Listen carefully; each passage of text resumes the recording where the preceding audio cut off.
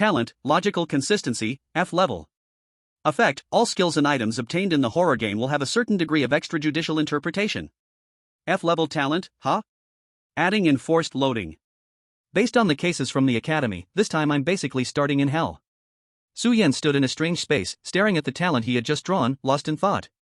Above him, a blood-red crescent moon, resembling a comical smiley face, silently smiled at him.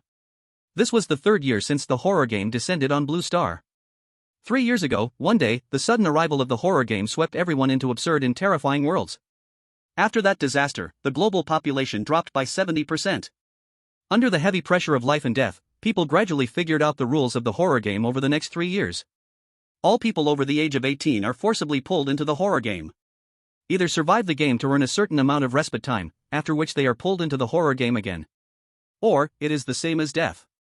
Aside from some people who die directly in the game, failing to clear the game still allows them to be sent out. But they will be deprived of something. Like what Su Yen saw in the school cases, there was someone who, upon being sent out of the game, instantly turned into a pile of mud. The person was alive when they came out, but their facial features immediately collapsed into a mass, and their consciousness completely dissipated within seconds. According to research, that person had been deprived of all their bones. There were also cases where, after failing the game, the person appeared unharmed, but 3 days later, when the police found them in their apartment, they were already a corpse full of the foul stench of rotten waste. It wasn't a supernatural death, only their stomach looked like it was 9 months pregnant, swelling violently. When the coroner opened their stomach, a large pile of rotting food flowed out like garbage. That person had been deprived of the ability to digest, and died in such a ridiculous way. For ordinary people like Su Yen, failing to clear the game meant certain death, or even something more terrifying than death. Game instance Village of the Godless loading. Instance type, escape. Number of skills to draw, 2 refreshes, 1 do you want to draw immediately? Su Yen quietly stared at the instance description in front of him. Every horror game allows players to randomly draw a few skills to use throughout the game. With such a useless talent, skills were the biggest support for ordinary people trying to clear the game. There was once a case that shook the world. A person was randomly placed into a nightmare-level difficulty horror game. But at the start, they drew an A-level skill, sign in for a queen wife at the start. The rest of the story is easy to imagine. Unfortunately, after the instance ended, the player did not get the reward of keeping the skill, which made them regret for years. My talent is this bad, I should at least get an awesome skill, right? Muttering quietly, Su Yen clicked to draw. Skill generation complete, please choose 2 out of the following 3 skills to equip. Skill 1, Love of the 7 Wolves, F level. Effect, you can summon a sturdy belt anytime, anywhere. When holding the belt, you can suppress your child's bloodline. Note, this is not just a belt, this is Dad's love for you. Skill 2, Teacher, you forgot the homework. F level. Effect, you can ask the teacher for certain homework, but all your peers' hatred toward you increases by 100%. Note, I used to do this often while I still had my life. Skill 3, Rich Lady, Hungry, Meal, A level. Effect, in real life, your chances of being noticed by a rich lady increase greatly. Note, 3 sentences, and the rich lady will spend 180,000 for me. What the hell? Su Yen widened his eyes. 2 F levels, 1 A level. When Su Yen drew an A-level skill in the first round of the game, it was said to be extremely rare. It's important to know that the chances of drawing a high-level skill early in the game are very low. But the probability of drawing a high-level useless skill is even lower. At least give me a skill that works in the game? This is not how you play. Su Yen said, almost in tears. The law of conservation of energy really proved true for him. Apart from the A-level skill, the other 2 F-level skills were weak to the extreme. 7 Wolves Love looks beautiful in effect, but without the right situation, it's just useless. For example, if it were used in a case the Academy once accidentally released, called A Father's Love is Mountain, then this skill would become divine. But in that scenario, even the belt wouldn't be needed. And in unrelated scenarios, this skill is almost as useless as a belt summoning spell. As for, Teacher, you forgot to assign homework, it's even more of a skill that harms the user, killing 1,000 enemies but hurting 800 of your own. Although some details in the skill description made him a bit concerned. But judging from the debuff-filled effect, it truly lives up to its F-level rating. System, refresh skill 3. Su Yen clung to his last hope and used his skill refresh. The refresh option allows a player to get a new skill. Right now, he used his one and only chance to refresh and got rid of Rich Lady, Hungry, Meal. No matter how good a skill is, if you can't survive long enough to pass the level, it's useless. After comparing, Su Yen had no choice but to painfully get rid of this painful skill. And the result? Skill 3, King of Steel Wool, F level. Effect, steel wool cannot harm you, and when equipped with steel wool, you gain a special skill in some aspect. Note, you know what I mean by special skill, laughs. Heh, so you're going for combos? Su Yan twitched his lips. There was no way out, so he resigned himself and placed the first 2 skills into his skill bar. Horror game begins. Welcome to Godless Village. A thick fog suddenly surged out, engulfing Su Yan completely. When he opened his eyes again, Su Yan was already lying on a dilapidated bed. Where is this? Su Yan looked down at his clothes, a rough, old-fashioned Japanese kimono, a bit ragged, with an old-time feeling. The windows around him were shaking, occasionally creaking. The air carried a faint smell of gunpowder. This broken wooden house now only had Su Yan living in it. Main quest generated. Su Yan glanced at the taskbar in the corner of his eye. Main quest, escape Godless Village. Chapter 2, Ikeda Fireworks Shop. Bang! Bang! Bang! Just as Su Yan was about to explore, there was an abrupt knock at the door. Who is it? Su Yan's expression tightened, his gaze fixed on the door. Under the moonlight, the shadow of a child appeared on the yellow paper-covered wooden door. Brother Yen, it's me, Xiaochu, want to come out and play? A crisp female voice came through the door, sending a chill down Su Yan's spine. Why would a little girl be looking for him at such a late hour? The voice was immature, not unpleasant, but Su Yan couldn't detect any emotion in the words. Was the person outside really human, or? Side quest triggered. At that moment, a side quest appeared under the main quest bar. Quest 1, rest alone in the Ikeda Fireworks Shop until dawn. A chilling feeling suddenly surged in Su Yan's heart, and cold sweat broke out on his forehead. He turned to look at the room, following the scent of gunpowder from before, and quickly spotted a small pile of damp fireworks sticks in the corner. Ikeda Fireworks Shop, this must be the wooden house. Su Yan didn't think there would be anywhere else outside that looked more like a fireworks shop. The game had popped up this quest right at the beginning. Since he could only survive the night inside the fireworks shop, does that mean the outside world is not safe? This door must not be opened. Brother Yen, are you still there? I'm coming in. At this moment, the little girl's laughter came from outside the door, and her voice suddenly carried a chilling coldness. The shadows on the wooden door began to shake, making a mischievous creaking sound. Su Yan dared not treat this as a joke. He quickly dashed to the door, pressing himself against it. Little Cho, don't rush, I'm here. Through the wooden door, Su Yan tried to make out the little girl outside, but it was a bit unclear through the yellow paper. From the silhouette, she seemed to be a 5 or 6-year-old girl, with 2 pigtails standing straight up like horns. Brother Yen, let's play together. The little child's voice was hollow and frightening, as if issuing Su Yan a final ultimatum. Su Yan's expression was extremely tense. Opening the door for little Cho now would undoubtedly violate the side mission given by the system. But he had no ability to stop little Cho from breaking through the door. The frequency with which she knocked grew faster, and the immense force was almost causing the door to crack. Su Yan had little time left. Suddenly, a flash of inspiration struck Su Yan. He turned quickly and spoke urgently to the outside. Little Cho, brother will play a game with you, please stop for a moment, okay? The sound of the door shaking gradually stopped. What game? Little Cho's voice sounded numb, but Su Yan could still detect a trace of unwillingness. Just as expected. Not allowing little Cho to come in doesn't mean he can't fulfill her request. As long as he could play with her, even without opening the door, it would count as meeting her request. Brother Yen, open the door first. No rush, little Cho, we have to play this game through the door. Su Yan sighed lightly and said slowly. What game? Little Cho asked numbly. How about we play house? House. Brother Yen, do you want to be the father, and I will be the mother? Little Cho's voice sounded puzzled for the first time. No, you be the daughter, and I will be the father. Su Yan said seriously. Well, okay. After a long pause, Little Cho's voice finally spoke again. Daddy opened the door. Little Cho's voice carried a strange power, seeping through the crack in the door. Outside the door, a weird smile suddenly appeared on Little Cho's stiff face. This smile stretched wide to the roots of her mouth, vaguely revealing a blood-red mouth that seemed to be opening and closing, waiting for the prey to fall into the trap. Unexpectedly. I won't open it. This time, Su Yan's voice came from outside the door, sounding unusually firm. Little Cho's smile immediately froze. Inside the door, Su Yan did not hesitate. The moment Little Cho agreed to the game, he immediately activated the Love of the 7 Wolves. A sturdy black leather belt appeared in his hand, and Su Yan's somewhat hazy mind instantly became clear. You little brat, staying out so late causing trouble, then don't come back.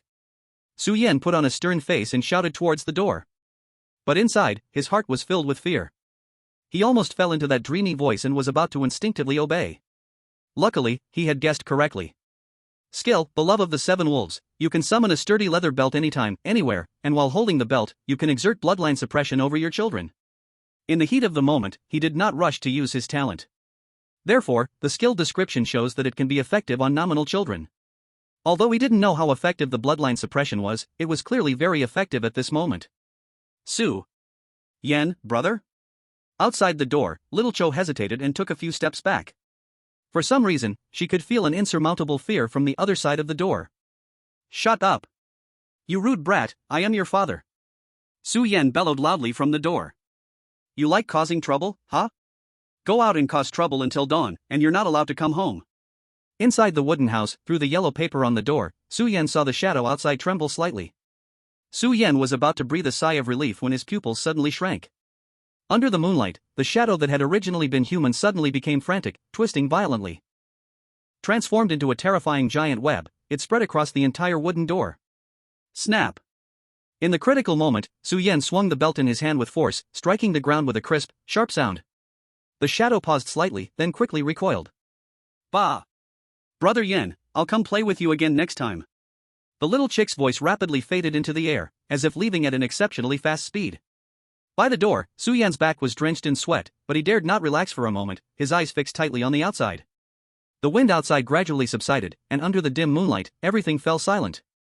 Su Yan let out a sigh of relief, slowly sitting down. He knew that he had survived the first deadly encounter. This immediate death flag is a bit ridiculously high. Su Yan reflected on everything that had just happened. If he had reacted even a little slower, responded a little later, what awaited him would probably have been the terrifying shadow breaking through the door. The dangerous dark night, the Ichikita fireworks shop, and the eerie girl. Su Yan thought deeply for a moment, then suddenly a wave of drowsiness hit him. Faintly, he heard the game's prompt sound in his ears. Game worldview progression, 10%, starting scene settlement. Scene settlement, excellent. K has raised your fear level by 14%, current fear level, 14%. Chapter 3, White Mist and the Cat. A fuzzy sound came from his ears. When Su Yan woke up, it was already the next day. His mind was still a bit hazy, but as soon as he glanced at his surroundings, Su Yan immediately woke up. Outside the window, everything was gray, but clearly, the night had passed. Su Yan glanced at his taskbar. Side quest completed. Task 1, rest alone in the Ichikita fireworks shop until dawn, crossed out. Task reward, randomly summon one creature, would you like to summon it now? Su Yan's spirit lifted. For someone with so few means like him right now, a summon was a pretty big help. Summon it immediately. Su Yan rubbed his palms, feeling a bit nervous. He wasn't asking for some powerful beast like a tailed beast or Ultraman, just a few Pikachus would do. A white light descended and quickly formed in front of him. Meow, an orange cat swayed its tail and squatted in front of Su Yan. This, no matter how you looked at it, seemed just like an ordinary orange cat. Su Yan focused his eyes. Unnamed cat, F grade. Description, an ordinary orange cat, capable of some level of telepathy with its owner, but that's all. Note, at least, you still have the naming rights. Heh, luck is something you really can't rely on when you need it. After reading the maliciously worded prompt, Su Yan gave a dry laugh and weakly picked up the orange cat. The orange cat was quite obedient, lazily mewing as it curled up in Su Yan's arms. Su Yan gently stroked the cat's fur. I am, after all, a cat lover, so I'll give you a name. I'll call you Schrodinger's cat, there, done. Meow? The cat seemed to sense the bad humor in Su Yan's naming choice and looked up, meowing unhappily. Now, the next question is, how do I escape this village? Su Yan looked towards the wooden house's door. From the task prompt, it seemed he had survived the night. Now, he should be able to safely leave the house. But first, let me search for some clues inside this wooden house. Su Yan started rummaging around in the fireworks shop.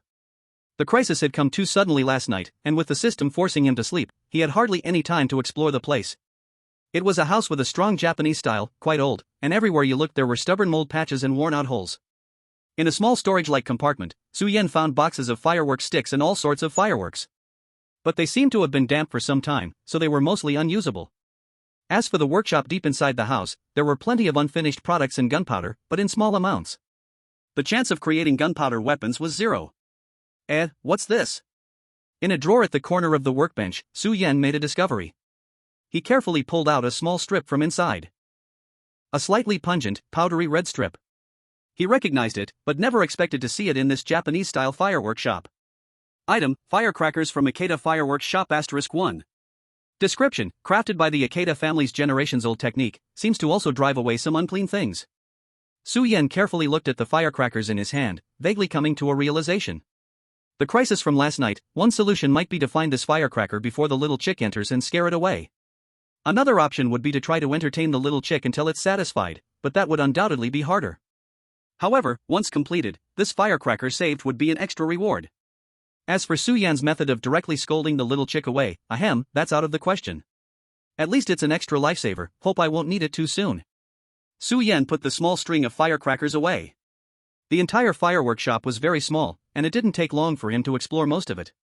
The amount of information I can gather is a bit limited. Su Yan, holding the orange cat, gradually walked to the door and pressed the cat's face against the door crack. You're a cat, so sensing danger in supernatural things should be normal, right? Help me see if it's dangerous outside. Meow. The orange cat's meow carried an emotion that said, "Are you polite?" With a sudden jump, it slammed the door open. Hey! Su Yan was startled. I told you to peek through the crack, not to go and kill yourself. Taking a deep breath, Su Yan also stepped out of the shop door. As expected, in this so-called village, there wasn't a single person. In front was a muddy little road, with some brown marks, deep or shallow, leading from the fireworks shop further into the village. The surrounding scenery consisted mostly of trees and fields. Looking along the little road, there were still quite a few houses visible. But from the outside, they showed no signs of life.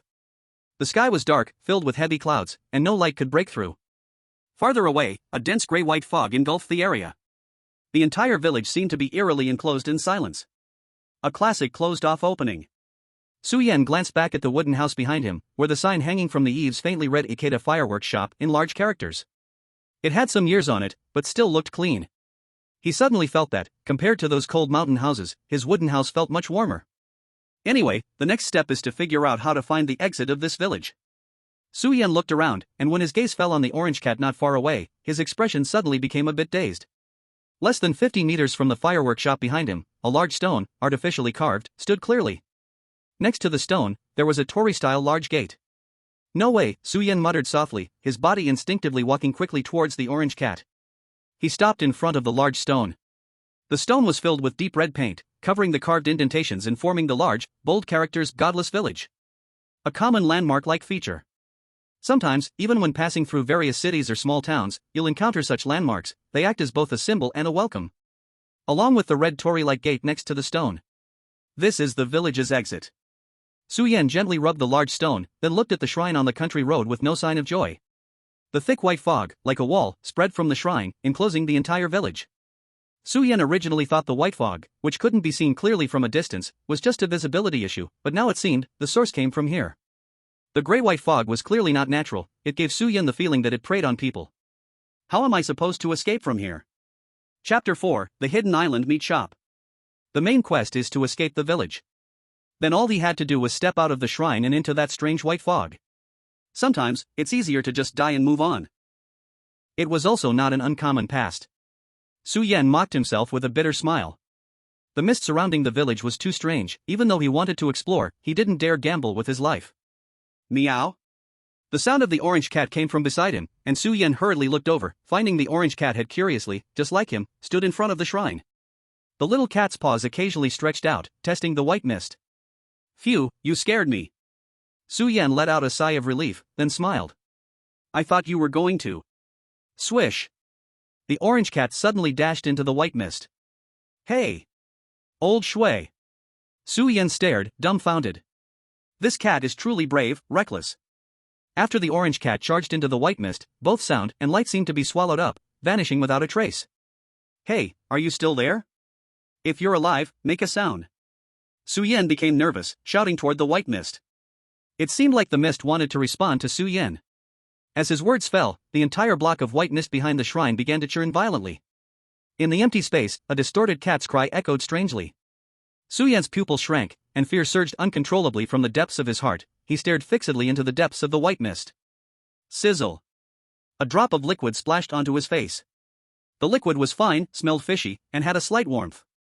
It was the blood of a cat. The white mist returned to calm, as if nothing had happened. Su Yan touched the blood on his face and fell silent. Though it was only for a brief moment, he still caught a glimpse of the scene outside the white mist. That scene, perhaps only the word hell could describe it. Then, the option of escaping the village through the Torii gate is also ruled out. After a long time, Su Yan finally spoke these words. Turning his back, he walked heavily along the small path into the village. Not far from the small path, there stood a huge map. Su Yan raised his head, feeling a sense of oddity from this map. Unholy Village Tourism Project Commercial Construction Plan. This was the map of the entire village, but at the same time, it was also a development design plan for the village, made entirely of iron sheets. The modern atmosphere seemed completely out of place with the facilities of the village. Su Yan studied it carefully. He found that the entire village was built around a mountain, with Ikeda fireworks shop set up at the foot of the mountain, facing the mountain gate.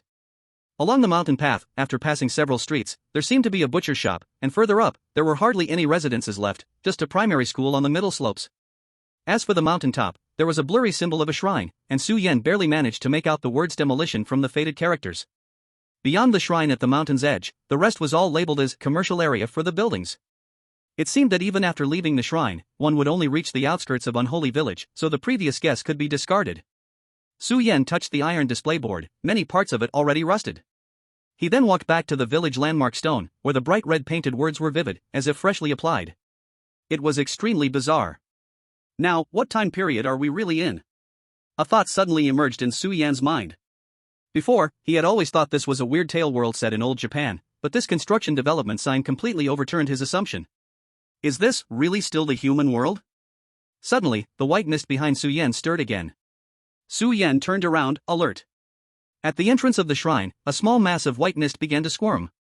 Suddenly, a strong smell of blood surged toward him.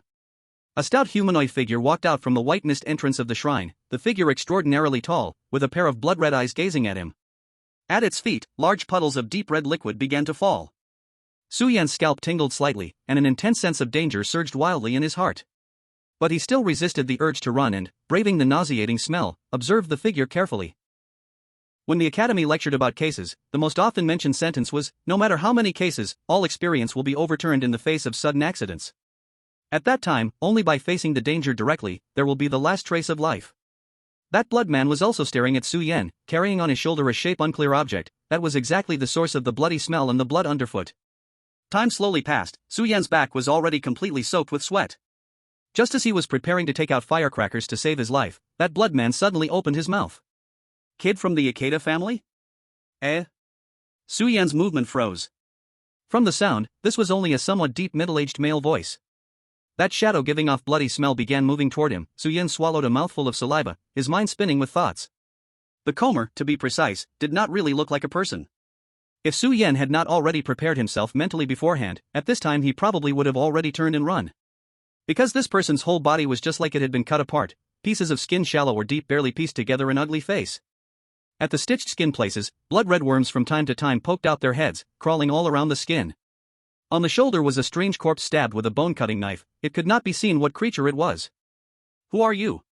Su Yan asked carefully. Karajima. The middle-aged man only coldly answered one sentence. Su Yan remembered, on the map marked that butcher shop, it was exactly called Karajima Butcher Shop. He seemed to understand something. In this almost closed box garden world, whether appearing were people or ghosts, it was no accident at all.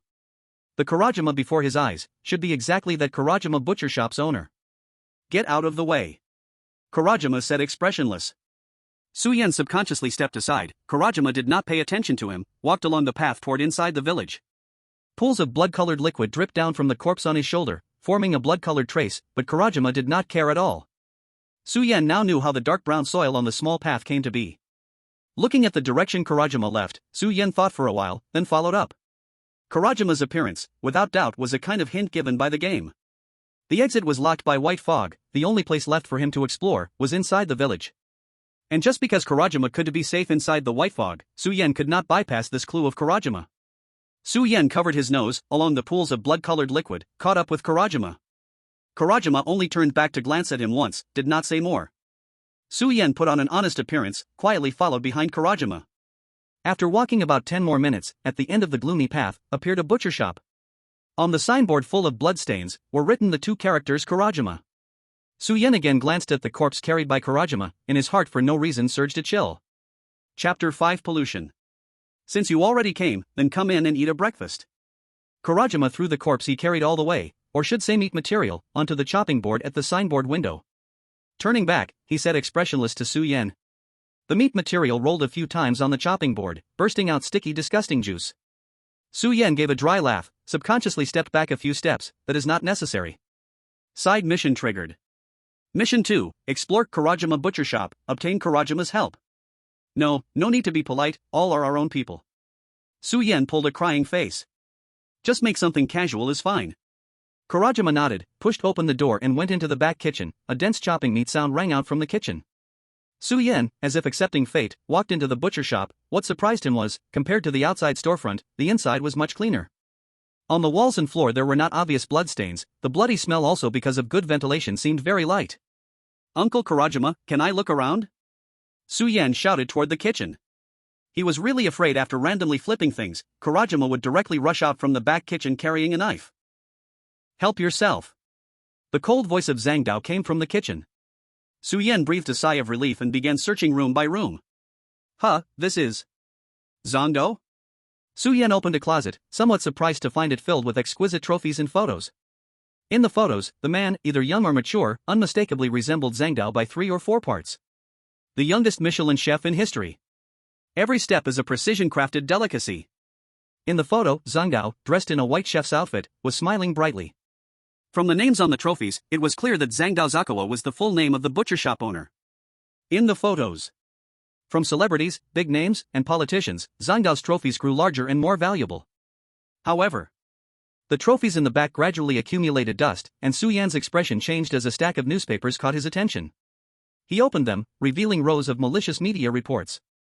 The blow of losing his parents, his dishes gradually became mediocre. Chef Zhang Dao announces retirement, new shop loses $1 million. Captured from dark angles, Zhang Dao's haggard face was unmistakable, his eyes hiding regret. It was clear that this marked the turning point of Zhang Dao's transformation. Su Yan still felt confused in his heart. What exactly happened, causing the once glamorous chef Zhang Dao to willingly fall to the point of becoming a butcher shop owner covered in blood? Shaking the newspaper slightly, a photo suddenly fell out of nowhere. Su Yan picked it up, and his pupils contracted sharply. In the photo, Zhang Dao, still human, was covered in blood, expressionless, holding up a still beating heart, quietly watching it under the light. A line of hideous blood-red words was scrawled in the blank space. Don't eat the things he makes. Boom! The sound of thunder exploded in Su Yan's mind.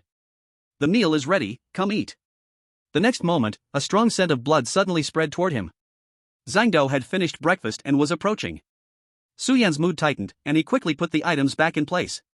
In a moment of panic, he stuffed the photo directly into his chest. Zhang Dao opened the door, glanced at Su Yan and the closet behind him, frowned slightly, but didn't say much. Eat it. On the small wooden table on the tatami, Zhang Dao pushed a bowl of bright red thick soup in front of Su Yan. It was a very delicate little bowl, with a cute little pig-shaped spoon, very adorable. In contrast, the contents of the bowl were less than flattering. Bubbling hot, dark red meat skin, with traces of blood faintly visible, bubbled up in the soup. Su Yan shakily took the bowl, and the nauseating smell hit him immediately, as strands of blood-like lines wriggled on the surface of the soup. Item, coarse, contaminated soup. Description: the low-quality dish of Chef Zhang Dao. After consuming, you will gain some strength, but will also suffer irreversible contamination. Tip: you can choose to endure the contamination, but you must not overdo it. Su Yan frowned, an indescribable sense of unease welling up inside him. Can I take it to go? No, little ghost from the Ikeda family. Zhang Dao's stitched-up face twitched unnervingly. If you want to live, you must eat it. As he spoke, the sharp bone-chopping knife in his hand was occasionally scraping along his arm, sparking in layers. Outside the window, the cold wind began to blow. Su Yan's back shivered slightly, and he obediently picked up the soup in front of him. He glanced at the item description again, his eyes flashing, and suddenly made a decision. Gritting his teeth, he gulped the soup down in one go. It seemed like he was drinking it in huge gulps. But in reality, a large amount of bloody soup spilled out from the gaps in the bowl, soaking into Su Yan's clothes. You? Zhang Dao was momentarily stunned. The wind outside froze. Gurgle gurgle. I'm really dumb, I got it all over the place again. As the last drop of liquid fell from the bowl. Su Yan put down the soup bowl and looked down at his clothes, now stained with the disgusting, sticky liquid. He smiled helplessly.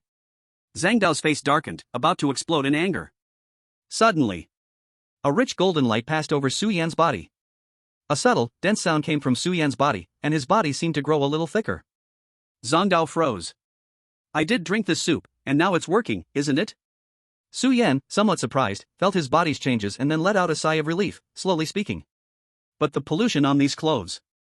Without even looking, it's definitely indelible. Incredibly, the pollution from the soup described actually appeared on Su Yan's clothes. You're not hurt? Zhang Dao couldn't understand. Su Yan's mouth slightly lifted. It tastes good. How about getting me some more? Zhang Dao stared at Su Yan for a moment and, surprisingly, went to the kitchen again to bring another bowl of the same soup. Su Yan was overjoyed. This time, facing the dirty soup that had once made him feel nauseous, he looked at it like it was treasure, his eyes shining with greed. He snatched it and began to eat it hungrily. After just one sip, he felt his whole body grow stronger, his abdominal muscles almost visibly beginning to grow. And there was no mutation on his body. After bypassing the negative effects of the filthy soup with his extra-legal interpretation rights, these bowls of thick soup were like free attributes to him. You have to know, in a horror game, raising basic attributes is much harder than keeping skills while clearing dungeons and getting equipment. If other players knew about food that could raise attributes with no cost, they'd probably be able to gulp down 3 big bowls, shouting "Aligay." Not to mention, Su Yan didn't even have to touch it with his lips. As long as he made the motion of eating and poured all the food out, it counted as having eaten it. What? You ask who set this rule? All interpretation rights belong to Su Yan. It was just a pity for the clothes on his body, now full of bloodstains, completely becoming a blood-soaked outfit. Another bowl. Another one. Double it. With each bowl of the dirty soup, Su Yan's body became even more muscular. Combined with the strong smell of blood on him, even Zhang Dao felt a little uneasy. What, is that all? Finally, Su Yan looked at the smooth, empty bucket behind Zhang Dao, burping contentedly. Burp. Suddenly, a system sound rang in his ear. Game worldview progression, 25%, beginning scene settlement. Scene settlement, excellent. K fear level towards you increased by 23%, current fear level, 37%. Side quest completed. Chapter 6, Springwood Primary School. Uncle Zhang Dao, did you work at Midtjylland before? After completing the second side quest, Su Yan guessed that the next period would be relatively safe.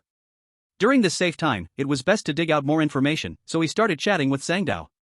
Currently, the biggest source of information was the still clear-minded Zhang Dao in front of him. Yes. Su Yan could clearly feel that after drinking the blood soup, Zhang Dao's attitude towards him had improved slightly. After a moment of silence, he began to speak.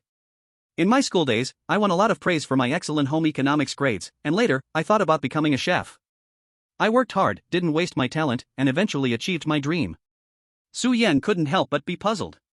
Then, the man who used to care about every detail in dishes, how did you make such a rough, unprocessed blood soup? Is this your return to simplicity, or just an unintentional mistake? Zhang Dao was stunned for a moment, and a trace of doubt appeared on his face. Yeah, I have given up on cooking. Clang. Suddenly, the kitchen knife that Zhang Dao always carried fell to the ground, and it seemed like he remembered something. He covered his head, muttering to himself. No, I no longer have the qualifications to study cooking. Those things do not belong to me. No, all wrong, all wrong. This is my own choice, for the future of the village, he must die. No, it is him, it is he who betrayed us. Kurashima's speed of speech became faster and faster, and the stitched wounds on his face began to wriggle violently. Suddenly, he knelt down on the ground, a low sound came from his throat, nearly insane. Ikeda, you failed. Hey, are you okay? Su Yan felt his heart jump wildly. He suddenly felt a thick chill wrapping around him. Gusts of icy wind blew into the shop without warning. Roar! A howl no longer belonging to humans came out from the swelling mountain of flesh. Su Yan's heart trembled fiercely. He saw that the stitched marks on Kurashima's body all cracked open at the same moment, except the head, all was wriggling strange flesh. Now, out of control, those flesh blocks swelled without end. As for Kurashima on top of the flesh mountain, reason had already been lost in his eyes, those strange pupils left with only whites, pale, looking this way. Run! Su Yan's scalp went numb. He dashed straight toward the door.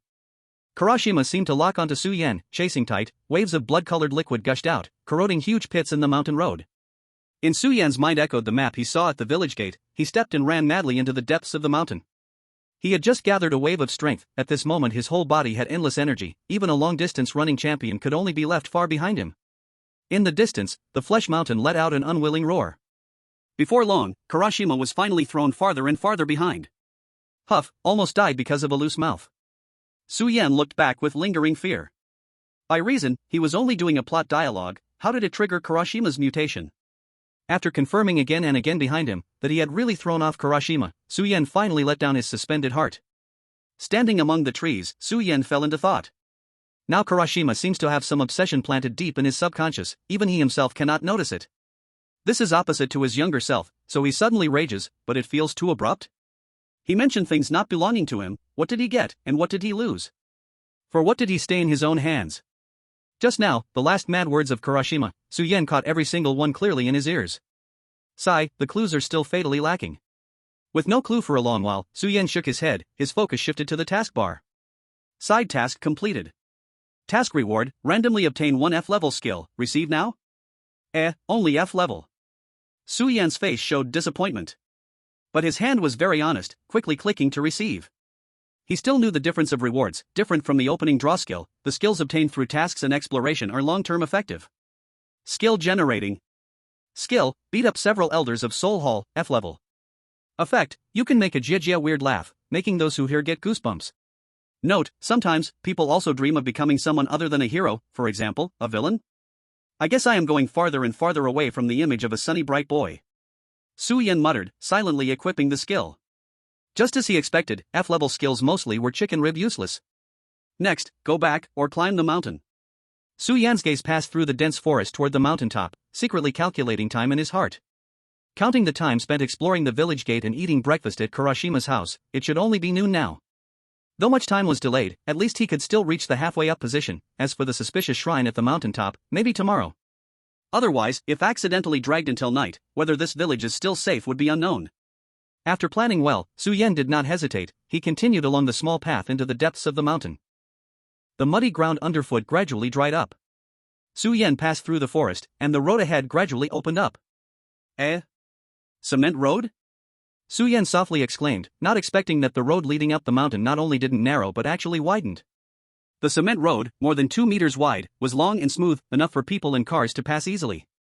But such a flat mountain road, appearing in this small village surrounded by trees and grass, felt very strange. In Suyen's impression, only cemeteries would have such a neatly built road. If I keep going up, this should be the Haruki Elementary School, right? Suyen jogged up the hillside, while recalling. In Japan, elementary schools are usually called shugaku, commonly shortened to shigaku in conversation. Schools in such mountainous areas naturally wouldn't be built very well, and not long after, Suyen saw a somewhat eerie large wooden house from a distance.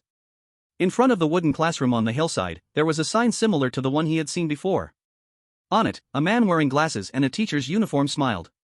Haruki Tetsuro, teacher, a graduate of Kyoto University, a pride of No God Village, winner of multiple international research awards, a top scholar with astonishing innovative thinking.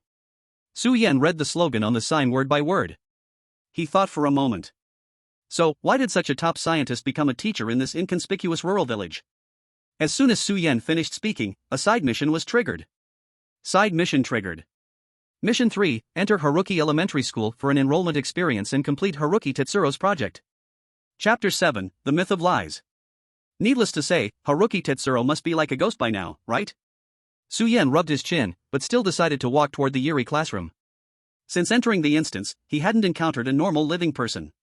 Suyen had long prepared himself for this. Bang, bang. The sound of knocking on the wooden door echoed in the corridor outside. Suyen heard the lecture inside stop, followed by footsteps approaching. A man with a somewhat pale face, dressed in a white robe and wearing refined glasses, appeared in front of him. He looked exactly like the image on the sign near the classroom. Are you Ikeda-kun?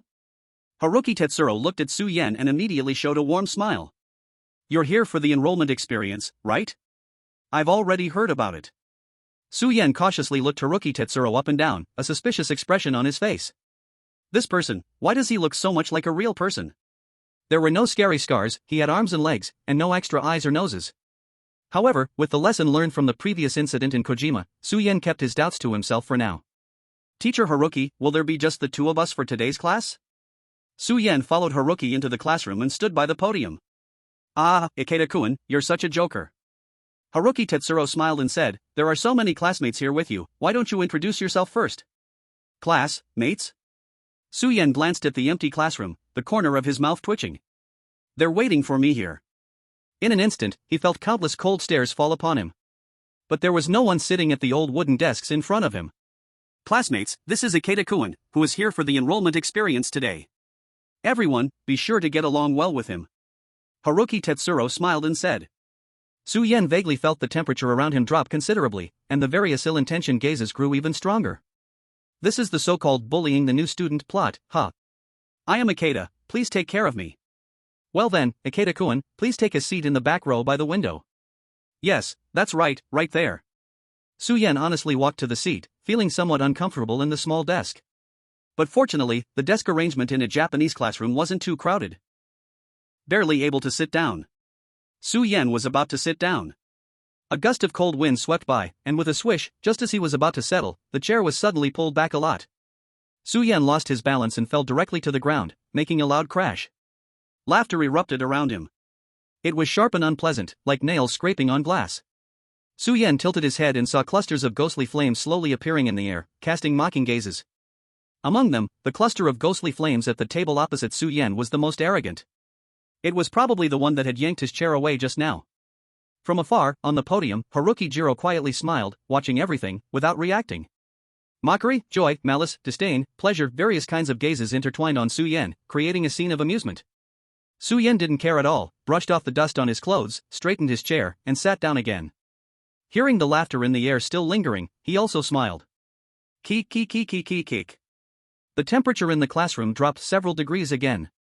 The ghostly flames around Su Yen were startled and jumped in fear. The laughter that had been ringing out abruptly stopped, as though it had been struck with a knife. The already dark classroom, combined with the weather, made Su Yan's aura seem extremely eerie. With his chilling smile and strange laugh, it sent shivers down the spine. The ghostly flames around him nearly dispersed, and the sound of wind started, as if they were about to cry. It must be said that this few elders of the Soul Hall might not have much power, but they sure had a knack for grossing people out. Su Yen did not stop his kiki laughter. He watched with interest the reactions of his classmates. He was very generous and wouldn't stoop to the level of elementary school kids. However, that didn't stop him from trying out his newly acquired skill. The previously arrogant ghostly flame twisted and deformed in the air, as if it had heard the sound of nails scraping on glass, extremely annoying. Su Yen had basically come to a conclusion. This skill was a simple mental attack, at most making people feel more fear and physical discomfort. But fortunately, there was no cooldown, making it perfect for spitting back at others. Once he had tested it enough, Su Yen stopped the skill and looked at Haruki Jiro on the podium, whose expression was slowly growing darker. Compared to these small fry ghost flames, Haruki Jiro was the true potential threat he had to face. Alright, everyone stop messing around. Haruki Jiro put on a stern face. Today, we'll talk about history class. Su Yen rested his chin on his hand and quietly listened, gradually getting drawn into the content of Haruki Jiro's lecture. Haruki was talking about the history of the godless village. A long time ago, our godless village was an insignificant little village, nameless, and couldn't produce any great figures. Until one day, a powerful Onmyoji came to the village, leading the villagers to build a shrine on the mountain. That shrine attracted the attention of the god of talent, who equally bestowed everyone with corresponding talents, allowing one talent after another to leave the godless village. But the blessing of the gods brought about a greedy backlash. In the end, the ungrateful mortals could only lead themselves to destruction. Su Yen furrowed his brows, always feeling like there was something hidden in this story. As Haruki Jiro spoke, the surrounding ghostly flames quieted down again, disappearing into the air, not daring to make a sound. Until Haruki Jiro's cold and eerie voice ended. That's all for today's lesson. Looking at the empty and quiet classroom, Haruki Jiro put down his textbook, showing a satisfied expression. Next, I'll randomly pick a few students to answer some questions from the lesson a few days ago, to see if you've remembered them. Haruki flashed a sinister smile. In the classroom, many of the ghostly flames jumped in terror again. It's you, Yamamoto-kun. Haruki Jiro walked to the first row of desks, knocking on the desk. Cold voice said. Recite spring is here from the Chinese textbook. The ghostly fire on the desk trembled in fear, then shook up and down, making a faint buzzing sound. Chuanmuzilong stood with his eyes closed, towering in front of the desk, casting a terrifying shadow. The buzzing sound lasted for a little while. Suddenly, Chuanmuzilong opened his eyes wide and scolded loudly, "You got it wrong. After all this teaching, you can't even remember such a small piece of text?" Chuanmuzilong's expression became ferocious, and he suddenly grabbed the ghostly fire, still buzzing intermittently, and forcefully inserted it into the fire's core. Things you don't understand, just memorize them. It's your blessing to be taught by me, do you understand? Stop giving me trouble. Chuanmuzilong ruthlessly trampled on the ghostly fire, and the entire classroom fell silent as if frozen. After a long time, he finally released his hand, letting the ghostly fire, its light dim and weak, go, his face once again taking on a slow, deliberate expression. Next, Chuan Muxilong walked step by step down the aisle between the desks, occasionally grabbing a student, and without explanation, carrying out various forms of corporal punishment. The oppressive atmosphere in the classroom grew heavier and heavier, so suffocating that it was hard to breathe. Now, it's your turn. Ikeda-san. Finally, Chuan Muxilong reached Su Yan's side, revealing a smile that was both chilling and terrifying. Su Yan stared straight at Chuan Muxilong, about to speak. But, since it's your first day, Ikeda-san, I won't check you this time. Chuan Muxilong suddenly shook his head, acting like he was being considerate. Su Yan froze for a moment, watching Chuan Mu turn around and walk back to the podium. This wasn't right. Chuan Mu returned to the podium, and the other ghostly fires seemed to exhale in relief, finally having survived. Chuan Mu adjusted his teaching materials and quickly announced, well, the class time is almost up. Su Yan's face changed drastically.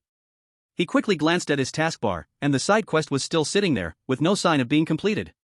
If Chuan Mu dismissed the class now, he would never have the chance to finish the side quest. This didn't make sense. Wait, teacher. Su Yan suddenly stood up. Oh? What's the matter, Ikeda-san? Su Yan stared at Chuan Muxilong, unable to understand what he had done wrong that prevented him from triggering the quest condition. But he couldn't find his blind spot. Ikeda-san, if there's nothing else, I'll be ending the class. Chuan Mu's impatient voice rang out. It's nothing. Su Yan calmed himself down and smiled. I just thought, teacher, maybe, did you forget to assign homework? Skill activated. You can request a certain homework from the teacher, but at the same time, the hatred value from all your peers towards you will increase by 100%. Based on Su Yan's guess, this skill was probably not meant to be used this way, but at this point, he had no choice but to try it as a last resort. At the same time, he attempted to apply his talent logical consistency to the homework effect in the skill. Homework? Chuan Mu was stunned. He normally wouldn't assign something like this, but after hearing Su Yan's words, for some reason, he felt like it was indeed necessary to assign homework. Yes, homework. Su Yan thought for a moment and continued, consider it a way to check how well I listened in class today, what do you think? Before he could finish, a series of glares full of anger and intimidation shot towards Su Yan. A group of ghostly fires shook violently, their buzzing threatening to shake the classroom apart. Su Yan wasn't afraid at all and responded with a few eerie kekekek laughs. The ghostly fires immediately fell silent. Su Yan laughed wildly in his heart, never expecting that fear could, to some extent, suppress the hatred of these little ghosts. Fine then, I'll give you a question. Chuan Muxilong coughed a few times, turned around, and started writing on the blackboard with chalk. The space on the blackboard was large, and Chuan Mu's writing was quick. A few minutes later, he left a seemingly simple question in the corner of the blackboard. Alright, students, remember to do your homework, and I will still check it tomorrow. Chuan Mu said to the stage. A group of ghostly flames let out human-like wails. Then, today's lesson is over. Next. Chuan Mu was about to end the class. Suddenly, Su Yan shouted loudly.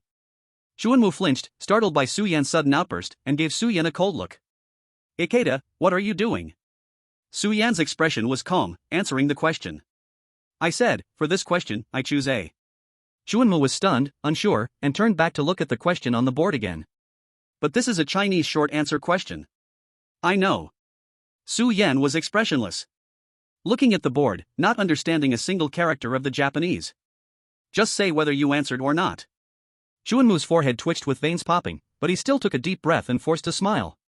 Ikeda, your spirit is commendable, but unfortunately, you got this question wrong. Skill effect triggered. You successfully completed a homework task, completion, 1%. Reward, a slight increase in mental power. Su Yan's spirits lifted as his suspicions were finally confirmed. Teacher, you forgot to assign homework. Since this skill causes a severe debuff when requesting homework, it meant that homework itself must bring benefits to him. Although Su Yan's completion wasn't great, it still triggered the hidden effect of the skill. Su Yan turned his head, his eyes burning with focus as he looked at Chuan Mu, as if seeing a priceless treasure. Chuan Mu felt a tingling on his scalp as he closed his book. Then, this class is over. Teacher. Su Yan interrupted Chuan Mu again. What is it now? Nothing, I just wanted to remind you. Su Yan's face was serious as he activated the skill again.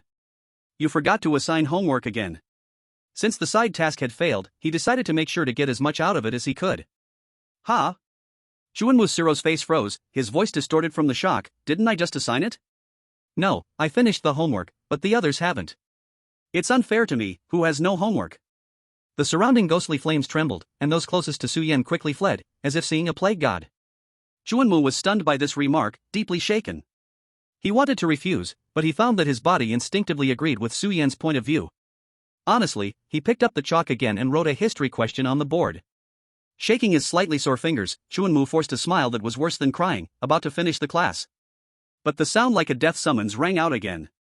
Choose C. Chapter 9, Little Chick. Ikeda, what exactly do you want to do? In the classroom, Chuanmu gritted his teeth. Answering the question. At the desk, Su Yan looked as if it was the most obvious thing in the world.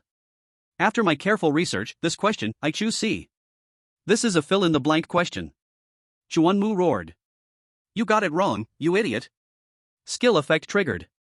You successfully completed a homework task, completion, 1%. Reward, a slight increase in mental power. Another skill trigger, and Su Yan couldn't help but feel overjoyed. Even a mosquito leg is still neat. That's not important, teacher, what's important is that I want to remind you again. You forgot to assign homework again. Su Yan smiled. You. Chuanmu's lips trembled, but the next moment, terror appeared in his eyes, and his body uncontrollably picked up the chalk again and walked to the board. This one's answer is B. This one must be a true/false question, choose a wrong answer. This looks like a multiple choice, I'll choose A, B, C, D. The ghostly flames around the classroom were all stunned. Looking at the board, covered with dense questions, no one knew whether to feel hopeless or shocked. And at the front of the class, Chuanmu's legs were weak as he half-kneeled on the floor, desperately filling in more questions from the gaps. This one, I think the answer is 114514. Su Yan was full of energy, urging Chuanmu. Teacher, hurry up and announce how I did. Enough. Chuanmu's voice was hoarse, his eyes bloodshot, as he turned to look at Su Yan. What exactly do you want to do? Su Yan looked innocent, I just want to solve a problem. Thud. These words seemed to make Haruki completely break down. He grabbed his hair hard, wiping tears and snot away. Just spare me, yes, you're right, isn't that enough? Side quest completed. As soon as the words fell, the long-awaited prompt finally rang out. Game worldview advancement, 43%, starting scene settlement. Scene settlement, excellent. K has raised your fear level by 27%, current fear level, 64%. Su Yan was stunned, not expecting to complete the side quest in such a way. Still feeling unsatisfied, he tentatively said to Haruki. How about we test something again? Shut up. Haruki suddenly tilted his head back, his eyes bloodshot, and from his forehead, 3 pairs of pitch-black compound eyes emerged. In the blink of an eye, grotesque, hairy spider legs burst forth, threatening to tear the entire classroom apart. Haruki's head twisted completely around, 4 pairs of cold eyes staring menacingly at Su Yan, emitting a terrifying sound wave. Whoa, that's not necessary, really not necessary. Su Yan felt his scalp tingle, quickly retreating until he hit the wall of the classroom. Relax a bit, teacher, how about we play a little house? I can be your dad? Or I can tell you a joke. Once there was a mountain, on the mountain there was a temple, in the temple there was a soul hall elder, cackle cackle cackle. Watching the monster that Haruki had transformed into approach step by step, with no skills working at all, Su Yan swallowed hard. How about, we leave some homework? Roar! Haruki let out a furious roar. Well then, goodbye, teacher. Su Yan chuckled awkwardly, his hand touching the right wall, smashing a large hole through it. Fortunately, this was an earthquake-prone island nation, so for safety, most building materials were lightweight, especially in a small village like Godless Village. Haruki missed his target, and Su Yan quickly squeezed through the hole in the wall. In the next moment, the entire classroom seemed to explode, completely shattered. Haruki's 8 spider legs stood on the ruins, rapidly chasing after Su Yan. He ran, it chased, he moved like the wind. Su Yan felt melancholy inside. Why did this scene feel so familiar? But he didn't hesitate, he quickly dashed down the mountain. At this point in the quest, Su Yan felt he had begun to grasp the story's thread. But how it would develop next still depended on his own choices. In the frightening game, almost everyone's instance never repeated, and over the past few years, Su Yan had seen hundreds or even thousands of cases. But without exception, digging deep into the instance's plot would greatly affect the game's final outcome. I lost him. After running all the way to the foot of the mountain, Su Yan vaguely saw the dark clouds in the sky tinged with some twilight color, and hinting at a fading trend. In Japanese mythology, twilight often marks the boundary between day and night. Due to overlapping class time, Su Yan had spent too long with Haruki. Oddly, throughout Godless Village, Su Yan had not found any clocks or hourglasses as timekeeping tools. He wasn't sure if it was an illusion, but Su Yan felt the air around him growing thick and heavy, making it somewhat hard to run. Phew, glad I made it. Finally, just as the last hint of dark yellow disappeared from the horizon, Su Yan returned to the front of the Ikeda fireworks shop. Speaking of which, since entering the instance, I have been moving under the name of Ikeda. Whether it's Kondo or Haruki, they don't react to my current appearance, which means my identity in this instance is not an issue. With his hand on the doorframe, Su Yan suddenly remembered something. So what role does I or the surname Ikeda play in Godless Village? Su Yan shook his head. Unfortunately, in this fireworks shop, he found no relevant clues whatsoever. Perhaps this layer of identity had no significance after all. And in Godless Village, not just monsters like Zhangdao and Chuanmu. Pushing open the door, Su Yan walked into his home, and suddenly, his entire body became stiff. In front of the entrance, there was a doll the size of a child. This doll had two glaring pigtails sticking up, and its mouth was sewn shut with needle and thread, its two hollow eyes staring straight at him. At that moment, Su Yan's hands and feet turned ice cold. He remembered very clearly that before leaving the house during the day, there was no such doll. Brother Yen. The threads snapped one by one before his eyes, the corners of the doll's mouth split open to its cheeks, letting out a terrifying laugh. Did you come to play with Xiao Chou? Night fell at that moment. Chapter 10, Gods and Strange Beings. Su Yan's heart was racing. Even though he now knew that there were no normal people in this godless village, seeing Xiao Chou's appearance still surprised him. He couldn't understand how Xiao Chou got in. But right now, Xiao Chou was just as dangerous as Zhangdao and Chuanmu. What exactly are you? Su Yan stared straight at Xiao Chou, clenching his fists. He knew that his trick would only work once, and the opponent would never let him off easily. Xiao Chou is just Xiao Chou. Xiao Chou floated slowly over, from the opening in her belly, torn bits of cotton continually leaked out, her voice sounded childish. Or, Brother Yen could also call me Chiquita Hina, oh. Su Yan's pupils shrank. In an instant, he realized he had walked into a trap. Zhangdao called him the little ghost of the Chiquita family, and Chuanmu referred to him as Chiquita classmate. He himself was a tall figure close to adulthood, yet sitting in Chuanmu's elementary school classroom did not feel out of place at all. Su Yan's hands and feet were completely cold. All along, he had assumed his identity was replaced by a horror game. But his true identity, what was it really? In Zhangdao and Chuanmu's eyes, who was he? Su Yan brother. Right in front of him, Chiquita Hina displayed an unprecedented smile. Although the doll's face couldn't show any emotion, Su Yan still felt a hint of fright. Is this village still fun? Uncle Zhangdao was very good at cooking, teacher Chuanmu was so smart, little Hina lives every day in everyone's love. Now, it's time for Brother Yen to play with little Hina. Su Yan wanted to speak, but found that something icy had entered his throat, completely blocking his voice. This cold feeling penetrated all over his body. Su Yan felt as if his body was like a broken string, unable to control anything. Even opposite to his thoughts, step by step, Su Yan walked forward like a marionette, sitting by the bed. Xiao Chou's body floated in front of Su Yan, sitting in his lap. Brother Yen, let's read a storybook together. An old yellow book slowly floated in front of him. Su Yan's eyes constantly moved, the feeling of watching his body lose control was very uncomfortable. However, this might also be his last chance. His gaze quietly shifted, landing on a spot in the air. On the taskbar that Xiao Chou couldn't see, 4 tasks were displayed. Main task, escape from Godless Village. Task 1, rest alone at Chiquita Fireworks Shop until dawn, crossed out. Task 2, explore Zhangdao Meat Shop, gain Zhangdao's help, crossed out. Task 3, enter Chuanmu Elementary School for an enrollment experience, complete Chuanmu Jiro's project, crossed out. Each task, once completed, was crossed out. After receiving the corresponding task rewards, the task text would turn dark gray. And now, the third side task had also turned dark gray just a minute ago. Well then, let the story begin. Xiao Chou's cheerful voice echoed in the empty room. The book in front of Su Yan also flipped open to a page. On the pages of the book, gray-white paper, a striking black title jumps out. The best artisan in the country, the fireworks master at only 18, Ikeda Takayasu. Next to the title, there is a gentle-looking young man, with the tips of his fingers stained with black powder, smiling widely.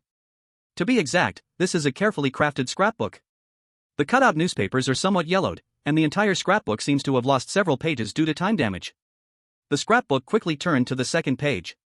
Master Ikeda's hometown, announcing retirement to care for his soon-to-be-born child. The scene shows Mokami Village, where an older Ikeda has started a family, supporting his pregnant wife in front of the fireworks shop, wearing a face full of happiness. However, compared to his previous gentle expression, there is a hint of determination in his eyes. Su Yan frowned. He vaguely sensed something was wrong from these two reports.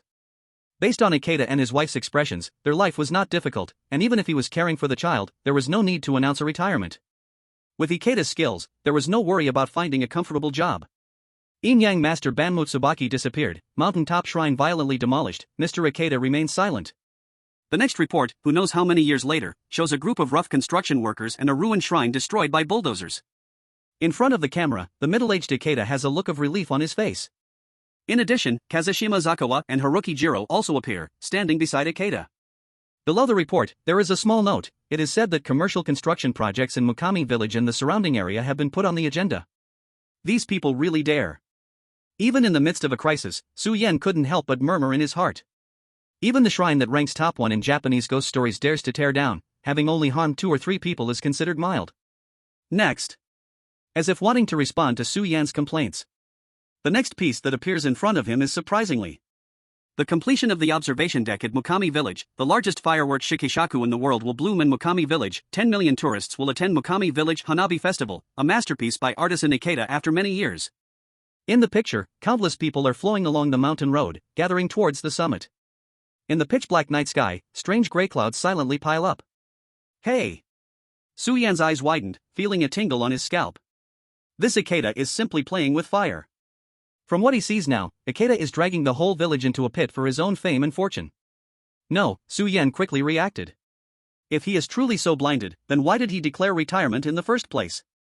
Su Yan wanted to keep watching, but unfortunately, the pages of the book stopped here. The scrapbook was closed in front of him, and Xiaochu floated in front of Su Yan. Doing bad things will bring punishment. Brother Su Yan, do you want to know what kind of punishment it is?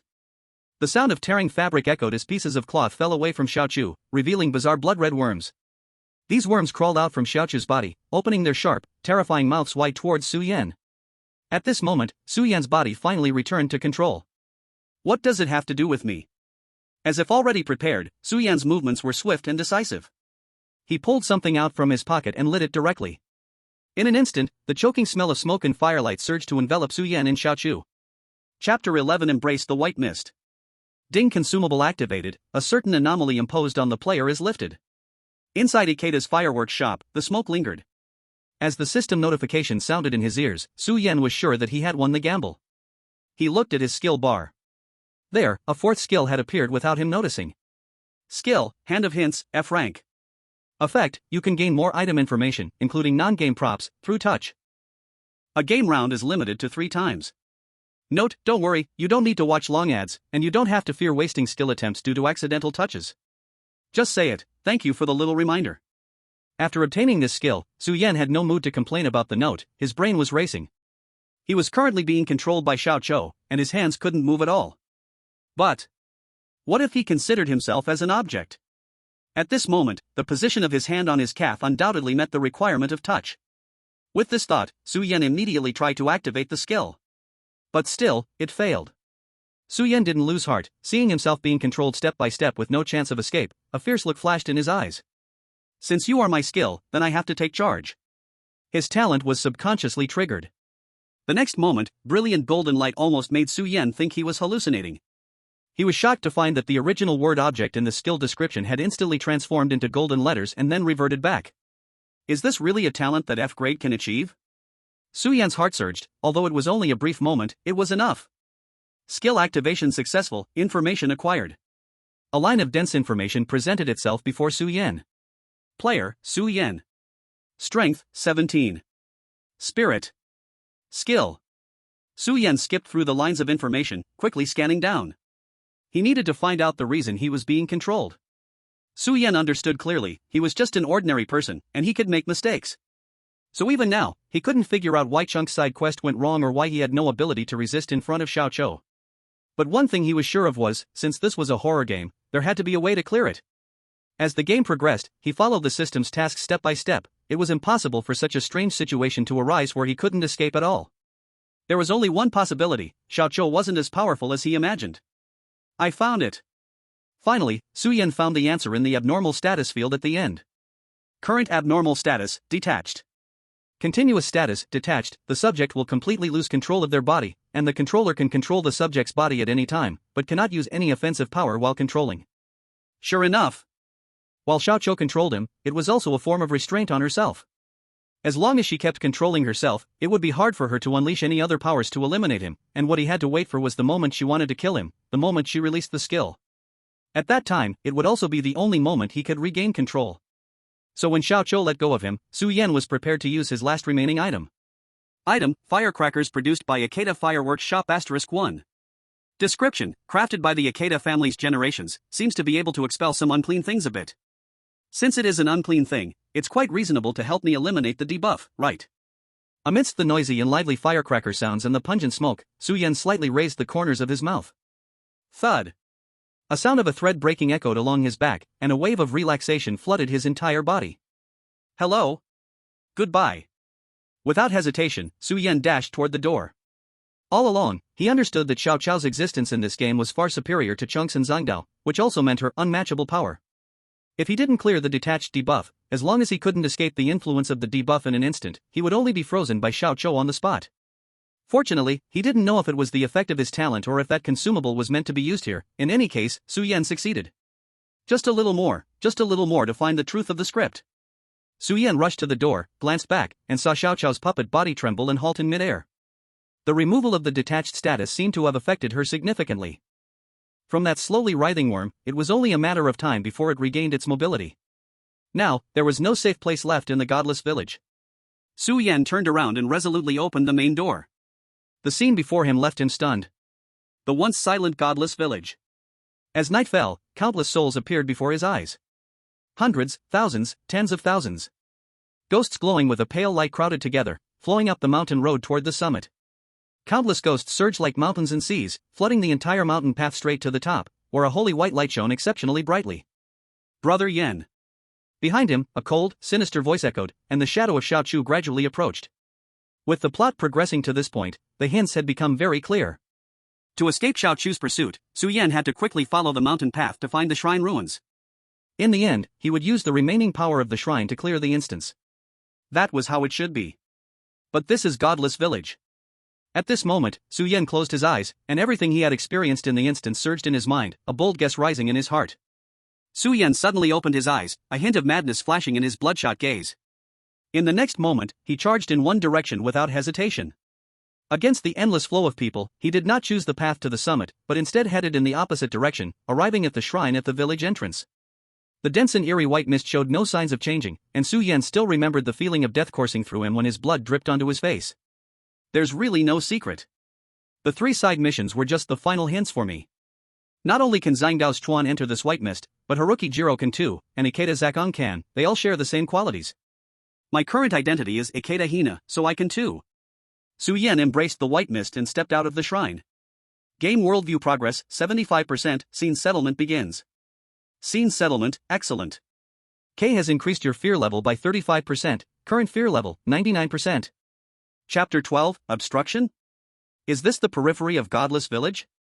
Su Yan looked down at the deep red earth beneath his feet. The mist at the periphery was so thick that it obscured his vision, allowing him only to see a short distance before him, but Su Yan knew clearly what he was stepping on. This was a head still covered with flesh strands, emitting a foul odor. A few steps away, a large area of decaying innards slowly flowed downwards. Before him was a road pieced together from countless broken hands and feet. He stood amid a mountain of corpses and a sea of blood.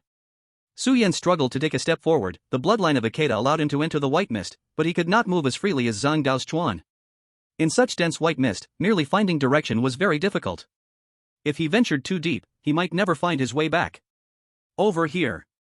At that moment, his expression shifted slightly, and he suddenly quickened his pace toward a certain direction. As his vision drew near, it finally became completely clear. Before him lay the corpse of an orange cat. Most of its fur had withered away, leaving only part of the skeleton and dull fur behind. Godless Village was like a chaotic current in the river of time. Sometimes it was a moment, sometimes it was eternity.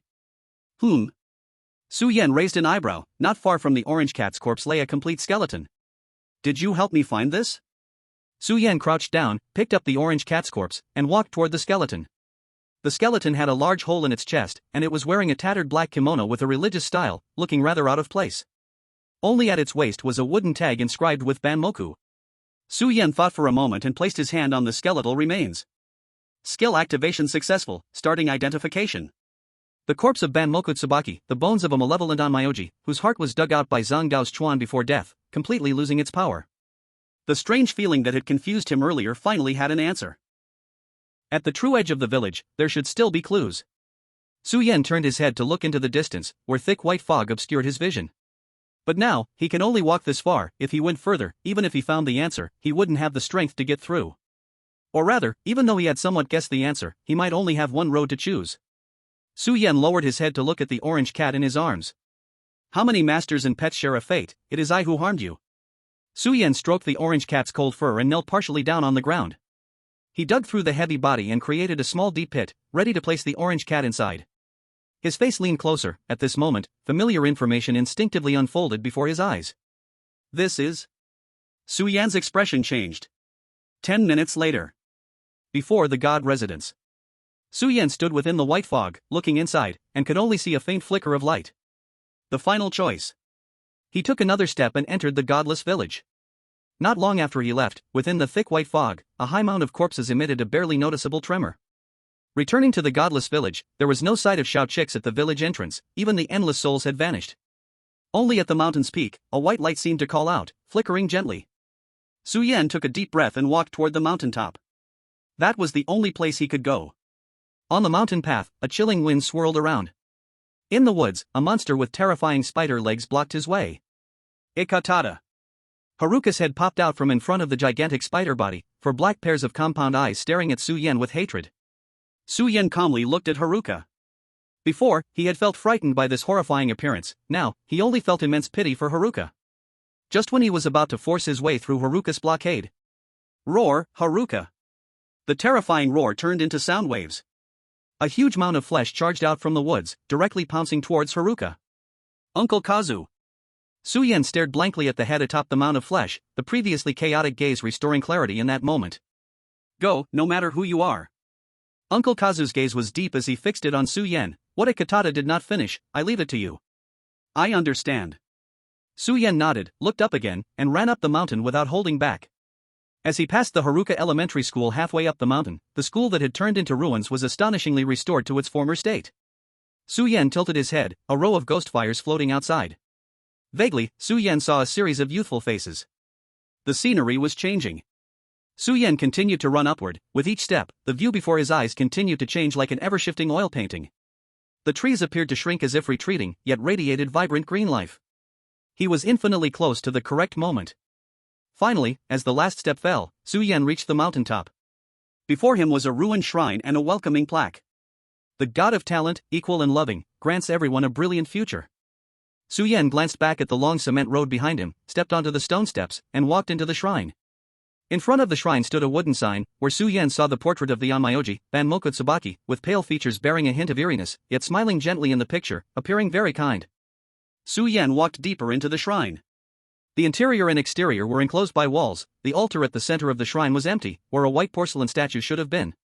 At this moment, it lay shattered on the ground, the porcelain white head expressionlessly gazing at Su Yan, as if signifying the injustice of the world.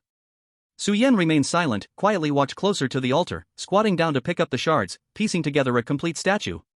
Remarkably, after he completed the statue, the cracks on it gradually healed, restoring it to its original state. Su Yan held the statue and walked to the front of the platform. At this time, a dazzling white light appeared behind him. Su Yan turned around. A shadowy, unstable exit opened before him. The light inside was unclear, but he could faintly make out the shadowy figures of the godless village. As long as Su Yan placed the idol back on the altar, this exit would stabilize completely. And Su Yan would be able to walk out of the exit and truly leave the godless village. A satisfied smile appeared on Su Yan's face. Turning to face the altar, he raised the white porcelain idol high in his hands. Then, he brought it down with a heavy crash. Chapter 13, The End of the Godless Village. Stop. At that moment, a furious scream echoed in the void. No one expected that Su Yan would make such a crazy move at this moment. Ignoring it, Su Yan smashed the idol forcefully onto the ground. A piercing sound exploded as the white porcelain idol shattered into pieces, more completely than before. A shadow flew in from the corner, glaring angrily at Su Yan. The idol's destruction didn't bother them. What angered them was Su Yan's action. When did you discover this? Before Su Yan was a hollow-eyed doll, radiating a chilling aura. It was Ikita Hina, who shouldn't have appeared here. Discover? What are you referring to? Su-yen rested his chin in his hand, looking at the appearing doll, tilting his head with a smile. Are you referring to your script about repaying the sins for the anger of the gods on behalf of the Akita family? Should I call you K or God of Talent? In the sky, dark clouds gradually gathered, forming a terrifying, gloomy vortex. When exactly did you realize? Akita Hina, or rather K, who resided in Akita Hina's soul, finally tore off their facade, exuding a sinister malice, wishing to tear Su-yen to pieces. I didn't notice at first. After all, you had the advantage of information over me, the outsider. Su-yen coldly stared at the ugly doll, as if seeing a tortured soul imprisoned within. The initial sense of wrongness came from the photo I found in the Soshima family. Su-yen took out the photo from his pocket. The originally chilling photo revealed its true form at that moment, radiating the same sinister aura as the God of Talent. The blood-written words faded like paint. When this photo, which symbolizes the Soshima family's fall, appeared, I first felt something was off. Because you don't know, we outsiders came with a mission. Su-yen knocked on his temple. My mission is to explore Soshima meat shop and obtain Soshima's help. And this undeniably conflicted with my need to resist Soshima's suggestions. At that time, I didn't think too much because the thick soup served by Soshima indeed had negative effects. This also led me not to probe too deeply into the system's hints and Soshima's madness. What truly revealed the flaws to me was Haruki Jiro, and your appearance while impersonating Akita Hina. Impossible, the God of Talent roared in fury. My carefully crafted story has no flaws. Of course, you wouldn't leave any flaws. Su-yen coldly interrupted. In fact, you even gave Haruki Jiro specific instructions, using a stick and a date to try to make me comply. Unfortunately, the information you provided came way too easily. It felt as if you were eagerly showcasing the story background before me, wanting to push the plot forward quickly. Su-yen shook his head in disappointment. I kept wondering, where did the problem lie that prevented me from triggering the task at Haruki Primary School? But then I thought, why couldn't the problem be Haruki himself? As a cold, violent teacher who relished in punishing students, it was bizarre that he would gently lift me up and set me down. From the moment I made this inference, I started to doubt even the story background Haruki spoke of. The island of Tsang and the village of Haruki were both villagers blessed by you, but Tsang Island was on your opposite side, so you drove him mad to cut off communication, while Haruki was your pawn, and you cooperated with him to put on a good show for me. Everything was to hide the truth of those years. The truth. This word seemed to stab at the pain of the God of Talent, who coldly said, what Haruki said is the truth. Oh? Is that so? Su-yen sneered, let's assume this is the case. I don't know how many years ago, the Onmyoji Banmut Tsubaki came to what was then not called the Godless Village, just a barren countryside. Without its own land advantages, with transportation and education extremely poor, it was a completely unremarkable small village. Such uncompetitive small villages were far too many in that era. Remote, ignorant, yet thirsty for development. Thus, the Onmyoji Banmu, seeing this point, successfully persuaded the villagers and built the Temple of the God of Talent at the top of the mountain. From that moment on, one talent after another emerged from the godless village, becoming the pride of the villagers. So, these villagers of the godless village should sincerely thank you. Su-yen looked at the God of Talent, who at this moment was sitting upright on the altar, no longer hiding. Naturally, I gave these foolish people hope and talent. And they, in the end, had to go against my will, simply damned. Then the question arises. So many talents emerged from the godless village, but why, after so many years, is the godless village still so desolate and backward? Su-yen's questioning left the God of Talent in silence. So many talents have emerged, yet not a single one is willing to give back to their hometown. What do you think is the reason? On the altar, the God of Talent's body clearly stiffened, looking darkly at Su-yen before him, meeting his bright gaze. At first, I also fell into a misunderstanding. In this godless village, counting the Ikeda family, there are only 3 households. Initially, I thought it was because this closed world had no inhabitants. But when I discovered that the time and space of this world are independently changing, these dead houses were enough to attract my attention. The talent you provided was not without cost, was it? Generation after generation, what you drained were the lives of the villagers of the godless village. When they awaken from vanity and pride, they gradually notice. You are not the equal-loving God of Talent, you are merely a greedy, bloody evil god. What you bestowed was not blessings, but a poisonous curse.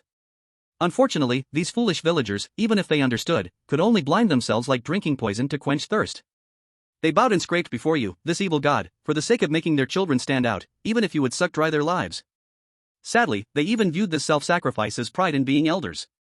In the end, only 3 households remained, Ikeda, San Island, and Haruki. At that time, there was no past left for you to drain anymore, and you finally turned your greedy gaze to the future of the godless village. Chapter 14, Who Killed My Cat? Ikeda and Sun Island aren't good people in the traditional sense, but it's comforting that they finally awakened before the tragedy happened. Sun Island likely woke up from his dream of a career due to his parents' early death, while Ikeda felt fear for the first time after having a child. So Ikeda returned to the village, changed the village name to Godless Village, and based on his research over the years, he keenly destroyed your shrine, turning it into ruins. Sun Island was much more radical. He found the aging Banmu Tsubaki and killed her. During this process, the two met again on the way back to the village, with Haruki. Everything seemed to have settled down. Ikeda no longer had such outstanding skills, and barely opened a fireworks shop to make a living. Kuzushima had long punished himself. After his chef's knife was stained with blood, he no longer qualified to touch the culinary way, choosing to become an ordinary meat shop owner. Haruki had no choice but to open a school in the lifeless village, attracting some children from neighboring villages to teach, because he still had things to do. What Ikeda and Kuzushima did not realize was that Haruki was different from them. He could not accept his own mediocrity. Most importantly, you were not completely destroyed. So, disaster still struck. Suyen looked back at the mountain below. Endless landscapes changed, and in the wind, it seemed to carry the wails of countless souls. I do not know what Ikeda and Kuzushima ultimately did, but it was clear that although you were reborn, you were trapped in this isolated point of time and space. You became hysterical. Just a step away, you could completely transform the lifeless village into your nourishment and draw endless blood materials. But now, you could only pour your rage upon a few people in the lifeless village. You turned the meticulous Kuzushima into a blood-stained carnivore, and you vented your anger on Haruki, turning him into a pedantic and harsh village teacher, while Ikeda Hina, as the last bloodline of the Ikeda family, had her soul extracted to suffer endless torment. Until in this maddening eternity, my appearance as an outsider made you see hope again. You needed an unpolluted bloodline from the lifeless village to voluntarily re-establish a contract with you, which was originally impossible. So, step by step, you led me to discover the truth you set up and, in the end, forced me to find the only hope for self-rescue. This is what they call the truth. Su Yen expressed his speculation fluently, and the more he spoke, the more silent the god of talent became, the chill in the surrounding air growing heavier. In the end, I do not understand. Since you have already guessed my true identity, why do you still come here to seek death? The god of talent floated up, and his pitch-black hair moved without wind, turning into bloody worms. Properly keep the secret in your heart, and then leave this world in confusion. Sometimes, this may not be a bad thing. Now, there is nothing that can protect you. Su Yen felt a tightness all over his body, as if he were wrapped in an invisible giant force, violently pulled up into the sky. This power was different from the previous strangeness. It was rough and suffocating. A purple-blue strangulation mark appeared around his neck, and pain surged in Su Yen's eyes. I have to admit, you are much smarter than these ignorant villagers, but unfortunately, this cleverness will only harm yourself. Now, please pay the price for your own cleverness. Cough, cough, cough. Air suddenly rushed into his lungs, but then a sweet, red taste surged up his throat, and Su Yen coughed violently. In this moment, he felt all the bones in his body being squeezed, with only his head gaining a little freedom. Clearly, the god of talent wanted to see him struggling in fear before he died. Su Yen ignored the god of talent's malicious gaze and struggled to lower his head, looking at the game's information panel. Game worldview progress, 95%. Ha, ha. I have wasted so much breath arguing with this idiot for so long. Are you trying to kill me? Bright red blood continuously flowed from his mouth, dyeing Su Yen's teeth crimson, but he was intermittently laughing madly in midair. What? Who are you talking to? The god of talent showed a hint of confusion in his eyes. Of course, cough cough. I'm talking to these useless stats that have persisted through a dungeon. Su Yen's chest heaved painfully, his blood-stained face revealing a shocking smile. In the entire godless village, it is filled with the dead and monsters that you have polluted. But in this isolated world of time and space, there still exists a human. Ikatani Hina, the soul that you have tormented in this eternal space for countless years, is also me. My mission is to escape Godless Village, but I can only complete this nearly impossible task when I truly understand the essence of this mission. The hint from that bowl of meat soup is the system's final revelation to me. You can endure pollution, but not excessively. He refers to when I drank the meat soup given by Kojima, which allowed me to endure pollution while seeing through the white mist surrounding Godless Village, ultimately finding an exit at some point outside and leaving this prison, returning to the real world. That's why you tried to avoid making me drink the meat soup. B means under your step-by-step guidance, I re-establish a contract with you, using the pure bloodline of a godless villager, allowing you to escape this endless time and space. You will still torment Ikatani Hina's soul to exhaustion, but you will gain freedom, while I will achieve a higher settlement. Seeing Su Yen's determined smile, the god of talent's pupils trembled slightly, suddenly feeling uneasy. If that's the case, why don't you just cooperate with me? I can't do anything. In the void, Su Yen sighed. I missed the opportunity for pollution. I fulfilled your wish too easily, so I can only try happy bad true ending, now. The god of talent's body shook violently, a hint of fear slowly creeping into Kay's pupils. Kay incredulously discovered that the influence of his power over Su Yan was rapidly dissipating, and Kay's body suddenly became extremely sluggish. A feeling of tightness around the neck, piercing through Kay's body, was a tight and sturdy belt. In the midst of the terrified gaze, was Su Yan's devilish smile. Who told you to kill my cat? Chapter 15, Logical Consistency. Impossible, what on earth is this power? In the sky, Su Yan gradually regained his ability to move, landing back on the ground.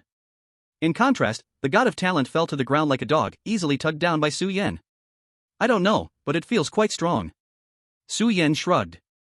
Thinking for a moment, he revealed a radiant smile. Do you remember the game we played on our first night? You left in a hurry, and I hadn't even announced the end yet. Su Yan tugged the belt in his hand, and the god of talent instinctively looked up, revealing a sense of fear. So, you are still my good child now?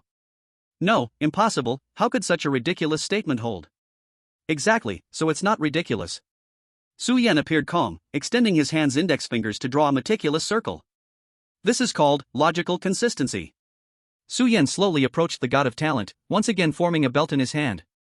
The god of talent, half sitting on the ground, his eerie body that should contain terrifying power was trembling in fear, sensing overwhelming dread from Su Yan. Let this orphaned evil god experience a father's love for you. Su Yan swung the belt high. Smack. Ah. Human, you dare? Smack. Ow. Bastard, do you know what you are? Smack. Oh crap. Finally, as if driven to desperation, the god of talent's entire body turned into a cloud of smoke, emerging fiercely from the belt, glaring at Su Yan. Useless, even if I can't do anything to you, this powerless belt of yours can't possibly kill me. Well, after all, it's an F-level skill, I never expected much. Su Yan looked down at the 7 wolves in his hand with some regret. However, if I want to follow the TE route, I can only kill you at this moment. Ha ha ha ha. The god of talent laughed wildly as if hearing the greatest joke in the world. Why does the general laugh? Be less naive. As an outsider without spiritual power, if you don't understand the method, it's impossible for you to defeat me, just like Ikeda back then. Oh? So you're saying that as long as you know the method, it's possible? Even you cannot know what those who faced Ikeda did not.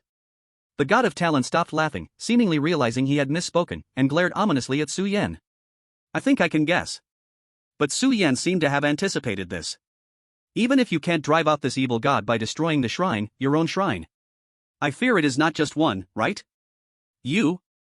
When I saw the corpse of Madoma Tsubaki lying dead on the outskirts of Wushin village, I understood why you stopped me from entering the White Mist. Long ago, you left a hand behind, building another unknown shrine on the outskirts of the village. And no matter how mysterious you are merely an evil being sustained by the villager's bloodline. Once that source is cut off, death is near. It's a pity Ikeda and Kurashima overlooked this blind spot back then, nearly allowing you to turn the tables. What I want is to completely destroy your dwelling, restoring the timeline to its original state. Only then can Ikeda Hina truly escape from Wushin village. Ha, so what if you know? The god of talent quickly reacted, sneering coldly. If you had chosen to risk your life and enter the White Mist to destroy my shrine, I would not have had the ability to stop you. But you know, once you destroy the statue on the outskirts, I would never let you approach the statue at the mountain's peak, would I?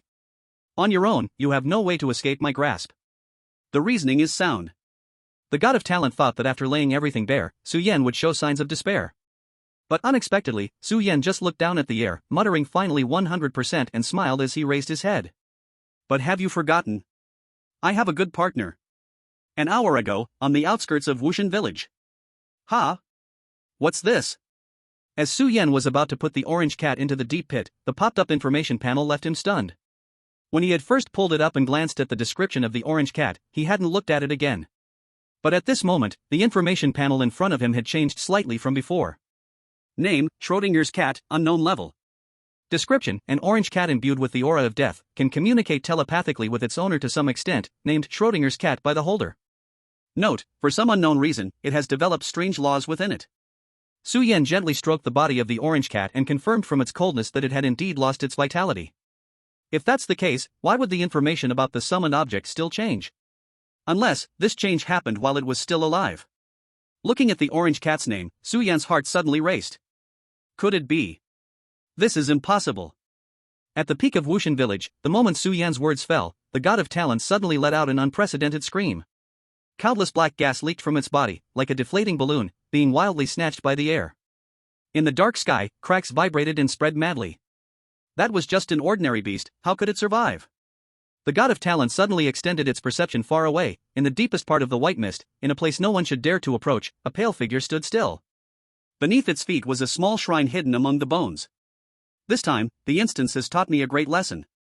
Su Yan's footsteps slowly approached. He squatted down, smiling as he picked up the shards of white porcelain that had shattered earlier. The statue had been smashed to pieces by him, but several larger fragments still remained. Su Yan selected a badly damaged head.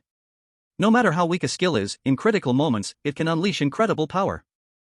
Just as I interpret old Shue's name at this moment. Su Yan gazed into the endless distance, as if through an unseen white mist, he could see a pair of calm eyes. As long as I cannot observe its existence, it can continue to survive, or die. You know, I have always wondered, why did old Shue make uncontrollable moves twice when the copy first started? Later, I thought, the so-called heart-to-heart description of the summoned creature might be completely different from the perspective of the summoner and the creature. When I became curious about the crisis outside the door, it might have turned into, for a cat, what is this? I don't know, let's take a look. For the white mist, it might be what is this? I don't know, let's rush at it. After understanding the truth, I realized that compared to complex thoughts, it is actually enough to have pure emotions towards you. Su Yan squeezed the white porcelain statue in his hand.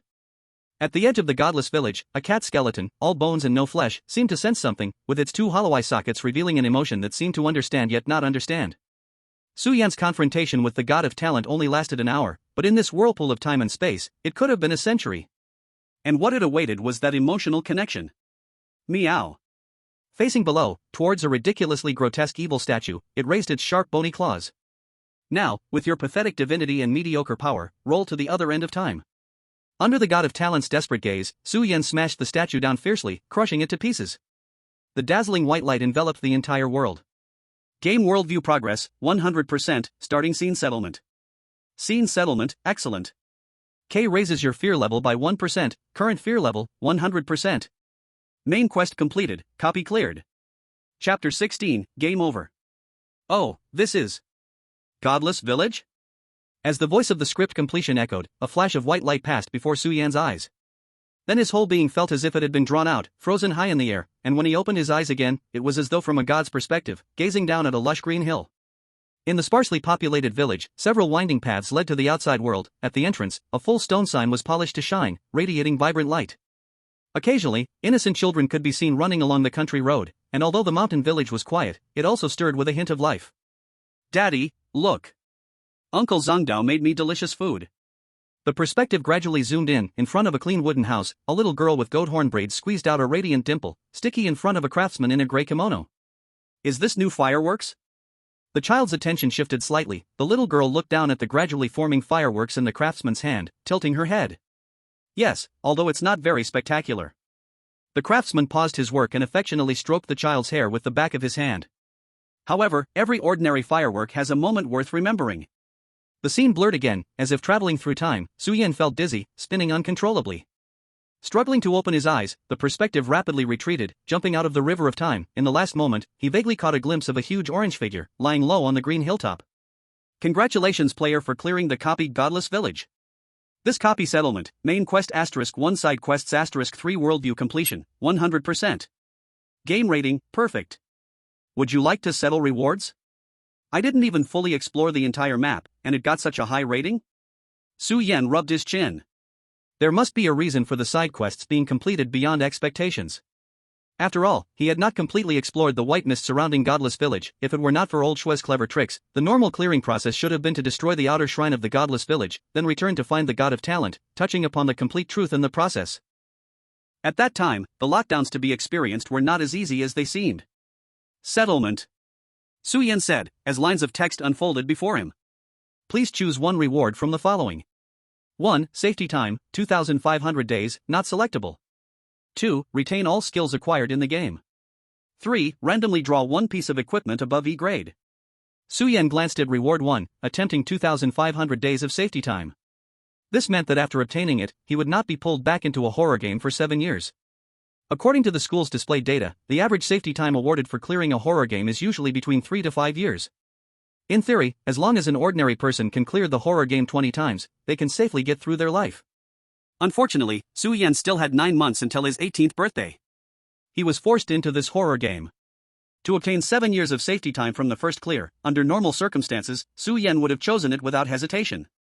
Clear the horror game, gain safety time, squander time and life. This is the main theme of this world. Forget it, thinking about this is meaningless now. Su Yan shook his head. The key lies in which of the 2 remaining rewards can give me enough advantage in the subsequent horror games. Su Yan shook his head and looked at his skill bar. Skills, Love of the 7 Wolves, Teacher, you forgot to assign homework, a moment with several Soul Hall Elders, Hand of Little Tips. Among them, a moment with several Soul Hall Elders and Hand of Little Tips are rewards from side quests and can also be equipped in the next game.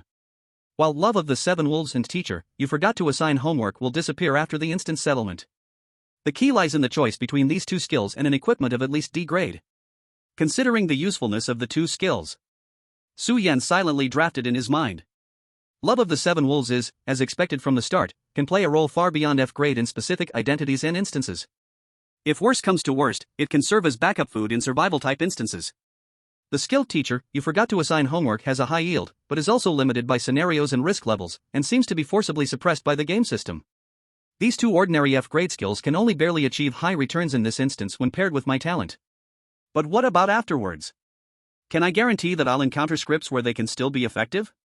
And drawing a D grade piece of equipment, in terms of value, is certainly greater than the 2 F grade skills, but the premise is not drawing useless or unusable equipment. And with more horror games I've experienced, the value retention of D grade equipment will drop rapidly. Even Su Yan himself didn't realize he was already considering the direction in which he would definitely clear several, even dozens, of horror games. Due to the existence of forced loading, he had to give up other wishes and leave himself with only one path. After much thought, Su Yan finally made his decision. Choose to draw equipment. Indeed, as long as the drawn equipment is not AB grade, it is very likely to be eliminated in the near future. But what Su Yan lacked was not time, he lacked game clearance times. He had to ensure that he could accumulate real capital in the game as long as he survived. In terms of versatility, the stronger the skill, the narrower its applicability, which is not friendly to him who is still in the germination stage. Horror games are not just about solving puzzles. Ding equipment generation complete, it will appear in the player's item bar before the next instance and cannot be taken out of the instance. A flash of white light materialized, and Su Yan nervously stepped forward a few paces to catch his hard-earned last reward and examined it carefully. This is? A look of surprise appeared on Su Yan's face. In his hand appeared a heavy, half-height machine, symmetrical in shape, with sharp blades on both sides and a power source, connected by pulleys in the middle. To put it more vividly. Item, 3-dimensional maneuvering device, 100%. D grade. Special effect 1, killing power against giant species increased by 100%, damage to the enemy's nape may trigger paralysis effect. Special effect 2, by consuming gas, currently 100%, it can perform gliding, swaying, leaping, chasing, and other fast movements. The wielder has 80% basic proficiency. Description, the weapon against giants used by the Survey Corps, designed to help those accustomed to 2-dimensional movement transition to 3-dimensional movement. With this device, the human army can effectively hit the nape flesh of giants. Note, this is not a comic, equipping it won't turn you into a sword-swinging hero. Getting caught by the ropes can be fatal, after all, you don't have a protagonist's halo, smile? As usual, the remarks are harsh, Su Yan said with a slight smile, a mix of joy and worry on his face. The good news was that although this was just a guaranteed D-grade item, it wasn't something too useless. The most important thing was that unlike physical enhancements, this provided him with a qualitative change in escape ability and truly gave him the power to confront certain specific monsters. The worry was that this equipment had a potential consumption setting, which meant his plan of transitioning with D-grade gear would be significantly shortened. It was very likely this item would quickly break after just a few dungeons. But, such a comprehensive weapon is only D-grade? Su Yan muttered, what horrors are we going to face in the games ahead? Unfortunately, the cases provided by the Academy were mostly basic dungeons, and he had no references to look at. However, this question could be solved after clearing the horror games. Su Yan raised his head and looked again at the sky above. In the pitch-black darkness, where he couldn't even see his fingers, there was a seemingly eternal crimson crescent moon. Game over. Chapter 17, Selling Dungeons. In an instant, a flash of white light passed, and Su Yan returned to reality. He found himself in the center of a spacious classroom, all eyes turned to him. Su Yan looked up at the clock in the classroom. He remembered he had been forced into the game just as class was starting, and now it was already time for it to end. He had missed a class. However, from the moment he disappeared, it seemed no one had been in the mood to attend class. Glaring looks mixed with fear and pity were aimed at him. Look, it's Su Yan, he's back. Sure enough, it's forced loading. Poor Su Yan. Su Yan. How was the horror game? Did you survive? At this moment, a middle-aged man with black-framed glasses walked down from the podium, approaching him. Su Yan looked at the man's face. It was Zhou Ming, the teacher responsible for explaining the case studies, who had an in-depth analysis and concise explanations for every game dungeon. He usually enjoyed attending this teacher's class. Forced loading?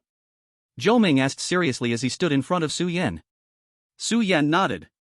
Horror games are not entirely fair. Some people are born with A-grade talent, some can effortlessly draw top skills, while some with extraordinary intelligence can die tragically in the game, and some who are utterly clueless manage to survive repeatedly.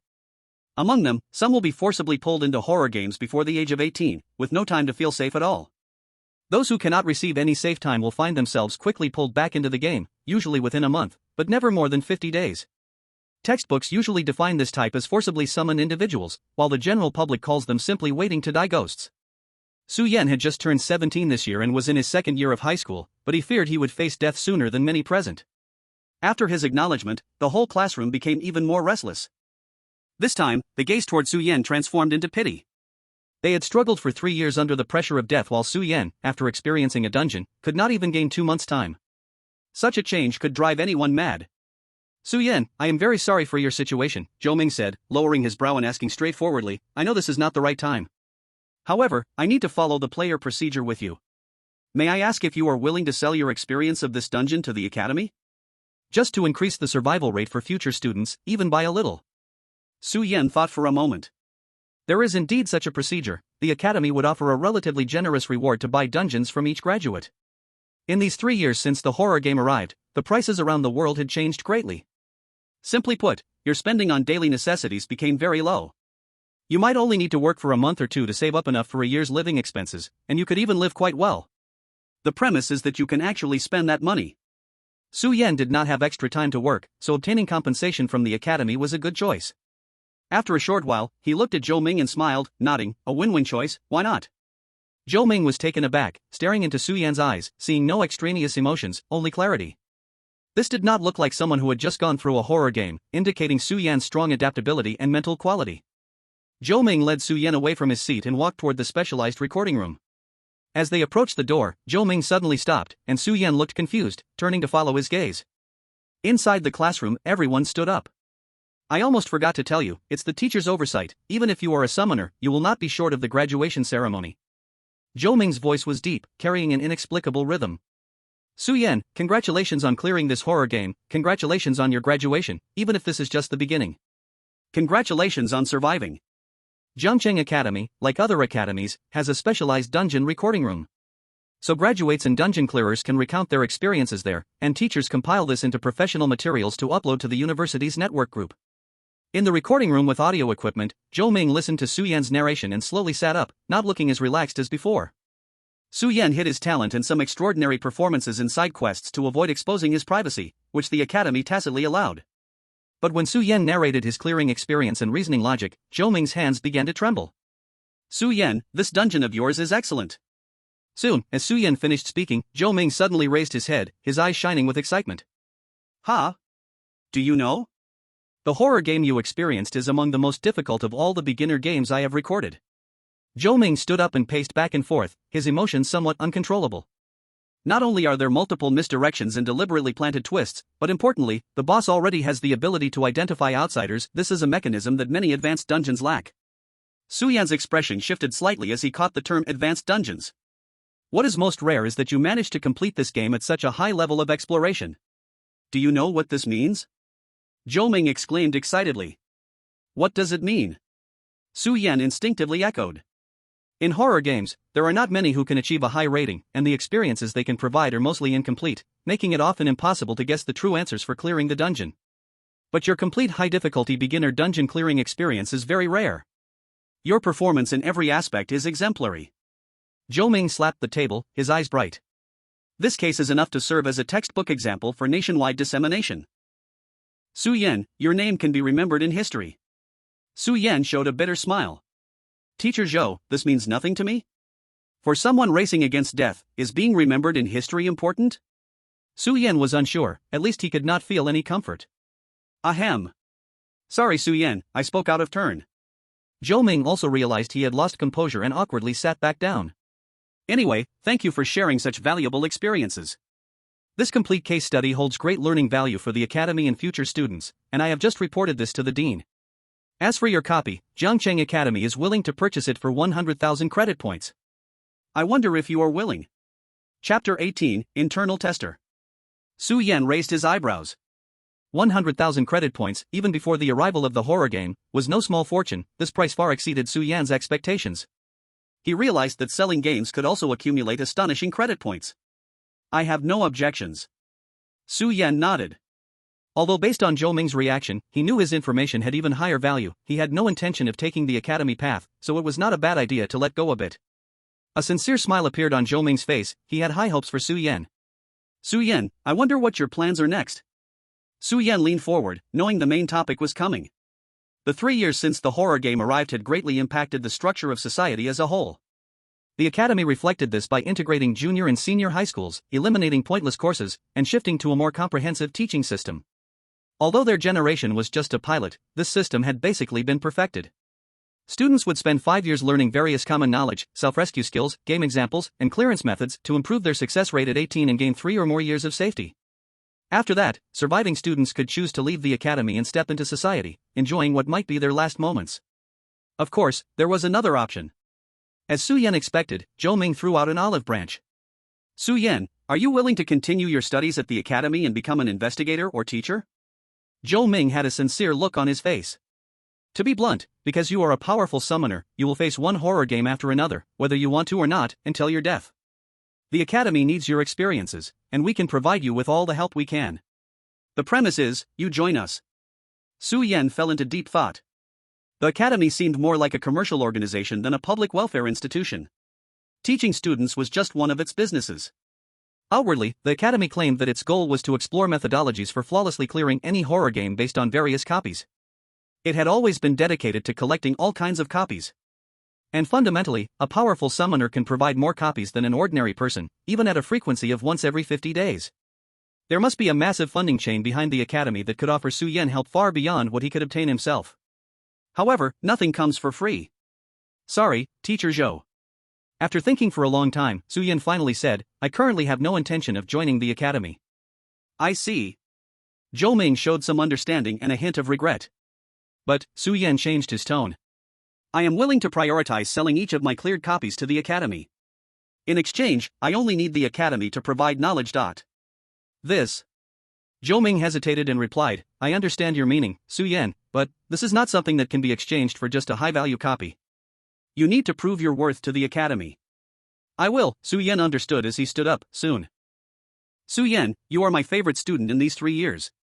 Zhou Ming also stood up to see him off. Su Yan thought for a moment and said, thank you. The academy does not provide students with deeper horror game instances for no reason. Zhou Ming shook his head, suddenly touching on the point that Su Yan cared about. You just need to know that the most dangerous part of horror games is never the instances, but human nature. Human nature. Su Yan murmured a few times, understanding something, and asked Zhou Ming, what will I encounter? A lot. Zhou Ming clenched his fists. You are smart, so when you settle the instance, you should have also realized that there is another way outside of the safe time. Really, are there people who would give up safe time and constantly participate in horror games? Su Yan couldn't understand the mindset of those people. This world is already very different from 3 years ago. Zhou Ming smiled bitterly. Besides, horror games themselves are not fair. When chosen ones gain Class A talents, the difficulty of clearing them is completely different from ordinary people. They do not face the life and death crisis, most game instances are not difficult for them. There are also some obsessed fanatics of death in the bazaar, who walk on the edge of a knife and commit many illegal acts. For them, reality is more like a horror game. The most bizarre are some gamblers who are addicted to reality, they are negative and world-weary yet frantically invest in horror games to gain abilities to enjoy in reality. There are many, many other paths. The arrival of horror games is not without its eerie carnival in reality. As for you, a strong summoner within our academy, there is actually a different definition.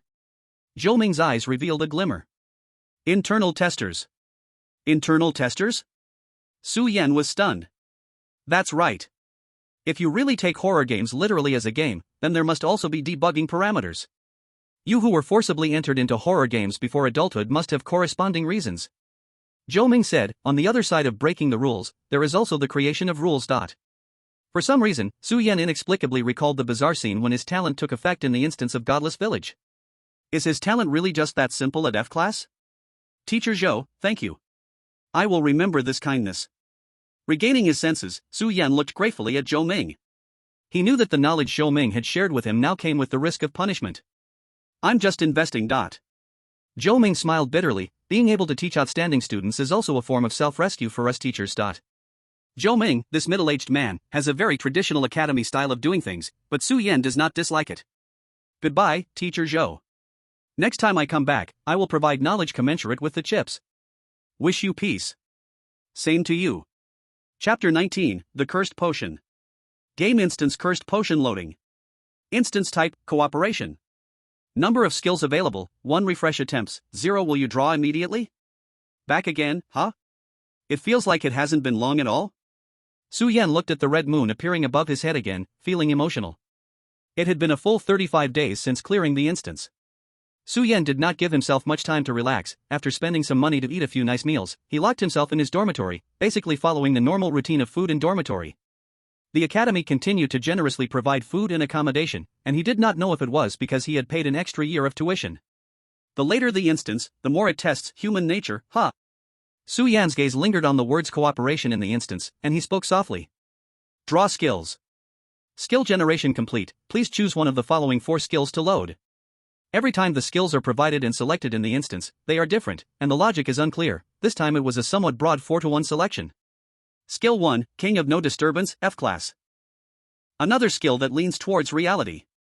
Su Yan shook his head speechlessly. What exactly is this for? He continued to read on. Skill 2, The Emperor's New Clothes, E rank. Effect, you can pretend to be invisible, but in the eyes of clever people, you will be seen, and your clothes will be completely exposed. Note, all sizes will be presented in a 1-to-1 ratio. Skill 3, Both Serving and Standing, F rank. Effect, you can delicately maintain your image while using disgusting words to attack others, thus increasing everyone's aversion. Note, great, a world where only I won't get hurt has been realized. Skill 4, Na, Kodo Walu. E rank. Effect, when facing enemies, you can reject them coolly, while increasing a certain amount of luck. Note, but, he really is quite handsome. Am I thinking too much? Su Yan sighed deeply at the screen. He thought he could once again get lucky like last time, but instead, he only got some useless skills. However, Su Yan vaguely sensed that the probability of E-rank skills appearing seemed to have increased this time, with 2 more E-rank skills than last time. Let's rule out skills 1 and 3. Su Yan's gaze lingered on both serving and standing for a few moments before shaking his head. He already had Kik and felt nauseated by this skill. He was an AT, so there was no need to attract so much hate. The Emperor's New Clothes feels a bit foolish, while Na, Kodo Walu seems quite metaphysical. Su Yan hesitated, swaying back and forth on the Emperor's New Clothes, feeling tempted by the skill's description. But this skill could only be used on mindless small monsters. He couldn't expect the bosses and players he encounters to be fools, could he? Su Yan fell silent, feeling that in this so-called cooperative game, he still had to be cautious. Looking at the last skill, a gradually forming idea emerged in Su Yan's mind. Thrilling game begins. Please enjoy, Enigmatic Potion. With a flash of white light, Su Yan appeared on a dim long street. This was an extremely dirty street, with the surrounding walls smeared with various disgusting liquids and drawings, and piles of garbage in the corners. Su Yan observed his surroundings and found himself in a dead end, with only one way forward. At the end of the street, about 100 meters away, he could see glaring white light. He should head in that direction. Main quest generated. Main quest, complete the potion game. Potion game. Su Yan repeated this word in his mind. Suddenly, another prompt appeared. You have gained 3 chances of enigmatic. Enigmatic? Su Yan was stunned. What does this mean? Feeling a bit lost, Su Yan thought for a moment and decided to walk towards the end of the long street. At the end of the street was a bright square, with electric poles everywhere and a long table set up in the middle. On the long table were small bottles filled with transparent liquid, all identical. Su Yan counted them. There were exactly 7 bottles. He didn't rush to examine these small bottles but looked around the square instead. At this moment, there were 3 people standing around the long table. One was a tough-looking thug with tattoos, another was a somewhat weak young man wearing glasses, and the last was a sweet-looking girl. Seeing Su Yan's arrival, the tattooed thug sneered, "Looks like everyone is here." Su Yan raised his brow, noticing that behind the thug, there was also an exit to a long street. The 4 exits connected to each other, forming this small square like a crossroads. No wonder the thug knew everyone was here as soon as he saw him. Ding, everyone has arrived, now announcing the game rules. This is, like a broadcast surround sound game voice ringing in the sky. Game name, Cursed Potion.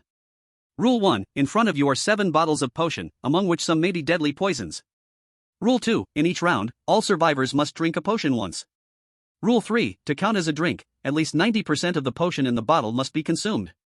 Rule 4. The game only ends when all 7 potions have been consumed. Warning, the survival rate of this game is only 50%.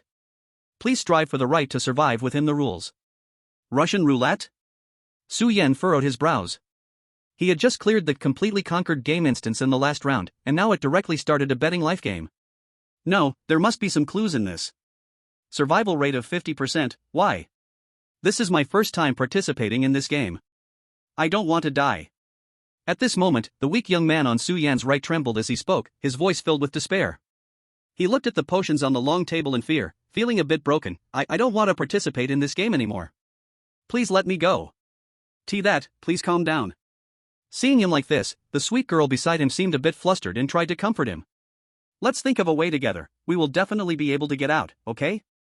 The weak boy stopped his tears, looking at the sweet girl's face, instinctively nodding, But unexpectedly, at that moment, a voice filled with a cold laugh suddenly rang out. Heh, you can choose to give up the game. After all, it just means failing the main quest and being transported out of the horror game. As for the consequences, you should have learned about them in school, right? Whether to cry, yell, or find mommy, let's talk about it after the game is over. This mouth was venomous and foul. No one would expect such words to come from a seemingly well-mannered young man. The sweet girl and the weak boy were both stunned, looking at Su Yan, who wore a chilling smirk.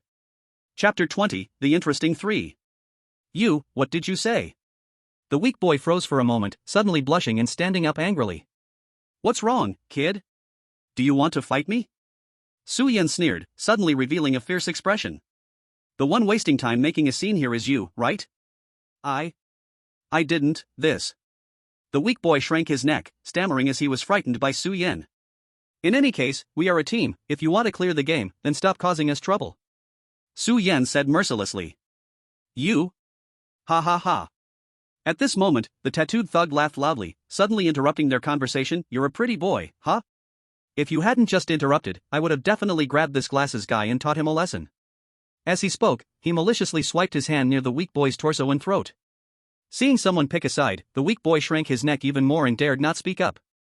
The thug seemed quite pleased with his intimidation, glanced at the potions on the long table, his eyes turning slightly, looking at Su Yan. Hey, kid. What's your name? Why not follow me, Tiger? Follow you? Sounds somewhat decent. Su Yan raised his eyebrows, revealing a wicked smile. Seeing this, the sweet girl showed a worried expression. If these two teamed up, it would be troubling. Tiger noticed Su Yan's interest and felt proud, only for a brief moment, a cold glint flashed in his eyes. Unexpectedly. But, I refuse. In the next moment, Su Yan spoke firmly. I knew you kid would be sensible. Don't worry, Tiger won't let you lose. Wait, what did you say? The thug was about to laugh again but suddenly realized. He stared wide-eyed at Su Yan and then showed a fierce look. Kid, are you playing me? The other two nearby stared at Su Yan in a daze, not understanding why this annoying boy appeared to be such a charming rogue at this moment. Skill activation successful. Hearing the prompt in his ears, Su Yan did not move his brows and continued to sneer. I advise you to think less about me and focus on how to survive the first round.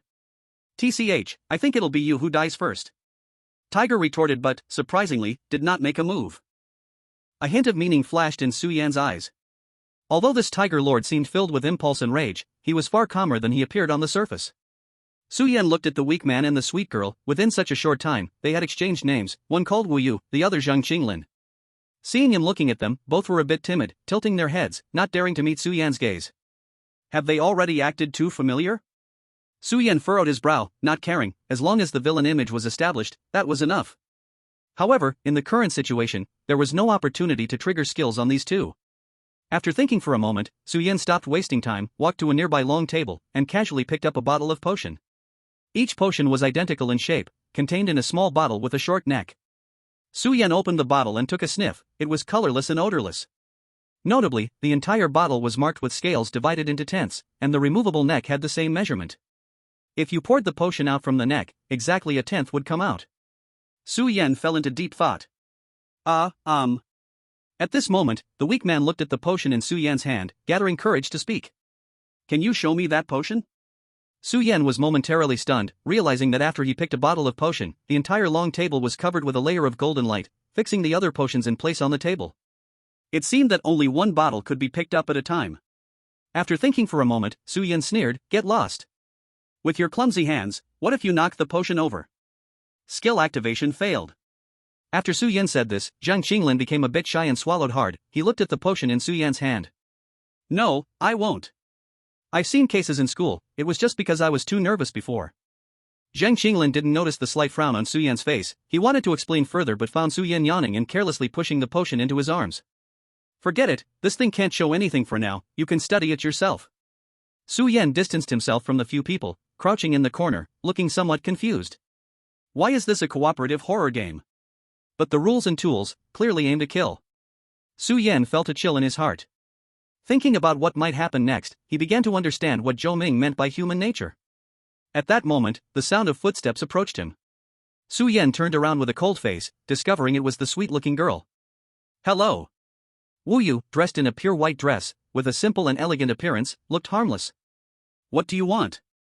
Su Yan asked warily. Wu Yu tucked her long hair behind her ear, revealing a hint of worry, giving a strong protective instinct. "I think you are the most reliable person in this game, it's my first time playing and I don't want to die." "You saw that tattooed man. He's not like us educated people, I'm very afraid he will do something impulsive. If that happens, all three of us might die in this game. How about we form an alliance?" Wu Yu said softly. Su Yan's gaze was very calm. This woman was the only one so far in this instance who had shown some intelligence, but unfortunately, all her thoughts were about self-preservation. This was too ordinary enough to possibly die in this game, which was quite unfortunate. "I have no interest in dancing around with people like you, just go study the game honestly." Su Yan reprimanded unceremoniously. He had already done his part in advising, what remained was these people's fate. Wu Yu bit her lip, showing a pitiful expression, and could only turn to leave. Su Yan no longer paid attention to Wu Yu. Compared to this, he was more concerned about why he couldn't trigger his skill on Zhang Qinglin just now. In the face of enemies, you can reject them coolly while increasing a certain amount of luck. Is it that there is no trigger effect, or does this skill have a hidden cooldown? Or is there a limit on the number of uses? As Su Yan pondered deeply, a familiar system sound suddenly rang out again. Skill successfully activated. Su Yan's expression changed, and he abruptly turned his head, his eyes fixed on Wu Yu, who was walking away. Why, did the skill that failed to trigger on Zhang Qinglin, whom he had insulted repeatedly, succeed on this somewhat clever Wu Yu? Interesting, this is very interesting. A smile crept onto Su Yan's lips. He had understood the activation mechanism of this skill. At the same time, he also realized that there were indeed many hidden agendas within his team. Chapter 21, Acting. So now the only question is, how to unravel the truth of this game. Su Yan thought for a while and shifted his gaze to the prompt bar. You have gained 3 opportunities for strange determination. What does strange determination mean? How do I trigger it? Su Yan was puzzled. He had tried many times and could not use this opportunity at all. Clearly, this sudden setting was the key to solving the potion game. This game is not designed with a time limit. In fact, it doesn't need one, because as time passes, the people here will appear even more dangerous. Su Yan turned to look back. At this moment, the other 3 people had thoroughly researched the potion and naturally no one dared to drink it first. The tattooed thug returned the potion to the table, his eyes darting around, not knowing what he was thinking. Wu Yu stood with Zhang Qinglin, and the two seemed to have formed a small group, whispering to each other. Hey, enough! Stop dawdling! At this moment, Tiger yelled, calling the few of them over. You all know, right? We can only survive if we complete this game. Tiger said impatiently, now let's begin, one at a time. Zhang Qinglin's shoulders trembled. Tiger's words clearly meant for them to gamble with their lives one by one. What? You unwilling? Tiger's expression darkened as he grabbed Zhang Qinglin's sleeve. Glasses kid, this is a game, believe it or not, I'll have you killed and no one will say a word. You? I? Zhang Qinglin's voice trembled, glancing at Wu Yu beside him, but still mustered the courage to say, then why don't you drink the potion first? Damn it, you're looking for death. Tiger roared in anger, violently throwing Zhang Qinglin to the ground and kicking him hard. Zhang Qinglin let out a scream. The potion game has rules, but aside from that, the one with the bigger fist is the rule. Zhang Qinglin painfully understood this point. He. Suddenly, a strange laugh echoed from the dark corner, sending chills down everyone's spine. Tiger stopped his actions, warily looking at Su Yan's twisted smile. He, what's wrong? Keep hitting. Su Yan let out a strange laugh, maybe if you kill one, the game will clear. He took a few steps forward, causing Tiger to instinctively pull away from him, stopping right in front of the fallen Zhang Qinglin. Zhang Qinglin opened his swollen eyes in a blur. For some reason, he always felt this boy was protecting him. But right after, Su Yan sat down right on top of Zhang Qinglin. You continue, I'm just watching. Su Yan crossed his legs, sneering coldly. Damn it, kid, you will regret this. Tiger gritted his teeth, his eyes filled with a stronger killing intent. But he didn't dare to take the risk. This pretty boy looked weak yet so arrogant. He was definitely not simple. He didn't want to be the one getting tricked. You, come here. Losing his outlet for venting, Tiger turned his head and shouted directly at Wu Yu. I. Wu Yu had a nearly crying expression, casting a pleading look at Su Yan. Su Yan thought for a moment, revealing a hint of hesitation. You damn rotten bitch, when I call you, you come. Tiger was furious, quickly rushing over and grabbing Wu Yu by the hair. Ah! The scream from a woman jolted Zhang Qinglin awake a bit. He struggled to turn his head, looking at Wu Yu, who was being attacked, feeling angry and wanting to shout, you still. The rest of his words were muffled by a rag that Su Yan had picked up and stuffed in his mouth. Let go The person beneath was still struggling. Su Yan sighed and gently patted Zhang Qinglin's cheek. After 3 years of studying, though you're still full of youthful fire, don't think that everything is just based on some dogma. Here, your life is the most important. Zhang Qinglin stopped struggling, surprise flickered in his eyes. How did this guy know he was a student? Of course, Su Yan knew. He couldn't understand why this goofy-looking guy in glasses put on the Jiangcheng College uniform and entered the game. Was he really dumb, or just pretending to be? Help! Help me! He's going to kill me. On the other side, Wu Yu continued to cry for help in fear, tears streaming down her face as she glanced at Su Yan and Zhang Qinglin from time to time. The hesitation on Su Yan's face deepened. Damn it, stop whining. Do you want me to kill you? Tiger Yi slammed Wu Yu to the ground angrily. Then he picked up a bottle of potion from the long table, carefully uncapped it, and poured out 1/10 of the liquid. Seeing this scene, Su Yan secretly sighed, as expected. You pretty boy, don't think I don't know you're acting like a hero for what? In front of the long table, Tiger Yi glanced disdainfully at Zhang Qinglin beneath Su Yan. This damn potion game is all about Rule 3. Drink at least 90% of the potion in the bottle, considered as one drink. Tiger Yi turned his gaze to the despairing Wu Yu beneath him, revealing a cold smile. That means 1/10 of each potion can be used as test. As long as she doesn't die from this sip, Tiger Yi can survive. Su Yan could feel Zhang Qinglin's body tense up. He could feel the terror coming through the uniform. Scum! Su Yan whispered. He realized this point after seeing the structure of the magic bottle, making him shiver. Using violence to override rules, and exercising even bloodier violence according to rules, is that the solution to this game? Drink for me, or I'll kill you. Tiger Yi brutally pried open Wu Yu's mouth, bringing the bottle to her lips. Wu Yu still had that expression of despair, looking at Su Yan with tears in her eyes, hoping for help. Su Yan's face was filled with conflict. Damn it! How long will this useless pan-can be conflicted? This is so cowardly.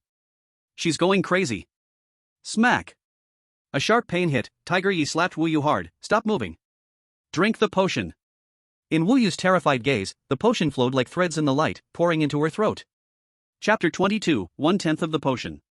Seeing this, Su Yan raised his eyebrows in surprise. Zhang Qinglin, on the other hand, struggled to turn his head, staring wide-eyed at that side, afraid of missing anything. Tiger Yi, after confirming that Wu Yu had completely drunk the potion, had a slight relaxation mixed with tension on his face. He stared intently at the half-seated, coughing Gao Yu, the joy in his eyes growing stronger.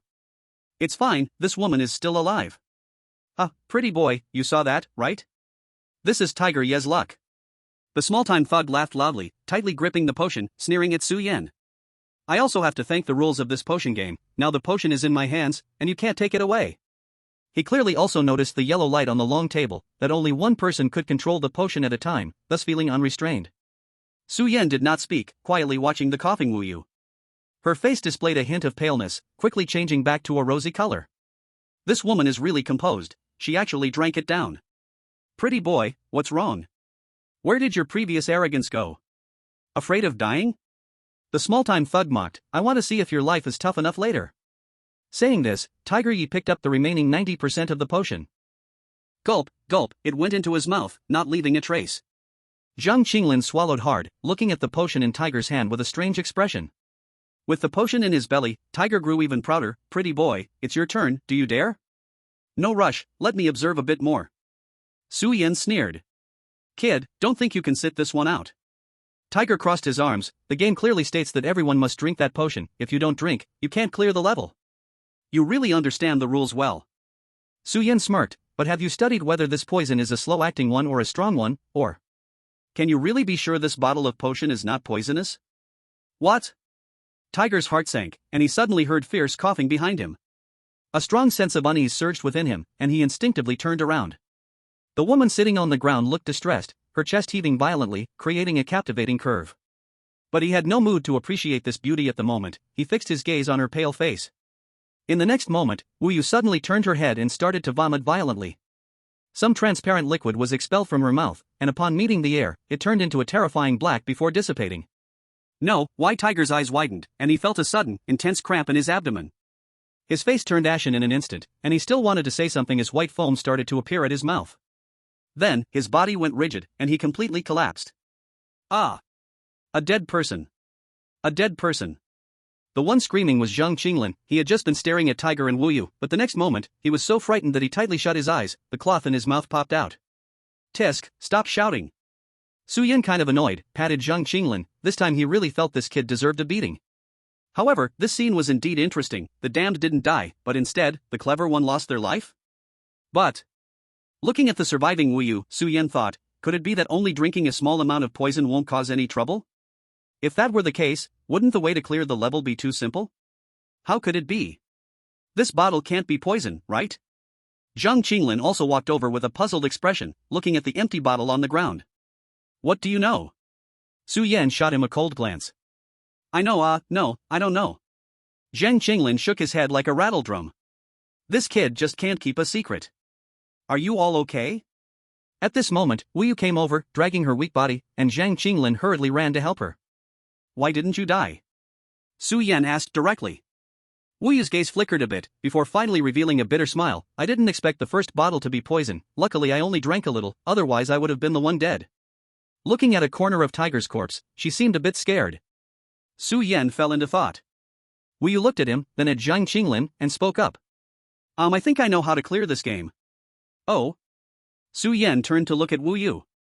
Really? Then let's quickly finish this game and leave this hellish place. Zhang Qinglin exclaimed excitedly, almost jumping up. Wu Yu tidied her hair and said naturally, you just saw that drinking a little bit of the potion is fine. According to the rule, drinking at least 90% of the potion from the bottle is considered one consumption. It means we need to test the potion to distinguish the poison. As long as we drink 1/10 of the remaining potion, we can tell which ones are poisonous. Su Yan frowned. Even Zhang Qinglin looked stunned and hesitated a bit. No matter what, the game still has to continue. Wu Yu smiled, striding to the long table and picked up a bottle of potion. If you don't believe me, I can go first. Saying that, she directly drank 1/10 of the potion. Wu Yu remained calm, quietly waiting for 10 minutes. This time, she truly had no issues. This bottle doesn't seem to be poisonous. Zhang Qinglin stared at Wu Yu, swallowing hard. Su Yan thought for a moment, walked to the table, and picked up the remaining 90% of the potion, examining it closely. This bottle of non-toxic potion is mine, don't you dare drink it, Wu Yu said. Su Yan's sneer deepened. Hey, woman, he said to Wu Yu, your figure is quite appealing. After we get out, how about considering becoming my woman? I'll take care of you. Wu Yu was momentarily stunned, then realized. So that's it, this man wants to use me as an excuse to seize this potion, how pretentious. Wu Yu sneered inwardly, but soon displayed a flattering smile. Of course.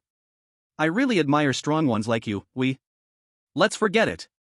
You're too ugly, I refuse, Su Yan interrupted expressionlessly. The words were suddenly stuck in her throat, and Wu Yu was left dumbfounded. Then she secretly gritted her teeth, this man was indeed playing with her. Su Yan ignored Wu Yu and listened to the prompt sound in his ears, his smile growing colder. Skill activated successfully. This guy's murderous intent is well hidden. Chapter 23, Strange Survival Rate. Sister Wu Yu, since this potion is non-toxic, you should drink it quickly. At this moment, Zhang Qinglin came back to his senses, excitedly stated. He didn't think too much, since Wu Yu's method was without error, then he might have misjudged previously. Who knew? As soon as he spoke, the two people present froze for a moment. Su Yan looked at Zhang Qinglin with a strange gaze. What a guy, you really are good at putting people in danger. Sure enough, Wu Yu showed an awkward expression. I'll pass, you all can drink this potion. If Tiger Lord were alive, he would probably have been able to see something was wrong with Wu Yu by now. Unfortunately, there was only a fool left on the scene. Su Yan thought for a moment and still used the skilled little hinting hand on the potion in his hand. An information box immediately popped up. Item, peculiar potion. Description, a specific potion generated by game rules, components unknown, current state, highly likely non-toxic. Non-toxic means non-toxic, but what does highly likely non-toxic mean? Su Yan was confused, so he handed the potion to Zhang Qinglin. You drink it. Ha? Oh, thanks, bro. Zhang Qinglin stupidly accepted and actually drank it right away. Su Yan and Wu Yu were shocked watching from the side. This glasses guy is a good sport, he really drinks it when there's a potion. Su Yan took a few steps back, studying Zhang Qinglin closely. Did you really drink it? Yeah. Zhang Qinglin wiped his mouth. Since Sister Wu Yu has tried it and it's non-toxic, it must be safe. Su Yan noticed a trace of regret on Wu Yu's face. The two waited another 10 minutes. Zhang Qinglin showed no abnormality, foolishly grinning. Could it be that the idiotic person has good fortune? Su Yan looked at the remaining 5 potions on the table, caught in a dilemma. The game must go on, and he and Wu Yu were destined to drink the potion this round. Right now, he couldn't gamble with his life, trusting Wu Yu's so-called test for poison. She clearly wasn't reliable herself. Wait, 5 bottles? Su Yan realized something was not right. Warning, the survival rate in this game is only 50%. Please stay within the rules and strive for survival rights. This seemingly inciting prompt against players seemed to hide important information. Zhang Qinglin drank 1 bottle, Tiger Lord died from another, a total of 7 potions. Why is the survival rate only 50%? On the other side, Wu Yu hesitantly touched the edge of the long table, picked up a potion, gritted her teeth, and drank a tenth of it again. A pallor quickly surfaced on her face but was soon suppressed, only a lingering terror remained in her eyes. No, each bottle of potion is clearly poison. She must not be allowed to drink it. What's wrong with you? Su Yan's voice sounded from behind her. Wu Yu felt a chill down her spine and turned back, forcing a smile. It's nothing, I just tested another bottle, this one isn't toxic either, you should drink it. I'm a bit scared. Saying this, she even squeezed out a full bosom. Showed a pitiful look. Afraid? What are you afraid of? Su Yan laughed. Afraid I won't know you're pretending? Cut it out, now in the first round, only you and I haven't taken the medicine. I'm not in the mood to act with you. Wu Yu's face suddenly turned cold. You little brat, you're really playing me. Wu Yu's pure look was gone, replaced with a grim expression. At this moment, she finally shed her facade, resembling a venomous beauty snake. To be honest, you acted pretty well. I didn't notice it at first. Su Yan shrugged, but unfortunately, the skill I drew this time just happens to tell who is the enemy. Zhang Qinglin is a foolish kid, so even when I targeted him, he didn't think about how to deal with me. Yet you and Tiger are different, you didn't hesitate at all, already plotting how to get rid of the other players. This is a horror game, what law and moral should I talk about? Wu Yu sneered, as long as I can survive, it doesn't matter if everyone else dies. Zhang Qinglin's mouth gaped like he had just swallowed a quail egg, watching the sweet, gentle woman suddenly turn ominous. Why don't the two of you talk it out? Let's not ruin the peace? Shut up, coward. Wu Yu scoffed, if it weren't for how easy you are to control with that dumb look, you would have been my first target. Zhang Qinglin was speechless. Well said. Su Yan lowered his gaze, speaking coldly, in fact, I really wanted to clear this with you normally, but unfortunately, you crossed the line. Heh, a pretentious man. Wu Yu showed a strange smile, and her body suddenly swelled. Zhang Qinglin's eyes widened with horror, backing away from the dark shadow that was growing larger before him. Scales appeared on Wu Yu's face as if flesh were turning over, her pupils becoming dangerously narrow. In a short while, her whole body had grown to twice its size, transforming into a blood-colored lizard person. Wu Yu stepped closer to Su Yan. What you just said has exposed your true self, you know that, man? Wu Yu laughed loudly, baring her sharp teeth.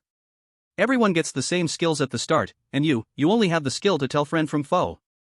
Ridiculous, just ridiculous.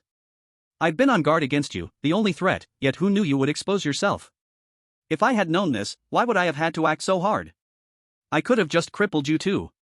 Wu Yu's enormous head bent towards Su Yan, showing her fierce fangs. Tell me, where should I bite off your flesh to be more appropriate? Su Yan raised an eyebrow, suddenly speaking, slight beastification, simple enhancement, your skill, I reckon it's only EF grade, right?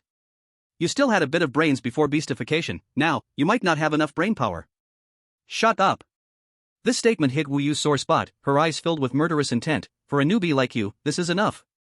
Her right claw shot out, creating a gust of wind as it struck. Su Yan thought for a moment, did not dodge, but extended his hand. Sound waves howled through the streets. Wu Yu's eyes revealed shock as her arm began to tremble. Su Yan looked up, feeling the not-so-strong force from her arm, finally showing a smile. Who told you this is my first time participating in the game? Chapter 24, Big Breasts, Empty Head.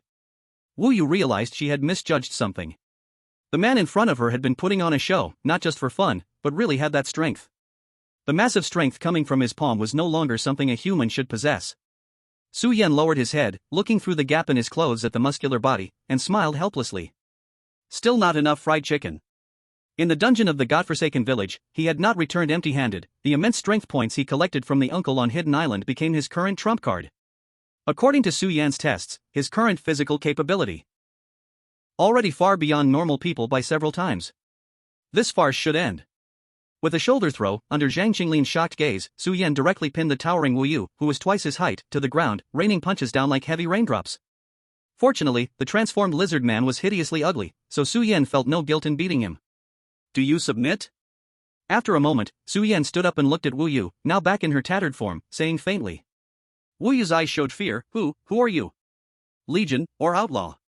Su Yan's eyes flickered. He did not expect this woman to be so knowledgeable. He said nothing, brushed off the dust from his hands, and turned to walk towards Zhang Qinglin. It was Zhang Qinglin who, after observing Su Yan, seemed to realize something. No longer afraid, he quietly asked, Senior, you are also from the academy, right? Oh? Su Yan stopped, revealing a hint of surprise. What makes you think so? It's just a feeling. Zhang Qinglin scratched his head, a bit embarrassed. I feel your aura is very similar to the people around me, very clean. At least, you can't be from other factions.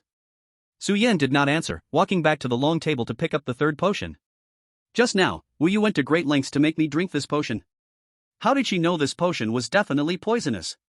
But before, Zhang Qinglin drank the second potion without any issues. What's going on there? Su Yan's mind became chaotic. He had no clues at all. Everything had returned to the starting point. After a while, he put down the potion, chuckled self-deprecatingly. Could it be that this potion is ineffective on fools? At that moment. Ding, initiating strange rule, determination. Strange rule failed. You have 2 attempts left. Su Yan froze for a moment, then his eyes began to fluctuate violently, eventually turning into disbelief. This sudden prompt made him understand everything. No wonder there were so many strange occurrences before. With that, everything made sense. Zhang Qinglin. Su Yan suddenly turned around and shouted, what is your ability? Ability? Zhang Qinglin was stunned, then honestly replied, the skill I drew before the game was Weeble, which can greatly activate cell vitality, and the talent is Farmer and Snake, which can. Who asked you that? Su Yan interrupted urgently, then spoke slowly, I asked about your ability in this game. Zhang Qinglin was taken aback and finally dawned on him, oh, you mean this, I almost forgot, my ability is Insight. Insight. Su Yan repeatedly chewed on the words in his heart, then quickly walked towards Wu Yu. Spit it out. Looking at this terrified woman, he said coldly. Wu Yu's face turned even paler, then she really turned her head and began to vomit out large clumps of black potion. The potion she had just drunk was never digested inside her body. What is your ability? Cough. So that's how it is, the ability I got is. Rumen. Wu Yu coughed as she spoke. No wonder she could vomit the potion she drank without losing a drop. A complex look flashed in Su Yan's eyes. He never expected this game to be a true cooperative dungeon. As long as every team member openly shares their information, this game could be cleared easily. So absurd. Oh. At this moment, Zhang Qinglin finally realized, looking at Su Yan, Senior, could it be that you also have a similar ability? Indeed. Su Yan looked at the potions on the table. From the very beginning, the dungeon had granted them the keys to success. Wu Yu gained the ability of Rumen, allowing her to store the potion in her stomach or vomit it out.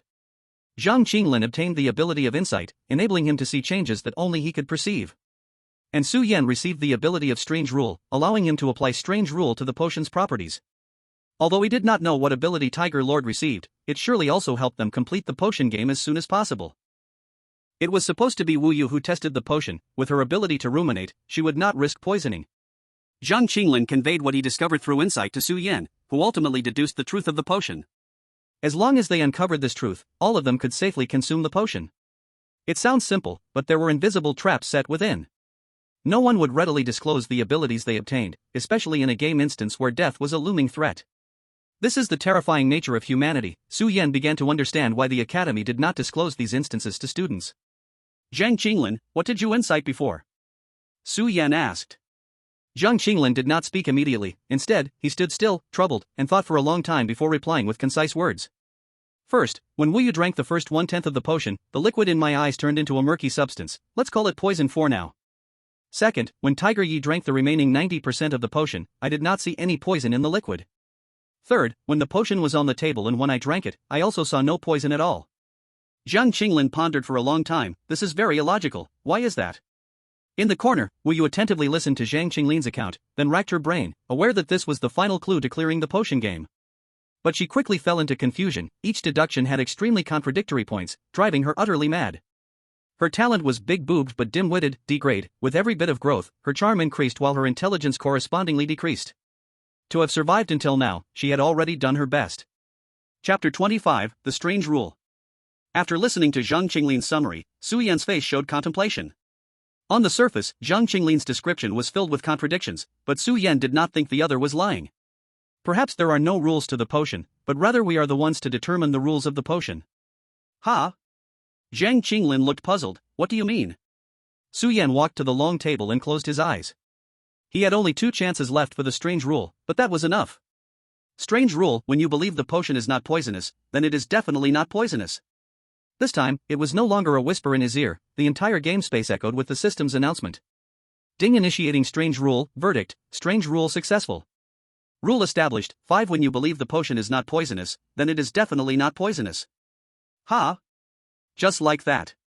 Zhang Qinglin stood there, dumbfounded, unable to believe as he walked to the table. Su Yan picked up a bottle of potion and drank it all without changing his expression. In fact, the game hinted from the start, a 50% survival rate cannot apply to 7 bottles of potion. Rule 1, there are 7 bottles of potion in front of you, which might contain deadly poison, meaning each bottle could have poison or not have poison. The key is, how will you determine it? My first determination was actually very close to success. It's just a pity you are not a simple fool. Do you believe that even if I determine it is poison-free for the innocent-hearted, it can still be judged successful? But Zhang Qinglin's face looked troubled. This is illogical. On the contrary, what strange determination requires is that my rule conforms to all previous logical occurrences. Su Yan wiped away the sweat. The biggest pitfall of this game lies in time. The longer you hesitate, the more you must use determination to align with all previous logic. Had the strange rule been used at the very start, it wouldn't have been so troublesome. Because no logic has occurred yet, so, even if I determine the potion is not poisonous, it would not be a problem, right? Zhang Qinglin pondered. In any case, we have cleared this game. A woman's voice unexpectedly appeared beside the two. Su Yan gazed over with a cold face. Don't look at me like that. It was that thug who started the trouble first. Wu Yu raised the corners of her mouth, showing no signs of regret. She picked up the 4th potion on the table and mockingly glanced at Su Yan. No wonder every time I ruminate it's poison. You should blame yourself for not using your trick earlier. Otherwise, how could there be deaths? You? What are you saying? Zhang Qinglin's face turned red with anger. If it weren't for us setting the rules, you wouldn't have passed the first round. So, are you going to kill me? Wu Yu shot back with sarcasm. I've done nothing illegal in the horror game. Now, are you going to judge me on behalf of the law? Zhang Qinglin was speechless. Having lived in a sheltered environment, he couldn't argue against someone like Wu Yu. He could handle academic debates, but when faced with human nature, his theoretical knowledge was nearly zero. Wu Yu's disdain deepened on her face. Well then, let's pass the game in a friendly manner. Tiger Lord is dead, just write 4 + 3, we can finish in 2 rounds. Wu Yu smiled as she held up the potion, ready to drink it. I have to thank you too for letting me get through the horror game so easily. Wu Yu felt a sense of pride inside. Even if she had no brains at all, she was still manipulating a few men to serve her. She didn't notice that Su Yan, at this moment, had no intention of arguing with her and suddenly furrowed his brows. 2 rounds? Yes, if this game of human nature was only about mutual slaughter, 4 potions would be enough. Why set up a game that requires at least 2 rounds to complete? A sense of unease floated in her heart as Su Yan suddenly raised his head and shouted at Wu Yu, who was eagerly swallowing the potion, "Don't!" A wave of darkness suddenly descended. The moment Wu Yu drank the 4th potion, all the lights in the venue malfunctioned as if the power had gone out, and everyone was submerged in darkness. What's going on? What happened? Wu Yu's panicked voice echoed in the dark. Su Yan cursed stupidly. Exposing oneself with a voice in the night is equivalent to seeking death. But he had to shout, "Everyone, keep quiet and get down." Just after saying that, he immediately rolled over. In the air, the sound of sharp objects slicing through the air could be heard, creating a piercing noise. Su Yan lay flat on the ground, his eyes fixed on the spot he had just occupied, now glimmering with a chilling light. In the dark, Wu Yu's screams began to resound. In the corner, Zhang Qinglin obeyed and lay on the ground, his body trembling slightly, overwhelmed with fear. He wanted to ask what happened, but the sense of crisis caused him to take the most correct action and tightly covered his mouth. Deathly silence spread through the darkness. Zhang Qinglin's lips were tense, biting until they bled. He could almost hear his own heartbeat. Su Yan's brain was racing, realizing he could only bet everything on the luck he had accumulated before. In the air, the sounds of flying objects once again resonated, but fortunately, every sharp chill grazed past Su Yan.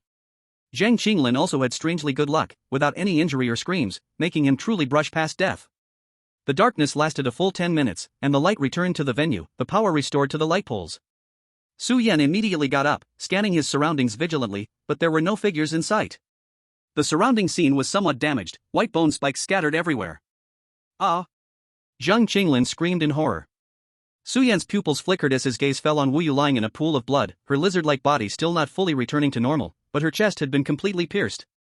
Before she died, she had used her self-defense skill, but it was as fragile as a piece of paper in the face of the attack from the darkness. At the center of her chest, a strange white bone spike ended in a skull shape. Like a continuous siphoning of blood. Su Yan leaned in to check the breathing. The person was completely dead. What's going on? Zhang Qinglin stuttered, his teeth chattering. Su Yan's face darkened as he turned back to his previous spot. A thick bone spear had brutally shattered the ground where he had been. And in the place where Zhang Qinglin had been crawling, a similar bone nail had nearly pierced the wall. Who's here? Come out. Su Yan's expression grew more grim, and he no longer held back, shouting loudly. Senior, what are you talking about? It's just us two here.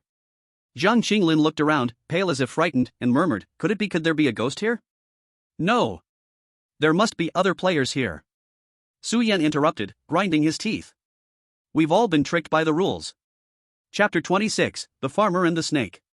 Tricked? Zhang Qinglin was stunned, but since the game started, we've only seen 4 people, why must it be players?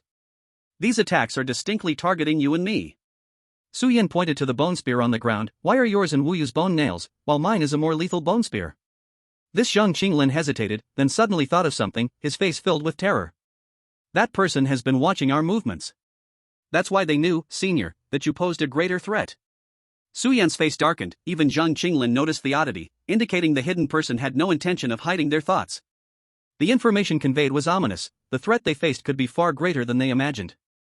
Most importantly, why had the attacker only struck once and then vanished? Rules updated. At that moment, the system's announcement echoed once more.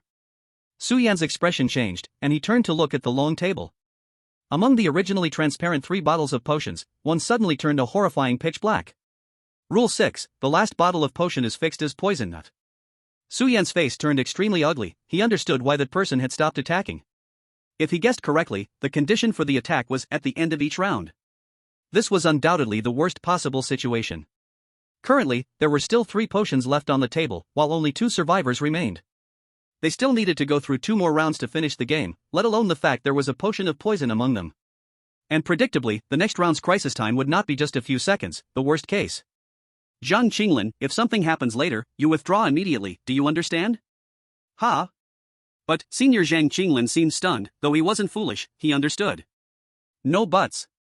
Su Yan's eyes were fierce, this is your first game, relying only on one healing skill, no one can save you. Zhang Qinglin fell silent. Su Yan walked to the long table, drinking the 5th bottle of potion in one gulp. He then took out another non-poisonous potion and handed it to Zhang Qinglin. Rule 2, every round, all survivors must drink a potion once. Before this, Su Yan had never considered that this rule could cost them their lives. Senior. Zhang Qinglin's eyes were red, if we can survive this time, Zhangcheng Academy will repay you. Call me Su Yan. Su Yan smiled, not caring for the implication in Zhang Qinglin's words. Brother Yan. Zhang Qinglin drained the 6th bottle of potion. Darkness arrived as expected.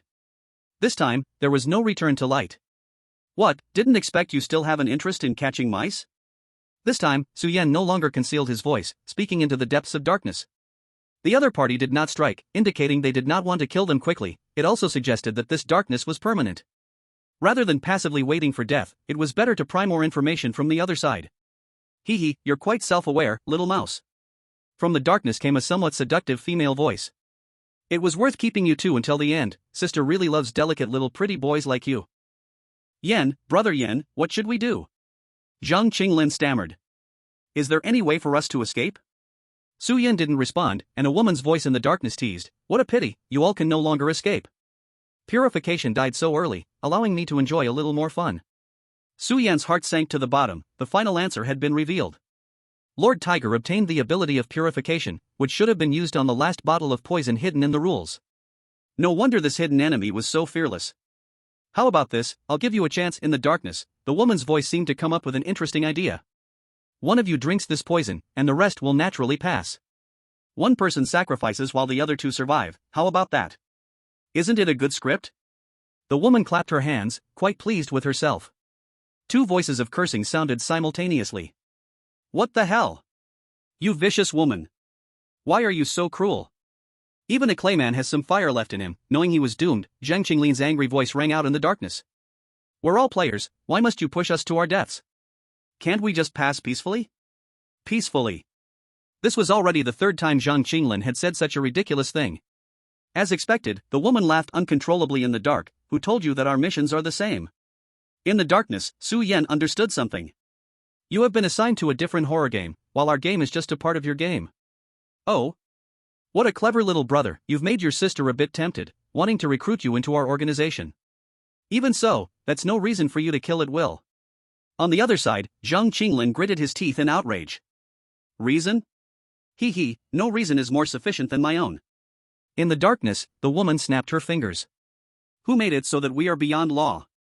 A sudden sound of breaking air rang out. Su Yan's expression changed drastically. He shouted angrily, be careful.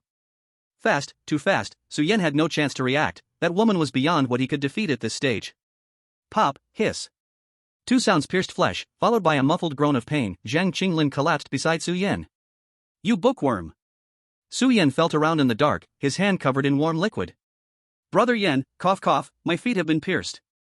In the darkness, Zhang Qinglin laughed for some reason, and he was laughing happily. Give me that bottle of poison, I should be fine. Zhang Qinglin gripped Su Yan's arm tightly, silently conveying something. In the darkness, the woman let out a soft laugh, seemingly enjoying this scene. Su Yan remained silent. Zhang Qinglin wasn't foolish, but he was still too naive. This woman had the power to kill both of them and would not let anyone go. No, I will drink the poison.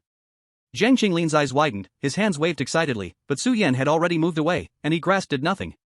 No way, brother Yan, you have to let me, after all, I. Zhang Qinglin crawled forward unwillingly, blood gushing from the huge holes in his legs. Regret showed in his eyes. He should have told Su Yan about his talent sooner. His talent was the farmer and the snake. Whenever he faced malice from the outside, he would return the fortune of fate. Since entering the instance, he had calmly endured the malice of others, while Su Yan had returned kindness to him. How could he watch him die? Su Yan safely approached the long table and picked up the pitch-black poison. Piercing through the darkness, his cold gaze met that mocking look. You say you come from beyond law?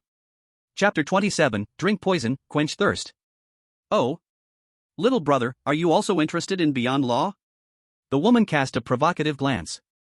It's a pity, you're just too weak, otherwise, I would really want to invite you to join the organization. Su Yan could almost hear the woman's breath coming in excited gasps. That wonderful taste of blood and death, once you experience it, you will become completely addicted. Hopeless. Su Yan coldly stared into the depths of darkness. Whatever you say. The woman quickly regained her calm, but your companion won't hold on much longer. Remember, it is Bai Shiqi from the Lawless who will kill you. Su Yan knew that with Zhang Qinglin's current injuries, there was still hope if he could be transported to the outside world. But as he ended the potion game, it was also the death sentence for both of them. Are you scared? Are you afraid? In the end, you are just a coward afraid of dying, too afraid to drink this poison. Bai Shiqi laughed. You are no different from us. I won't drink the potion, I'm just afraid of what twists might await me. Su Yan chuckled, slowly uncovering the potion's bottle. A faint stench wafted out from the potion bottle, carrying a thick aura of death. After all, today's surprises are just too many. As if appreciating fine wine, Su Yan swirled the potion, gradually raising a smile. This chip from the Lawless should be able to exchange enough knowledge from the academy. In the darkness, for the first time, Bai Shiqi sensed a feeling of crisis, her delicate brows furrowing, as the icy bone nail shot out without hesitation. Su Yan nearly tilted his head. He was very lucky, truly lucky. The fatal bone nail that injected experience into the opponent barely pierced a large hole in his shoulder. Weird rule. His voice echoed in the darkness. The potion in his hand became increasingly chaotic. This potion will bring me death, but at the same time, it will exchange for powerful strength. The system's announcement echoed in everyone's hearts. Ding initiating weird rule, judgment, rule established successfully. Rule, 7 drink poison to quench thirst. Su Yan laughed heartily, tilting his neck back as he poured the last potion down his throat. In an instant, endless black flames ignited all over him. Game weird potion ends. An announcement echoed. I misjudged you, I didn't expect you to be a complete madman. Watching Su Yan set himself ablaze, Baishichi's voice took on a serious tone in the darkness. Now, I really want to lead you into the lawless, but what a pity, what a pity. Hee, not a bad eye. What Baishichi didn't expect was that amidst the dark flames, a somewhat cold voice gradually rippled. But I refuse. What? Baishichi's pupils widened, watching Su Yan stand up again amidst the pitch-black flames. The wound pierced by the bone nail rapidly healed at this moment. Why did this man not die immediately? What did you do? Baishichi's heart raced as she looked towards the depths of the flames. Didn't I make myself clear? With his eyes tainted a strange dark red, Su Yan stared fiercely in the direction of Baishichi, rasping out his voice. I am refusing death. Creek, Kodo Wall, you can look cool while refusing. Skill, Z, activation, successful. Baishichi's pupils trembled violently. In the next moment, a terrifying wind pressure surged in. Baishichi felt a strong signal of warning in her heart, as countless bones suddenly burst forth from her arms, carrying flesh and blood, blocking in front of her head. The sharp blade light descended, sparking fierce sparks. The shadow flickered and disappeared. Baishichi's heart sank slightly, that kid could indeed see her in the dark. So fast, how did he do it? Zhang Qinglin, break free. At that moment, a male voice echoed. No way. Baishichi sensed the other's intentions, and a bone nail shot straight in the previous direction. Zhang Qinglin lay in a pool of blood, knowing Su Yan had reached a critical point. Gritting his teeth, he tried to move his body. The sound of airflow surged, a tightening sound from somewhere unknown. The black flames moved at an impossible speed to Zhang Qinglin's side, the bone nail pierced through his right arm, then in the blink of an eye, returned to normal. Break free. Su Yan continued to order. Zhang Qinglin could hear something unusual in Su Yan's voice. Struggling, he used his last bit of strength to touch Su Yan's heel. Brother Yan, I'm counting on you. Zhang Qinglin smiled and closed his eyes. The game is over. He no longer had to endure the malice of the entire instance, but all he hoped was that the kindness returned by fate could fall upon Su Yan. The white light enveloped him, and Zhang Qinglin vanished. Warning! Warning! Su Yan's current state was indeed very poor. Endless pain swept through his body the moment he drank the potion. Body is extremely overextended, speed increased by 300%, reaction increased by 300%, strength increased by 300%, heart pressure at critical point, nerve pressure at critical point, vitality drastically declining. The piercing warning echoed endlessly in his mind, and Su Yan felt he was nearing his limit. If it weren't for the slight mental strength he had gained at Chuanmu Elementary School, he would have gone mad by now. Damn, is the price of refusing death still too high? Su Yan struggled to open his eyes, golden light faintly ready to disperse from his pupils. At this moment, a clear and warm current penetrated into his body. In a daze, Su Yan felt a refreshing sensation spreading throughout his body, and his previously near-limit state instantly elevated to another level. Su Yan looked at his body being burned by flames. Although it was getting increasingly severe, he could still hold on. Good kid. Su Yan's eyes revealed disbelief. Still roly-poly, can greatly activate cell vitality, lasts for 10 minutes, cooldown for 10 minutes. The effect sounds simple, but it is also formidable. What luck Zhang Qinglin had, to draw a sea-level skill. Why, how can you still not die? Baishichi stared at Su Yan as the originally weak flames reignited, her eyes filled with resentment. Swish! What greeted her was 2 long serpents wreathed in black flames, lunging towards her sides in the dim scene. Baishichi was once again covered in white bones, solidly defending herself, but the expected attack did not come. Thud, thud. In the darkness, sounds of sharp objects embedding into the walls resonated from both sides. Missed? No, that's way off.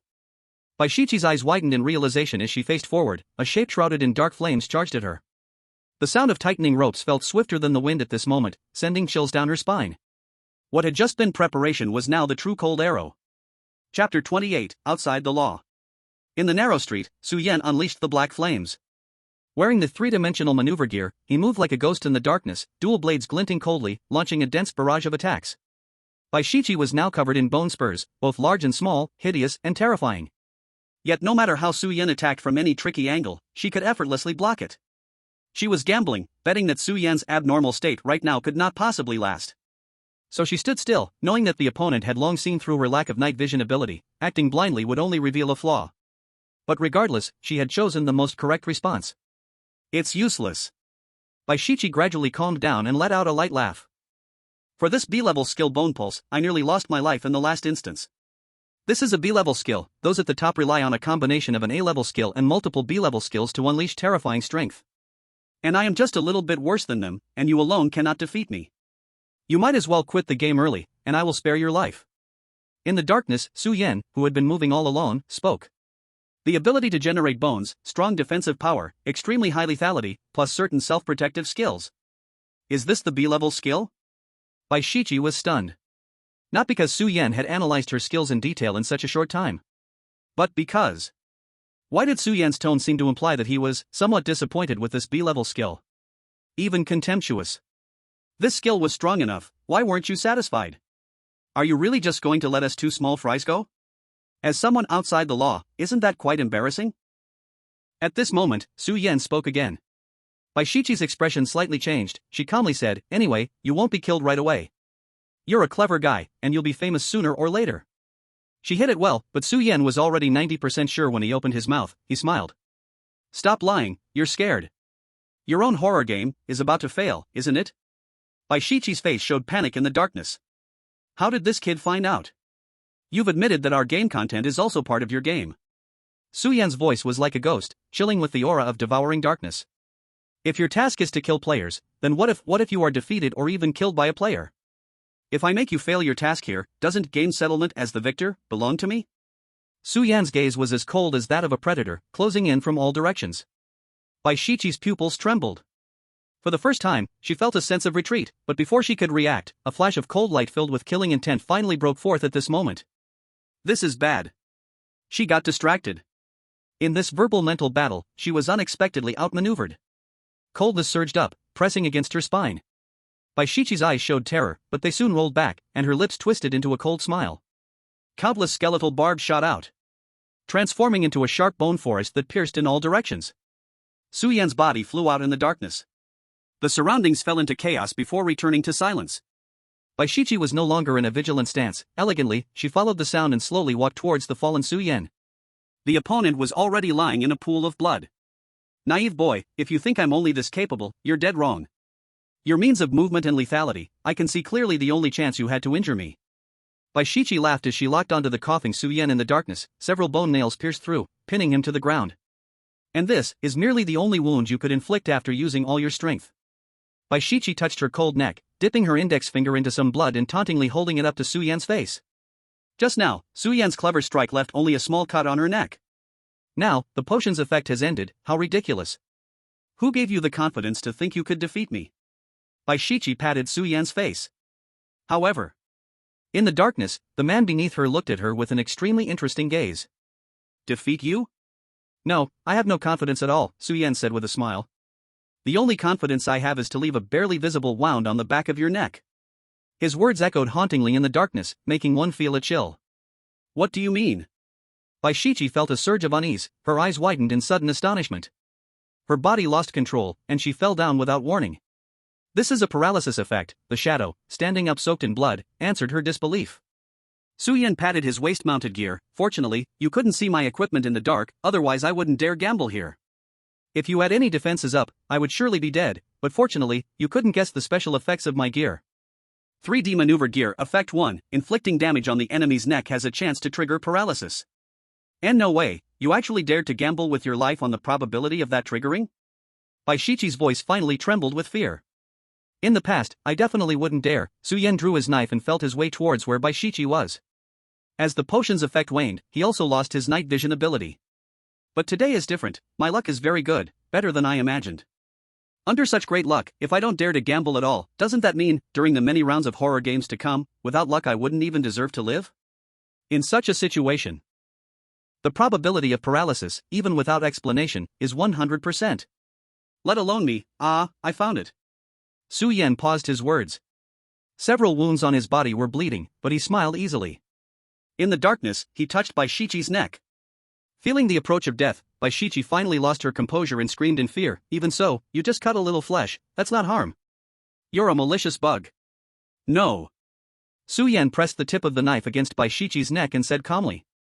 Even if it's just a scratch on a hair of your neck, it is still harm I have caused you. This is not a coincidence of fate, but rather logic is coherent. Logic is coherent? Baishichi, who was originally struggling, suddenly froze in place. Then, intense hatred suddenly flashed in her eyes. Logic is coherent, how can it be this talent? It's you, it turns out to be you. She screamed loudly. We, beyond the law, have been searching for you for 3 years. Why? Why are you still here? Wait, what are you talking about? The tip of the knife paused, and Su Yan was stunned. He thought Baishichi was trying to buy time, and cautiously stabbed her neck a dozen more times to reapply the paralysis, but she still seemed to lose her sanity. Do you know me?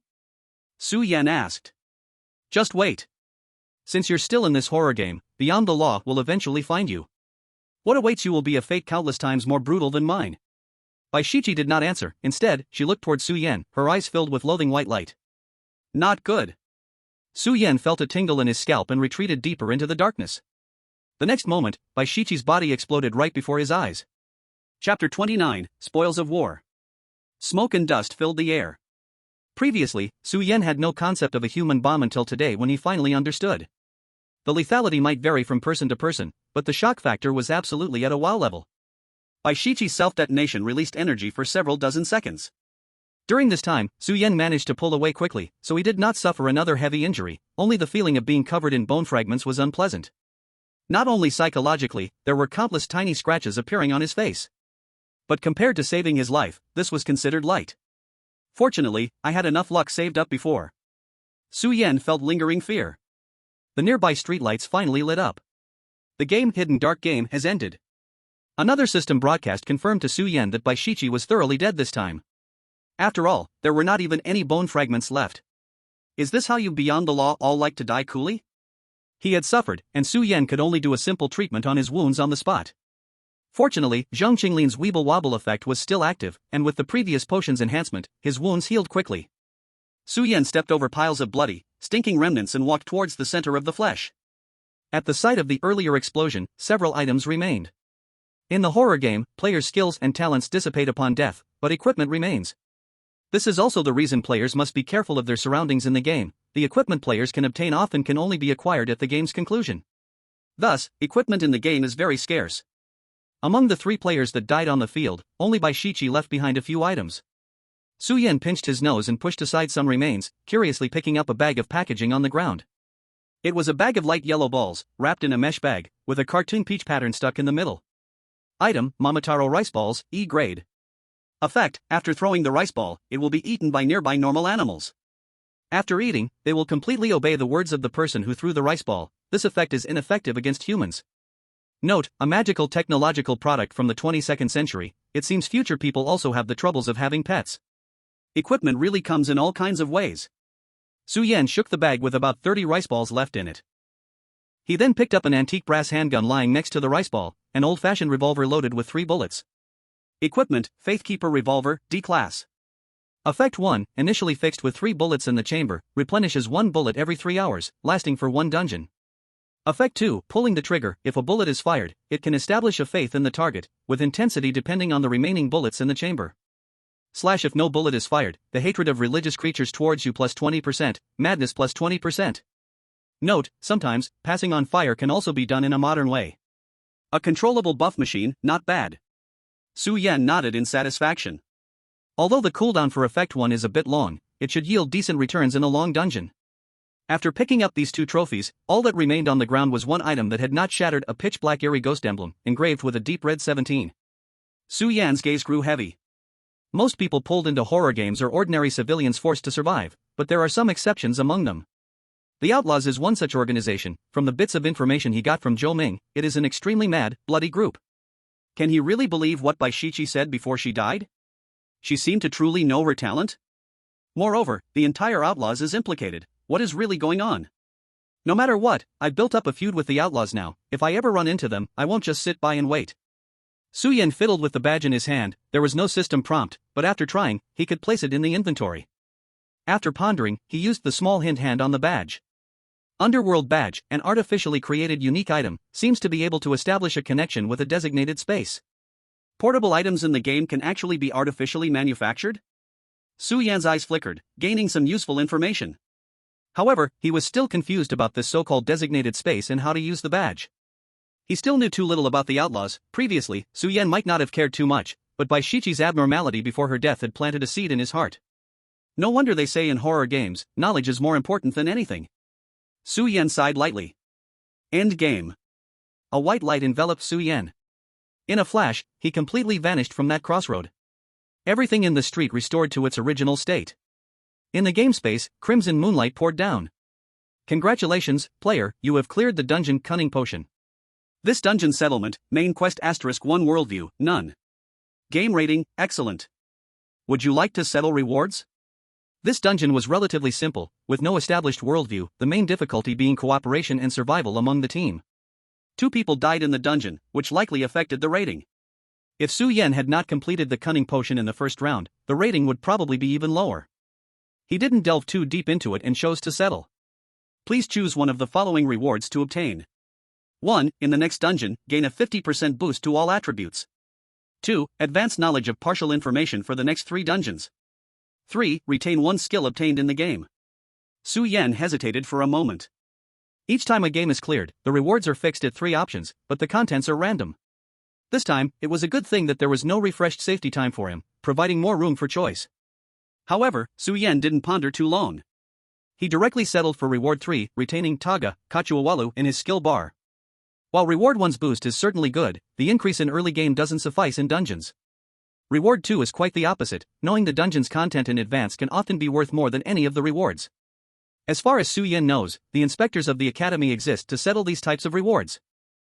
Constantly invested in the thrilling game. While the risks are high, the rewards are also extremely generous, even ensuring a large resource investment from the academy to guarantee your survival rate. This was also the reason why Zhou Ming persuaded Su Yan to join the academy at that time. Subconsciously, Su Yan felt a certain connection between the first 2 rewards. However, for him as a strong summoner, the first 2 items were short-term gains and would not be considered for now. He had just begun to engage with the thrilling game, and since it was related to the academy, he could try to find Zhou Ming later to learn about the inside story.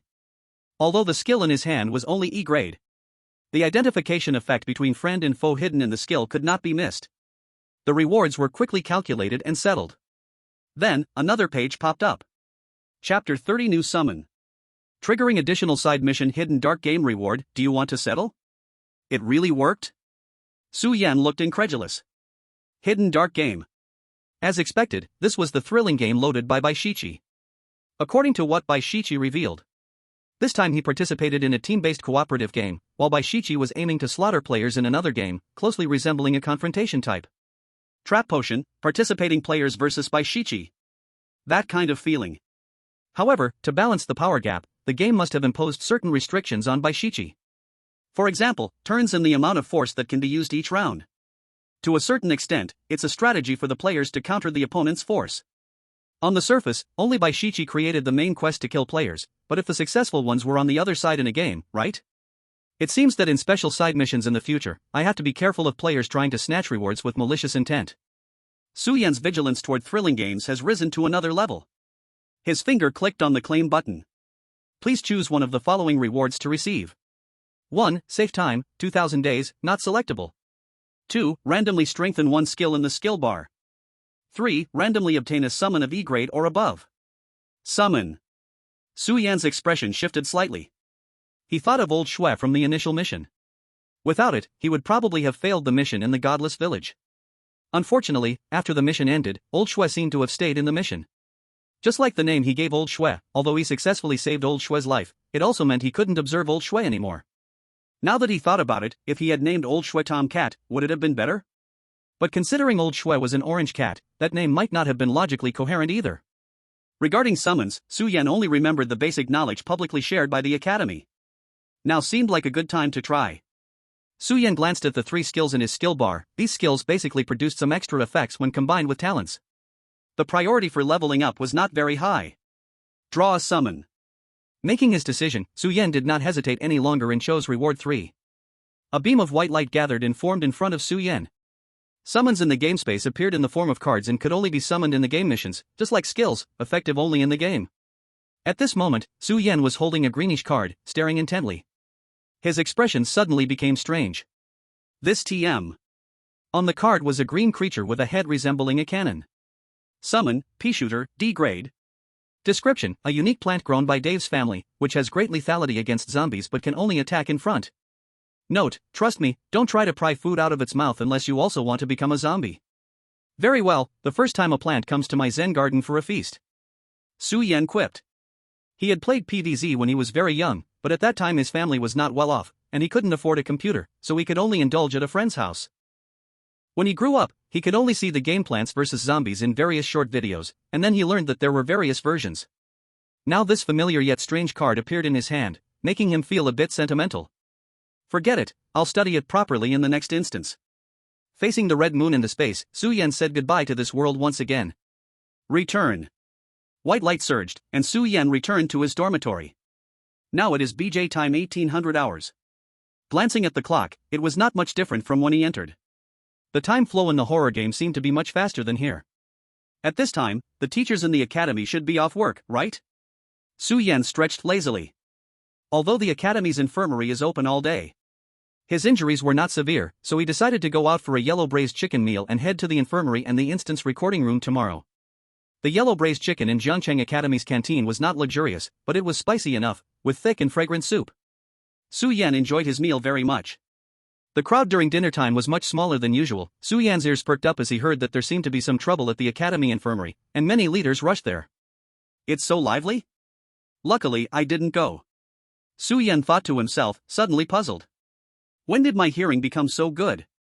Besides, he was clearly just distracted, yet he was still able to remember the words and rumors around him completely. Could it be that every game could enhance his physical abilities? Su Yan shook his head. This was not mentioned in the academy's basic knowledge. Forget it. This is something he needs to study for the next 30 or 50 days. Right now, he just wants to rest well. Although he only spent a few hours in the instance, the mental fatigue was much more intense than the last time in the No-Spirit Village. Su Yan returned the tableware to the window and collapsed into his bed, falling asleep immediately. The next day, he appeared punctually at the door of the academy's instance recording room. Teacher Zhou, what a coincidence, it's you again. As soon as he entered, Su Yan couldn't help but smile. Su Yan, congratulations. Zhou Ming adjusted his glasses and smiled, offering his congratulations. He knew that Su Yan appeared unharmed, indicating he successfully survived another life and death crisis. Actually, since your last instance, I've requested to be transferred to the permanent recording room at the academy. This is a teacher's privilege. Zhou Ming began to adjust the recording equipment in front of him as he explained. Su Yan's gaze flickered. This sounded very ordinary, but he sensed a bit of secrecy in Zhou Ming's tone. Previously, he might have only been able to guess vaguely, but now he had confidence that he could gain enough insight here today. Teacher Zhou, this time I should be able to provide 2 instances. 2? Zhou Ming was momentarily stunned. Su Yan recounted his experiences with the strange potion one by one. Zhou Ming's face turned pale as he listened. He didn't expect Su Yan to encounter various dark sides of human nature in the second instance. Even more unexpected was that the other side of the game Su Yan encountered was a ruthless outlaw. I see. After listening to Su Yan's story about the strange potion, Zhou Ming gradually showed a thoughtful expression. What's wrong? Su Yan asked curiously. In the few instances received by the academy, there have been cases of teammates mysteriously dying close to the end. After internal research at our academy, we found that the difficulty and settings of these instances have extreme discrepancies. In short, they contradict the existing theories. Now, the instance you provided has solved a big part of our problem. Zhou Ming was very excited. The academy had only been established for 3 years, and the samples of similar instances received were already few. Complete instance information was even scarcer. Now, Su Yan's nearly complete instance process had substantial theoretical value. Su Yan smiled. I wonder how much knowledge the academy can offer. What do you want? Zhou Ming asked straightforwardly. I need detailed information about all major organizations, especially illegal ones. Su Yan replied without hesitation. This was the part he needed the most right now. No problem, the academy will also supply you with 300,000 credit points. Zhou Ming paused, but it may take a few days to apply for it. Oh? What's going on? Su Yan saw the helpless look on Zhou Ming's face. Last night, our academy produced another strong summoner, and it's the president's son. Zhou Ming forced a bitter smile. That student is even a few months younger than you, but he's much worse off. When he returned to reality, he was bleeding heavily from both legs, and he's still in a coma. Fortunately, he received timely medical attention, and nothing serious happened. I see, no wonder Su Yan recalled what he heard last night in the cafeteria. Wait, last night, heavy bleeding from the legs, Jiangcheng Academy? Su Yan snapped back to reality. What's the name of the president's son? His name is Zhang Qinglin, why? That guy seems to be in a terrible situation, maybe I should go see him. By the way, Teacher Zhou. The appearance of Zhang Qinglin reminded him of something. Su Yan asked, I also want to know about teachers and investigators. The matching in horror games is not completely random, right? Zhou Ming paused for a moment and looked at Su Yan with an incredulous gaze. You figured that out on your own? There were also some hints you gave earlier, teacher. Su Yan nodded. Zhou Ming thought for a moment, and with Su Yan's current contribution, it was completely sufficient, so he didn't shy away. That's right. Actually, according to the Academy's research on multiplayer instances, the matching in horror games has regionality. Regionality? Su Yan was curious. Guessing it himself was one thing, but hearing Zhou Ming, someone from the Academy, acknowledge it was another. Exactly. The earlier the horror game, the easier it is to match players within a small region together. For example, if you participate in a normal multiplayer instance generated by a horror game for the first time, it is highly likely you will encounter students from Jiangcheng Academy and players nearby. As you go further out, the range becomes larger. The largest instance known so far encompasses almost half of the southern region of the country. Su Yan understood. Meeting Zhang Qinglin in the instance was indeed not a coincidence. And the deceased Tiger Yi and Wu Yu should also be residents of this city where Jiangcheng Academy is located. The Academy is still acquiring national instances, but the gains are meager. It's probably only the top players who have encountered them. Zhou Ming scratched his nose and smiled bitterly. As teachers, we guide so many students, not without hope of meeting kind-hearted and grown students in the next instance. This is what was previously mentioned as investment. As for investigators, Zhou Ming paused and continued. Once you know about the regionality in horror games, you should understand why investigators investigate instances, right? Su Yan nodded. Since multiplayer instances have regionality, it means the rewards in future instances that others predict may very well be what you will encounter next. The information an investigator obtains about the instance is applicable to more players. You could even say that if the number of investigators is sufficient, and you will match into a multiplayer instance again, then the Academy will certainly have that information about the multiplayer instance. Such information must be very expensive, right? Su Yan knew without thinking that the knowledge obtained by investigators, even just information about instances, could be sold for an unbelievable price. This is the lifeline for survival. For investigating early-stage instances, internal collaborators can purchase it for 50,000 credit points, but it must remain confidential. Zhou Ming saw Su Yan's thoughts and advised. And that's just the price for one instance. At your stage, there could be at least a dozen instances that might appear. Even with the regionality of horror games, it is still divided by city levels. The probability is low. I understand. Thank you, Teacher Zhou. Su Yan nodded, his credit points still had value and could not be carelessly wasted. He stood up, preparing to say goodbye to Zhou Ming. The knowledge he gained this time would be enough for him to digest before the next game arrived. Before he could speak, the landline next to the recording room rang. Zhou Ming answered the call. Su Yan patiently waited for Zhou Ming to finish speaking.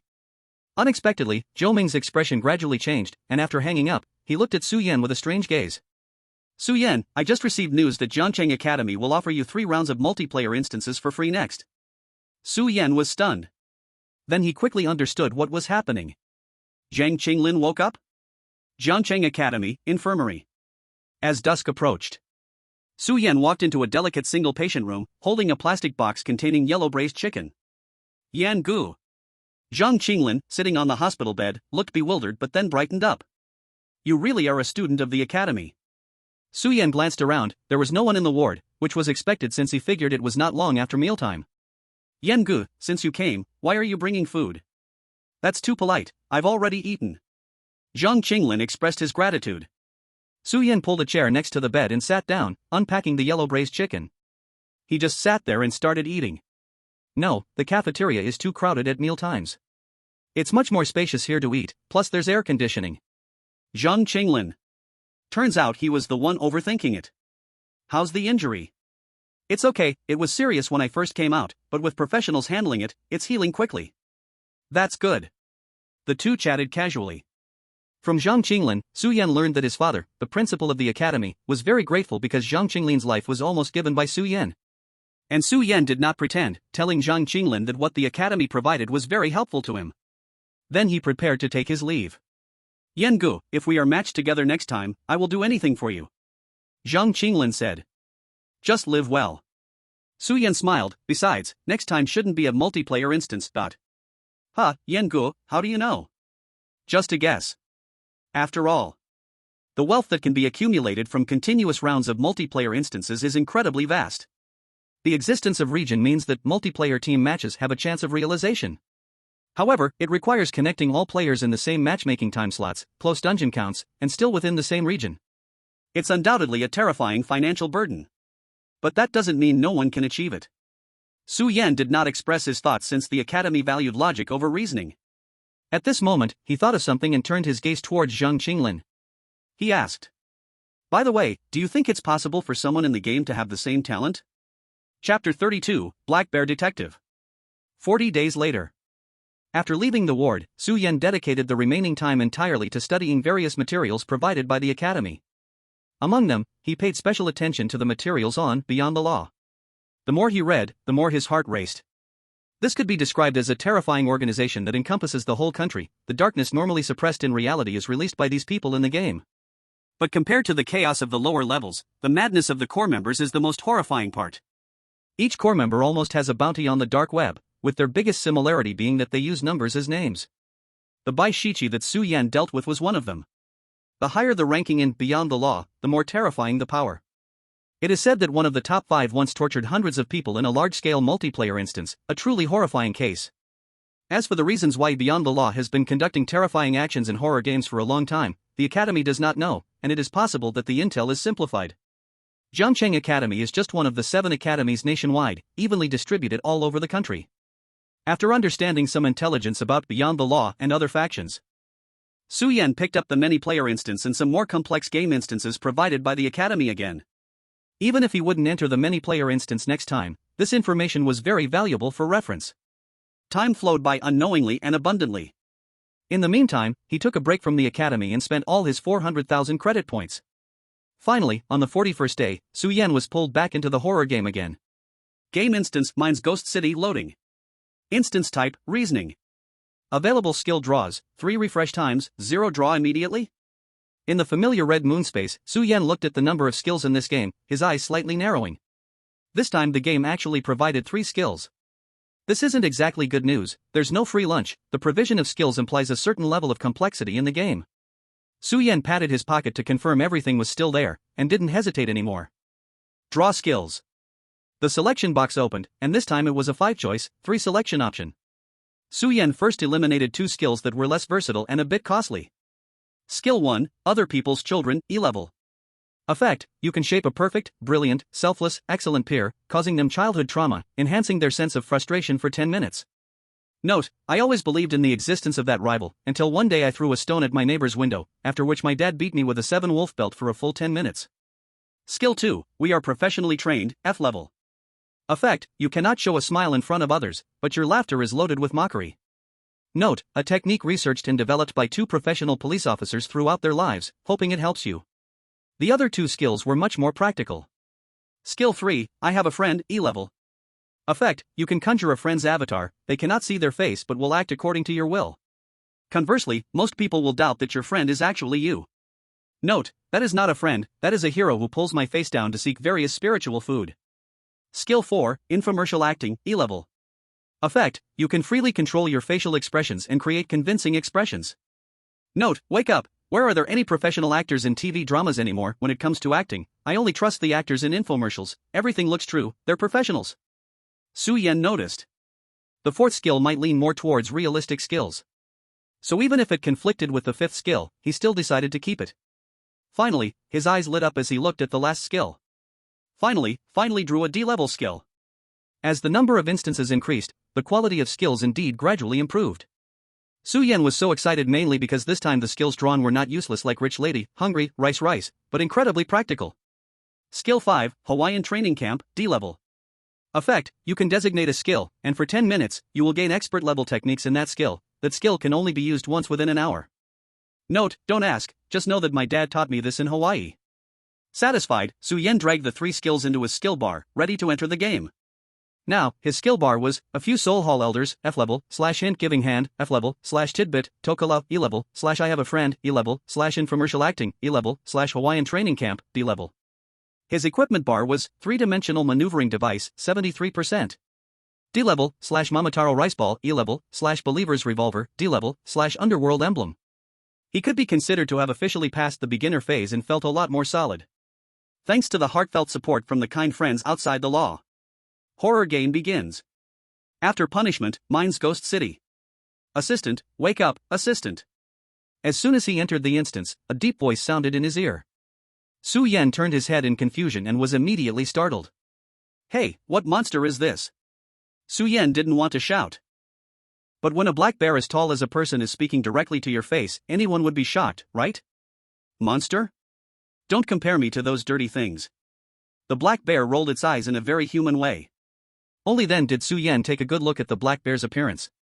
In short, this was a bear that looked very much like a human, or rather, a human that looked very much like a bear.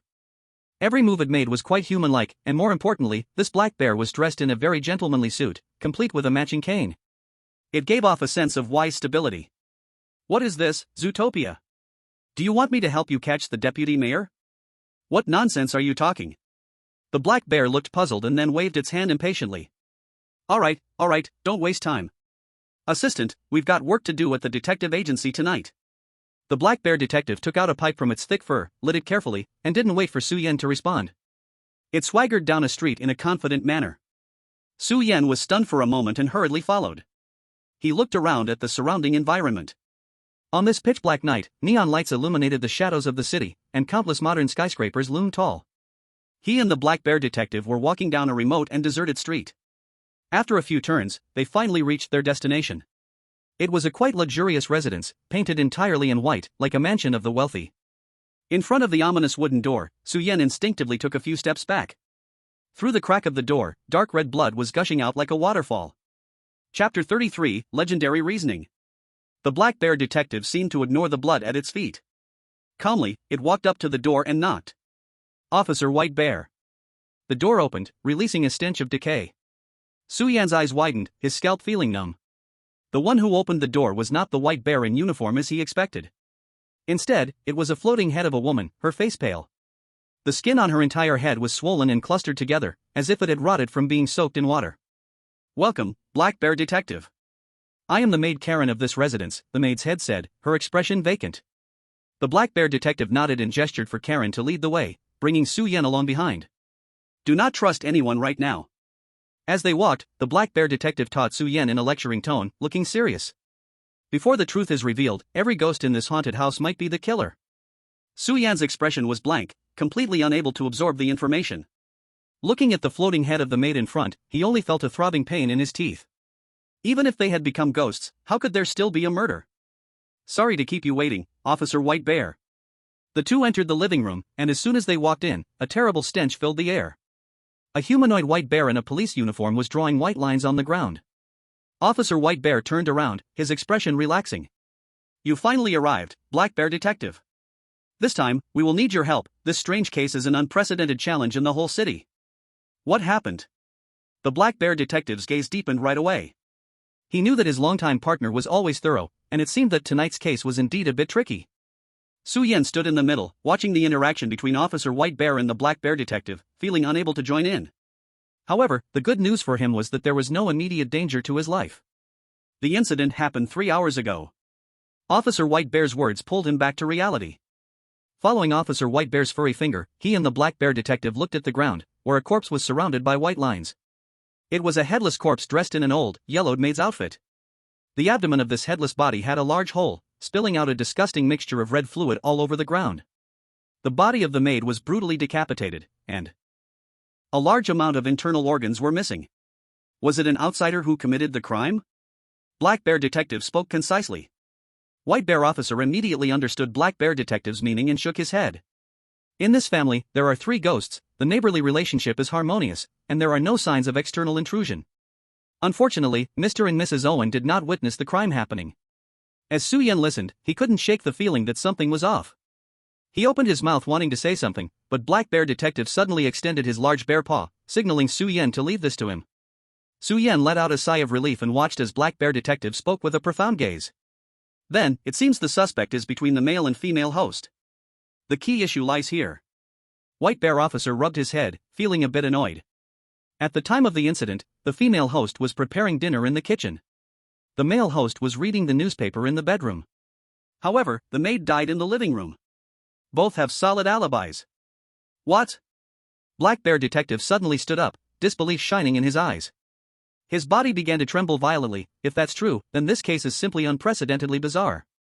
This is a locked room murder case. Hey! Su Yen was shocked. What the heck? What have these two bears been talking about since just now? Solid alibis? What the hell is a locked room murder case? Where did this locked room come from? Calm down, assistant. At this moment, Black Bear Detective glanced at Su Yen. Any moment of panic will lead to missing the truth of the case. Black Bear Detective looked calm, as if the trembling bear just moments ago was not him.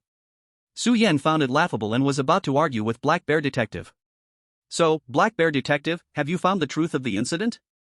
A cold male voice echoed with footsteps coming down the stairs.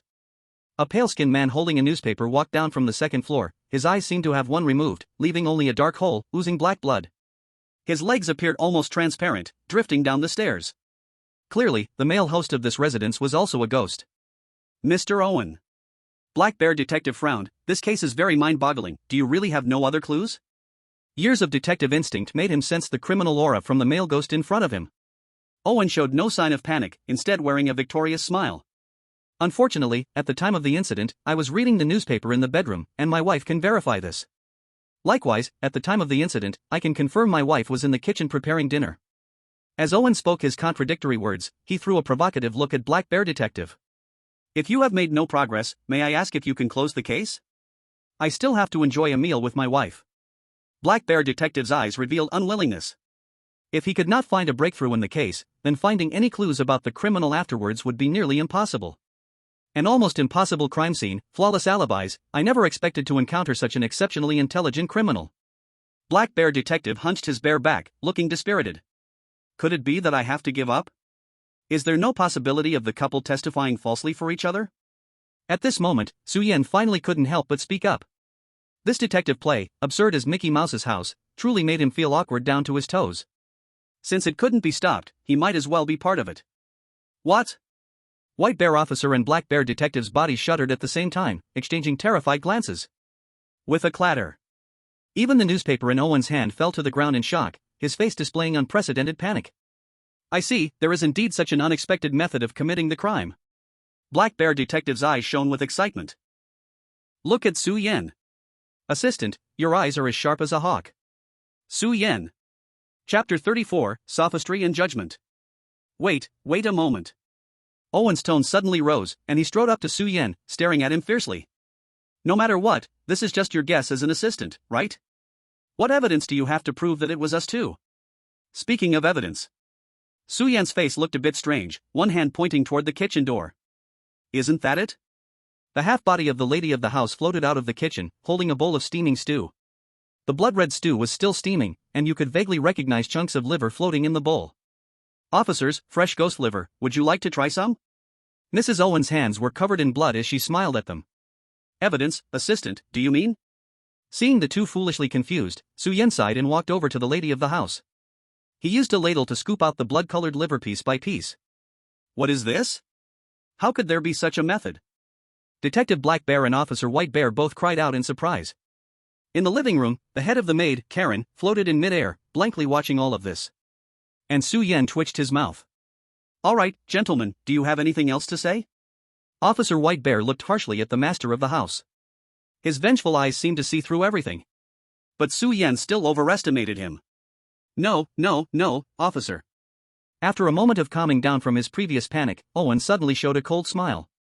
Even hypothetically, you can only establish the charge of us eating liver. There is no evidence proving that we killed the ghost. According to the crime of eating ghosts, you can spit on me 3 times. But I will not accept any other charges. Owen crossed his arms, becoming more arrogant. Detective Black Bear's gaze sharpened. This was the most difficult criminal he had ever encountered, calculating everything perfectly. It seems we can only give up tonight, assistant. Detective Black Bear bit his lip, feeling quite unwilling. Su Yen thought for a moment, then turned to the floating head of the maid. Excuse me, do you know who killed you? The maid's head paused, her gaze turning to Owen. It was him. Owen's face changed dramatically. Detective Black Bear's eyes widened, suddenly turning to Su Yen. What a brilliant deduction. Assistant, I never imagined your talent has become so outstanding. He. You call this deduction? Su Yen felt like a herd of wild horses galloping through his mind. He sensed the malice from the horror game. In games about survival, you are forced to take down the hidden boss to win. In games about teamwork, flattery and deceit lead to half the people dead. Now, this reasoning game seems to be not very serious either. What was he here to do? What Su Yen cared about the most was that, until now, the main quest hadn't refreshed yet. Gentlemen, if you have something to say, please follow me to the police station. On the other side, Officer White Bear displayed handcuffs. Owen's face remained uncertain for a long time. Suddenly shaking his head, he coldly raised his hands and took a few steps back. I admit. It was I who drugged Karen, but the one who killed Karen was my wife. I was not involved at all and did not know. Officer White Bear, you still can't arrest me. Everyone looked at the lady of the house. She still smiled foolishly, showing no objection. Hey, are you bullying a fool? Su Yen said, dissatisfied. Forget it, assistant. Detective Black Bear stopped Su Yen, speaking deeply. In this city, there are always some criminals who cannot be punished. This is already the best outcome. Now in this unfamiliar place, seeing Black Bear say this, Su Yen could only shrug and prepare to give up. After all. Now, not to mention the main quest, not even a side quest had popped up. There was no hint that capturing the real culprit was the purpose of this chapter. Su Yen just let it be. What role does this chapter require me to play? Where exactly is the trigger point for the main task? Su Yen fell into deep thought. He casually turned his head, surveying the surroundings, and noticed not far away, Officer White Bear and the male master were exchanging glances stealthily and cryptically. Su Yen felt a sudden chill. A familiar sense of unease surged in his mind. Su Yen still couldn't articulate what this feeling was, but it had often played a decisive role in previous instances. He couldn't let this male master slip away. Officer White Bear, Su Yen quickly stepped forward. What's wrong? Officer White Bear frowned, which only made Su Yen more certain. As long as we get this male master to confess, we can capture him, right? Su Yen pointed at Owen, who was grinning wildly. Oh? Have you found some key clue? No. Su Yen shook his head. Or so he thought. It was a solid clue. For the people of this world, a few twisted arguments could easily let them off the hook. Kid, you can't just talk nonsense, otherwise, I might have to sue you for defamation. Owen said sinisterly. Defamation doesn't apply here. What I need to do is make you confess voluntarily. Confess? Confess? Owen burst into laughter, as if he had just heard the biggest joke in the world. Su Yen ignored him and conjured a bronze-colored revolver from his hands. The believer's revolver, pulling the trigger can establish a form of faith in the target. The strength depends on the remaining bullets in the magazine. If no bullet is fired, the hatred level of the religious entity towards you increases by 20%, and madness also increases by 20%.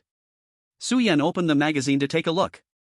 Since entering the instance, less than 3 hours had passed, and there were still only 3 bullets in the magazine. Although these 3 ghosts before him didn't seem like any kind of religious entities, the risks of using the believer's revolver couldn't be ignored. Once, there was a chosen one with great talent.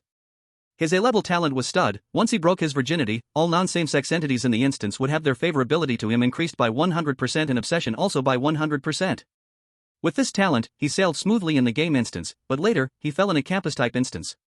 All the female protagonists became Yandere due to their excessive affection for him, wanting to be with him forever, and ultimately tore him apart. No one expected that these buffs, which seemed harmless, would uncontrollably cost him his life. This case drawn from the academy was very profound. Whether good or bad buffs, one should not try them lightly. Fortunately, Su Yen had already found a solution. For someone like you, mere serious laws can no longer instill fear. What you lack is a normal moral concept. He took 3 bullets from his pocket, and in Owen's disdainful expression, Su Yen carefully loaded them into the magazine, one by one. These were all ordinary bullets. During the horror game's transfer, carrying around 5 kilograms of personal items was allowed. This meant that carrying firearms was indeed possible. Thus, after the horror game arrived, the expense of daily items became extremely low, replaced by the tremendous appreciation of self-defense tools. Just these bullets, Su Yen had bought at 10,000 credit points each. 3 bullets filled the magazine perfectly. After all, no one ever stipulated that one can't physically replenish bullets. Su Yen weighed the heavy revolver, smiling as he spun the magazine. The magazine spun rapidly, and a holy white light gradually emerged on the surface of the handgun, indicating that the special effect could now be activated. With the gun barrel aimed at the still unaware Owen, Su-Yen smiled and said, "Now it's time to receive a baptism of the course socialist values." Su-Yen pulled the trigger. Chapter 35, The Reward of Justice. Prosperity, democracy, civilization, harmony, patriotism, dedication, justice, kindness. In the instant the bullet was fired, Owen felt dizzy, seeing countless flickering words above the bullet. Before he could react, the bullet pierced straight through his forehead. Disappeared. 10 seconds later. "It's all my fault, take me away, sob sob sob, I am simply not human." Heart-wrenching cries echoed from the building. Su-Yen and Detective Blackbear stood in awe, watching as Owen knelt at Officer Whitebear's feet, confessing the crimes he had committed. From spying on the neighbor lady taking a bath, to being a troll online, to stealing takeout, everything was there. It seemed his criminal history was about to reach decades back. Officer Whitebear couldn't help but slap Owen across the face, the cold handcuffs coming down on him immediately. "Enough! Wicked scoundrel! Everything you've said will become evidence in court, come with me." Owen and his wife were dragged into the police car and disappeared at the end of the long street. Su-Yen showed a satisfied smile. "Well, shall we go too?" Su-Yen turned to ask Detective Blackbear. But he saw Blackbear cradling Colin's severed head, walking over to the body in the living room. He swiftly reattached the maid's head to the pale, lifeless body. Colin's neck now had a red ribbon tied around it, and her whole body floated again, though the bloody hole in her stomach still leaked fresh blood continuously. "Miss Colin, we are leaving. Contact Blackbear Detective Agency next time you need anything." Thank you," Colin slowly said. Su-Yen was stunned. "Hey, this can be put back together?" What was the point of all his effort earlier then? This killing ghost thing didn't seem like such a big deal after all. At that moment, Colin's gaze shifted toward him. Her snow-white legs floated across the living room, leaving a trail of blood-red footprints. "Thank you. Justice. Colin looked at Su-Yen and spoke again. "Justice?" Su-Yen froze, pointing to himself. "Are you calling me?" Colin didn't answer. She turned and floated into the kitchen, coming out with several dark yellow spherical objects, handing them to Su-Yen. "Here. Item, potato *3. For me?" Su-Yen was taken aback, but Colin no longer paid attention to the two of them, turning to head toward the bathroom. She took a cloth soaked in a bucket of water and silently began wiping up the blood in the living room, but with each step she took backward, the hole in her abdomen leaked more blood, and she couldn't clean it up. Su-Yen looked down at the potatoes in his hand. The pop-up information box indicated they were normal food, so he placed them in his backpack. "Let's go." Detective Blackbear patted Su-Yen's shoulder. "Assistant, this time your performance is commendable." Almost as soon as Detective Blackbear finished speaking. "Detective Blackbear's trusting you plus 30%, White Bear officer's wariness toward you plus 20%. Current worldview progression, 5%. Su-Yen raised an eyebrow, finally seeing some progress. It seemed like this was going to be a long-term side mission. For now, with no suspicions, Su-Yen followed Detective Blackbear out of Owen's house. Before the door closed, he glanced back and saw Colin still silently cleaning the bloodstains on the floor of the living room. "Let's go, assistant. I'll take you to eat something good." After handling Owen's case, the already dark night deepened even further, and the cold wind blew through the streets from time to time. Fortunately, this city was much like the real world. When night fell, the lights came on, and there was no eerie, creepy feeling. Upon hearing Detective Blackbear's words, Su-Yen realized he was a little hungry. Unlike the previous side missions, this one had taken so long, and it felt like it was just the beginning. The hunger, along with the ongoing activities, had become a noticeable feeling. As they walked, they arrived at a small food stall. "Boss, bring us something to eat, the usual." "Got it," a hoarse, eagle-like old voice responded. Detective Blackbear casually lifted the curtain and sat down in front of the stall. Su-Yen mimicked him and sat on Blackbear's right side. The stall owner was a strange creature made up of a pile of black-purple rotting mud, with all sorts of bizarre kitchen waste stuck into its body. It had eyes the size of pool balls, and purple-black fingers, a tuft of messy hair. Su-Yen felt his scalp tingle, unable to help but lean back and whisper to Blackbear Detective, "Where did you find this performance artist? Is this food stall really trying to get back at society? Be polite." "Assistant." Blackbear Detective also whispered, "Chef Hit is willing to provide us food for free, that's already very generous." Su-Yen's eyes went wide. "So after all this hard work, you brought me to eat charity food? What about your payment? Hand it over, I want to eat bear paw." "Stop joking, assistant." Blackbear Detective straightened his tie, looking unfazed. "Where's the payment? We are all doing this for free." Su-Yen immediately wore an expression of "Are you kidding me?" It's important to know that even the napkins in restaurants these days aren't free, let alone I've never heard of detectives working without pay. Assistant, you shouldn't say that. Black Bear Detective frowned. Black Bear Detectives trust value -5%, White Bear Officers vigilance -5%. Su Yan's expression stiffened. He originally thought the plot scene was over, but unexpectedly, favorability could still change in real time. Indeed, even if the main quest wasn't triggered, one still couldn't be careless.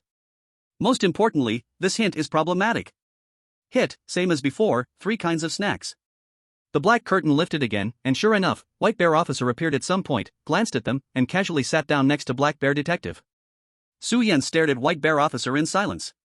If before he merely suspected, now he could basically confirm that this White Bear had ulterior motives. From the very beginning, he had been watching him and Black Bear Detective. "Oh, buddy, you're here too." Black Bear Detective showed no doubt, smiling as he greeted White Bear Officer. White Bear Officer maintained his high-cold demeanor. Soon, bowls of dishes with strange odors were brought to the table. "This is food?" Su Yan looked down. Seeing a whole clump of purple-black, mud-like dish in the bowl, he fell into doubt. He glanced at Chef Hit in front of the stall, suspecting this was scraped off him. "Just bear with it, assistant." Black Bear Detective chuckled awkwardly. Chef Hit has not been in a good mood lately, the dishes are a bit off. "Then what the hell is that over there?" Su Yan pointed at White Bear Officer's side. At this moment, the other party was leisurely enjoying bright-colored, tender salmon, which looked very delicious. "Kitchen waste. Surplus. In bad condition. Eat it or not." Chef Hit's hard explanation came from that side. Su Yan's mouth twitched, he could only lower his head to look at the dark dish in his bowl. He turned his head, and on the other side, Black Bear Detective was already eating heartily.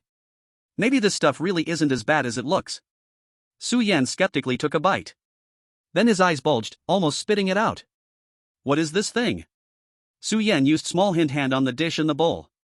Chapter 36 Characters brought by cuisine. Chef Hit's kitchen waste. Chef Hit's unfortunate dish, harmless to bears, toxic to humans. Su Yan felt a deep malice from the quest. Bears can eat it, but he cannot? What level is he? Feeling his body's condition, he did not have a strong sense of discomfort. Basically, this bite of toxic food felt like eating a century egg to him. It could fill him up, but eating it all would surely be uncomfortable. It was like someone who disliked cilantro forced to eat a whole pot of it, or someone who loved vinegar could only dip dumplings in soy sauce, or a person with indigestion eating a whole bag of spicy strips. Su Yan tried to convince himself to first solve the hunger issue, but in the end, he couldn't bring himself to eat this clump of purple kitchen waste. "Hey, assistant, why aren't you eating?"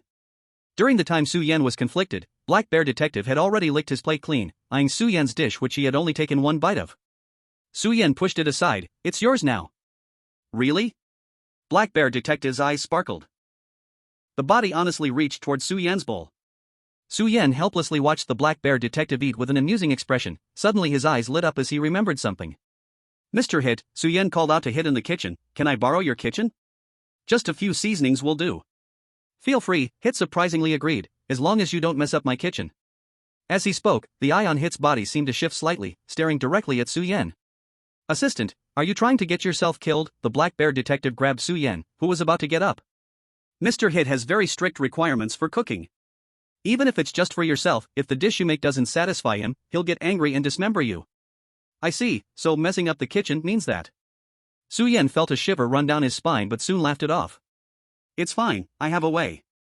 Su Yan walked into the back kitchen. Perhaps due to the temporary absence of customers, Hit stood quietly aside. The purple sludge flowed slowly over him, with limbs sinking deeper into it. Su Yan glanced around the back kitchen. It was similar to an ordinary kitchen, very clean, without any strange grease or dirt. Taking a deep breath, he pulled out a potato that Ka Lian had given him from his pocket. Washing it, peeling it, and cutting it into pieces, all in one go. Hit stood by watching, but slowly shook his head, clearly unimpressed with Su Yan's performance. In fact, Su Yan had only learned basic cooking skills. If asked to compare his skills with those of the cafeteria uncle, Su Yan could only sigh 3 times and concede defeat. However, everything changed when Su Yan started a fire by the boiler. The bloodshot eyes on Hit's muddy form were suddenly captivated by Su Yan's posture.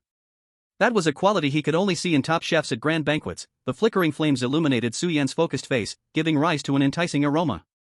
Officer White Bear and Detective Black Bear both paused in their eating, unable to resist looking towards the scene. Soon, a plate of golden potato dish was completed. Limited by the ingredients and condiments, Su Yan could only manage this much. He smiled as he brought the plate back to the table, and Hit didn't stop him. Gently picking up a piece of potato and putting it into his mouth, Su Yan finally revealed a look of contentment. With a crispy yet slightly soft texture, the creamy flavors stimulated his taste buds as if every cell in his body was blooming. So delicious. Is this what expert-level cooking is? Su Yan hadn't expected his first D-level skill to be used for cooking. Hawaii training camp, able to acquire an expert-level skill in 10 minutes. Worried about time, Su Yan activated this skill only while holding the pot, and naturally, he chose to acquire cooking. Assistant, the black bear detective gulped, his eyes fixed on Su Yan's stir-fried potatoes. I didn't know you had this kind of skill. Can you share some with me? Please. Su Yan chuckled, I can, detective, but can you still eat now?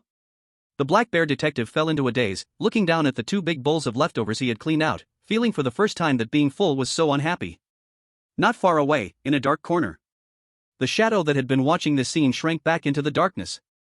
Trust level with Black Bear Detective plus 20%, White Bear Officer's wariness plus 15%. In the end, Su Yan successfully boosted his closeness level by sharing some food with the Black Bear Detective and promising to treat him to a meal tomorrow. While Su Yan pondered the usefulness of these closeness levels, a figure suddenly dashed out from the roadside. Hey, brother! The person who appeared seemed very excited and waved from 2 or 3 meters away. Su Yan was taken aback. In front of him stood a young man wearing a shirt and jeans, with no strange appearance or extra organs. He looked like an ordinary human. Su Yan had never seen him before, which meant that this sudden appearance could only come from 2 sources. One was a resident of this city, but as a newcomer to this instance, it was his first time seeing him. Of course, there was another possibility. A player.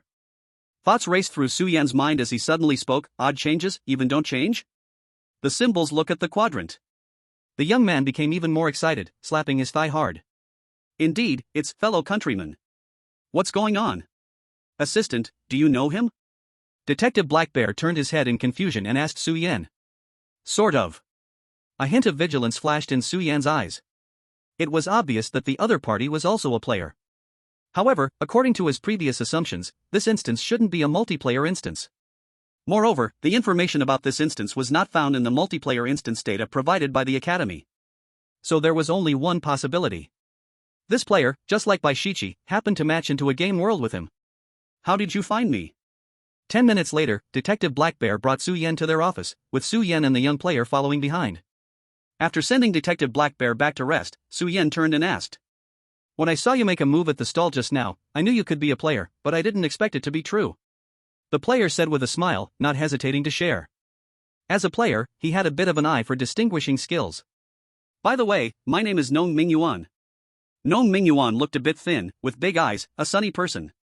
Su Yan subtly hid his hands behind him, ready to pull out the weapons attached to the 3-dimensional maneuver device at any moment. Yet Nong Mingyuan's next words left him frozen in place. Brother, do you want to meet other players? Chapter 37, Food Makes People Crazy. Other players? Nong Mingyuan's words revealed quite a bit of information. Yes. Nong Mingyuan said with a grimace, this dead world has really tricked me. If it weren't for everyone's aid, I would probably have to eat pig food every day. Su Yan couldn't help but nod, recalling Hitler's mysterious cooking. How many players do you have here so far? Counting you, who we just found, there are about 8 of us. Nong Mingyuan said with a carefree attitude. Don't worry, we are all independent players, we've just spent a long time in this instance and discovered each other. Every 3 days, we gather at an agreed location to exchange information, hoping to clear this damn instance as soon as possible. I just started moving today and saw you, so what do you say? Want to go take a look together? But I refuse. Su Yan immediately replied. Nong Mingyuan was stunned. Firstly, he didn't expect Su Yan to refuse such a beneficial and harmless suggestion, and secondly, he didn't expect him to refuse so quickly. Ahem, I misspoke. I'm just too popular in real life, so I'm subconsciously used to rejecting others. Su Yan quickly changed his tone. Oh, is that so? You scared me for a second. Nong Mingyuan waved his hand. He did not pay too much attention to Su Yan's sudden change. Su Yan relaxed his vigilance slightly, since his skill hadn't triggered, it at least meant Nong Mingyuan had no malicious intent towards him for the moment. In that case, it wouldn't hurt to take a look first. The 2 of them started to head out. Nong Mingyuan led the way, crossing 3 or 4 streets, heading to a small park marked on the city sign. Passing the snack stall, Officer White Bear was already gone, and Hitler seemed to be preparing to close up. Su Yan followed Nong Mingyuan, encountering many extremely deformed ghosts and ugly monsters along the way, but fortunately, they seemed not to be aggressive. In a dim park, shadows of a few people stood here and there. They are all players. There are 3 who are similar to Gnome Mingyuan and Su Yan, wearing daily clothes from the real world, while the other 3 are much more eye-catching. All 3 are wearing deep black bow ties, paired with brown-green overcoats, and their lower bodies are also fitted with refined leather boots, along with light gray trousers. There is a strong military style from the last century. That curly-haired one is the player who proposed we communicate regularly, named Li Xing. He was the first to find us, and the 2 beside him seemed to be with him, Gnome Mingyuan reminded in time. Su Yan's attention shifted to the smiling curly-haired man in the shadow, who carried a hint of a leader's aura. Upon seeing Su Yan, his eyes lit up for a moment. This one should also be a new player. He approached Su Yan and shook his hand, with a strong grip. Pleased to meet you. Su Yan's gaze lingered slightly on Li Xing and the 2 behind him. These 3 people are dressed alike and seem to know each other even before entering the instance. In a normal person's mind, they might guess that the 3 are friends or even triplets. But Su Yan knows it's not. First, if they were friends, there would be no need to rely on similar clothing to make an agreement, which would actually make it harder to hide their relationship. Second, the 3 do not look alike, and there are slight age differences among them. After studying the materials provided by the academy, Su Yan had a different guess. I'm very glad that a friend has joined us, Li Xing said warmly. I wonder, how many times have you participated, friend? Li Xing acted just like a simple, enthusiastic, hospitable player.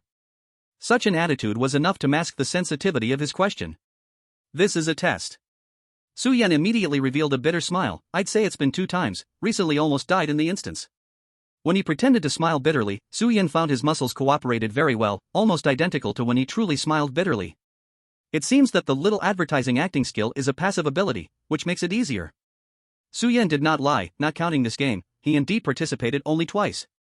However, he naturally wouldn't mention the incident of seizing a game settlement. Whether in demeanor or language, Su Yan expressed himself authentically. Li Xing frowned slightly after hearing this. I sympathize with your experience, friend, but don't worry. With our combined efforts, we will surely conquer this instance. After a simple exchange, Su Yan could feel that the attitude of these 3 towards him had become a bit cold. If it weren't for the fact that he had been observing Li Xing's every move, he might have thought it was his illusion. It was still Gnome Mingyuan who led him to continue cheerfully getting acquainted with others. After a brief greeting, he found no tough characters like Tiger Yi or Wu Yu among them. Soon, under Li Xing's host, the 8 players present began exchanging information. Just as Gnome Mingyuan had mentioned, this is simply an information exchange center. Su Yan quickly furrowed his brows. Things are worse than he imagined. The 8 players present had no common points, they were all randomly refreshed next to an NPC, appearing in this city. Everyone's job was mostly similar. Some followed the police to capture criminals, some accompanied judges to adjudicate cases, and there was one working in a restaurant. However, from his observation, the boss was also a watcher, monitoring the nearby red light district from the restaurant. Thanks to this boss, they could squeeze out some leftover vegetables from the restaurant each day, which prevented everyone from eating pig food. If everything goes as expected, their jobs involve dealing with frontline criminals and villains. This is crucial information. However, the people present are not lacking in intelligence and have long summed this up, encouraging everyone to explore. The problem lies here. Everyone appeared in this city at different times, but the earliest player had already stayed for a full 15 days. Gnome Mingyuan had also entered the instance for 8 days, and every day he followed a slime officer to catch criminals, but there was no progress at all. Everyone was not given any guidance for the main storyline task. This means they might not even be able to leave this game instance. Sigh, when will this life come to an end? One of the players exclaimed, his stomach growling. The conversation basically came to a halt. Su Yan tried to bring up the affinity event he discovered earlier, but everyone just laughed it off. The dependency of that NPC by my side has already maxed out. Besides being kinder to me, there's no other sign. Li Xing squatted among the crowd and spread his hands. I feel like this should be some insignificant information. Moreover, it's too hard to improve someone's favorability. Everyone nodded, seemingly with a hint of despair. Su Yan remained silent, while another ordinary player called out to the crowd, everyone must be hungry. This is the food I've saved up over these days, you all can share it. The other players perked up, and Gnome Mingyuan even grinned widely as he walked over. Aha, food is here. Su Yan's expression changed. Food? Chapter 38, Idol of the Red Light District. Many players took out condiments, cooking utensils, chopsticks, and even a gas canister from their bags. It was unclear whether they had obtained these from the instance or brought them in themselves. Li Xing stepped in and, along with the player who worked at the restaurant, distributed about 80% of the food. The rest seemed to be intended for tonight's shared meal. Although Li Xing and his group were not the earliest players, they seemed to have gained quite a bit of trust, with Li Xing being the most trusted. Su Yan glanced at the skill bar and stood up. Let me handle the cooking, my skill is in making chef-level dishes, which will take about 10 to 20 minutes. It's true. When I saw brother Su Yan cooking, I almost drooled. Nong Mingyuan's eyes lit up, immediately testifying to it. The expressions of several players became even more joyful. Su Yan cheerfully joined Nong Mingyuan in washing the dishes and prepping the vegetables. Su Yan could feel that after he mentioned his skill, the two players behind Li Xing looked at him with more indifference. By the way, Nong Mingyuan, as he washed the plates, Su Yan casually asked. I see everyone is starving, is food hard to obtain in this instance? Not just hard. Nong Mingyuan's face fell. In these 8 days, I've only received an apple from a victim once, and it was sour. Nong Mingyuan seemed to recall something, a dark expression on his face. The NPCs in this city act so clueless, sometimes criminals don't even get arrested in front of them. Instead, those criminals are so clever that my superior directly gives up catching them, leaving me with nothing each time. Even if I present piles of evidence, that dumb officer won't make an arrest. Su Yan nodded thoughtfully. He finally understood why the murder case at the Owen's house seemed so intent on insulting his intelligence. In this instance, trying to apprehend criminals through evidence and logic was likely impossible. The real technique should be to rely on one's skills to get the NPCs to handle the cases successfully. Su Yan glanced at the players behind him. Most of the people here might have fallen into this misconception. Brother Su Yan. The vegetables are almost ready, want to give it a try? Coming. Su Yan smiled as he lit the gas stove in front of everyone, and soon, a delightful aroma wafted through the air. Everyone praised Su Yan's culinary skills. Su Yan felt that Li Xing and his group finally stopped paying attention to him. After thinking for a moment, he still chose not to share his thoughts with the group. The future is long. As it was already deep into the night, the players present finally said their goodbyes to each other, and Su Yan and Nong Mingyuan parted ways downstairs at the Black Bear detective's office. Su Yan returned to the office and saw a naked black bear lying on the sofa next to the wall, fast asleep. Without the suit and cane, it truly looked quite bear-like. Su Yan smiled, found a blanket near the room, and lay down on another sofa, covering his head. The next day, Su Yan woke up to a loud noise of rummaging through drawers and cabinets. Assistant. Even before he had fully put on his gentleman's suit, the black bear detective hurriedly said. There's an emergency case, we need to go assist Officer White Bear. Which ghost has died again? Su Yan yawned and slowly sat up. He had taken off the regular bullets from the believer's revolver the previous night, and it should be fully reloaded by this morning. He had decided that if he encountered any highly intelligent criminals again, he would just fire a Marxist shot straight at them. It would save him the trouble of causing problems and wasting his breath. It's not a homicide. The Black Bear detective's voice grew heavier. It's the idols in the red light district. They've started a riot. Su Yan froze for a moment, stunned. Idols? Downstairs, a police car had already stopped at the door.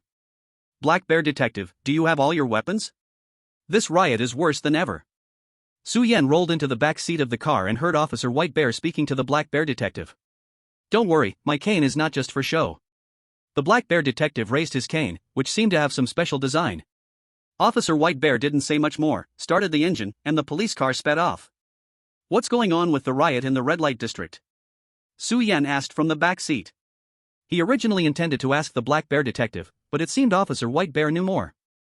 Officer White Bear glanced at Su Yan through the rearview mirror and then said, the red light district, it's where those troublesome people spend their leisure time. The people who run the gray areas provide various slightly provocative entertainment for those bullies.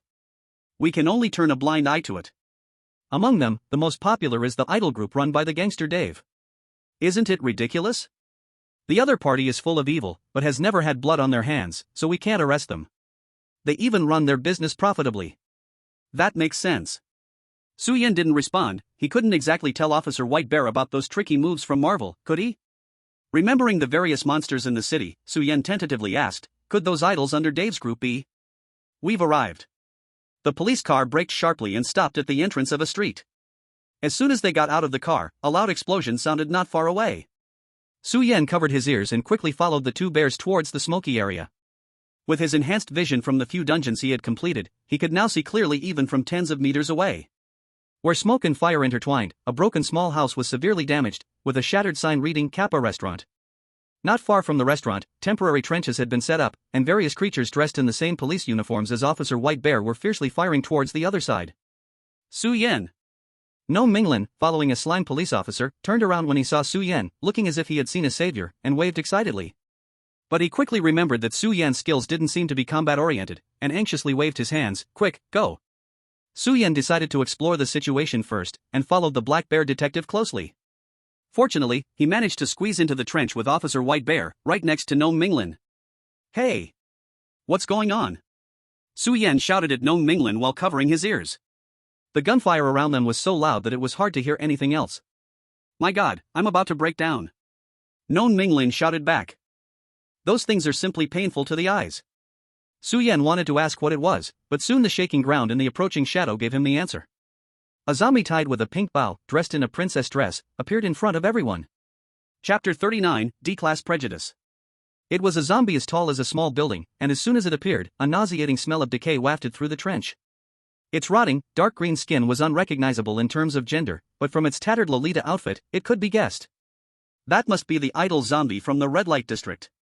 After this mission ends, I definitely need to find a psychologist to treat my eyes. Su Yan complained. Over there, thick smoke billowed, and it seemed the police had paused their fire. Not long after, an officer hurriedly returned to the trench with a shadow on his back. He was escorting a big bearded man wearing a white tank top, his lower body entirely mechanical. Oh! Dave, you jerk, shouted Officer Slime next to Nong Mingyuan, immediately getting furious. I want to send you to jail and kick your butt hard.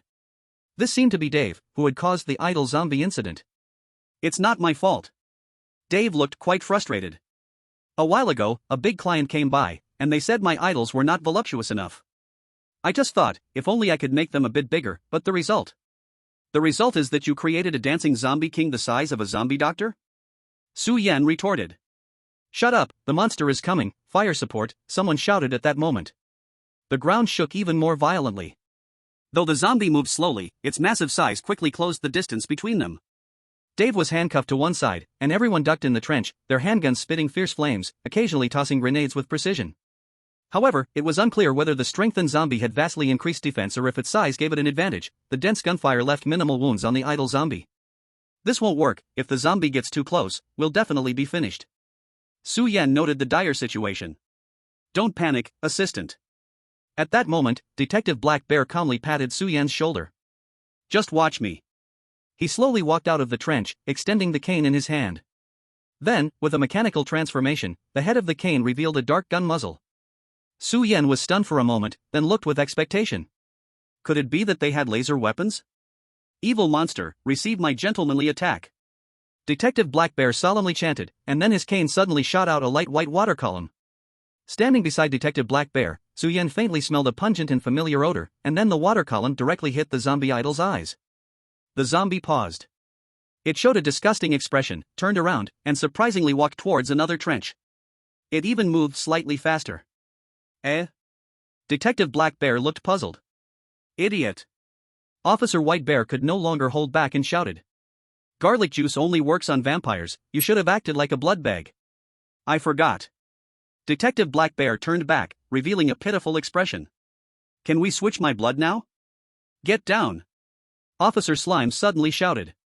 Su Yan acted quickly, hastily pulling Detective Black Bear back into the trench as a deafening sound erupted.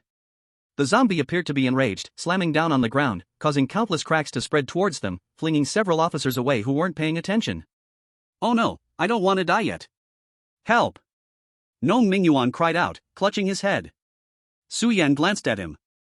The disturbance this time was louder than ever. Theoretically, players in other places should have noticed by now. But since no one appeared, it can only mean one thing: they might be fighting for their own lives. Forget it, let me give it a try. Su Yan found an empty spot in the trench and pulled out the believer's revolver. A bullet implanted with love and peace shot straight towards the zombie's forehead, successfully drilling into its head. Did it succeed? Next to him, Nong Mingyuan perked up, curiously coming to Su Yan's side. Failed. The zombie continued to move as if it had not been affected at all, and Su Yan's expression shifted strangely. I almost forgot, zombies have no brains. The two exchanged glances, watching the giant zombie that was already in front of them. Run! Boom! The entire street echoed with a loud sound, the surrounding buildings already in ruins. This is not a game, a small house cannot withstand an army of thousands. What to do? Can this thing really be dealt with? Su Yan stepped away from the trench, looking back at the fleeing police officers, feeling unsure in his heart. If something went wrong, he might have to lose one of his summoned creatures. Forget it, who knows what will happen if we keep going like this. Su Yan stopped in his tracks, suddenly turned around, and fixed his gaze on the zombie idol that broke through the blockade. It's decided, pea shooter.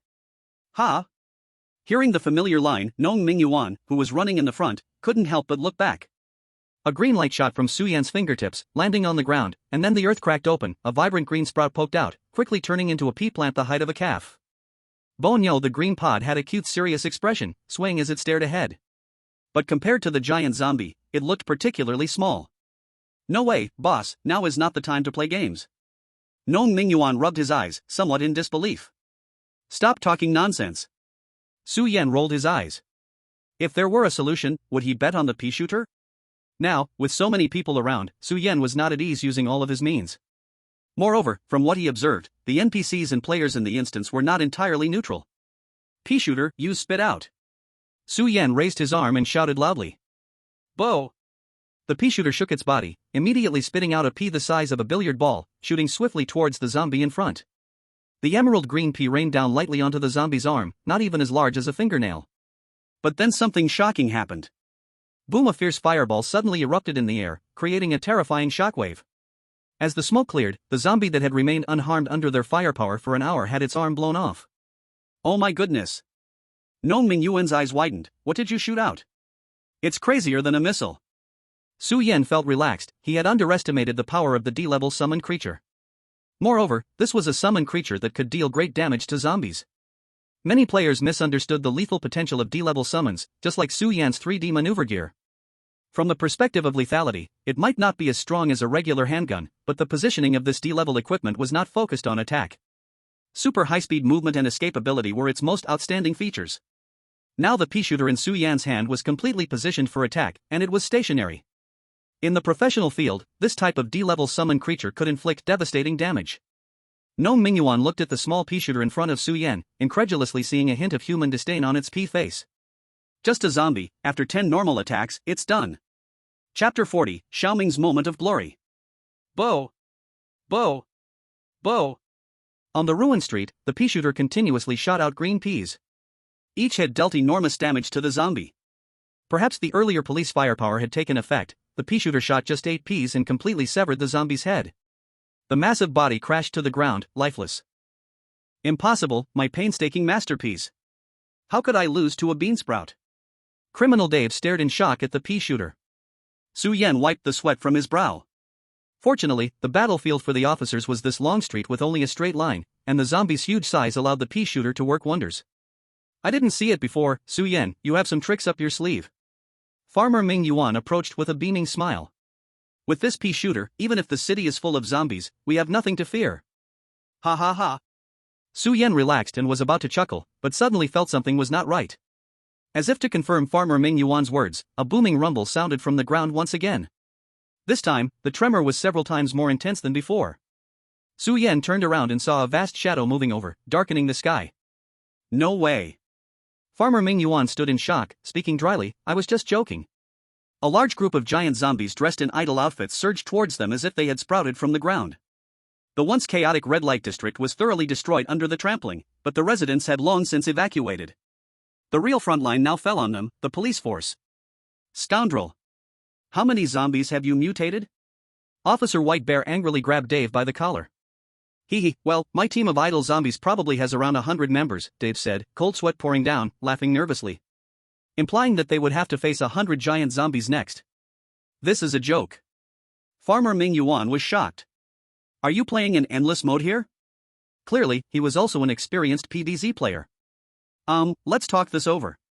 Dave ignored Farmer Ming Yuan, swallowed hard and said to the police officers, this place can't be held anymore, let's each escape. No matter how crazy he was, he knew his research had gone out of control, and he didn't want to die here. Farmer Ming Yuan, can you contact the other players? Su Yan looked at the vast army of zombies in the distance. The pea shooter frowned, continuously shooting out green peas, knocking down 2 zombies. But because the pea shooter dealt single target damage, it was clearly not enough against the swarming zombies. Most importantly, the zombies were too dispersed, the pea shooter couldn't hit them. To put it simply, a street was about 3 lawn widths wide, and the pea shooter could only hit targets in 1 lawn. I don't know. Farmer Ming Yuan said with a pained expression. I remember there were 3 players nearby, they should logically come over. Su Yan's mind raced. If this crisis wasn't a coincidence, it meant it was a trial arranged by the game system, and all players were trapped. Currently, the disaster was likely spreading throughout the city. Just relying on escape would probably make it hard to dodge a calamity.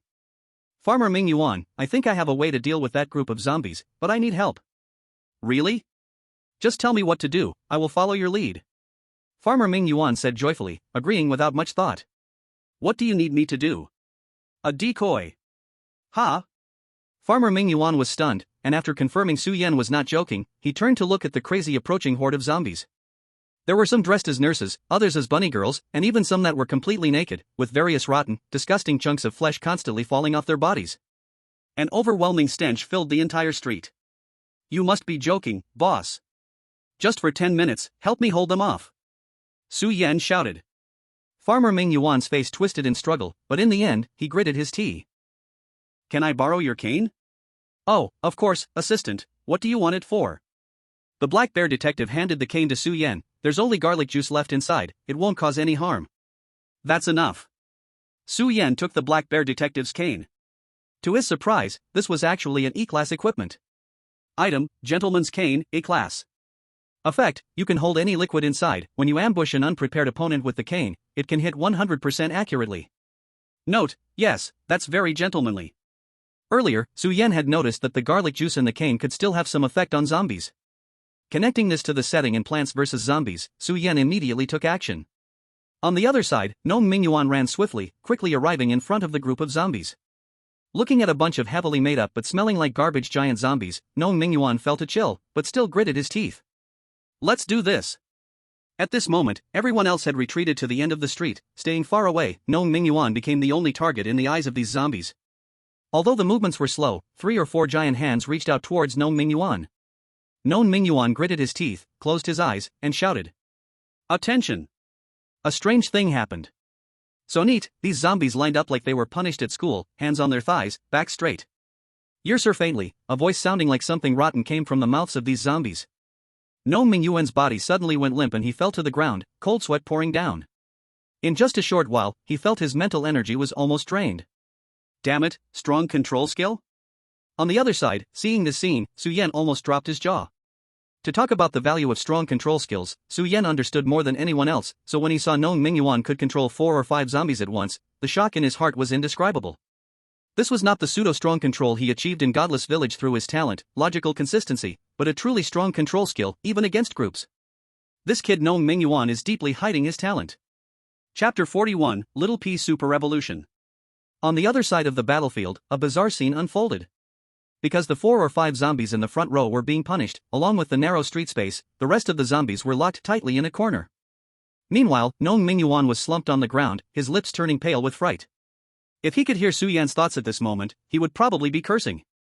Yes, he had a strong control skill, but the energy consumption was enormous. Most importantly, this skill had a deadly flaw. The shadows in front began to stir again. Gnome Mingyuan looked up in horror, and sure enough, the few giant zombies in front started reaching for him again. And only 3 seconds had passed since he activated the skill. Skill, attention. D-class.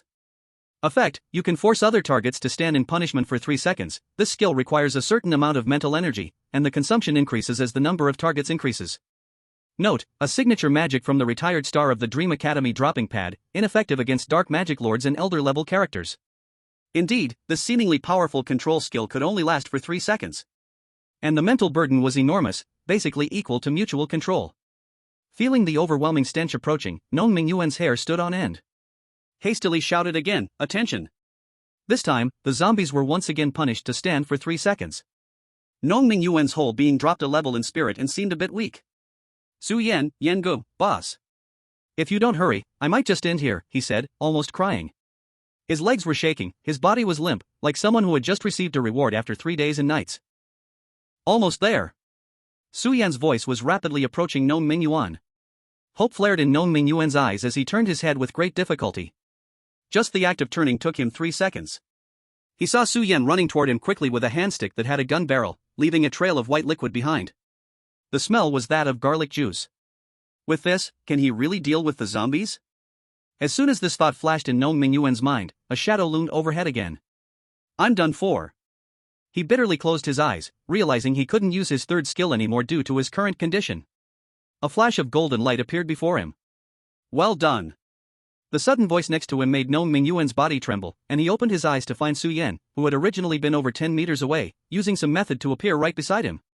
Su Yan lifted Nong Mingyuan with one hand and quickly ran towards the street where the officers were gathering. Pea-shooter, provide fire support. Amidst the whistling wind, Nong Mingyuan didn't expect Su Yan's last resort was still the pea-shooter. But with so many zombies, can they truly handle it? He turned his head back, only to be stunned to discover that the zombies were moving even slower. If he had to say the reason, the line of 3 or 4 zombies that had been in a row suddenly started to cram together and formed a line. At the feet of the zombies were 2 rows of liquid traces that tilted towards each other, forming a cone. Seeing this, Su Yan felt a bit relieved in his heart. Sure enough, garlic juice can also affect zombies here. His plan might just succeed. In those 40 days, apart from researching documents, Su Yan spent all his spare time playing Plants vs. Zombies. If it weren't for the lack of ash plants, you would all be dead. Su Yan put Nong Mingyuan down and stood beside the pea-shooter, grumbling a harsh remark. Nong Mingyuan stared blankly at the slow-moving zombie army in the distance. To say they were slow, but with their giant bodies, it was just a matter of time before they reached them. And the pea-shooter could only dispatch a zombie in 10 seconds at most, shooting peas one by one. The firepower isn't enough. Stay calm. Su Yan obviously anticipated this scene. Suddenly, he crouched down beside the pea-shooter. Then, he took out a palm-sized semicircular object from his pocket. It was a small green steel helmet. No way. Nong Mingyuan's expression became extraordinarily thrilling. Shoo. Su Yan smiled and put his index finger to his lips, then placed the little steel helmet on the pea-shooter's head. Since it's a pea-shooter, it's reasonable for him to make his own pea-shooter evolve. A flash of white light passed. Camouflage paint appeared under the pea-shooter's eye bags, and 4 gun barrels protruded from its mouth. BR. This time, a different sound came from the pea-shooter, accompanied by 4 strong peas. A machine gun shooter. The firepower had increased 4 times compared to before, and paired with the officer's firepower, they could take down a zombie in just 2 shots. This is possible? Nong Mingyuan was dumbfounded. No, my sweethearts. My babies. The situation suddenly reversed, and Dave, sitting in the corner, immediately let out a wail. Those were his tools to get rich, they clearly still could be used after shrinking. Su Yan glanced at the gradually falling zombie horde and quickly turned to walk towards another side. Wait, the firepower is still not enough. Nong Mingyuan also noticed the anomaly. Although the speed of the zombies falling had increased 4 to 5 times, the distance between the zombie tide and them was still rapidly closing. Don't panic. With a loud bang, in another corner, Su Yan punched down a tree at the roadside. Nong Mingyuan's eyelids twitched. He had noticed earlier that Su Yan's strength was unbelievably great. Is this really the level expected from newcomers in a second instance? Su Yan casually tossed aside the tree trunk. With all his strength, he pulled the tree root out. Then he smiled and walked back, casually placing the tree stump in front of the pea-shooter. Hey, brother, can you lend me a light? Nong Mingyuan's mouth dropped open, and on the other side, an officer obediently handed Su Yan a lighter. The roaring flames ignited the entire tree stump. Every pea shot out by the pea-shooter changed instantly after passing through the flames, turning red all over, with magma-like cracks appearing. It looked like meteorites shooting away. Nong Mingyuan sat there in shock, completely stunned by Su Yan's display. Bro, even A-rank summons can't play like you, right? The classic combination of machine gun shooter plus torch stump lasted a full 15 minutes, firing so many peas that the pea-shooter's muzzle was starting to turn red. On the long street where the Kappa restaurant was located, a large pile of zombie corpses accumulated, filling the air with the smell of burnt flesh. Only after the last uniformed zombie fell did Su Yan finally breathe a sigh of relief. In his ears, the system's prompt sounded. Black Bear detectives trusting you plus 50%, White Bear officers alertness to you plus 50%. Chapter 42, starting from justice. So many? Su Yan raised an eyebrow, somewhat surprised. But seeing Nong Mingyuan next to him, he quickly understood. From the information gathered at last night's gathering, it was clear that this incident was on a completely different level than before. And this time, it was a disaster for which he and Nong Mingyuan's police resources had to unite to deal with. Naturally, the increased trust level was much higher than when capturing at the Owen residence. Su Yan roughly calculated in his mind. Now, the Black Bear detective's trust level in him should be around 95%, while the White Bear officer's alertness was at 80%, almost maxed out. Kid, you actually dared to burn my sweethearts clean, I'll remember you. As he was pushed past, Dave cried and cursed. With evidence against him, it seemed he had no chance of escaping this time. Thank you all for your hard work, everyone take a break. The uninjured officers clean up the scene, then disband the police force. An officer with a creature-like parasite on his head gave the order, then handed out some food to everyone. Item, compressed biscuit *3. Both Su Yan and No Mingyuan received food, and their expressions changed simultaneously. By the way, the restaurant. The two ran towards the now ruined Kappa restaurant. Inside the broken restaurant, a Kappa that looked like the owner lay on the ground, covered in blood. On the other side, a familiar corpse lay there, already dead for who knows how long. The two fell silent. This was the player who kindly provided food to everyone last night, and to their shock, had now died in what should have been the safest job position. He said he would get enough money for his wife's organ transplant surgery after this game, No Mingyuan said softly. Among the players participating in the horror game, major organizations only made up a small part. In fact, refugees made up the vast majority of the player base. They weren't incapable of obtaining safe time in the last game, but due to various reasons, they urgently needed a large number of credit points. The horror game was their last hope. Where are you going? Seeing Su Yan turning to leave, No Mingyuan asked. Just doing some things, see you at the usual place tonight. Su Yan paused for a moment, leaving behind a sentence. So much had happened today, if any other players were still alive, they would definitely gather together again. He needed to find some clues about clearing the game before that, and also prepare to deal with some problems. Hey, assistant, you're back? By the trench, the black bear detective, looking a bit tired, smoked his pipe and was very happy to see Su Yan return. He looked at Su Yan's left hand and then at his right hand. Where's my cane? Su Yan glanced at his equipment bar, calmly replied. What cane? The black bear detective stood frozen in place. Forget about that, I'm a bit hungry, let's go eat. I'll treat you. Su Yan patted the shoulder of the black bear detective. I promised to buy you a good meal. Woo. Fine. The black bear detective, who had lost his beloved stick, walked away with a slumped bare back, feeling somewhat down. This feeling of disappointment lasted only until they returned to Hit's small stall. Goo, assistant, you're cooking. Gurgle, it smells so good. The black bear detective sat in front of the stall, his eyes shining as he polished off Su Yan's potato dish. Trust level with black bear detective plus 5%. Trust level with black bear detective increased to 100%. Take your time. If it's not enough, there's more. Su Yan smiled and sat down beside the black bear detective. This time, Hit was quite friendly to him, readily lending the kitchen and allowing him to take any seasonings he wanted. Garlic, chile, everything was available. He used up the last 2 potatoes that Kalyan had given him, finally raising his favorability a little more. Detective, the crime rate in this city seems a bit high, doesn't it? You can see cases happening every day. Sitting beside him, Su Yan casually asked. He had tried similar probes many times when he was alone with the black bear detective, but he usually only got vague information. Once the conversation drifted to topics he cared about, the black bear detective's natural cluelessness would shine through. Fortunately, this time, there was finally some progress. Gulu. Isn't that normal? The black bear detective said while licking the plate. It has been like this since we were born. The black bear detective looked as if it was common sense. Su Yan thought for a moment and suddenly said. Detective, since there are cases happening every day, and you're handling them without pay, then, why do you do it? The black bear detective looked confused and uttered words that shocked Su Yan. Isn't it you who told me to do it?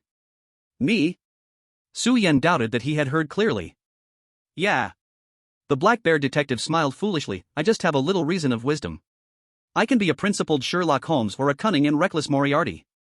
You're Justice, my assistant, so of course, I will listen to you. What the black bear detective said was extremely important information. Su Yan thought for a moment and finally asked. Then what about Officer White Bear? What is he? Oh, him.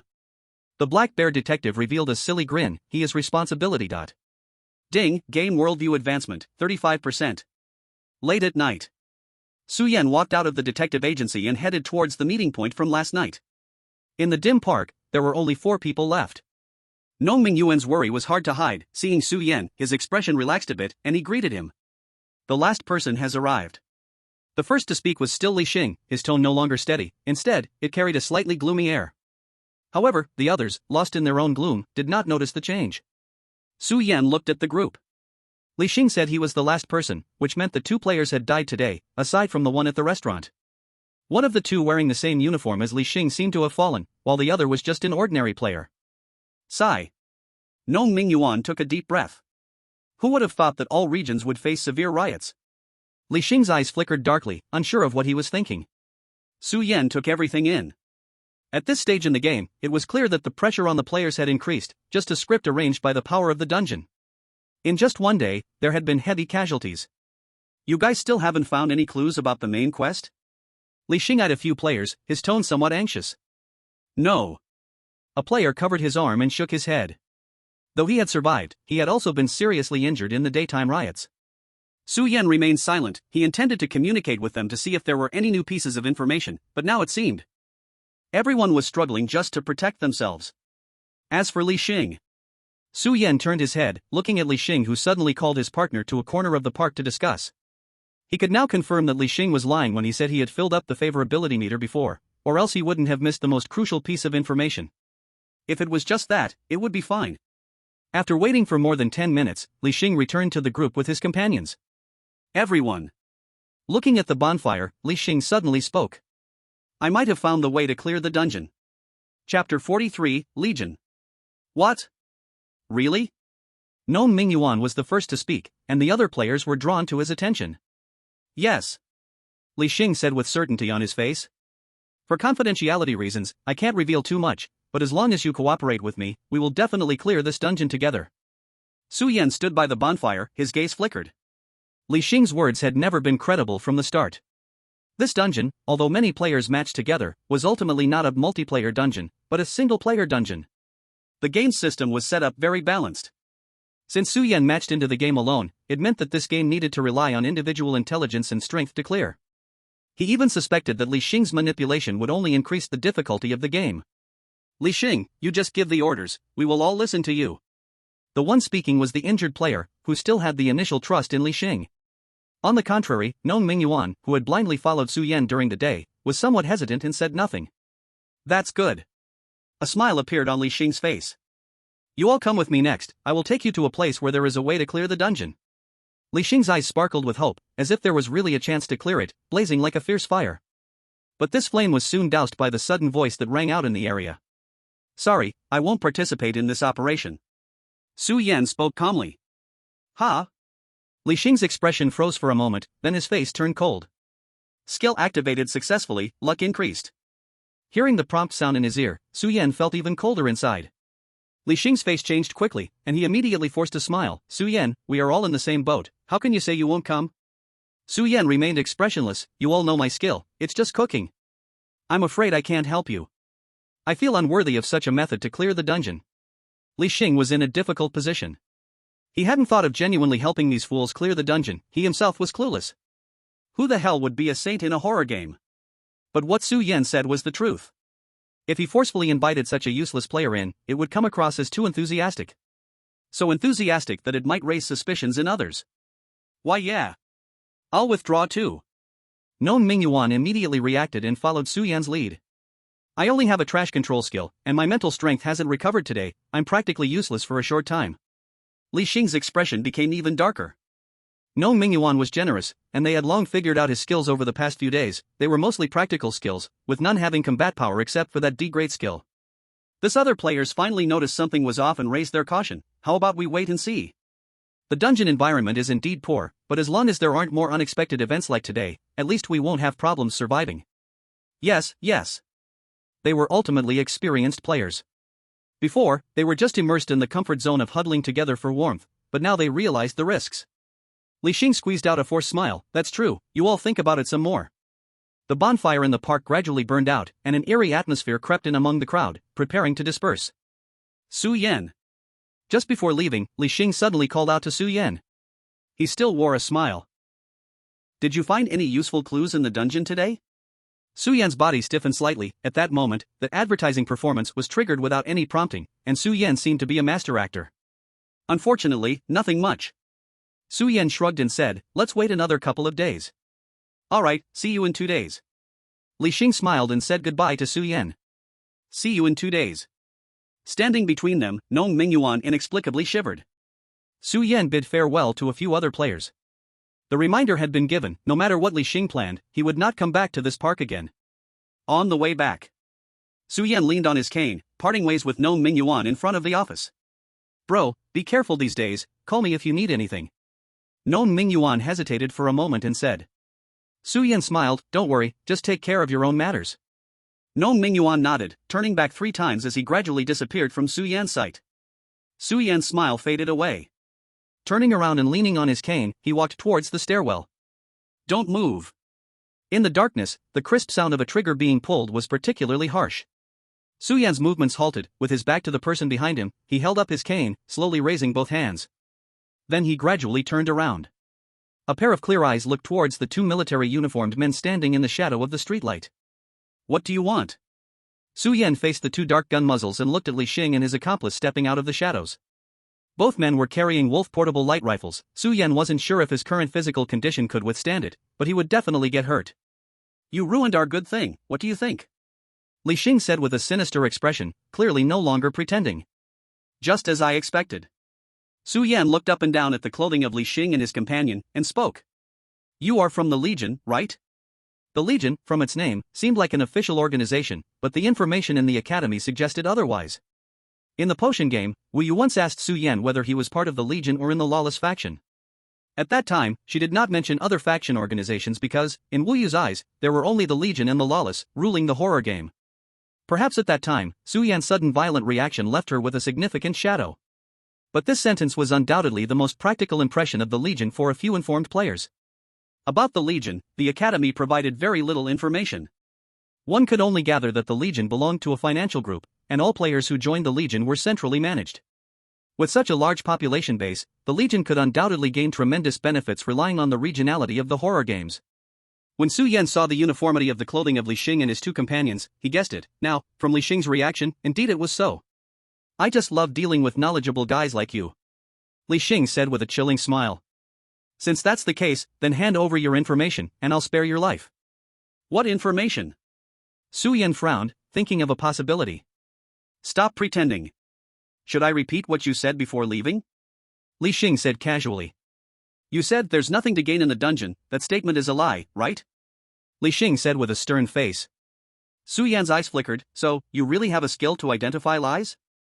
Heh, your acting is indeed impressive, you must have related skills, right? Li Xing shook his head disdainfully, I can't see any lie in what you're saying. But unfortunately, my companion can hear every word you say to see if it's sincere. Su Yan glanced at the man beside Li Xing, not surprised. He just didn't expect that with just 3 people in the Legion, the skill combinations would be so troublesome. With such a person around you, don't you all feel scared? I advise you to stop wasting your effort on sowing discord. Li Xing's sneer became more pronounced. It was clear that this kid was clearly stirring trouble, which showed he truly had little ability, just a lucky player who completed a dungeon once. The purpose of our Legion is lower ranks absolutely obey higher ranks, and this is why we have grown strong to this day. Your little provocation is just child's play in front of us. Su Yan chuckled awkwardly, as if his thoughts were seen through. So that was it. The last bit of doubt about these 2's abilities was resolved, and Su Yan understood clearly now, they really had no idea of his background. He didn't lie that night, but he did play some word games, now they truly thought of themselves as inexperienced newcomers. Otherwise, the 2 would not still be holding their rifles and talking to him like this. At the very least, they should have suffered a few wounds to feel secure. Clarifying their train of thought, Su Yan couldn't help but lower his evaluation of Li Xing even further. He was somewhat misunderstanding. Li Xing and his companion were also veterans of the Legion, but who could have thought that this blonde boy would start to be on guard the moment he saw them? Although their Legion situation wasn't exactly a secret, it was far from something a regular player like Su Yan could know. Thus, Li Xing and the others had no suspicions. Moreover, Su Yan looked far too young. Normal people wouldn't even think of him as a strong summoner. Su Yan himself even said he had only participated in 2 games. This dramatically theatrical scene was born just like that. If only they had been like Non Mingyuan, who saw Su Yan smash a big tree this morning, they wouldn't be so careless. Alright, enough wasting time. Li Xing seemed to be bored with the cat and mouse game and said directly, I don't care for your so-called intelligence. Hand over all the food you have, and I'll spare your life. Food? Su Yan showed a puzzled expression, you tricked other players just for food? You ignorant fool. Li Xing's eyes turned fierce, you have no idea how terrifying this dungeon is. Today's commotion is the dungeon's final ultimatum to us, after this, our chances of getting food will be even less. This game is simply impossible to clear. Li Xing's hand gripped his face, peeling off white rotten skin, and he squeezed out a mad voice. You don't understand, this is a nightmare-level dungeon. Nightmare. Li Xing looked insane, bursting into laughter. Su Yan's pupils trembled slightly. The academy has a few levels of difficulty for horror games. Normal, hard. These two are passable for normal people, while the latter has a high failure rate and great risk, but with caution, it could still be cleared with the lowest rating. And above these, the academy teachers are deeply cautious. It's as if mentioning it could lead to terrible misfortune and being trapped in a dungeon. Normal, hard, nightmare. It seems like 3 levels of difficulty, but the nightmare is of a completely different scale from the first 2. Looks like you understand, kid. Li Xing's eyes reflected a terrifying light. Do you really think I've only been in this dungeon for 10 days? Wrong. I was the earliest player to arrive here. 50 days. I was trapped for a full 50 days. Do you know how I survived those 50 days? If it weren't for the fact that a player was loaded in on the 30th day, I would have gone crazy from hunger. Li Xing licked his lips, as if savoring some delicious memory. Su Yan felt chills down his spine. Among the players from last night, the earliest one had only been here for 15 days. Our legion has been stuck in this dungeon for 50 days, you refugees shouldn't even think about clearing it. Since that's the case, why not concentrate all resources in our hands? Besides, killing all of you might just give us a chance to clear it. Even if I can be forcefully kicked out, as long as I can live. As long as I can live. Li Xing laughed loudly. You reap what you sow, you deserve to die. Su Yan coldly stared at Li Xing and uttered. He had long thought about sharing clearance information with others, but unfortunately, this guy had never had good intentions. If this few people in the Legion could really unite the players in the dungeon and brainstorm, they might have found a way long ago. The current situation is simply tragic. You insult me, you actually dare to insult me? Li Xing suddenly darkened his face. He was like a neurotic madman now, erratic in his emotions, trapped in a frenzy of self-torment. Well, items like food should drop like equipment when you die. Li Xing furrowed his brows, showing a hint of disinterest and said. In any case, I have taken your food and your corpse. From Li Xing's words, it was clear that killing and stealing was not the first time he had done such a thing in the scenario. Wait a minute. Seeing the two of them finally remember to pull the trigger, Su Yan spoke. Aren't you curious about what is inside the staff I am holding? Li Xing then noticed the staff that Su Yan was gripping in one hand. What is it storing? Could it still be some equipment? Li Xing frowned. No matter what it is, anyway, after it drops, it will all be mine. Su Yan smiled. He was grateful that the detective's staff had become equipment in his hands, and he could activate it with just a thought. Gentleman's staff, you can hold any liquid in it, and when you use it to ambush an unprepared opponent, it can hit 100% of the time. The garlic juice from the Black Bear detective was used up during the day, but he later got resupplied from Chef Hitler. Su Yan wore a full smile, still raising both hands. Under Li Xing's astonished gaze, bright red chili water suddenly sprayed out of the staff without warning. It precisely hit his huge eyes. Sorry, detective, your gentlemanly spirit is now inherited by me. Chapter 45, Greed is never satisfied. Oh, damn it. Li Xing swore that just before the chili water hit his eyes, he had already reacted and was preparing to close his eyelids. That way, it wouldn't hurt too much. But the chili water came rushing in at an impossible angle and speed, just like Newton and Einstein gone wrong, straight into his eyes. Su Yan smiled without speaking. Gentleman's staff. When you use the staff to ambush an unprepared opponent, it can hit 100%, any part. Kid. I want to I want to kill you. Li Xing let out tom-cat-like screams while frantically raising his rifle. On the other side, the Legion members who were surprised by this unexpected scene finally remembered to aim their guns at Su Yan. But before them, the figure had already disappeared without a trace. This unknown member quickly closed his eyes, trying to search for Su Yan. In the dark world, a voice like a knife stabbed through. Caw, caw, caw. An eerie voice rang out from an unknown source. The nameless Legion member suddenly opened his eyes and let out a piercing scream.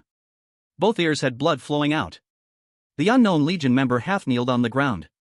Only then did he realize that Su Yan had guessed that behind his ability to hear lies, there must be corresponding side effects. In just a moment of hesitation, it was already enough to be fatal. In the next moment, a surging gale came from directly above. The unnamed member finally lived up to the number of appearances he had made. In the moment of crisis, he reacted and used another powerful skill. He raised his head, and suddenly let out a beam of bright light from his mouth. Mouth of Enlightenment, E-level. You can emit a devastating light wave from your mouth. According to his tests, this skill's killing power far exceeded that of ordinary gunpowder weapons, even surpassing the skin armor generated by his superior's talents. It was also difficult to resist. After all, he was a well-trained soldier, and his skills were aimed directly at Su Yan, who was plummeting from the sky. However, in midair, Su Yan's body moved in a nearly impossible way, disappearing from sight. This is impossible, a soldier from the Legion exclaimed in shock. Nothing is impossible. An unsettling voice suddenly appeared behind the soldier from the Legion. Su Yan, triggered by his expert level of three-dimensional maneuvering, slipped out of a dark corner like a ghost, his blade ruthlessly slashing towards the back of his opponent's neck. The Legion man's body fell into paralysis, collapsing to the ground without any surprise. This set of combos that Su Yan had mentally practiced countless times finally showed its brilliance tonight. Damn it! Su Yan! Who exactly are you?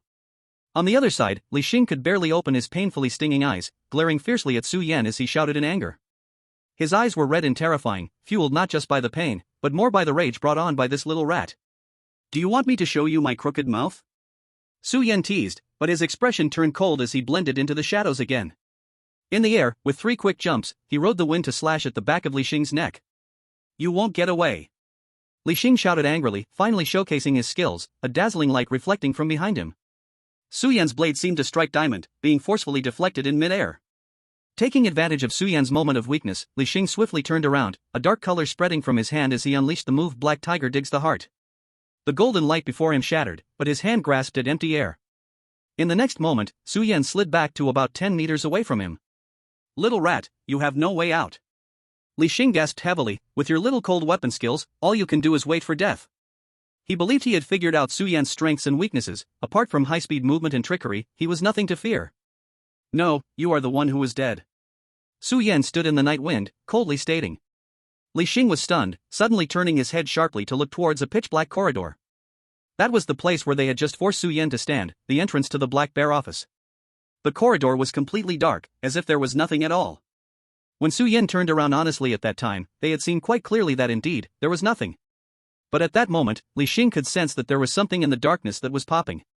The physical pain from the pepper spray slowly eased, and with a bit of moonlight, he finally saw the creature in the corridor, a pea plant, unexpectedly let down, wearing a helmet and gun barrel. Boom! 4 fist-sized peas came crashing towards Li Xing's shocked gaze. Li Xing recalled a past conversation with his superior.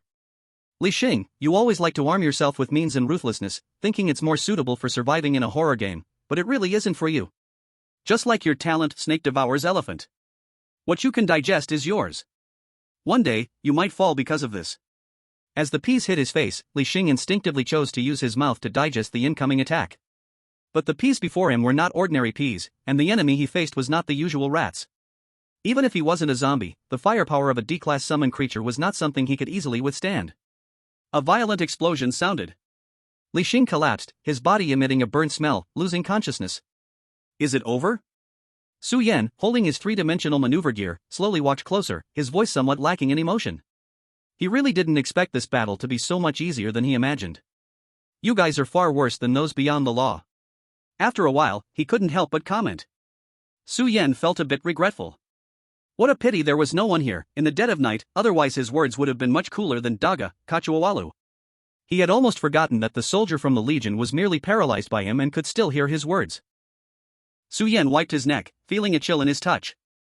Even though every detail of this battle was within his expectations, he still instinctively broke out in a cold sweat. Indeed, fighting against others is more thrilling and profound than any battle. With the skills and equipment in his hands, Su Yan felt as if he had digested something, making everything much easier to handle. Well, I can't let you few pests keep existing. Su Yan sighed, put away the pea shooter in the hallway, and finally walked toward the 2 members of the Legion who were on the ground. It turned out that he had just been joking with himself for so long to give himself some buffer time. He didn't leave any desperate pleas for mercy from the Legion's extras, nor did he see Li Xing wake up in the middle and drop harsh words for a final scene. Su Yan simply took 2 quick slashes with his physical prowess, and a pool of cold blood appeared under the moonlight. This was the first time he had truly stained his hands with blood in a horror game. Officer White Bear's alertness plus 20%. Officer White Bear's alertness increased to 100%. So it has really come. Su Yan quietly murmured while looking at the reflection in the pool of blood before him. After collecting the dropped equipment from the Legion, he slowly turned to look. Behind him, a familiar white figure emerged. Su Yan turned his head and exchanged glances with Officer White Bear. Those straightforward eyes held a depth of emotion that was completely different from usual. So, responsibility, what did you betray for? Chapter 46, The Soul's Abyss. The city at night was very quiet. Earlier, Su Yan only felt a bit cold, but now he sensed an eerie heaviness. Officer White Bear walked towards Su Yan, and the streetlights arranged around them cast flickering shadows on the ground. Finally, he stood about 10 meters away from Su Yan. "You are a bit different from other outsiders," Officer White Bear spoke. Su Yan was not surprised. Encountering an NPC capable of recognizing players in a nightmare-level dungeon, just like the boss from Wushan Village, was normal. "Then, may I ask if you could give us outsiders some convenience and let us go out?" Su Yan probed cautiously. Officer White Bear revealed a cold smile. "If you want to go out, then why did you come in at the beginning?" After a standoff, both sides basically understood each other. Officer White Bear knew that Su Yan had discovered a bit of the truth about this world, while Su Yan understood that Officer White Bear's stance was certainly not neutral and wouldn't easily assist him. In other words, it was difficult. "All right." Su Yan gave up the idea of talking his way out of the dungeon. "Then why don't we talk about your matters?" Su Yan said seriously, "We are all similar beings, why hinder each other?" He already knew the truth of the worldview, so he was even more confused by Officer White Bear's abnormalities. "Tell me, what do you see in this world?" Officer White Bear did not answer directly but asked. Su Yan knew this was his opportunity to advance the worldview. "At first, I thought this was a bizarre world filled with ghosts and monsters, so I didn't pay much attention to the irrational phenomena. After all, what seems normal to me might be completely inapplicable in this world," Su Yan pointed with his fingers. "But soon I realized that aside from the abnormalities during investigations, the whole world was filled with rigorous logic. The NPCs around me were the biggest hints.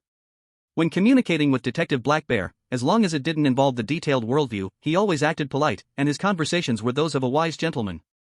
The dungeon loading so many players is not just to let us team up to clear it, but to tell us that every single person is doing the same things. And the most important and obvious hint before the dungeon loading," Su Yan paused, then said. "The Soul's Abyss." Officer White Bear's eyes flickered. "If we transition from macro to micro, many things become reasonable." Su Yan spread his arms. "Feeling the massive city. It's like the world inside a working cell.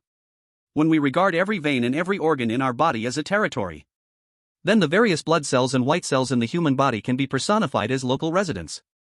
However, our city is a bit different. Its residents are the personifications of a person's various emotions and thoughts.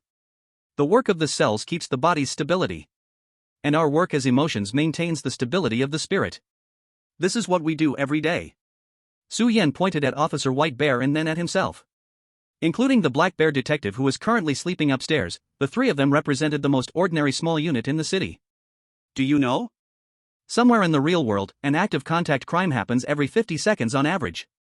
If we count it tenfold, the gray areas that do not violate the law will expand tenfold, while merely uncivil behaviors in daily life will also increase tenfold. Every day, every hour, every moment. In fact, even the most kind-hearted person will have a large number of evil thoughts generated in their subconscious every day. And our job is to repeatedly eliminate these evil thoughts. It starts with justice, follows reason, and returns to responsibility. This is our identity. Su Yan looked at Officer White Bear, his eyes full of indifference. After receiving the last puzzle piece from the Black Bear detective, the conclusion in his heart was basically formed. If everything progressed normally, he would hold some respect for the Black Bear detective, who symbolizes reason, and the White Bear officer, who symbolizes responsibility. Even if the other side might just be a character that doesn't exist on a microscopic level, they have long been punishing various evil thoughts in this spiritual solitude. What I don't understand is, you have existed for so long, why would you betray the other two? Betrayal? I'm just doing what I should do. Officer White Bear said expressionlessly. Force thought control over all reason, forcibly distorting their logical viewpoints, letting those evil thoughts wreak even more havoc, is that what you should do? Su Yan questioned coldly. The cases of the Owen family and the bizarre trials encountered by other players are probably all manipulated in the dark by your kind. Otherwise, with the efficiency shown by the Black Bear detective in solving cases, this world would have long been in chaos. Officer White Bear fell silent. The appearance of you outsiders is my greatest dereliction of duty. The words of the Black Bear detective indirectly acknowledged Su Yan's accusations. He is the behind-the-scenes mastermind of the strange origins in this city of the mind. And it is he who has gradually allowed evil thoughts to invade the entire city. Current worldview advancement, 45%. A prompt sound rang out. Su Yan furrowed his brow slightly. The progress number of this worldview was much lower than he had imagined. So? Officer White Bear spoke. Under the eerie moonlight, his words seemed to have another meaning. What? A trace of confusion flashed in Su Yan's eyes, and a hint of unease rose in his heart. Even if I am evil, what does it have to do with you? Officer White Bear replied indifferently. Just like reason said, he can be the principled Sherlock Holmes or the cunning and reckless Moriarty. I am responsibility, but why must it necessarily be the responsibility of exercising justice? As soon as Officer White Bear said this, Su Yan's expression immediately changed. The fact that he could say this indicated that Officer White Bear was also watching them at the time, but there was no increase in alertness then. A ridiculous conjecture suddenly jumped out in Su Yan's heart. The existence of Officer White Bear might be far more advanced than he had imagined. Your current firmness is nothing more than because you stand on the correct side. But can't this so-called justice you believe in be just a distorted mind forcibly fabricated? Officer White Bear suddenly stepped forward, and Su Yan was shocked to find that in his vision, Officer White Bear and the surrounding scenery began to twist. And he lost control of his own body. Have you forgotten, this is a nightmare-level instance? From Officer White Bear's mouth. Words jumped out, causing Su Yan's pupils to tremble. And the next sentence completely pulled Su Yan into an abyss without bottom. Have you figured out your main quest yet? The chill was like an endless tide, completely submerging Su Yan. Chapter 47 I Have a Friend. A gust of wind blew by, and Su Yan faintly heard the sound of sand slipping through an hourglass. The world in front of him suddenly turned black and white. Wait, you. Su Yan still wanted to ask Officer White Bear something, but darkness, like ink, surged into his vision. The scenery changed suddenly, and he found himself in front of the Black Bear Detective Agency. The door he had become familiar with over the past few days exuded an unusual scent of ancient wood, as if trying to cover something up. The door was locked, and he couldn't push it open no matter what. Su Yan knocked hard on the door, shouting something, but his voice was like sinking to the bottom of the sea, gradually being swallowed before it could escape. In the end, he simply used his body to forcefully slam against the wooden door. With a bang, it took him a full 10 minutes to break through the door, and the moonlight was dim, a bloody smell wafted from inside the pitch-black room. A faint sense of dread surged in Su Yan's heart, and in the next moment, a flash of lightning suddenly struck down, illuminating everything for a brief moment. Everything before his eyes was deeply frozen in Su Yan's pupils.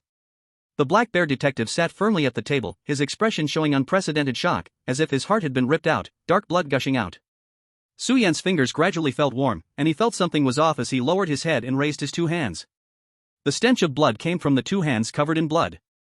In his hands was a heart that was still beating. Boom! Deafening thunder echoed in his mind. The scenery spun around again. Are you okay? Are you okay, sir? Sir! Su Yan suddenly opened his eyes. A glaring white ceiling, warm-toned lighting, and the surrounding world seemed to regain color, but it gave him no sense of security. Where is this?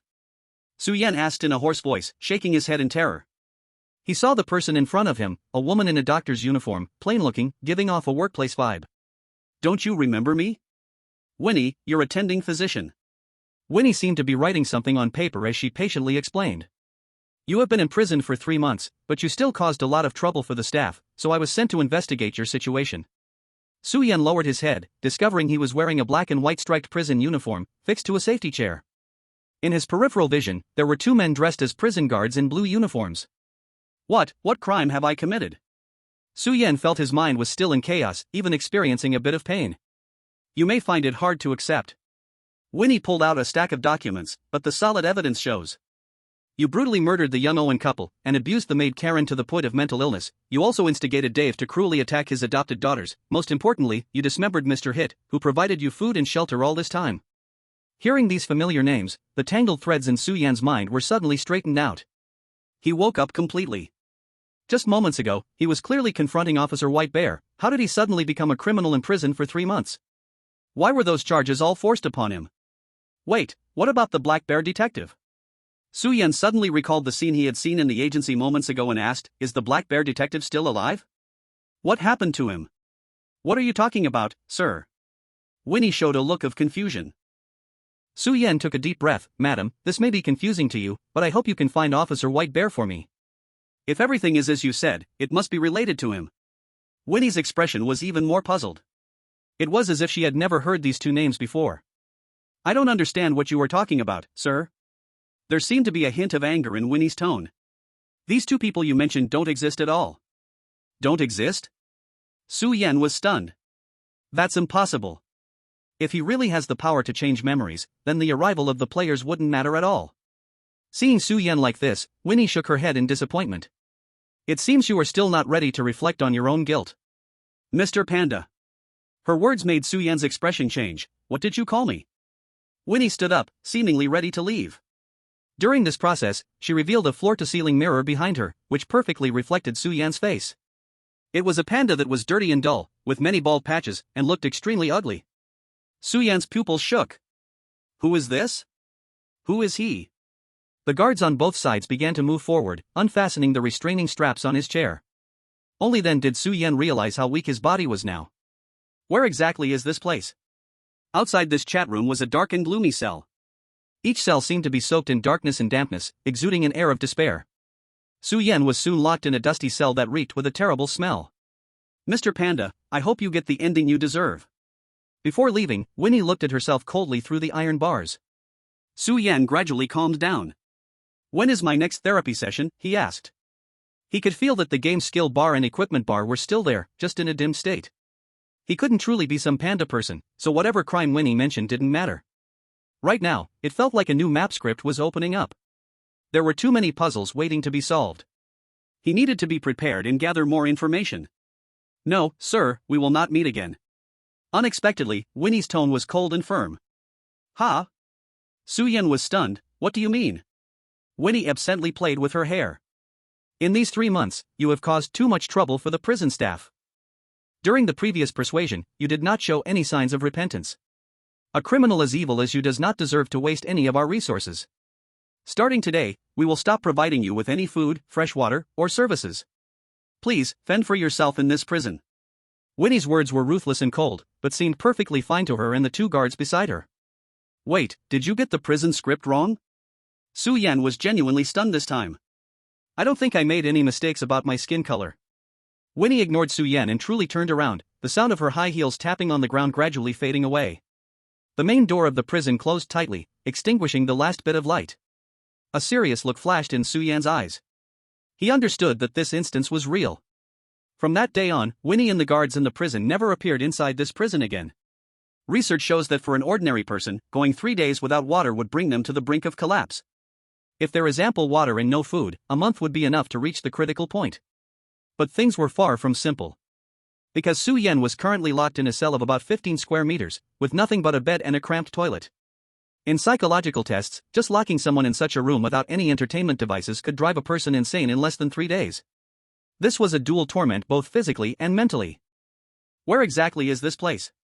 On the first day, Su Yan still had the ability to think of these things. A parallel universe? Another mental quietus? Officer Polar Bear's world? A hypnotic illusion? He tried to seek help from the prisoner in the neighboring cell, but the darkened prison was silent, and it seemed he was the only one in the entire jail. He activated the dim object bar and skill bar. In fact, he could still take out any item he thought of. But he could no longer see any information panels, and the effects of various items were greatly weakened. The 3-dimensional maneuvering device felt as light as a pile of plastic, spewing out a meager amount of gas, and the blades were like children's toys, unable to even cut skin. The believer's revolver had turned into a toy gun, the magazine could not be opened, and the trigger could not be pulled. The pea shooter had become just a tiny sprout. The compressed biscuits he had obtained earlier could still be taken out. When he was really hungry, he could eat the Momotaro rice balls to fill his stomach. But he had no water, making it meaningless. Unless he hoped to quench his thirst with the chili water in his cane. Skills were the same, like mere decorations, unable to function with his current physical abilities. He had truly become an ordinary person. Am I really still in a horror game? A thought suddenly appeared in Su Yan's mind, but it was quickly snuffed out. In a nightmare-level dungeon, even a tiny wobble of self could lead to eternal damnation. Su Yan retracted the very tempting compressed biscuits and threw himself onto the bed. He had to wait for the opportunity for the plot to advance. For that, he needed to conserve his strength and, most importantly, his water. So, the first day passed. The prison seemed to be shrouded in deathly silence, even the sounds of the outside wind could not reach him. Su Yan did not sleep, he couldn't sleep. He assured himself that as soon as he heard the sound of the prison door opening, he would notice immediately, but that sound had never come. The quiet environment gradually became terrifying with the passage of time. A few times he even experienced auditory hallucinations, but when he sat up, the darkness with no change in brightness made his pupils dull. The second day. Su Yan lay on the bed and never got up again. His lips cracked, and his whole body felt dry as if it would crumble with a touch. He felt tight and itchy all over but had no extra strength to scratch. Most importantly, his mind gradually became muddled in such conditions. Sometimes, he would forget who he was and why he was here. On the second day, deep into the night, Su Yan felt his body weak as dry twigs, his eyes lifeless, and the breath escaping his nose grew weaker and weaker. He wouldn't last until the morning of the third day. At a certain moment, after a flicker of clarity, he vaguely sensed death approaching. Under the double torment of this confined space, he had reached his limit. Who am I? His consciousness turned into a chaotic mess again, and Su Yan rasped out words in broken whispers. Just these 3 simple words took him a full minute to say completely. His voice was as weak as the dying whispers of Titanus, but he did not stop. Like a glimmer of light returning, Su Yan's words began to piece together with difficulty. I think, therefore I am. Soul. Thought. Body. When the laws of the world point all this towards me, I am me. He seemed to have fried his brain, starting to talk nonsense. Only, outside the dim iron bars, a glimmer of light seemed to flash. So what if I have a friend? Chapter 48, My Sin. My friend has a mundane yet not pedantic mind. My friend has an ordinary body yet is intertwined with cherished bloodline. My friend has a fragile yet willing soul, ready to fight. Outside the prison, in a corridor just one wall away from Su Yan, golden light began to gather more and more, slowly forming a golden illusion. When the laws started to doubt that my friend was me. On the bed, the frail Su Yan opened his clear eyes. That him is me. In the next moment, Su Yan turned into brilliant golden light, breaking apart into particles, flowing toward the light shadow outside the iron bars. The originally dull light shadow gradually faded, transforming into vivid flesh and blood. The surroundings remained dark and silent, but it felt like something had changed, and the still water began to ripple. Su Yan crossed into the middle of the corridor. So? His dim eyes turned toward one direction, dragging his exhausted body. If I'm not mistaken, you should reveal the truth of this world to me. He walked toward the prison's main door, each step almost burning his life force, bringing a deathly sense of weakness. Finally, he arrived in front of the sturdy iron door.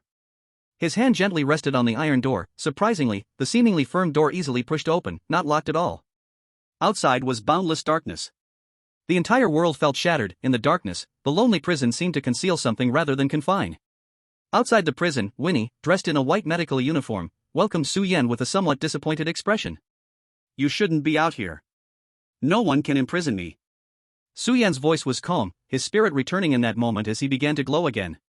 Let me out, Officer White Bear. This time, there was something else hinted in Su Yan's words. Winnie's gaze and tone returned to their familiar tone. Deep, you are somewhat different from other outsiders. But you are not the only one who has come to me. Winnie snapped her fingers. From behind, there came the sound of lights connecting. Su Yan's expression tightened. The dark corridor in prison presented themselves before him. In every cell, there lay a corpse unknown whether alive or dead. Their eyes lost their sparkle, their appearance shockingly identical to Su Yan. Boom! With the snap of her fingers, the entire prison collapsed violently. Now, as you wished. I hope you truly have the ability to bear the truth of this world. I hope you can save. Officer White Bear's voice echoed in the void. Su Yan did not hear the final words clearly, having walked here drained all of his life. His candle-like body, in that moment, fell straight down. Before his vision completely blurred, the scenery finally began to change again. So, do you still insist that the thing called horror game exists? A somewhat gentle man's voice pulled him back to reality. What? Su Yan raised his head. He was sitting in the back compartment of a moving vehicle. Sitting opposite him was a soldier in uniform holding a rifle, a look of pity on his face. Mr. Su Yan, until the end, you still refuse to see the reality? The soldier's expression was very sorrowful. As Su Yan's eyes returned to clarity, his pupils quickly shook. Thanks to the reflection of the aluminum foil inside the vehicle, he saw his appearance. It was a face nearing old age, looking 90% like him, an elderly man. Most importantly, in his peripheral vision, he could no longer see the existence of the system bar. Skill bar, equipment bar, everything could not be summoned. This feeling was familiar to him. Just like, in the real world. What happened to me? Su Yan asked. This question seemed to provoke the soldier. You killed people. Many, many people. Anger welled up in the soldier's eyes. Just because of the horror game you keep mumbling about. Over the years, you have killed too many innocent people as if you had lost your mind. You should have become a respected politician, leaving a glorious page in history. Now, however, it is too late for redemption. The soldier shook his head and said softly, I have admired you since I was very young, but unfortunately, today, it is I who must end your life. Su Yan understood something. He was now in a police car escorting a death row inmate, and soon, he would reach the end of his life, the execution ground. Vague and hazy memories swarmed in, jumping out from some sealed place along with the soldier's words. Su Yan remained silent. Soon, the police car arrived at its destination, and he was escorted to the execution ground. Outside, the crowd was in an uproar. Even through the walls, one could hear angry curses and cries of relief. Su Yan was handed over to that soldier, kneeling in the empty execution ground. There was no one around, and the distant guarding police all averted their gaze, giving him a semblance of dignity in death. The cold muzzle of a gun pressed against his head. In that moment, Su Yan felt the true approach of death for the first time. He had gone through numerous life and death scenarios and brushed against death many times, but every time he had grasped at life and had never faced death directly. When all hope collapsed, death became so real and frightening. A dagger was thrown at Su Yan's feet. "Pick it up, subdue me, sir," the soldier's low voice came from behind. "There are still some supporters of yours outside that wall. If you take me as a hostage and climb over that wall, they will help you escape. There are still countless people who wish for you to die here. But at least, you can survive." The soldier's words were particularly sincere, causing Su Yan's eyes to light up. "Thank you, kid." Su Yan picked up the small knife on the ground. The young soldier relaxed, as if he had exhaled a breath. "But I refuse." An old voice rang out, and the small knife arced through the air, flashing with a cold light as it flew to the other side of the ground. Su Yan turned around, looking at the young soldier's astonished face, filled with panic and surprise. "I misunderstood you." Su Yan slowly spoke. "It turns out you were not hostile to us all along, but seeking help.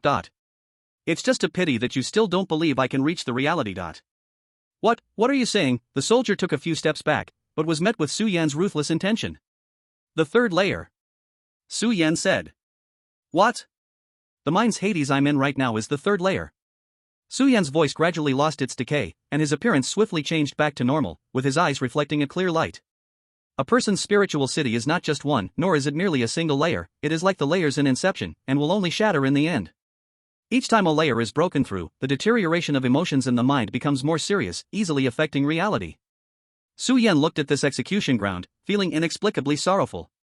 Minor evils transform into medium evils, and medium evils into great evils. I did not expect that you are now about to lose control of the third layer. I can only presume that the reality of you is on the brink of destruction. Su Yan's gaze looked at the young soldier, as if he were looking at something behind him. The young soldier's voice trembled slightly. I don't understand what you are saying." "It doesn't matter if you don't understand." Su Yan smiled, stepping closer. He held the muzzle of the soldier's gun. "Criminals harboring evil thoughts should be punished by justice. Beasts representing impulse should be imprisoned in cages all day. And I, the madness that triggers tragedy, must be executed here." Su Yan smiled, gently pressing the muzzle against his own heart. "Now, take me to the fourth layer, what is so-called reality." Bang! Chapter 49, From the Contribution of the Dragon. Worldview progress, 75%. Su Yan arrived in an endless space, where darkness filled the entire area like paint, interspersed with faint glimmers of light. Is this reality? Su Yan surveyed his surroundings. Each space looked like a smooth mirror, but in subtle places, glaring cracks spread out. "No, but we are infinitely close." A familiar voice came from behind. Su Yan turned around and saw a being of light standing behind him. This person walked towards him, their face continuously changing, first becoming a white bear officer, then transforming into Winnie, and even the face of a young soldier popped up. Most of the time, it changed to the faces of every resident in the City of the Mind, including Detective Black Bear, Hit, Karen, and even the criminal Dave Owen. In the end, the face of this being of light was also covered by radiance, and in figure, it resembled Su Yan closely. He stood in front of Su Yan. "As you said, I truly did not expect you to come here." The being of light spoke. "Only those who understand all emotions and thoughts, yet do not fall into madness, have a chance to break through the third layer and reach this final frontier. When I was in that prison, I was only a step away from madness." Su Yan lightly tapped his temple with his index finger. "Before this, I had never thought how difficult it was to imprison impulse within thoughts. Since that is the case, I am somewhat confused." The being of light spoke again. "You have felt the gnawing hunger of justice, and endured the maddening pain of evil thoughts, so why choose to correct reality?" Su Yan suddenly laughed. "Let me guess, your next line is, it's all the world's fault?" The being of light fell silent. "Let us start with this final layer of worldview, that is, why has your mental world become so shattered?" Su Yan gestured invitingly. Earlier, he had asked the white bear officer for answers, but now, roles had clearly reversed. "It's basically consistent with what you said in the third layer." The being of light truly began to speak. "This world is like an hourglass, layer upon layer going down. In the first layer of the City of the Mind, we do suppress all the evil thoughts in our subconscious, but there will still be some that slip through and gradually sprout, breaking into the second layer. When these evil thoughts solidify into impulses, they become hard to kill. We can only confine them in cages and let them slowly wear away. But impulses that cannot be worn down will instead explode completely when encountering certain opportunities, entering the third layer.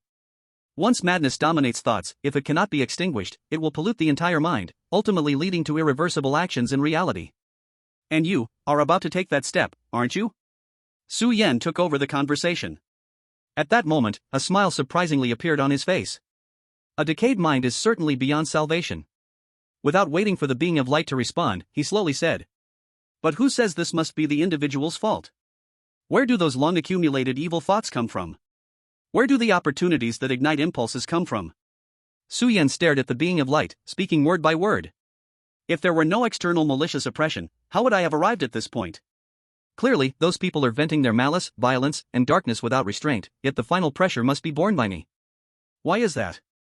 What good is a sense of responsibility? What good is a sense of justice? What use is the city of the mind if it no longer operates? Every day, there are still endless negative emotions being birthed in the city of the mind, emotions that even I do not wish to create. Since that is the case, I might as well not suppress it anymore. After all, it's all the world's fault. You think this way too, right?" The being of light lowered its head in silence. It did not answer, but that was already an answer.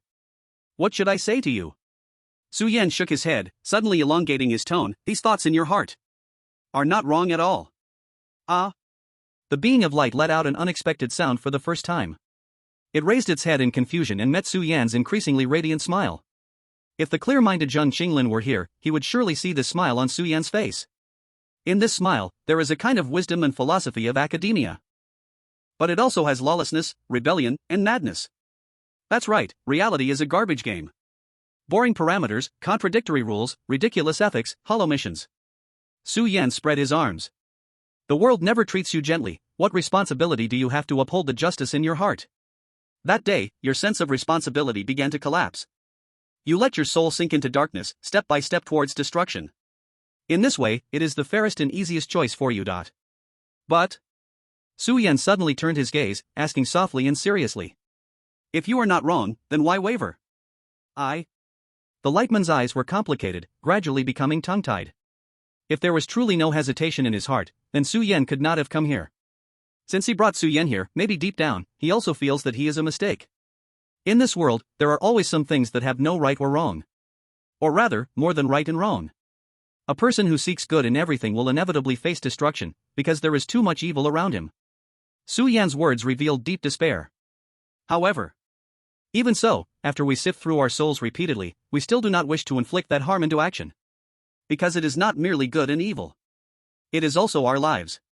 Su Yan's voice drifted in the space, becoming ethereal and intangible. His words were like the last straw that broke the camel's back. In that instant, the entire space seemed on the brink of destruction, fracturing from the edges. The speed of the space's annihilation was rapid. Even in this boundless land, death was suddenly upon them. Su Yan did not look at the surroundings with nowhere to escape. Instead, he quickly walked to the lightman before him. "You now have two choices. First, abandon the pitiful responsibility and justice you have clung to, obliterate your reason, and completely lose the pains of life. Second, return to the heart-soul haunt that forever breeds suffering, watching this tragic cycle repeat again and again until the end of life. Choose." Su Yan's voice was cold and resolute.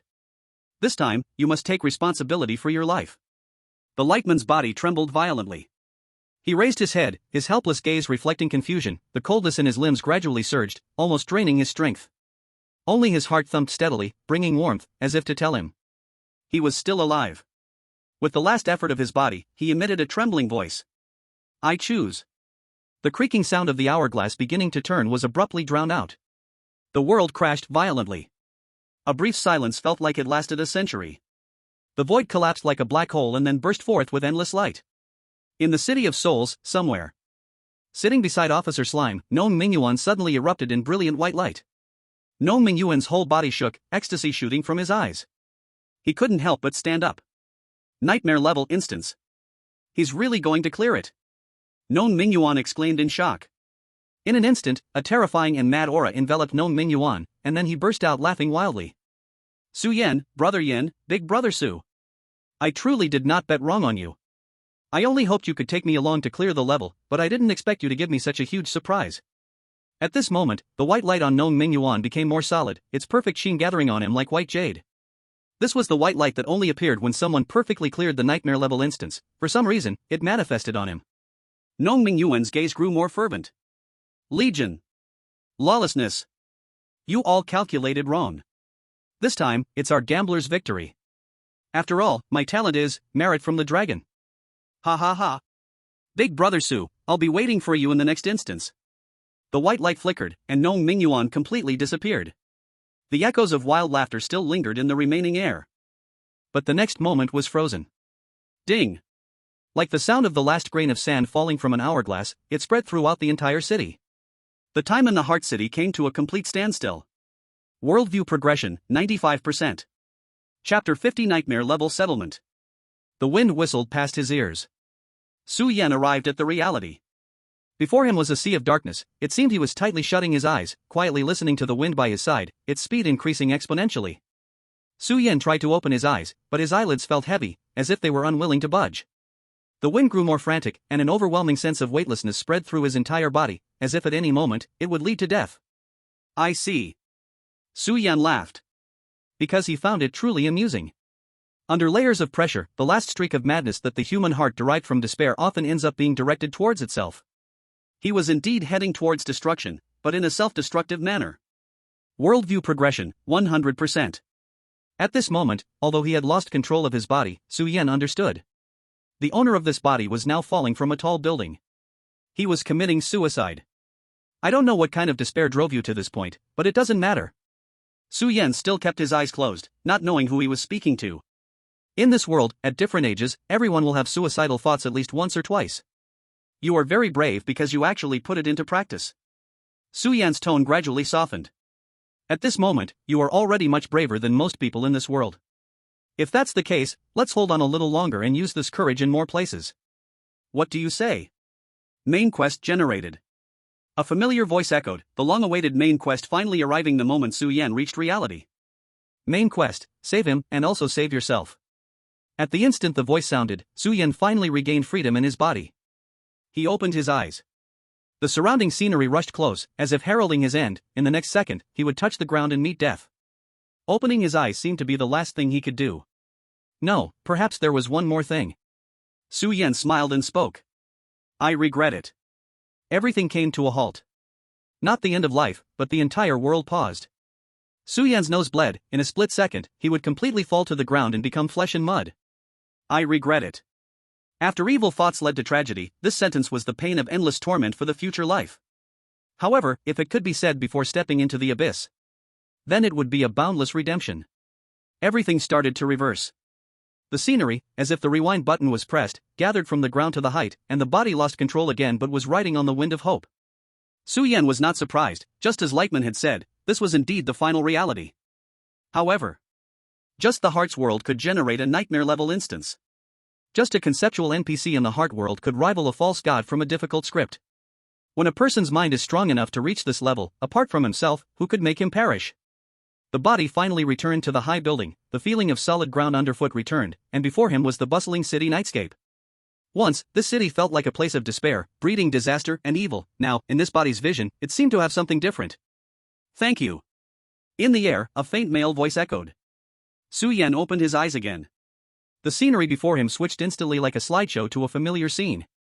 He did not know when, but he had already returned to the game space. Above him, the crimson crescent moon shone silently.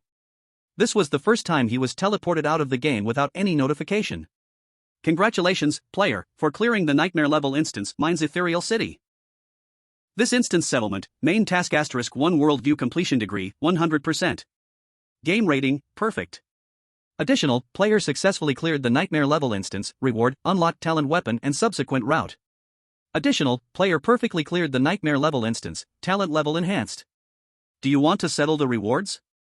The talent level can actually increase? Before Su Yan could savor the previous instance, his eyes widened in shock. This was something he had only heard about. In both the Academy scientific research and the understanding of ordinary people, talent is fixed at the moment the horror game is generated, just like a person's origin, bloodline, and personality. F level is F level, A level is A level, otherwise, there wouldn't be the title of Chosen One. Settle.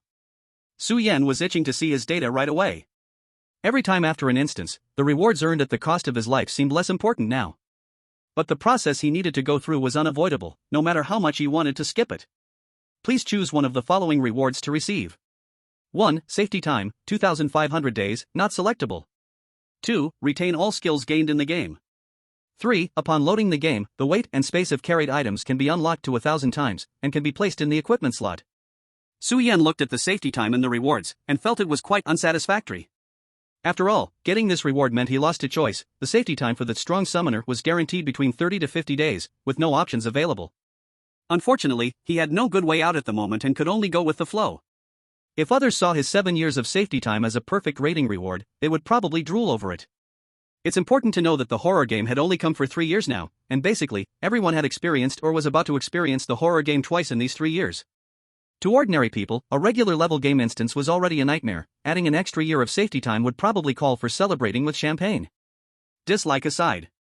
But as a perfect rating settlement reward, each option was indeed luxurious. The second reward was the same as his first instance. He could retain all skills, and this time there were 3 limited time skills in the instance, all with good effects and maximum benefits. As for the third option, Su Yan was no longer the naive civilian player he once was. With the support of the Academy's knowledge base, he understood the practical significance of this reward. Before loading the horror game, carrying allowed real items within 5 kilograms, and their size couldn't exceed half of a person's body volume. A perfect level settlement almost lifted this restriction entirely. What was the significance of this restriction? Let's take an analogy. With a 5 kilograms item limit, you can carry some cold weapons, a few handguns, or lighter rifles. But can you bring a cannon inside? When this weight and volume expanded 1,000 times, you could carry some quite nice strategic resources from the real world. That's right, this was a strong means of supplementing military power with financial resources, with a high lower limit. Excluding the inability to carry living things, if you had the determination and the power, you could even bring all the terracotta warriors of Emperor Qin inside. Of course, some wise people had already understood that artillery was just a minor thing. If you could buy an intercontinental missile, it could also be brought into the instance. When Su Yan saw this buff, the first thing that came to mind was Legion. In multiplayer instances, as long as one member of the Legion had this reward, they could fully equip an extremely formidable modern army with the arms in their backpack. And players who had only gone through a few instances basically had no ability to counteract an army-level firepower. Su Yan shook his head, no longer considering this reward. This was a capability where the more financial power invested, the more profit gained. Su Yan didn't dare to imagine. Unless the first A-level skill he drew in his newbie instance was still with him. Chapter 51. Am I dead? Su Yan looked at the second reward. I didn't choose a skill in the first dungeon, so I guess I can make up for the regret this time. Su Yan smacked his lips, although his tone seemed filled with regret. But everyone knows he was acting all coy after gaining an advantage.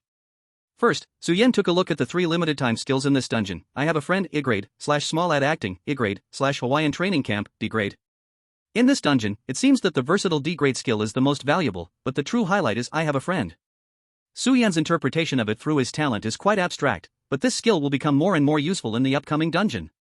Speaking of which, Su Yan suddenly recalled a case he had seen before. That guy who started with an A-grade skill was pretty unlucky after clearing the dungeon. He didn't draw a reward to keep the skill. He cleared the Nightmare dungeon with an A-grade skill, and I cleared the Nightmare dungeon too. Doesn't that mean I essentially got an A-grade skill for free?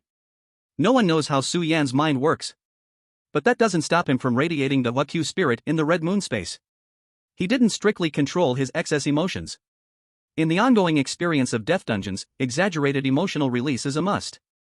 Otherwise, even with 3 to 50 days of pseudo-save time each time, he would drive himself insane. The Dungeon of Spiritual Quiet reminded him well. Alright, it's time to get to the main topic. After claiming the rewards, Su Yan rubbed his hands and eagerly opened his equipment panel and talent information. To facilitate understanding, the system kindly listed the changes before and after in the first place. Talent, Logical Coherence, F-grade-D grade. Effect, all skills and items you obtain in horror games will receive a certain degree of interpretational rights. Dash effect, you have a certain degree of interpretational rights over all skills and items you encounter in horror games. To Su Yan's surprise, his talent leveled up not just 1, but 2 levels, directly jumping to D-grade talent. Is it really that exaggerated? Su Yan showed a puzzled face. Then if I clear 2 more perfect nightmares, I'll become A-grade talent directly, and the system will even owe me a level. Oomph, spit. In the void, Su Yan seemed to hear the sound of someone spitting at him, but it also seemed like an illusion. Su Yan was baffled. But the effect is really easy to understand. Su Yan smiled with a sense of accomplishment. Although the talent's effect seemed unchanged, the key point was the change in scope of application, from he obtained to he encountered skills and items. This has great value in team and multiplayer dungeons. Especially with reliable teammates, Su Yan is confident he can turn them into multiple versions of himself. Next. After admiring for a short while, he tossed the talent into the back burner. After all, going from F to D is still just that, and in a single-player dungeon, it's virtually no upgrade. What's this talent weapon? Su Yan opened the item panel, and sure enough, apart from the loot from the previous core, he added a glowing white object. What is this? Su Yan hesitated and asked again as he took the item out. Because this thing was far from what he imagined. Su Yan didn't expect to get a legendary weapon like the dragon-slaying blade or the heavenly sword, nor did he believe he could become a top-tier king in the domain of the legendary snipers or blasting wizards. But in his imagination, a talent weapon should be, first of all, a weapon, right? After confirming again, looking at the dandelion-like glowing white fluff appearing in his hand, a big question mark popped up over his head. Talent weapon, word, hatching stage. Traits, non-transferable, non-stealable, non-droppable. Effect? Hint, the player must quickly complete hatching in the dungeon, or clear the nightmare-level dungeon to obtain enhancement. Hatch in the dungeon? How do you hatch it? Su Yan frowned. This gifted weapon currently has no special effects, let alone a clear upgrade path, making Su Yan feel as though he was sitting on a gold mine but had no way to use it. Forget it, I'll go out first and think of a way to investigate, he said. This time, the dungeon yielded significant rewards, and Su Yan needed time to digest it all. I wonder how that Zhang Qinglin kid is doing. Since that time in the hospital, Su Yan had only coincidentally run into Zhang Qinglin at the academy twice, and afterwards, he had barely left his room as his deadline was fast approaching. However, he had heard some news from the academy. The principal was busy managing his son, which could only make one feel pity for all parents. But with the resources from the academy invested, it shouldn't lead to a life or death separation. Game over, Su Yan said to the red moon overhead. A white light enveloped him, and he quickly exited the dungeon. As the light faded, Su Yan returned to reality. Familiar dormitory, familiar noisy sounds, familiar bed. Wait a minute. Where's my bed? Just as he exited the dungeon, Su Yan encountered a big problem. Not just the bed, but the study desk, air conditioner, fan, furniture in the dormitory seemed to have evaporated into thin air. The entire room looked as if it had just been stripped bare.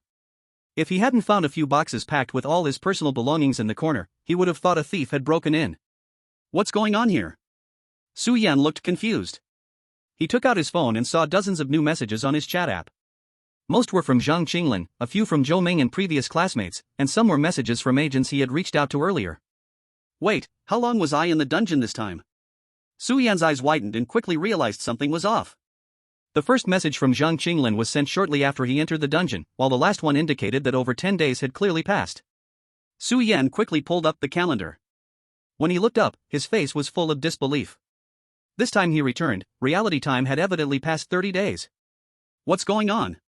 Su Yan calculated, he had only spent 2 days on the first layer, 2 days on the second layer, and at most half a day on the third layer, totaling just 4.5 days. According to the worldview, perhaps time here was just a moment in reality. How could reality have passed so long? Su Yan hurriedly dialed the number. Why Yan go? Hearing Su Yan's voice, the person on the other end seemed startled, half scared, and half delighted. You're still alive? Su Yan sported a black line on his forehead. I'm dead, it's now the midnight curse. Roar, he said impatiently into the phone. Zhang Qinglin exclaimed and took a long time to realize Su Yan was joking. Yan Gu, you scared me to death. What on earth happened to you? Ha? Su Yan glanced at the empty dormitory. I also want to know what happened on my side. On the other end of the line, Zhang Qinglin finally slapped his forehead and began explaining to Su Yan. The story starts from the memorial service your classmates held for you. Chapter 52, Moving House. Previously mentioned, the Academy implemented a 5-3 education system after its establishment. Since the horror game had been running for only 3 years, Su Yan's class was somewhat an awkward example class, with dormitory conditions and educational resources not being the best. This was just to attract further parental investment. 17-year-old students concentrated in high school sophomore, while those in their senior year gradually began to prepare survival strategies for real-life exams in reality. This included but was not limited to buying weapons, training martial arts, individual coaching, and combat simulations. A new type of graduation project during the horror game era. After all, strong summoners like Su Yan, who were pulled into the dungeon without preparation, were indeed rare. And then came the dramatic turn of events. Yes, as you might have guessed, Su Yan went from being a sophomore student to becoming a high-level player who cleared 3 or 4 horror games. It has been 105 days. During this time, Su Yan's previous class also entered their senior year graduation period, and every month some students would get dragged into the horror game. Many people survived, but many young lives were also lost, the punishment for failing the horror game was extremely high. Most of the students preparing for the game in the academy came from ordinary families that were not well off, and some had even lost their families early on. For those who faced the instant death penalty after failing the game, there was basically no chance for rescue. Some died in shocking ways, while others were simply left unidentifiable, with not even a trace of flesh returned. Naturally, the academy would not forget to express humanistic care at this time. For any deceased student, regardless of whether anyone arrived to claim the body, the school would hold a memorial garden and hold mourning meetings once a month. The school even had the gall to call it Achievements in Life, Mourning in Death. Whether this was genuine or not was another story, but their attitude was certainly well faked. After all, in these times, the most idle thing was the land. As for the follow-up measures for the deceased, it was previously mentioned that Su Yan and his cohorts were only trying to achieve some results, and the resources the academy invested were not the best. The dormitory was an old one that had been renovated and rebuilt, and after 3 years they had already seen 2 senior classes pass, leaving only their class behind. There were plans to tear it down soon. After all, no one wanted to live in a dormitory building where so many people had died. Now Su Yan understood why no one cared about him still living in the dormitory after he graduated. So just because I went missing for 30 days, you gave me the honor? Su Yan complained while sitting at a cafeteria table. Beside him was Zhang Qinglin. They had arranged to meet during mealtime after a brief chat on the phone, reuniting after many days. As Su Yan furiously dug into his bowl of braised chicken, he felt that people around him occasionally looked at him with a surprised gaze. They must think he looks a bit familiar. He had just attended the academy's morning meeting, not long ago, and likely he was still the one with the largest profile photo, strong summoner plus academy collaborator. How could he not be recognizable? Beside him, Zhang Qinglin smiled awkwardly. This was also his fault. After the mysterious potion dungeon, Zhang Qinglin didn't take much longer than Su Yan. He was summoned on the 43rd day. After coming out, he contacted Su Yan, but got no reply, which made him realize Su Yan had also gone in. So Zhang Qinglin waited for another 10 days without news. This time he was genuinely worried. He hurried to find the dorm, quickly analyzing the routine through the hallway monitors, and discovered that Su Yan had been in the dungeon for 13 days. This essentially confirmed that he was dead with no remains. Zhou Ming heard the news and expressed regret but could only arrange for someone to pack Su Yan's personal belongings. Without a body, there was no way to cremate him and bury him, so everything would just remain in the dormitory waiting for the day the building was torn down, consumed by an excavator and turned into rubble. 17 days later, Su Yan's black and white photo appeared in the front row of the morning meeting with the title of Most Contributive Graduate. Given that Su Yan had good relationships with his previous classmates, most of them came to attend, even if they were busy with their graduation projects, and all observed 10 minutes of silence. As for the standardized furniture in the dormitory, the school would recycle it. Thus, a scene unfolded just after Su Yan had been teleported out of the dungeon. Damn it, I didn't expect to become an academic hero. Su Yan heard this news and couldn't help but laugh and cry at the same time. After learning that his former classmates came to participate in his funeral, he felt a bit moved. Indeed, it was a mix of emotions. Forget it, anyway, I was already planning to move, so consider it voluntary labor offered by the academy. Su Yan shook his head, quickly putting the matter aside. Hey, Yan Ge, you're leaving the academy? Zhang Qinglin asked curiously. Yeah, I've had this thought for a while, Su Yan said casually while chewing on a piece of meat. To be precise, it was after he killed by Shichi. Now, having gathered several Legion characters in the dungeon, it further solidified his thoughts. The academy is just an academy, it can remain neutral, but when trouble arises, expecting the academy to protect an outsider is just wishful thinking. Zhang Qinglin can use academy resources now because the dean arranged for him a role as an investigator. Although no one knows he killed people from lawless factions and legions, as the instances deepen, trouble is bound to arise. It's time for him to find a safe place to stay. In this world, there are only 2 kinds of the safest lodgings, the mansions of the rich and the military district houses of the state. The latter is for those like Su Yan who have such needs. Unlike the legions of tycoons, military district houses are backed by state power. In essence, they integrate a large number of excess apartments that became available after the population declined 3 years ago, providing safety in the name of the state, in exchange for significant population aggregation benefits. Thus, the public commonly refers to it as a safe zone. No matter how times change, if even the state's authority cannot suppress those who wish to disrupt order, then that state has no reason to exist. Su Yan opened his phone. The intermediary he contacted last month had already sent him a filtered price list.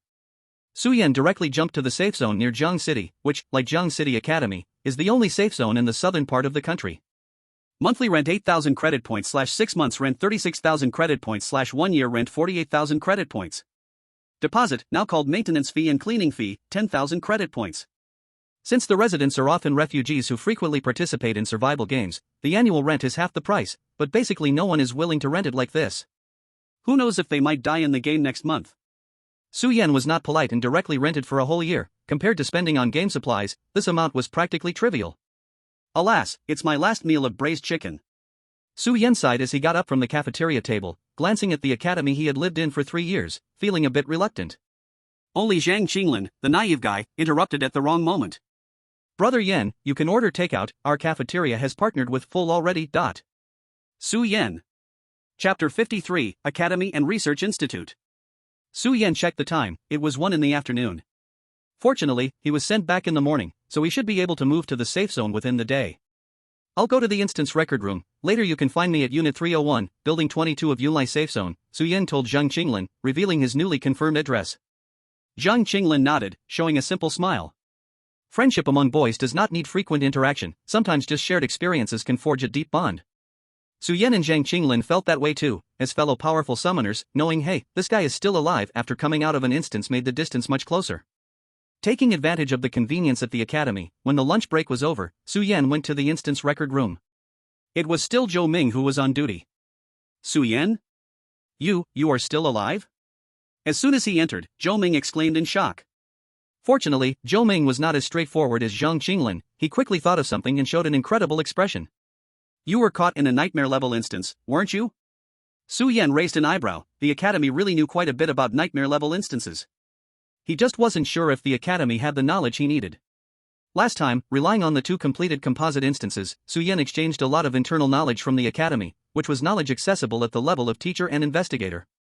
But there were still some more valuable pieces of knowledge, like those about multiplayer instances, which only figures like Zhang Qinglin's father, Dean-level people, could grasp. Yes, that's right. Su Yan came here partly to say goodbye to Zhou Ming, and partly for this last bit of information. There was no intention to hide anything. Of course, just like the last dungeon, he had to conceal the fact that he killed the members of the Legion, and this time he had to be cautious about the perfect clearance and his talents, not revealing them. But Su Yan was confident that just the complete information about a nightmarish-level dungeon would be enough to move the academy. Sure enough. After Su Yan admitted it, Zhou Ming immediately took his hands in excitement, quickly dialing the academy's landline, as if afraid he would run away. Su Yan couldn't help but touch his nose, feeling both amused and helpless. Half an hour later, a middle-aged man with a deep demeanor walked quickly into the dungeon room. Su Yan, it's been a long time. I am Zhang Qinglin's father and the dean of this academy. Dean Zhang extended his hand to Su Yan with a warm attitude. Hello, Dean Zhang. Su Yan stood up, not expecting that a figure of such stature would come. Thinking about how this was his good friend's father, Su Yan felt somewhat amused, not knowing what to call him. Just call me Uncle Zhang. I also want to thank you for taking care of my silly son. Dean Zhang's tone was very kind. From his previous self-introduction that placed Zhang Qinglin ahead, one could tell how much he valued his son. However, Su Yan felt that this attitude was more because he had cleared the nightmarish-level dungeon. Uncle Zhang, the knowledge the academy provided me before has already helped a lot. This time, you can rest assured, I am willing to trade this dungeon information with the academy. I only hope that the academy can exchange knowledge of the same level. Dean Zhang pondered for a moment before quickly making a decision. At the same time, Su Yan also learned some unexpected information. Regarding the knowledge about nightmarish-level dungeons, the academy also knows little, and even Jiangcheng Academy was receiving complete nightmarish-level dungeon information for the first time. Su Yan had previously sensed that as an academy, Jiangcheng Academy was too lacking in its function for research, instead, it was more enthusiastic about collection. Su Yan, in fact, all 7 academies across the country are like this. Most of our investigators and teachers are just ordinary people. At most, they stop at the high-end dungeons of the difficult level, the intelligence is similar. You should have heard of a research institute in the Central South region, that is the center of knowledge concentration. The 7 academies and the research institute together form the complete academy organization.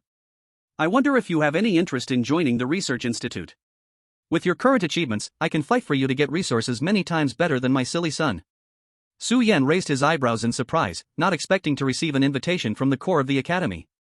If everything goes smoothly and he enters the research institute, the knowledge he would access would also be the kind that people like Dean Zhang could only know. Zhou Ming showed an envious expression beside him, as he knew that Dean Zhang was still downplaying the value of his words. In fact, the research institute was the core of the academy, and the status of the 7 academies combined could not compare to that of the research institute. It was like the difference between ordinary militants outside the law and a core member like Bai Shiqi, one was heaven, and the other was earth. Su Yan considered for a moment but ultimately rejected this proposal. He was no longer an ignorant student. If everything went as expected, this position was not something Dean Zhang could recommend at will. If Su Yan had not appeared, Dean Zhang would probably have waited for his son to achieve results as an investigator before using this quota. Su Yan didn't want to squeeze Zhang Qinglin's development space. Moreover, the secrets he carried were far more than what he had shown, and he did not want to expose himself too early. Dean Zhang showed no surprise at Su Yan's rejection. A truly outstanding player like Su Yan couldn't be swayed by mere interests. For a moment, he couldn't help but feel lucky that his son had such a powerful summoner as a friend. After that, Su Yan recounted the details of his dungeon clearance in front of Zhou Ming and Dean Zhang. Two academic figures were savoring their delightful memories, and in the end, Director Zhang made the decision. Besides providing the knowledge they could offer, they also, by convention, set a price of 3 million credit points. Even Su Yan was taken aback, but thinking about it being a complete nightmare-level dungeon, it was understandable. Among them, there were certainly factors of Director Zhang trying to get on his good side, but it also emphasized the horror of the nightmare level. Su Yan had endured much hardship to successfully clear it. After that, Director Zhang exchanged a few polite words with Su Yan before hurriedly leaving. He did not express himself too warmly, since his child had already connected with Su Yan. The interactions among the younger generation would yield far greater results. As a father, he was also glad about this. Zhou Ming escorted Su Yan to the entrance of the dungeon, his expression complex. "Su Yan, you are amazing." Su Yan wanted to say, "It's because you are such a good teacher," but seeing Zhou Ming's expression, he closed his mouth. The other person seemed to be touched by something. "Su Yan, do you know what changes have happened to people since the arrival of horror games?" Zhou Ming smiled and said. Su Yan shook his head. He had never cared about these things, but at this moment he felt that what Zhou Ming said was extremely important. Chapter 54 Style? The change is that people have become more cherishing of their lives. Cherishing life? Su Yan was stunned. It means being afraid of death. Zhou Ming stated plainly. As a strong summoner, your perspective might be different from ordinary people, but as long as you can survive one time coming back from a horror game, your outlook on life and values will undergo a drastic change. Saying this, he revealed a bitter smile. I was lucky to clear the difficult horror game 3 years ago without any danger, gaining over 3 years of save time.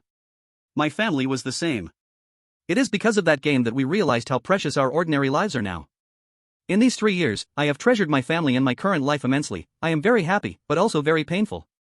I chose to become a teacher not out of noble ethics of educating the young, but in order to have a better chance of surviving the next horror game. Now as time draws near, I actually feel guilty about my initial choice. Su Yan thought for a moment and said, "No matter what, you are an excellent teacher. The knowledge you imparted has helped me many times. With this comfort, I do have the capital to feel proud." Zhou Ming gave a bitter smile, and then his expression gradually became serious. "Su Yan, what I want to tell you is, it has already been 3 years. 3 years? Su Yan hadn't reacted yet. There are many people like me, those who are about to exhaust their safe time. Zhou Ming spoke urgently. Su Yan's expression changed instantly. Zhou Ming was right, 3 to 4 years of safe time was the average time that survivors could obtain. Globally, at least 90% of people like Zhou Ming chose to obtain safe time. Now this portion of people would soon run out of time, and the player count loaded into horror games in the next year would be the most significant increase since that time 3 years ago. And the changes that might arise from this were something even the Academy could not foresee. I don't know what others think, but I feel that I will not survive the next horror game. Zhou Ming said bitterly. Su Yan, never underestimate the evils that people can commit when they desperately crave survival. Walking on the path of the Academy, Zhou Ming's last words echoed in his mind. He looked up at the sky. It was unknowingly night, with a crescent silver moon drifting in the sky, occasionally turning blood red. Since the horror game arrived 3 years ago, it had always been like this. The cloud comes to the safe zone, Su Yan murmured softly. I hope to find what I want there. He chose the safe zone not just for its safety, but because it was the place where the most players gathered. Not long after, a moving company delivery truck drove into the campus, carrying the belongings of most valuable graduate Su Yan as well as himself, leaving the academy. The safe zone, Yunlai, was a complete subway line away from Jiangqing Academy. The residential area was surrounded by the river on 3 sides, vast and well-equipped, subtly developing toward a city fortress over the years. After several hours of travel, Su Yan finally arrived at the western side of the residential area, the most expensive part of the riverside apartments. This was something he had specifically emphasized to the agent. I didn't expect there to be 1 unit per elevator, Su Yan murmured quietly as he looked at the towering yet ornate building. Now that I think about it, renting the 3rd floor might be a bit of a loss. Carrying a few boxes of daily necessities, Su Yan quickly walked towards the entrance of the apartment building. With his current physical condition, he could easily carry a sack of rice up to the 7th floor without much trouble, let alone these few boxes. Just as Su Yan was enjoying the luxurious life he would have for the next 30 days, ordering takeout without having to go downstairs, a piercing gaze made him shiver involuntarily. What was going on? Su Yan felt goosebumps all over his body. He peeked around the boxes blocking his view and saw a woman standing there, having appeared without him noticing. The woman looked very young, dressed in an ice blue gothic long dress, her skin very pale, but the most striking thing was her incredibly cold aura. When their eyes met, Su Yan's blood immediately turned cold, her eyes were filled with killing intent, giving off a feeling that kept people at a distance. Fortunately, that killing intent did not seem directed at him. Su Yan felt only a trace of dissatisfaction from her gaze. He pondered briefly and soon understood the situation. His large luggage was blocking her way. Su Yan really wanted to smack his forehead and sigh, but his hands were still occupied with the luggage. He quickly stepped aside, politely saying to the woman, "Sorry, I am the new tenant of 301, miss, and you are." The rest of the words lodged in his throat because the woman merely shot him a glare before turning away without a hint of courtesy. What a temper! Su Yan shook his head, then his eyes lit up with excitement, eager to try his luck.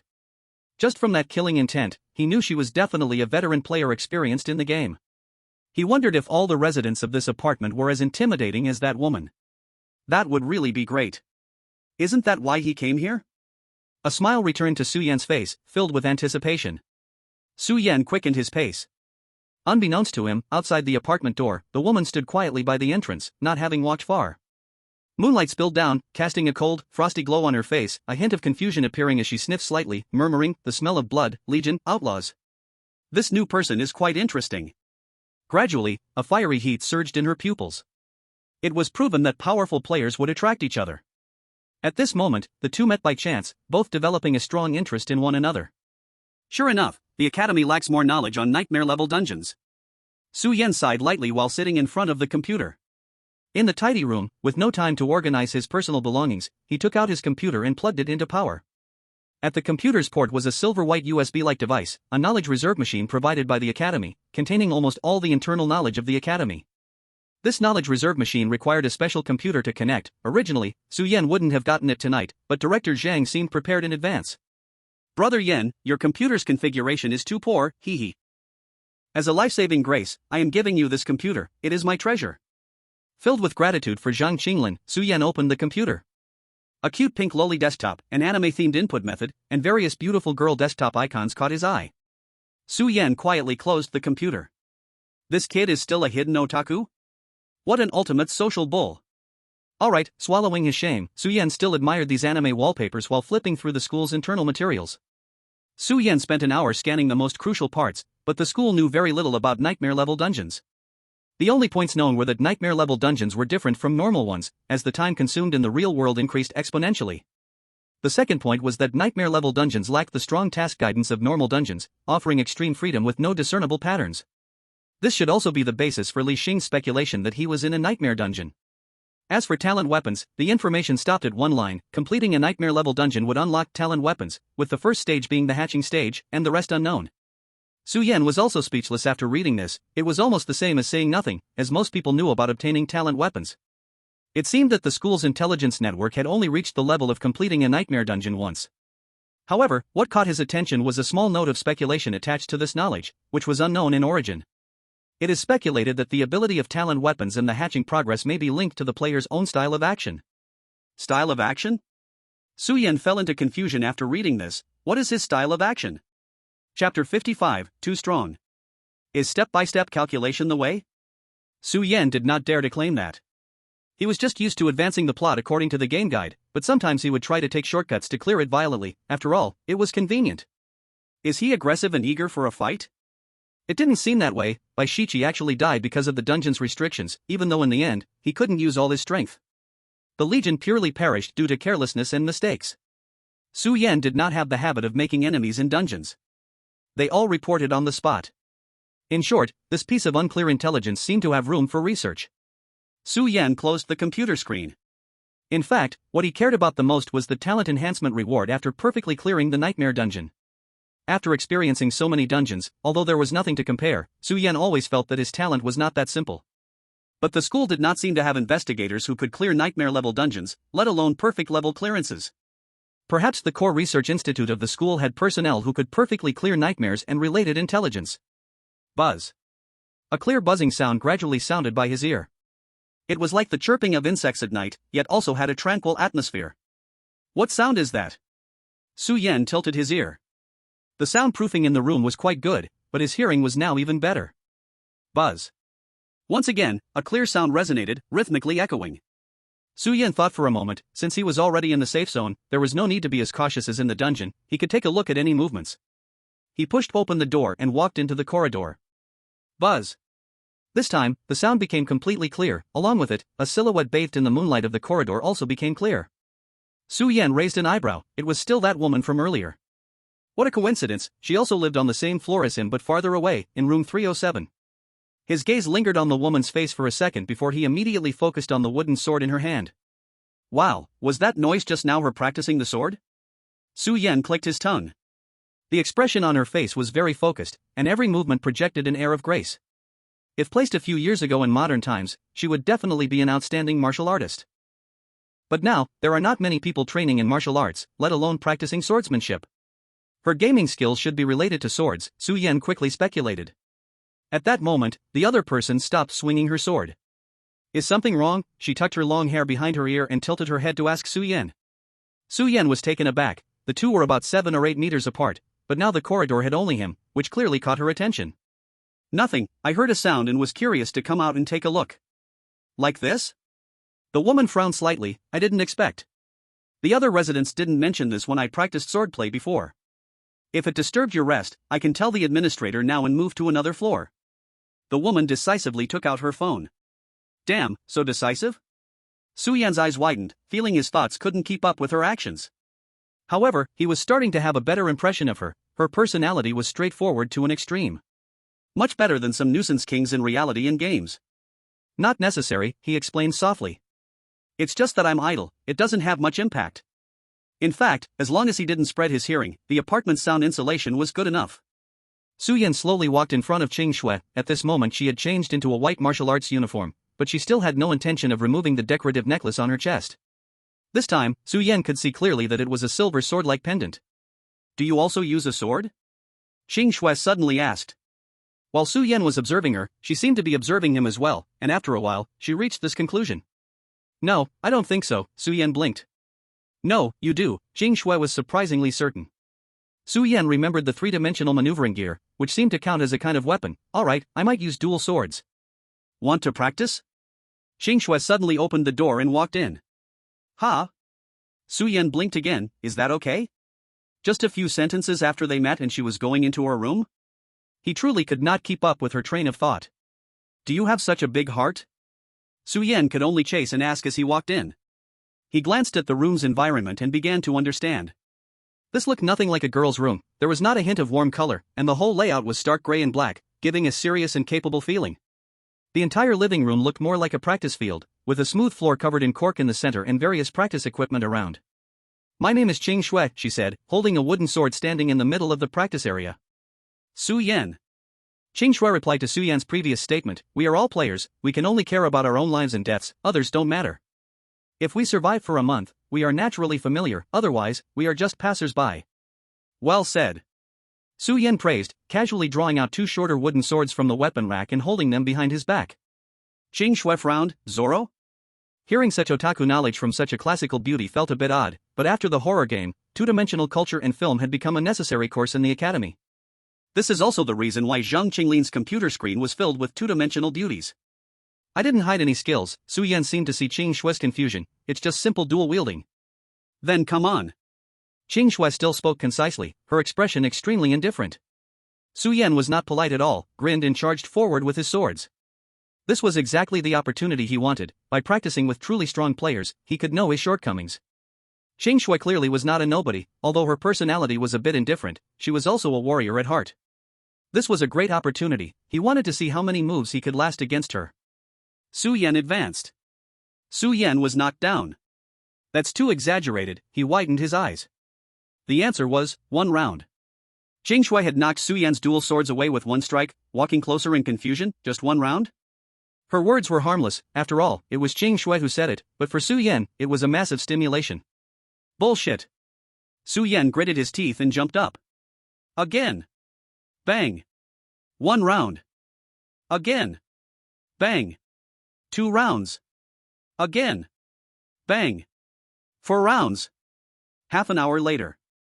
When Su Yan lay on the ground drenched in sweat, Qing Shui finally realized and apologized to Su Yan. I forgot, it's not that you are too weak. It's that I am too strong. Su Yan. Chapter 56, Alternative Uses of Skills. This is unreasonable. From the strength of the encounters, or the speed, he was clearly superior. But the other party's strength was absurdly high. On the technical level, Su Yan was utterly defeated. Wait, technical level? Let's try again. Su Yan wobbled as he stood up. Qing Shui looked deeply at Su Yan and said calmly, in martial arts, strength does not improve overnight. Practicing a few more times won't matter much. Stop talking nonsense, you invited me just now it's your turn to satisfy me once. Su Yan said with a smile as he picked up the twin swords. It was easy to talk with someone like Qing Shui, she was straightforward, unlike the effort needed in games. As expected, Qing Shui accepted this statement and raised her wooden sword. Su Yan closed his eyes and recalled the feeling when he used the Hawaii training camp in the game, which awakened the expert-level 3-dimensional maneuvering technique. Qing Shui could tell Su Yan had wielded a sword before because during the dungeon, his skills had modified his muscles, forming a physical memory, leaving a trace. Could there be a possibility that he could bring those skills into reality through this muscle memory? Su Yan charged forward. This time, there was not much turbulence in Qing Shui's eyes, she simply slashed down with her sword. Based on her experience, this sword was enough to break through all of Su Yan's defenses and the next blow would directly aim for a lethal point. The wind howled. Su Yan's sword unexpectedly came from an unfamiliar angle, firmly blocking this strike. He even smiled as if he was at ease, countering with another thrust. The flicker in Qing Shui's gaze for the first time revealed a ripple. Long sword, swung again. The sound of clashing filled the room, and finally, both swords traced parabolic arcs in the air. Su Yan lay on the ground again, his eyes filled with excitement. 23 rounds. It was a bit fewer, but what's important is this immense improvement proved one thing, his guess was effective. Once he became familiar with and even digested expert-level dual swordsmanship in reality, it would be equivalent to saving a session in the Hawaiian training camp in the game, leading to an increase in combat power on other levels. However, just a few practices were definitely still not enough, and even reaching expert level might be a bit tough, but it didn't matter, as long as he used it a few more times in the game, and then got used to it in reality, that would suffice. This required a lot of practical combat and adjustment. Again. Su Yan flipped over. No more. Qing Shui put down the wooden sword in her hand and pointed at Su Yan's entire body. Your physical condition is good, but your muscles still need to get used to this high-pressure state. Let's call it a day.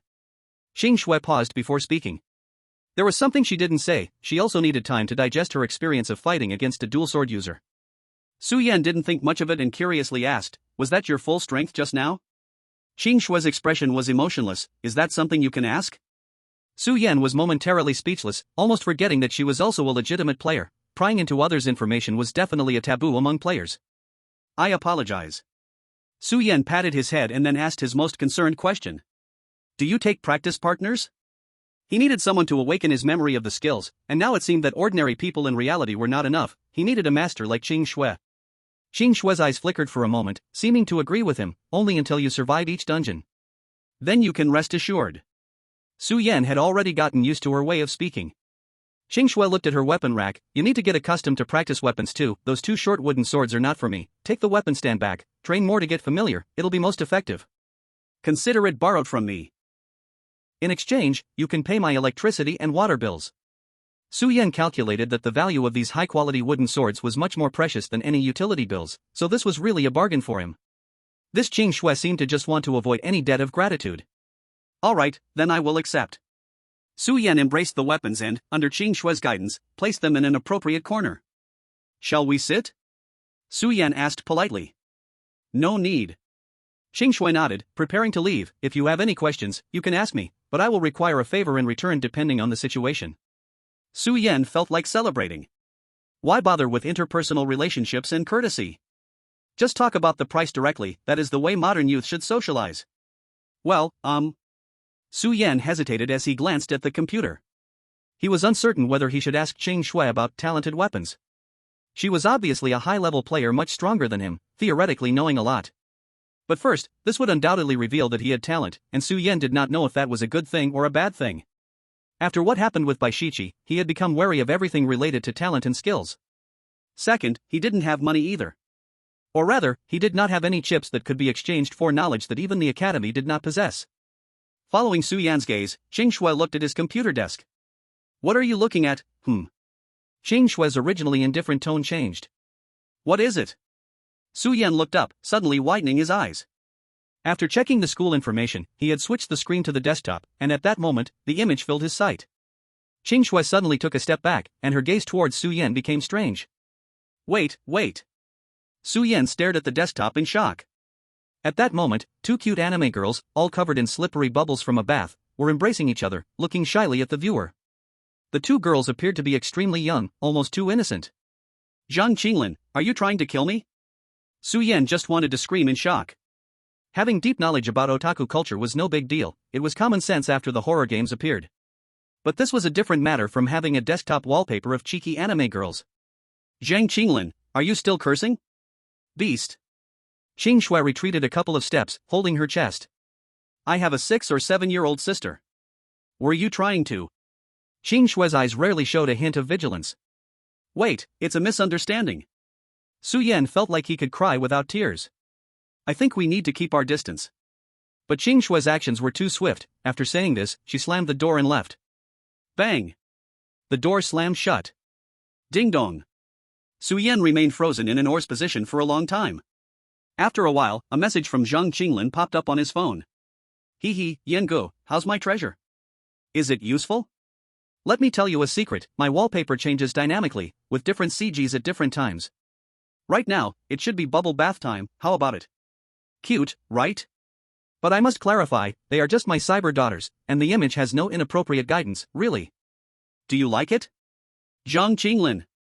Su Yan picked up his phone and roared, it's a pity I didn't test your medicine last time in the dungeon. On the computer screen, the two adorable girls seemed to time it perfectly and changed into simple cute pajamas, revealing innocent sleeping faces, which was rather normal. After that, Qing Shui never appeared in the hallway again, as if she had evaporated from the world. So, in the following 30 days, Su Yan became obsessed with cooking. Under the psychological comfort, he had to practice this other skill that had been ignited. The newly moved-in apartment had complete kitchenware, and there was also a nearby market, making it very convenient overall. While researching data and information, Su Yan managed to cut down on his habit of ordering takeaway. His culinary skills improved rapidly. However, whether by coincidence or not, he had already made acquaintance with 1 or 2 residents on this floor in those 30 days. But that sunny snow, she never encountered again. Finally. On the 35th day, the horror game descended once more. Chapter 57, Refreshing Anecdotes. Game Instance Tribal Clash Loading. Instance Type, Cooperative. Skill draws available, 1 refresh attempts, 3 would you like to draw immediately? A scarlet crescent moon floated above in space, and Su Yan's hand, ready to operate, paused. He knew this instance because it was a multiplayer instance. Previously, as a favor from the Academy, Dean Zhang had provided him with information about 3 rounds of multiplayer instances, which was the latest information that the Academy's investigators could uncover. Having access to the related content of the instance before entering had at least 2 benefits. First, it allowed for a better assessment of the dangers posed by human nature in this instance. In the instance of the cursed potion that Su Yan initially experienced, if there had been more clues at that time, he might not have encountered the life-threatening danger from Baishichi at the end. Second, it gave players more hints to facilitate easier progress through the instance, even allowing them to achieve higher ratings. Regarding the Tribal Clash instance, the hints obtained by the Academy were: the abyss descends, arising from the split of the original kingdom. The tribes symbolizing light and darkness begin to dispute, corpses are scattered across the land, unvirtuous kings are unworthy to reside long. Recalling the materials he had read before, Su Yan had already understood the general situation of this instance. Draw skill. Skill generation complete. Please choose whether to refresh the skill. Since this time only 1 instance skill was provided, the panel accordingly displayed the number of refresh attempts, 3/3. Skill, don't call me anymore, I'm afraid of misunderstandings, E-level. Effect, you can refuse all kinds of supernatural phone calls, while also eliminating any possible consequences that may arise. Note, why not answer the phone, ha? Refresh. Su Yan looked at this slightly sickly note, and his eyes twitched. The skill was immediately refreshed. It wasn't that he had a prejudice against this skill. Similar to the 2 skills he originally drew in Wushan Village, this E-level skill had good effects. If used well, it might even be better than some D-level skills. Sadly, it was just not what Su Yan needed right now. It was clear that there couldn't be any phones in the Tribal Clash. A flash of white light, and a new skill appeared on the panel. Skill, Academic Dodgy, E-level. Effect, your sexiness can be equivalently transformed into the same level of intelligence and gain legal recognition. Note, we have researched the possibility of intelligence and beauty coexisting. The bridge is bodily fluids. Su Yan's fingers swiftly tapped on the screen. What kind of outrageous skills are these? Refresh, refresh. Su Yan grumbled.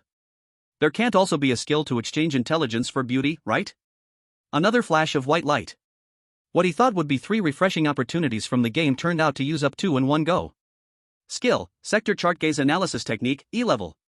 Effect, you can see the other person's emotions through their eyes, with the results presented in a sector chart, usable once every 10 minutes. Note, this skill has 3 points of practicality, 3 points of sharpness, and 4 points of helplessness. Alright, let's go with this. Su Yan decided against continuing to refresh the skill, fearing that he might draw some visually appealing but useless skills. Although the skill didn't provide much assistance in combat, it could still be useful in many ways throughout the instance. Horror game begins. The beginning of dispute, tribal clash. Eerie black-purple light surged up from underneath, and when he regained his senses, everything had vanished into darkness. Dark, damp. This was Su Yan's first impression of the surrounding environment. He appeared in an ancient palace covered in moss, the walls and stairs made of rough, uneven white stone blocks. The visibility was very dim, with only white candles surrounding him and those nearby, the faint yellow flames flickering, casting shadows that shifted and changed. In the deeper darkness, it always felt like countless eyes were watching. Su Yan did not continue to observe the environment, he wanted to understand the person beside him, who was his teammate for this instance. What met his gaze was a familiar yet indifferent look.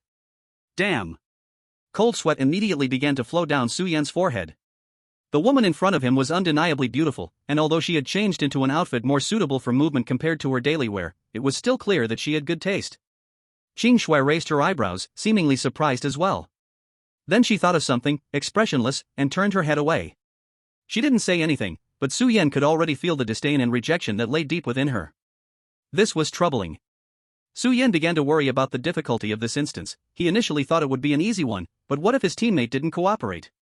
After all, this was a cooperative instance, which meant that according to the system's assessment, completing it alone wouldn't be that easy. Just as he was thinking this, a piercing cackling laugh suddenly broke through the air. Ha ha ha, finally, I've waited long enough for you 2 noble heroes. The voice was sharp, like someone had cut their throat and was still able to squeeze a sound from their lungs, sending chills down one's spine. In the darkness, 2 red eyes the size of lanterns suddenly appeared. Su Yan was startled. In an instant, his omnidirectional mobility device popped into his hand, and the 2 sharp blades were his only melee weapons. At this moment, a cold, biting wind suddenly rushed from beside him. Su Yan glanced over and was immediately shocked, unable to look away. Qing Shui's sword pendant necklace vanished, replaced by a sharp silver longsword gripped tightly in her hand. A fine, ice-blue glow swirled along the blade, giving Su Yan an extremely dangerous feeling. Su Yan was astonished. He had only drawn his knife out of instinct to guard against the sudden appearance of a monster, but Qing Shui seemed intent on striking it down. In an instant, Su Yan felt that Qing Shui was even more terrifying than the monster that just appeared. No, no, no. Please, noble heroes, calm down. That unpleasant voice was now tinged with a hint of panic. On either side of the stone palace, light finally illuminated, emitting a ghostly blue flame that flickered around them. Only then did Su Yan clearly see the monster's appearance. It was an extremely bloated, pus-filled toad, holding a skeletal staff in its webbed hand, revealing its disgusting belly as it sat on the massive stone throne, gazing at them. With its strange red eyes, the toad beast let out a sigh of relief and introduced itself. Welcome, noble heroes, to my tribe. I am the chief of the Shadow Tribe, Thick. Su Yan stared at the comical yet eerie monster, immediately focusing on its seemingly kind eyes as he activated his skill. That was a gaze made up of 3 parts hypocrisy, 2 parts darkness, 4 parts malice, and 1 part disdain and indifference.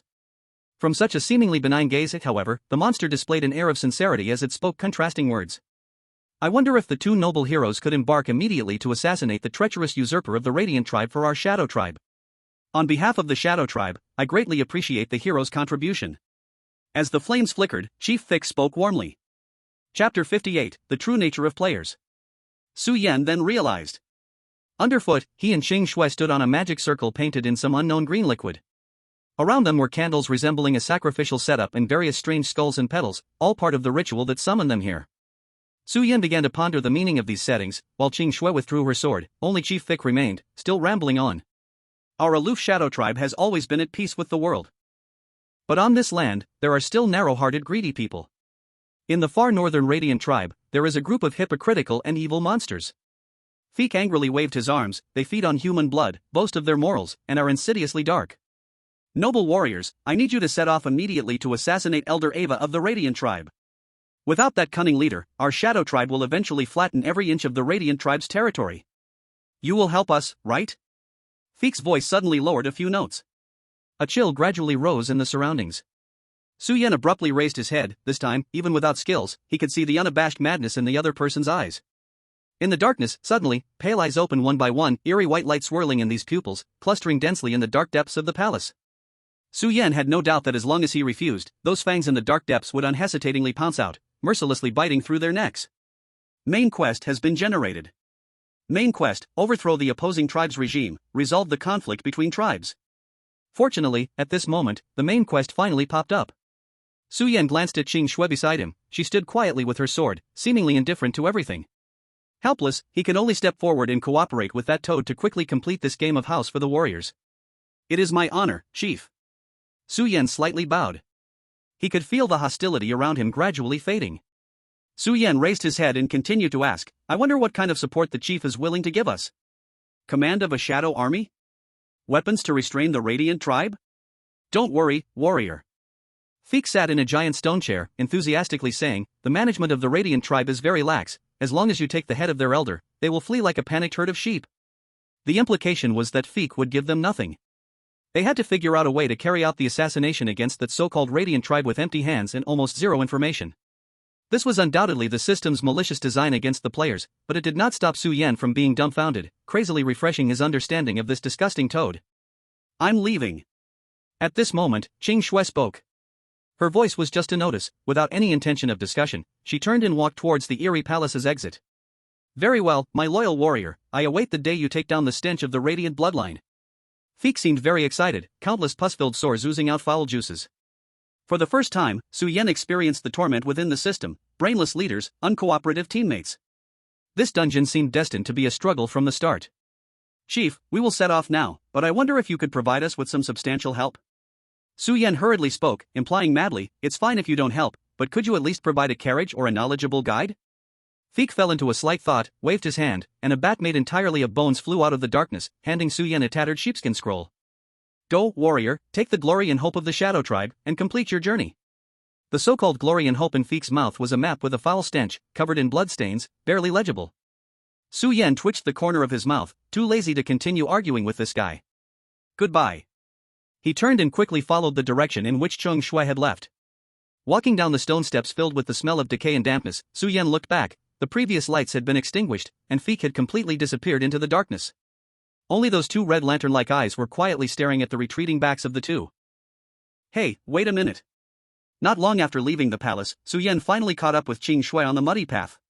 The moonlight flowed among the dark clouds. Outside the palace, there was only a dense, eerie forest surrounding them, with just this one small path, making it easy to find. Don't follow me, Qing Shui said flatly, turning to stare at Su Yan, her long sword still sheathed.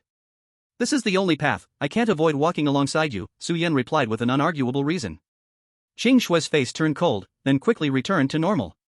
I'm not in the habit of cooperating.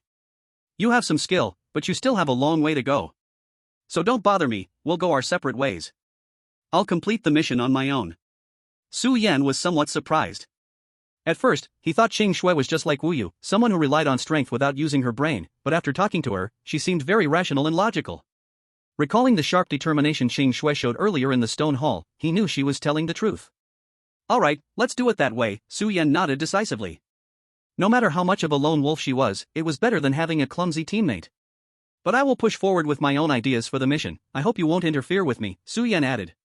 After saying this, he turned and walked to the edge of the small path to collect scattered twigs and fallen leaves from the woods, then found a dry patch on the path to build a small pile.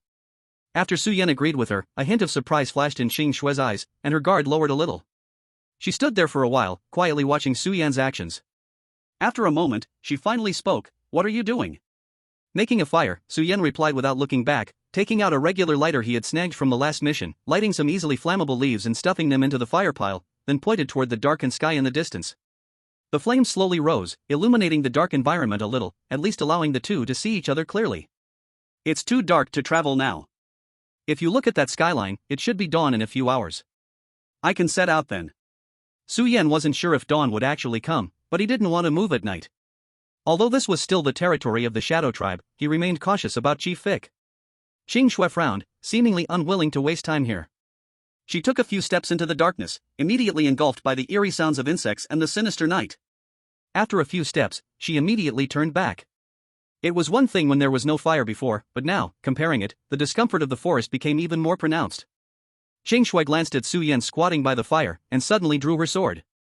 Su Yan believed that after experiencing nightmare-level missions, his physical abilities skyrocketed like he was on a rocket, and his vision was astonishing. At this moment, he could barely catch the motion of Qing Shui swinging her sword. The ice-blue sword light struck a large tree beside Qing Shui, and in an instant, the tree was split into splinters, not even a speck of wood chips escaping. Qing Shui calmly sheathed her sword, her movements incredibly clean and swift. Su Yan, sitting nearby, showed a look of envy. This was the kind of player image he aspired to have. Qing Shui, dressed in tight-fitting attire, embodied the essence of those ancient female heroes, roaming the world with her sword. Su Yan remembered his own past performances and missions: whipping ghost girls, sneaky assaults in the dark, spiritual pollution with cackling laughter, ambush with chili water. He fell into silence for a moment. Chapter 59, High-Level Game Strategy. What Qing Shui had just displayed was enough to showcase her formidable strength. It was clearly meant for Su Yan to see. An ordinary player witnessing this scene might have been scared to the point of wetting their pants, while those with ill intentions and some skill would have to weigh the cost of making a move. Su Yan just smiled. Anyway, he had temporarily extinguished the idea of teaming up with her. After dawn, we each walked in different directions. However, from the sword in Qing Shui's hand, Su Yan always sensed a somewhat familiar aura. Qing Shui walked up to the fallen tree and gently nudged the splintered wood with her long sword, carefully picking out 2 smooth pieces of wood. Returning to the fire pit, she tossed one piece of wood, or rather a carved stump, beside Su Yan, and found a spot opposite him, sitting on the stump across the fire. She didn't say a word, but Su Yan somewhat understood. He made a fire, and Qing Shui prepared 2 seats, which was a sort of balance between them. This woman didn't want to owe anyone a favor. Su Yan looked at Qing Shui's indifferent eyes, thought for a moment, and activated the fan-shaped diagram eye analysis technique again. 1 part alertness, 8 parts indifference, the remaining emotions coalescing into one, gathering very steadily together. This was the emotion that Su Yan saw. It was the first time Su Yan saw someone controlling their emotions so steadily, as calm and still as a pool of stagnant water. Taking advantage of the bright firelight, Su Yan spread out the map given by Chief Vic, the leather map feeling greasy to the touch, the colors on it seemingly ready to fade at any moment. Su Yan frowned and shook off the grease from his hand, realizing he couldn't wipe it clean, and finally gave up. On the map, the territory of the Shadow Tribe covered the southern part of the map, subtly extending beyond the territory of the Glorious Tribe in the north. A road ran vertically down the middle, connecting the 2 locations. It seemed that this road could lead directly to the core of the Glorious Tribe. Besides this road, some landmarks on the map also caught Su Yan's attention. After studying the map for a while, Su Yan rolled it back up and activated a small hint on it. Mainly he was afraid that the other party would do something sneaky, not having good intentions. Map of the Shadow Tribe marked the geographical division and key landmarks of the 2 great tribes after the decline of the Serre Kingdom. Out of vanity, Chief Fairly exaggerated the borders of the Shadow Tribe's territory. Su Yan was somewhat speechless. Although he understood Fairly's actions, just like every nation's world map prominently featuring its own country at the center. But what he wanted to see was not such a foolish trick. However, the Serre Kingdom seemed to be useful information. It should have been mentioned in the Academy's dungeon information. The initial kingdom, the Loot Kingdom, the split of the 2 tribes. He could see some clues about the main quest. Then for this dungeon, he could loosen up a bit and carefully think about the talent weapon incubation. With the plan set, Su Yan raised his head and glanced at the expressionless Qing Shui across the flickering flames. He sighed softly. This time, being randomly assigned to a multiplayer dungeon didn't seem like a good thing. First, Su Yan wasn't sure if revealing the talent weapon in front of a high-level player like Qing Shui was dangerous. The image of Bai Shiqi going mad before his death during the second dungeon always kept Su Yan on guard. He would never reveal any closely related information in the dungeon. Secondly, after his talent upgraded, it should also provide good support for his teammates, and Su Yan also wanted to know the extent of the talent's effectiveness. But clearly, Qing Shui, who didn't trust him, couldn't cooperate with him. Just as Su Yan was feeling gloomy, a familiar aroma gradually penetrated his nose. Su Yan widened his eyes and looked again at Qing Shui. He must have misread. What was she doing? He saw Qing Shui, seemingly from nowhere, pull out an exquisite thermos, sitting in front of the fire, eating fried rice. Su Yan wasn't drooling because of it was just that this fragrance, in the current dungeon situation of hunger and cold, was undoubtedly a different kind of mental assault. This woman was actually poisoning the late night. How hungry are you? At this moment, Su Yan's state of mind was a mix of shock, confusion, disbelief, and rage. As he waited until dawn, he did not encounter the monster attack he had imagined might come from the darkness, but instead was met with a betrayal from his teammate. Qing Shui seemed to sense Su Yan's astonished gaze, her face miraculously flushed, then she lowered her head and quickly returned to a blank expression. Su Yan discovered that Qing Shui was not cold by nature, but she could quickly suppress her emotions, which made her appear indifferent all along. It was strange why she felt the need to do this. Forget it, everyone has their own secrets. What are you planning to do for the next part of the mission? Qing Shui spoke softly from across the campfire. The lunchbox in her hand had disappeared, yet her eating speed remained astonishing, as if to distract from the earlier embarrassment, or perhaps she had already noticed the map that Su Yan was looking at, she asked. Su Yan did not hide anything. The map shows that this path will lead straight to the heart of the glorious tribe. But there are several places I am somewhat concerned about. I plan to investigate those places first, and then decide whether to assassinate the elder of the glorious tribe. That's too inefficient. Qing Shui frowned in confusion. I will directly take down the enemy leaders. Anyway, as long as I complete the mission, I can end the game. Qing Shui said as if it were obvious, even thinking Su Yan should do the same. Miss Qing Shui, have you always played this game so recklessly? Su Yan chuckled wryly. Qing Shui looked puzzled. Ever since her talent was generated, she had always been this straightforward. Just like she said, completing the game would allow her to teleport away, so why not do it? For her, the steps to clear the level seemed as simple as putting an elephant in a refrigerator. Su Yan felt her thoughts. He raised a finger. First, the main quest has never stated anything about us assassinating the tribe elder. Su Yan's eyes glanced at the taskbar. Main quest, overthrow the hostile tribe's regime and resolve the conflict between tribes.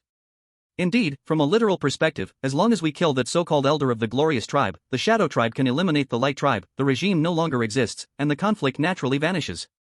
But all of this is based on the assumption that that frog is not lying. Why did he send two heroes like us, who have no loyalty, to assassinate the enemy? Why did he issue the quest without providing any help? We know nothing about this. Second, from a player's perspective, a simple and obvious way to clear the level means a low rating, and the vast map space means hidden rewards and side quests. Su Yan slowly raised his second finger. You wouldn't want to see yourself clearing the level with the lowest rating, would you? Chapter 60 Blue Pool Marsh. Su Yan sat in front of the campfire, speaking confidently. He didn't even notice.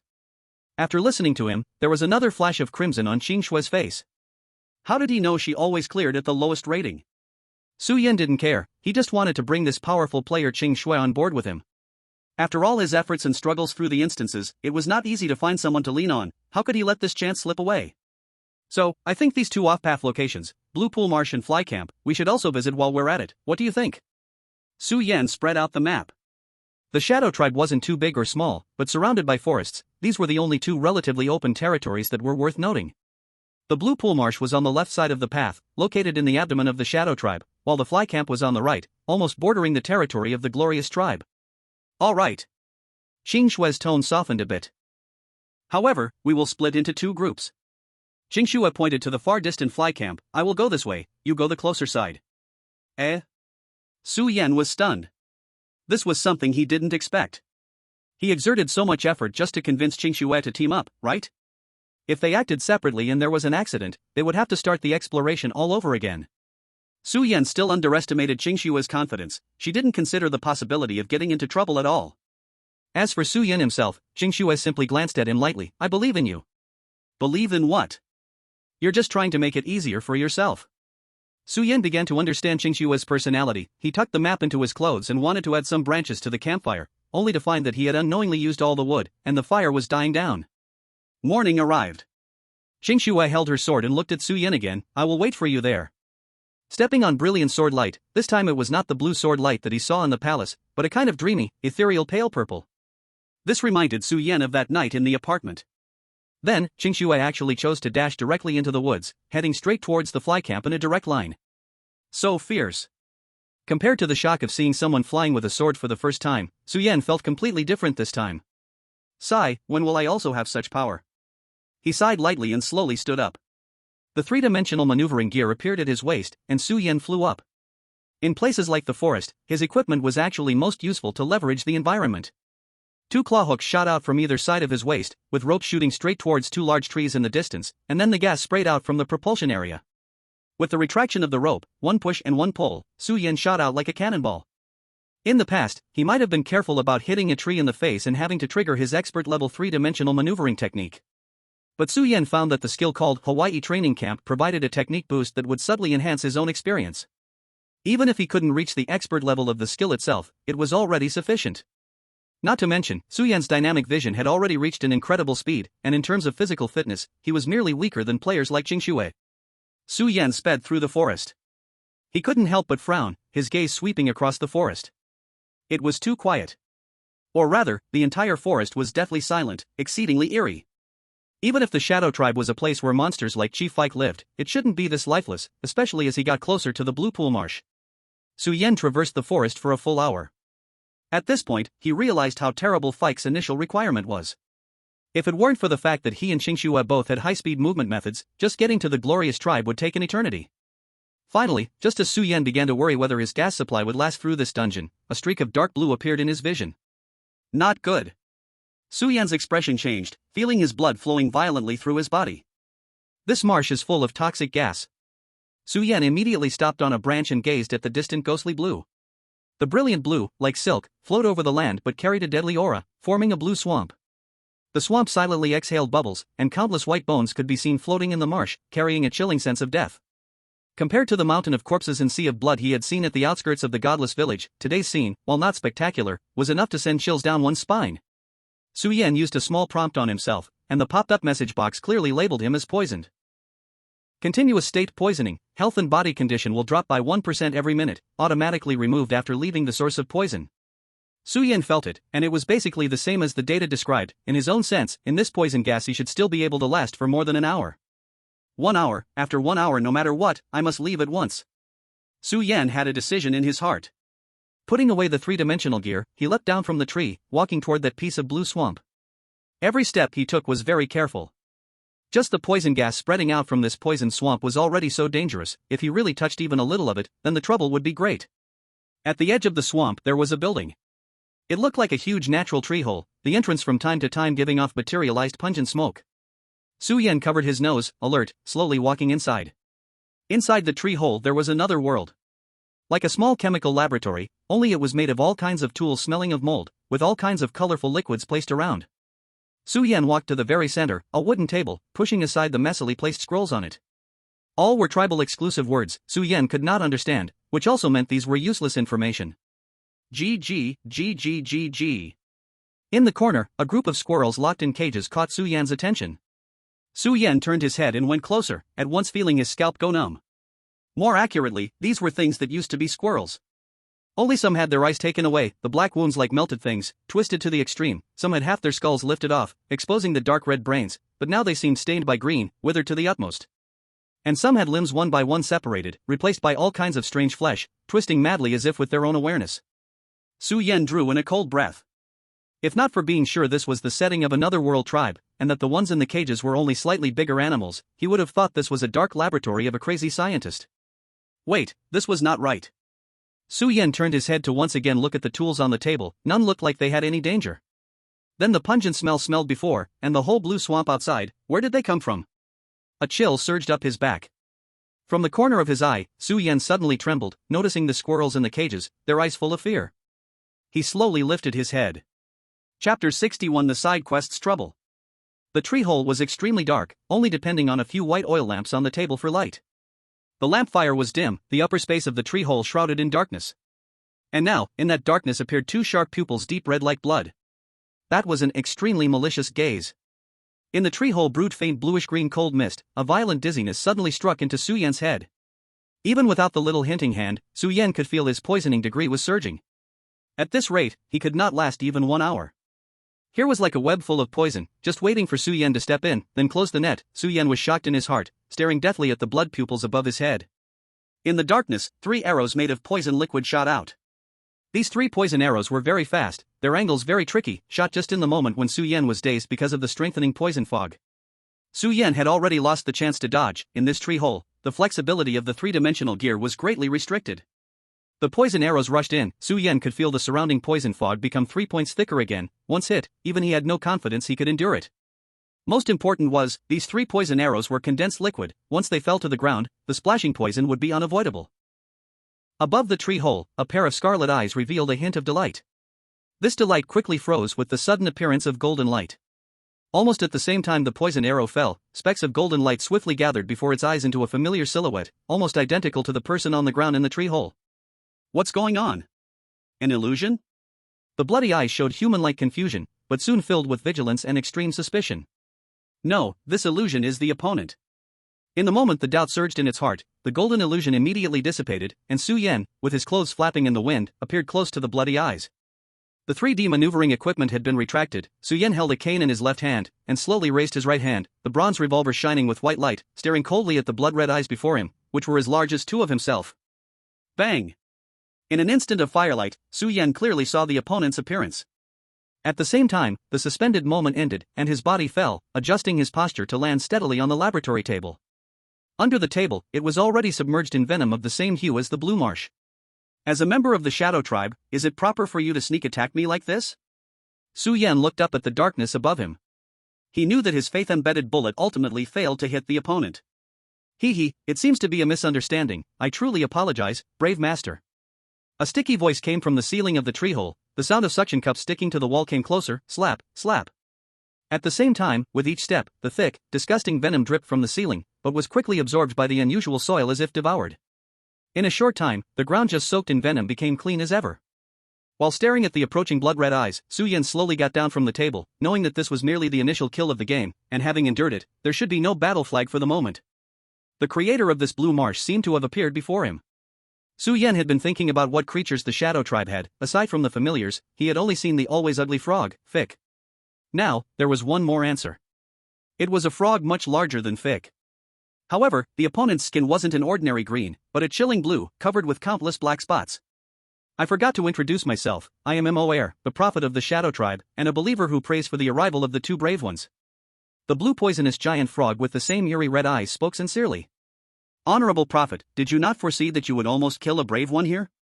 Su Yan smirked. Based on both skill feedback and the earlier encounter, he wouldn't trust a word of Moer. This is all a misunderstanding. Moer took a few steps forward, spreading his hands.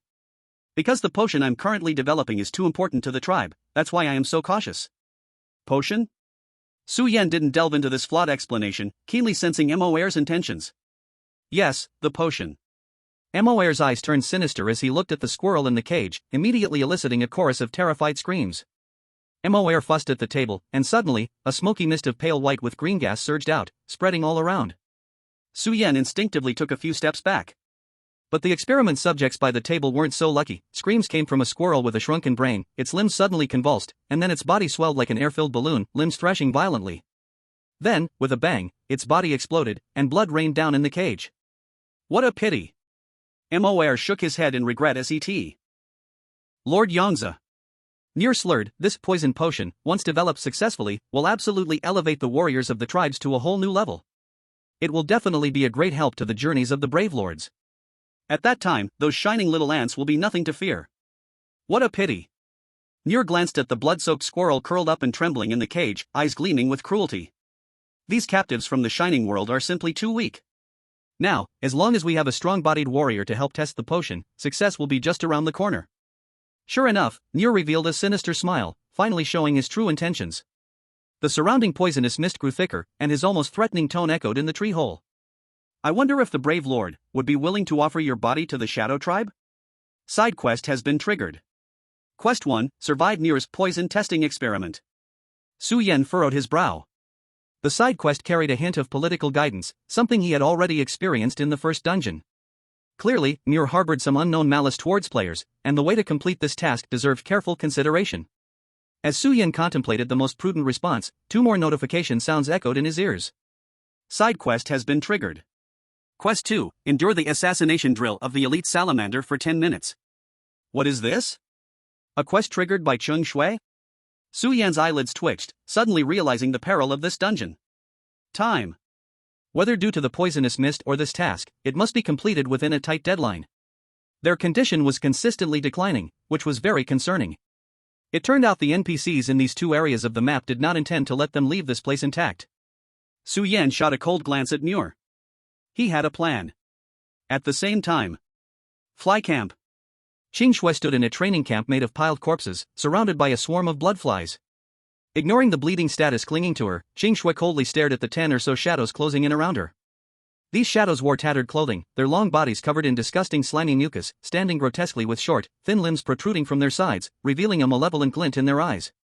A trace of disgust flickered in Qing Shui's eyes, which quickly returned to calm as her longsword suddenly emitted an unprecedented blue light. You all, come at me together.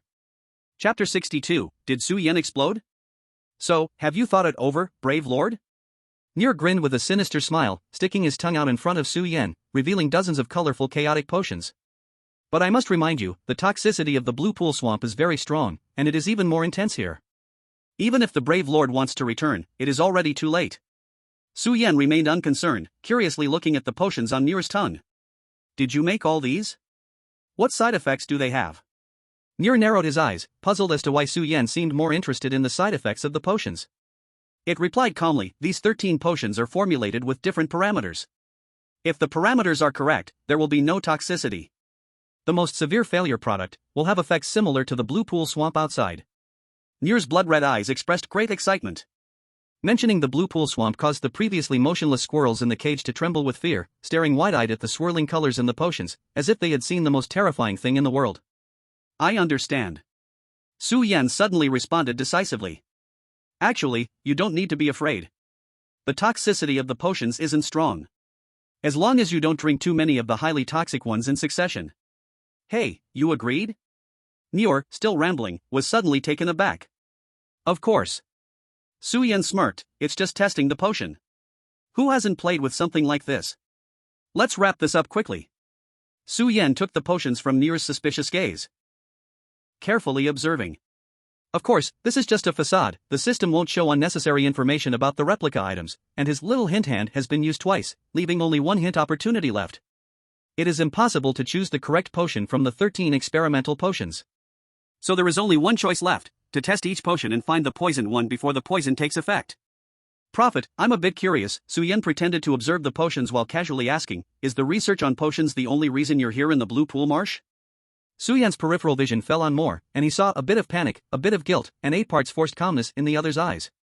That's natural. Moore instinctively glanced up at the tree hole, unknowingly revealing a lot of information. Alright, brave one, I see you aren't someone who understands things, hurry up and test the potions? No rush, Prophet Moore, Su Yan smiled and walked to the experimental table. He had 2 easy methods to find the real potion. One was to use his only D-level skill. Hawaii Training Camp, D-level you can designate a skill, and within 10 minutes, you will gain expert-level skills in that skill. This skill can only be used once within an hour. This skill does not provide any combat power, what it offers is knowledge at the tactical level. For example, if you choose to gain expert-level Gundam assembly skills, you would know how to assemble a Gundam within 10 minutes, even learning the most efficient assembly methods. However, whether you can successfully assemble it in 10 minutes depends on your own efficiency, and whether you possess the precise materials to make Gundam components is another issue altogether. This skill cannot create something out of nothing, it gives Su Yan knowledge or understanding of how to create something that does not exist. That is, advanced or unfamiliar knowledge. And this is exactly what Su Yan needs right now. As long as he activates the skill and gains expert-level Shadow Tribe potion research skills, he should be able to find the correct potion easily, without even needing to test the potions. However, Su Yan did not come here just to complete a mere side quest. Giving up the cooldown of the D-level skill here is not what he desires. Right now, he has a more interesting idea. Before testing the potions, I want to introduce a friend to Prophet Moore. Su Yan stepped aside, and a golden figure, similar in stature to Su Yan, immediately appeared next to him. However, compared to Su Yan, this figure appeared somewhat illusory and dazed. After all, this is just an illusory friend. Here we go again? Moore squinted his eyes, isn't this friend of yours just you? Yes. Since my friend is myself, doesn't that mean I am testing the potions myself? Su Yan straightened his back, reasoning heavily. This. Moore's eyes widened, feeling something was wrong, but he couldn't quite figure out why. Because of the skill's effect, he would uncontrollably suspect that Su Yan's friend was indeed himself.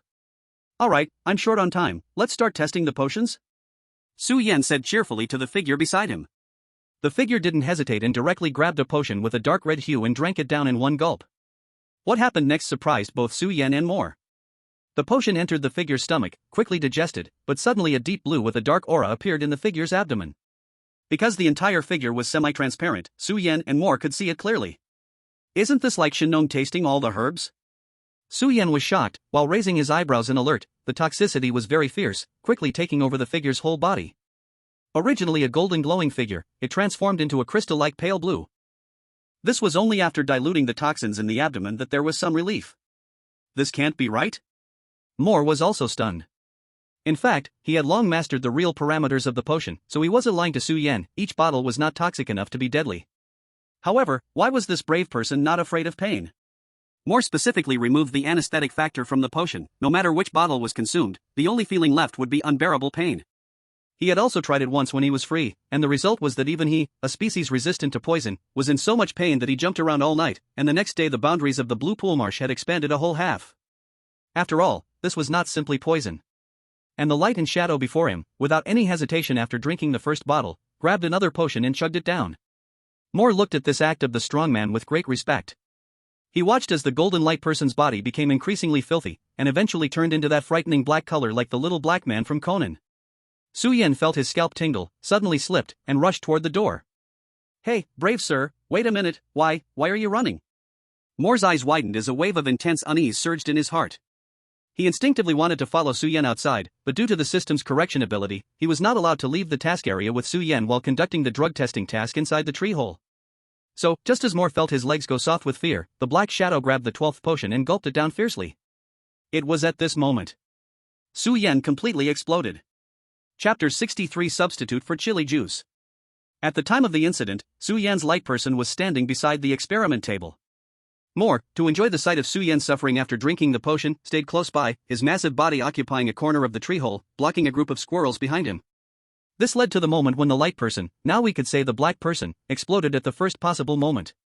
Like ink, a rain of toxic blood spewed out, completely splattering Moore's face. Quack quack quack quack. Though his exterior was blurred, as Su Yan's friend, he remained flesh and blood. Along with the furious toxic fluid that had been condensed after being digested and processed multiple times, it surged within the narrow tree hole. Moore let out a frog-like scream, his previously smooth and sleek inky blue skin suddenly became pockmarked, causing him to roll on the ground with a tongue out of pain. Oh dear, how careless. Su Yan walked in, looking very regretful. So much potion spilled on the ground, such a waste. You? I had $$ at Moore, infuriated, his eyes turned red, wanted to say something, but soon was overcome by pain and couldn't utter a complete word. He had encountered so many brave ones, every time they fell into his territory, they could only escape in despair and pain. This was the first time he was attacked like this. Indeed, Moore was certain he had been set up, otherwise, how could it be so coincidental that this kid just happened to blow himself into a rain of blood using the very same method? This was a blatant demonstration. Moore wanted to croak a few times, but found that part of his tongue had been corroded by the recent black rain. Now he'd truly become a big tongue. Su Yan still felt regretful. He really did not expect the light person to explode in the end, otherwise he would never have let go of such a deadly liquid. Both he and Moore forgot that this drug testing session should have been shared between the two brave ones, but the artificial being generated by I have a friend would not have pain and hesitation. Thus, the amount of potion, close to the limit for two people, reached a critical point on the artificial being and just blew up. With no preparation for this, Moore could only take it all without question. All right. Su Yan placed his hands on his hips and looked at Moore, who was holding his belly on the ground, covered in pockmarks, helplessly. It's hard to find the cute point, is it so painful? Shouldn't it be time to finish the final drug testing? Would you like to give it a try? Moore wanted to swear but his mouth hurt. He climbed up with a dark face, no need to test anymore. Since there's only this one left, this one must be the right parameter. Moore hopped to the lab table and pulled out a milky white potion from the drawer to give to Su Yan. This is the perfect poisoning potion. As he spoke, he wanted to take back the test item in Su Yan's hand. Su Yan held onto the potion tightly and placed it behind him. Prophet, why are you in such a hurry? Su Yan smiled slyly. Let me guess, you wouldn't do something like all 13 potions are deadly poison, right? Moore was startled and carefully examined this so-called hero in front of him. Su Yan had a half smile, making it hard to tell whether he was joking or not. He just couldn't find the same sense of superiority he once felt while casually torturing test subjects in Su Yan anymore. The hero summoned this time by Fike felt a bit dangerous. Moore felt a chill down his spine, but quickly realized he was a cold-blooded animal and wouldn't break out in a cold sweat. Stop pretending, Prophet. Su Yan's face turned cold. He walked to the lab table, grabbed a large handful of data, glanced disdainfully at it, and then threw it all to the ground. According to your research, the color of the perfect potion and the deadly poison are easy to identify at a glance. Su Yan's face was full of confidence. Now, tell me your plans. In just a few seconds outside the door, Su Yan had already seen through the branches of this side quest, which were only two types, escape route and combat route. Of course, depending on different choices, they would also be subdivided into forced escape route, refusing the drug test and forcibly escaping, preservation escape route, completing the side quest while obtaining potion rewards, special escape route, and so on. But Su Yan decided to choose the combat route because he knew that after saying goodbye at the campfire that night, Xing Shui would definitely choose the combat route. The advantage of the combat route is its difficulty. However, it gets closer to the truth. Su Yan looked cold, his small advertisement skills at their peak, giving off a feeling that he was very confident. He held in his hand a potion that would smoothly lead him into the combat route, but he wanted to hide it. Thankfully, this blue frog's brain wasn't very useful. Discovered?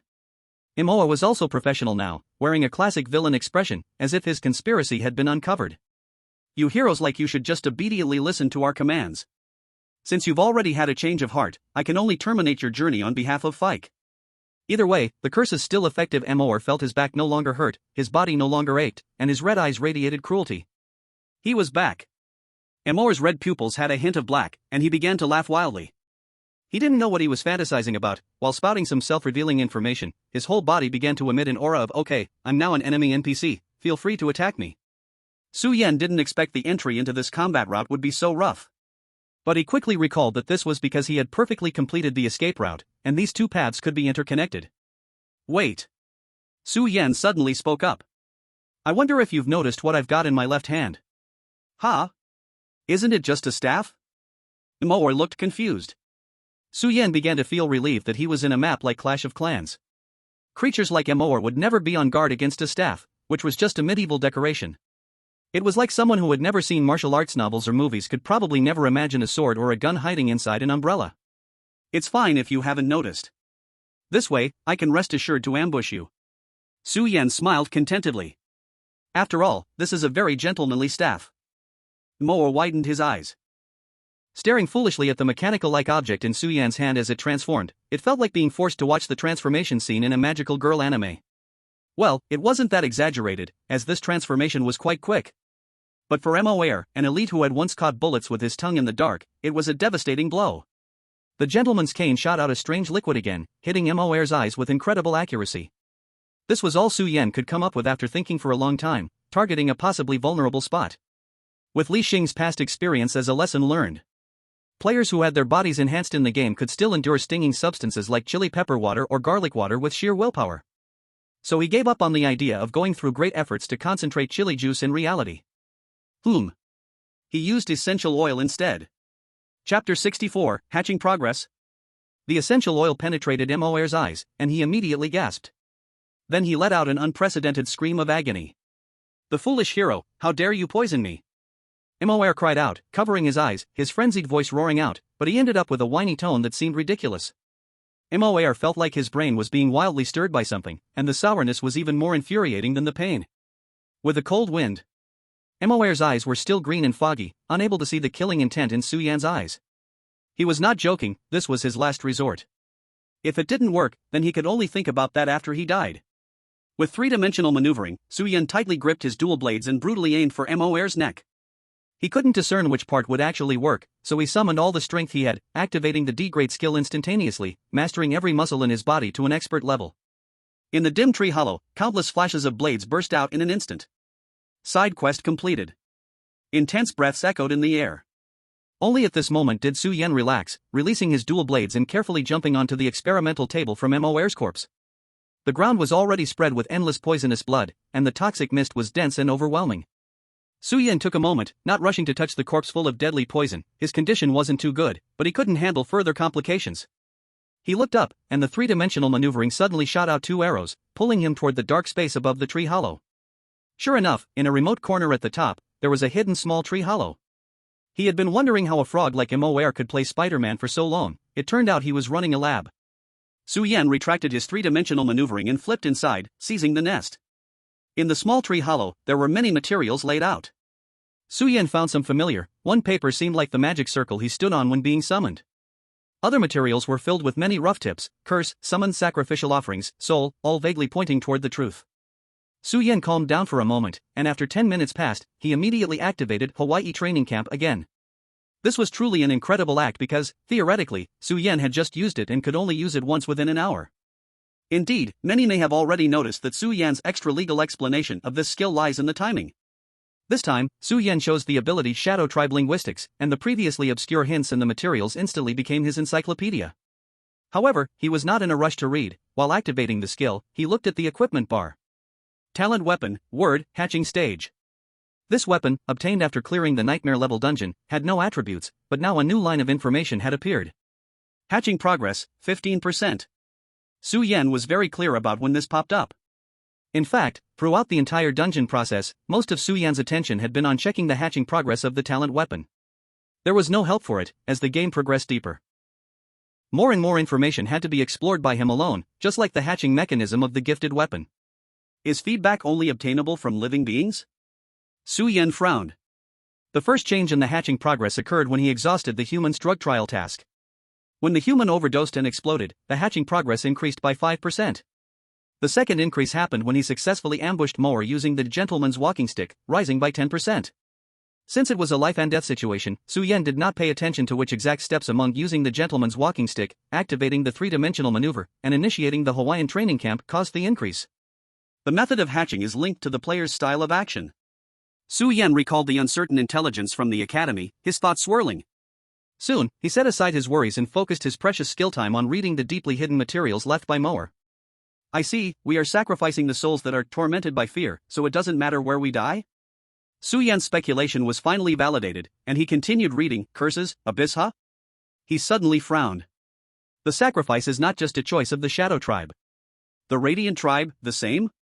When 10 minutes were up, Su Yan casually threw away the waste paper in his hand and jumped down. Moer's blood had dried up, as if completely absorbed by the soil. It could be foreseen that, within a day, the range of the Blue Pool Marsh would surge again. Su Yan had to leave quickly. Su Yan glanced at the cage beside the laboratory, suddenly walked over, and shattered it with a single strike. A trembling squirrel stepped out from inside. Having endured torment here for so long, it had developed resistance, surviving several toxic transformations. You all can go, but it's best not to return to the Radiant Tribe, find a corner to hide well. Su Yan did not concern himself with the squirrel's thoughts and continued to search for something among the materials in Moer's corpse in the laboratory. After a moment, he raised his head with an unwilling expression. Something's not right, where's the potion, where did it put it? Could it be that just because I hit a bottle of poison, it didn't count? That doesn't make sense. Su Yan wiped the sweat from his forehead, his face slightly turning pale. He looked at the bottle of test potion that he hadn't handed over earlier. It had now become a carryable item, and information popped up. Cursed Potion, a terrifying potion filled with poison and bloodline curses, concentrated from Moer's toxic bodily fluids. Ingesting it will root into the bloodline and be hard to remove, causing permanent attribute decline until the dungeon ends. External application will cause physical corrosion, and can only be healed by high-level skills. Su Yan's doubts were quickly dispelled. Since this potion could transform into a reward-like item, it suggested that it was not necessary for triggering rewards. However, after searching through Moer's body, he couldn't find the previously seen milky white potion. Squeak! The sound of the squirrel behind him caught Su Yan's attention. You haven't left yet? Su Yan looked at the somewhat frail squirrel, slightly puzzled. The other squirrels had just scattered, seeming to have fled deeper into the forest. This one, quite spirited, clearly stood out as the leader of the group. The squirrel nodded, showing what seemed like gratitude in its eyes, pointing at Moer and wildly gesturing on its own body. In its gaze, Su Yan read a feeling of 3 parts gratitude, 2 parts worship, and 5 parts desire to help him. Could it be Su Yan's eyes widened, and he suddenly slapped his head hard? Right, this creature has such a big mouth, how could it hide something? The part the squirrel was gesturing to was indeed its own stomach. No sooner said than done, Su Yan turned around and used his dual knives to dismember Moer. After his death, Moer's skin was not as tough as that of an elite monster, making it easy for Su Yan to slice it open. Soon, Su Yan found the toxic potion. Toxic Potion, a stimulating improved toxin that can transform all toxins in the body into nutrients and gain the low-level poison immunity hidden attribute. Note, low-level poison immunity, equivalent to D-grade immunity effect, can be further enhanced in future tasks with similar items. At the same time, he also had an unexpected gain. Corrupted Poison Sac, a sac concentrated with mid-level toxins but tainted by a curse. It may have stronger effects after processing. Chapter 65, Ambush. Su Yan put away the poison sac and looked carefully at the effects of the toxic potion. Absorb toxins, replenish himself, a one-time use. In other words, it can just restore my condition from consuming in this poisonous swamp? Su Yan felt a bit disappointed. For him, the effect of this potion was far less practical than that of the corrupted poison. However, that permanent poison immunity hidden attribute was quite good. Thank you. Su Yan crouched down and patted the squirrel's head. Seeing that it had nothing more to express, he walked out of the treehouse. The squirrel watched Su Yan leave, then turned and walked deeper into the forest, where companions were waiting for it. It had been about 30 to 40 minutes since Su Yan stepped into the swamp area, but his condition had already dropped by 70%, reaching a dangerous level. Fortunately, leaving was easier than coming. Away from the Blue Pool swamp, Su Yan rested on a tree, chewing on the compressed biscuits left over from the last task, and pulled out the task list. One of the tasks had been completed, and Su Yan casually claimed the reward, random skill. Whether it was lucky or not was uncertain, since it was just a side task reward. He drew an E-grade skill. Skill: stop drawing me a big pie, E-grade. Effect: the circle you draw can turn into a big pie, and you can also turn someone else's pie into a real pie. Note: stop drawing pies. Why are young professionals still doing this? These pies have been drawn for the next life. They are saturated. Su Yan immediately put away the compressed biscuits and drew a large circle in the air with his finger. Sure enough, a steaming white bread pie instantly formed and fell into Su Yan's hand. Su Yan took a bite and smiled. It was still beef stuffing. Su Yan wolfed it down, quickly devouring the hot meat-filled pie. Finally, his condition had recovered quite a bit. Now he was a little worried about Qing Shue's side. The side task too clearly required her to hold on for 10 minutes, why had it not been completed yet? There was only one possibility: Qing Shue, like him, chose a more aggressive way to complete it. It's been so long without any news, could it be? Just as Su Yan was secretly anxious, a system prompt finally sounded. Side task completed. Su Yan was taken aback, then his expression relaxed. I knew it, that guy is stronger than me, there's no reason he couldn't complete the side task by himself. Though relieved, he also felt he had rested enough. The three-dimensional maneuvering device shot out arrows, and Su Yan blasted out of the forest like a cannonball, quickly diving down. He hurried toward the direction of the fly camp. Not long after Su Yan left, a figure, hidden in a nearby bush, suddenly stirred, watching the direction Su Yan left, seemingly talking to the machine in his hand. On the other side, in the fly camp, flies buzzed, and a nauseating smell of blood filled the air. Qing Shui leaned against the sword hilt, slowly sitting down on a relatively clean patch of ground. Her condition had dropped by a full 90%. The buff of this fly camp caused continuous blood loss, and it was much fiercer than the poison in Su Yan's area. Almost all of her condition had degraded this way. Just like how toxin accumulation would reduce Su Yan's condition, the nature of this place's blood loss also made her swordsmanship less precise. Around her, the bodies of monsters, covered with blood and pus, twitched, emitting a pungent odor. Qingxue wearily stood up, raised her sword, and crossed over the crowd to the last terrified elite monster. In no way the elite lizard trembled and said, "He is the bravest warrior of our shadow tribe." Not anymore. Qingxue weakly swung her long sword, an awkward movement like a child swinging a sword, yet it created a shocking flash of light. The smell of blood in the camp grew stronger. Qingxue was very uncomfortable in this kind of environment, feeling quite disgusted, and precisely because she was disgusted, these monsters died faster and faster. She wiped out the entire camp. Side quest completed. Qingxue also heard this voice prompt, so she frowned, looking somewhat unhappy. She had heard this voice just a while ago, which meant that Su Yan triggered the same quest but completed it faster than her. Was she not killing fast enough? It couldn't be possible to complete it faster than this. Qingxue closed her eyes and waited. She had promised to wait for Su Yan here. Opening her eyes, she revealed a cold glint. Come out. In the woods, 4 people walked out without concealing themselves. They were players, wearing matching earth-colored military uniforms, and when Qingxue turned around, the disgust in her eyes flashed again. The Legion. Her chest heaved slightly. This time, it was very difficult to suppress her emotions, taking a long while before transforming into indifference.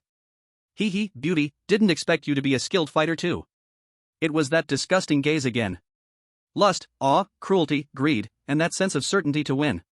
It felt like she was completely at their mercy. Legion, are you from the Radiant tribe? Qingxue suddenly asked. In a dungeon that should only have had her and Su Yan, the Legion had intervened. This indicated that they also spawned in this dungeon, and with such a small worldview, they could only be facing her. In such an opposing map, they must have come for the looting and rewards from the beginning. Yes, but we don't have a beauty with skills as exaggerated as yours, we came with quite a few people. The leader smiled cheerfully. Of course, beauty, although you are strong, you definitely are not a match for our Legion. Why not join us? As long as you obey us, we might even help you avoid the penalties for failing the game. At that time, with the protection of the Legion, you could walk sideways in the dungeon, the entire dungeon would be our territory. The leading Legion soldier leered at Qingxue, enticing her. Qingxue coldly stared at these four people, lightly gripping her long sword, a faint blood-red glow brewing. But soon, she froze.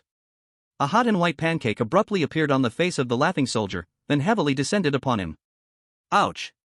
The soldier jumped up, his face flushed red. What the heck is this pancake? It's hotter than something fresh out of the oven. If you want to blame someone, blame yourself. A frivolous voice came from the woods. Everyone looked up in unison. Qingxue's brows slightly relaxed. At the top of the tree, Su Yan shook his head and said, drawing such a big pancake for yourself, aren't you afraid of burning your tongue? He gently leaped down from the tree, and the three other Legion soldiers seemed unsurprised, quickly changing positions, completely blocking his escape route. So it's you, the last player. The previously leading soldier angrily tossed the pancake on his face to the ground and stomped on it a few times, revealing a wicked smile. Su Yan ignored him, looking down at his equipment bar. The incubation progress of his talent weapon words had increased by 5%. He roughly understood. At this moment, near the tree where Su Yan was standing, a bush suddenly shook violently, and a chubby figure emerged, also in a Legion uniform. Su Yan raised an eyebrow. It's him, he was the only one to come out of the blue pool marsh. This tracker looked at Su Yan in surprise, then quickly said. Chapter 66, The Tricky Legion Squad. Skill, Bush Old 6, D grade. Effect, you can instantly appear in any bushes within your line of sight, and when you remain motionless, your concealment increases by 90%. Su Yan was still pondering how he had been followed for so long by a fat man without noticing. At this moment, the 5 members of the Legion who had just gathered all nodded together. They had hesitated to act earlier, actually out of fear of the killer Qingxue who had slaughtered the entire camp. When hunting a rabbit, one must use full force. Now that the 5 of them were together, they could easily take control of these 2. Take advantage of his illness, and take his life. In the next moment, Su Yan heard words that made his brain break. The 5 Legion soldiers exchanged glances, nodded vigorously, and shouted in unison, combine. What the heck? Su Yan was dumbfounded. Before Su Yan could speak, colorful lights of a somewhat cheap quality lit up on the 5 warriors. The reason these 5 came together was not only because they each had decent concealment and scouting abilities, but also because of a combination skill they had obtained from a dungeon they had experienced together. Skill, Stage Play Transformation, E grade. Effect, you can perform a mech transformation with those around you, increasing the power of the resulting combination based on the number of people. It is worth mentioning that the skills of the 5 of them activated simultaneously at this moment, and their power would increase exponentially by a coefficient. Su Yan had no idea about any of this, he could only stare in shock at the breathtaking scene before him. Since that zombie idol uprising, this was the second time he felt an urge to gouge out his eyes. Quan. Kuku Siku Siku. Sing. Various onomatopoeias of mech transformations sounded, but they all came from the mouths of these people, and it wasn't cool at all. The leader opened his arms and stood still. I will become the torso, he said seriously. TCH. Tisk. At #Yuan. Unhappy sounds came from the mouths of the other 3, as the good position had been snatched away. Soldier 2, quick to react, wrapped himself around Soldier 1's iron arm in a monkey reaching for the moon pose, his legs tightly clinging to the arm like snakes, head facing outward. Soldier 3 took advantage of the position and successfully grabbed the right arm. I will become the left arm. I will become the right arm. Soldier 4 had no choice but to reluctantly jog behind one, using a classic Titanic pose to wrap around one, then he stuck his feet like an octopus to one's body. I will become the back. Su Yan's mouth fell open, and even Qingxue, who had just drawn half of her sword blade, was petrified. At that moment, Soldier 5, the fat man who had just popped out of the bushes, let out a wry smile. He was the only one without a choice. He quickly dove under one's legs, grabbed his feet, and suddenly lifted all 4 of them up, firmly standing upright. I will become the legs, Soldier 5 said in a deep voice, his face almost turning liver-colored. Only he could bear the weight of these 5 people. But from the looks of it, it was quite difficult. Hey, are you kidding me? Su Yan exclaimed in shock, are you playing around like this and not afraid of copyright warnings? Oomph, laugh at us now while you can, kid. Soldier 1 sneered. You should regret letting us complete the transformation process. Now, even if the commander comes, he won't be our match. Though Soldier 1 had a sneaky appearance, he acted very decisively. Before his words had even finished, he launched an attack at Su Yan. He moved his right hand, and Soldier 3 on the right arm immediately understood, opening his mouth. A beam of light gathered, and a laser as thick as a fist suddenly shot out. Holy crap! Su Yan's expression changed, he lifted Qingxue and dodged to the side. Qingxue didn't expect the person next to her to move so quickly, and before she could draw her sword, she was pulled away. Boom!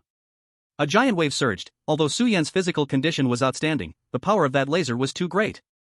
He was still pushed back by the shockwave and fell into the bushes. It's too exaggerated. Su Yan rubbed his head, wanting to complain, his eyes narrowing. The first soldier gave no chance for a breather, moving his left hand again. He smashed the head of the second soldier down to the ground. In an instant, the entire camp sank down by a little. Countless chunks of dirt were flipped open by the massive force, cracks rapidly spreading towards Su Yan. Qing Shui, feeling a bit dizzy, poked her head out from the bushes, her hair tangled with a few leaves, and complained to Su Yan, "You. Be careful." Su Yan scooped up Qing Shui again and leaped high into the air. Behind him, soldier number 4 seemed to have been waiting for this moment, his long hair standing up like a hedgehog, and shot out, leaving behind a shiny bald head. It turned out he had been wearing a wig all along. Su Yan felt a chill run down his spine. Just the speed of that hairline missile coming at him meant that if hit, the damage would be no less than his pea shooter. "I say." Qing Shui looked at Su Yan's profile. The rest of her words were blocked by the wind as Su Yan performed a stylish drift in midair. The advantage of three-dimensional maneuvering is that it allows him not to be completely suspended. He aimed at an iron hook and quickly dove to evade. Old 6. At that moment, the first soldier shouted. He was calling the soldier number 5 below him. The fat man reddened his face in understanding. This was a secret signal, also an order. He struggled to turn his head to look at where Su Yan was about to land, and in the next moment, he and the other 4 disappeared together. Su Yan stared in shock as the combined figure of 5 soldiers appeared next to the grass he was about to land on without any warning. The first soldier grinned maliciously, swinging his arms. There was no time to react. At this moment, Su Yan felt immense regret. He could have evaded this move by summoning friends, but what about Qing Shui? If he had known, he should have used his staff to stealthily take out one person first. He had too little information. Su Yan still thought that these 5 people needed to gather to launch a combined skill. "I say," a fierce wind approached, but an angry female voice almost stopped the wind. "Could you let someone finish speaking?" The chilling voice lowered the surrounding air temperature by several degrees. Qing Shui was cradled in Su Yan's arms, her hair messy with leaves, her chest heaving violently, unable to suppress her emotions any longer. Su Yan suddenly felt a tingle on his scalp. He looked down to meet Qing Shui's gaze, and for the first time, he saw her unreserved anger, when she had always shown a cold expression. "No need to contain your emotions now." As if hearing Su Yan's thoughts, Qing Shui's eyes turned a terrifying crimson, and her long sword slowly unsheathed. "My anger is about to overflow." Su Yan twitched his lips. He forgot about his own circumstances and didn't use any skills, while Qing Shui seemed to forget that they were about to be crushed. She simply pulled out her long sword, carrying a blazing sword light. In the terrified eyes of the 5 soldiers, flames descended like hell. Chapter 67, Golden and Precious Names. Su Yan admitted that he had never been able to see through the partners around him from the beginning. Although Qing Shui had once suppressed him in reality with her formidable physique, and although she had shown a glimpse of power by the campfire last night, he naively thought that Qing Shui was only slightly stronger than him or even a few times stronger. At the moment she unsheathed that sword, half the sky was turned red by the surging flames. That sword from Qing Shui was enough to instantly kill Bai Shiqi, on par with the top 10 outside the law. These 5 soldiers were not ordinary people either. As soon as Su Yan engaged, he realized that even one of them was at the level of Li Xing. Not to mention how these 5 could double their power with their strange combination skills. Yet Qing Shui, with one sword swipe, sent them to oblivion. In the blink of an eye, the terrifying combined figure of soldiers that had almost pushed him to the brink had turned into charred remains, their fearful expressions frozen in place, then turning to ash. Su Yan landed, cradling Qing Shui, his forehead covered in sweat, as if he were holding a ticking time bomb. Carefully placed it down. "You are so fierce." After holding it in for a long time, Su Yan finally spoke this sentence. Qing Shui shot him a cold glare, turning her head in frustration. Her eyes still showed no emotion, but Su Yan felt she was angry. Su Yan felt helpless and began to walk towards the charcoal pile, hoping to find some spoils. Nothing was found. Even if there was something, it seemed to have burned away in the sword force from Qing Shui just now. Su Yan had no choice but to walk back. Qing Shui was sitting silently on the ground, her back to him, quietly picking bits of leaves from her hair. "It seems your condition is really bad." Su Yan suddenly spoke.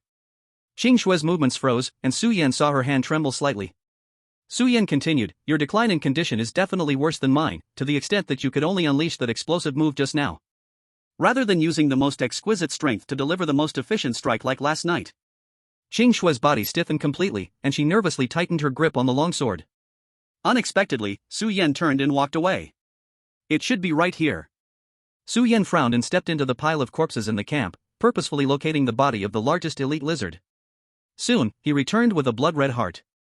Eat this. Su Yan handed it to Qing Shui. It was a reward similar to a detox potion, which could basically offset the decline in her condition from blood loss.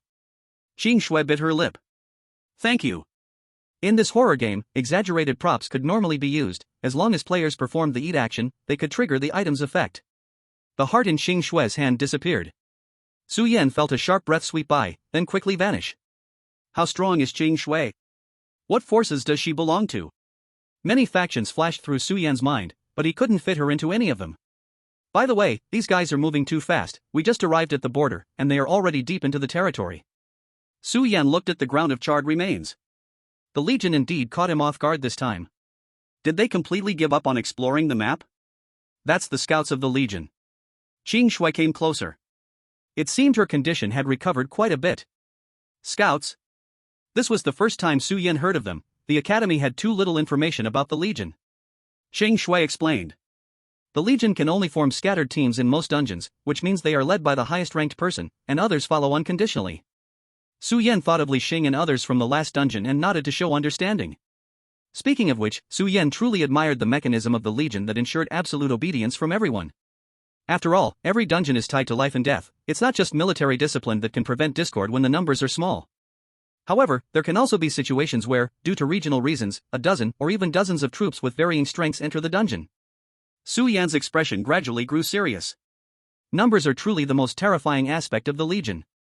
One could even say, distinctly separated small teams can be considered the real Legion. In that case, soldiers will be divided into 5 categories: scouts, vanguards, aces, and logistics. And those who lead them. Qing Shui glanced at Su Yan and continued, are the true general and commander. The general fights bravely, while the commander strategizes. Whichever type can unleash the Legion's most terrifying strength. Perhaps the individual strength of a general or commander may not be as good as the core, but when facing them, even the core may have to concede a little. Su Yan vaguely felt something was wrong. These 5 are just scouts. Doesn't that mean? Yes. Qing Shui nodded, her expression not as relaxed as before. We have encountered a complete Legion. Su Yan's eyes flickered intensely.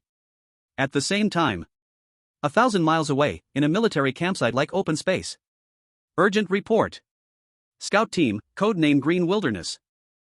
Life signs undetectable, estimated, total annihilation. A logistics soldier suddenly stood up in shock, his voice trembling. What? The news spread throughout the entire military camp. Heavenly Scouts team, that was the core team of scouts. Their power could even rival that of the elite soldier squad. How could an entire team be wiped out? Moreover, this logistics report had only this single piece of information, with no time gap. Does this mean they were utterly destroyed in an instant? How is that possible? The entire military camp was in turmoil. Silence. A man's voice resounded. In just 3 breaths, the original commotion instantly vanished. The forest was eerily quiet. The previously chaotic atmosphere was suddenly replaced by an even more intense sense of oppression. Everyone looked in awe at the lean man dressed in white military uniform who had just walked out of the tent. He wore gold-rimmed glasses, his hair was impeccably styled, and there was a faint brilliance shining in the depths of his eyes. He was the handsome of the army, Jin Yuming. Soon, he smiled. It seems we have encountered a very tricky opponent. Logistics Team 4, recite all the wireless records sent by the scout team. Jin Yuming's voice was calm, commanding. Yes. A member of the logistics team immediately stood up. First record. Green 5 discovered Rabbit 1 and Rabbit 2 at the end of the main road. The 2 rabbits acted separately. Second, Green 5 transmitted back to the command camp and the scout team. Analysis confirmed that Rabbit 1 went towards Blue Pool Marsh, Rabbit 2 went towards Fly Camp. Feedback, both possess ultra-high-speed movement capabilities. Third, Green 5 finished mapping and found no Rabbit 3, rerouted back to Blue Pool Marsh, encountered Rabbit 1, the environment was bizarre, waited as instructed at the perimeter. During this time, deep in the marsh, there were multiple vague inhuman screams, reasons unknown. Fourth, Green's 1 to 4 rush towards Fly Camp based on positioning, also remained stationary. Feedback, Rabbit 2's combat strength is extremely strong, annihilated the area task, status analyzed to be similar to the Radiant Tribe area, the battlefield's sustainability waned. Rabbit 2 displayed abilities, high damage sword skills, physical techniques, others unknown. Fifth, Rabbit 1 left Blue Pool Marsh, suspected to have completed area tasks, didn't show remarkable combat strength, and its status also declined. After a short rest, it headed towards Fly Camp. Rabbit 1 displayed abilities, low-tier logistics skills, equipped with three-dimensional maneuvering device, sourced from anime settings, functions in the setting are. 6th, Rabbit 2 provoked the area NPCs, surged with attacks, completely annihilated. 7th, instructions sent out, waiting for Rabbit 1 and Rabbit 2 to converge, Green 5 to regroup, shift to elite duties, test strong kill on both rabbits, Greens 1 to 5 all received. 8th, the scout team sent out the action signal, executing strong kill. And then, total annihilation. Chapter 68, straight into the belly of the beast. The entire camp was silent. As the scouts' intelligence was listed one by one, they felt like the two enemy players were like mice in a cage, completely exposed to their view. But this superior feeling was cut short by the last piece of news about total annihilation. Jean Yumming's gaze also slightly froze. After all, those commands were all issued by him. Have Team 1 abandoned the encirclement operation, recall them immediately. Yes. The logistics soldier immediately sprang into action. Commander. A high-ranking soldier stepped forward. Although the scout team was completely wiped out, Rabbit 2 must also be exhausted. Why not? You think too naively. Jean Yumming interrupted. Do you think that we are the only ones who found a way to negate the map buff? This. Jean Yumming smiled slightly. Among these two players, at least one possesses extremely high combat power and another one is quite tactical, or perhaps they are concentrated in one person. From their action trajectories, they rush straight for two non-mainline areas without hesitation, showing they have strong directional intent and the confidence to handle tasks alone. As he spoke, he approached the command board. The staff had already established a profile based on the previously transmitted scout intelligence, plastered with various labels. Jean Yumming stood with his hands behind his back, quietly gazing at the profiles of Rabbit 1 and Rabbit 2. His gaze gradually lowered to Rabbit 1, representing Su Yan. Brute strength alone cannot achieve greatness. Let me see, are you a dragon or a tiger? Jean Yumming smiled and turned to look at the map on the sand table. The Blue Pool Marsh and Fly Camp of the Shadow Tribe had already been marked with big XS by him.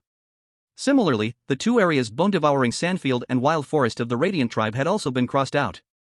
Their base was now located in the Wild Forest, the only landmark on the map that hadn't been marked out, lying along the border with the Shadow Tribe and the Radiant Tribe. It was the ruins of a dilapidated castle. It's a pity you have to follow us one step behind at night. If you want to loot our Legion rewards, it can only be here, right? Jean Yumming laughed into the air, as if he was facing his opponent from afar. Let me see how you plan to break through our Legion's defenses. Jean Yumming turned and gave an order. Advance the entire battle line. March to Seer Old Fortress. Yes. The cheers surged like the sea. The entire camp moved, with faint sounds of tracks advancing. Jean Yumming gazed into the distance.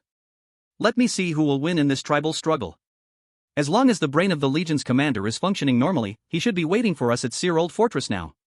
In the mountains, Su Yan and Xing Shui moved quickly. And their best scout team was completely wiped out by you, so now intelligence no longer holds an advantage. Su Yan said slowly. Xing Shui's gaze flickered, eager to try, so when shall we counterattack? No. Su Yan glanced at the map and lifted his head. We will go directly into the heart of the Radiant Tribe to complete the mission. Xing Shui followed Su Yan, stepping on sword light, dazed against the wind for a moment. Mission? Yes, otherwise what are we here for, sightseeing? Su Yan said helplessly. That bunch of fools likes to play the king versus king sand table game, and you just join in for the fun? Xing Shui suddenly calmed down. She understood Su Yan's meaning. Confronting the Legion had no real significance except for potentially looting once more, and their gains might not even cover the cost of their trump cards. Killing that elder of the Radiant Tribe will complete the mission? That's the safest way, Su Yan admitted. Along the way, he had already recounted the truth of the storyline to Xing Shui. The Shadow Tribe and Radiant Tribe split from the original Seer Kingdom, but it was not just a split, it was a shameful betrayal. Both sides climbed the steps by gnawing on the bones of the kingdom. While the two great tribes seemed to succeed, they also cursed their own bloodline. To relieve this curse, both the Shadow Tribe and Radiant Tribe spared no effort, one proposal being sacrifices. Two innocent souls summoned from another world would be tricked into becoming heroes, joining the quest to conquer enemies, ultimately tortured to death by their own people or foes. The souls that spawned fear and torment during this process became a kind of ritual to relieve the curse. Both sides' players were actually deceived by their respective tribes. However, this does not prevent us from completing our mission. Su Yan's lips curled slightly. The conflict between the tribes indeed exists. As long as we eliminate the elder of the Radiant Tribe and release the news. Then we only need to wait for the Shadow Tribe to start encroaching on the other's territory to complete the mission. Although this is only the minimum rated way to clear the game. Xing Shui frowned slightly. Then why do you still choose this? If they really did that, it would mean they had wasted time on side quests from the very beginning. First, let's take the initiative. Su Yan's eyes flashed with a hint of brilliance. Once we complete the main mission, we can leave at any time, but the people of the Legion cannot. At that time, we can play with them more. Qing Shui raised her head and then realized that the eagerness in Su Yan's eyes was no less than her own. But this tactic was too. Qing Shui endured for a long time. Still did not say the words dirty. The other side was using a cunning scheme, wanting to force them to confront directly for a decisive victory, but Su Yan planned to jump out of this game and strike from a lower dimension. With power in their hands, even if they entered and exited the Legion 7 times, as long as they did not die, even if the other side pulled out a death note, in the next second Su Yan could immediately become a lagging dog. Qing Shui felt her sense of mission impacted for the first time. On the other side. After moving to Selgu Castle, Jin Yuming had already been waiting in the dilapidated castle for a full 20 minutes. The confident smile on his face, originally calm and collected, gradually became stiff. Report. Detected enemy movements. At this time, another scout team brought in intelligence. Jin Yuming stood up, waving his big hand. Finally here, the whole army on alert, respond according to the combat plan. The scout soldier awkwardly approached the military tent. He did not have the outstanding reconnaissance abilities of the first scout team. His skill was intermittent radar, displaying enemy positions on the map every 30 minutes. And now, based on the movement trajectory from 20 minutes ago, the scout soldier honestly said, Commander, Rabbit 1 and Rabbit 2 are ignoring the Legion station area and are directly entering the core of the Radiant tribe. They went to do a mission. Jin Yuming's expression froze, his originally heroic arm petrified in midair. Then he understood something, rage surged under his glasses, and he gritted his teeth, slamming the table. Shameless. Chapter 69, each with their own thoughts. The monsters here are a bit strange. Qing Shui and Su Yan stopped near the main road. This was a group of squirrel corpses wearing steel helmets, their eyes an abnormal crimson. The wounds were caused by gunpowder weapons. It was done by the Legion. Su Yan deduced in a second, it seems that the Radiant tribe is more aggressive, directly sending soldiers to hunt down the Legion. The tribe dealing with the Legion was a bit laughable. He never thought that the two of them weren't outnumbered either. Let's keep moving, I don't have much gas left. Su Yan glanced at his equipment. 3-dimensional maneuvering device, 18%. D grade. As the difficulty of the instance increased, the gas consumption of the 3-dimensional maneuvering device almost doubled. In the earlier instances, the total gas consumption used to be just 30%, but this time it consumed almost half. Unless Su Yan could find enough gas in the next instance, otherwise, after this run, the 3-dimensional maneuvering device would likely be scrapped, and the weight limit in reality, when faced with long-term consumption scripts, was basically useless. Looking at the map, Su Yan knew they were very close to the core of the Radiant tribe. He summoned Qing Shui. But Qing Shui stood like a wooden man, staring at the distant sky. What's wrong? Su Yan puzzledly turned his head, then his mouth dropped open. Under his shocked gaze, dark shadows flew out from the distant sky, like a net being cast, falling towards this side. Those were shells. Holy crap, no way! Su Yan was stunned, his whole body tingling. Qing Shui. In a moment of crisis, Su Yan could only shout loudly, and then his whole being transformed into golden light and scattered. In the blink of an eye, he appeared far away from Qing Shui's line of sight. The next moment, artillery rained down. The terrain of the Radiant tribe was relatively wide, with very few cover. Su Yan was sure that if he were still an ordinary player just entering the instance, he would have died 1,000 times under this round of bombardment. Only now did he understand the true terror of the Legion. In the air, Su Yan's figure coalesced, wiping the cold sweat from his brow. Hey, are you okay? Su Yan shouted nervously at the dust-filled ground in the distance. A gust of wind swept by, and the unharmed Qing Shui's aura remained strong. They unlocked 1,000 times space. Qing Shui reminded bluntly, not heavy or light. That was a settlement that could only be brushed out after clearing a nightmare-level instance, it was obvious. The other party is not a simple role. Su Yan's face distorted with frustration. At that moment, using the 3-dimensional mobility, he returned to his original position. Are you insane? It's just wiping out their scout team. Is it really that serious? He didn't know how much mental harm his shameless tactics caused to a commander who was adept at strategy. Of course, there was another factor, the other side could refuel. Be careful, here they come again. Qing Shui looked into the distance, the sound of breaking air rushed in, the enemy's second round of shelling came roaring in. This time, Qing Shui was prepared, she swung a sword that emitted a dazzling blue sword light, blocking all the shells coming their way. But this was clearly not a long-term solution. The Legion could attack them, but they were unable to retaliate, their movements even restricted. The third round of bombardment grew more frequent, not giving anyone a chance to breathe. Follow me. Su Yan raised his head and dashed toward a direction through the rain of shells. He could no longer hold back. The Hawaii training camp awakened his expert-level artillery dodging skills, combined with his almost mature three-dimensional mobility driving technique. He flew low to the ground, barely evading the shells. Qing Shui followed him without a second thought, and this time her body radiated a soft pink sword light, protecting her without missing any angles. Under the cover of artillery fire, this close-range sword light seemed to be joyfully vibrant, the colors growing even brighter.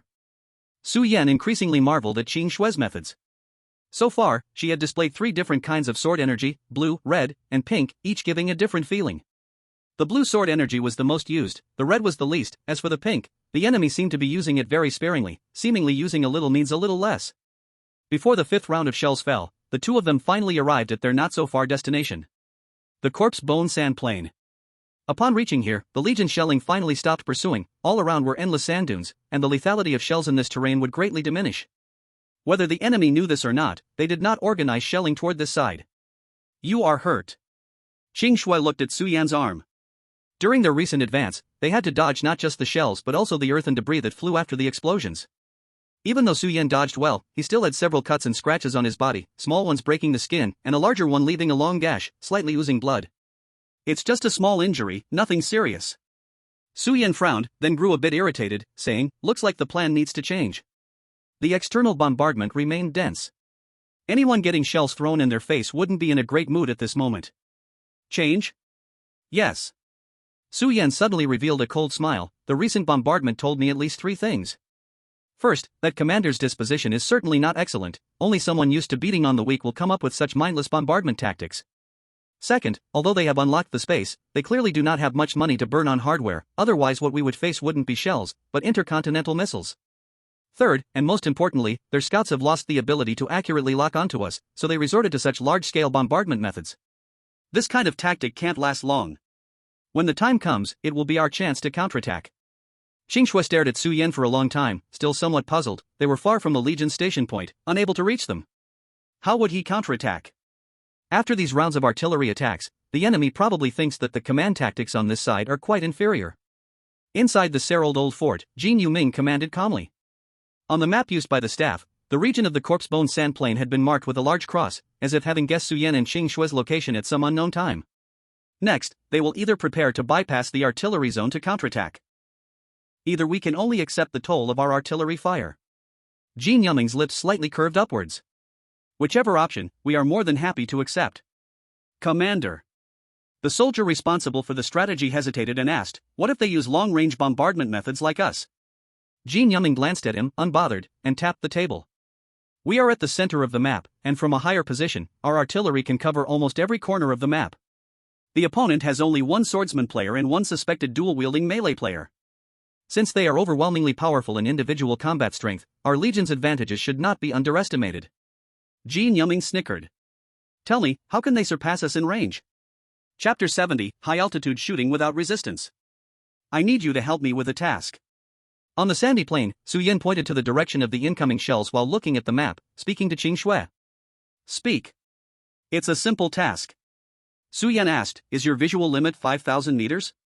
He didn't directly ask about the opponent's visual limit, as information that could infer the other party's physical abilities, even for collaborating players, was quite sensitive.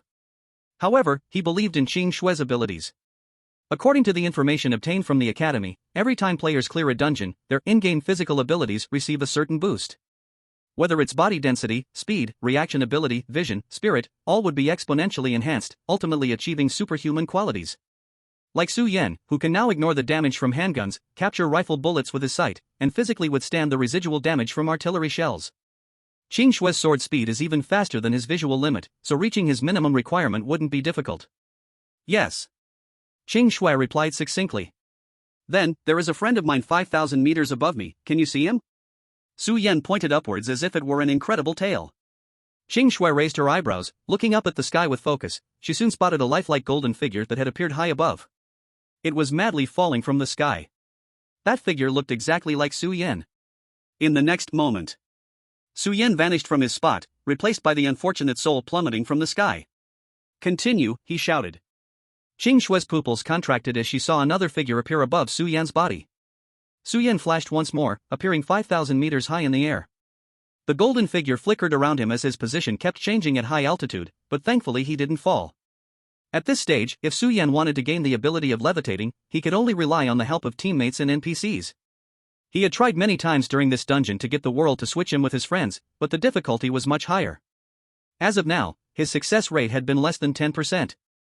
In the previous dungeons, he had once rescued known Mingyuan under everyone's watch, and another time in a prison, he suspected that a successful attempt was also due to Officer Bai Xiong secretly watching.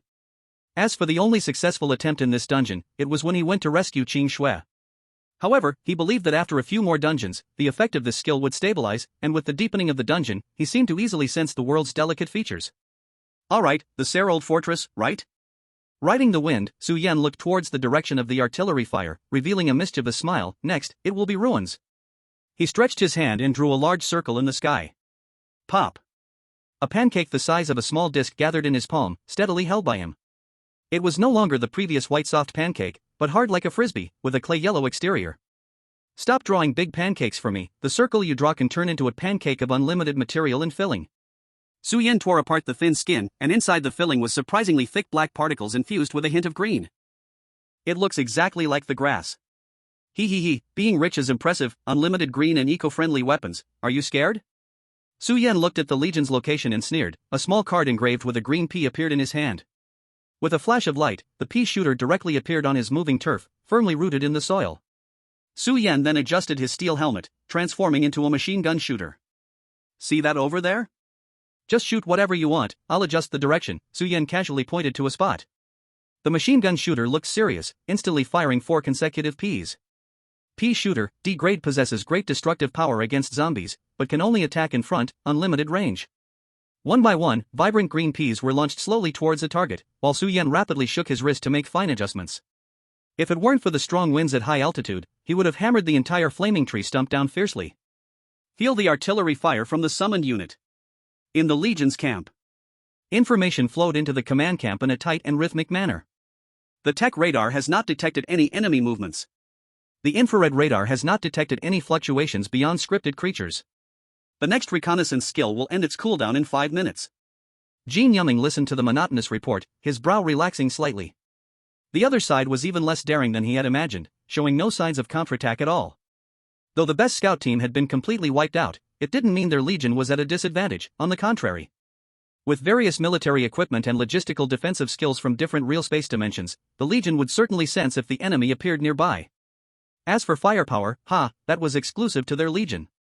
Jin Yuming glanced at the signal jamming device on the table. This was the latest research achievement from the Scientific Research Institute. Even if the enemy launched missiles, they could only be confused.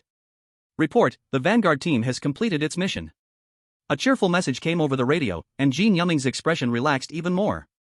With fire suppression, abundant manpower, and the Legion around, how could they lose this scenario? A commotion erupted outside the camp. What is that thing?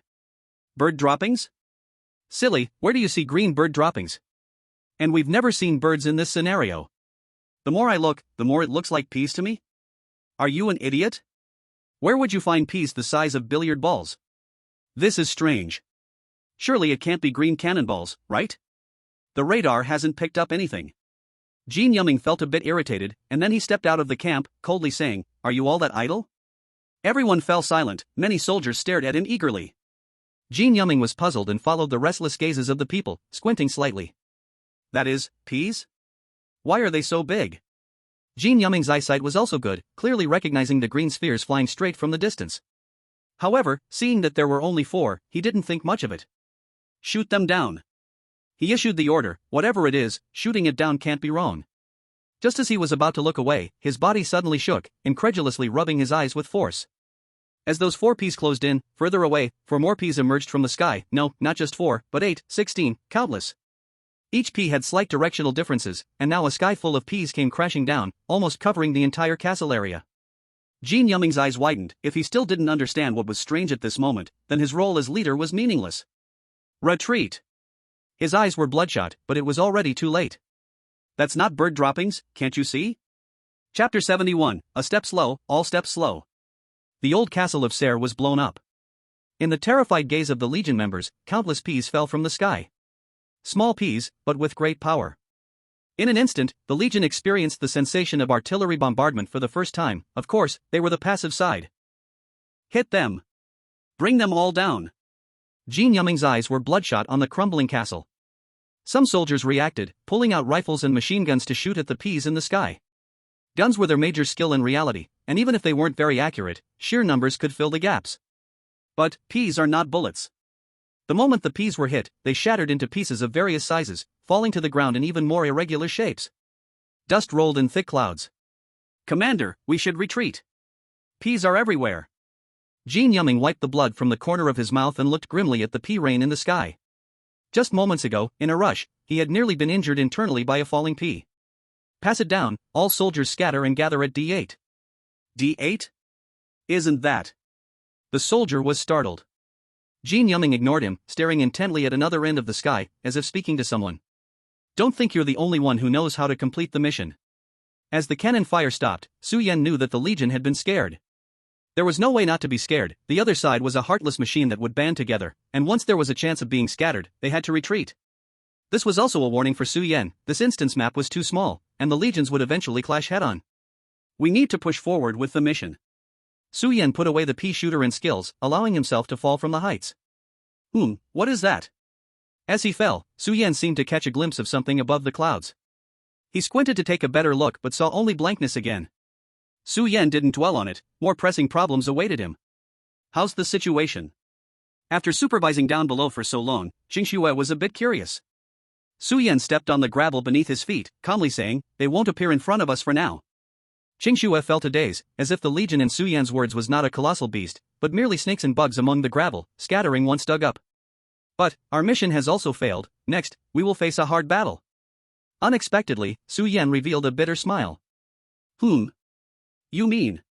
Throughout this instance, Qingxue had mostly followed Su Yan's lead. She had no choice, as the one who eats always holds the shorter hand.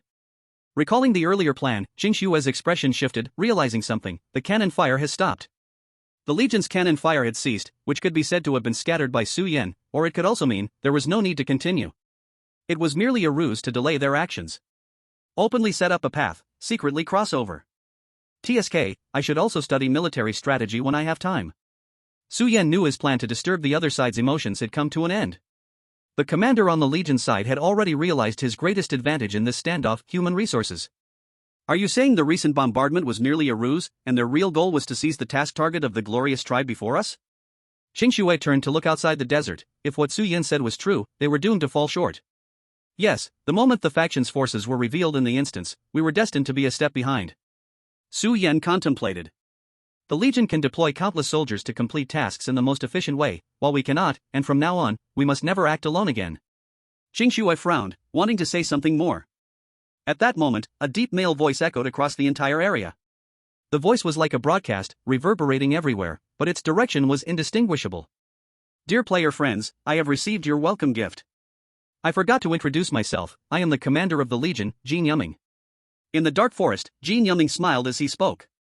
"I believe you now realize, I have already grasped the lifeline of your mission.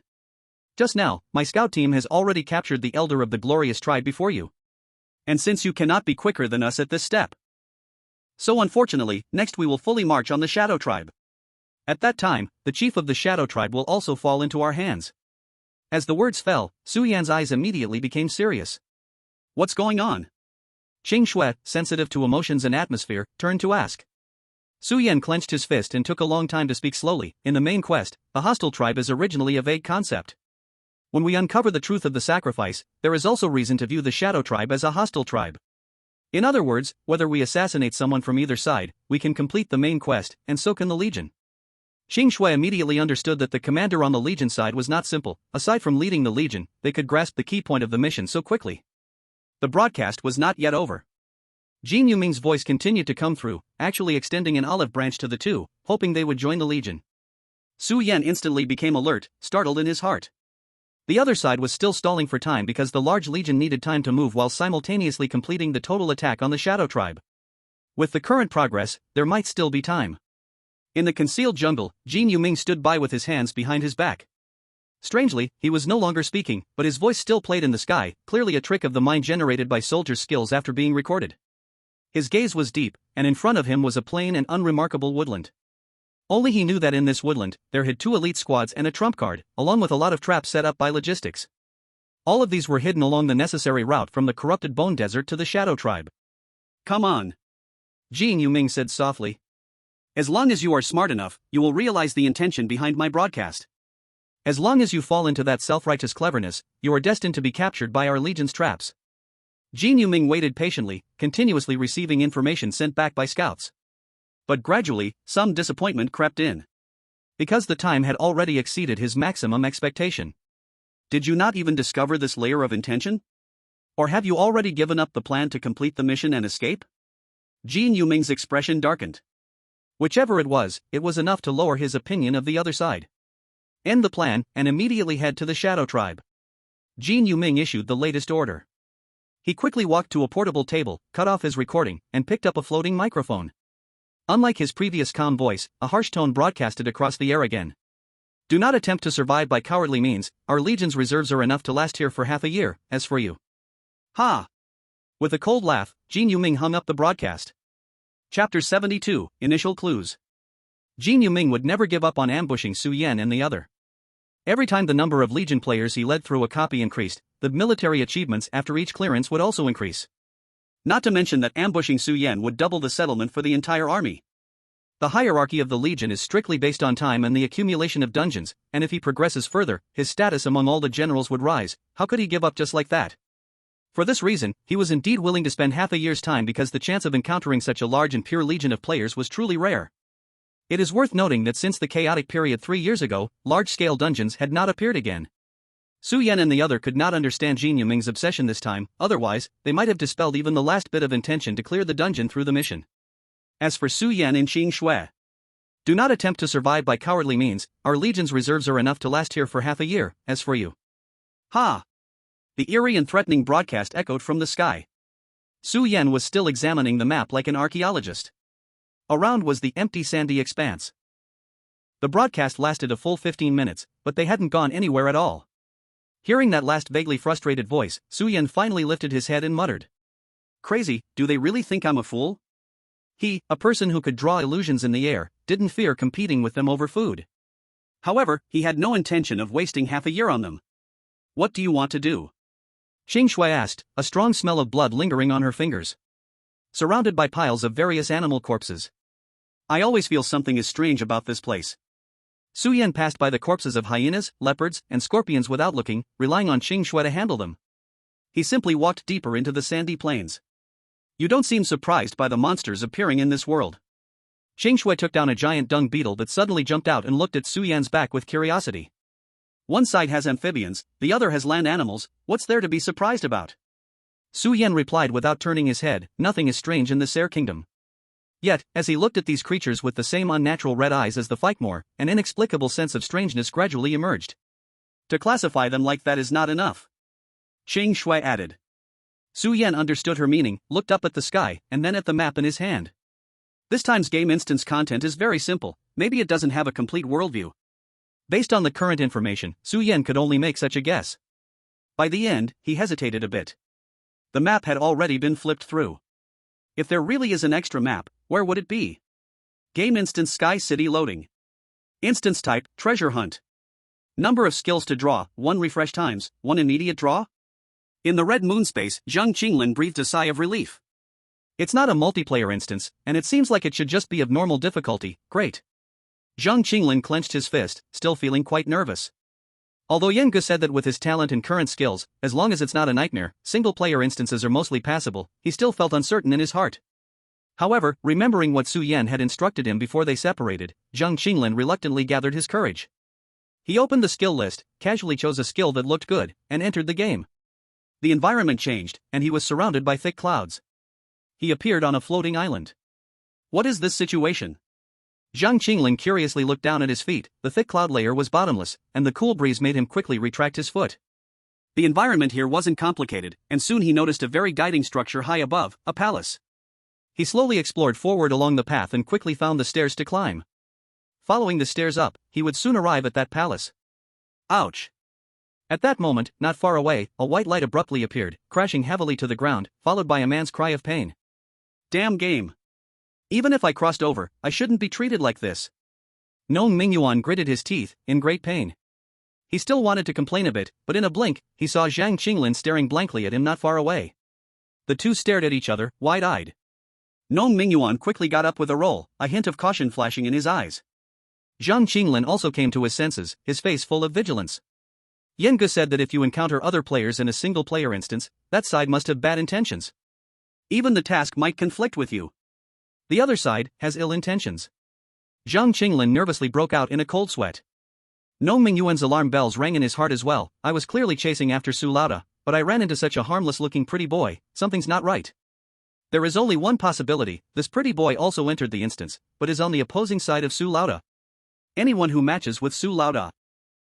This guy is definitely not an average person. He is very dangerous. Cold sweat trickled down, soaking Nong Mingyuan's back. Both of them looked as if they were facing a great enemy, but their intelligence was indeed a bit lacking. A strange silence turned into a standoff. Just when both sides couldn't help but want to speak. Boom! A deafening sound echoed through the sky. The sound was like thunder, as if it burst forth from the earth, causing one's body to tremble violently. This guy is really going to make a move. Zhang Qinglin and Nong Mingyuan exclaimed in unison. Damn it! Look out! The first to change his move was still Nong Mingyuan, who was always a qualified gambler, wanting to seize the initiative at every turn. Just right to test my new toy. Nong Mingyuan chuckled sinisterly, suddenly pulling out a gleaming object that formed a constantly spinning die. The die was a dark golden color, with silver dots creating the numbers, and the only one was a bloody dark red. Nong Mingyuan tossed it high, the die rolled in the air. The die stopped. On it was a perfectly arranged 6, the maximum. Zhang Qinglin's pupils constricted in shock, a bit flustered, quickly lowered his head and curled up, and in the next moment, all of his skills activated. Light surged up. Before this, let's take a god's point of view to see Zhang Qinglin's changes since several dungeons. First, this kid was very lucky. After finishing the Cursed Potion dungeon, he retained the initially drawn C-level skill Weeble, which allowed Su Yan to survive the potion's most intense toxicity, proving enough of its worth as a C-level single-target enhancement skill. As Su Yan's companion, during the second dungeon, Zhang Qinglin shared the extra game rewards from that kill and received an unremarkable D-level transitional equipment Golden Bell, physical. With these two solid life-saving methods, Zhang Qinglin naturally faced the second dungeon without issues. With such a godly start, combined with his own talent. After leaving the dungeon, Su Yan quickly tailored a game strategy route for him. Chapter 73, Unbreakable Move. Nong Mingyuan's die showed no sign of moving yet. Zhang Qinglin decisively used 2 skills and 1 piece of equipment. Weeble, C-level greatly activates cell vitality, lasts 10 minutes, cools down for 10 minutes. Iron Man, E-level your skin and heart are as hard as iron. Golden Bell physical, D-level generates a golden bell-shaped protective shield that can reduce low-level physical damage except blunt force. A cyan iron light flowed around him, and a huge illusion of a golden bell condensed out of thin air, covering Zhang Qinglin inside. Nong Mingyuan was immediately startled, seeing Zhang Qinglin act so decisively. He thought the opponent was about to unleash a big move. Though he rolled a 6, he hadn't even figured out this weapon yet. Instinctively, Nong Mingyuan screamed and hurriedly covered his head. Thus, the 6 dots on the die emitted a yellowish light, and then a solid wall of earth burst forth from the ground, blocking the two of them. A silent stillness spread. They peered out from their respective defensive circles to look at each other, once again wide-eyed in a staring contest. Damn!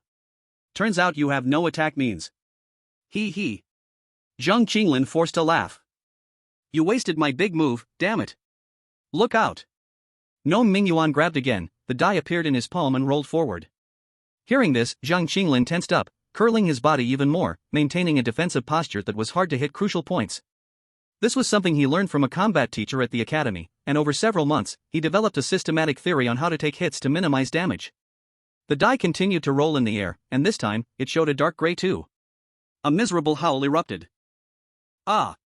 Nong Mingyuan's body suddenly jerked violently, then he became charred and blackened, as if shocked by electricity, and fell straight down. After a while, he spat out a mouthful of black gas. Zhang Qinglin stared with wide eyes, feeling somewhat confused. Could it be that this dice can only attack when it lands on a big number, 4, 5, or 6, otherwise it will backfire on the user? He wasn't stupid and came up with this guess. Of course, he couldn't rule out the possibility that the other side was pretending to be hurt and deliberately misleading him, but Zhang Qinglin couldn't think of any necessity for that. Damn it, this weapon of yours is even worse than my fists. At this moment, Nong Mingyuan got back up from the ground again, gritting his teeth and rubbing his waist, a big man, and yet he was crying from the pain in his tiger-like eyes. Zhang Qinglin felt a pang of compassion and was about to say, well, how about Gulu? At his feet, the sound of dice rolling was heard. Zhang Qinglin, belatedly realizing, looked down to see a die showing a jump of 5 points, which had appeared at his feet without him noticing. This time, don't pull any more tricks on me, go all out. Hit him hard. This time, it seemed to respond to Nong Mingyuan's call, and the die condensed into 5 sharp ice cones, shooting towards Zhang Qinglin from all directions. The Golden Bell's phantom was of no use. Zhang Qinglin hurriedly protected his vital points and then spewed blood. Hey, this isn't right. Zhang Qinglin, puzzled, lifted his head. He no longer maintained a defensive posture, but instead looked at the wound that had just been pierced. Under the bonus of the Weeble Wobble, the originally shallow wound began to heal in the blink of an eye. This damage is so low. Nong Mingyuan opened his mouth wide, looking at the die in his hand in disbelief. You're playing me. Nong Mingyuan held this weapon he had high hopes for, and the information panel in front of him was visible only to him. Gift weapon, law, hatching progress, 1%. In fact, this was also his first time using this gifted weapon unlocked in the last dungeon. What he didn't know was that he was among the lucky ones. Su Yan's gifted weapon had no offensive power in the hatching stage at all. Yet somehow, Nong Mingyuan had not completed the hatching. The damage caused by the rolled points was essentially similar to a normal attack. How could it possibly severely injure Zhang Qinglin, who had 2 skills boosting him? Nong Mingyuan, still in disbelief, rolled the dice several more times continuously. Various magical attacks were generated in his hands, crashing down on Zhang Qinglin inside the Golden Bell like a torrential storm. Zhang Qinglin was numb, allowing the attacks to tear at his skin only to regenerate again. Meanwhile, across from him, Nong Mingyuan occasionally rolled small numbers, continuously letting out screams of a victim, but they were not deadly. What to do? It seems like I'm stronger right now, but how can I take him down? Zhang Qinglin felt somewhat troubled. In fact, Su Yan had customized a development route for him, called Counterattack Flow. As the name suggests, it meant letting Zhang Qinglin mindlessly choose skills and equipment that could boost his defense, and then rely on his talent. Farmer and Snake, D rank. Every time you are harmed by external malice, you will receive a benevolent reward from fate. The accumulation of malice undoubtedly came from the enemy's damage to oneself. When this malice accumulates to a certain extent, perhaps he could use enough luck to counter-kill the opponent. In subsequent dungeons, Su Yan's perspective also confirmed this. Opponents who fell into a prolonged battle with oneself often suddenly get swallowed by an NPC that appeared out of nowhere or were hit by a truck that seemed to come from nowhere, while oneself remained unharmed. The most ridiculous time was when his opponent seemed to try to use drugs to forcibly break his defense, then choked on it. Afterward, due to the venue's buff restrictions, that person choked to death right there without time to heal. And now, Zhang Qinglin watched Nong Mingyuan, who was constantly being shocked and flying up based on the energy conservation law. He twitched his lips.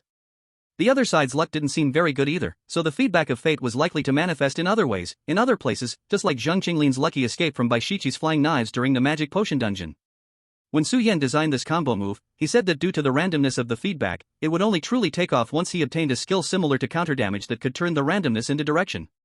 Unfortunately, Zhang Qinglin hasn't obtained such a skill yet. This was awkward. As his thoughts flowed, the dice rolled again, landing on a 6. Zhang Qinglin slightly protected his vital points, as he had basically figured out the enemy's weapon damage during their previous confrontation, and only the 6-point damage had a chance to pose a threat to him. Seeing that the buff of the Weeble was about to end, Zhang Qinglin was planning to renew it.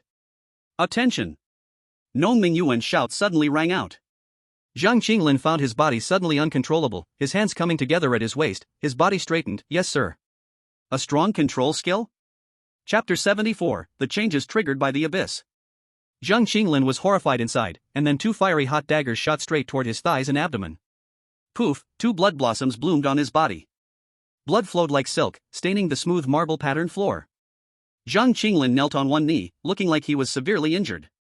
Nong Mingyuan's face had also turned pale, but he still laughed loudly. Ha, ha, finally don't have to get shocked anymore. Now, he was disheveled, looking like a beggar, while Zhang Qinglin, with wounds all over his body, in torn clothes, was in no better condition. His body swayed unsteadily, and seeing Zhang Qinglin seemingly losing his combat ability, Nong Mingyuan suddenly found himself in a dilemma. What should he do next? He had never killed anyone before. And the key now was to find Su Laude first, but he couldn't let this opposing player who might pose a threat to Su Laude act freely. Fortunately, he didn't have to agonize for long. Zhang Qinglin just endured the pain, took a deep breath, and immediately activated the Weeble again. At the same time, he took out an item from his equipment bar that he obtained in another dungeon world. Item, a bag of Xian beans, D grade. Effect, can fully repair physical damage under 18,000 combat power. When in perfect condition, it can greatly improve your sense of fullness. Duration depends on the body's energy. This item, which was like a cheat in the Dragon Ball world, had even been nerfed several times by the author and its presence reduced. But after the data balance was adjusted in the game world, it finally appeared. He took out a xian bean, popped it in his mouth, and the more exaggerated healing effect occurred. In the blink of an eye, the blood stopped, the wounds quickly healed, and Zhang Qinglin stood up. For his current physical condition, the xian bean was almost like a full restoration artifact. I can't believe it, damn it! Non Mingyuan exclaimed. Then he gritted his teeth, unwilling to give up. Humph, the damage isn't enough, right? I don't believe that when the weapon hatches, the damage still won't be enough. Non Mingyuan's stubbornness flared. Compared to Su Yan's side, he had easily discovered the weapon hatching pattern. Every time he rolled a 6, the hatching progress would increase by 1%. Thus, the previous deadlock was replicated again, and various attacks like magic tricks were unleashed from Non Mingyuan, raining down on Zhang Qinglin. And without any means of attack, Zhang Qinglin curled up even more cautiously within his golden bell shield, feeling a bit frustrated. When would the feedback from his talent finally trigger? How can the hatching of the talent weapon be triggered? Su Yan walked through the desert, lost in thought. He had just glanced at his equipment bar and found that the hatching progress hadn't moved at all, still at 20%. The initial 5% increase had come when he used the drawing a pie skill on that scout team leader. What can be confirmed now is that the key to hatching does not lie in harm. We are almost at the center of the sand plain, Qingxue reminded beside him. Su Yan came back to his senses. Now they were deep in the sand plain, and the visibility around them had become extremely blurry. Nothing. Su Yan said, utterly disappointed. He originally thought there would still be some undiscovered clues here, but now it seemed that was not the case. There's something odd here.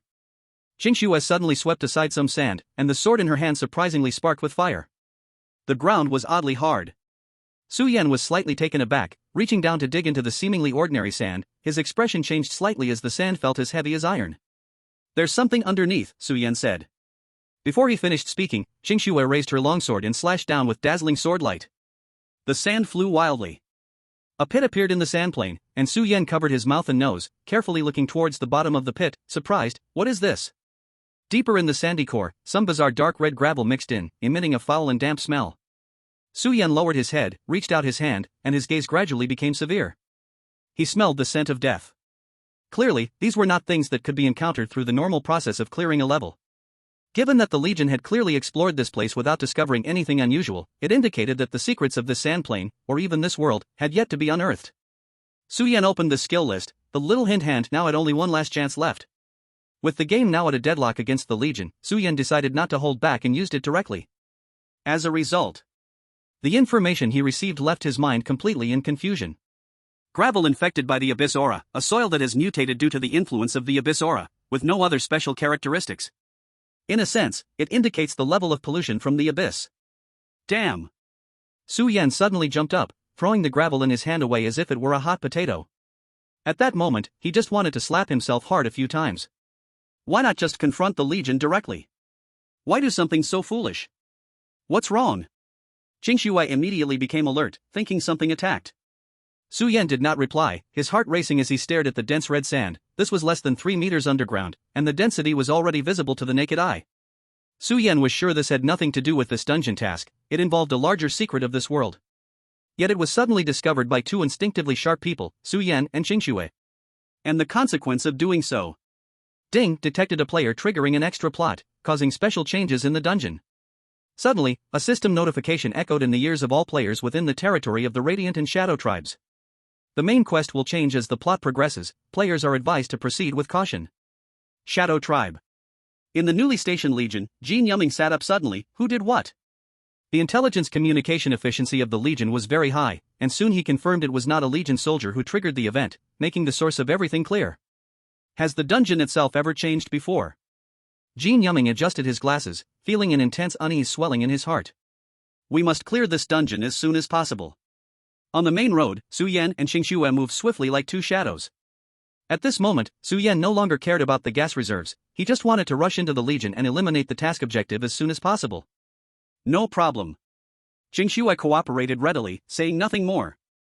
If an ordinary player heard their team was going to confront the Legion head-on, they would probably shake their heads 100 times. With Qingxue being this way, it saved Su Yan the trouble of persuading her. Air currents surged. The distance between the two of them and the Legion was closing at a visible speed. Su Yan looked at Qingxue, who was flying beside him on her sword, and, hesitating for a moment, he finally spoke, do you have any, not-so-secret skills or equipment? My talent can give teammates certain boosts, provided I know all the information about the skills and equipment. Qingxue was the strongest person Su Yan had ever seen, and he also had a certain confidence in his self-protection ability. But what they had to face was, after all, an organized army. Being careful was never too much. Unexpectedly, Qingxue's expression was quite calm. Those skills are not as useful as my talent. I never bring them. Su Yan. As expected. The big shot and he were not playing the same game. Chapter 75, Trace. The Chosen One. At this moment, Su Yan finally confirmed Qingxue's identity. Only with an A-level talent and a combat-type talent could such a terrifyingly powerful player emerge. He just didn't know how strong an A-level talent truly was, able to bear the name of Chosen One in the outside world. Su Yan didn't ask. Talent is the biggest privacy of players. Only someone as pure-minded as Zhang Qinglin would tell Su Yan about his talent after just one dungeon encounter. After all, which player wouldn't consider their skills and equipment their trump card? Unless they were comrades who had life and death bonds, ordinary people wouldn't disclose anything. Su Yan couldn't help but sigh. In a moment like this, it would be great if Zhang Qinglin or Nong Mingyuan were by his side. Or if he had a few more trump cards himself. Su Yan remembered something. Aside from his completed side quests, he hadn't claimed the rewards from the side quests Qingxue completed. The task rewards are shared among teammates.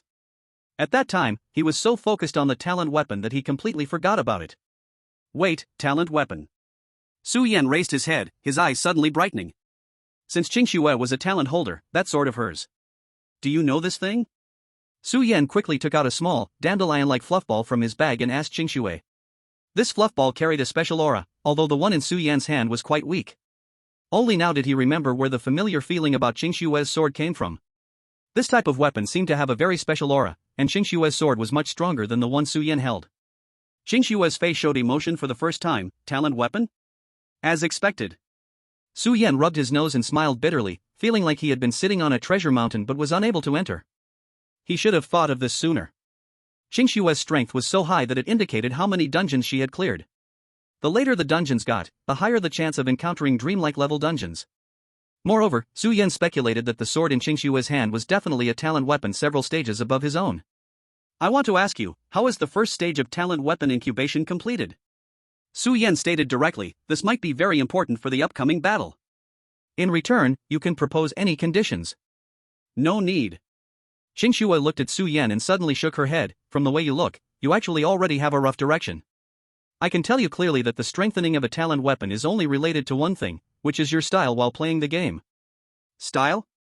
Su Yan frowned. Qingxue's information was extremely close to the Academy's intelligence.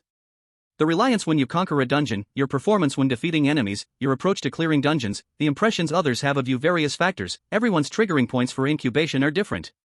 Qingxue said calmly, we collectively refer to these as trace. Everything done leaves a trace. These traces are the key to incubation. Su Yan seemed to understand a bit. It's like training AI?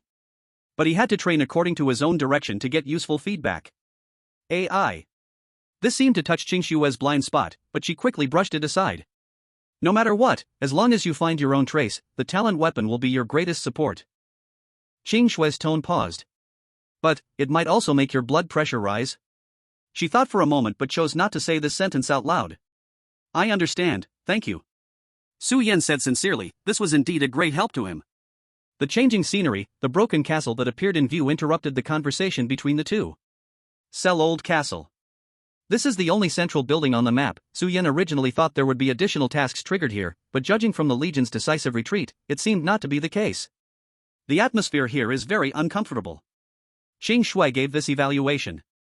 And it was indeed the case. Su Yan stepped on the green pea mash on the ground and entered the depths of the castle. It was filled with damp and foul odors, as if it had once been soaked by seawater, causing Su Yan to want to deduce some information from the decorations here, but all he saw were things rotten beyond recognition. The only somewhat intact thing was an altar located on the lowest level. In the center of the altar was a white dot the size of a soybean, radiating a maze-like circular pattern, with blurry totems forming on the four sides of the circle. The top and left sides had become indistinct, but the totem right below still retained some clarity, which was a scarlet and strange eye. Su Yan groped at this somewhat obscure totem, feeling the urge to curse for the first time. This sell-old castle, could it be built on top of the abyss? Isn't that the same as digging a grave under your own bed at home? Su Yan finally understood how the Cell Kingdom perished. Qingxue stood quietly beside Su Yan, saying not a word. Forget it, this is not something to handle right now. Su Yan covered his head and stood up, still not forgetting his goal. The urgent matter is to seize the bosses of these two tribes from our legion, right? A smiling male voice abruptly interjected between the two. Su Yan's pupils shook. Following the voice, he slightly raised his head. Above the broken stone wall, a refined man in a white legion uniform stood there unknowingly, and their gazes met at this moment. This is our first meeting, right? You really made me work hard. Jin Yuming looked at Su Yan and said. From the first sight of him, Jin Yuming understood that the only one capable of throwing the legion into chaos must be this person before him. If you thought less, everyone could save some effort. Su Yan calmed down and said. If those in high positions don't think hard, how can they manage those below them? Jin Yuming chuckled lightly. Su Yan. He somehow knew Su Yan's name. Do you know? People are weak creatures, ignorant and timid, which is why they need to band together.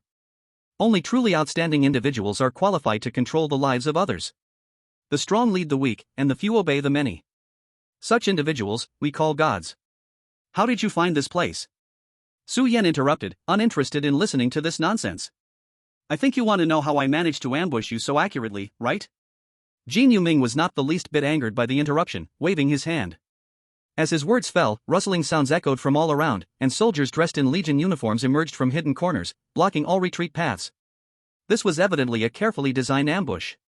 In just a few seconds, Su Yan concluded that it would be very difficult for him to break through this encirclement alone. Now, it was no longer just a matter of breaking through, surviving the upcoming firepower from the legion was already a question. Two armies facing off, momentum is crucial. Su Yan's heart sank to the bottom, but he still took a deep breath, silently reciting. He decided to put on a show and try to bluff the intelligence from the opposite side. Even so, do you really believe that? Have you made up your mind about us? With a cold smile at the corner of his mouth, Su Yan wore a proud and calm expression, his acting skills reminiscent of a film emperor possessing him. Oh? Jin Yuming laughed, somewhat amused. Chapter 76, The Three Strategies. You should be a smart person, haven't you realized your situation yet? Su Yan snorted coldly, almost scoffing it out through his nose. As players opposing you, there are only two of us, you should know what this means, right? Jin Yuming nodded in agreement, though I hate to admit it, one of you must have strength far beyond our legion.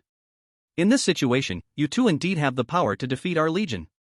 However, smiling, Jin Yuming surprisingly extended a finger.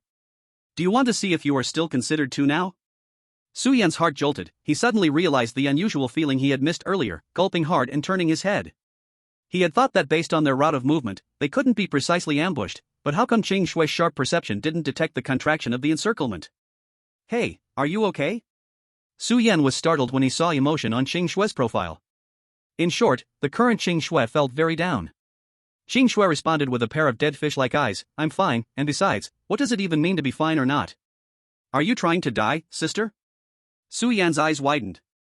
The Legion is charging in, hurry up and think of a way with your invincible A-level talent. I've given up, Su Yan. Qing Shui suddenly leaned on her sword, slowly sitting down, her every movement exuding a sense of despair. Thinking carefully, fighting with people is really so meaningless. I'm tired, whatever happens, let it happen. Are you messing with me?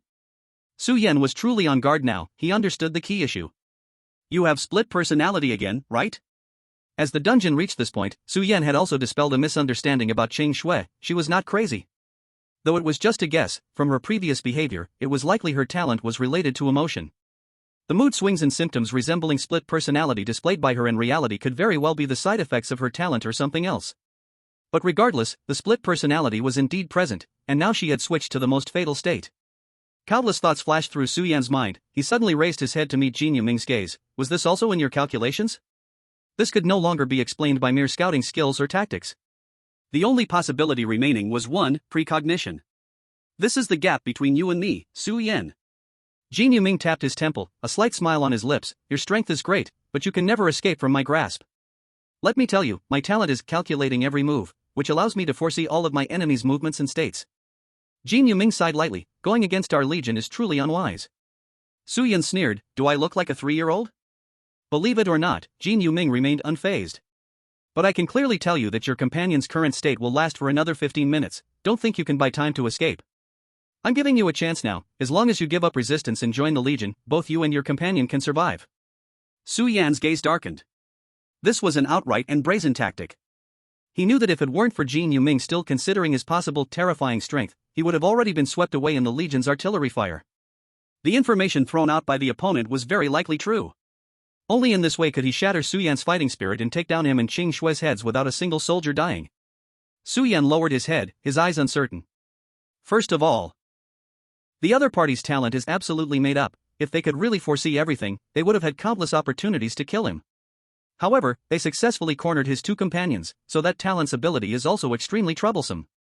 Su Yan must understand how much information the other party holds. If the other side truly knows his skills and weaknesses, then any slight wrong move will lead to a terrible death. On the other side, Jin Yuming watched the tense-faced Su Yan, his gaze flickering. He must figure out who is the bigger threat between Su Yan and this woman. The Legion's focus fire can only be used once and must achieve its goal in one blow. Otherwise, if there are heavy casualties, or even mutual destruction, then all his plans will be in vain. But that's okay, as this man has already shown weakness. The longer he hesitates, the weaker he proves to be, so... Jin Yuming's eyes landed on the dispirited Qing Shue, his gaze cold and sharp. In fact, his talent differs greatly from his verbal description. His talent is called a strategy in a bag. Each game, you can obtain 3 bags that reveal the optimal solution to achieve your goals within a short time. It is thanks to this talent that he successfully built his image of being resourceful within the Legion, but the bags generated by this talent have some flaws. The bags only indicate outcomes, without mentioning variables. Everything must rely on his own understanding. For example, in a short thread game, he could directly learn the method to clear the game through the bag, destroy a certain mechanism. But why that mechanism needs to be destroyed, and what it relates to, he has no idea. Even with one careless move, he might be severely injured by that mechanism. High efficiency but low rating for clearance. This is Jin Yuming's summary of this talent, clearly not what he wants while in the Legion. Fortunately, he considers himself somewhat clever. Relying on the bag's indications, he could barely reason out the truths of the dungeons, which allowed him to gradually establish his prestige in the Legion and rise to power. Once he had a certain amount of troops under his command, he discovered that the true use of these bags was against players. Thus, he became the leader of the Legion, capable of anything. But only he knows how many bravado lies under the guise of leadership. However, Jin Yuming is very proud because he now possesses the advantage of land and people. Since entering the dungeon, he has used 2 bags. The first was when he discovered that Su Yan and Qing Shue were preparing to brute force their way through. In a panic, he immediately took out the first bag and asked how to prevent the enemy players from completing their tasks. The note in the bag read, artillery bombardment to intercept, send a special operations team to capture Elder Ava, then advance on the Shadow Tribe, capture Chief Fike, imprison but do not kill. Jin Yuming then understood that killing the bosses on both sides was a path for players to clear the game. Then, this was the second time. Upon discovering that Su Yan triggered a strange plot, Jin Yuming realized that he could no longer cope with such a changing situation with his ability. So he opened the second bag, asking how to pose a lethal threat to the enemy. This was also the way he most often used the bags in the past. In the past, this bag often created great feats, establishing his image of being infallible, and this time did not disappoint him either. The information he received made him overjoyed. Ambush around Serold Fortress, wait for the players to enter before tightening the net. Within 3 minutes, Su Yan will be unaware, and Qing Shue will lose her aggressiveness for 20 minutes due to her talent weapon. During this period, encircle and kill both of them. Chapter 77, The Might of the Legion. You just said you were willing to let me go? Su Yan's voice echoed in the ruins, pulling Jin Yuming's thoughts back. Of course, Jin Yuming smiled. The premise is that you join the Legion and lay down your resistance. His answer was flawless, but his eyes were full of coldness. Su Yan's brief hesitation was enough for him to conclude that Qing Shue was the biggest threat. He didn't care whether Su Yan was feigning surrender or not, but Su Yan's sudden words made him decide that giving the opponent another minute wasn't too late. He made a gesture, and immediately 2 Legion soldiers approached Su Yan, ready to take him down. Unexpectedly, Su Yan suddenly raised his head. Are you really willing to invite me to join the Legion? What about these people around you? Jin Yuming was slightly taken aback. As long as he agreed, was there a need to seek the consent of other soldiers? Besides, did he really think he was something special, that he could join the Legion just like that? But it's better to avoid trouble, so Jin Yuming patiently replied, I can naturally represent their will. I don't believe you, unless you invite me again. Su Yan was stubborn, not allowing the 2 Legion soldiers to approach. Jin Yuming frowned and followed Su Yan's words, saying, I. His lips parted, paused, then suddenly turned into a cold smile. Kid, do you really think I don't know what you're plotting? Jin Yuming sneered, exposing Su Yan's scheme. Just now, you wanted to lure me into activating my skills, right? Su Yan's eyes narrowed, falling into silence. Seeing this, Jin Yuming was fully convinced. I have to say, as a last-ditch effort, this is quite clever, but it seems you have forgotten whom you are facing? Regret it, Su Yan, I have changed my mind now. Jin Yuming looked coldly at the silent Su Yan. Now, please, you and your companions, just die here. He. The laughter came from Su Yan's mouth as he raised his head to meet Jin Yuming's puzzled gaze, his eyes bright. Su Yan's next sentence made Jin Yuming's pupil shrink. So you really can't predict anything. A strong warning bell rang in his heart. At this moment, Jin Yuming unhesitatingly initiated the signal for a full attack. But he was still too late. You previously said, you represent the will of the entire legion. You just said, please, let my companions and I die here. Now, I am replying to you. Lifting his head, Su Yan revealed a harmless smile. I refuse. Ding, skill activation successful, luck increased. Ding, skill activation successful, luck increased. Ding. At this moment, a flurry of notification sounds rang in Su Yan's ears, sounds only he could hear. Take him down. The three-dimensional maneuvering gear launched around him, and the gas propulsion ports emitted intermittent hissing sounds as Su Yan charged toward the sky above the castle without hesitation. 26 notification sounds, you really are numerous. Su Yan chuckled lightly, taking in everything around him. His gaze lingered for a moment on the strong figure that had suddenly appeared beside Jin Yuming and on a spot high in the sky that quickly blocked his escape route. 2 ace warriors, 10 elite soldiers, 3 scouts? The remaining 10, all logistics? No, wait, at least one team of elite soldiers must be ambushed outside. Alright, I know everything. Su Yan grinned. Jin Yuming felt a chill run down his spine as he sensed unprecedented danger from Su Yan's smile. He was the biggest variable. Concentrate fire, attack Su Yan. His voice rose higher, and at this moment, he had no time to use hand signals, he shouted urgently. In an instant. Endless blades in fiery rain shot out from all corners of the wall. In the Legion, even logistics are not useless. The mechanisms right now were created in a short time based on the intelligence received from a team of scouts, targeted killing machines. Su Yan had no intention of dodging these low-damage hidden weapons, they couldn't even break his skin now, but his eyes still darkened. This was specially designed to counter the three-dimensional maneuver. There was no time for any reaction, as blades and flames filled the entire castle in an instant.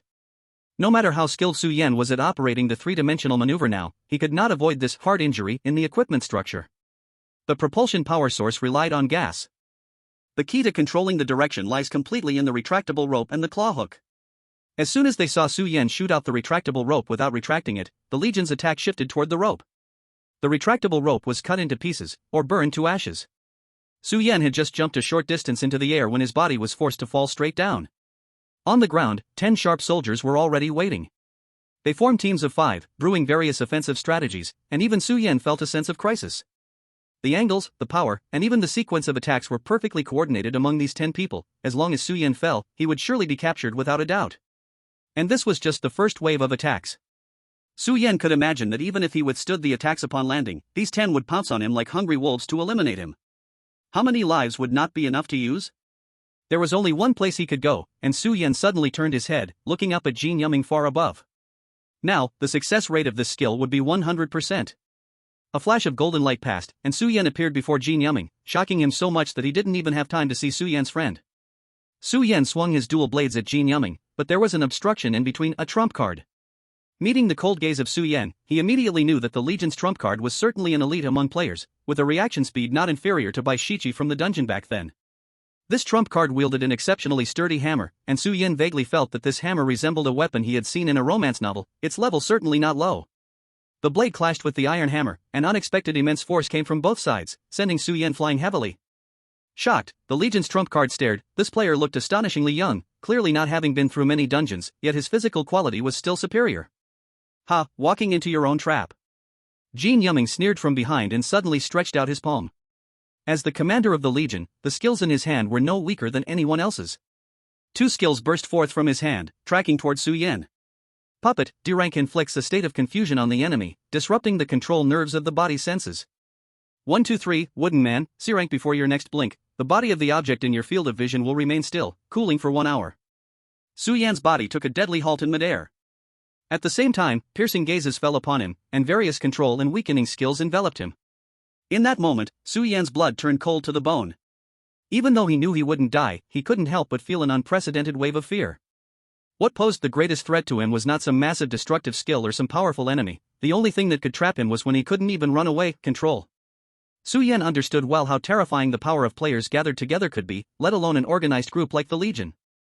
Jin Yuming delightfully watched as various lights enveloped Su Yan. He clearly understood that this combination of skills could turn Su Yan into a helpless prey within 10 seconds.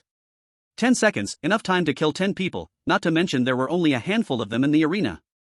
However, the seemingly perfect plan ultimately faced a deviation. Because of Su Yan's unprecedented luck. Chapter 78, Hatching Complete. This is impossible. Jin Yuming suddenly exclaimed in shock. Countless lights of skills wrapped around Su Yan, and then something absurd happened. These skills seemed to briefly lose their direction, becoming chaotic and strange, and in the end, they all collided together. Returning to annihilation.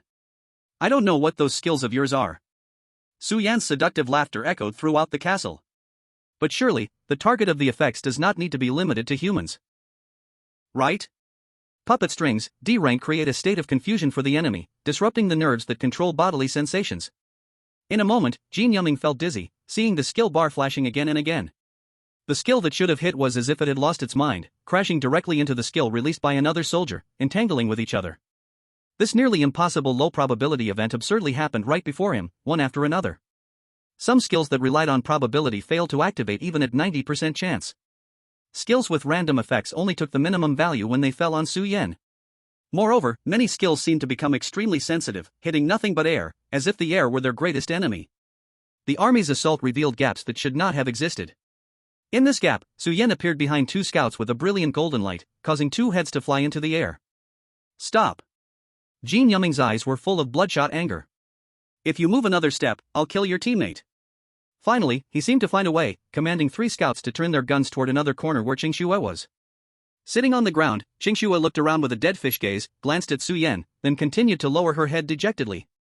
The weapons of the three scouts were resting on Qingxue's neck, ready to take her life at any moment. Idiot, Su Yan sneered, rolling the revolver in his hand, pulling the trigger continuously, shooting at the soldiers around him.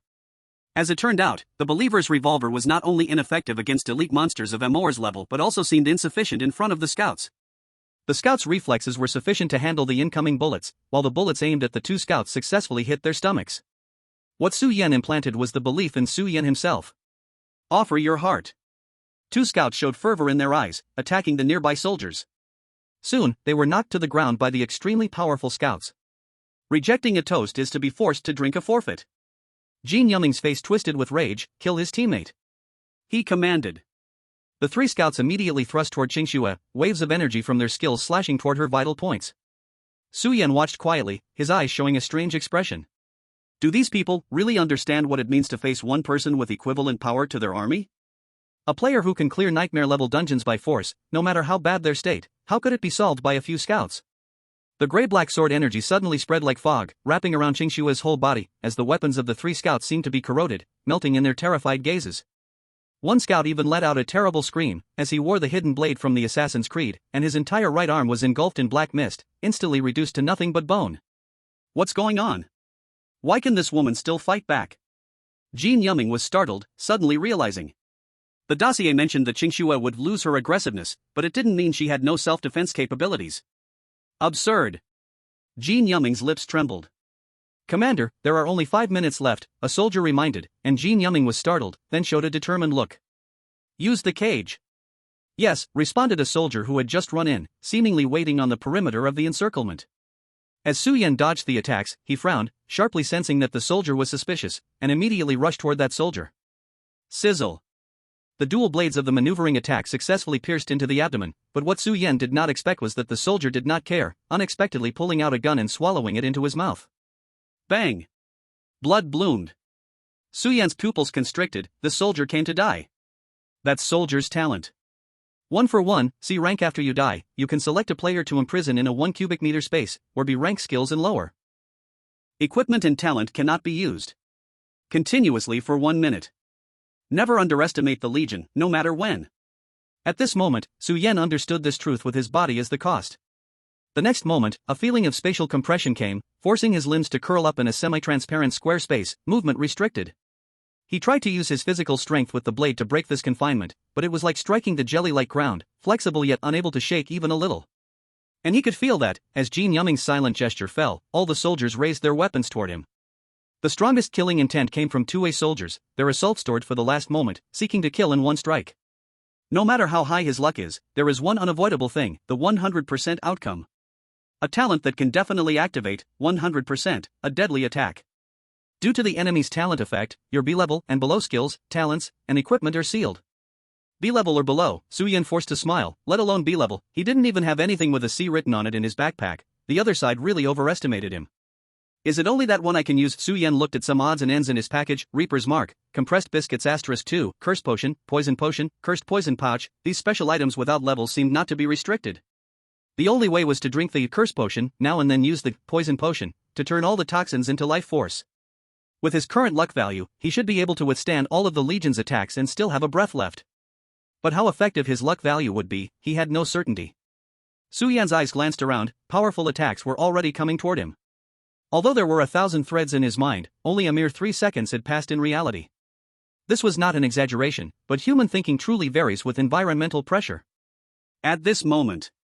Wait, this is a jumping white light in his equipment bar caught Su Yan's attention, his eyes sparkling with brilliance. Hatching progress, 100%, Su Yan looked incredulously at the hatching that had long been completed. So it's like this, my track, ha, ha ha ha, how interesting. On the verge of death, Su Yan suddenly let out a mad laugh. This startled all the surrounding soldiers even more, and then they were even more shocked by what Su Yan pulled out. Hatch. A dandelion-like fluff burst out with dazzling light, dissolving some ordinary attacks completely.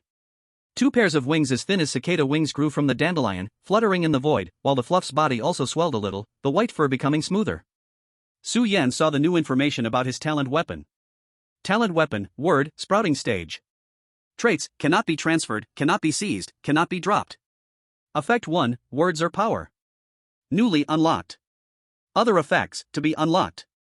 Consumption, the energy of the talent weapon will accumulate to a certain threshold over time. Additionally, you can also accumulate weapon energy through persuasion. Gee goo. The fluff flapped its wings and made a tender sound. Chapter 79, escaped, but not completely. A second-tier talent weapon? Feeling the breath of life. Jean Yumming exclaimed in shock, this is impossible?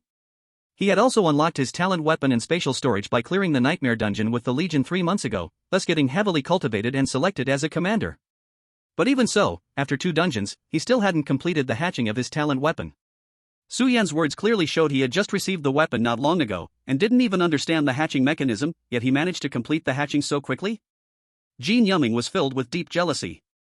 If he knew that someone was about to quickly level up the hatching progress of the talent weapon in the sky of this dungeon, he would probably be so angry he would spit blood. Thanks to the help of the Legion buddies inside the transparent cube prison. Su Yan looked calm, as if everything was under control. No one knew. At this moment, his heart was in turmoil, panicking wildly. Help, I'm online. What the hell does words or power mean? After the talent weapon hatched, the effect bar that was filled with question marks finally unlocked one item. But he didn't know how to use it. Hey, can you get me out of here, or at least help me block the attacks or something? Taking advantage of the moment when the army was stunned, Su Yan leaned close to the nearby furball and whispered. Chirp. The furball flapped its wings, confused. Damn. Su Yan finally couldn't stay calm, grabbing the little furball and urgently said, help. Your master here is going to die. Die? The furball hesitantly made this sound. It seemed unable to understand such profound words. It seems like your newly hatched talent weapon isn't helping you at all? Jean Yumming discovered the clues and sneered again. Kill him. After the ups and downs in his mindset, Jean Yumming's order was decisive and chillingly serious. Damn it. Su Yan no longer had any hope, hurriedly searching for 2 potions in his backpack, while grumbling. What the hell is this talent weapon good for? It's going to get me killed. UI, hammer? This time, the furball let out a confused sound, its little eyes shining when it turned and saw the big hammer in the hands of the ace beside Jean Yumming. Hammer. Su Yan's shoulders trembled as he suddenly turned back. In the void. A 3D font of the word hammer written in Microsoft Yahoo suddenly appeared, floating in midair. This word had a 3-dimensional feel, and its surface was a silvery metallic material, giving a sense of weight. Hey, no way. Su Yan widened his eyes and complained, as if he finally understood something. Words are power, is this what it means? His scalp tingled as he looked at the little furball still bouncing, making childish sounds, but its words became clearer. The voice overflowed with joy, like a baby just learning its first word, full of excitement. Hammer. Hammer! Hammer! With each utterance, the word size doubled. An astonishing thing happened: the original 1 cubic meter confinement space was actually expanded by this word hammer. Enough, enough, enough! Su Yan felt that the air around him had become much thinner. And he, along with the entire cubic space, was floating like a balloon to the top. In just 10 seconds. Under the astonished gazes of everyone, an enormous hammer floated above the ruins of the castle. After several size doubles, the word hammer was now bigger than the castle, covering the entire castle exterior. Jin Yuming swallowed hard. He believed that if it weren't for the 1-for-1 effect offset, causing the word and Su Yan to float like a balloon, this word would have fallen heavily by now. As he looked down at his watch, there was only 10 seconds left. Evacuate! Jin Yuming shouted, trembling with fear. Without him saying, all the soldiers, feeling the pressure of the giant above their heads, were scared to the point of their legs going weak, their attack momentum already gone. At this moment, hearing the order, they felt relieved and rushed crazily towards the castle's exit. Boom! The faint sound of a soap bubble bursting was heard, and the heavy wind pressure enveloped everyone in the scene. Out of fear, everyone looked up, and the huge word hammer fell like a meteor. Boom! An unprecedented roar shot up into the sky. Cough, cough, too exaggerated. Su Yan looked around at the dust swirling. At his feet was a deep pit shaped like a hot pot. The reason it was called a hot pot was that the altar in the castle hall seemed to be made of different materials and had not suffered a single crack.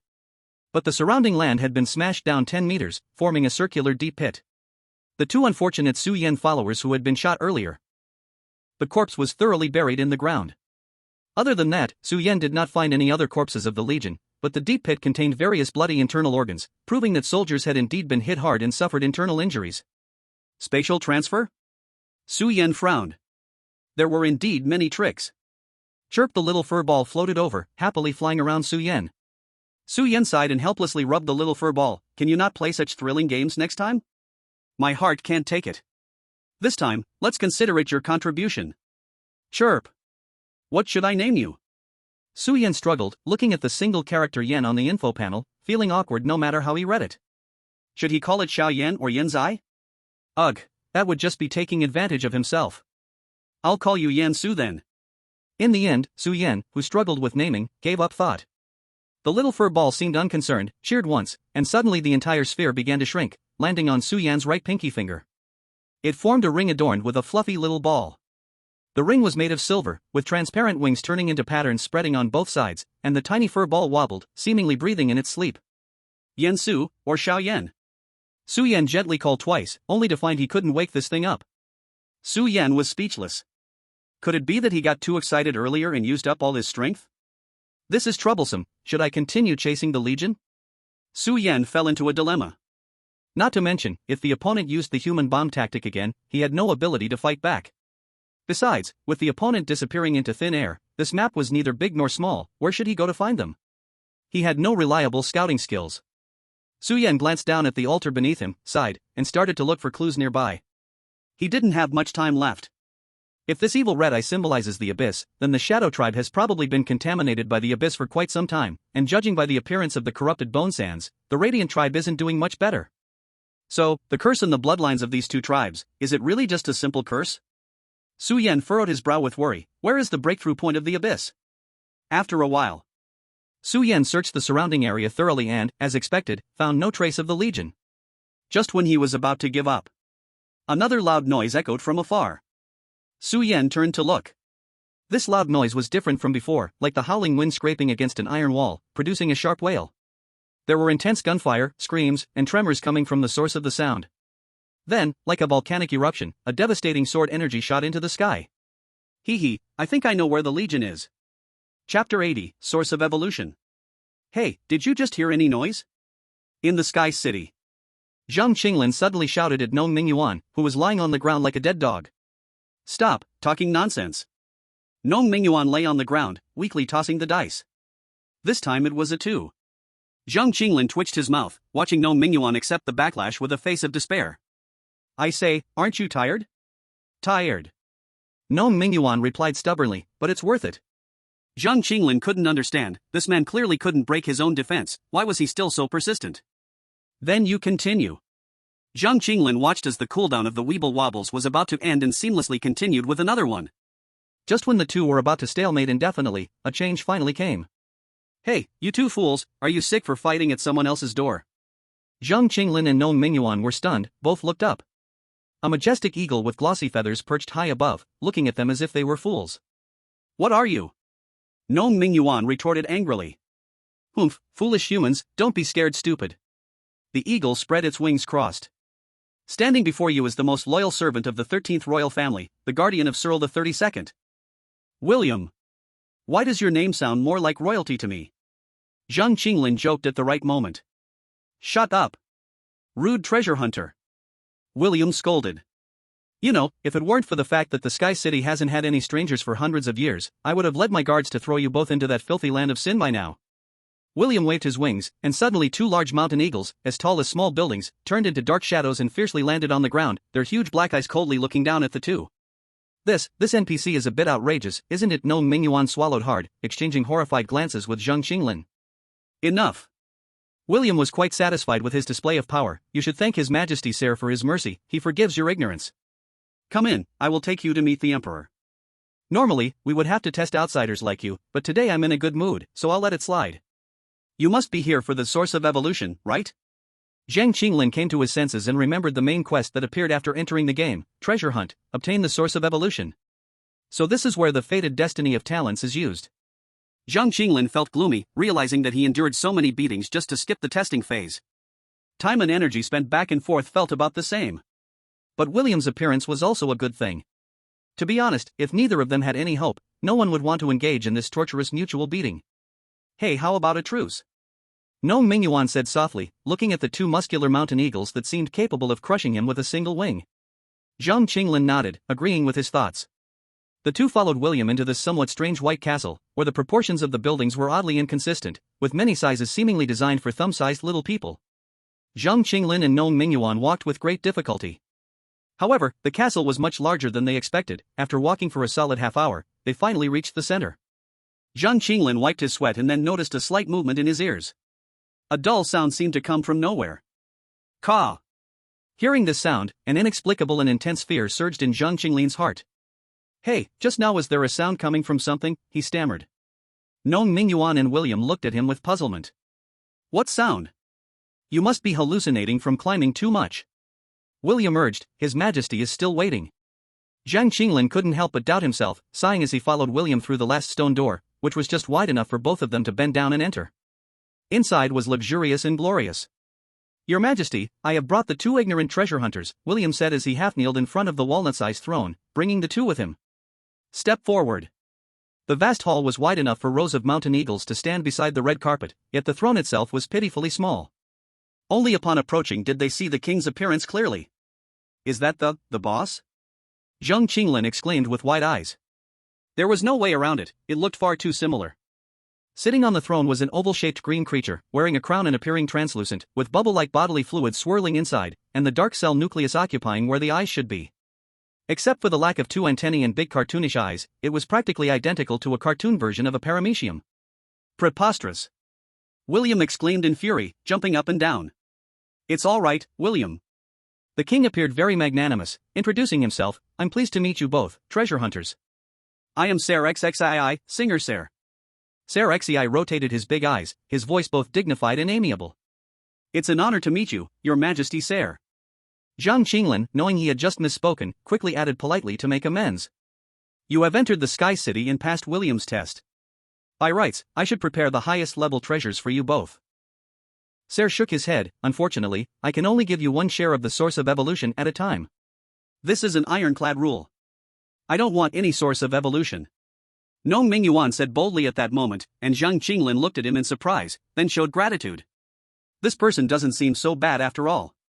I am here to find someone. Nong Mingyuan said proudly. Hey, as long as I quickly coax this pretty boy away, it won't cause trouble for Big Boss Su, right? He is really clever. Okay. I will do my best to satisfy both of your wishes. Ser said happily. He stood up, and Zhang Qinglin and Nong Mingyuan only then realized that what Ser had been sitting on was not a throne at all, but a splendid key designed in the shape of an H. Ser struggled adorably to lift the key, taking one step at a time to the steps below, and inserted it into a hole decorated on the ground, turning it. The entire floor suddenly contracted like a mechanism, revealing a square space. A brilliant ball of light full of life rose gently, floating with soft strands of light. Is this the source of evolution? Zhang Qinglin said in shock and excitement. He did not expect this time's copy to be so easy, without encountering anything scary and just lying down. Yes, and no. Ser said, only I can activate the power of this source of evolution, but I can extract a tiny seed from the core, creating a source of evolution that you tiny human beings can also use. Zhang Qinglin glanced at Ser's body, which was not even as tall as his thumb, suppressing his urge to complain. Ser looked at the source of evolution and said with a hint of nostalgia. Once, this universe was also barren, until my ancestors discovered the source of evolution, which has the miraculous power to create life. On the initial old Earth, Ser the first birthed 4 forms of life, becoming the subjects of the Ser royal family, but over time, they began to argue about who was the superior life form. In the end, the most loyal subject withdrew from the dispute, 2 subjects became deadly enemies, while the firstborn subject became tainted by the plague of death, transforming into the abyss. Under its invisible instigation, the remaining 2 subjects started to hate, resenting why Ser I did not grant them a more powerful evolution. Ser I showcased the creator's kindness and authority, calming the jealousy of the 2 subjects. However, he overlooked the subject who had been polluted, still viewing it as a trusted one. In the end, the 2 subjects controlled by the abyss rebelled once more, and Ser I finally sealed the source of evolution before it was completely consumed.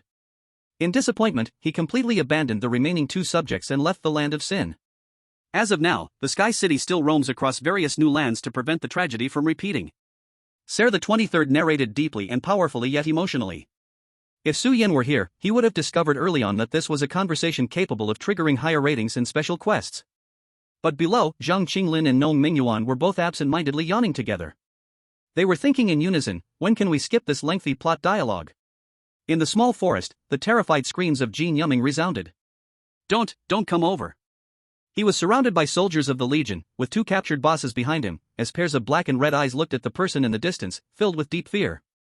More soldiers of the Legion lay fallen under that person's sword.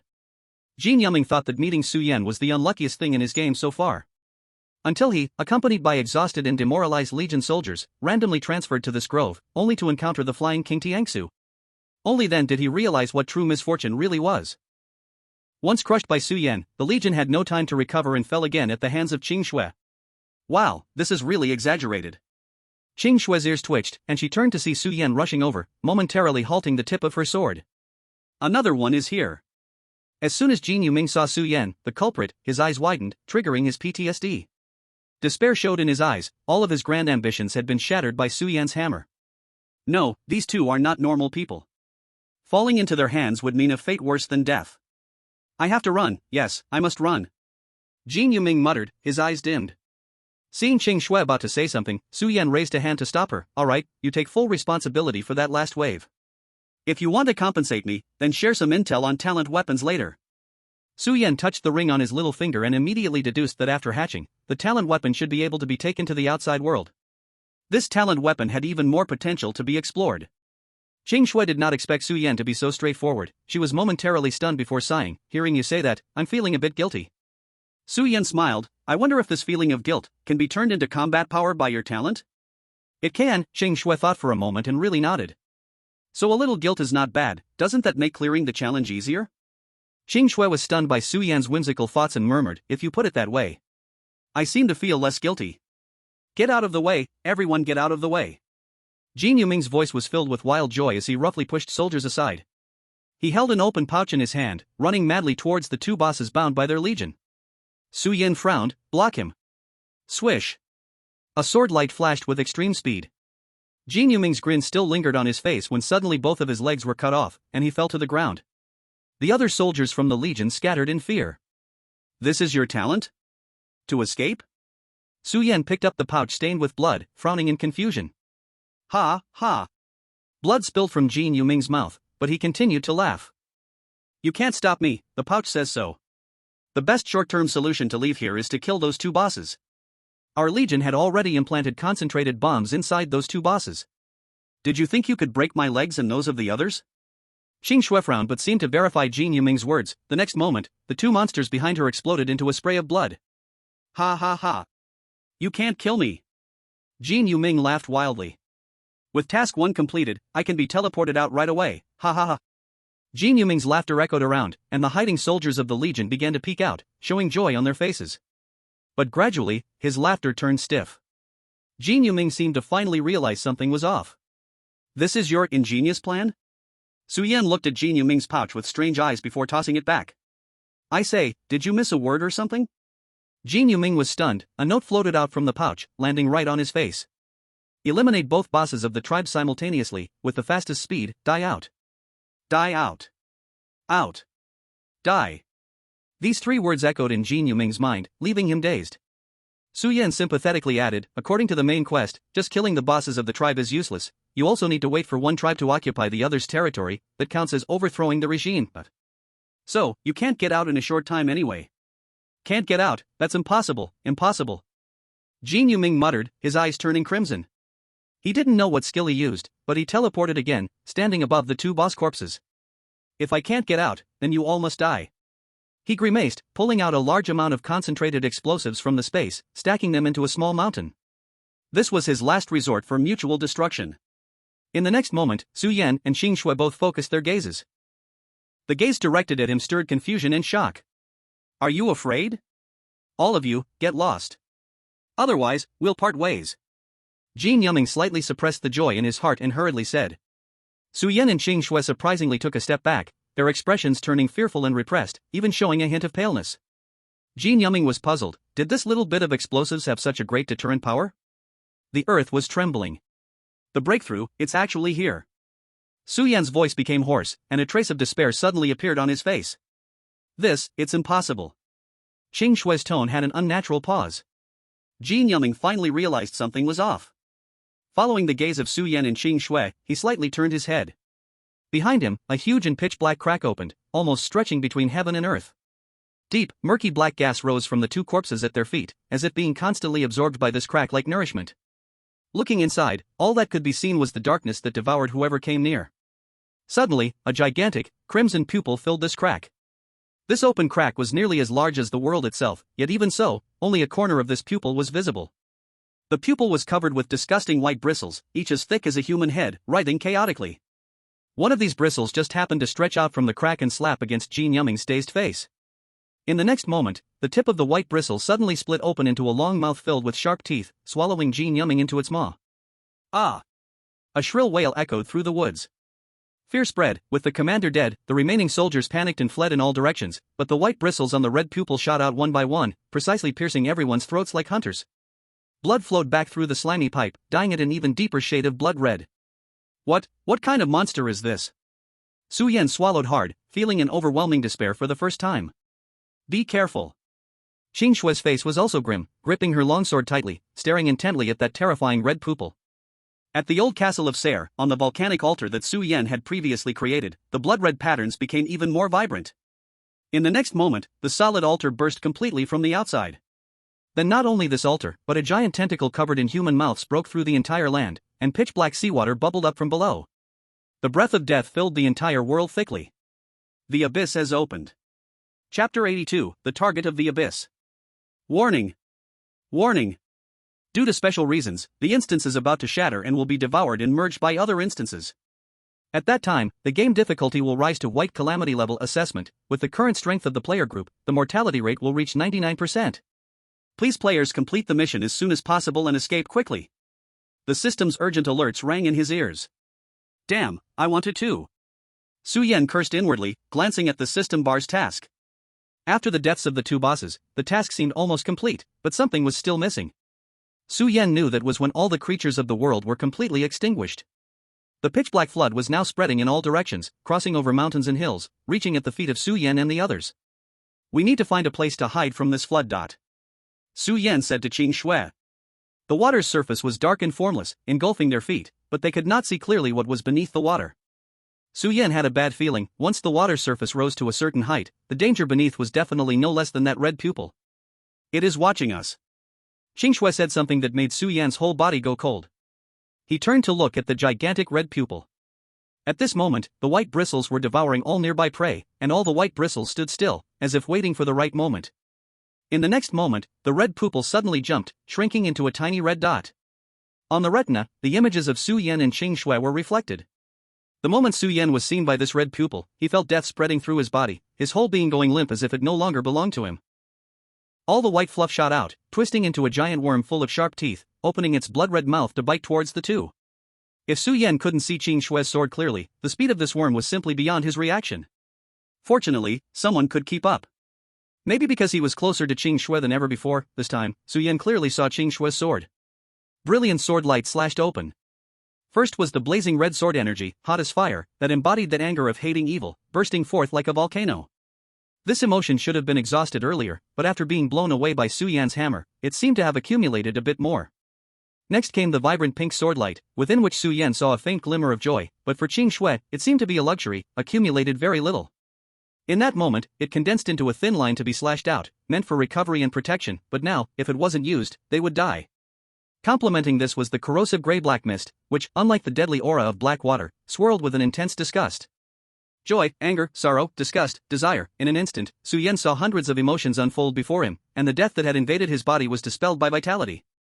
A hint of surprise added to his eyes. He never thought Qing Shue's emotions were not much less intense than anyone else's, but rather stronger than everyone else's.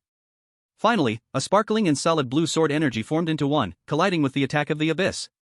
This was the sword energy that Qing Shue used most often in the dungeons. Su Yan had always wondered what kind of emotion allowed Qing Shue to continuously contain in the dungeons, and now he saw it. It turned out to be fear. He had not noticed a trace of it on Qing Shue before, but how could that mean it was non-existent? The talent of a chosen one did not give Qing Shue a shred of peace for survival. In fact, the stronger she appeared, the more she feared every time she experienced the game. Su Yan's eyes widened as he watched the person before him. The sword light shattered, and her body was pierced with a large hole. The warmth of blood was felt through the cheek. And that tentacle also stiffened, scattering back into white fluff, writhing on the red eyes. Hey, are you okay? Su Yan caught the collapsing Qing Shue from behind, looking at her pale face from blood loss with horror. Run! Qing Shue's face was deathly pale from blood loss, she murmured. Su Yan instantly remembered their situation, glaring at the red eyes, filled with hatred. A golden light gathered into a human shape and charged towards the red eyes, while Su Yan held Qing Shue, propelling himself forward like a bullet, with the last bit of gas spraying out from his waist. He rushed deep into the woods. The scent of blood faded. The white fluff seemed more interested in the bait released by Su Yan, as countless sharp mouths pierced through the light and shadow, tearing it apart in just a second. Then, the white fluff turned its gaze towards the distance at the command of the red eyes, suddenly extending impossibly long, chasing into the depths of the woods. Qing Shue's intention was originally to let Su Yan escape alone, for she knew she had already suffered serious injuries.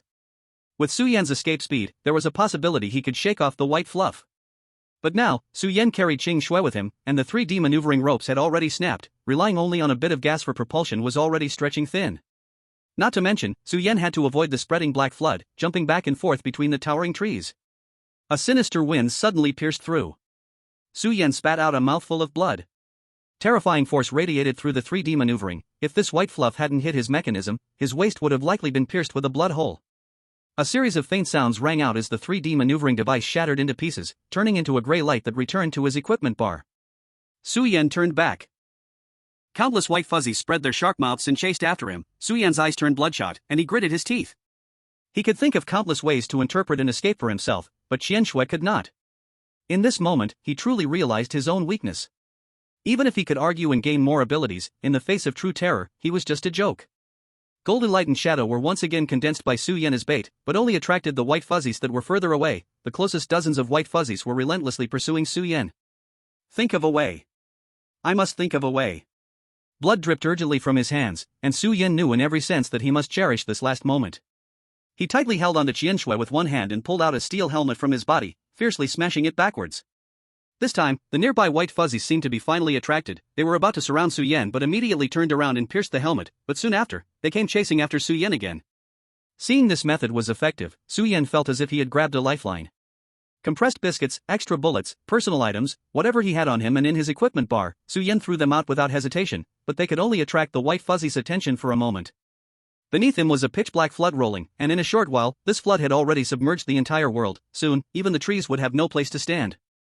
The gentleman's cane liquid could not hit these terrifyingly fast white fuzzies, and the bullets from the believer's revolver were immediately shattered by the white fuzzies as they were fired. Pop! The moment the pea shooter formed, it was pierced by a white fuzzy. Accompanied by a faint cry of sorrow, it transformed into a small green pea and sank into the sea. Why? A deep chill spread through Su Yan's whole body. He tried to use his final skill of drawing a pie to delay the steps of those white fuzzies. But he found that the drawn pie was different from other things and could not delay even a moment. These white fuzzies were extremely aggressive only towards things stained with Su Yan's breath. He was the target of the abyss. Chapter 83, Hope and Despair. The white fuzzies chased him relentlessly. Su Yan had no time to think more. He pulled out the last usable item from his equipment bar, the Momotaro rice ball, a trophy obtained from killing the White 17. Momotaro rice ball, your rank when thrown, the rice ball will be eaten by nearby ordinary animals, and after eating, they will completely obey the words of the person who threw the rice ball. This effect does not work on humans. It's now or never. A flash of blood crossed Su Yan's eyes. He stopped and no longer ran, quickly placing Qian Shui on a nearby tree branch. In just that little time, the distance between the following white fuzzies and himself narrowed to less than a few meters. He suddenly turned around. The nearest white fuzzy had already opened its sharp mouth and was biting towards him like lightning. Its teeth pierced through Su Yan's palm, and that terrifying power instantly broke his hand bone. Blood flowed freely, but Su Yan again pushed up with his elbow, forcing the white fuzzy's mouth open and dumping the Momotaro rice ball inside in one go. Su Yan coldly said, "Say hi to the abyss for me." In an instant, countless white fuzzies came to a halt. Then, as if mad, they began to tear at each other in chaos. Intense pain shot from his shattered hand bone. Su Yan knew he had bet right. The black ocean was rolling, and Su Yan held Qian Shui, fleeing quickly from the white fuzzies and the deep red eyes in the distance. The water surface, which swallowed all life, continued to rise. In the end, the entire forest was also submerged in the black seawater that let no light through. Main quest completed. On the lifeless sea surface floated a 3D-shaped cloud word. Su Yan held a black and white potion in his hand, feeling somewhat hesitant. Chen Shui's breath was growing weaker. He had to quickly wake her up, but he wasn't sure if her body could withstand the erosion of the toxins now. Unexpectedly, at this moment, Qing Xue finally awoke slowly. Su Yan? Her face was pale, the pain made her brows tremble constantly, and her voice was faint. "Are you dead too?" Su Yan felt relieved, then worried, handing 2 vials to her lips. "We survived. We can leave the dungeon at any time now. You need to drink these 2 vials. Otherwise, with your current injuries, you will die once we get out." Survived? Qing Xue was a bit incredulous. Her frail body surprisingly found strength to slightly prop herself up, looking into the distance. In front of the giant red eye, they seemed incredibly small. But compared to before, this was already an incredibly safe distance. "Hey, time is running out, you should drink the medicine." Su Yan was a bit anxious, doubting that she was even starting to give off a dying glow. Just as he was struggling to force her lips open to feed her the medicine, Qing Xue suddenly turned her head, actually revealing a smile. "Su Yan, we survived." Qing Xue's eyes sparkled. She reached out her hand to touch Su Yan's injured right arm. "Your injury is serious. This is just a wound, you're the one close to death." Su Yan reflexively retorted, then suddenly his eyes widened. White light surged, and he felt a warm current flowing into his right arm, healing his injury. At the same time, Qing Xue's body was also enveloped in the same white light, her complexion visibly improving at a rapid pace. "The emotion you contain still has surplus. Wait, your joy still has healing abilities?" Su Yan's eyes widened. "This is not joy," Qing Xue said. Su Yan saw an unprecedented brightness in her eyes. "This is hope for the first time. Thank you, Su Yan. Thank you for letting me contain hope." Su Yan was stunned as he sensed this power continuously flowing into his body, not just healing. A hot current surged within him, as if a chain had broken, and with a snap, endless strength flooded through him. This was almost equivalent to the physical enhancement gained from clearing a game dungeon. "You?" Su Yan opened his mouth in shock. Suddenly, the whole sky darkened. The sea level abruptly rose again, the clouds close to their feet, while a more dangerous aura vaguely surged from the depths of the sea. Screech! A horn-like cry pierced the water's surface, echoing across the world. This sound wave carried terrifying energy, soaring into the sky. The soft cloud above the sea was crushed by the aftershock, the white light dissipating, leaving no trace of any figures. Sky City. Ser finally finished his long-winded nonsense, raising the small protrusions at his sides, waving like arms. The crown on his head sparkled, establishing an invisible connection with the source of evolution. Zhang Qinglin and Nong Mingyuan were revitalized. But just then, the entire Sky City shook violently. Ser's voice was shocked. "The seal of the abyss has been lifted. What happened?" Zhang Qinglin suddenly looked up, only to see that the once clear sphere of light now suddenly showed a trace of murkiness, spreading at a terrifying speed. What happened? Zhang Qinglin's heart sank, suddenly filled with intense unease. At this moment, someone nearby suddenly screamed. Zhang Qinglin turned his head again, seeing white light gradually rising from Nong Mingyuan, lifting his entire body into the air. Nong Mingyuan himself looked completely caught off guard. Damn, Dragon's power activated just like that. I didn't even help Su Boss in this dungeon, am I just a minor role? Nong Mingyuan looked incredulous, but soon let out a sigh. Sorry, glasses kid, I have to take my leave now, we'll have a rematch next time. Ha! Zhang Qinglin felt increasingly uneasy watching this man wave at him cheerfully, his figure gradually becoming ethereal. Nong Mingyuan let the white light slowly envelop him, a power he couldn't interrupt. As his talent activated, golden threads that only he could see spread out from him. A thick golden projection, almost like a golden light pillar, shot directly towards the ground beneath him. So Boss Su was under the clouds all along. If I had known, I would have jumped down. Nong Mingyuan slapped his forehead hard, feeling a bit regretful. A golden thin line also branched out near the light pillar, falling into the same place. He no longer worried. Both of these light beams had already faded, indicating they had separated. But just then, his eyes widened. Right beside him, a solid golden thin line shot out, landing on Zhang Qinglin in front of him. Damn, turns out you are also? Nong Mingyuan stared in shock. A look of anxiety immediately filled Nong Mingyuan's eyes. He wanted to say something, but it instantly turned into a flash of white light and vanished. What happened? Zhang Qinglin felt that this instance was becoming increasingly strange, wanting to leave quickly, and hurriedly turned to ask Sir 23. Above, half of the source of evolution was already dyed black, locked in an inexplicable struggle with a dark power. Sir looked at Zhang Qinglin, his voice revealing a hint of despair and helplessness. I'm sorry to tell you, visitor from another world, the source of evolution is already useless. At that moment, he no longer referred to Zhang Qinglin as a seeker or adventurer.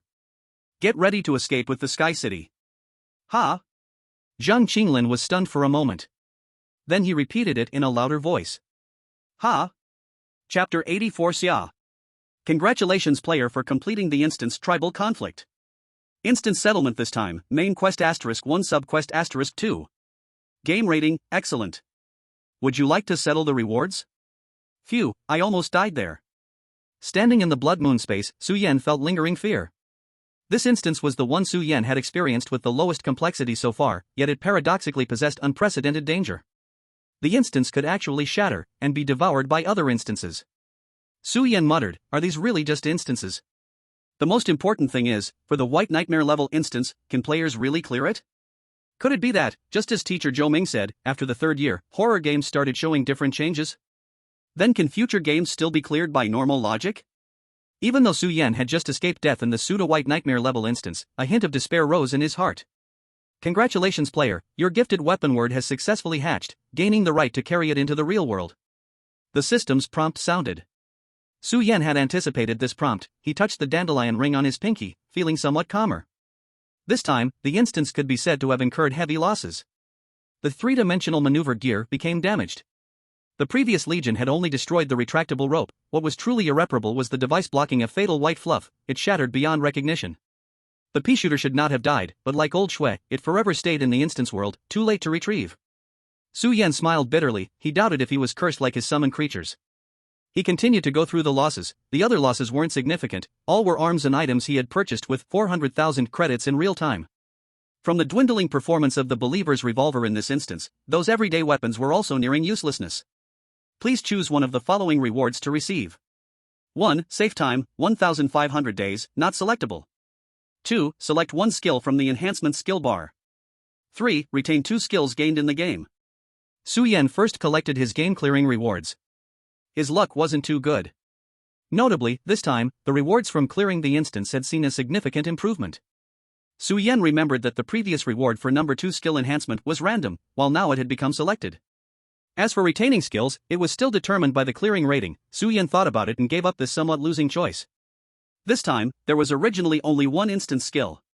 The sector eye perception analysis technique was excellent at identifying people's hearts, and if it were before, Su Yan might have decided to keep it. This time, in the 2 side quests of the instance, he obtained Stop Drawing Big Pies for Me and a very interesting summon item Pinocchio doll, F grade, so he decided to pass this. I choose 2, Enhance Hawaiian Training Camp, Su Yan said. After thinking it over, among all the skills, the one that could be improved in strength was this one. Moreover, this experience with the Legion made him feel that it was necessary to acquire a few advanced skills. A flash of white light. Skill, Hawaiian Training Camp, D grade, Hawaiian Hell Training Camp, C grade. Effect, you can specify a skill. Within 10 minutes, you will gain expert level techniques of that skill, and this skill can only be used once within an hour. You can specify a skill. Within 15 minutes, you will gain master level techniques of that skill, and this skill can only be used once every half hour. Note, the levels of techniques are New, Elite, Expert, Master. Beyond master, it is beyond human ability, collectively called legendary. In other words, as long as players do not have similar skills, master-level techniques are equivalent to the first among humans? Su Yan's eyes lit up. Initially, he just hoped that after leveling up, the cooldown of the skill would be reduced, but he did not expect to gain such rewards. Seizing the opportunity, I hope the Legion's legacy won't disappoint me. Su Yan was eager to try, and this time the rewards from the Legion's encounter popped up. Please choose one item from the following rewards. 1. Randomly obtain a summon item of D grade or above. 2. Gain partial information on the next 2 instances in advance. 3. Randomly draw an item of D grade or above. As expected, the level of the summon item and equipment rewards had also improved. Let's draw the equipment. After hesitating on the summon item, Su Yan rubbed his nose and finally clicked on the third reward. A flash of golden light. Damn! Su Yan was stunned for a moment, then shouted again. Damn! He couldn't believe he was holding this equipment, his whole body began to tremble as if bearing an unbearable responsibility. Until he saw the information in the equipment slot, he finally breathed a sigh of relief. I told you. But his eyes had some disappointment again. What he obtained was a transformed device shaped like a sword handle. Item, Divine Lightstick, C grade. Effect, you can transform into light on a physical level. Duration, the average time it takes to fight a monster. Cooldown, 1 episode. Note, you might be wondering why you can't become Digga. Let me think, maybe in some world with the Orion Nebula or a statue of the Giant of Light, you could? Su Yan wiped the cold sweat off his brow. I almost thought my next scenario was headed in a strange direction, so it's actually just a life-saving artifact. Except for the malicious effect in note, Su Yan quickly understood the positioning of this equipment. Transferring into light on a physical level means being immune to all attacks on a physical level. As for the current phase of being able to attack light apart from the general yellow ape, he really couldn't think of any other methods for now. In other words, this is an opportunity for Su Yan to be immune to most skill damage. Based on his memories of Ultraman fighting monsters, the duration should be around 3 to 5 minutes. This still saves time from the commentary of those supporting characters. As for the cooldown time, it should just be the game's joke. If he guessed right, the cooldown of 1 episode corresponds to 1 instance. Well, not bad. Su Yan put away this life-saving equipment. If he had experienced this instance earlier, he might have felt overwhelmed with joy, but the appearance of the abyss made him more cautious about his abilities. In this regard, the surprise brought to him by the Hawaiian Hell training camp far surpassed that of the Divine Lightstick. Su Yan touched the ring on his finger, then glanced at the dim equipment slot, and his eyes gradually became firm. In the next copy, he would spare no effort to turn the resources at hand into solid strength. End game. A flash of white light, and the red moon space once again returned to tranquility. This tranquility lasted for a moment, yet felt as though it experienced eternity. Until a certain moment, a strange blue light swept across the space above, and the next second, the blue light suddenly reversed, flickering oddly for a moment, before transforming into a light curtain, gradually enveloping the red moon. The sound of crackling electricity gradually rang out in the space. Then, a synthesized electronic voice began to sound intermittently.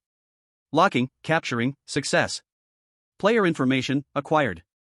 Instance, tampering. Success. Chapter 85, the next stage of talent weapons.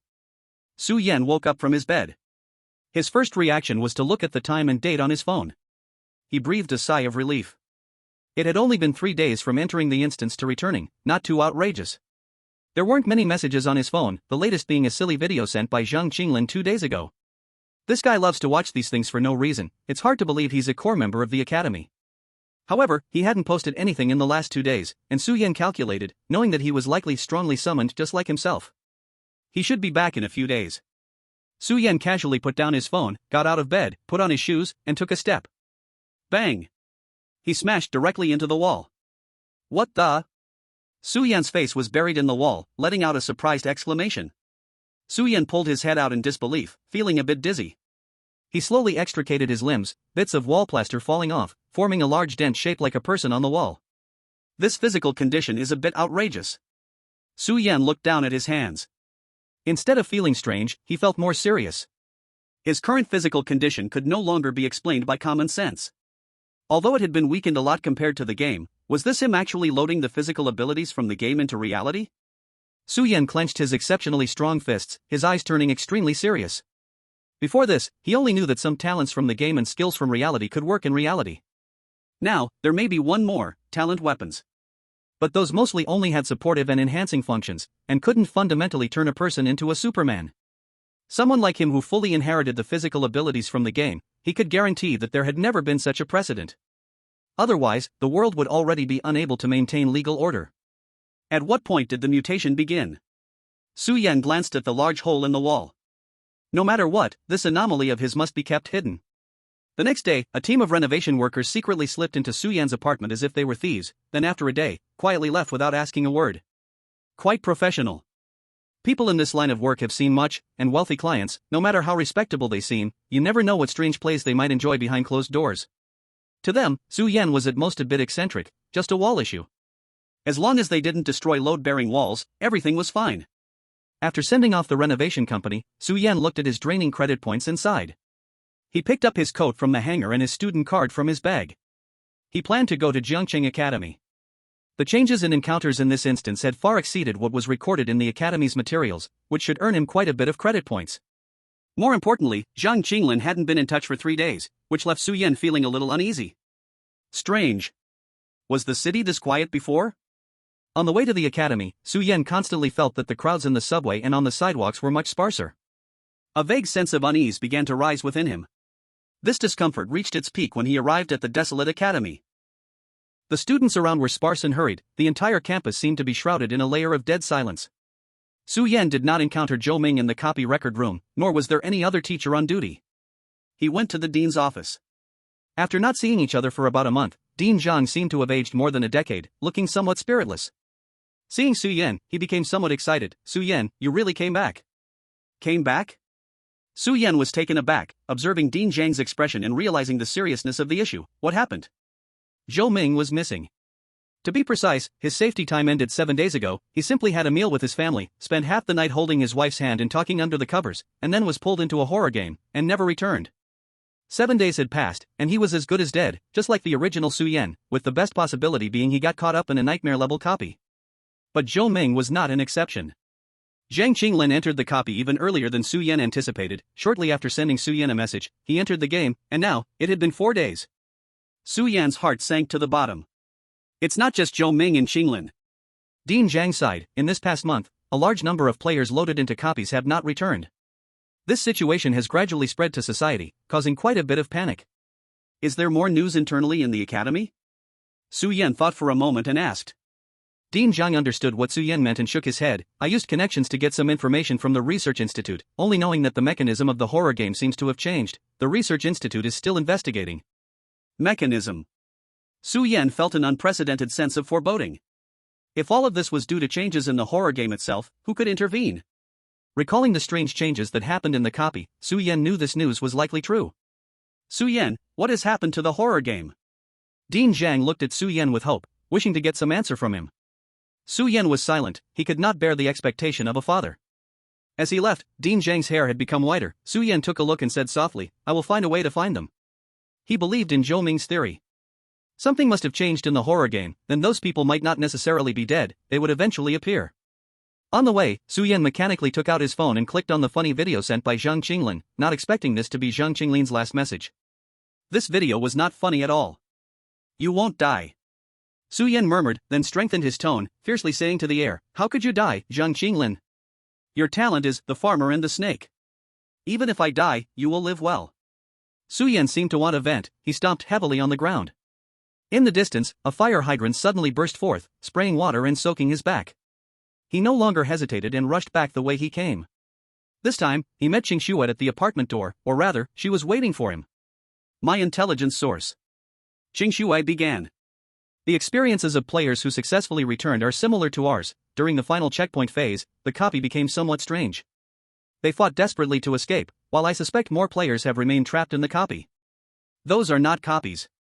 Su Yan's tone turned very cold. We have been thrown into real worlds. Qingshuo frowned, seeming to contemplate the possibility of Su Yan's statement. Tell me, what is the next stage of the gifted weapon? Su Yan asked directly. Chapter 86, Horror Observation Station. So, you have already found your trace? In the cafe, Su Yan and Qingshuo found a secluded corner to sit quietly. Su Yan looked at the calm-faced Qingshuo across from him. Slightly relieved. Originally, Qingshuo intended to invite him to her apartment for a talk, but after their previous experience in a confined space, Su Yan insisted on finding an open location. Exactly, he nodded. What is it? Qingshuo asked, genuinely curious. She couldn't see any style in Su Yan. Sometimes, he was so weak that he could barely handle even a squad of soldiers, yet at other times, Qingxue even felt that he had the ability to fight against anyone. He was like a bizarre existence, anyone could knock him down, yet he also had the power to defeat anyone. If there are no surprises, Su Yan chuckled dryly, it should be persuading with reason, right? Qingxue was momentarily speechless, as she felt it was truly reasonable. Let's talk about talent weapon again. Qingxue touched the pendant on her chest. Do you know what the budding stage is? Perhaps, it's the process of developing a talent weapon? Su Yan thought carefully and expressed his guess. He was still struggling with how to wield the ability of words or power, which was indeed too metaphysical. The only ability Su Yan could come up with so far was the capacity to create simple objects out of thin air. Not entirely, in fact, I think infusing is more accurate than developing. Qingxue shook her head. Infusing? Instead of us thinking about what the talent weapon is like, it's more important to let the talent weapon itself know what it is. Qingxue's words were like a revelation to Su Yan. Are you saying that the power of the talent weapon comes from its awareness of itself? At this point, Su Yan's eyes gradually widened. Exactly.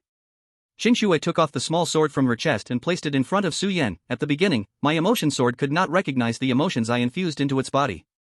At that time, its amplification of my sword energy was only 2 to 3 times. That little? Su Yan could hardly believe his ears. That was only 3 times, close to what he had reached with the death potion before. To give an example, the energy of fear can be amplified by my talent tenfold, and then through the talent weapon's amplification, the damage would be 20 to 30. However, when the emotion sword can accurately understand what is fear and what is anger, it can refine the emotions, and at that time, my emotion can amplify fear by tenfold. Su Yan swallowed hard. No wonder they said the chosen ones defy the heavens. 10 times multiplied by 10 times gives 100-fold damage as the norm.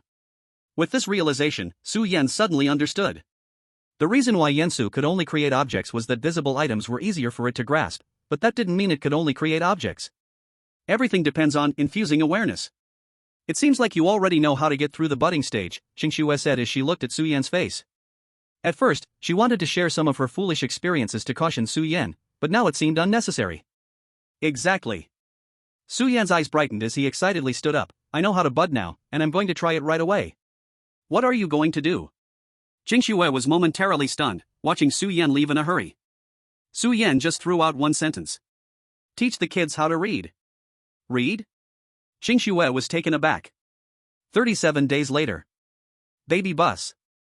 Standing outside, Qingxue felt stiff all over and withdrew her hand that was about to knock on the door. Starting today, I want to use the toilet myself. The cheerful broadcast sounded through the door, and one could imagine how loud the speakers were inside.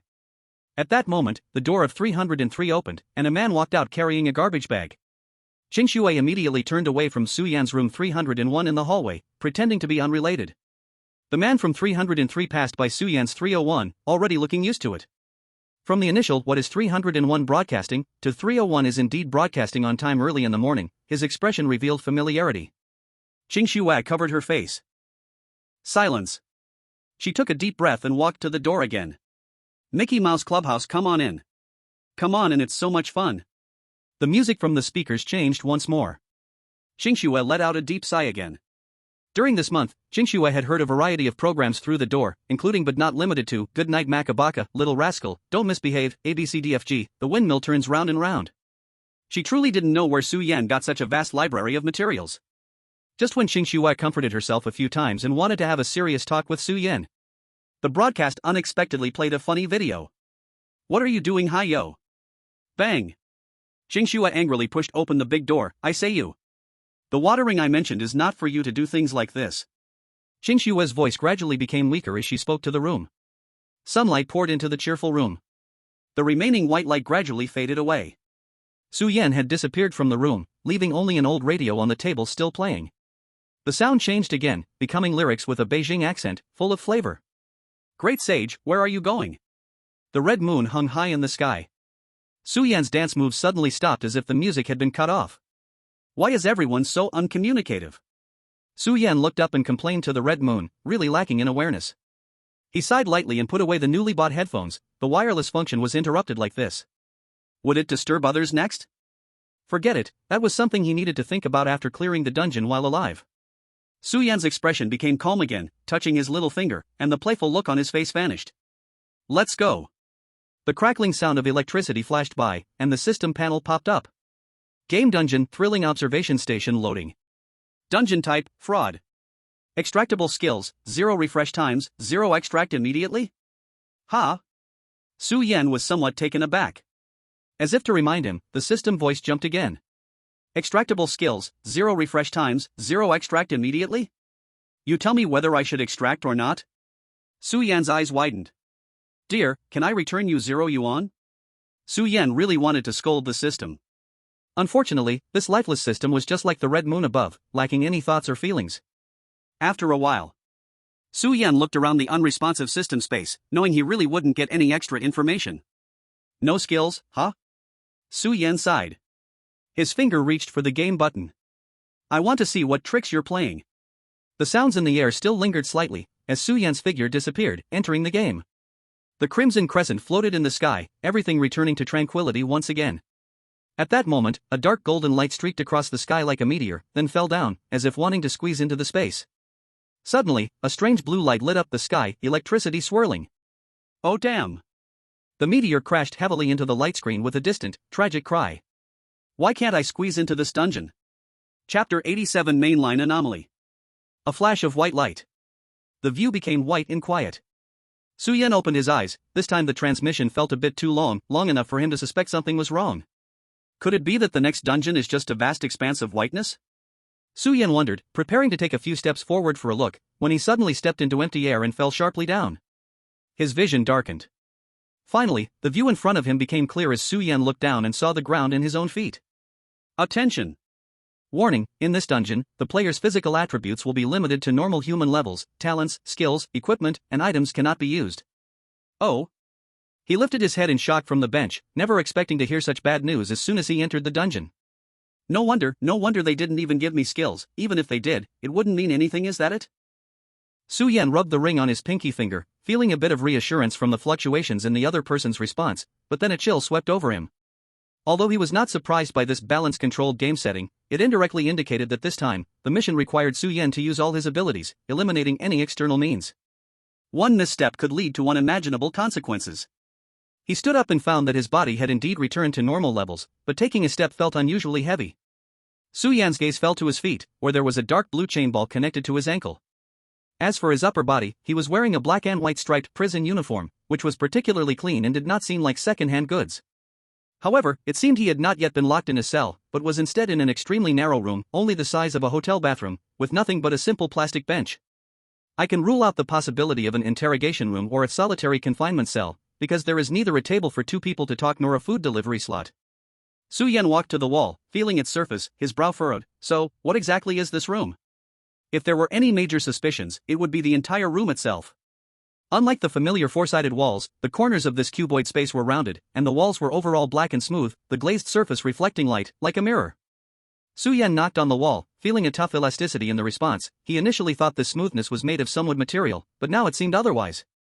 Very good, at least this confined space excels in preventing prisoners from suiciding. Su Yan quickly leaned against the wall, taking advantage of the black but clear reflection. He got a good look at himself. His hair was messy, his face familiar, and the entire set of prison clothes was extremely clean, though only designed with black and white stripes, yet the material was commendable, breathable and comfortable. If Su Yan were to pick the most cohesive and well-designed prison uniform, it would definitely be this set. This reminded him of the cheap, tacky school uniforms he wore in middle and elementary school, leaving him with mixed feelings. Finally, he turned his attention to the last strange device on his body. Around his neck was a metallic-looking ring, with a black screen in the middle the thickness of a thumb, currently displaying no images. Su Yan touched the ring. It felt light yet sturdy, and given his current physical condition, it was practically impossible to break free. What is this, an ID? A health insurance device? A slave collar? Just when he thought he would have to explore this himself, the system's information bar suddenly unfolded before him. Nanosonic control collar, made from ultra-smart nanoalloy. It can automatically identify the wearer's voice and language information. At the same time, it can control the collar to detonate an embedded electronic bomb through an internal and remotely sent program. What is going on? Su Yan was stunned. He was sure he hadn't triggered any hints and couldn't possibly activate any skills. But the information appeared directly. Could this be the compensation mechanism for this game? Su Yan speculated. This plot was bizarre from the inside out. BZZZ. Main quest. BZZZ. Generated. At that moment, a crackling electric sound echoed in his ears. What now? Su Yan, feeling uneasy, opened the taskbar and then rubbed his eyes in disbelief. What the hell is this? Main quest. It was clear that this was not a normal task display. Because a layer resembling mosaic-like fragmented data blocks covered the main quest, wriggling like error codes. Su Yan was still pondering what the mechanism of the main quest was when a strange noise interrupted his attention. The door of the room opened. Like a laser cutting through, a long rectangular pattern appeared on the wall directly in front, and then the door panel shuddered slightly, collapsing and sinking into the ground. Player number 5, you can come out now. 2 men in black SWAT uniforms, wearing exaggerated technological mechanical earrings and masked, said coldly. Su Yan doubted his ears. Did you call me what? This question was met with a heavy punch to his abdomen. Ugh, Su Yan grunted, thankful he hadn't had breakfast, or he might have been nauseous, ready to throw up everything he had inside. At the same time, he understood that the other side was serious. If you don't want to die, stop playing tricks. The man in black said coldly, turning to give him his back. Follow me. Su Yan endured the pain and stood up straight, looking at the waiting men in black outside the door, and suddenly smiled silently. Hee, very good, since you didn't remove 1 or 2 of my hands, looks like I still have some value. When he lifted his head, his expression had already returned to normal. He lowered his head and obediently walked out of the room. Put this on. The man in black handed him a white mask, painted with strange long horns and beast-like features. It looked a bit like a dragon from Eastern mythology, but also somewhat different. Su Yan didn't ask many questions this time. He put on the mask honestly, his dark eyes observing the surroundings through the small holes in the eye area of the mask. He followed the 2 men in black as they walked forward, the sound of crisp footsteps echoing in the corridor. The surroundings were made of a smooth, glossy material, just like the walls of his room. His room seemed to be at the very end, and he only needed to walk straight ahead. He originally thought dragging the ball and chain would be a bit difficult, but he was surprised to find the ground was so smooth that it defied common sense. He could easily drag it along. Su Yan found it strange. If they really wanted to prevent him from escaping, wouldn't the electronic explosives in the collar be enough? Why use a ball and chain that was only common in the last century? The various prisoner devices gave a sense of temporal mismatch. As he passed through another technological door, his vision suddenly broadened. This was a square room about the size of a conference room. In the center stood a perfect pentagonal conference table. In this darkroom, something was added at this moment. Each corner of the ceiling had a rotating surveillance, and there were cameras of various sizes embedded in 3 walls, with a black screen occupying 1 entire wall, and above it was a circular net-like device, airtight. Go over there and sit down. Behind him, the man in black lowered his voice. From now on, don't utter a word or sound, otherwise the consequences are on you. Su Yan was not surprised. He had felt it from the moment he entered this room, which was unnaturally quiet. Most importantly, he glanced at the center conference table, where 4 people were already seated, silently gazing at him, their eyes conveying inexplicable emotions, rather eerie. Su Yan understood what animal his mask depicted. It was a dragon horse. Because the other 4 had similar masks on their faces. Monk, monkey, pig head, kappa. Could they also be like him? Chapter 88, Playing a Game. Su Yan suppressed the questions in his heart, expressionless as he walked to the last side of the conference table. The pentagonal conference table was divided into 5 slices like a pizza with white lines, the empty slice marked with the capital number 5, while the other slices were marked similarly. Su Yan sat down, copying what he saw, and at the moment he sat, he heard a soft click sound from the collar around his neck. Su Yan looked at the other 4 people. They were also watching him, each of their outfits almost identical to his. Except that in the middle of their collars, a miniature black screen lit up, displaying some numbers. Midnight. It was a series of time-counting numbers that looked like a bomb countdown, glowing red. Su Yan remembered something and lowered his head. Through the smooth surface of the table, he saw the data on his collar also lighting up. At that moment, the broadcast sounded. The voice of the broadcast was somewhat blurred, but fortunately, the enunciation was clear, and it belonged to a rather dark male voice. Dear players, welcome to the thrilling observation room. I'm the host, you can call me Billy. As soon as the voice began, the wall with the screen lit up. The conference table was evidently designed, one side parallel to the wall, allowing everyone to see the screen. Su Yan happened to face it directly. On the screen, there was only a horrifying face visible. He wore a somewhat strange white mask, with grotesque round blush on his cheeks and painted lips of red with red eyes. His mouth was cracked like a puppet's, allowing him to move it up and down. Seeing this face, Su Yan instinctively felt something was wrong. What's going on? Saw game? He originally thought the next part would be a role-play murder mystery game, but when the masked Billy appeared on the screen, he realized they were nothing more than fish on the chopping board. As expected, in the next moment, the masked man spoke familiar words.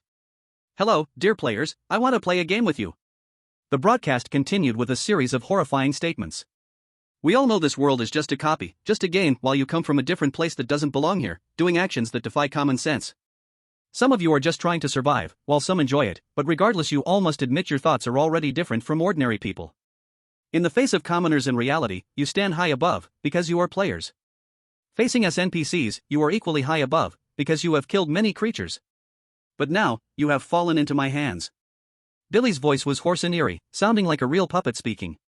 You have repeatedly cleared the game in your own ways, scheming against others. I must congratulate you, you have all become victors in the end. But, reflect on it, are you truly guiltless? The eerie voice echoed in the silent conference room, bringing a chill.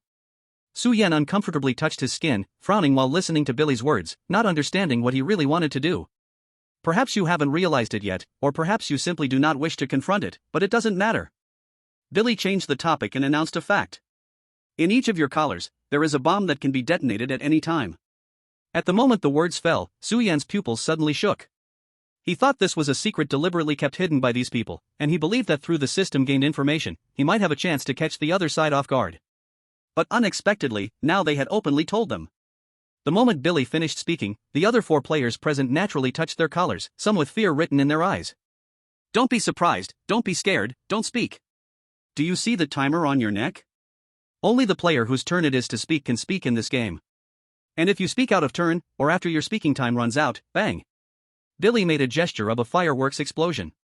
At this moment, Su Yan suddenly noticed that the collar of player 1 beside him made a subtle clicking sound. He saw the numbers on player 1's collar changed, the originally red countdown also turned green. 3 minutes. Minutes, seconds, milliseconds. Su Yan confirmed the measurement units of the timer. As this 3-second countdown flashed by, player 1's collar turned back to red midnight. And player 1 touched his neck, gradually realizing the phenomenon through the gazes of others and the reflection from the table. After number 1 jumped to number 2, the 3-second countdown ended, and number 2 stood there in shock, then jumped to number 3. Number 3 seemed to understand something, but hesitated, ultimately doing nothing. Just when Su Yan hesitated about whether to try this obvious speaking time, number 4 surprisingly spoke without hesitation. What do you want us to do? Number 4 wore a dark golden hair, with a fierce monkey mask that resembled Wukong from Journey to the West, but with some differences. However, there are many modified versions of Journey to the West, and Su Yan didn't care. After all, the tolerance of this IP is too great, often requiring just 1 or 2 elements to relate to it. Just like how any 2 of chicken, basketball, dancing put together would create a wonderful chemical reaction, leaving a deep impression like Taishan Cow. In those 3 seconds, number 4 carefully uttered one sentence. Beneath his wild exterior was a meticulous heart. Seeing him express similar thoughts to his own, Su Yan fell silent and let those 3 seconds pass. According to his memory, this came from the movie Saw, where the puppet Billy liked to create games that highlighted humanity's evil nature. Later on, even though the 5 players were in the same situation, they could easily turn on each other. In such moments, the player with the highest sense of presence would ironically become the target of others. So the best way was actually to act mediocre like everyone else. Su Yan, like the others, kept his head down and remained silent. When the 3 seconds of speaking time ended, with a snap, the collar changed back to red letters. I'm glad some of you have started to recognize the situation. After time ended, Billy clapped his hands. The conference table underwent a change. Like the entrance of a mahjong machine, a rectangular tabletop sunk down in front of each person, then quickly pushed something up. On the table, 2 new items appeared. One was a metallic iron pipe half a forearm long and the thickness of 2 fingers, with a switch in the middle that looked like it could be pulled. And a simple steel pen. Alertingly, the gripping part was covered in sharp barbed spikes, with a rusty bloody smell on it. The game is simple. In front of each of you lies a charge, recording some actions and thoughts you had during the previous instance. Next, each player must read their charge word for word, and during the following speaking time, cannot make any related defense about the charge. Su Yan's gaze locked onto the iron pipe in front of him. Previous instance, what is this? They have to be convicted. Iron Contract, Red Book? Chapter 89, Charges. Although Billy's game ironically reverses its application, Su Yan seemed to guess what the purpose of the other pen was. As expected, this pen would ignite some very interesting phenomena to follow. Remember, after all 5 players read their charges, you will vote for 1 guilty person. At that time, the person chosen by the majority will face judgment. Now, the Q&A session starts. A snap sound echoed again. Still number 1, and the display on his neck showed 10 seconds for speaking. This time, he was not as calm as before. Number 1 wore a greasy pink pig head mask, also known as Beiji, and his figure was somewhat fat, giving off a feeling of cowardice. What the hell? Number 1 said, somewhat panicked and urged, "You are not gods, how can you so coldly decide our life and death?" The short sentence took him only 5 seconds, but once he finished, he immediately shrank back his neck, fearing that another word would trigger the collar to explode. This time, number 2's collar did not light up immediately, leaving her, who had been preparing her speech, stunned. Billy's laughter sounded even more chilling over the broadcast, and he responded with a sneer, "Stupid question, this question is really too stupid. Remember, fat pig, this is a game, but it's more than just a game. Too stupid, but it could get you killed. Next time I hear such a stupid head in my ears, I think you wouldn't mind being eliminated from the game." Billy's ominous words made number 1, wearing the beige mask, tremble repeatedly and dared not say anything else. At that moment, number 2's collar finally lit up. As soon as the collar lit up, she spoke without hesitation. "I want to know." Number 2 wore a Tang Seng mask, but a melodious female voice came from inside. "Are the records and the charges definitely true?" Number 2 spoke softly and slowly, but everyone could hear it. After finishing her question, she quietly closed her mouth with only 3 seconds left. Because after she asked, all that was needed next was for Billy to answer. "Yes, I'm glad this lady could so smartly ask the most critical question." Billy paused and let out a creaking laugh. "I assure you, the actions on the charges are things that each of you has truly done in the simulation." This statement seemed to carry deeper meaning, and everyone frowned, lost in thought. Number 3's collar lit up, also for 10 seconds. Number 3, wearing a rough but honest-looking Kappa mask, resembling Sha Monk, asked in a calm male voice. "So, the charges might not be entirely accurate, excluding actions, there might be many misleading points?" This time, Billy answered decisively, "That's right." The expressions of everyone beneath their masks changed, unsure of what to think. Click. Number 4, wearing a monkey mask, coldly asked, during the next speaking time, "Can we only read the charges?" Billy, "That's right, I'll reiterate, before you choose the guilty person, during speaking time, besides reading the charges, you can't say even a single word." Number 4 nodded silently. Time was up. In the next moment, all eyes turned to Su Yan. Except for number 1's anxious demeanor, the next numbers 2, 3, and 4 were clearly sharp-minded individuals. Though they hadn't exchanged a word, the 3 cooperated seamlessly, digging out the full scope of the game from Billy's mouth. The others couldn't think of what Su Yan might ask next, merely pondering while hoping to gain more information from Billy. Su Yan, wearing the white dragon horse mask, looked unfazed, tilting his head as he pondered for a moment. Finally, in the last few moments before it ended, he asked, suppressing a smile. "Then how do I change the charges?" Click, time hit 0. A silence fell over the scene, and as everyone was about to turn their heads, they suddenly paused and looked at Su Yan together. Billy finally let out a crazed laugh. "That's right, players, you should be like this. Strip away your glamorous shells, reveal the dark thoughts each of you is currently contemplating, and I will be honored to assist you." He steadied himself and directed all players to the charges next to a pen with barbs. "Next, you will have 30 minutes to read your charges, but at the same time, you can use the pen in your hands to alter the charges." Su Yan noticed that after Billy finished speaking, a look of joy appeared in the eyes of number 1 and number 2, while number 3 changed from joy to worry, and number 4 remained indifferent. "So, what's the price?" Su Yan thought silently as he looked at the sharp barbs on the pen. As if in response, Billy said, "However, you must grip the pen by inserting your finger into its sharp barb. Don't worry, each pen's barb is genuinely sharp. I can guarantee that you'll prick your finger the moment you touch it. The barb on the pen will continuously draw your blood as ink. What you get in return is that you can use this pen to add, delete, or modify the charges at will. How is it? A magical toy, right?" The smile on Billy's mask grew even more chilling. "Of course, the more you alter the text, the more blood it consumes. If you lose so much blood that you don't have the strength to read the charges, then, well, be careful. Now, the reading phase officially begins." Billy snapped his fingers, and in an instant, he disappeared from the view of everyone. Replacing him was a giant countdown timer. 30 hours. 29 hours and 59 minutes. The red 0 seconds remained on everyone's necks, making them cautious. They had to control themselves and avoid making any sounds unconsciously. After exchanging nervous glances, everyone picked up their charges. Su Yan, too, curiously picked up the iron tube in front of him. At that moment, an information bar popped up again. Microscopic retinal projector, a multi-dimensional feedback storage device made up of nano-level circuits, capable of directly projecting related information into the user's retina and receiving specific instrument signals to modify the internal stored data. So that's how it works, to prevent players from sneaking a peek, right? Su Yan glanced around and studied the players who were also examining their charges. Although the table was pentagonal and everyone had a safe viewing angle of over 72 degrees, this was only true if all the players behaved. And this high-tech device could project information directly into the retina, leaving no chance for even a slight peek. Of course, there might also be another method, to actively project one's own charges for others to see. But then, Su Yan quickly dismissed this possibility. With a loud clang, the hand that had just picked up the charge and glanced at it started to shake violently. His eyes were filled with fear, and the charge fell onto the table. It rolled on the table for a few moments before the player quickly picked it up again, clutching it tightly in his arms.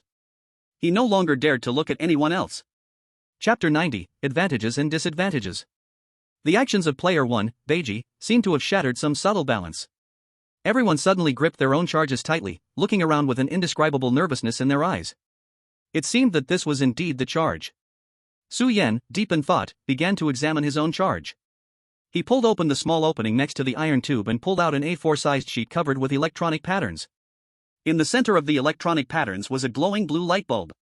Su Yan stared at the light, and one line after another of text suddenly appeared before his eyes, as if materializing from thin air. Su Yan's pupils jolted. His eyes flickered with unprecedented confusion and shock. What the hell is this? At that moment, these rows of charges overturned all of Su Yan's previous thoughts. After reading them, Su Yan fell into deep silence. His heart was in turmoil, and he couldn't calm down for a long time. If everyone's charges were like this, then he was doomed.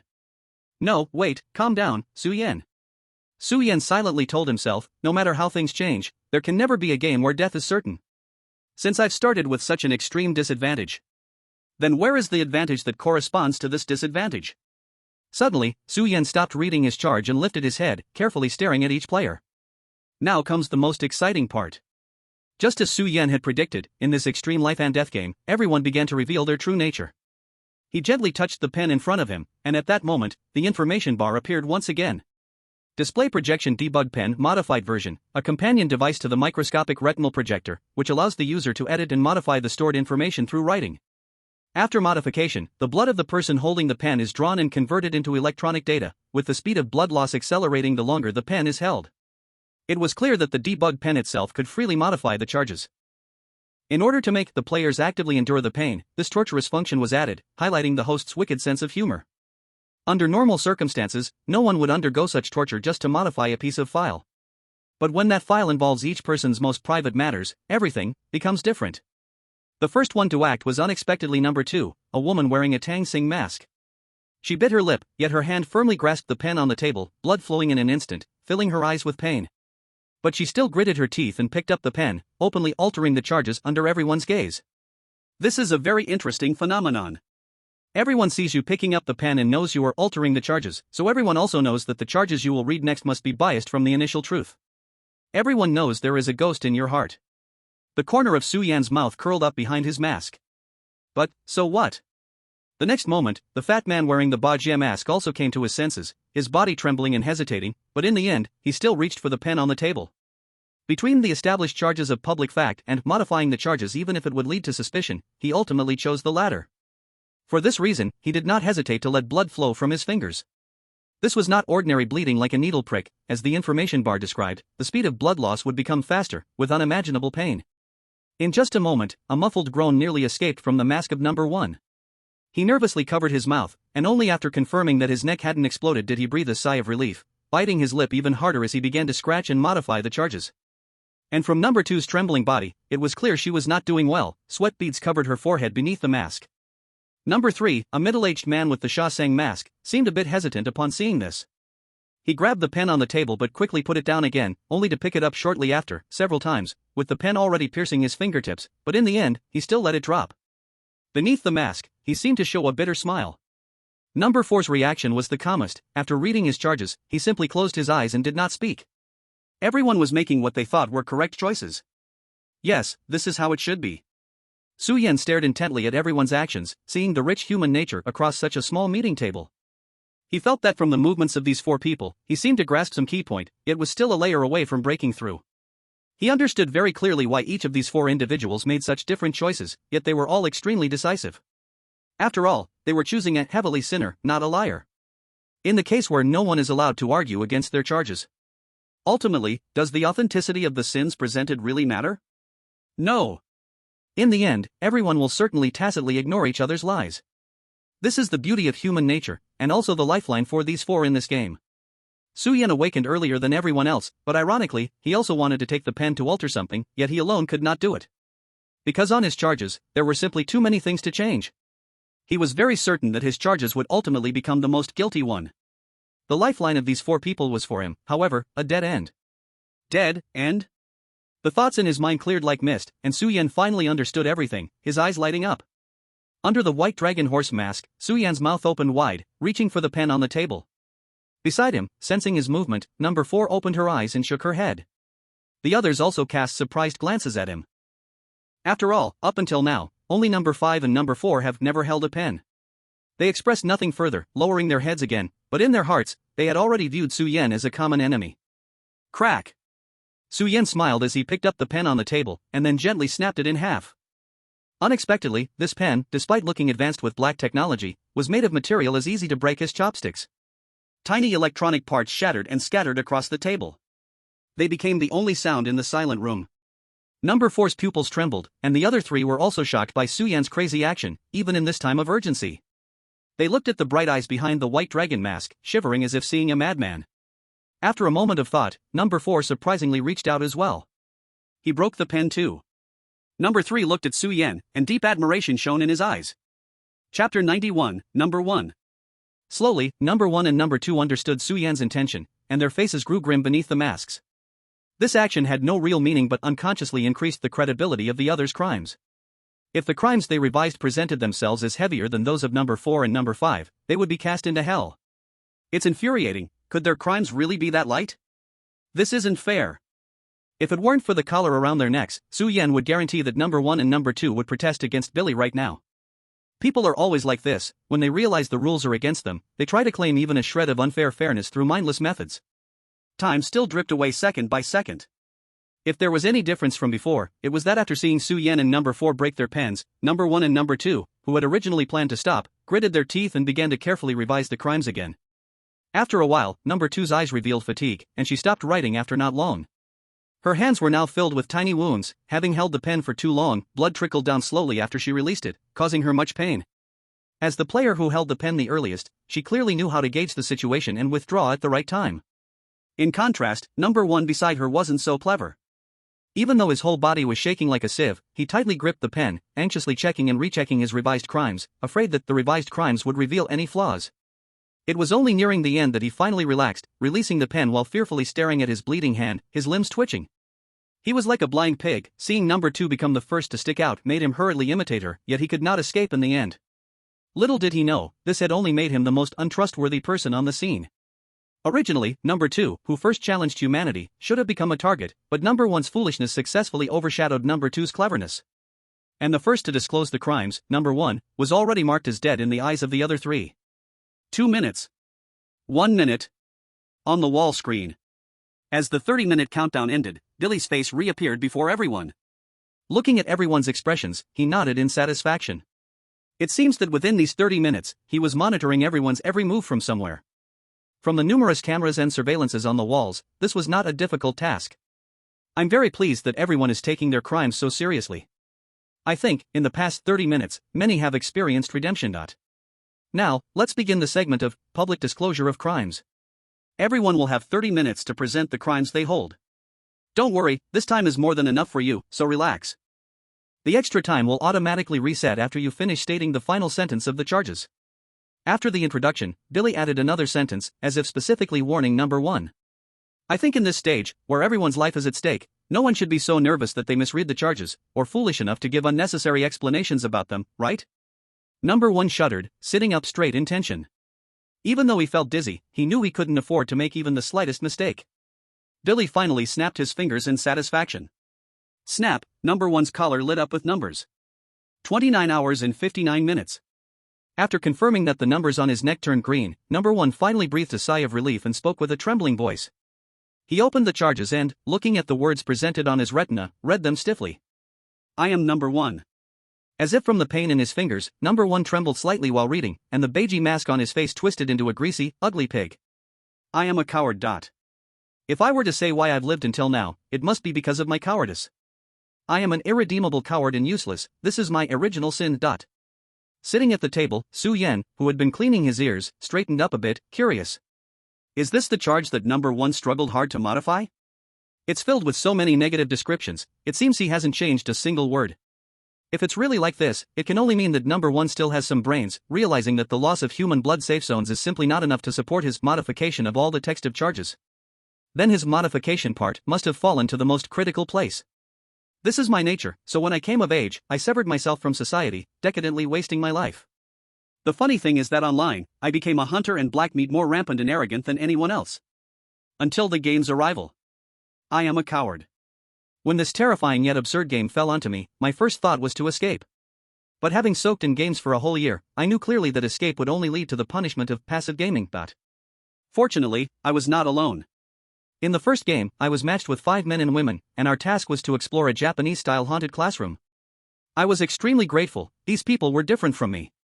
They were scared, but also very excited, even eager to try. They were so brave, shouldn't they be the ones to clear the game? But I didn't expect that this group of hot-blooded guys actually came up with the despicable strategy of division of labor. So when they asked me what I could do, my mouth trembled, and I couldn't speak. In the end, I said I knew a lot about island culture. They shook their heads in disappointment, not taking it to heart. On one side of the table, Su Yan suddenly propped up his forehead, wanting to take back what he said earlier. I just mixed my way into the middle of the team so naturally. This is a relatively safe position. Although I am very afraid to continue exploring, I can only follow the big crowd to survive. But soon, a change occurred. We encountered a strange puppet in the corridor. What the hell, don't these people know how dangerous such a creepy puppet is in island culture? They actually wanted to go pick it up and take a look. I immediately shouted out loud. They looked at me questioningly, asking what was wrong, and I really wanted them to ignore that puppet and leave quickly. But I shut my mouth again because I was scared. If I said it out loud, they would surely know how important my knowledge was in this instance, and then I would have to become the captain of the team. Out of a sense of responsibility, I didn't want to bear the lives of so many people. Out of a sense of responsibility, I still reminded them, but they still accidentally triggered that puppet. I tried my best to stop it, but in the end, someone still died. At the table, Su Yan pressed hard against his mask. If it weren't for the silence enforced by the collar, he would have let out a sound like an egg cracking from being brutally violated. This coward really doesn't lie at all. Chapter 92, Coward. The first person's death finally brought them fear, but they did not lose their panic. Soon, they regrouped and came to a conclusion I dared not even think of: split up. As the knowledgeable one in the group, I naturally ended up on the side with more people. I was still very scared, but the first person's death filled me with guilt, and I was determined to protect the safety of the remaining 2 people. To my surprise, the pair I was grouped with was a couple. I was both surprised by their good luck in being matched and felt uncomfortable and distant from their occasional displays of affection. Looking at the girl's profile, I felt a little dazed, as though she was the female lead from a movie I had watched, though I knew this wasn't the case, but at this moment it didn't stop me from using such wild thoughts to calm my emotions. The 3 of us were responsible for exploring the second floor. We had almost completed our exploration without encountering any strange happenings, which relieved me until I heard a chilling cry coming from the women's restroom at the end of the hallway. I was terrified, but this couple seemed to think it was the key to completing the task. They naturally expected me to open the door and take a look. To avoid a repeat of last time's tragedy, I agreed. Bright red blood flowed out from the crack at the bottom of the door, hidden behind the girl. My face turned pale. I suspected this was a common open-door kill scare in horror games, but I was too scared to say a word. Thankfully, I was the one to open the door, and finally, I mustered up the courage to push the restroom door open. I prayed deeply in my heart that my premonition was just an illusion, but that moment turned out to be a reality. I was filled with despair and fear as a long neck stretched out from the restroom door. It bypassed me and attacked the unprepared boy. I wanted to stop it, but it was just too fast. The girl immediately screamed, rushing forward, shaking the boy's lifeless body and crying out in pain. I was frightened and shut my eyes, but I also knew, having his trachea bitten off, how could he possibly survive? Soon, he breathed his last, and the girl fell to her knees crying and shouting, but she quickly lost that mood too. Knock, knock, knock, knock, knock, knock. From the depths of the restroom, knocking sounded from the innermost stall, as if someone was locked inside. The girl shrank back, wiping her tears but still bravely walking toward the restroom. I glanced at the corpse in the hallway, my legs nearly trembling, and hurried into the restroom with her. Compared to the unknown dangers in the hallway, I was more inclined to the restroom that had already triggered the open door kill, even if there might be other ghosts inside. Of course, I had a thought I was unwilling to admit: someone had already died, and if I encountered a ghost, I had to step up first. I couldn't let this girl go ahead into danger. The restroom door was indeed locked from the outside. Watching the girl unlock it made my heart race because sitting on the stalled toilet was a little girl with her head down crying, her long hair covering her face. From what I knew of the scenarios, this girl was either a victim who died in the restroom or a cursed spirit. In any case, she couldn't be a living person. The girl seemed to have no knowledge of such things, she just leaned next to the little girl and softly comforted her. I was on edge. Finally, I tried to remind the girl, but she didn't believe me. This girl finally did something right. With her comforting words, the little girl sitting on the toilet finally stopped crying, extending her pale hand and handing the girl a black hook jade. My heart lightened a bit, but soon the little girl made another desperate sound. Quick, quick, go. I was so scared that my hair stood on end, while the girl looked at her in confusion. The little girl raised her head, revealing her face beneath the long hair. Her 2 eyes had been gouged out, leaving 2 black empty holes. Her entire face had no other features, only a wide, blood-soaked mouth that had been torn open. The girl screamed, immediately collapsing onto the floor, while the little girl swayed as she stood up, moving closer to her. In despair, she reached out her hand toward me for help. I was terrified, my legs went soft, and my lips trembled. But as I watched the little girl's movements, I suddenly wondered, could this be a sign for a chase? That's why she moved so slowly. If I pull the girl up and use all my strength to escape, maybe we could survive. But my legs felt like they didn't belong to me, I was too scared to find the strength. Even if I ran, I probably wouldn't get far, right? I looked at the girl's face filled with fear, and she seemed more and more like the heroine in a short film I had seen. Under my mental disarray, my memory was already confused, but it didn't stop me from forming a firm thought. Even though she was like this, I couldn't let her die here for nothing. I also thought, maybe I should let this female ghost bite me to death, so she wouldn't have time to chase the girl. By some strange twist of fate, I prepared to pull the girl up, push her out of the bathroom, and tell her to run fast. I reached out my hand, and in the end, I only grabbed the black hook jade in the girl's hand. Her eyes were filled with thoughts of death and blessings. I understood her feelings, and decided to respect her wishes. I was so scared that I cried and turned, running out of the bathroom. I am a coward, but at this moment, I wanted to be a man.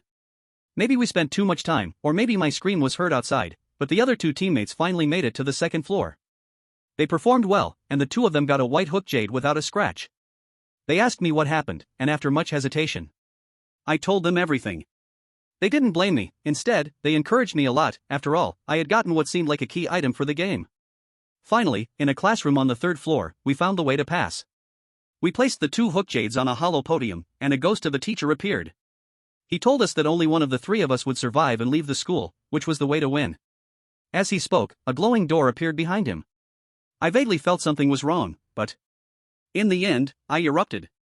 I gritted my teeth and uncovered the true face of this teacher. In short, he was an evil ghost. Then, with my 2 companions, we fought with all our might and killed him. Ultimately, both of them died. With deep sorrow, I stepped into the glowing door. I still can't forget the last look in their eyes. I am a coward, and this might be my greatest punishment. The words of number 1 were nearing the end. His voice trembled throughout, filled with fear and shrinking back. He clearly looked very sad, but Su Yan couldn't understand what he was grieving. After speaking, number 1 closed the confession, as if he didn't dare to look at it again. Chapter 93, Number 2. Number 1 finished telling his story. He lowered his head, not daring to make eye contact with anyone, fearful of revealing any ugliness in his heart. Others were indeed looking at him, but they didn't know that his ugliness had already been clearly revealed through the confession. Number 1 was very nervous, speaking quickly.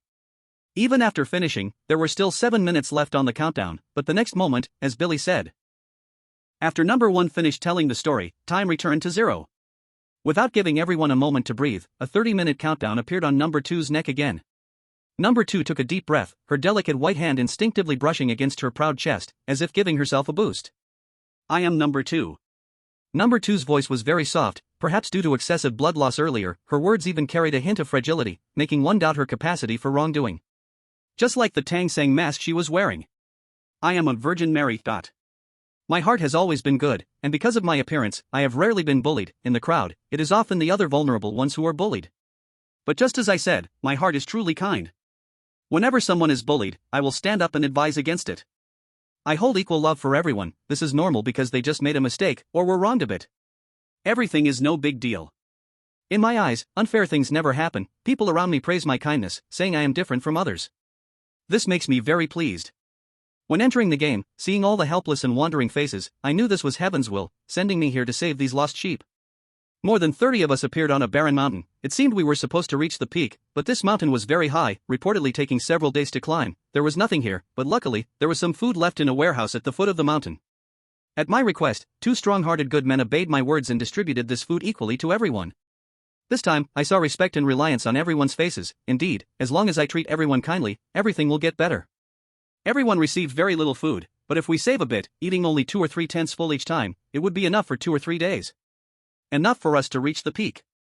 With my encouragement, everyone was filled with hope, and I felt very comforted. Night came, we had walked for 3 hours, and everyone was a bit tired. There was plenty of water, but the most important thing was hunger. Everyone took out the food they had and cushioned their stomachs to sleep until dawn the next day. The next day, a big noise erupted early in the morning. Unexpectedly, 3 people had finished all the food last night and were begging others for food. I looked at their hungry faces and couldn't say anything. But the 2 kind-hearted men beside me were furious. They dragged those 3 out of the crowd, beating and scolding them for being lazy. I sternly stopped them. These few people must have been so starved that they acted so impulsively. Their nature shouldn't be bad. As long as they know their mistakes, it's fine. As for the errors made, it's still not too late to make amends. There are over 30 of us. They are the vulnerable group. How can we bully the weak? I discussed with everyone about sharing a bit of our food with these few people. Everyone was a bit reluctant, but still agreed. Indeed, under my persuasion, everyone displayed noble virtues.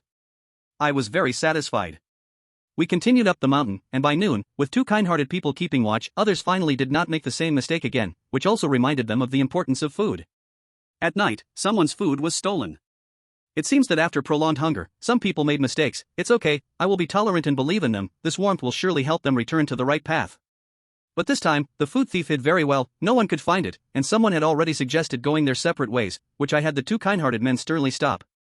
Without me, how would they survive? I couldn't find the person who stole the food temporarily, so I had to let everyone share a little more of what they had. This time, the process was somewhat difficult, but with my persuasion, it was still achieved. When I distributed it to the 3 people who had made mistakes before, they were very grateful, and I was happy that they finally understood their wrongdoings and became kind people. Unfortunately, other people in the group emerged who needed my guidance, but I couldn't find them now. I believe at this moment, everyone understood the beauty of human nature. However, the food kept dwindling, and it became easy to lose strength while climbing the mountain, leading to mistakes. The next noon, our group of more than 20 people finally reached halfway up the mountain, and there was a small village here that was being plundered by robbers. Everyone's hungry eyes lit up, and they unanimously discussed and concluded, as long as they killed the robbers, or even waited until the robbers had finished slaughtering the village before taking action to collect the spoils, they could get enough food to continue climbing the mountain. I sternly rebuked this absurd idea. I could not stand by and watch those poor villagers being slaughtered. Instead, I led everyone to intercept that group of robbers, who looked fierce, but fortunately, we had quite a few people as well. 2 kind-hearted individuals kicked one robber down and seized the knife from his hand, wanting to stab him. I immediately stopped them, feeling somewhat angry. I didn't expect them to be the coldest-hearted people. I told them to put down their weapons. Even robbers are lives, after all, they might just be forced by circumstances. Why kill them? The opposing group was initially a bit flustered, but after hearing my words, they seemed deeply shocked and continued to communicate with us. Although, due to my orders, no one could strike hard, I believed that soon these robbers would be touched by everyone's kindness. In the end, these robbers knelt before us and begged for mercy. Naturally, I forgave them. Although they seem to have killed many villagers, their sincere repentance now showed that they would certainly not make mistakes again in the future. The robber leader seemed surprised at my kindness, showing a grateful joy that brought him to tears. They naturally stood behind us. Then, I asked the villagers to take out all their food and distribute it equally to everyone. The amount of food in hand, although not much more than expected, finally sparked hope in everyone again. I urged the robbers and villagers to get along well and not to do bad things again. They agreed without a second thought. My persuasion truly proved to be effective. Chapter 94, Number 3. Our group of more than 10 bid farewell to the open-hearted robbers and the villagers whose eyes were glued to us like they wanted to cling on, continuing to climb the mountain. On the 3rd day, the food finally ran out again. The road up the mountain became steeper and more treacherous, and one moment of dizziness could easily lead to disaster. In the end, the 9 of us successfully reached the peak, with only half a day's journey left to the very top. We endured hunger and found some tree bark to eat. 3 people didn't eat it. It seemed my earlier guidance had been effective, and they conserved their energy well. But just at this moment, conflict arose. The first 2 kind-hearted individuals suspiciously saw trouble with those 3, rummaging through them and finding food. The kind-hearted individuals were furious and verbally abused the 3, and I felt somewhat confused. Did they not just learn from their mistake of running out of food the first time and save it until now? I stood up again, trying to calm them down, but the deep-seated resentment in those 2 kind-hearted people's hearts was heavier than I imagined. Meanwhile, the 3 who had initially run out of food seemed to feel wronged, smirking, and fighting with the 2 kind-hearted individuals who had very little strength left. After some twists and turns, all our people safely reached the peak. We are saved. The people around me happily praised, saying that they could come here, all thanks to my mercy, fairness, and kindness, calling me a saint. A hint of sorrow in my heart was washed away by this sense of fulfillment. In the end, I walked out of the game alive with 3 others. Indeed, I am everyone's redemption. The term saint is the highest praise for me. Number 2 closed the charges in hand. Unlike number 1, she looked at everyone with calm eyes. Number 1, however, lowered his head. His gaze towards number 2 was now tinged with inferiority and respect. It seems he really has no brain. On the screen, Billy watched everyone throughout, saying nothing. It looks like this part must wait until everyone finishes reading the charges before he is ready to act. With a snap, it was unclear whether it was the program or remote control. The countdown on number 3's collar lit up green. He cautiously picked up the charges, carefully opened it, giving a feeling of being obedient to the rules. I am number 3. Number 3 began to read in a steady voice. His voice was ordinary, with no special charm. I have to say, just like the sandy mask he wore, although it's a fierce monster, it somehow gives a friendly and honest feeling when worn. Su Yan looked at this low presence number 3 and suddenly frowned. He recalled the earlier review session but found that his impression of number 3 was very low in the 30 minutes. He seemed like an unnoticed ordinary person, hard to remember. So he just altered the charges? Su Yan didn't remember, he only recalled that number 3 hesitated at first to touch the pen but ultimately put it down. I am an honest person. Number 3 said. I always treat people kindly, not deliberately trying to please, but I also try to avoid annoying others. This is my way of handling the world. I am very clear about my nature. I cannot convince myself to change, so I can only live this way. In the eyes of many, people like me are always suffering and having bad luck, but actually, that is only in situations beyond our control. If there were no responsibilities and burdens, who would willingly suffer losses? Then I came to the game. I know the goal of the task is just to clear the game. I may have my own selfish motives, but I have no strong opinions, so I can only go with the flow and follow others. But they are too dishonest. This is a world of swords and blades. As long as we each play our role as the innkeeper, tavern owner, or brothel boss, over time, earning enough money will allow us to exit. You ask me who I am? I am just a worker in the inn. Receiving those martial artists inevitably requires some social smarts. They might yell at the innkeeper but wouldn't bother to speak to someone like me, a supporting role. I acted very honestly and correctly. Only the innkeeper became less honest. He truly treated himself as the innkeeper, and my salary kept decreasing. I lacked the ability to resist, could not argue with him, so I could only endure. He was busy socializing, flattering the great heroes, his eyes curving into crescents, as if forming good relationships with them was more important than earning enough to clear the game. I was much freer than him. The hero's main stage was the martial world, the inn was just a resting place. Often I could find a moment of leisure. Going to the tavern, the brothel, and sharing our grievances with other workers made us feel a lot easier. I found that they also faced the same problems. Those in charge started to cut down on money, rich enough to save enough to clear the game in just a few days, unlike us, who needed at least half a month to a month. But they, instead, became less concerned about leaving. I understood. They wanted to dig out some martial arts secrets from those heroes, and leaving the game, whether it's becoming famous in the outside world through martial arts or extending life, is too tempting. And people like us at the bottom will never have such opportunities. I said this to others, and they understood. Each of their eyes sparkled with the light of thought. After that, these people became busier than before, and I hardly saw them anymore. My shopkeeper was still mumbling about the martial arts manual, even forgetting that tomorrow he would accumulate enough task goals to leave this world. Who will be the next shopkeeper after he leaves? Anyway, it won't be me. There are too many people stronger and more capable than me. I need to be ordinary and normal. I continued to clean the rooms of the inn. Naturally, these days the dirty and tiring work fell entirely on me. But these martial arts heroes didn't seem to care what the shopkeeper longed for, the martial arts manual, each one either placed under their pillow or on top of the cabinet. I had a little thought, but I still went to tell the shopkeeper, leaving it to him to decide. He laughed heartily, patted my shoulder, and praised me, painting a grand picture. The other attendants sneered behind my back. I knew that even if the shopkeeper really left tomorrow, they could easily snatch the shopkeeper's position. I was no match for them. That night, the shopkeeper died. The heroes who had been friendly with the shopkeeper couldn't find him. They came with knives to ask me. I answered honestly. Chapter 95, what do you think? Others were so scared that no one dared to sit on that bloody stool. I, in a daze, became the shopkeeper. This isn't anything, because I heard that people are dying in greater numbers at the tavern and brothel next door, one after another. I didn't follow the shopkeeper's way and split the earnings equally with the other attendants. They might be secretly cursing me for being foolish, but on the surface, they were grateful, completely extinguishing any other thoughts. I just wanted to stay here a little longer. A few days later, the stench of blood from the tavern and brothel next door was almost overwhelming. A group of attendants surrounded me.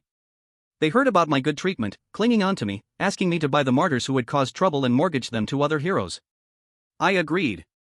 It took a long time to recover from that loss, long enough for the attendants in the inn to leave. I still hadn't departed, and I brought in a few temporary attendants from the tavern and brothel.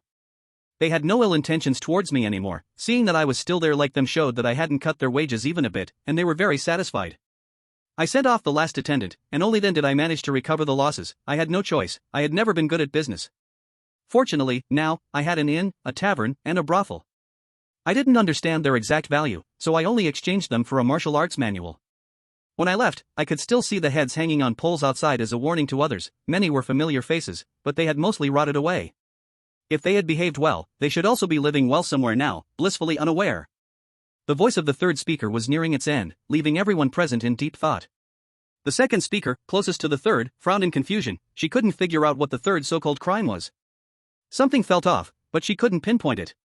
Why? Third speaker, are you also an innocent? Su Yan gazed deeply at the third speaker, but quickly lowered his gaze to the plain pen before him, only speckled with traces of blood. No, that doesn't make sense. Su Yan rubbed his brow over the mask. Compared to the absurdity and embellishments from the first and second speakers, the third speaker's crime was a different kind of discord. He wanted to glimpse the details and oddities inside, but he needed time.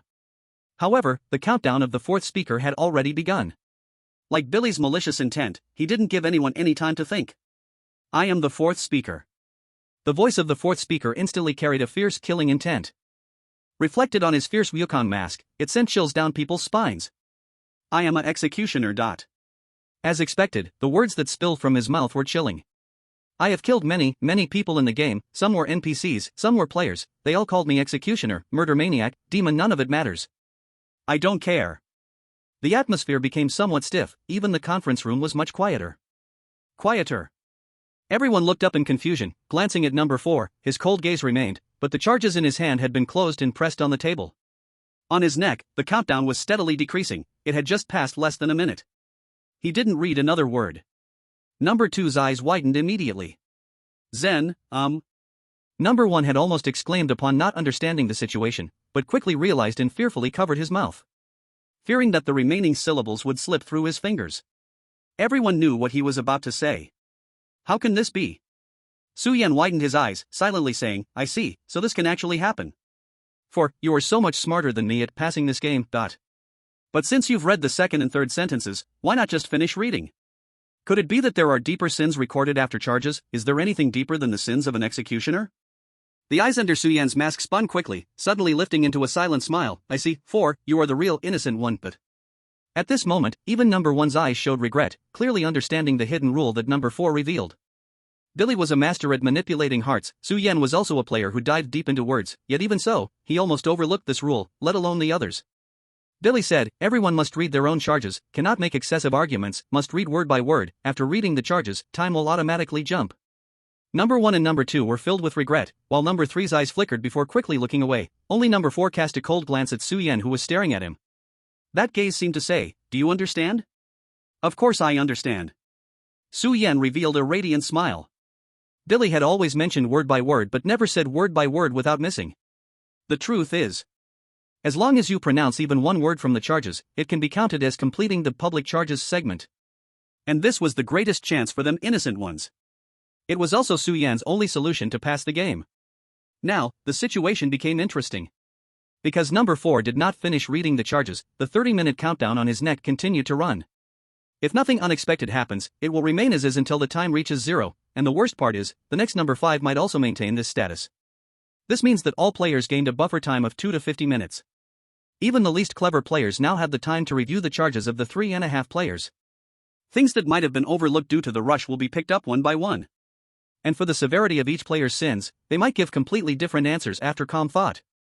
This is hope for some, but it could also push others into the abyss. The gazes of the 4 people became serious, occasionally meeting eyes, sparking invisible flames. Su Yan did not continue observing anyone. Instead, he lowered his head, cutting through the tangled threads. There was still one biggest doubt. In the charges of the first 3 players, not only was there falsehood, but there was also discrepancy. Why is this? This is not fair. Time flew by quickly. Su Yan stared hard at himself on the table, red lines gradually appearing in his eyes. At this moment, he saw the crimes and the pen in front of him, and his body trembled. So the last piece of the puzzle has always been in my hands. He finally understood the strange behavior of the 4 players. Interesting. Thank you, number 4, I have completely cleared up the remaining fog. Su Yan smiled and suddenly looked up, and he didn't know how long it had been, but the countdown on his neck had already turned green. Well, now there is still time. I feel like I can give you a lesson, not? Su Yan looked at the 4 people in front of the table with great interest. Before, they were Zhu Beiji, Tang Sang, Sha Sang, Yukong. Now they are Coward, Saint Mary, Honest Man, Executioner. Tell me, who do you think is the truly guilty person? Chapter 96, Number 5. In fact, Su Yan had been immersed in his own world for a full 40 minutes. When number 4's time was up, only 20 minutes were left on the countdown collar around Su Yan's neck, and everyone gradually felt their hearts rise. Number 4 had used the rules, while number 5 was in a daze. Now, 3 complete crimes were announced. The crimes of number 1 and number 2 were alteration of crime. The crime was modified ambiguously.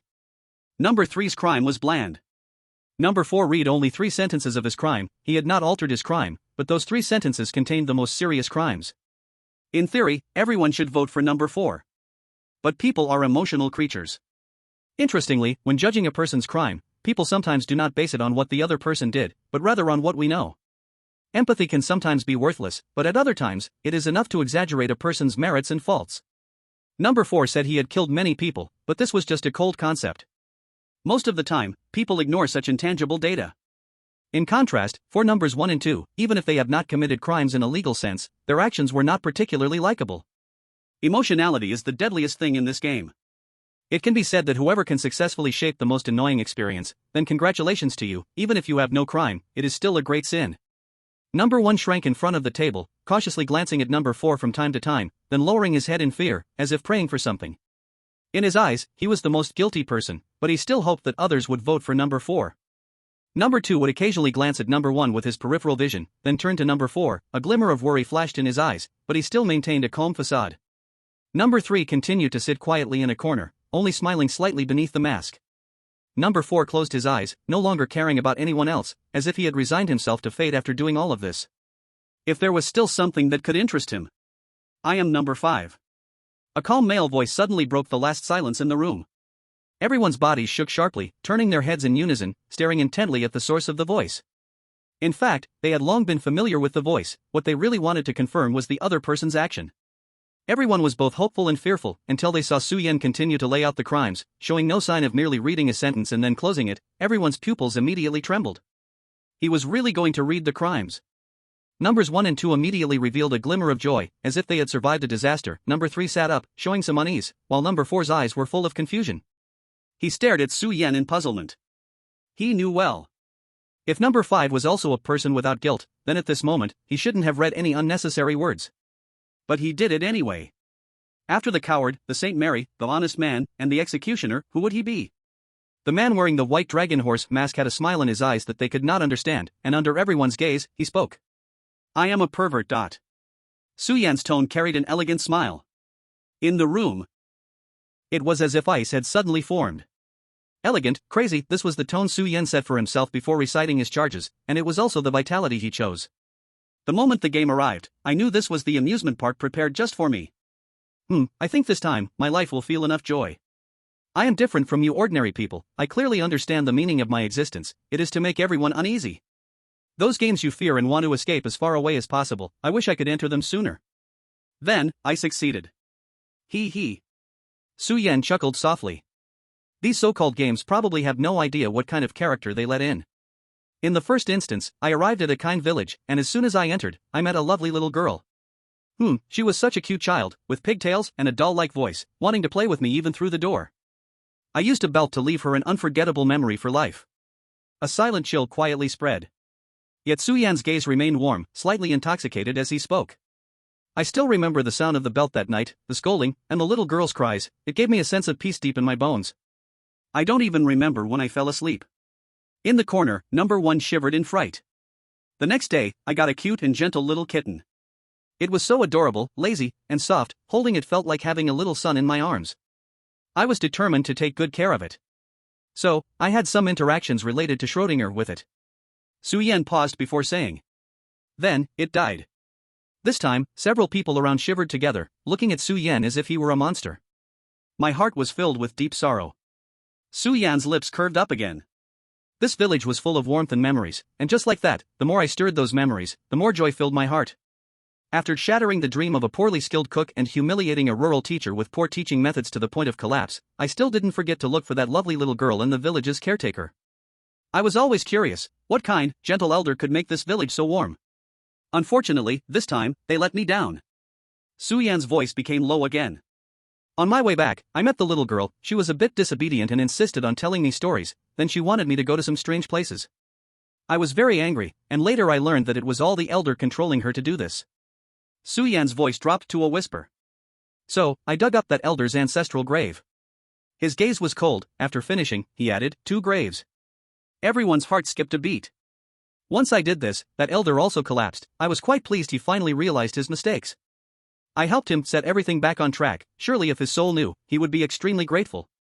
Provided, of course, that he still had a remnant of a soul left. Su Yan looked up, as if he recalled some pleasant memories, his lips curling into a joyful smile. In the next instance, I decided to hold back a little. What I didn't expect was that this time it was a team game. Oh, team, what a wonderful word. The 3 teammates next to me also clearly needed my help, but unfortunately, there was a villain in this team. When that woman was being dragged by her hair and pressed to the ground, for the first time, hesitation appeared on my face. Violence is always wrong. So, I successfully used my strength to calm another teammate, preventing him from being beaten, and I sat by and watched that woman be abused. Su Yan said with a smile. I just knew. There are still many kind-hearted people in this world.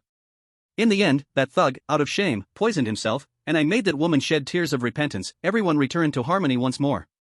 Unfortunately, her brain just isn't enough, and I worry about how she will survive in the future scenarios. So, I could only, after triggering a trap, watch her die in the darkness. Now it's perfect, she doesn't have to worry about the dangers of future scripts anymore. Su Yan clapped his hands, but soon frowned inside. I just didn't expect that at this moment, someone finally couldn't stand it anymore and jumped out. It turns out she had been watching us the whole time, wanting us to realize our mistakes. She is really impressive, and I am no match for her. Because of her, I had to embrace death. Hearing this, the 4 originally dazed players came to their senses, their eyes showing excitement and hope. Then, this hope was ruthlessly shattered by Su Yan. I left her with not even a scrap of flesh. Deeper dazed expressions took over every face. The 3rd scenario. Su Yan resumed his elegant tone. Perhaps everything went too smoothly before I entered a strange world. I could tell at a glance that this world itself had problems. So, in the maid's house where the murder case happened, I physically brainwashed and forced the male owner to confess, and then took the last bit of food meant for humans from the maid. I was not satisfied yet, so I found 100 bright idol girls, and shot them until they were utterly unrecognizable. Finally, when I sneakily plotted against 2 of my kindred using despicable means, this world could no longer bear to look. I also went through a lot of trouble and finally convinced him to abandon the easy thought and forever remain in pain. This is so much harder than killing a person. Su Yan exaggerated. Everyone shivered in unison, looking at him with the eyes reserved for demons. At this moment, Su Yan's terrifying presence in their eyes had far surpassed Billy. As for the 4th game, it was much simpler. Just when everyone had become numb to Su Yan's crimes. Under the mask, Su Yan revealed a devilish smile. Because of my casual effort, the whole world fell into destruction. I successfully freed those evil beings. Everyone stared in shock at Su Yan's excited eyes. At this moment, they all shouted in their hearts, "Police uncle, it's this person. I am a pervert. I personally created a world where no one got hurt." Su Yan lifted the corners of his mouth and concluded. I have no sin. Snap. In the last second, the countdown returned to its final moments. Chapter 97, Meaningless Voting. Silence. Everyone was shocked by Su Yan's crazy self-explosion act. Even the 1st and 2nd players, who had just felt hope and life from Su Yan reading out crimes, were in chaos. What they thought was that Su Yan, as the last person to read out crimes, would leave a much deeper impression than they could. This was his advantage and also his disadvantage. As long as there was even the slightest serious crime in his list, everyone would remember that crime deeply. Now looking at it, this was more than just deep. It's something they could never forget in this lifetime, the kind that would give them nightmares at night. Player 1 trembled, sitting beside Su Yan as if sitting on pins and needles, almost crying from fear. He looked around, and finally helplessly looked at Billy in front of the screen. Billy also seemed to be shocked by this crime, taking a long time to come back to his senses, and tried to maintain a normal tone. Okay, I'm glad everyone has completed their self-accusation in their own way. Next, I'm sure each of you can't wait for the conviction stage. A violent shaking sound erupted. This time, it was not the table. To the right of each person's chair, a hard iron platform suddenly emerged from the floor, just reaching each person's waist. On the platform, there was a groove shaped like a king, with 6 endpoints on the left and right, each marked with a capital number, decreasing from left to right and from top to bottom. 4, 5, 3, 2, 0, 1. Now, a handle was stuck snugly in the lower left corner of the king groove, right at the 0 position. Isn't this a gear shift for a car? After reading the accusation, Su-Yan's spirit of complaint finally ignited fiercely, shockingly pondering. Although he never took a driving test, he had played racing games in high-end arcades many times, he had fiddled with that gear shift gadget plenty of times. He instinctively touched the handle. The system's information bar popped up as always. Gearshift voting device, an alloy voting device designed with a king groove, allowing the handle to move and stop at 9 points, while also providing voting feedback. The technology level is extremely low, but the wisdom of the ancients never goes out of style. Makes sense. Su-Yan was left speechless. It really was a gear shift, just with added voting functionality. Now, the device to your right is called the gear shift voting device. Billy's voice slowly came through the intercom. I don't think such a simple device needs much introduction. You just need to slide the gear to the number corresponding to the player you want to choose. Each person can only vote after the previous person's voting device has activated. There won't be any speaking time in this round, but don't even think about delaying. You have 5 minutes. That's enough time for you to vote, unless you want your neck to hit the floor. A chilling voice enveloped the room, stimulating everyone to remember that this was more than just a game. Billy noticed everyone's reaction and nodded in satisfaction, continuing. As a gesture of goodwill for getting this game to this point so cooperatively, I will kindly give you a reminder. At the table, Su-Yan smirked slightly. Goodwill? He knew that Billy's next announcement had no purpose other than stirring up intrigue among the players. But it was already meaningless. This round won't have speaking time? Su-Yan pondered over Billy's previous remark, a relieved smile rising on his lips. Got it. Remember, Billy said, the voting device is on your right side. Now, voting starts with player 1. Billy's screen turned black again, showing everyone a 5-minute countdown. And the red 0 seconds around their necks meant players could not communicate verbally.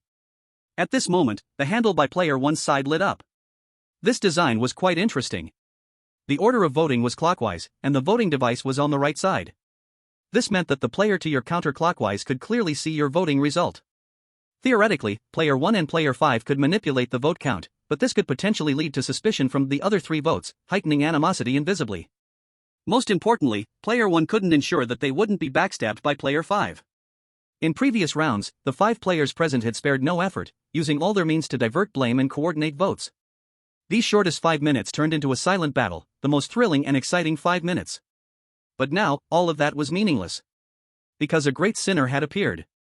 Even if player 1, out of cowardice, dared not vote for Su-Yan, the remaining 3 players could safely proceed with their votes without being seen by player 1. 4 minutes and 23 seconds. Half a minute passed, and player 1, wearing the coward mask, was trembling.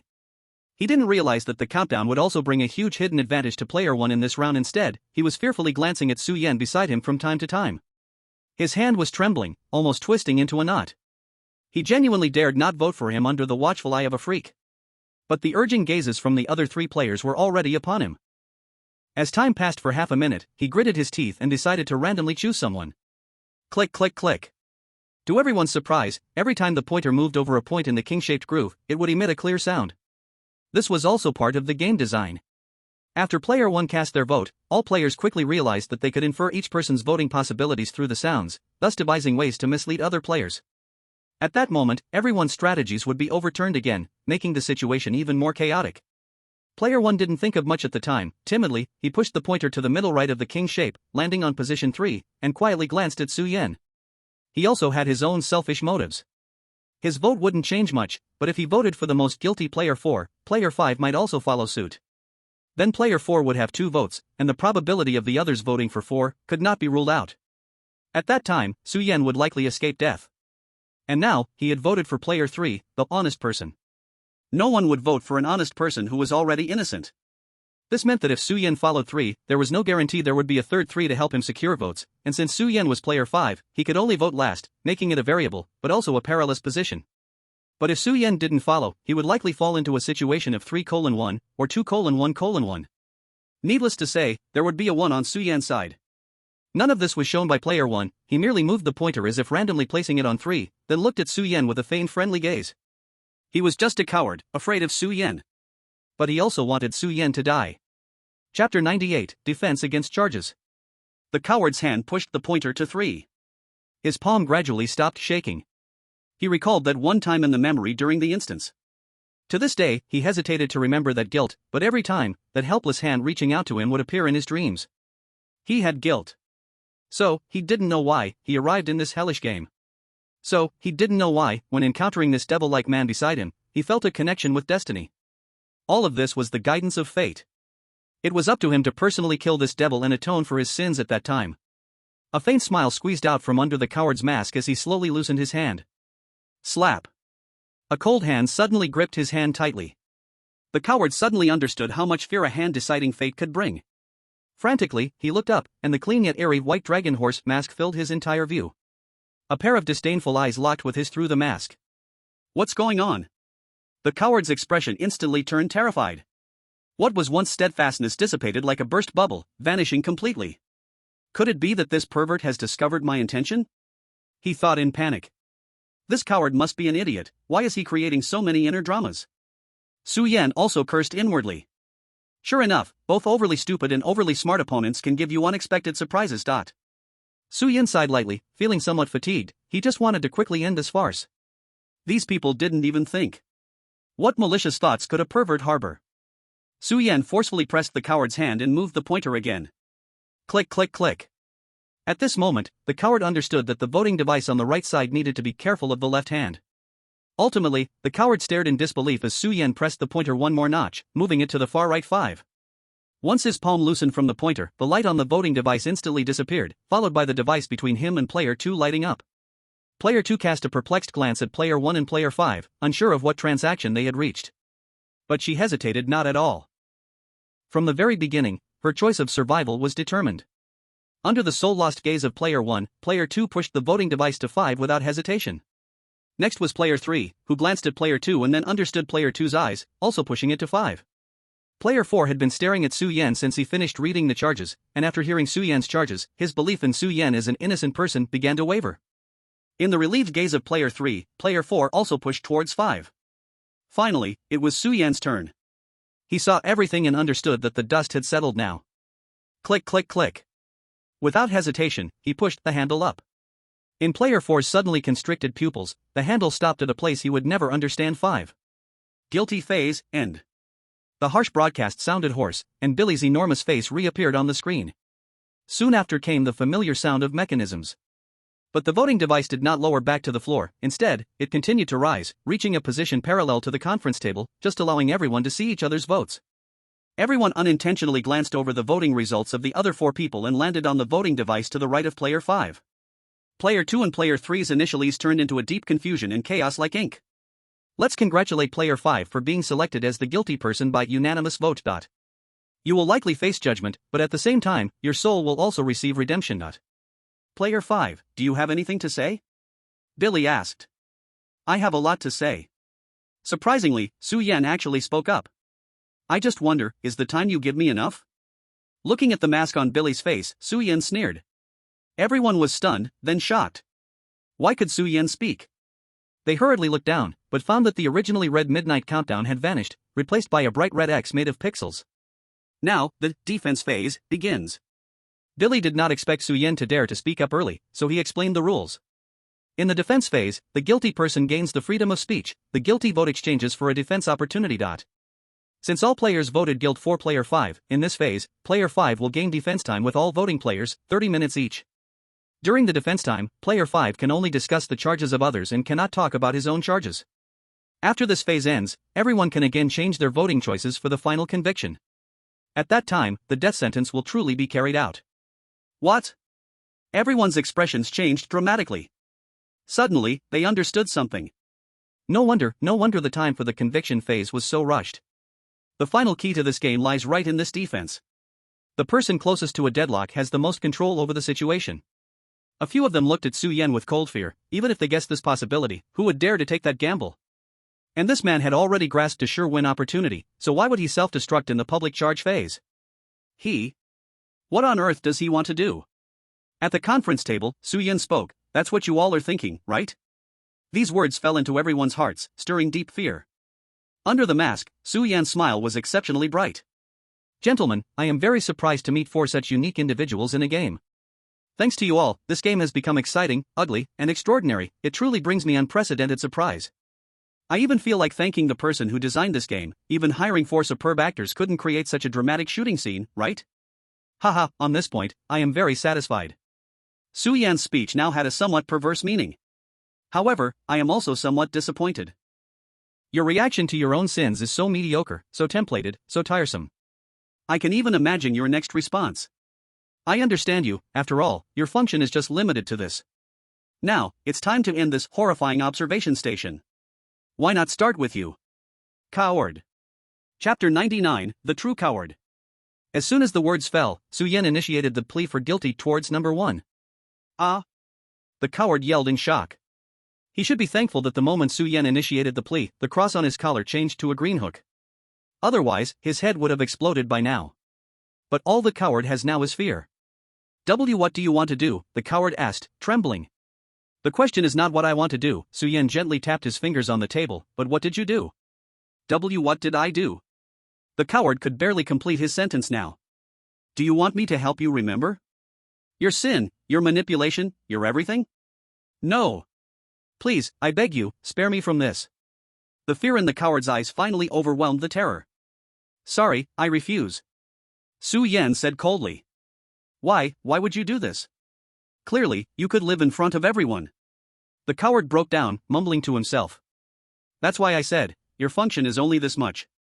Su Yin shook his head in disappointment, then pointed his finger at the coward. First is you, coward, you are wrong.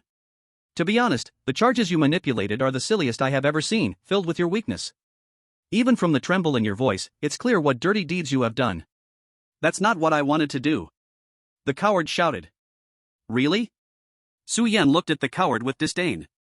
Bill's previous description of the charges is quite interesting. He only guarantees that the actions within the charges are true, but those unrelated to actions might be false.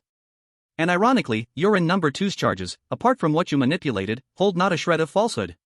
Because it is entirely unnecessary. Tell me, coward, do you think you're clever? In the charges, did you really communicate any views with your teammates?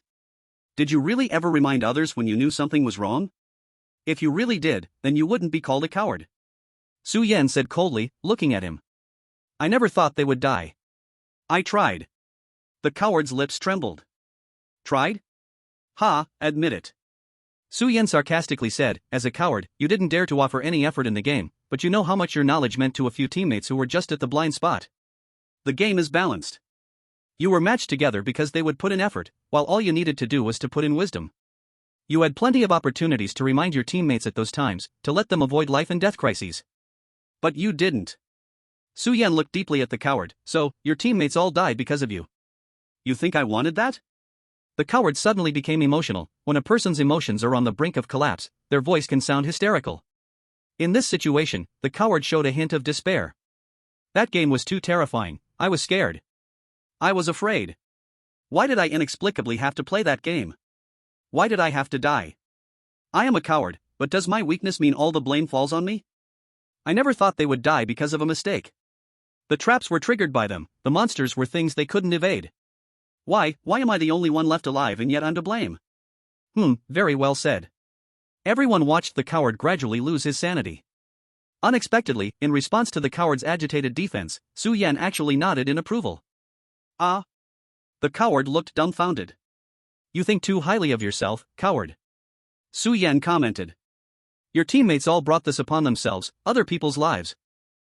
What does it have to do with you? Whether or not you reveal the truth is your own right. Just based on this point, even if you eventually enter the plea stage, as long as you grasp this, you can successfully shift the focus onto others.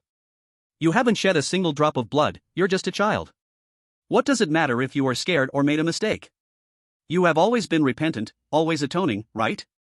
Otherwise, you wouldn't use your own blood to alter this insignificant guilt. Because you truly understand your own sins. You? The coward's body suddenly trembled, even starting to cry. For the first time, he met someone who understood him. Su Yan could see right through his heart and spoke words capable of saving him. His body shook violently, and his gaze towards Su Yan was as if he had found a spiritual support. "Thank you," the coward said gratefully.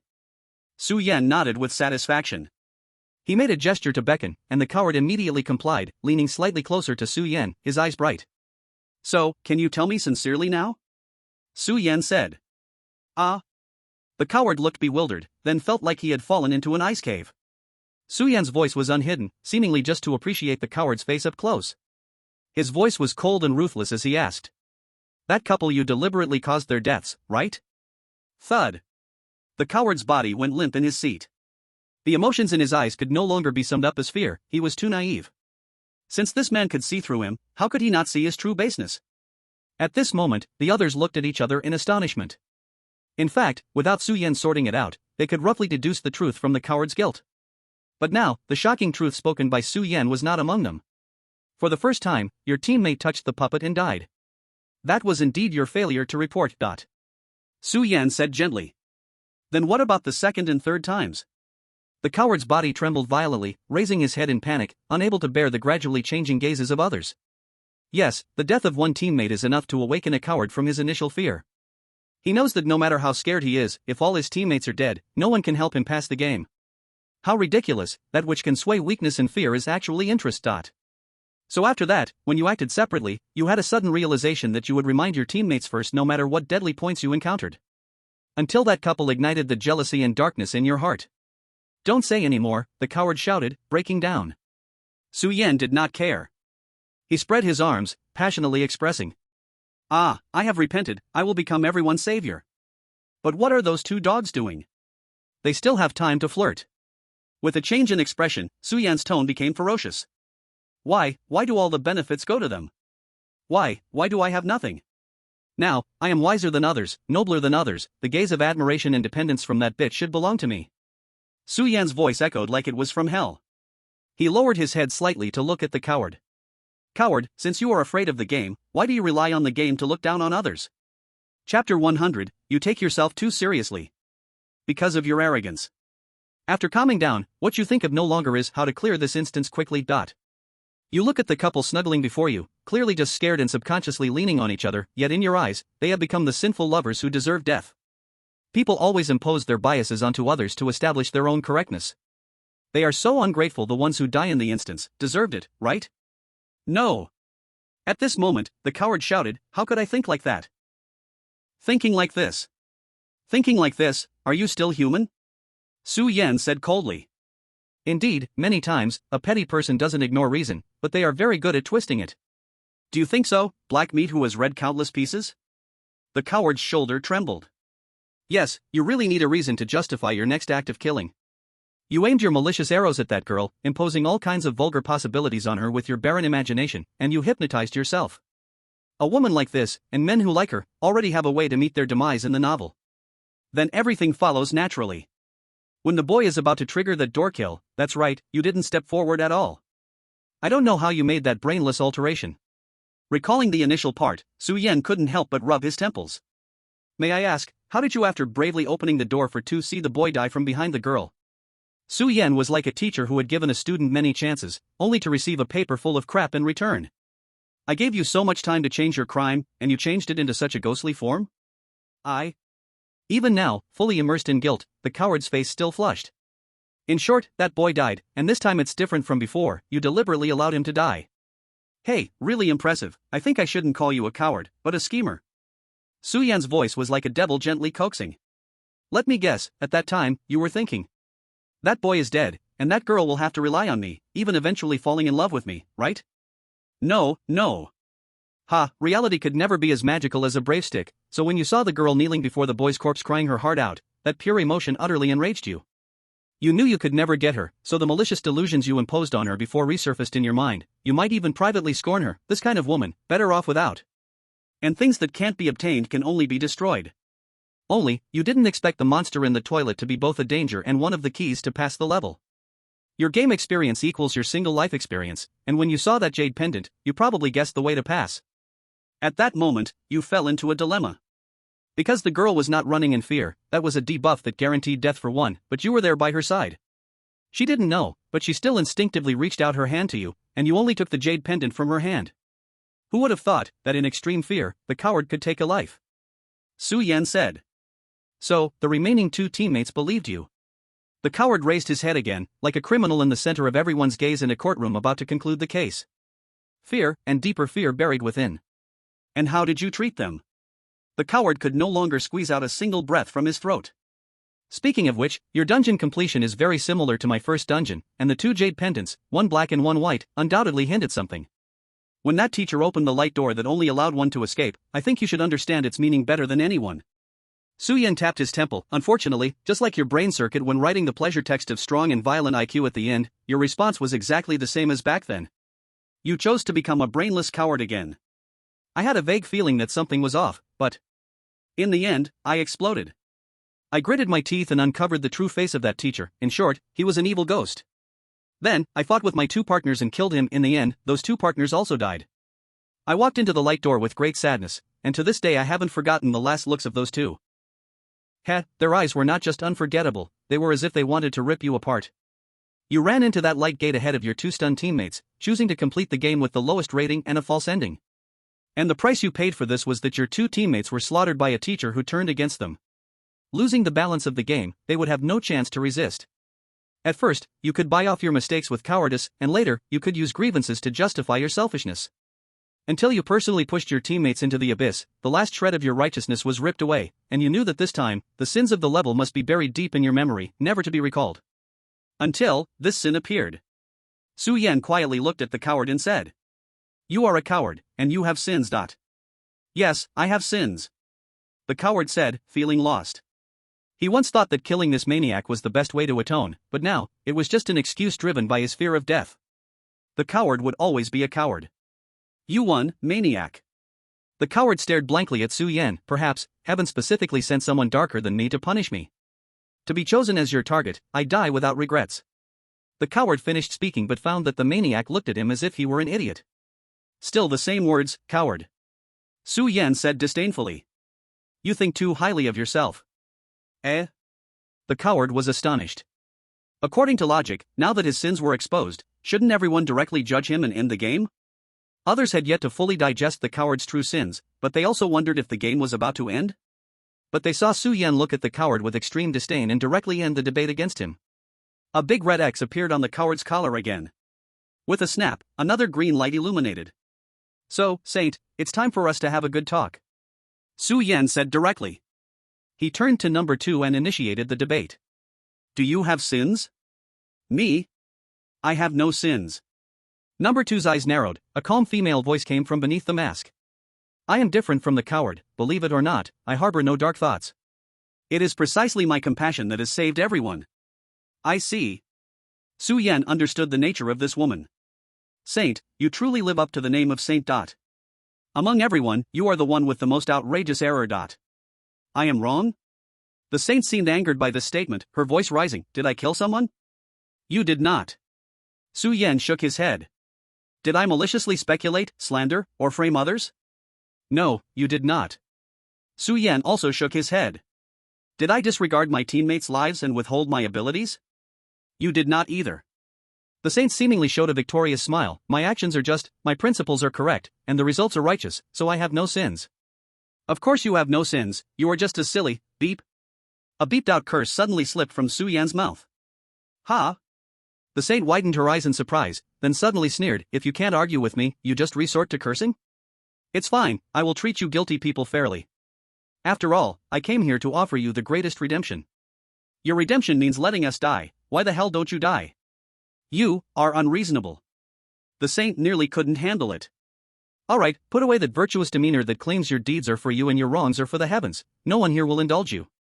Su Yan said coldly. Now I am rather curious, since you have no sins, what did you change in your sins?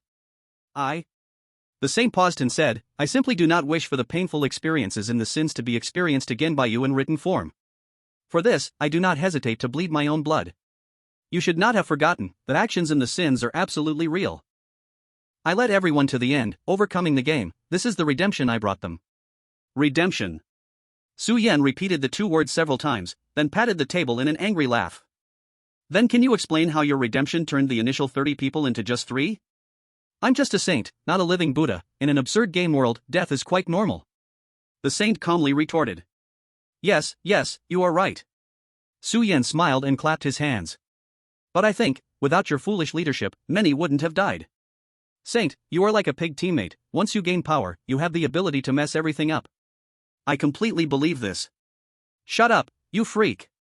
The saint's voice was filled with anger again. You say I'm foolish? I have done my best. I'm not like cowards who can but watch others die. I wish I could save everyone, but from common sense, that's impossible. Don't give me that, Saint. Cowards may just not fight together, but you pig teammate, lead us wildly. Su Yan made a vivid metaphor at this moment. His eyes turned cold. He knew that merely attacking with words wouldn't peel off the masks of people like the saint. Saint, there is a great opportunity right now. What are you doing? What?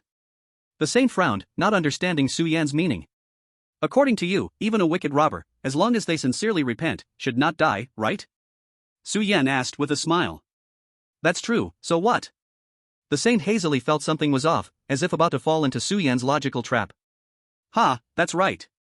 Su Yan clapped his hands and pointed at his mask. Now, there are 4 robbers present. The saint froze, then felt a chill all over. Su Yan looked at her playfully and asked, Great Saint, I don't want to die, and neither do the others. What should we do? This isn't right. The saint's eyes showed confusion. What's not right? Su Yan's tone turned sorrowful. Saint, haven't you always regretted not being able to save everyone? I think you came to this game to redeem us, didn't you? The saint was speechless. She hadn't expected her own words from a moment ago to be thrown back at her by Su Yan. But how could she die? How could she bear the sins of others? Yes, that's right. The saint self-persuaded, my life is more valuable, it should be used to save more people. Ha, ha, ha. Su Yan suddenly burst into mad laughter. What do you mean? Saint, oh saint. Su Yan laughed so hard his stomach hurt, bending over but firmly pointing at the Tang Seng mask on number 2's face. I really should be thankful for 1 and 2. If you were a true saint, then I wouldn't have any leverage over you, because those people's mental obsessions are strangely normal.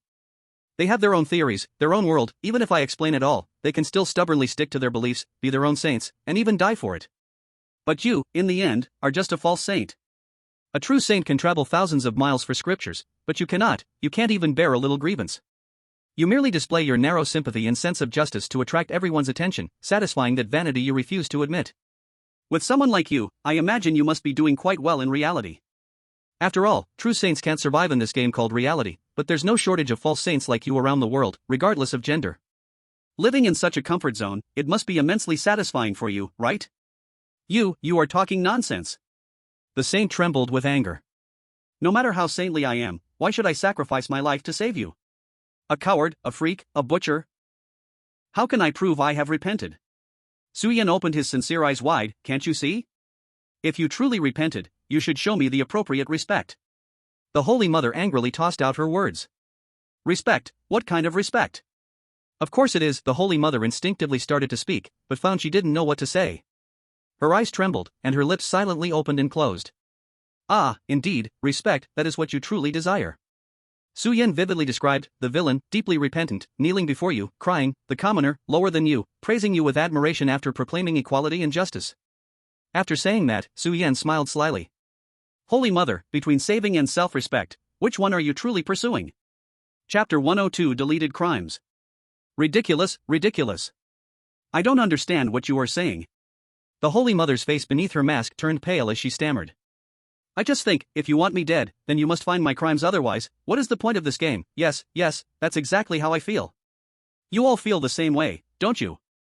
The Holy Mother looked at a few people beside her for help. They frowned slightly but couldn't refute. All right.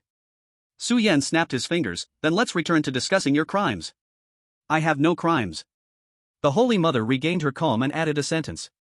I advise you to spend your thoughts on other true wrongdoers, like, number 4, and even yourself. As long as you recognize your mistakes, surely Billy will spare you. You fool! Su Yan threw out another bleeped phrase. The Holy Mother was so angry she wanted to say something, but was interrupted by Su Yan's dismissal. What you did in your crimes is so disgusting it makes me not want to comment, so let's start with the part you've altered. He clearly recited the familiar words one by one. We more than 30 appeared on a desolate mountain. Food kept diminishing, climbing the mountain made it easy to lose strength, leading to mistakes. The next noon, more than 20 of us finally reached halfway up the mountain, where there was a small village being looted by robbers. Due to my orders, nobody could act decisively. In the end, these robbers knelt before us, begging for mercy. The path up the mountain was steeper and more treacherous, dizziness easily led to accidents. We successfully climbed to the peak with 9 people. In the end, 3 of us walked out of the game alive. Holy Mother, you did not alter the established facts and the crimes, the only thing you did was probably remove and add, delete, modify. Su Yan looked at the Holy Mother's pale eyes and laughed lightly. You are a foolish woman, but you have a knack for playing tricks. You understand that simply modifying the crimes would easily alert everyone to the inconsistency. You were originally number 2, the least noticeable position. As long as the crimes weren't too severe, the recited crimes would soon dilute with memory. So, you only altered the parts you couldn't face, to allow yourself to recite it calmly. The Holy Mother's throat trembled slightly, surprised that this man remembered her crimes so clearly. No choice, number 1's alteration was too foolish, number 3's was too ordinary, yet your version seemed somewhat odd.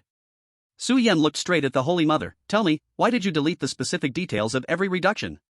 The Holy Mother opened her mouth, suddenly falling silent. Ha, you are not the true Holy Mother, some matters cannot be brought to light. Let us take a look from the perspective of the true Holy Mother, and everything will become clear. Your previous display of generosity and selflessness was based on one premise: the food in your hands was enough for you to reach the mountaintop. But, what happens when there are casualties in the team, when there are injured and sick? You are foolish, you only realize it when things happen. How wrong it was to divide the food equally, everyone had reached their limits. More than 10 people fell down the mountain. They might not be dead, but they must be seriously injured and unable to move. A true saint would hesitate not at all, would gather everyone, carry the wounded, and continue climbing the mountain. Even if everyone might starve to death halfway? But you know, the best way is to take away all their food, let them die, so that your 20 people can survive completely. Though the survival rate is only 2/3, it's already acceptable. Su Yan clapped his hands, suddenly turning sarcastic. But you are the saint, how can you do such a thing? Think, really think, there must be some way to take the food from them, while keeping your image in others' eyes. Ha, image.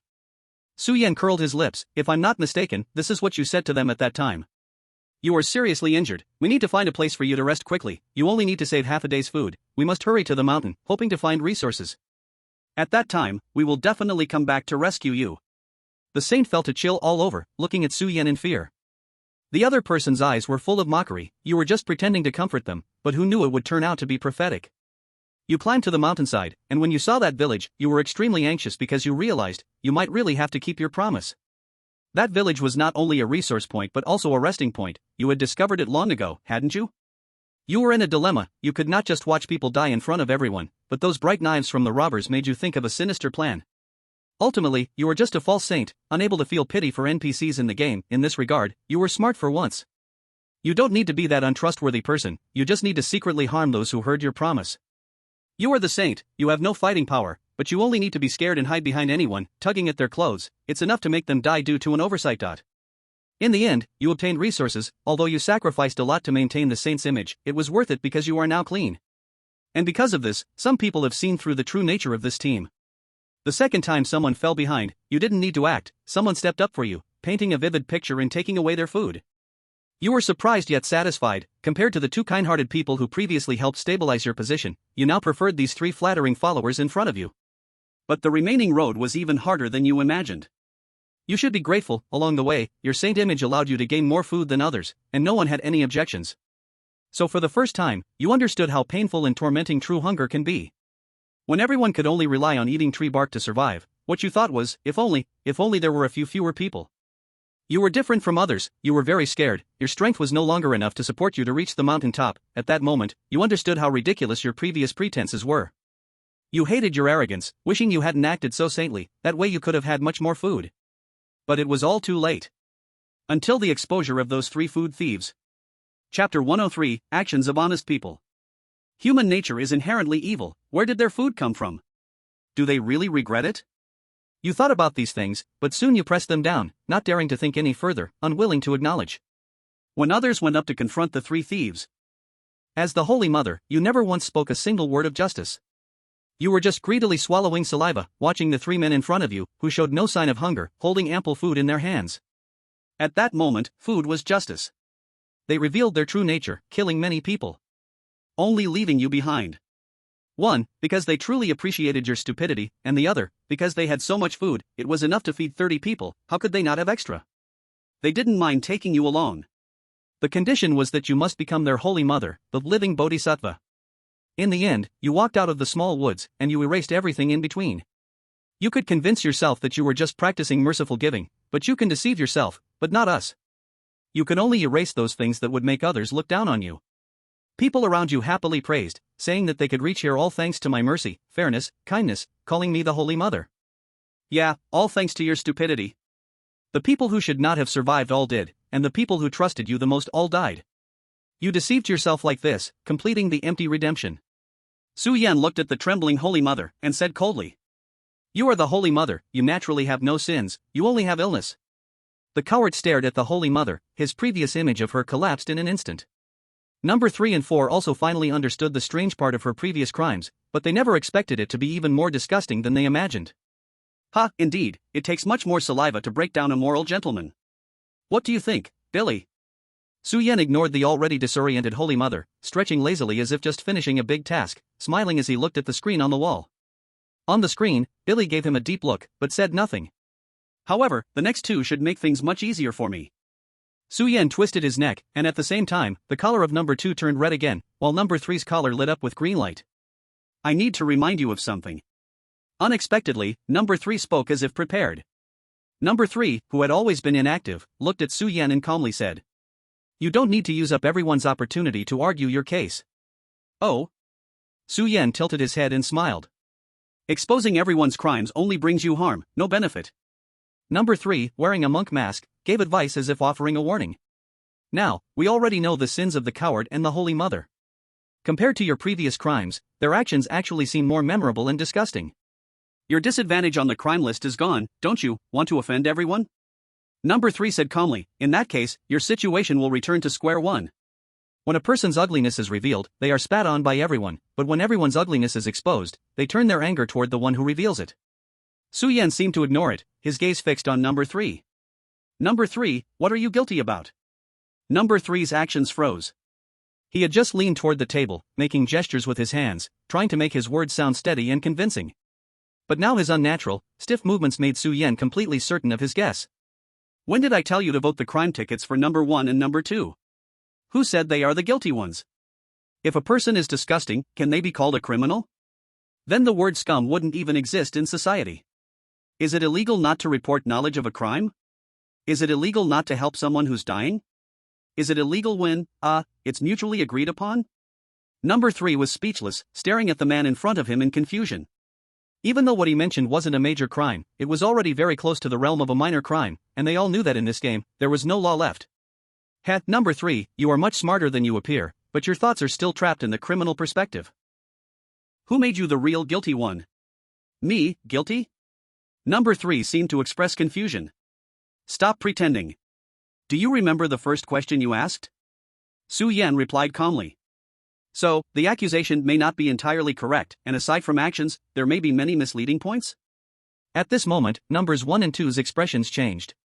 To them, the accusation in their hands was completely unaltered, so why would there be such a rule? Number 3. Su Yan's calling finally made number 3 shudder with surprise.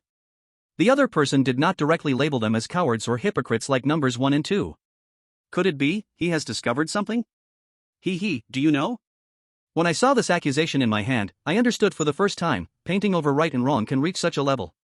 At that moment, I couldn't help but have a thought. Since there is an accusation that describes good deeds as wrongdoings, could there also be an accusation that tolerates wrongdoings as mistakes? A chill ran down number 3's spine. In this regard, your accusation has given me a great surprise. Su Yan implied. The accusation is solely actions that are absolutely real, while you, unlike others, have not made major modifications to your accusation. So, I will only look at your actions. Su Yan raised his fingers. You work honestly under the shopkeeper. You discovered the shopkeeper's intention and told others. You found the location of the secret book and turned to tell the shopkeeper. You honestly informed the hero that the shopkeeper was peeking at the secret book. You bought all the taverns and shops, and then exchanged them for profit. There is indeed a lot of honesty here, but interestingly, I can't see a shred of honesty from these actions. What do you say? A cold sweat broke out on number 3's forehead. Su Yan smiled. Recently, while teaching kids to recognize characters, I discovered just how charming written words can be. The same sentence, as long as you change the tone, can give people a completely different feeling. Your actions can be viewed as honest, while others coincidentally die. But what if I change my perspective? If your movements were all calculated in advance, then the story takes on another layer of meaning. Am I right, number 3? Perhaps, I should not call you the honest man, but should call you the hypocrite? Chapter 104, The Innocent Pervert. As the voice fell, Number 3's eyes immediately changed, and the entire person's aura became exceedingly gloomy. I should have realized it. Ordinary people seldom get into trouble. The real trouble comes from those ordinary people who have ulterior motives. The shopkeeper was harmed by you, other colleagues were incited by you to lie in the wilderness, and yet you became the biggest winner. Is this script really something an honest person could have? Perhaps there is a slight possibility, but since you appeared in this game, that possibility becomes zero. Su Yan looked at the pen in front of number 3, that pen was very far from him, almost as if it was deliberately placed there. You are different from others, you know the great advantage of the accusation in your hand, but you must earn people's trust. However, this accusation has 2 phrases that could completely change the tone. So you pretended to be honest, yet at the critical moment that everyone neglected, you secretly made a revision.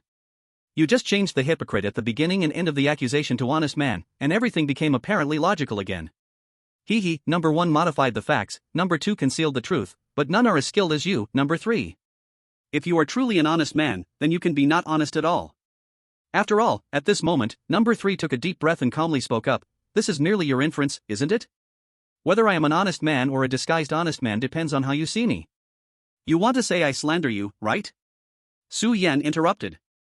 Number 3 looked at Su Yan, saying nothing. But obviously, it's in default. Everyone looked at Su Yan, and compared to the previous 2's reactions, the third one's defense was not unreasonable. Perhaps, Su Yan's radical words might not be untrue? Give me that pen of yours. Su Yan spoke without hesitation. What? The third one hadn't reacted yet, but then his expression suddenly changed. Didn't hear me clearly? If you're really innocent, then give me that pen. Billy said, the more a pen is altered, the faster it sucks blood. Although my pen and the fourth one's pen were destroyed, I'm sure the coward and the saint who suffered greatly can distinguish between a modified pen and a non-modified one, right? Or are you afraid? Gulp. The first one swallowed hard, for the first time doubtingly examining the pen in the third one's hand, slightly stained with blood. The second one couldn't help but turn to look at the third one, trying to glimpse the final truth from the other's reaction. A long silence fell. Finally, the third one sighed. You win. He looked at Su Yan, but there was no sign of the loser's cowardice. I just don't understand why you would do such a thankless task. Does exposing my sin really help you get off? That is your pathetic side, hypocrite, Su Yan replied coldly. You clearly lack the ability of a strong person but possess too great an ambition. You only enjoy being clever while having only a bit of cleverness. In this regard, you are much more wrong than others. The third one frowned and questioned, but was ruthlessly interrupted by Su Yan. Who told you that once you choose the guilty person, the game will end? He spoke words that caused everyone to change their expressions dramatically. What? Su Yan coldly looked at Billy on the screen. From the moment you four were forced to participate in the game, the outcome was already destined. Before you tear off each other's masks, this kind of conviction process will only last one round, round after round. The only solution to this game is for everyone to vote for each other, achieving a tie, completing a hypocritical redemption through false tolerance. This is the drama that Billy wants to see. When you fall into the trap of thinking about who is the most guilty, you are already not far from death. Su Yan turned away coldly, the green light on the hypocrite's neck had already gone out. Now, it's time for me to speak with the real innocent. In its place, the collar under the mask of the fourth one lit up with green light. Hello, executioner. What do you want to know? The fourth one's voice was cold but straightforward. I don't need to know anything. Su Yan smiled. When we see our own sins, we already understand the meaning of that rule. Since there will be actions disguised as legitimate guilty ones, then at the same time, there will be actions vilified as evil innocent ones. That person is you, and it is also me. I won't claim to be innocent, the fourth one said calmly, I will only speak the truth. Right, the truth. Su Yan's tone changed suddenly. The stance of you have killed many people will not waver at all. He looked at the mask on the fourth one's face, his eyes filled with amusement. But who says a lawless executioner cannot be a demon-slaying hero? Everyone thinks you're stating the facts from the previous sentences. In fact, you just want to express the final sentence. I don't care. You don't care about excuses because the ones you've killed are all evil people. You don't want to be pointed at by a coward, a saint, or a hypocrite. Your evil deeds have led to good outcomes, and that is enough. As long as what you believe in remains unshaken, then other rumors and gossip are like floating clouds to you. Compared to others' wrongs, executioner, you are the least wrong. The fourth one frowned under the mask, not understanding why Su Yan had to replace correct with not wrong. Since you know, why bother to initiate a defense? The executioner said coldly. As long as you complete this round according to your way to clear the game, wouldn't that be enough? Because I also want to confirm one thing. Su Yan looked at the executioner with a cheerful smile. Executioner, what is written on the charges behind you that you are not planning to read out loud? The executioner's gaze turned cold, and he, who was previously outspoken, simply said, Nonsense. I see. Su Yan understood. Since your game is to make sinners hide their sins, it will naturally make good people reflect on their guilt. With a teasing look, Su Yan turned towards Billy, who had not spoken a word since the confession began. I suppose what is written behind your charges is all about pitiful reflections, which is why you are unwilling to finish reading them. Ha ha ha ha ha. The collar on number 4's neck also closed, and Su Yan let out a mad laugh. Billy, oh Billy, it's a pity that your schemes will fall flat here with me. Su Yan pointed at Billy, speaking mockingly. You make the coward pretend to have guts, let the saint deceive themselves, you make the hypocrite act honest, and the executioner weep and repent. But what about me? He smiled extravagantly at the screen. I am just a pervert, what can you make me do? Chapter 105, this is more than just a game. Billy, now you can speak. Everyone at the conference table looked at Billy. This time, he finally opened his mouth. I don't understand what you are saying. No matter what, if you have completed the confession phase, then get ready to vote again. Billy stared into Su Yan's eyes, urging him. Completed? Who said I completed it? Am I not in the middle of confession with you? Su Yan laughed. I don't understand what you are saying.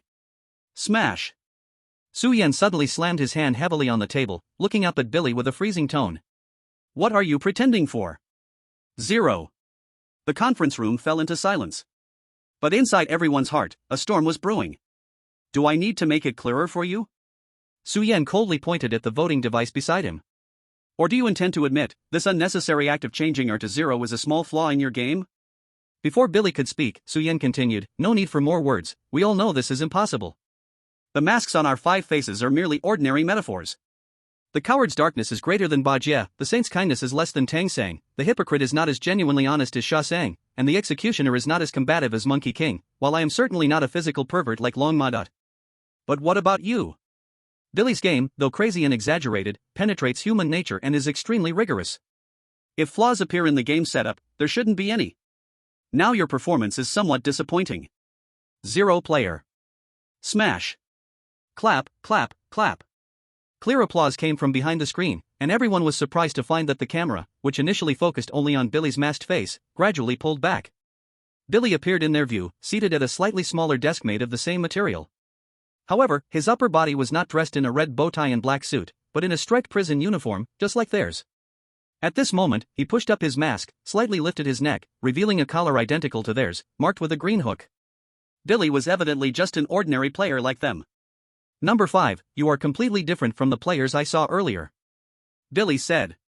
If that's just a compliment, then I accept it. Su Yan looked straight at Billy and laughed softly. But, do you want to tell me that you have never died in this game? Or, are you warning a pervert? Billy spoke in a steady tone, no, I'm reminding you, my friend. Coward, saint, hypocrite, executioner. Do you know the commonality in their charges? Those who are too foolish and self-righteous only maximize the losses. But you should be a smart person. Exposing my true nature is of no benefit to the game. I can tell you, only the most guilty people will accept punishment. Billy said sincerely. Wow, you're really thinking of me, my friend. Su Yan laughed lightly, but his eyes gradually grew colder. It's a pity, I've already grown tired of hearing such words. Then why don't you choose one? What? Billy tilted his head in confusion, and the expressions of several people at the conference table turned tense. Now it's the plea stage, both you and I have the right to speak, so how about, you choose a guilty person? Su Yan said with a smile. Billy fell silent for a moment and genuinely spoke up, the coward, you know, he's the most useless among you. Oh? Interesting, coward, what do you think? Su Yan smiled as he looked at the coward. The latter's eyes were filled with fear, shaking his head wildly. Forget it, this little fatty is quite amusing, I think I'll keep him as a mascot. Su-Yen turned back to look at Billy. How about you choose another? Billy's eyes flickered and continued, then the saint, the sins she covers up are basically consistent with your reasoning, she's just a worthless promiscuous person. Su-Yen laughed again. You've already called her a worthless person, maybe the others can still make use of her? Let's change again. The hypocrite, everyone around him is someone he actively harmed to death. Enduring calculations, the fisherman profits, this is definitely the template for a dark protagonist in this book, who cares if a few people die? Then the executioner, he kills guilty people, true, but he brings pain to countless families.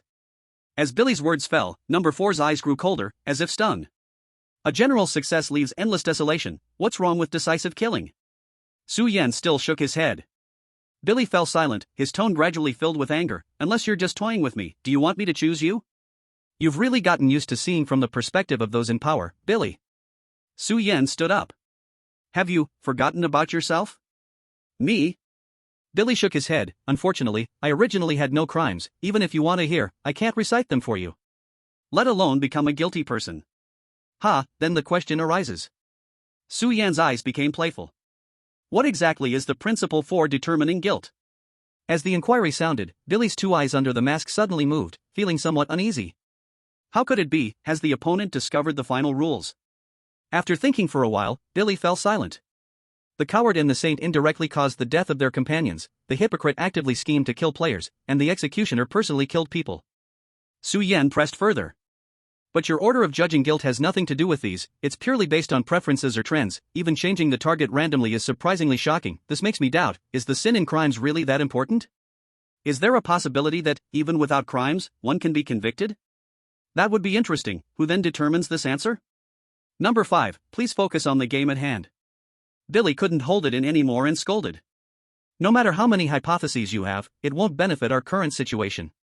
Who told you I was preparing to continue playing this boring game? Su-Yan's tone also turned cold.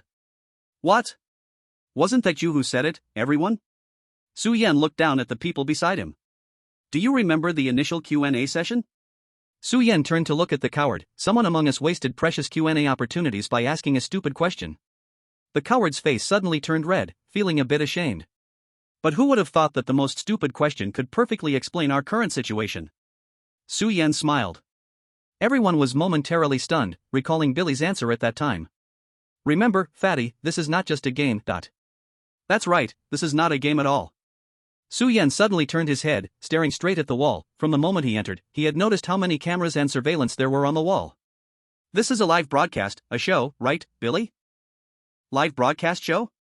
Remember, after the charges of the 5 players are read out, you will vote for one person who is guilty. At that time, the person voted as guilty by the majority will face judgment. Su-Yen repeated the rules that Billy had told at the beginning. Your introduction is quite interesting. Since we have already chosen a guilty person, why add the prefix of the choice of everyone? I quickly had my suspicions. Could there be other people involved in this game besides the 5 of us? But this is still a bait filled with traps. Because there is not just the identity of player to participate, but there can also be outsiders. We always thought that our lives were in the hands of others, but in fact, it is the everyone outside that can decide our fate. Billy, how can you escape this? Su-Yen smiled as he looked at Billy. Oh, wait, I shouldn't be asking you now. Instead, I should ask the real game organizer behind you. Su-Yen looked towards the empty hall, his eyes keenly catching one of the cameras tracking his gaze in real time. Now you have 2 choices. Su-Yen raised a finger to the camera.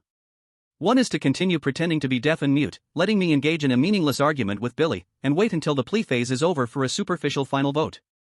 The other is to let everyone see the truth of your show and conduct an unprecedented public vote. Su-Yan's eyes sparkled with excitement. I don't think I need to say which choice will make the show more thrilling, right? Click. A light sound came through the broadcast. Everyone looked at the screen, surprised to find that the camera facing Billy was pulling away again. This time it pulled back far, changing from second person to almost third person, allowing a complete view of Billy and the entire room he was in. What shocked everyone was the wall in front of Billy was actually a screen, reflecting Su-Yan's big face, but at the same time, countless lines of text, like bullet comments, were scrolling wildly across the page. Su-Yan was sharp. Using the system's translation function, he saw a logo composed of artistic letters in the lower left corner of the screen. Chalk observation station. Is this the live broadcast show you made? Observing the ugliness of human nature through a life and death game of inciting conflict is truly a genius plan. Su Yan spoke with a tone full of sarcasm. With a click, at that moment, the collar on Billy's neck was also shut down, forcefully ending the plea phase. Then the display screen in the conference room changed directly to the same live broadcast image Billy was watching, while Billy's camera became a small window. The expressions of players 1 through 4 changed to varying degrees. To control their own lives while throwing each other into pits, feeling like a clown thrown into a cage to be watched by everyone, were two completely different sensations. But after the truth was revealed, the bullet comments in the image not only didn't quiet down, instead, they became even more mocking and excited. Su Yan sat in his seat, facing these bullet comments directly. He understood that this was the organizer's arrangement. Hey, this time number 5 is quite audacious, revealing number 0 in one breath.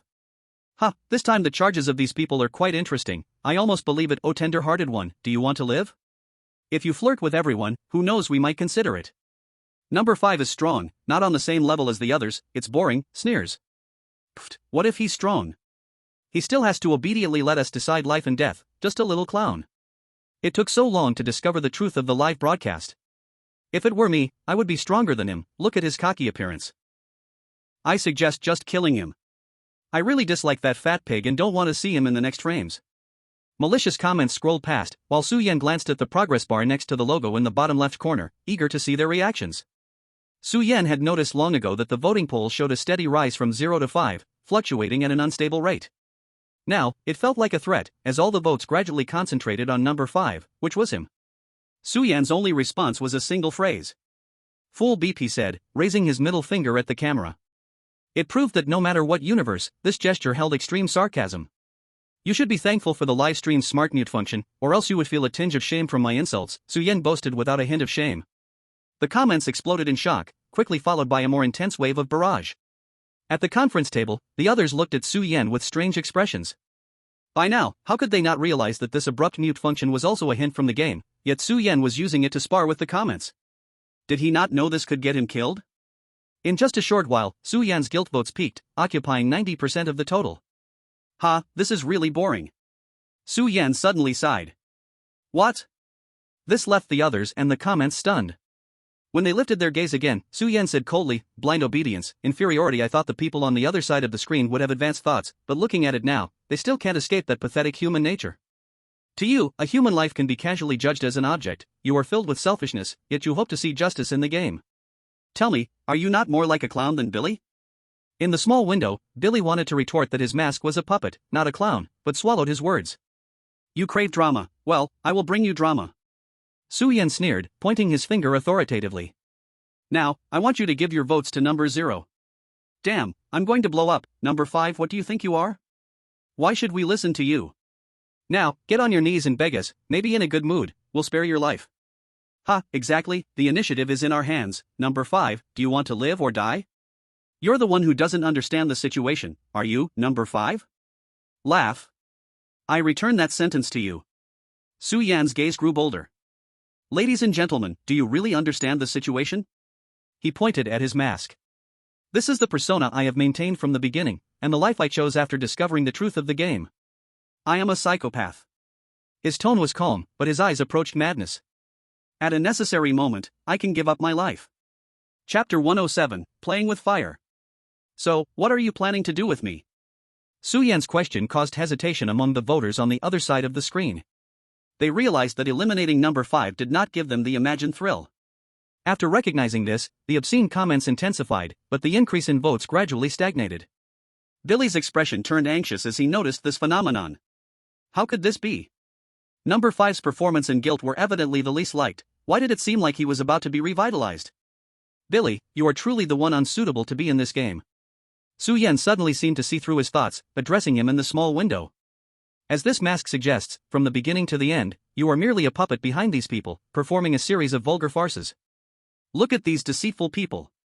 Su Yan pointed at the screen. I may well die in this round of the game, but what about the next round? A game with 5 sinners cannot possibly end with just one person dying, right? Su Yan laughed strangely. I suppose all of us will be thrown into various unfair games until death. This fits perfectly with the mindset of the manipulator. So, will these people really care about who is more guilty? No. Su Yan looked disdainfully at the screens. They don't dare to execute me now, they just worry that the upcoming show won't be entertaining anymore. Billy's body began to tremble gradually. This man was simply insane. Even knowing all this, how many dare to bet their lives? Even knowing death is near, who doesn't want to live a little longer? Alright, clowns, now it's time to stop your antics and focus on the voting at hand. Su-Yen looked at the screen. I know that for every speaker there are 10 times more silent ones. You think you're controlling the tide, but really, it's naive. Vote your guilty votes for 0, and in exchange, I'll create the most exciting episode of Thrilling Observation Station for you. The next moment, the voting devices beside everyone lit up with green lights, and with a click, everyone's collars checked green. Su-Yen remained calm, slowly pushing the voting device to 0. No, you can't do this. Billy looked at the screen in fear. The votes for 0 were climbing at a despairing pace. I am not guilty. On what basis do you declare me guilty? This is so unfair. Coward, saint, hypocrite, executioner, and that freak. Vote for anyone you want, why vote for me? Billy's emotions became agitated, gradually roaring. At the conference table, the four exchanged glances, then looked at Su-Yen, and all pushed their voting devices to 0. Although this vote had no meaning now, this action undoubtedly brought Billy closer to death. In this last round, when everyone lifted their silence, what should have been the noisiest and ugliest scene was instead quietly approaching its end. Isn't that obvious? Su-Yen opened his eyes, answering Billy's question for the audience. Under the mask, he revealed a trace of a sardonic smile. Because, it's simply more interesting. Ding! A piercing horn echoed in the room. The live screen displayed the results. 0's votes far exceeded anyone else, shooting up like a firestick while the others became invisible. Judging your kind is your greatest sin. Su-Yen stood up. With a snap, the chain of his leg shackles was cleanly cut, signaling the start of the next phase. The others glanced at each other and also stood up, looking towards Billy. No. Billy fearfully reached out towards the handgun that seemed to have been placed there beforehand. He never thought he would need it one day. A bizarre scene unfolded. Billy trembled, yet he turned the gun towards himself, pressing it firmly against his chin. Billy was terrified, helpless, panic-stricken. Ultimately, his eyes filled with deep resentment and hatred. You won't escape either. He glared at the people on the screen, cursing. You are just like me, you will. Bang! Blood splattered across the lens. The atmosphere in the chat was unprecedentedly heated. The few people present felt a chill run through their bodies. Perhaps it wouldn't be long before they too, like Billy, walked towards despair. Let's go. Su-Yen turned around, looking at the glowing door. A profound smile lifted under his mask. The good show has just begun. Tip, skill bar, equipment bar, unlocked. Su-Yen and the others were escorted out of the conference room by soldiers who arrived shortly after, heading to a new venue. Meanwhile, somewhere in a spacious, translucent room, precision high-tech equipment filled an entire wall. Different types of data were displayed on the wall, but few could understand it. On the table, there was only a woman in a tight white uniform busily working. Her eyes fixed on a certain image, her brows furrowing with worry. The figure on the screen is Su-Yen, who has just completed a round of the game. How is the observation station progressing? A uniquely dressed woman with a striking outfit walked in, casually flipping through her freshly organized materials. Player number 5 has excellently completed the first round of the instance, the assistant honestly reported. Dr. Snow, this subject is extraordinary. The ending of version 1.5, the woman named Snow said in surprise. That's right. Player number 5 not only crushed all the supporting characters in version 1.0 but also saw through all the clues of the game, forcing us to deal with the ending of version 1.5, the assistant nodded. No matter how smart he is, he still fell into our misguidance, Snow said with a slight smile as she threw down the report. It seems that this 5th player can provide us with even more useful data. Alright, I'm tired of testing personality levels. Let's unlock his skill equipment panel and let him directly enter the game version 2.0. I have a feeling that this time, our observation of the existence called horror game can rise to a new level. Now we can abduct and control the players in his hands, and next, we should try to take action against the main body. Doctor, that's very dangerous, the assistant reminded. I don't think so, Snow turned around. The average intelligence and physical fitness of these players are only on par with our genetically enhanced soldiers. The only thing worth paying attention to is that magical dimensional travel technology. We are far ahead of them in technology. On the contrary, they are likely just low achievers on another development path. Snow said casually. Could it be that they have gods standing behind them? Chapter 108, this is a game. Dr. Snow looked at Su-Yen on the screen as if she were looking at an utterly ordinary tool, something that would simply be replaced if it was not useful. Do you know? For them, our existence as higher dimension beings is the true deity. So no matter how smart he is just a plaything, an experimental subject in our hands, posing no threat at all. If the previous 4 subjects hadn't been so foolish as to almost fail version 1.0, ending up forced to clear the game, my experiment wouldn't have stalled at this stage. Next, we just need to collect more data on their remaining skills and weapons. With this data, we can apply for more resources from upstairs, and this time the horror observation station will certainly capture the existence of the horror game. Alright, Dr. Snow. The assistant lowered her head, feeling somewhat helpless. Though Snow's descriptions were all based on current reality, she always felt that everything was going too smoothly. There seemed to be something off about it, but she couldn't quite grasp it, as if some hidden force was preventing her from thinking too deeply. Moreover, I always feel that this player number 5 is not that simple. The assistant looked down at the materials that Snow had casually scattered like trash, and unlike Snow, she had observed the entire game closely. Every word from Su Yen was recorded as experimental data on a piece of paper. The assistant glanced at one of the lines in the data and felt inexplicably uneasy. That was something Su Yen had said long before the judgment phase. I almost want to thank the person who designed this game. Even if I invited 4 highly skilled actors, they could never create such a dramatic scene, right? Did he notice? No, that's impossible. As she pondered, an ear-piercing alarm suddenly rang out in the room. Second round of the game. Su Yen and the others were brought to a huge spherical glass chamber that looked like a botanical garden, with no end in sight. The rules were announced by a man in black. You need to survive 10 days in this biochemical garden. What we can provide you is only basic weapons and food. The man in black waved his hand, and a few others stepped forward, giving Su Yen and the other 4 each a small, streamlined weapon and a small bag. Power-charging nano-laser gun, a small, privately configured weapon with ordinary lethality and a usage limit, embedded with a special program that can remotely disable the weapon's usage permissions anytime. The system prompt bar popped up again. Is this entering phase 2? Su Yen fumbled with the weapon in his hand and shook his head. Meager food and restricted weapons, this is to force players to use all their abilities to survive. I think if it weren't for the unfortunate souls who died in the game, they probably wouldn't even distribute basic weapons and food. It's clear that the puppet master is filled with pride and arrogance about the game design, which is good. Su Yen smiled as he listened to the man in black finish speaking. The door of the glass chamber opened, and he suddenly asked, "Before we enter, can I communicate with my teammates?" The man in black exchanged glances, stepped back a few paces, pretending to discuss while actually listening to the commands in the earpiece. "Hurry up, don't waste time," the leader of the black-clad men impatiently ordered after a while. They didn't move far away, just watching the group. Su Yen didn't mind, looking at the 4 masked figures. "Time is limited, do you want to die at their hands or mine?" Su Yen lowered his voice, touching the gun and leaning closer to the others. The group's eyes widened, instinctively taking a few steps back. Number 4 frowned. "What do you want to do?" "Nothing," Su Yen straightened up again, coldly saying. "The puppet master thinks I'm a fool. They haven't reacted to my provocations until now. This shows they are either foolish or arrogant. Either way, it lowers their value in my eyes, so I want to go a bit crazy." "Number 1. Su Yen directly called out. The coward's body trembled, staring blankly at Su Yen. "What?" Su Yen stared into his eyes, directly asking, "You said you were Annette Blackmeat before, so what was your online name?" "Ha?" The coward looked puzzled. Gradually, cold sweat covered his forehead, and his face turned pale in an instant. "Z?" Su Yen coldly raised the gun in his hand, and the laser shot out, piercing straight through the coward's skull. With a smell of burning flesh, the corpse fell to the ground, making a loud noise. Everyone was stunned. Number 2. Su Yen then looked at the saintly figure. "Murder! Murder!" The saint screamed in terror, cut off ruthlessly by Su Yen. "Saint, before being a living bodhisattva in the little forest, how many experiences did you have?" Su Yan's words left the saint frozen in place.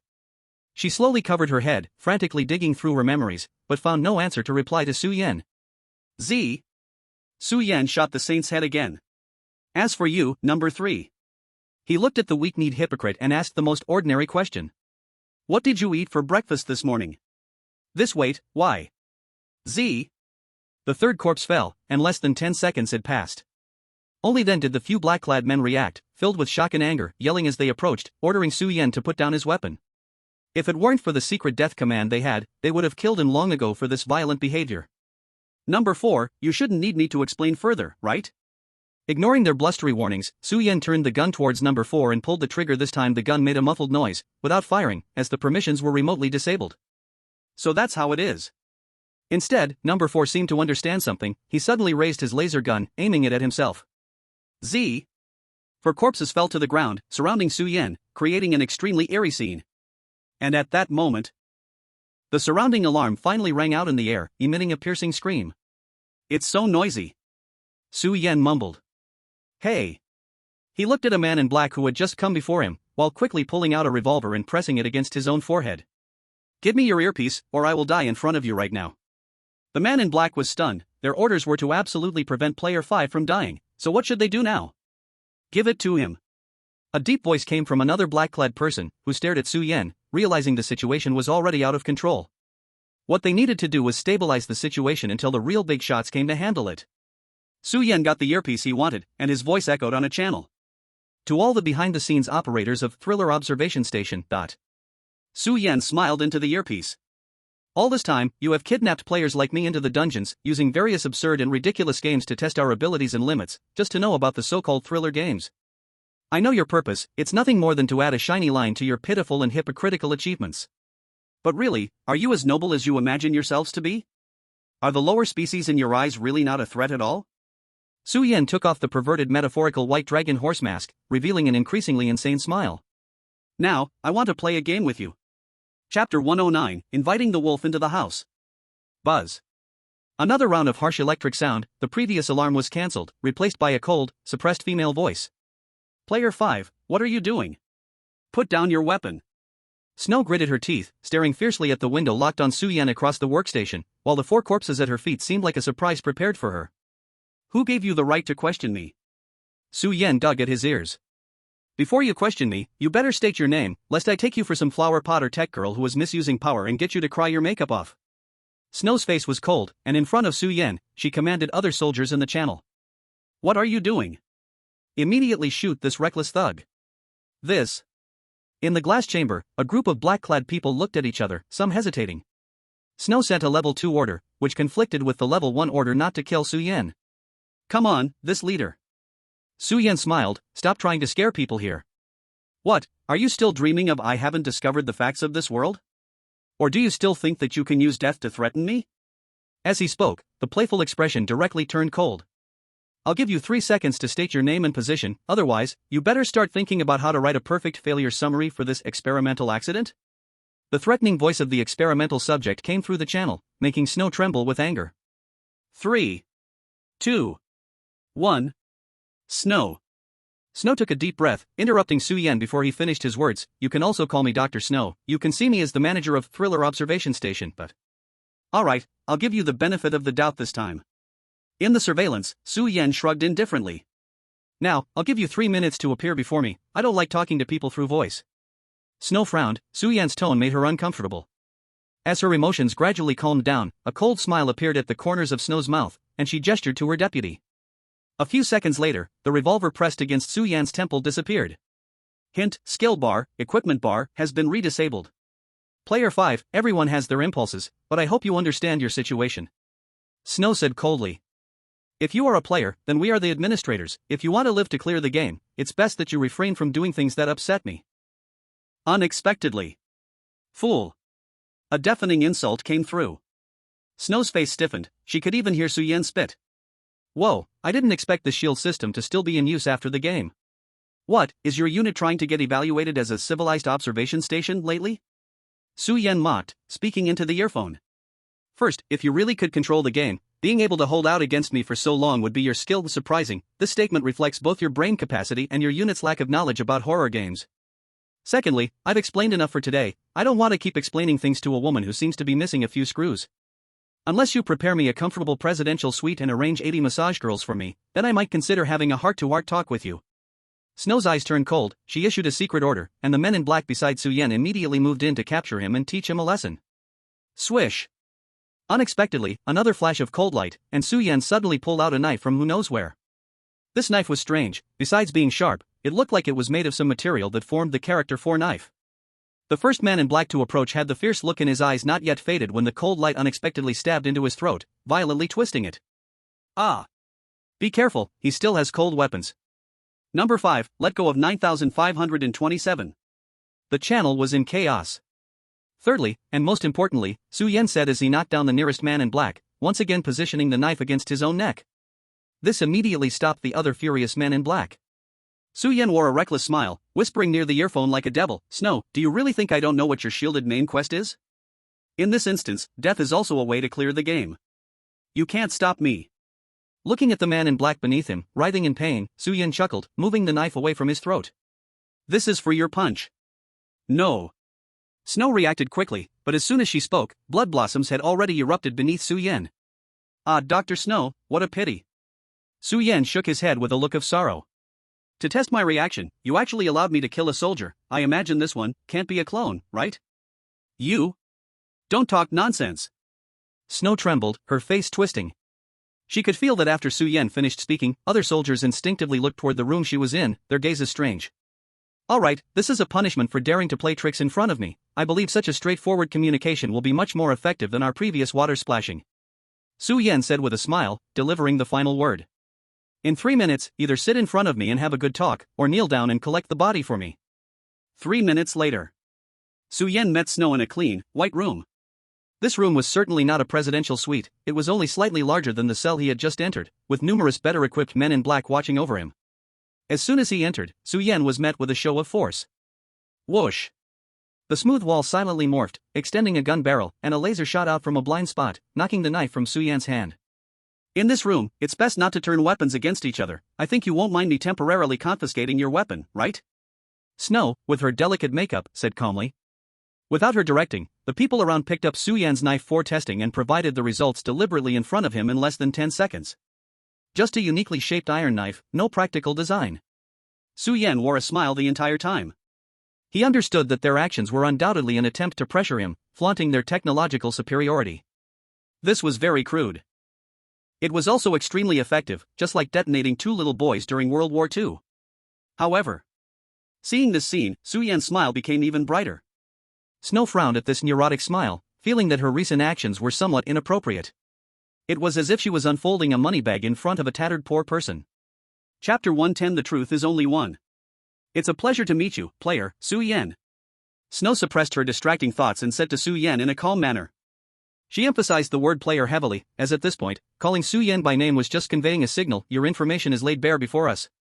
I didn't expect the welcome to be so warm right from the start, Dr. Snow. Su Yan refused to back down, stretching the word doctor with a heavy tone, dripping with mockery. Snow just smiled, in her eyes, everything had already returned to her control. I heard you want to play a game with me? Forget that joke, doctor. Instead, I believe I would be a better collaborator. A good collaborator wouldn't casually kill my 4 disposable bodies and a gene warrior. Su Yan ignored the coldness in Snow's words. This shows that your memory implant technology still has significant flaws, and your gene warriors are pathetic. Snow's expression darkened, finally giving up on retorting with Su Yan. After a while, she forced a smile and said, more than this, I'm curious about which part went wrong that made you discover the existence of our horror observation station. There are too many problems. Su Yan answered without hesitation. Snow's expression slightly changed, just as she was about to ask. Su Yan smiled and pointed to a certain spot in the void. I've already answered enough. As a show of good faith from the Inquirer, could you turn off the screening imposed on my main quest? That way, we can be more honest. Snow's face darkened as she stared at Su Yan's face for a while, then turned to her assistant and instructed, do as he says. Su Yan lowered his head. With a series of operations from the control panel behind, the data block that had previously attached to the main quest slowly dissipated, revealing the content of the main quest. Main quest, escape the horror observation station. No wonder you wanted to block the main quest. Su Yan understood the moment he cast his eyes on it. Such a straightforward task description, any player upon seeing it would realize they were being monitored, making it difficult for the horror observation station to manipulate the player's thoughts to observe them. Now, can you tell me how you discovered the existence of the observation station? Snow tucked her long hair behind her ear, looking at Su Yan curiously. At first, I thought you saw through the screening imposed by our technicians, but it seems that's not the case? I've said it, Doctor, there's no simpler question than this. Su Yan played with the ring on his finger, his smile mocking, let me give you a lesson, you made too many mistakes in the first game. That's impossible. Snow's face darkened.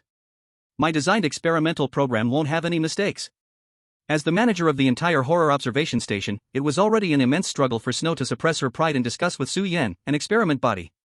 Now being pointed at and belittled in intelligence, how could Snow endure that? Dr. Snow, as a scholar you might have insight, but from the perspective of a being from the future, your emotional management seems to have problems. Su Yan timely added. Could it be that in your era, they haven't developed a remedy for alleviating that period? Say what you wish, I just want you to provide a solid answer. Snow scoffed coldly. I've said there are too many mistakes. Su Yan smiled, and his gaze suddenly shifted downwards. How about we start with this prison outfit? Prison uniform? Snow was taken aback, looking at Suyan's black and white, neatly arranged prison outfit. This prison uniform cannot be wrong. Snow spoke, we didn't use any futuristic technology, even the materials were made from, as you said, cotton, synthesized at the molecular level. Who asked you that? Suyan looked at her as if she were foolish.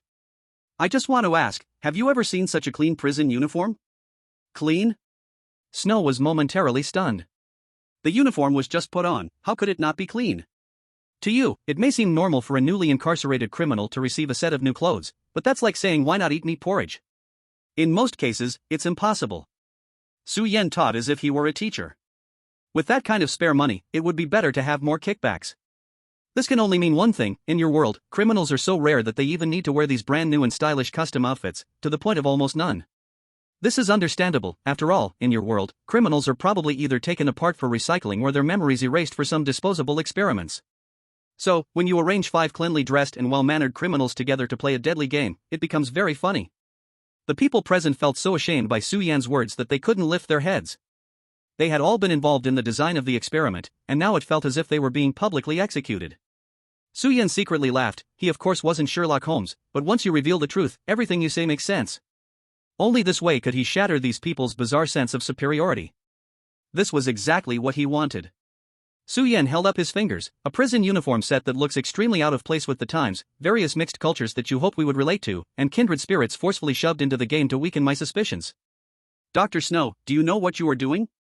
Your experiment is like throwing a sea turtle into an ecosystem made of fake corals, trying to make it believe it is not being kept in captivity. With all due respect, adjusting the salinity of the water would be much more effective.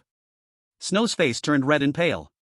Aside from these objective flaws, the real breakthrough is actually in my hands. You should also see, right? The hint the system gave me? Suyan smiled as he observed the expressions of the people present, having found the answer.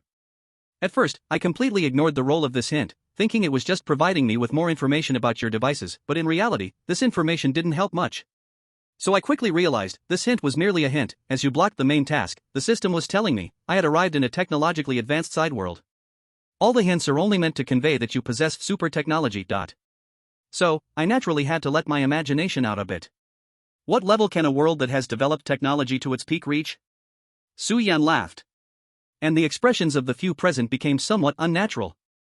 At the very least, it would never be boring enough to play thrilling death games with a bunch of biorobots implanted with false memories. Even if there really is a game that they cannot ignore, it can only be one. A horror game. Chapter 111, Fixing Rags? Why were you able to see through it, that the players with you are fake players? Snow asked, unwilling to accept. She could accept that her experiment was seen through because of various flaws, but she could not accept that someone had seen through her design from the beginning and only exposed it at the end. This player, when exactly did they discover it? If I had to say, it should have been right from the start. Suyan thought for a moment and said. At the very beginning? Snow's face darkened even more. Suyan smiled and said, if I'm not mistaken, in your game instance, there's actually only one record of the player's actions that recorded their crimes. But relying on this questionable record of authenticity cannot allow you to make significant progress in the horror game, so, you designed such a confession game. At this point, Suyan leaned over the table and raised his head, showing an expression of I just want to see you like this, sarcastically asking. Let me think, which genius insisted on creating such a game experiment that disregards the player's intelligence and is full of loopholes? Who could it be? Bam, someone made the sound of grinding their teeth and swallowing them. Seeing the atmosphere getting intense, Suyan smiled and clasped his hands, throwing out the bait. Ultimately, it's still because your understanding of the horror game itself and the underlying logic of the game instance is insufficient. You've made so many basic errors. Snow bit her lip in humiliation, looking at Suyan with reluctance. After a moment, she suddenly revealed a charming smile. Then, I wonder if I have the honor to learn these inside stories from you, a player? She skillfully changed to a comfortable posture, inadvertently revealing her curves. Suyan squinted his eyes, of course, not. You? Snow clutched her chest in anger. Suyan naturally couldn't agree too easily. Women like Snow are not very intelligent, but they have their own little schemes. This kind of person is proud and superficial, and sometimes very hard to deal with. After all, you never know when she would act out. If Suyan agreed too quickly, it would only make Snow suspicious, even though Suyan actually planned to deceive her this time. Dr. Snow, do you remember what my current main mission is? Suyan said. Are you talking about? Get rid of our observation? Snow replied, somewhat understanding yet not quite. Exactly. Su Yan nodded. Based on my experience, the simplest way to clear the game, but also the lowest rated way, is die and get out. Snow's expression darkened as she heard Su Yan say, after all, you have completely eliminated the possibility of players physically escaping on a technological level. The game can be cleared so easily, which is actually a compromise on balance. But this way, I guess it's not what you would like to see, right? Su Yan asked calmly. Just tell me what to do. Snow's gaze flickered. It's simple, Su Yan stretched lazily, making a gesture of invitation. All it takes is for you, Dr. Snow, to say one word, to open a back door for me and let me slip out of the horror observation station. This time, Snow didn't sneer or refute, instead, she displayed a thoughtful expression. That's right, for any game, even if there's only a 1% chance, it counts as an ending. To escape your observation means higher game completion and a higher task rating.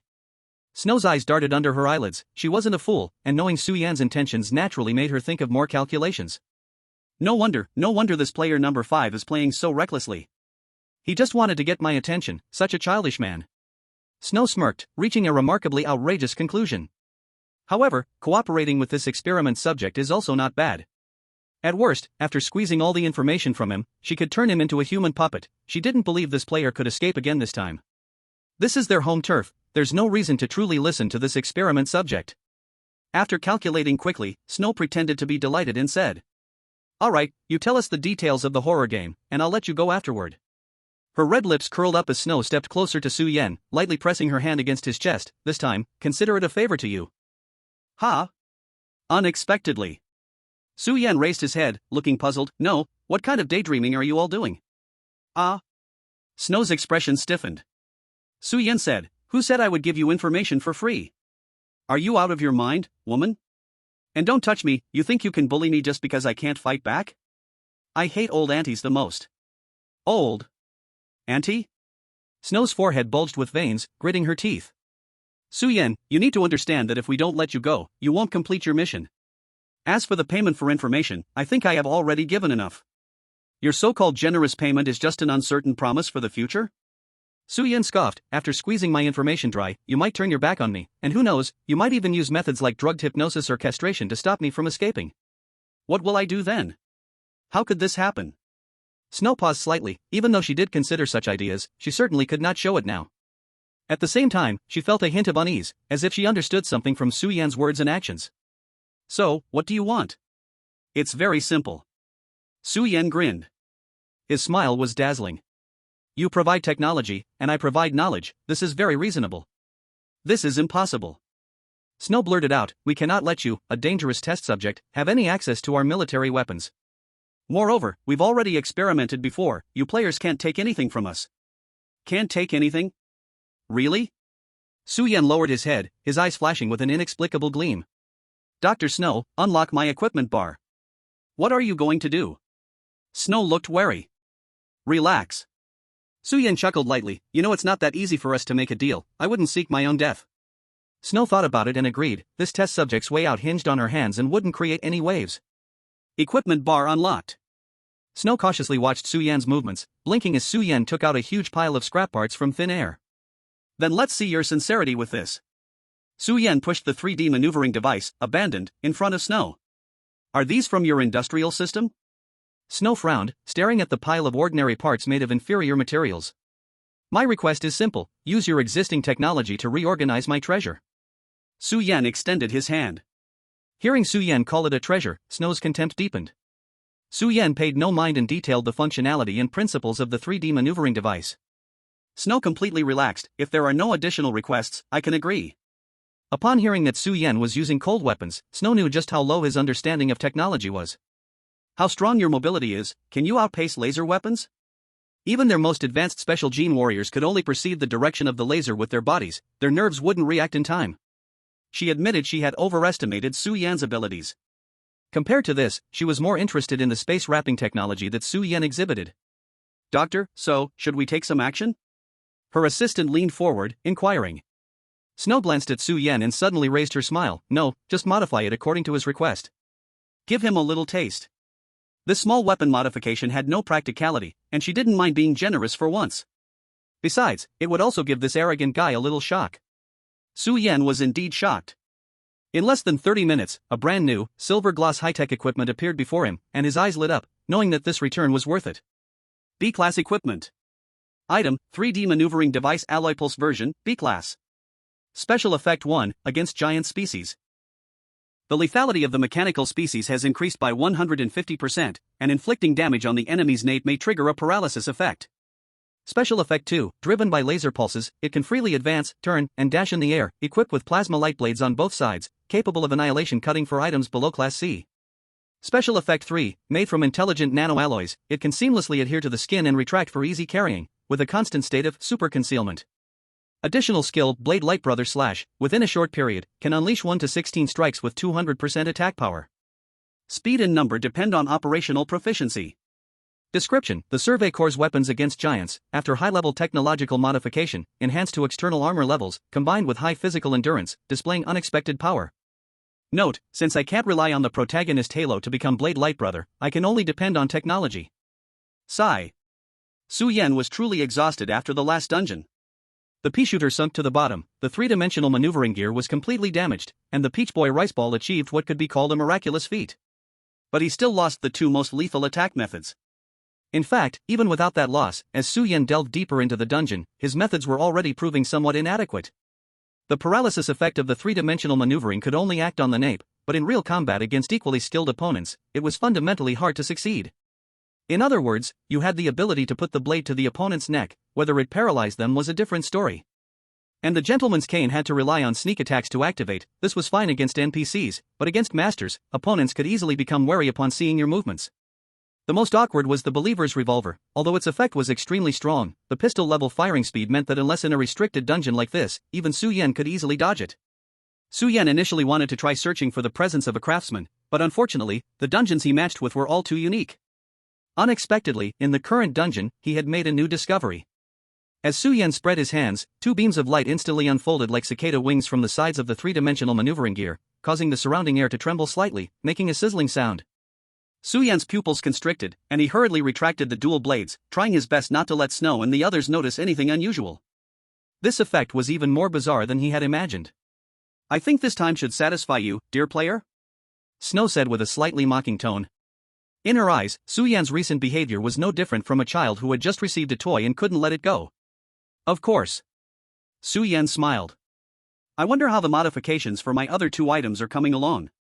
Now, Su Yan could confidently take out the Gentleman's Cane and the Believer's Revolver without fearing that Snow and the others would keep them for themselves. After all, from a technical perspective, the structures of these two were much simpler than the three-dimensional maneuvering gear. They were practically like toys in this world. "I must remind you, we have been the ones giving unilaterally all this time. If you want the remaining two pieces of equipment, shouldn't you show some sincerity?" Unexpectedly, at that moment, Snow revealed a sly smile. As if Su Yan didn't reveal some information, he would lose these two pieces of equipment next. No matter how much Snow belittled him, she understood the importance of these two pieces of equipment to Su Yan. This move, undoubtedly, was an attempt to grasp Su Yan's lifeline. "Cut it out, Doctor," Su Yan replied without changing his expression. "You guys are taking such good care of my needs now, isn't it also to hope to glean information about horror games from my requests? Doing the math here. Asking you to help me improve a couple of small toys has turned out to be a huge loss." Snow's red lips paused slightly. This man sometimes acted incredibly childish, yet at other times was as shrewd as a monster. She truly couldn't find a breakthrough. Staring into Su Yan's eyes, she admitted. "Indeed, from the current perspective, you show a strong desire for our technology. This indicates that the foundational creations of our world hold far more value for you players than the horror games. In fact, all the horror games can offer you is a pitifully small set of weak scientific equipment." Snow wiped her lips and revealed a dangerous smile. "Then may I assume, the game you players rely on is not truly omnipotent? What it possesses is merely an advantage in dimensional transmission. I can't help but be curious, what exactly is the horror game's purpose in sending you players into the instances?" Clap, clap, clap. Applause erupted. Su Yan gazed at Snow with unabashed admiration. "Dr. Snow, you are indeed a scholar of exceptional thought, deducing so much from just some of my equipment. It's just a pity that I must tell you, your conclusions are all wrong.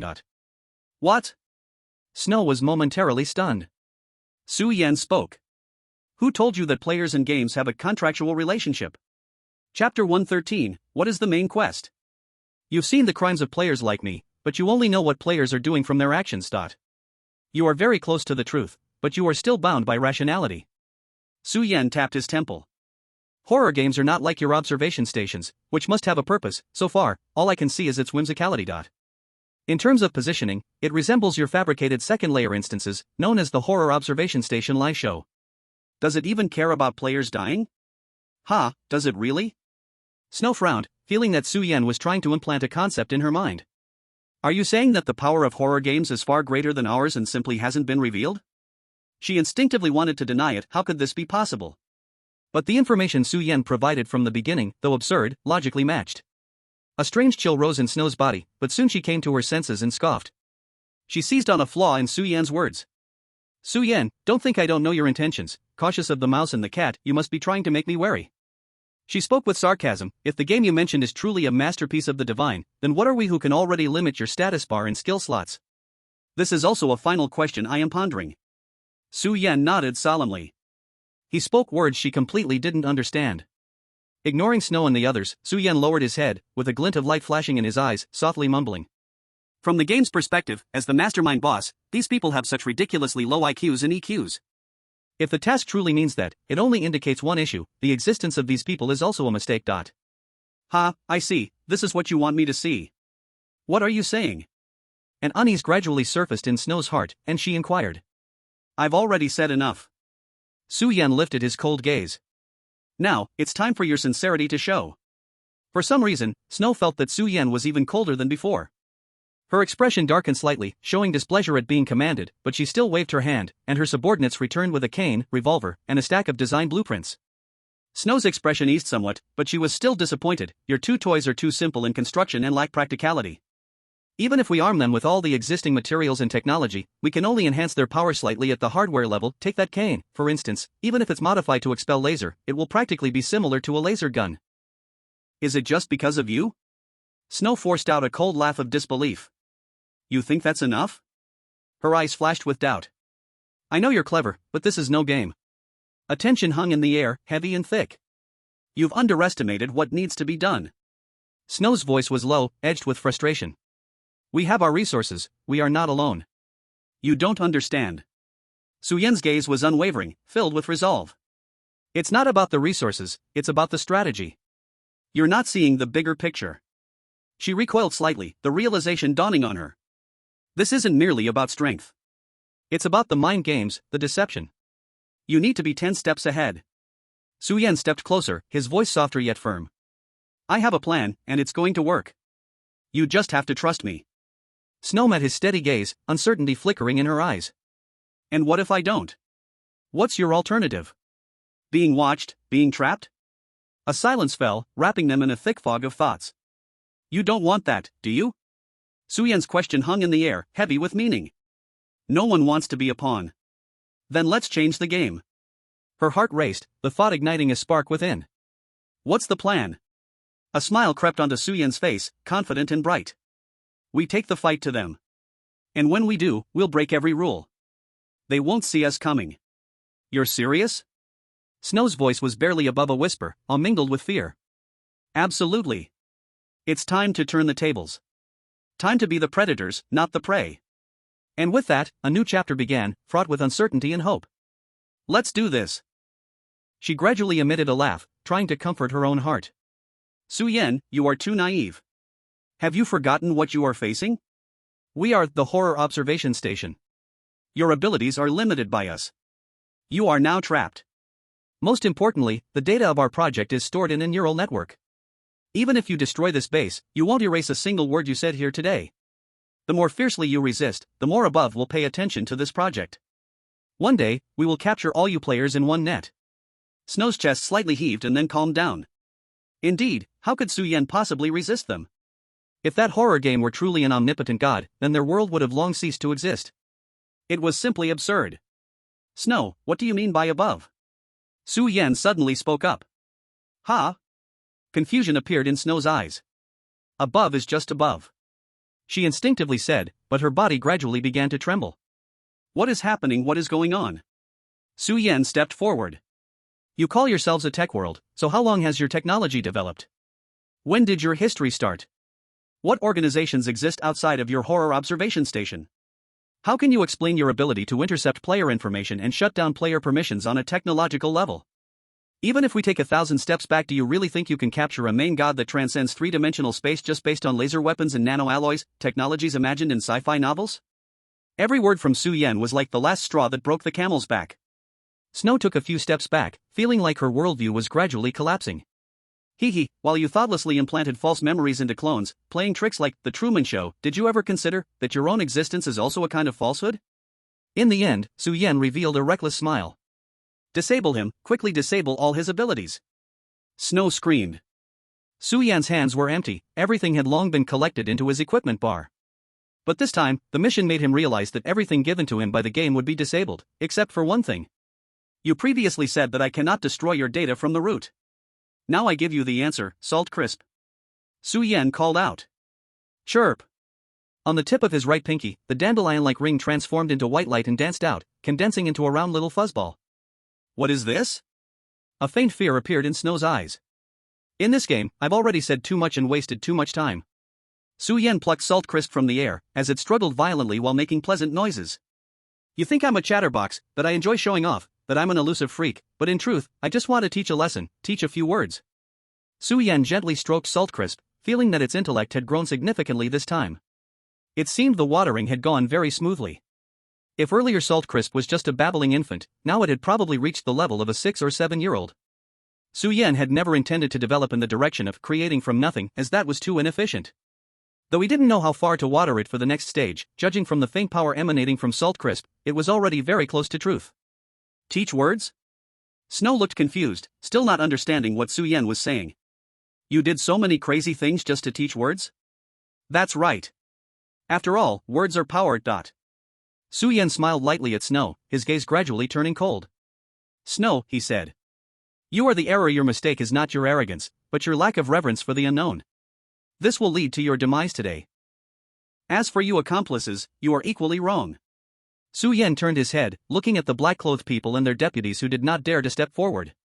You have no independent thoughts, yet you use those implanted with ideas as experimental subjects. You watch your kind die, yet you feel superior to them. In reality, what makes you any different? So today, it is your turn to experience the despair of Truman. Lastly, it is your so-called horror observation station. Su Yan looked up at the room filled with sophisticated instruments. Countless laser guns had already protruded from the walls, aimed directly at him. This place, a product of your technology, symbolizes self-immolation, symbolizes ignorance. In the face of the unknown, your ambition has led you to abandon commonality and turn to plunder. You believe you are the protagonists of the world, yet, you do not realize, you are the true objects of observation. Your existence is a mistake. Mistake. Error. Yansu lay quietly in Su Yan's arms, but the small eyes the size of mung beans gradually emitted a wise light. It learned. Kill him quickly. Snow shouted. Countless black-clothed people snapped awake, raising their gun barrels in unison, as the lasers on the walls completely converged and shot out without missing a spot. Then, nothing happened. All sound seemed to be submerged on the other side of the world, as eerie silence spread silently at this moment.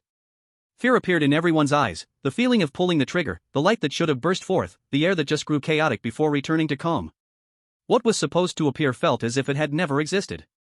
In the next moment, an even more terrifying scene unfolded before everyone's eyes. Crimson errors sprouted from everyone's skin, densely packed Chinese characters spreading across their faces, even surging into their pupils. A deafening alarm rang out at this moment.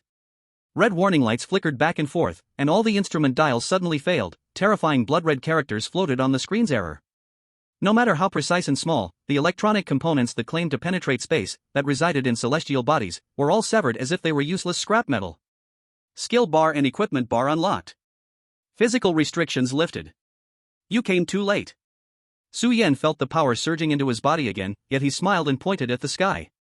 It's a pity, there's no longer any need. Everyone, filled with fear, instinctively followed Su Yan's finger and looked up. The ceiling had mysteriously vanished, and the sky outside was not the azure they remembered, but a lifeless, simplistic gray. And now, on that gray, a narrow crack formed from error was quietly spreading. Because this world is also a mistake. What is error? Anything that contradicts reality is an error. Boom. A light sound like shattering glass echoed. Countless darkness rolled in, swallowing the entire world. Main mission completed. Cleared. Error. Chapter 115, A Month of Some 007. Sky City. Like an isolated enemy cut off from the world, the towering white palace at the top radiated a faint glow of great power. Countless eagles raised their heads, their rich wings fluttering outside the palace, as if in tribute, or in fear. Inside the top-level white palace. Hey, brave warriors from another world, give it your all. I can feel that the source of evolution is about to suppress the backlash of the abyss. Singer Cell's inspiring yet commanding voice rang out. This 23rd cell had undergone a significant transformation.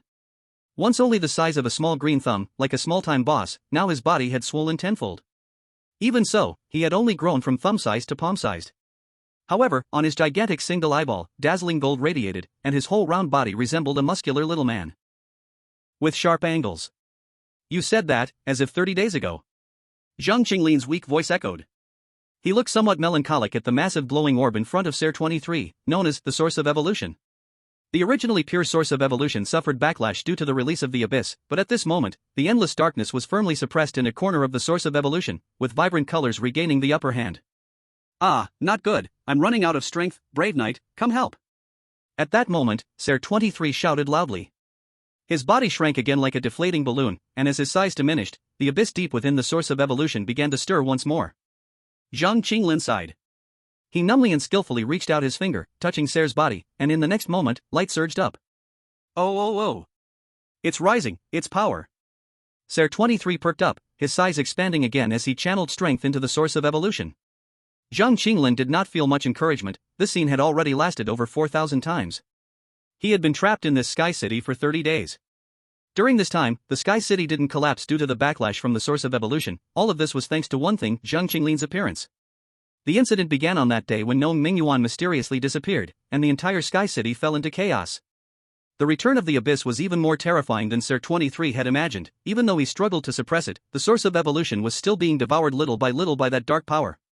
The entire Sky City seemed to be based on the power of the source of evolution, becoming precariously shaky at that moment. Zhang Qinglin knew it was not good. Now, not being able to complete the mission was secondary. Continuing like this, he could very likely die in this instance. Damn it! If only I had a bit more time, if only I had enough power. At that moment, Singer Ser cried out in despair. Zhang Qinglin thought for a moment and then tried to give it strength. He placed his hand on Ser's light green body, the latter merely glanced at him with a sad look. Useless, traveler from another world, your level of power for beings like us is, oh. In an instant, Ser came to life, feeling an overwhelming surge of power throughout his body. Indeed, at this point, you all can guess which skill was at work, and thus can understand how difficult Zhang Qinglin's life has been during this time. Roly-poly, sea level can greatly activate cellular activity, lasting 10 minutes, cooling down for 10 minutes. Truly an apostle of the divine, to possess power on par with ours, this must be the grace of the gods. After a month, Ser 23 still felt amazed. Is that so? It feels just like releasing a skill, 100% success guaranteed. Zhang Qinglin twitched his mouth. Besides, even if I did help you, it's probably not because of the divine. Zhang Qinglin thought of a few months ago when he was having dinner with Su Yan. Su Yan curiously and thoroughly asked him about all his current skills and items. Su Yan's questions were direct, and Zhang Qinglin answered straightforwardly. Then, he was bombarded with a pile of strange, hard-to-digest words. It was one evaluation of a skill among them that led him to have the thought of trying it when the abyss attacked. Roly-poly, slurp, let me think, slurp, got it. Su Yan said while slurping noodles at that time. When you're in an instance, you can give it a try, as long as it's something that fits the composition of cells, who knows, it might work. It doesn't necessarily only target humans, slurp. Zhang Qinglin murmured with delayed realization, if there is really divine power, then it's probably similar to Brother Yan's. What did you say? Ser didn't quite hear clearly. Nothing. Zhang Qinglin shook his head, showing a pained expression as he asked, Your Majesty, when will you be able to release the source of evolution and let me go? Don't be discouraged, my dear Duke. Ser changed his address again. During this time, I haven't wasted your help in the Sky City. Haven't you also completed your hatching here? Trust me, once you leave this Sky City, you will surely stand out among the players. Just relying on this thing called talent weapon? Zhang Qinglin looked at the white petal-like bracelet in hand, not quite believing it. Rest assured, my subject. Ser Xi's tone became unusually serious. In fact, your situation is already much safer than most other players. The source of evolution itself is harmless. Other players caught up in the creations of the gods face much greater danger. Zhang Qinglin stared blankly, but this abyss doesn't look safe at all. What kind of monster is this?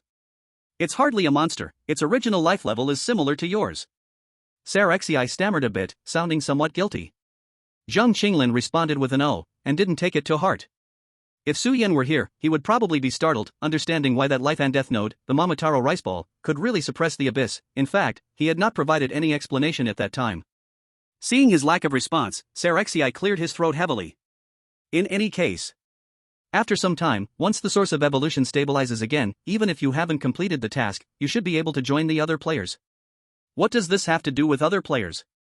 Zhang Qinglin was confused. Trapped in this place, he was still unaware of the changes outside.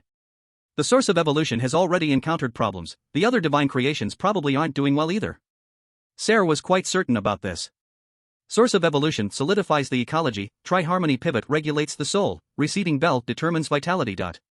These three creations are the foundations that allow you visitors from another world to traverse the various realms safely. Now that they are malfunctioning, I'm afraid many people have already met with disaster.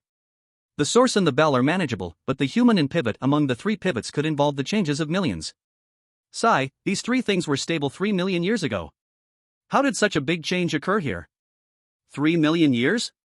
Zhang Qinglin was taken aback, thinking that NPCs really are extraordinary, their sense of time is completely different from theirs. He wanted to ask more questions. At that moment, a white meteor seemed to tear through the void, suddenly arriving. The void rippled. In the light, a loud laugh from Nong Mingyuan echoed. Aha, what a load of nonsense, didn't I just come in? I, Nong Han-san, am here. Chapter 116, Terrifying Servitude Society. Boss Su. I should finally be able to see you this time, ga.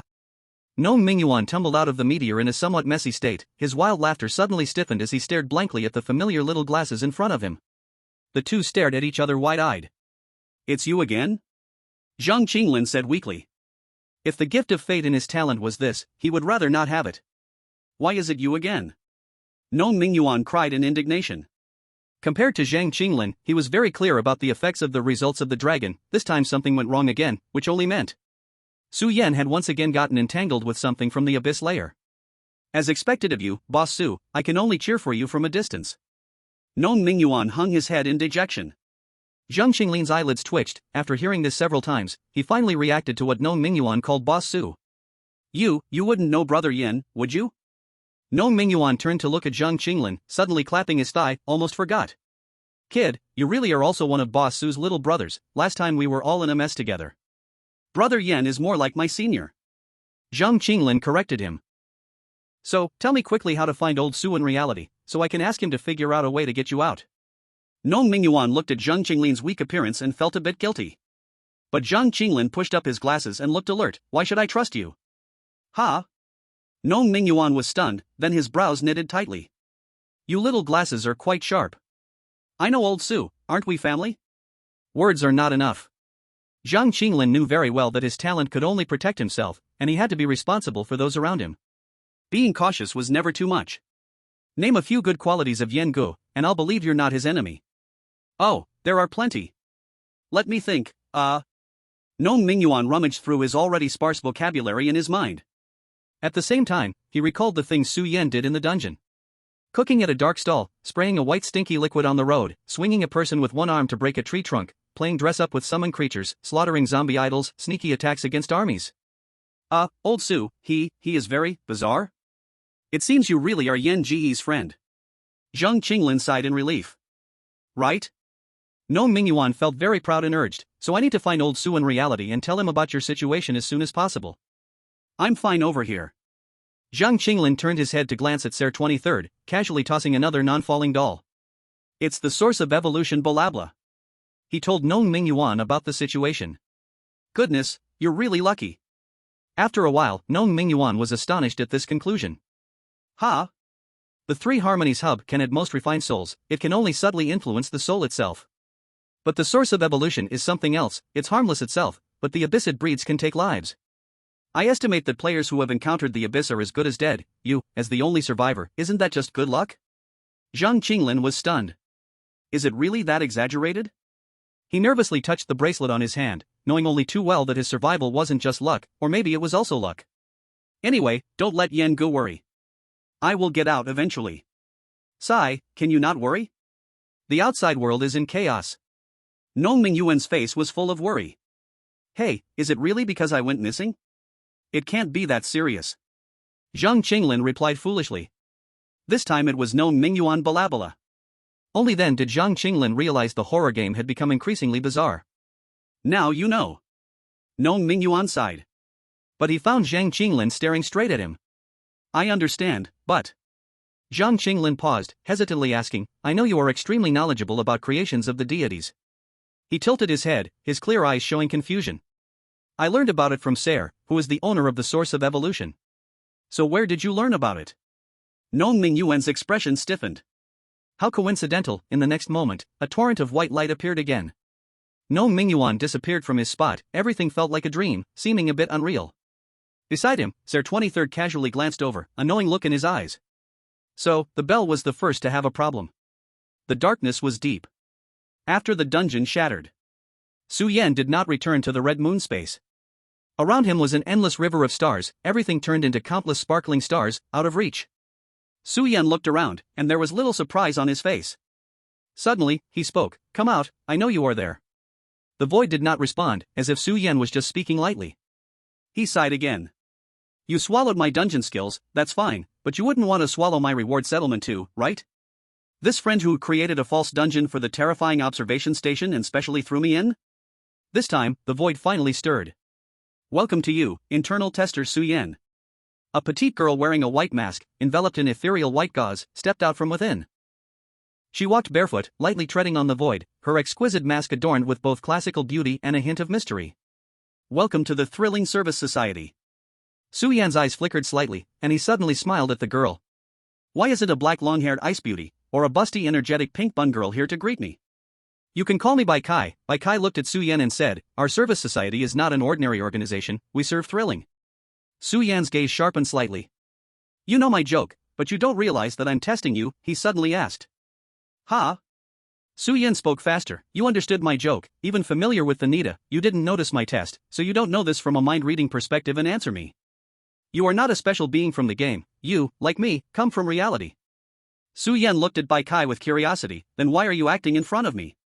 Bai Kai suddenly fell silent. I can understand your hostility, Su Yan. Bai Kai extended a hand, and countless star points gathered, forming a pair of tables and chairs between Su Yan and her. However, this time, I came to resolve your doubts.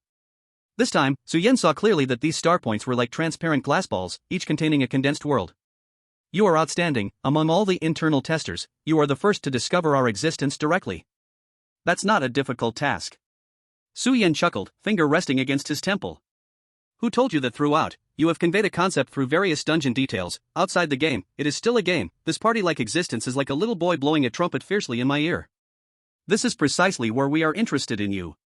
Bai Kai suddenly stood up, quietly floating in front of Su Yan. The next sentence made Su Yan freeze in fear. Don't you realize that your pursuit of logic has become astoundingly sharp? Bai Kai stared into Su Yan's eyes, as if wanting to see something from the depths of his pupils. Who exactly are you? Chapter 117, Purpose. I am, of course, myself. In that moment, Su Yan was more grateful than ever for his advertising acting skills, allowing him to maintain an expression without a hint of flaw. He suppressed the waves and doubts in his heart, and calmly said, What about you? Bai Kai looked at him for a long time, ultimately letting out a sigh, we are those who follow the will of the game. Su Yan, I would like to ask you for a favor. Favor?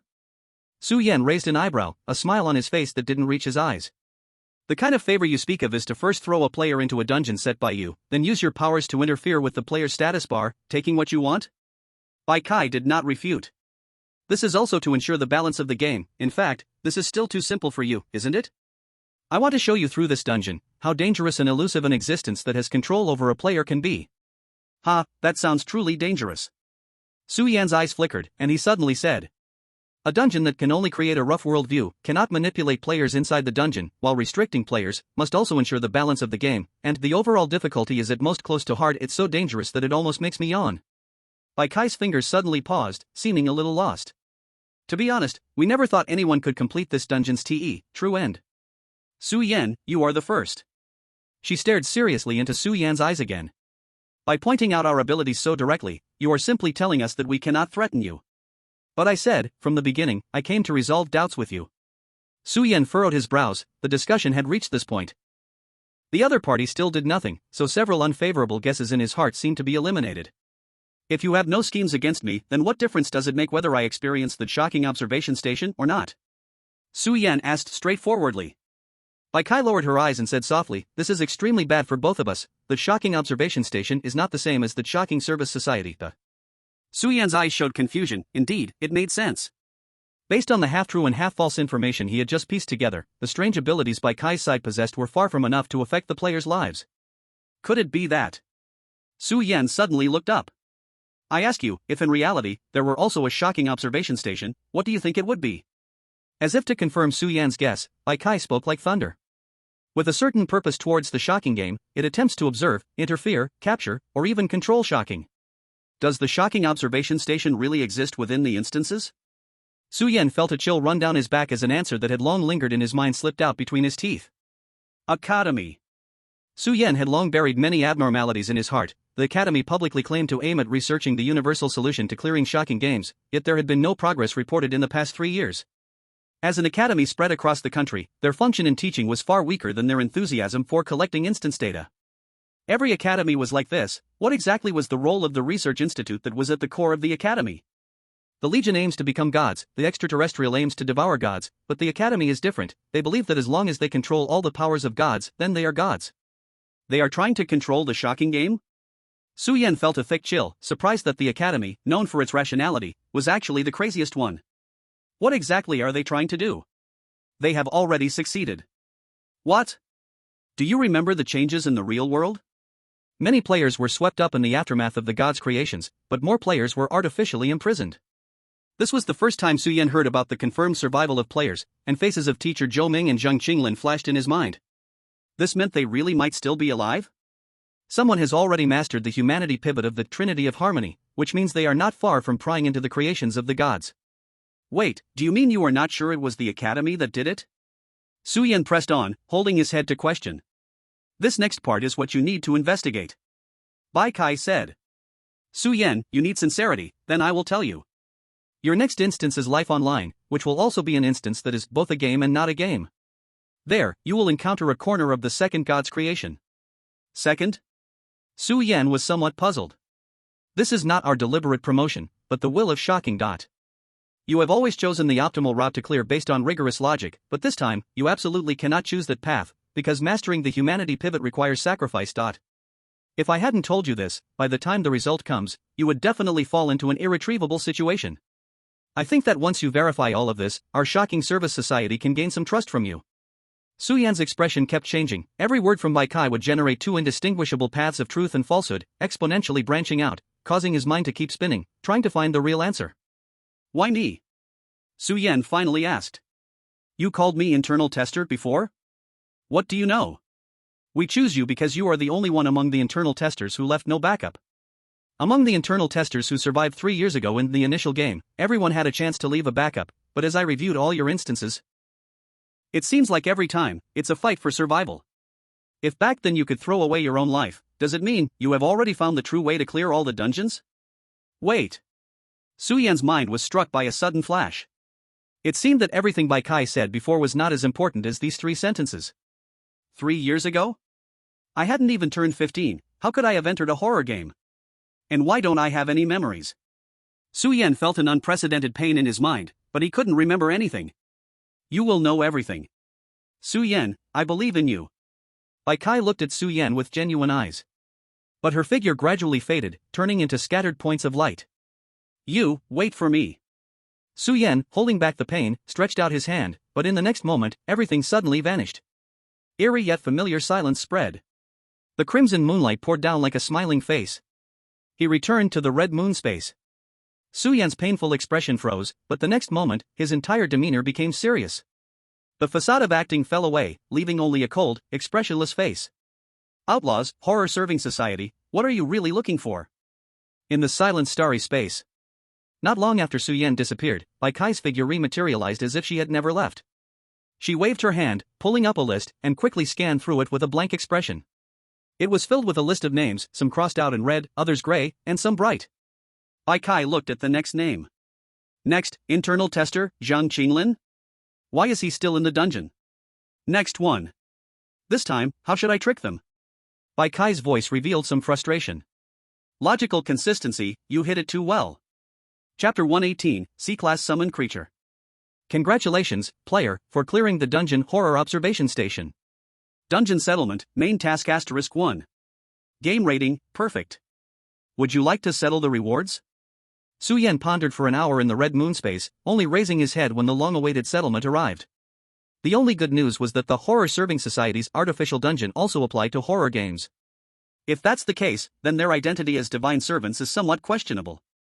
They might just be players who have cleared more dungeons than I have and don't worry about death.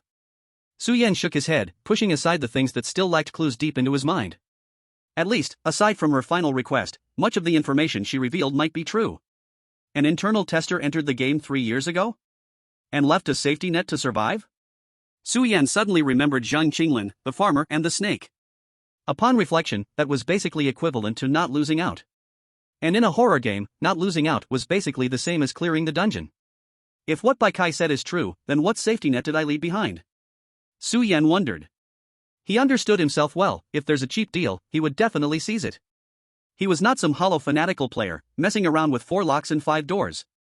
He must have left behind something important that played a key role in some dungeons, but what could it be?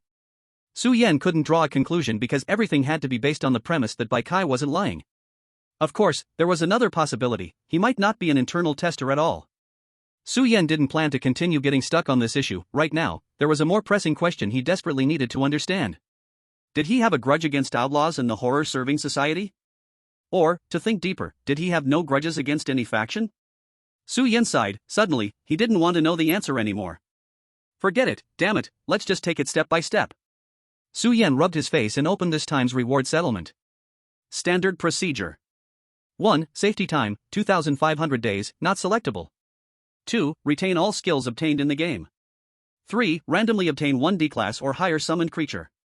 It said that I'm not fated with summoned creatures.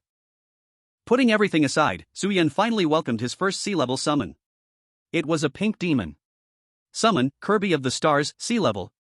Description: a cute pink ball, 20 centimeters tall, but don't underestimate its appearance. It can swallow anything many times larger than itself and replicate the corresponding abilities. Note: never let Kirby open its mouth when it's sick. We have lost no less than dozens of doctors because of this. Su Yan waved his hand, and a pink summon card appeared, showing a Dr. Kirby with a stethoscope. It feels like releasing this pink demon. The one in danger is me? Su Yan stroked his chin and put away the summon. End game. Planning to count his gains before diving into the next dungeon, Su Yan left the game.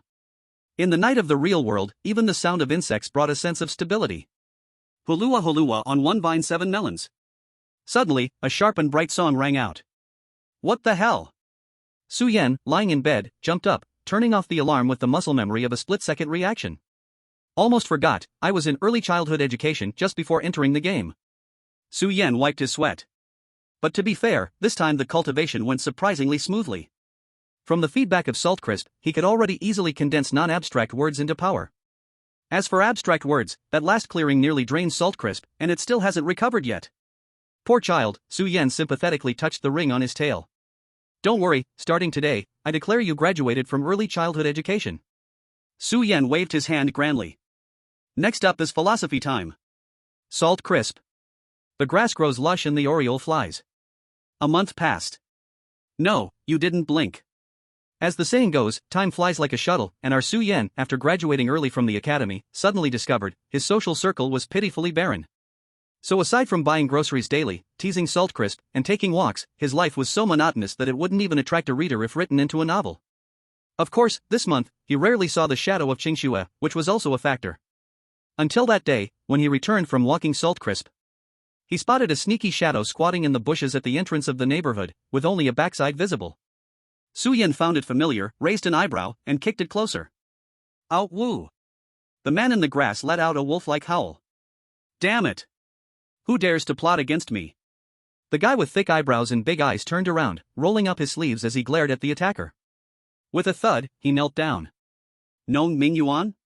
Su Yan was also taken aback. He thought it was some thief stealing underwear, daring to invade internal resources. That's why he stepped up to teach a lesson. Boss Su. Where have you been? I finally found you. Nong Mingyuan's eyes were brimming with tears, as if he carried unspeakable grievances. His clothes were torn and tattered, looking like he just escaped from being trafficked in the mountains. Stop right there. Su Yan watched him wipe his nose in tears, getting closer, feeling his scalp tingle. Let's talk properly. How did you get this bad? After some consideration, Su Yan bluntly asked. Nong Mingyuan rolled his eyes. Isn't it because of that security guard at your neighborhood's entrance? Security guard? Su Yan was puzzled. He remembered old man Qin at the entrance, who usually just liked playing chess and seemed nice. What a load of crap. I gambled 10 times with him for 10 yuan each, and almost ended up stripped to my underwear. Nong Mingyuan glared angrily. These past few days, I've been sleeping rough in this neighborhood and being crazily mocked by that old man. Su Yan couldn't believe it. Is that it? You don't have the guts, let alone if you lose 10 rounds. What is this nonsense? Nong Mingyuan scratched his head awkwardly. Isn't it because I saw that old man's chess game and felt I had a chance of winning? I feel like, just a little bit more, I could win. You were off by 1 billion. Su Yan said helplessly, and then asked, you lost 10 rounds, and it made you like this? Not really. Nong Mingyuan said proudly, and started counting on his fingers. I participated a few times at the betting stalls outside the long-distance train station. A group of thugs in the green compartment invited me to play a few rounds, then it was long-distance buses, Central 13th Road, public buses. I finally lost all the way to here. His Su Yan took a sharp breath. So this guy loses every time he gambles. I have a feeling that if I just hold on a bit longer each time, I could win it back. Nong Mingyuan said with some annoyance. If it weren't for the tight schedule and needing to find Big Brother Su, I would definitely win next time. Su Yan was speechless and suddenly didn't want to deal with this fool anymore. He waved his hand. You've lost so much, and you can still afford bus fare? Of course I can't afford it. Nong Mingyuan put his hands on his hips proudly. But I can run fast. With his hands on his hips, huffing angrily, he saw Su Yan looking at him with a strange expression for a moment, then took out his phone. Hello, police officer? I want to report someone. Chapter 119, The Gambler's Stand. Wait a minute. Nong Mingyuan's eyes bulged, quickly pressing down on Su Yan's phone, looking up at Su Yan with a pitiful expression. Big Brother Su, we have shared hardships together, do you really have to be so heartless? Su Yan glanced at him, ultimately softening with a sigh. Indeed, brothers stick together. Big Brother Su. Nong Mingyuan exclaimed with wild joy. I will come to see you in prison once every month. Big Brother Su. Seeing Su Yan forcefully pry his fingers open again and dial 110, Nong Mingyuan could only throw out his trump card. It was Glasses guy who sent me to find you. Huh? Su Yan's mind quickly clicked. Are you talking about Zhang Qinglin? Alright, this does explain some of the doubts in Nong Mingyuan's earlier words. Su Yan lowered his suspicion of him from 10 to 9, ready to listen carefully to Nong Mingyuan's experience. Source of evolution, Three Rivers Hub, clock of reversion? So that's how it is. Half an hour later, Su Yan came back to reality. So, Nong Mingyuan. He turned to look at the spirited Nong Mingyuan. Boss, what is your command? Nong Mingyuan thumped his chest. What exactly is your talent? Nong Mingyuan's smile suddenly stiffened. Zhang Qinglin knows my address, but he didn't tell you. It means he is conveying a message to me. He still doubts you? You have only met once. If he truly suspected, why would he tell you my general address? It means you may have met more than once, but he can't judge, so he can only pass it to me. Su Yan stared into Nong Mingyuan's eyes. Ever since that instance, I knew you were a complete gambler. And now, I also know you lose every time you gamble. So now, should I really get involved with you? Nong Mingyuan fell silent for a moment, then suddenly sighed. His expression looked somewhat desolate. Big Brother Su, I know I am a failed gambler, but I would never harm you. I can't tell you my talent yet, but what I can reveal is, that is my bet. Bet? Su Yan questioned. Yes. At this point, Nong Mingyuan became excited again, the previous seriousness seeming like an act. He clapped his hands in excitement. Big Brother Su, do you know? The Legion wants to match the power of the gods, outlaws want to kill and become gods, but we gamblers have a completely different philosophy. We firmly believe, gods are among us. Nong Mingyuan's eyes shone bright. Gods are among us? Su Yan was puzzled but also found it absurd. This completely lacks realism compared to the Legion, Outlaws, and Academy's goals. That's right. Nong Mingyuan clenched his fist. From 3 years ago when I witnessed the miracle of passing the game, I have believed this. Wait. 3 years ago. Su Yan's expression changed. You also participated in the initial game? Oh. Boss, you know about that too. That's right, although I was just a confused onlooker on the edge of the world back then, but... Nong Mingyuan excitedly waved his hands, but was interrupted by Su Yan with a splash of cold water. Then why are you still so weak? Puff. The sound of an arrow piercing the heart. As expected of Su, your words are so sharp. Nong Mingyuan's old face turned red. Su, let me give you some insight. The three fools from the Legion were not the earliest visitors to the nightmare-level dungeon. Nong Mingyuan spoke as if he were revealing something shameful, his voice gradually getting softer. Su Yan frowned slightly, and soon came to a somewhat comical but fitting conclusion based on Nong Mingyuan's luck. You've been trapped in a nightmare-level dungeon for 1 or 2 years? Cough cough, it's all past events, best not to mention it. Nong Mingyuan coughed a few times and said seriously. In any case, my bet wasn't made carelessly. I observed carefully for 2.5 years. When I saw you, Su, I had a premonition that I lost so many times just to win back this time. I placed my bet. And then I succeeded. Nong Mingyuan looked at Su Yan with burning eyes, as if gazing at a deity. It's just clearing a nightmare dungeon, that's not exactly rare. Su Yan remained non-committal. But then, Nong Mingyuan shook his head seriously. Clearing a nightmare dungeon isn't hard, but Su, you achieved perfect clearance, that's different. What's the difference? Nong Mingyuan seemed stumped, then spoke with some difficulty. Su, you can't believe that so far, those people who cleared the nightmare dungeon all have ratings, above excellent, right? Isn't that so? Su Yan was stunned. No, not at all, they're all rated the same, at best, they can only clear with a normal or even failing rating. Su Yan was shaken, this news certainly surprised him, and he suddenly recalled the talent upgrade reward he received upon perfect clearance of Nightmare. If what Nong Mingyuan said is true, then in this entire horror game, it seems only he knows, talents can also be upgraded. The knowledge Nong Mingyuan presented now clearly exceeded what an ordinary player or even an average gambler could know, but since Nong Mingyuan didn't elaborate, Su Yan wisely chose not to ask.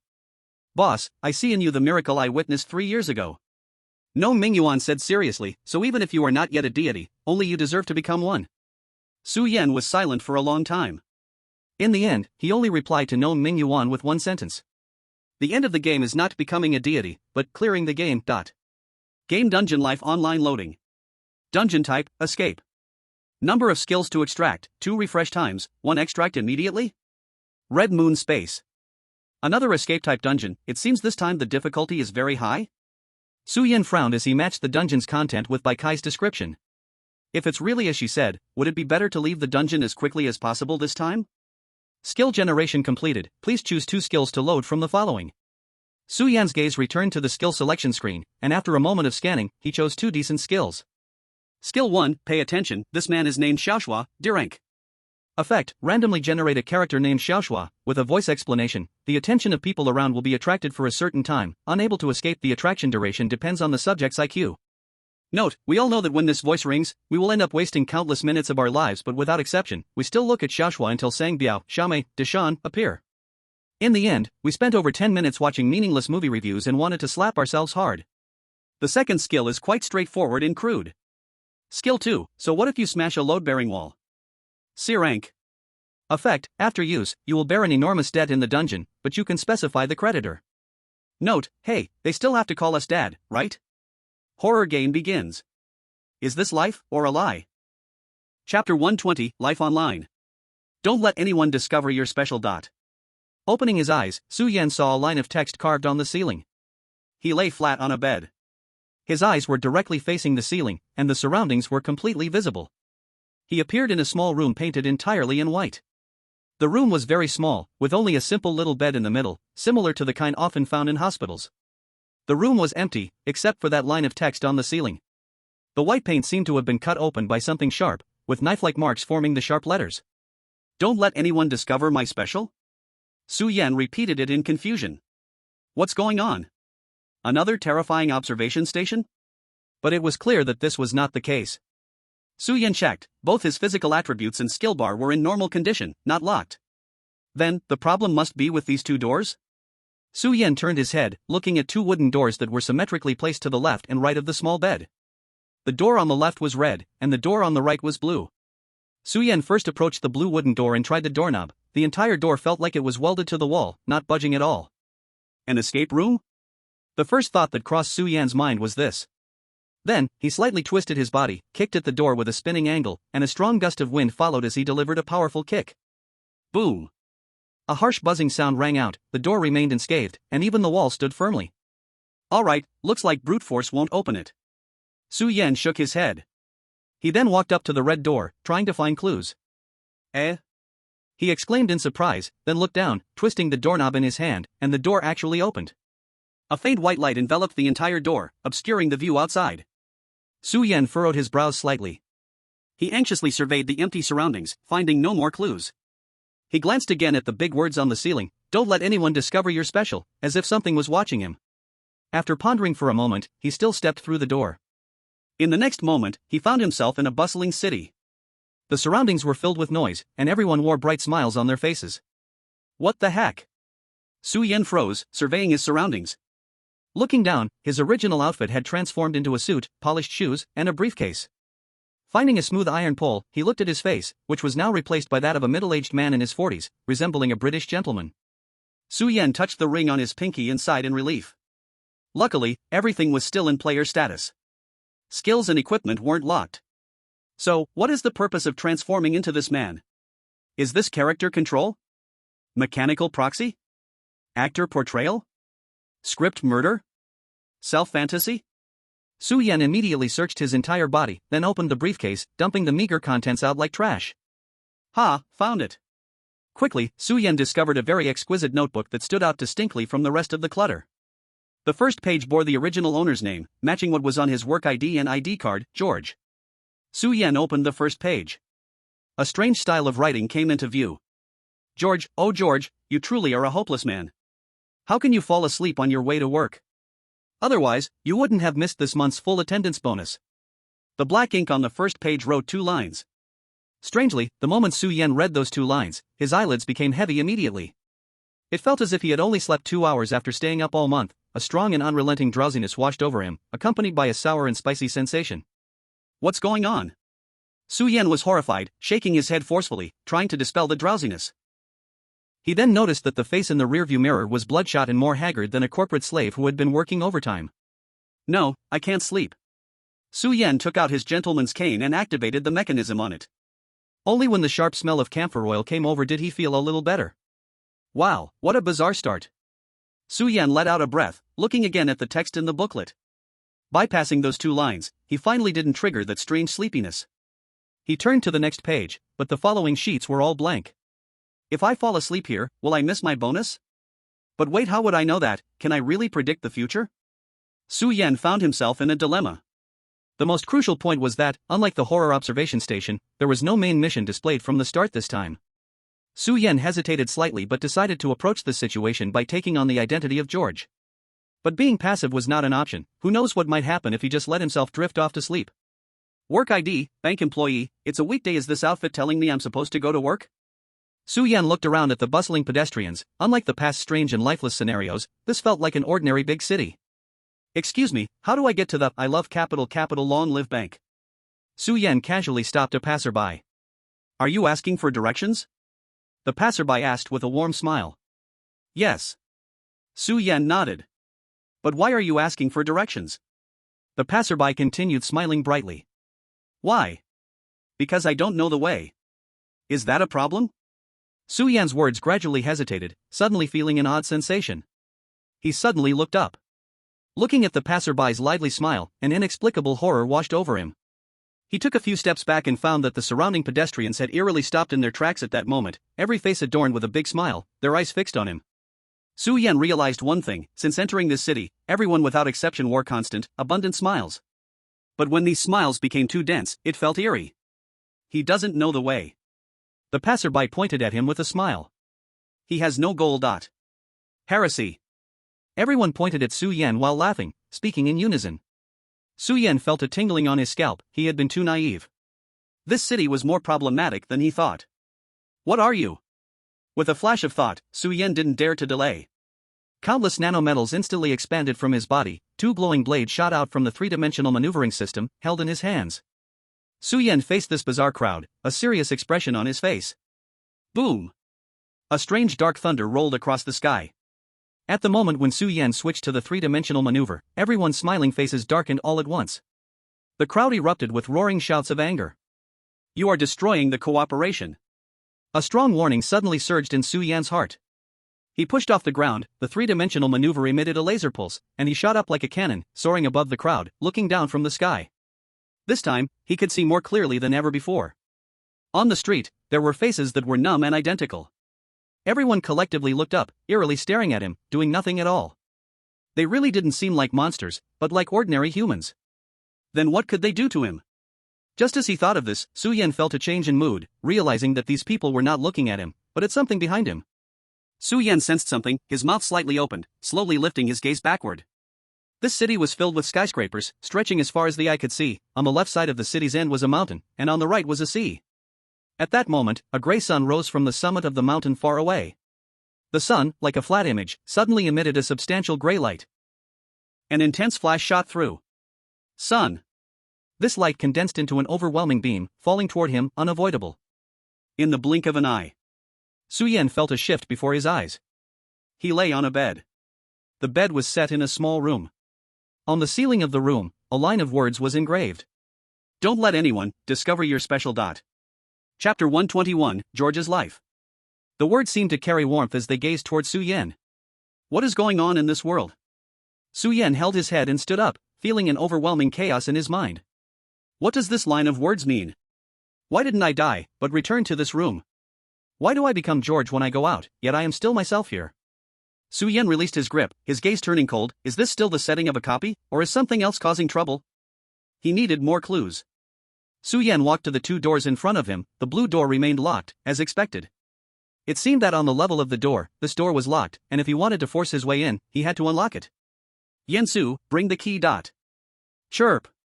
Su Yan held a key made of characters forming the word key, and inserted it into the keyhole. It failed. No matter how he tried, it just wouldn't go in. It seems that the requirement for a key as a direction can't condense the corresponding power. Do I need to unlock the door? Su Yan glanced at Yensu beside him. Nurturing abstract knowledge would consume too much time, and there was nothing in the room. He needed examples. No, since it's a door, there will eventually be a way to open it, just not yet at the triggering node. Don't let anyone know my specialty. This time, Su Yan walked to the red door again, as if he understood something. In short, it means to become ordinary, right? George stood on the street again. Su Yan opened a small booklet. George, oh George, you're really a hopeless man. How can you doze off on your way to work? Otherwise, you wouldn't have missed this month's attendance bonus. Once again, a heavy drowsiness overwhelmed him, but this time Su Yan had applied some balm on both sides of his temples. While barely resisting the drowsiness, Su Yan felt the emotions coming from the words, a strong sense of regret, a touch of defeat, and a deep exhaustion. That's very normal. Su Yan nodded in understanding.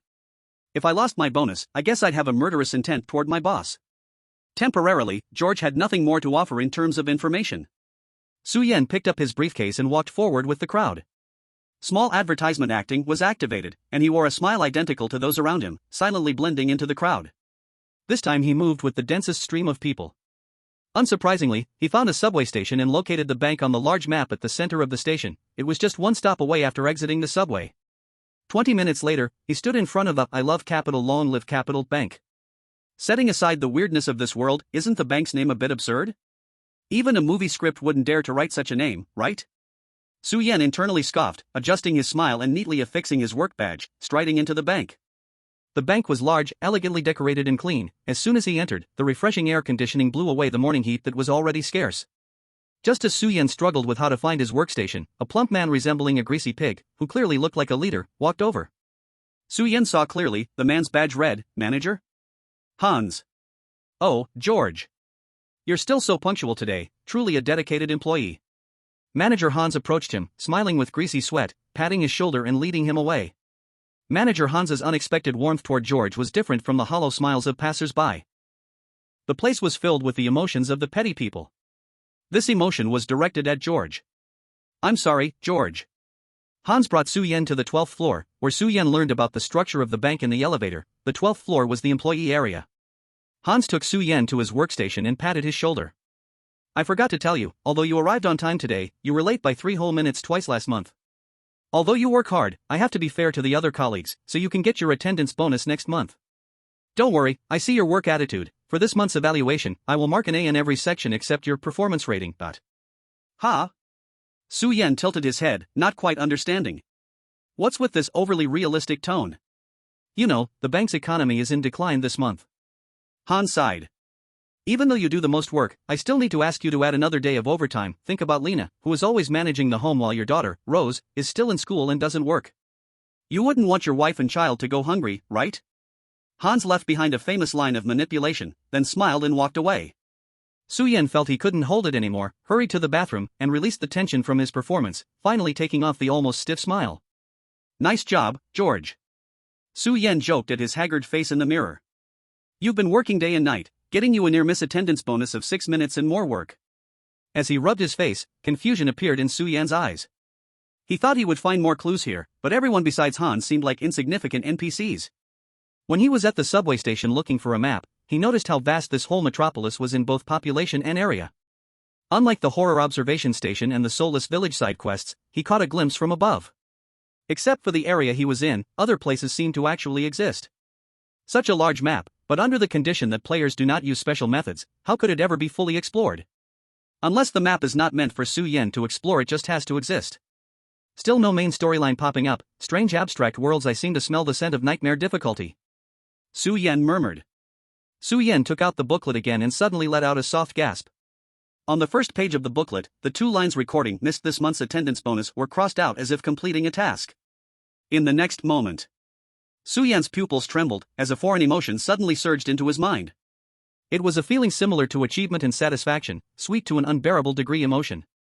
Su-Yen's mouth uncontrollably twitched, and he looked at his reflection in the mirror in terror, gradually revealing an absurd smile. George's sense of happiness plus 30%, current, 30%. What's going on? Su-Yen stared at the smiling face in the mirror, his gaze oddly mixed with fear and seriousness. Where is this happiness coming from? Chapter 122, One-Day Cycle. Why does George feel happy? This is what Su-Yen found hard to understand. After a long time, the feeling that dominated his whole body slowly faded. Su-Yen looked at George's gloomy face in the mirror. Yet, he found that under the same gloomy expression, the corners of his lips slightly lifted, appearing less gloomy than before. But if this continues, Su-Yen could guarantee that his face would end up just like those around him on the streets, maintaining a happy smile without needing to activate any skills. Showcasing something special will lead to being erased to the starting point, blending into mediocrity will lead to true assimilation.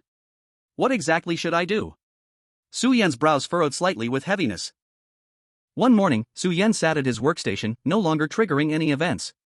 George's workstation was simple, without much decoration, piled high with documents. The only thing he placed beside his computer was a warm family photo, featuring George's wife and daughter, positioned within easy sight. Just like an ordinary bank employee. George was busy, but he didn't socialize much with his colleagues, and manager Hans was exploiting him to the fullest. Of course, Su-Yen couldn't work, he was clueless about what was at hand. Until noon. Su-Yen hopelessly opened the booklet again, only to find new words appearing on the second page out of nowhere. George, oh George, you are truly incorrigible. How can you forget that there's a parents' meeting for Rose at school today? That doesn't make you a qualified father. This time, the overwhelming guilt and feeling of debt for not being able to show love to his daughter after years of busyness flooded in Su-Yen's chest felt heavy, as if something was pressing down on him, making it hard to breathe. Su-Yen glanced at the clock on the wall, it was nearing 11 o'clock. Looks like the next stop is school. He stuffed the family photo into his pocket. He then pushed the piled-up documents aside, making the desk look busy and messy. Next, he created a new blank PowerPoint document on the computer labeled Work Materials. Finally, pretending to talk to himself, I'm going to take a quick squat, he walked through the workstation to the elevator. The floor gradually descended and stopped in front of Su-Yen, but at that moment, no one else was around. In the smooth reflection of the elevator, Su-Yen couldn't help but smile like a victor. The elevator doors opened. George, you're off work already? Hans looked at Su-Yen in surprise. They exchanged glances. Why did he have to bump into Hans? Su-Yen looked at the empty elevator lobby and then at the roll of toilet paper in his hand. It was clear Hans was not going to handle work, and he internally cursed. Old thief. Su-Yen widened his eyes, unable to resist glancing at the clock nearby. It's only 11. Are you seriously slacking off? Manager Hans, Su-Yen could only maintain a smile. I need to take an hour off for a parents' meeting for my daughter today. Oh, that's not acceptable, buddy. Hans laughed exaggeratedly. You are supposed to be working now. Don't worry, it's just a parents' meeting. Rose is a good child, she'll understand you. Hans patted Su-Yen's shoulder and said with a smile. It sounded like Hans knew quite a bit about his family. Manager Hans, I'll just be a moment, I'll be back quickly. Hans's smile faded. George, you seem strange. Are you planning to leave your post? He stared deeply at Su Yan, suddenly a gray light swirling in his eyes. You have no discipline? Su Yan's heart skipped a beat. He turned around to see all his colleagues standing and pointing at him. Heresy. Damn. Su Yan cursed loudly. The three-dimensional maneuverable nanoalloy instantly unfolded. He activated the dual side pulsars and slammed into the building's glass window. Bang. Glass shards flew everywhere. Su Yan didn't have time to care, suddenly turning his head to look at the mountaintop at the end of the urban landscape, where a gray sun rose once more. The light descended. In that moment, Su Yan's gaze turned cold, and he instantly activated 4 skills. With a twist of his left hand, he drew a smooth mirror-like pie using Stop Drawing Big Dreams. Not far away, golden light surged, solidifying into a phantom of a friend. At the same time, he extended his other hand and activated Little Hinting Hand. Lastly, he tried to reject the touch of the light. But sadly, that was only a ray of light. It could envelop the whole world. Endless gray rays wrapped around Su Yan and his friend, ignoring the slight reflection, and carried no killing intent. In the end, Su Yan only captured the despairing information displayed by the Little Hinting Hand. The light of cooperation, initiated by humans and mechanisms, enveloping the range within, where the targeted objects cannot evade. Su Yan looked at the surrounding tall buildings in despair. The range, ridiculous. This light can reach any corner of this world. The glow wrapped around Su Yan, and then, he opened his eyes. Don't let anyone discover your uniqueness. He returned to the original room. This place was like a save point in MC, Minecraft, where placing a bed saves the game, allowing him to restart countless times.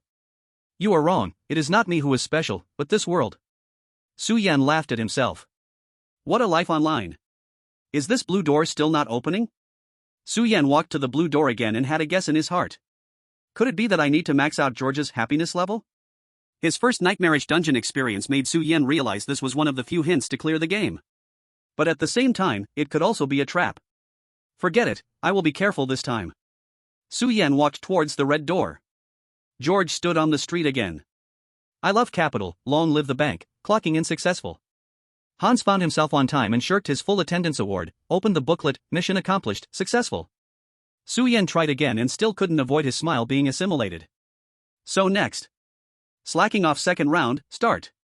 Su Yan once again made the desk a mess. It is worth mentioning that this time returning to the desktop returned to its previous state. It seemed that his progress in the computer was not saved, and that blank PPT had vanished without a trace. And that glass curtain wall he broke had restored to its original state, making Su Yan give up the idea of clearing the game by destroying this world. Su Yan slid to the elevator door without anyone noticing, and it was only 9 in the morning. He succeeded. The elevator doors opened. George, you just finished work? Hans looked at Su Yan, surprised. At the same time, this time he didn't even greet him, his eyes starting to swell with a strange gray light. He held a roll of paper in his hand, as if he was going to the bathroom. Su Yan's smile stiffened, and his face twitched. Before that, can I ask why you're coming to the employee floor to take a dump? Hans nodded. It feels better to watch you work while I take a dump. And it can let you have one less bathroom spot. Old thief. The light enveloped him.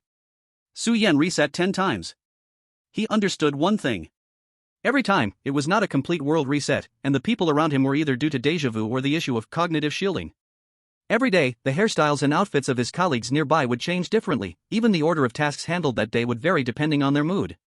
Except for the bizarre triggering events, they were like ordinary people, having joy, anger, sorrow, and happiness, as well as uncertainty. The most disgusting one was that Hans guy. He could poop after taking the elevator down at 10 different time points. Chapter 123, The Life of Ripu. George, as a good brother, I certainly hope you can make it to Rose's parent-teacher conference. But at the very least, you need to finish the work at hand, right? 10 restarts were enough for Su Yan to understand the logic of that Hans pooping incident. He must complete the work at hand to end the bank clerk scene. Although Su Yan had many ways to meet this condition. For example, using the Hawaiian Hell Training Camp, or the Believer Revolver Alpha version, to turn himself into a workaholic. But, as he said, working a job is impossible. What he needed to do was to skip class. Su Yan arrived at the elevator door. The elevator doors opened. George, you just finished work? Hans looked at Su Yan, surprised. The strange light was about to appear in his eyes. Su Yan stayed silent for a moment, suddenly opened his eyes wide, and pointed surprised at the window outside. Who is that? Who? Hans turned his head, and then his gaze was deeply drawn in. A very average-looking man unexpectedly appeared outside the building's window. Pay attention, this man is called Xiao Shui. An electronic voice, like a synthesis, echoed from somewhere unknown. Hans and the people around him changed color, their eyes brimming with strange gray light, uncontrollably fixed on the man. This man is called Xiao Shuai. When he wakes up, he finds himself hundreds of meters high in the sky. What will happen to him? Oh, he fell down. He's dead. The commentary lasted a total of 4 sentences. As Xiao Shuai fell from the sky with a scream and vanished into light, it came to an end. Hans then awakened as if from a dream, the strange light in his eyes gradually fading to a normal state. What just happened? Hans looked back in confusion. But he found the elevator door had closed, and George was nowhere to be seen. Hoo-ha, you little rascal. Outside the bank building, Su Yan's victorious voice rang out. I know your skills in making a mess are extraordinary, but if I use my slippery trick to fish around, how will you respond? Su Yan tore off the name tag from his chest and jogged outside. As he passed by the spot where Xiao Shuai had fallen, he clasped his hands together in pity. Don't worry, Xiao Shuai. Even if one of you dies, there are thousands and thousands more of you to step forward. Seeing the glances from other pedestrians, Su Yan slowly slowed down, wearing a faint smile, nodding calmly to the passers-by. Don't let anyone know your specialness. In other words, as long as they don't know the specialness comes from you, these pedestrians will not cause any bizarre changes. With his heart slightly settled, Su Yan recalled the location of the nearest school from his memory, comparing it with George's family photo, and walked toward that school. George's daughter was named Rose. In the photo, she was already in high school, with a shapely figure and a charming appearance. Of course, this isn't the main point, I just want to see how many strange folks have paused here for a moment. Su Yan arrived at the gate of I Love Parents Money Middle School. It is worth noting that directly across the school is a service street, similar in nature to the ancient smoky willow lanes. Su Yan knew this because he saw many women in student uniforms coming in and out, later realizing it was another type of uniform. Damn, I'm in trouble. At that moment, a familiar shout came from the willow street across the school. Oh no, service street. Known Ming Yuan? Su Yan's expression changed. Hearing that familiar voice, he quickly turned to look. He saw a foreigner with a strange face running out of the alley in panic, but from that familiar voice, Su Yan knew it was no Ming Yuan. He was clutching a small booklet that looked very similar to Su Yan's. Behind him, a group of heavily made-up women surrounded him with a blank expression. Su Yan was about to call out to him. The sky darkened. Su Yan was startled and looked up. Known Ming Yuan seemed already familiar with this scene, crying and trying to make a final struggle. This garbage game. How did my innocence break the harmony? Light fell down. In the next moment, Known Ming Yuan staggered, as if his soul had been pulled away, and when he looked up again, his eyes were gray, and his face wore a numb smile. Known Ming Yuan? Are you okay? Seeing the light had dissipated, Su Yan hurried over to ask. Are you calling me, sir? Known Ming Yuan smiled in a very strange way. Su Yan's expression changed drastically. The voice was still his, but the soul now seemed not to belong to him. Why did you call me? The light in Known Ming Yuan's eyes gradually emerged. Su Yan was startled and quickly activated his skill. Pay attention, this man is called Xiao Shuai. The void light flashed. Xiao Shuai fell into a pile of women with a bewildered face, then revealed a piggish grin. This man is called Xiao Shuai. When he wakes up, he finds himself in a street full of sexy women. What will he do? Oh, he walked into a foot massage parlor. Oh, sorry, we cannot broadcast the next details. After Known Ming Yuan's gaze broke free from its constraints, Su Yan had already vanished without a trace. As for Known Ming Yuan, it was as if he hadn't heard Su Yan's voice at all. He turned his head and walked towards a spot with a smile. The women who had been chasing him once again surrounded him, smiling and whispering. This was the first time Su Yan saw the ending of someone who had been through cooperation. It turned out that what he experienced was not a reboot, but a cycle every single day. Su Yan couldn't help but feel a chill in his head. No, this world is too strange. He must quickly find a way to evade cooperation, allowing himself and Known Ming Yuan to escape. He lowered his head and with a swipe of his hand, the little booklet became two. Just as he activated the skill, he had snatched the booklet from Known Ming Yuan's hand. The moment he saw him, Su Yan knew the other's situation was the same as his own. So this little booklet could very well be the key for players to clear the game. Su Yan took a deep breath and looked seriously at it. The booklet had a few sentences written on it. Ripu, oh Ripu, you truly are an overly devoted man. How can you only be merging with AI Lier? Other women are waiting in the back. Slap. Su Yan closed the booklet with a blank expression. Let that guy drown in cooperation then. He got the better deal. The joys and sorrows of humanity do not resonate with each other. But as Su Yan looked at the bustling metropolis, he suddenly felt lost. How many players are trapped in here? Su Yan sighed and turned to dive into the service street. Chapter 124, Exploring Service Street. The scene inside Service Street was hard to describe. The thick perfume couldn't disperse the strange odor, and the scattered discarded disposable clothing was everywhere. Even during the day, the glaring streetlight shone brightly, while muffled applause occasionally echoed from behind the walls. Suyin ignored all this and looked towards the depths of the street, as if headed towards a hotel by a Nong Mingyuan stand-in. While the person hadn't walked far, he remembered the direction Nong Mingyuan had left, preparing to meet him in the next cycle to learn more about the situation. Dad? A female voice sounded from behind him. Eh? Suyin instinctively responded, sensing an opportunity. Turning his head, he was somewhat surprised. He rubbed his eyes, took out the photo, and rubbed his eyes again. Dressed in uniform, Rose appeared at the street entrance. Suyan's eyes widened, and then he breathed a sigh of relief. Rose was wearing proper uniform, clearly different from those in the alley. She must have just seen him and come over to say hi. Dad, what brings you here? Rose asked gently. Being called dad by a girl nearly his age made Suyin feel a bit uncomfortable, but fortunately, he had quite a bit of experience with this. Luckily, Suyin didn't have a whip skill in hand, otherwise, it would have been hard to resist the urge to try it out. I'm here for your parent-teacher meeting, did you forget? Suyin pretended to sound old. Oh, then let's go. Rose nodded, showing no extra reaction, immediately heading towards the school. She didn't ask Suyin about his experiences or motives, nor did she introduce the situation of the parent-teacher meeting. If Suyin said he was attending the meeting, she would simply take him there. However, when Suyin asked her something like, "How's school been?" Rose would respond with something like "It's okay." Suyin felt increasingly strange. People in this world possess extremely realistic emotions but have a severely twisted and rigid logic. Passing through the luxurious campus, walking through the charming corridors and classrooms, it was like a highly efficient and nonsensical event commonly seen in gal games. Suyin directly met the principal of I Love Parents Money High School, Peter, without any obstruction. Mr. George, the reason we invited you to the parent-teacher meeting is because your daughter's grades this semester are abysmal.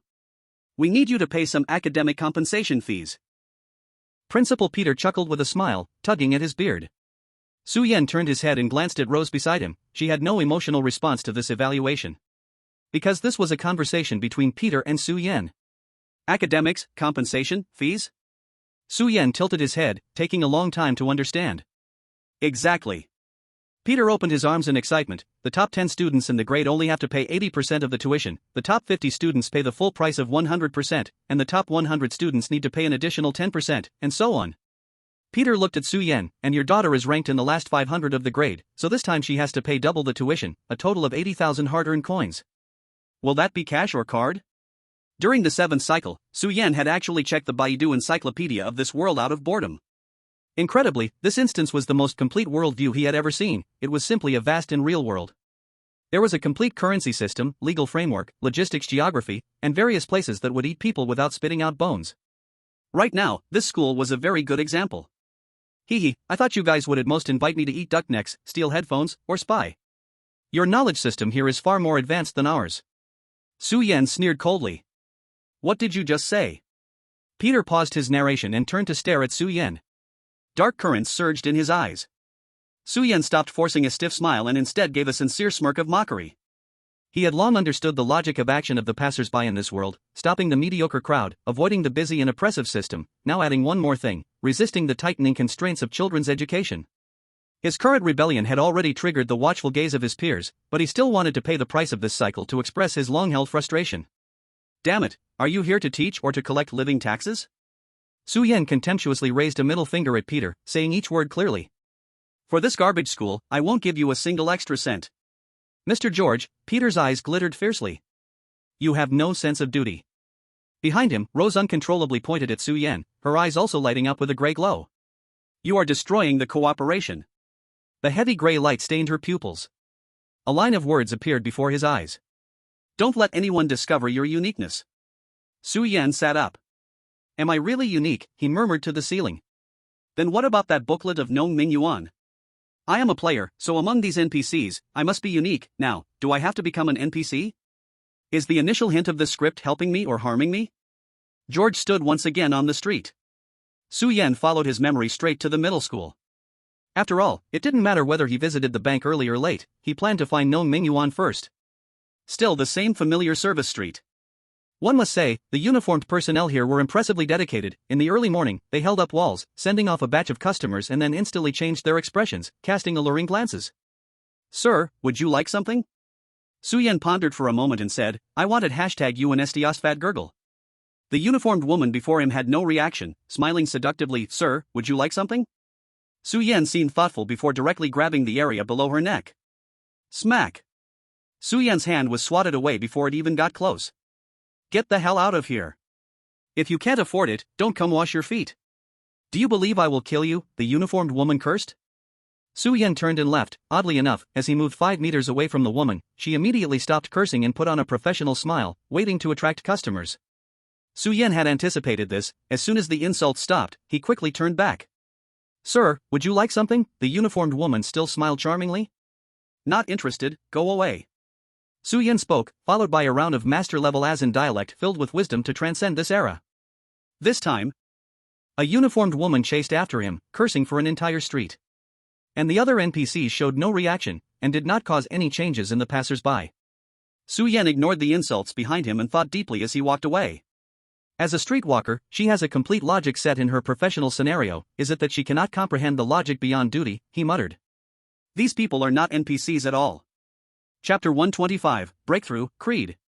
To test the essence of these people now. Su Yan had just conducted an experiment. For the first time, he said a completely meaningless piece of nonsense. Theoretically, whether player or instance resident, they should express confusion. But their reaction was to ignore it, as if they had not heard Su Yan's words face to face, that is, a refusal to respond. So for the second time, Su Yan approached through action, but this time, he did not make meaningless movements. Instead, he acted in accordance with the old street crit. This time, the feedback from the other party was very vivid. That is, human-level logic, but it does not rule out the possibility of a high-level AI capable of passing the Turing test. Turing test: when you do not know that the person talking to you through the wall is an AI, that person is equivalent to a real human. But at the same time, Su Yan cut off his response to the other party again and turned to leave. There was no logic in this, because if you go to touch someone's tofu and are stopped, you would either stick around with a grin or leave sulking and complaining a bit. Yet Su Yan's feedback, which was exceptionally blank, resulted in the other party's feedback stopping instantly. This was the third test, and together with the last one, it concluded the triggering conditions of this logic.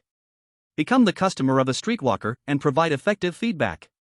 Finally, when the other party's state reset, Su Yan used the same trick again. Only this time, he played a role completely opposite to the old street crit. The streetwalkers, during their work, must face all sorts of people and freeloaders. They would also encounter those who wandered into the rough alleys, preferring to scold these streetwalkers as troublemakers. This fourth test was also very extreme. Su Yan specifically used the Hawaiian Hell Training Camp. To eliminate the good-natured streetwalker as an extreme value, his cursing ability at that moment rose to a shrew level of terrifying existence. The goal was to observe the reaction of this streetwalker. This is the most crucial part. He needed to know whether the abnormal behavior displayed by this group of people was due to innate defects or interference by some force. In the end, Su Yan drew an unnerving conclusion. They are not special, they are just ordinary people interfered by the same force. This is a game world forcibly altered by the same force. Su Yan turned back with a complex expression and said a piece of gibberish to the streetwalker. The latter's expression instantly calmed down, then a faint smile appeared on her face, and she returned to her previous spot, beckoning passers-by. Sir, how about a go? The long street was nearing its end.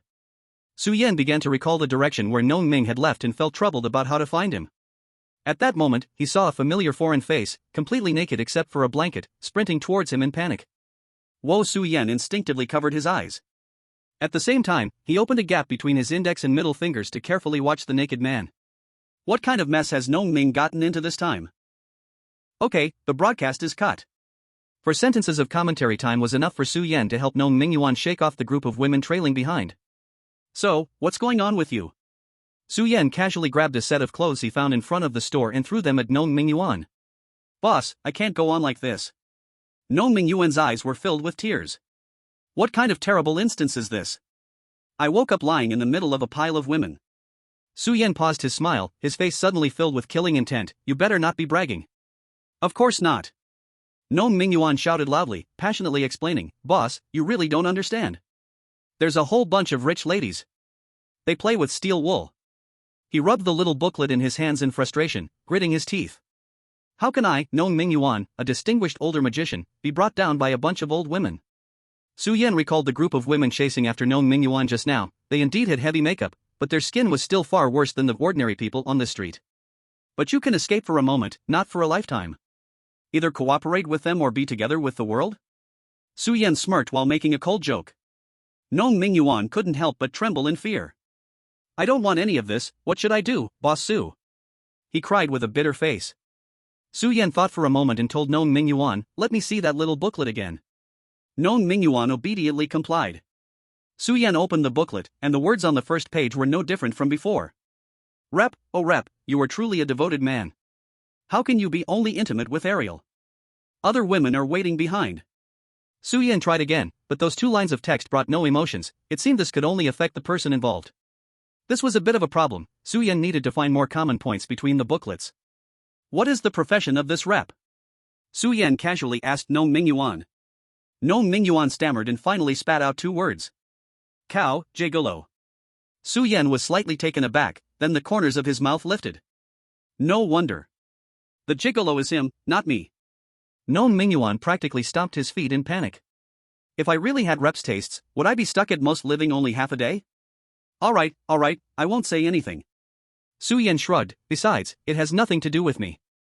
Of course, it has something to do with you. Nong Mingyuan suddenly knelt down, Boss Su, I don't want to stay in this hellish place for another day, please take me away. This man, who had endured in the Black Bear detective world for 2.5 years, was now trembling all over, tears streaming down his face. Boss Su, do you know? Every day, getting up from those old women's beds exposes my eyes to tons of mental pollution. Every little movement down there insults my male dignity. If you don't believe me, let me describe the details. I believe, okay? Su Yan immediately raised both hands in surrender. Alright, I'll just give it a try first. Su Yan placed his hand on the booklet, thought for a bit, and used the second hint hand again. The information that appeared was: the player's creed records the current character's remorse over today's life. Chapter 126, This City. So this thing is called a creed. Su Yan realized the name of the little booklet in his hand. The words player and character were points he somewhat cared about. This player should not refer to a horror game player, but rather a player of life online. This could explain the later character. Su Yan narrowed his eyes, chewing over the information that Zhang Qinglin had transmitted through Nong Mingyuan earlier. The Sanhajishu concocts living souls. If this living soul refers to the player's soul, then it's also normal for Renhishu to achieve this level. Assuming the worldview here is a role-playing game world, then every time our souls are drawn into each respective character's so-called NPC bodies while our bodies remain lying in that room. After triggering the light of cooperation, we were like formatted, our souls returning to the core of our stored points. The souls of these so-called NPCs returned to their original bodies to live out this day, while we waited for the game to restart, repeating this cycle. This is why we haven't been wiped out. Someone is protecting us? This is not protection. It is clearly ultimate torment. Nong Mingyuan protested, I feel like I have descended into 18 layers of hell. You are right, it could be torment. Su Yan did not immediately refute but instead pondered seriously, after all, who can say that life this game is not a kind of torment? But, no matter what, this puppet master has given us a choice. As for the outcome of the choice. Su Yan's voice gradually faltered at the end. He suddenly lifted his head. That's right, he had to see the outcome. If he couldn't even see the chessboard clearly, how could he talk about the game? This time, I want to walk the path on the creed. Su Yan made his decision. Ha? Nong Mingyuan looked terrified. But isn't that going to? Going to what? Su Yan gave Nong Mingyuan a sideways glance and suddenly showed a smile like a fish caught on a hook. You really have been a coward, haven't you? I haven't. Nong Mingyuan's face instantly turned red. I just tried, every old woman kissed my face, it was like nibbling on pig skin. Absolutely no selling of my body. Nong Mingyuan began to self-hypnotize. But that emotional infection is really strange, how could I possibly feel happiness? Before Su Yan could ask, Nong Mingyuan blurted out. The final piece of information was also clarified. In any case, I want to give it a try, see you in the next loop. Su Yan threw Nong Mingyuan's creed back to him and waved goodbye as he walked away. Leaving Nong Mingyuan staring at the first page of the creed, tangled in the wind. Is this really possible? Or, should I give it a try? I love capital, long live the bank. Su Yan missed the full attendance award again. This time, he looked at the silent smiling face in the mirror that was once again being forcibly deformed, and smiled slightly. Little Shuage fell from a high place once again, welcoming the attention of all the staff on the 12th floor. Su Yan successfully slacked off again, sneaking out of the elevator, and arrived at I Love My Parents' Money Middle School. Rose. Father, how did you? Interrupted. Take me to the parent-teacher meeting. Okay. The two walked directly to the principal's office without any conversation this time. Mr. George, hello, I am Peter, the principal of this middle school. The reason for calling you here is? Interrupted. Transfer. Ding. Deducting 0.6% higher education handling fee, 79,520 blood and sweat coins received. After the payment, Peter became even more enthusiastic, completely opposite to last time. Your investment will surely yield returns. The parent-teacher meeting concluded. This time, Peter took him to Rose's class like Hans, moving Rose's seat from the last row to one row forward, right in front of him. But compared to the cramped classroom of 10 rows and 80 people, Rose's figure sitting in the second to last row seemed somewhat small. Yet, she showed no reaction, merely as a student, quietly bowing her head, reading her book, wearing a smile much hollower than Peter's. Watching this scene, the previously somewhat numb Su Yan felt a flicker of anger rise in his chest. He knew it was almost time, so he bid farewell to Principal Peter, turned around, and entered a bathroom. He took out the creed booklet. George, oh George, you are truly a hopeless man. How could you forget that there is a parent-teacher meeting for Rose at noon today? This is not the behavior of a qualified father. At this moment, the 2 lines of text above had already been crossed out. George's sense of happiness plus 30%, current, 60%. An intense sense of happiness surged uncontrollably into his mind, bringing a thrilling sweet emotion. This time, Su Yan's thoughts were somewhat infected. He wore a smile on his face, his eyes smiling so much that they almost burst into tears. George, oh George, you are indeed a hopeless man. You work hard, neglect your daughter, and entrust her to the school. What was exchanged for this was a cold-hearted daughter and greedy exploitation. Who are you working so hard for? Ha ha, ha ha ha. Su Yan couldn't control his laughter, and the corners of his mouth were rising and hardening in the mirror. Fortunately, he knew that the boys' bathroom during class time would be empty, because both teachers and students had to obey the rules. After a while, Su Yan suppressed his emotions and wiped away the tears from the corners of his eyes. But even now, a strong sense of happiness continued to surge from his heart, affecting his body and mind persistently. Su Yan had a blank expression, looking at his radiant self in the mirror. At this moment, he didn't need to force his little advertisement act and was almost no different from those around him. He seemed to have understood something. Su Yan turned to the next page. George, oh George, you really are an irredeemable man. A new creed had appeared. How can you work late and collapse into bed without even buying a single rose? Today is your 20th wedding anniversary with Mary. This time, what came through the words was the guilt and flattery after years of working hard for his wife. At the same time, Su Yan felt a numb heaviness spreading through his body, even a slight cold pain in his lower back. It seems this day is about to come to an end. Su Yan nodded with satisfaction. But there is one strange thing. Why isn't the completion of the creed real-time? Su Yan flipped back to the previous 2 pages. Every time, it was only after he opened the booklet that related events would be crossed off, and the happiness level would rise.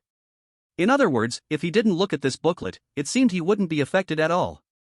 This contradicts the design concept of the game. Key items that are highly related to clearing the game must be triggered 100%. Perhaps, the creed has other uses. Su Yan left the school. He estimated the time. At this hour, he probably wouldn't see any good show at home, suddenly having an idea. Should he go look for other players in this city? Chapter 127, A Failed Ending. Su Yan had previously taken a hurried glance over the entire city. The city was built around the distant high mountain, and Su Yan was in a relatively far area.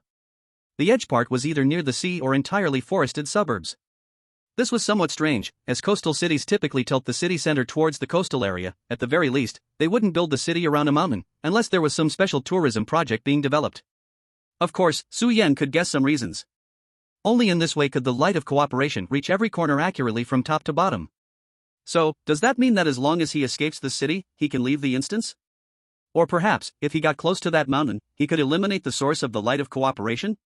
The nightmare-level instance really is troublesome. Su Yan rubbed his forehead in a bit of a headache. There are too many interference options to eliminate, making it hard to identify the correct way to clear. At the moment, Su Yan decided to first eliminate one interference option. Does this instance need the strength of players to clear? Su Yan took the subway. Because his home was close to the bank, George didn't have things like a subway card, but fortunately, mobile payments were equally convenient in this world. He succeeded. The subway routes were interconnected, meaning he could reach any corner of the city in a day, whether it was to escape the edge of the city or reach that mountain. Yet, he felt no sense of ease. After getting used to this instance, it instead imposed no harsh restrictions on players. In the psychic abyss, players at least had to confront food survival issues. But in this city, the freedom was unreasonably high. Life online, does this mean escaping and delving deep cannot shake this game? We will only welcome a new day of life after time runs out? Su Yan sat on the subway, returning to the starting point. As expected, this trip brought nothing. As a player who cannot defy cooperation, finding like-minded individuals in the vast sea of people is extremely difficult. To avoid being discovered as special, one can only leave specific markers, but spreading them throughout the city's corners is equally challenging. Next time, I need to look for clues in newspapers and news television. Su Yan tentatively arrived at a new direction. If there is a player who refreshes into the role of reporter, they might find a way to communicate with other players. He raised his head and walked out of the subway station, as the sky was darkening. Su Yan took out his work ID and headed towards the family contact address written on it. On the way, he passed by a flower shop. "Hello, sir, may I ask?" "A bouquet of roses." Su Yan interrupted. Soon, he bought a bouquet of roses as stated in the creed book, holding them while walking home. The dim light shone on the street, surrounded by pedestrians full of smiles, creating an extremely warm and happy scene. And Su Yan's destination was clear. In front of his home yard, Su Yan stared at the wooden sign that read "Happy Home" for a long time, grinned, and walked into the house. "Auntie, I'm back." At the dim doorway, shoes were scattered everywhere. The living room was very quiet, completely dark, with vague strange sounds coming from deep in the hallway. Su Yan smiled and put down the roses in his hand, turning on the living room light. It was a mess. Clothes were thrown everywhere, with fabric reducing towards the bedroom, containing both women's and men's clothing. Su Yan stepped over a stocking and walked to the bedroom door, hesitating slightly. Buying flowers and going home are both necessary conditions, so perhaps it's better not to hurt my eyes. But things didn't go as planned. At that moment, the voices of a man and a woman came through the soundproofless bedroom door. "Ugh, George might be back soon." "That guy works so much, he probably won't be home tonight." "Baby, let me see." "No." The unfamiliar female voice should belong to George's wife, Lena, while the other voice was quite familiar to Su Yan. "Hans, haha." Su Yan casually took out a small booklet, commenting, "I wondered how he knows so much about George's family." Su Yan moved slightly away from the bedroom door and turned to the third page of the creed book. "George, oh George, you are truly a hopeless man. How could you work late and crash into bed without buying a single rose? Today is your 20th wedding anniversary with Mary." As these two lines of text caught his eye, an underline quickly appeared, marking these lines off like a task. From beginning to end, the creed only mentioned the character itself. In other words, as long as the character completes what they believe to be good deeds, they can fulfill the creed, but whether the outcome is good or bad, who knows? George's sense of happiness plus 30%, current, 90%. An unprecedented sweetness surged in his heart. This after effect was somewhat beyond Su Yan's expectations, causing him to stumble and fall to the ground, nearly making a loud noise. Su Yan propped himself up with one hand and tightly covered his mouth with the other, yet he still laughed uncontrollably through his fingers. "Oh, ha, so this is the true meaning of happiness, ha?" Su Yan laughed so much he rolled on the floor. "Yes, George, how can you not feel happiness? You've done your duty the best you can, you didn't miss a single day of work, you didn't skip your daughter's parent meeting, and you even bought flowers for your wife on your 20th anniversary, ha ha ha. You fulfilled your duty as an employee, father, and husband. As for the result, what can you do? You should feel happy for that, ha ha ha." Su Yan looked at the taskbar showing he was only 10% away from completing the happiness requirement, suddenly realizing something, and ceased suppressing his laughter, bursting into hearty guffaws. On his comically stiff laughing face, only the terror of making the wrong choice flickered in his eyes. "Ha! Yes. Your life. It can only align with the world's expectations. Align with your humble heart. But it cannot align with others' hearts. Are you satisfied with this happiness caged in cooperation? Ha ha ha. Wrong. We were all wrong." Su Yan laughed loudly, yet his body swiftly got up, rummaging through everything in the living room, purposely making loud noises. At that moment, from behind the bedroom door, there came a stir. Su Yan's racket startled the two, and they would soon come out of the living room. But Su Yan was faster. Then, his movements suddenly seemed to jam as his whole body froze in place. In the dim light, Su Yan stood quietly in a corner of the living room, trembling violently, with an exaggerated smile on his face, yet his eyes were suddenly filled with fear. With a creak, the bedroom door opened. But Su Yan ignored this. With a rigid smile that seemed irreparable, he trembled as he looked at the two familiar booklets in his hands. These were the ones he found in the coats of his wife and Hans. The creed. You are players too, ha, so that's how it is." Su Yan looked at the two behind him, their eyes glowing with a gray light, and he laughed manically. You everyone is the same." Su Yan laughed despairingly with his eyes wide. "Why would I need to look for players? You have already filled a city.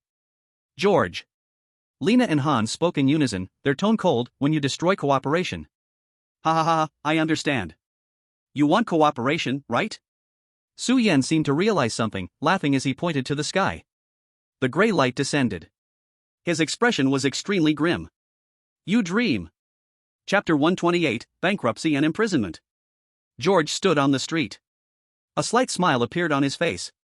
If looked closely, it was different from the smiles of the pedestrians around. It seemed overly relaxed. The sense of happiness, the side effect that hindered my thinking, has finally been wiped away. Su Yan lowered his eyes, a cold shine occasionally flashing by, feeling a lingering fear. He glanced at the passers-by again. If he had continued to make mistakes, this time the cycle might have turned him into them. Su Yan took a step forward, secretly thinking. The trap of happiness is buried before the truth. So how many players have already fallen into it now? Su Yan looked at the crowd around him, his smile gradually turning to despair. Service Street. Su Yan arrived at the place where Nong Mingyuan was, and faintly heard a commotion. The next moment, Nong Mingyuan jumped out of the window again, wrapped in a blanket. Su Yan swiftly reached out and caught him, hiding him in a corner. Looks like you failed, Su Yan said, looking at Nong Mingyuan's nearly broken expression as expected. Whoa, Boss Su, it's not going to work. If I keep being influenced by that goddamn sense of happiness, I'm really going to lose myself. Nong Mingyuan shouted. I can't hold back anymore, I want to go down with them, whoa. Alright, I have found a way to break the impasse, now listen to me. Su Yan sighed, covering Nong Mingyuan's mouth with a flatbread, his voice gradually lowering. The real way to deal with the creed is. Morning, 9:30 a.m. Seeing Su Yan appear at the door, Hans's smile eased a lot. Buddy, it's such a pity you missed the final perfect attendance reward. I'm sorry, for fairness, I had to cancel your perfect attendance reward. But don't worry, I won't hold you accountable for your tardiness this time. Hans patted Su Yan's shoulder, looking like he truly cared for him. Responsibility, huh? Su Yan glanced at Hans, then suddenly sneered. I'm going to work. Su Yan returned to his workstation, not rushing to open the creed booklet. Let me think, how should I get my perfect attendance reward back? Su Yan muttered to himself, brainwashing? No, it's not worth wasting a bullet on that. Stealing? That won't do either, that would have nothing to do with work compensation. Law? It's better to rely on the law. Alright, let's do it this way. Su Yan closed his eyes and activated the Hawaiian Hell training camp. This time, he chose to gain master-level hacking skills. Should I be grateful that this computer is still connected to the internal network? Su Yan chuckled and began to type rapidly on the keyboard. He looked just like a diligent employee. Not far away, Hans, who had just finished using the restroom on the employee floor, watched the scene and smiled with satisfaction. 2 hours later. Hans, pulling up his pants and holding a roll of toilet paper, took the elevator back to the employee floor.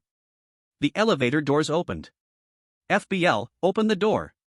A group of strong men in black police uniforms rushed into the elevator, surrounding him entirely. Ha? What do you want? Hans panicked.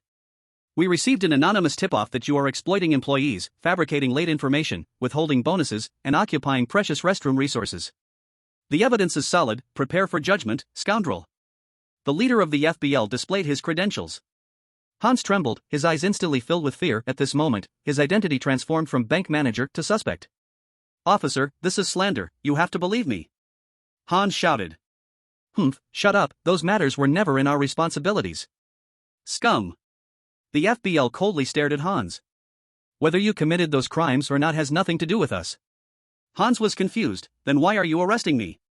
The FBL replied, someone anonymously reported that you are smelting copper. Damn. Hans's face twisted, this is a blatant smear, I clearly like married women.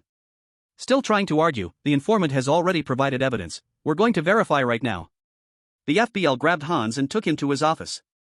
Then, a group of people waited for the computer to boot up, enduring a 60-second wait. The boot screen passed. How could there possibly be? Damn. Hans was smug, then became dumbfounded. On the desktop, there were two adorable two-dimensional girls, slick with bubbles, embracing each other, looking shyly at themselves. In the most prominent place on the desktop, various folders named with Luo and you were filled with our 18 videos. The surrounding FBL members immediately became serious. Did you hear that? He just said he wanted to do it. The evidence is undeniable, he really deserves to die. Hans was taken away with his head hung low.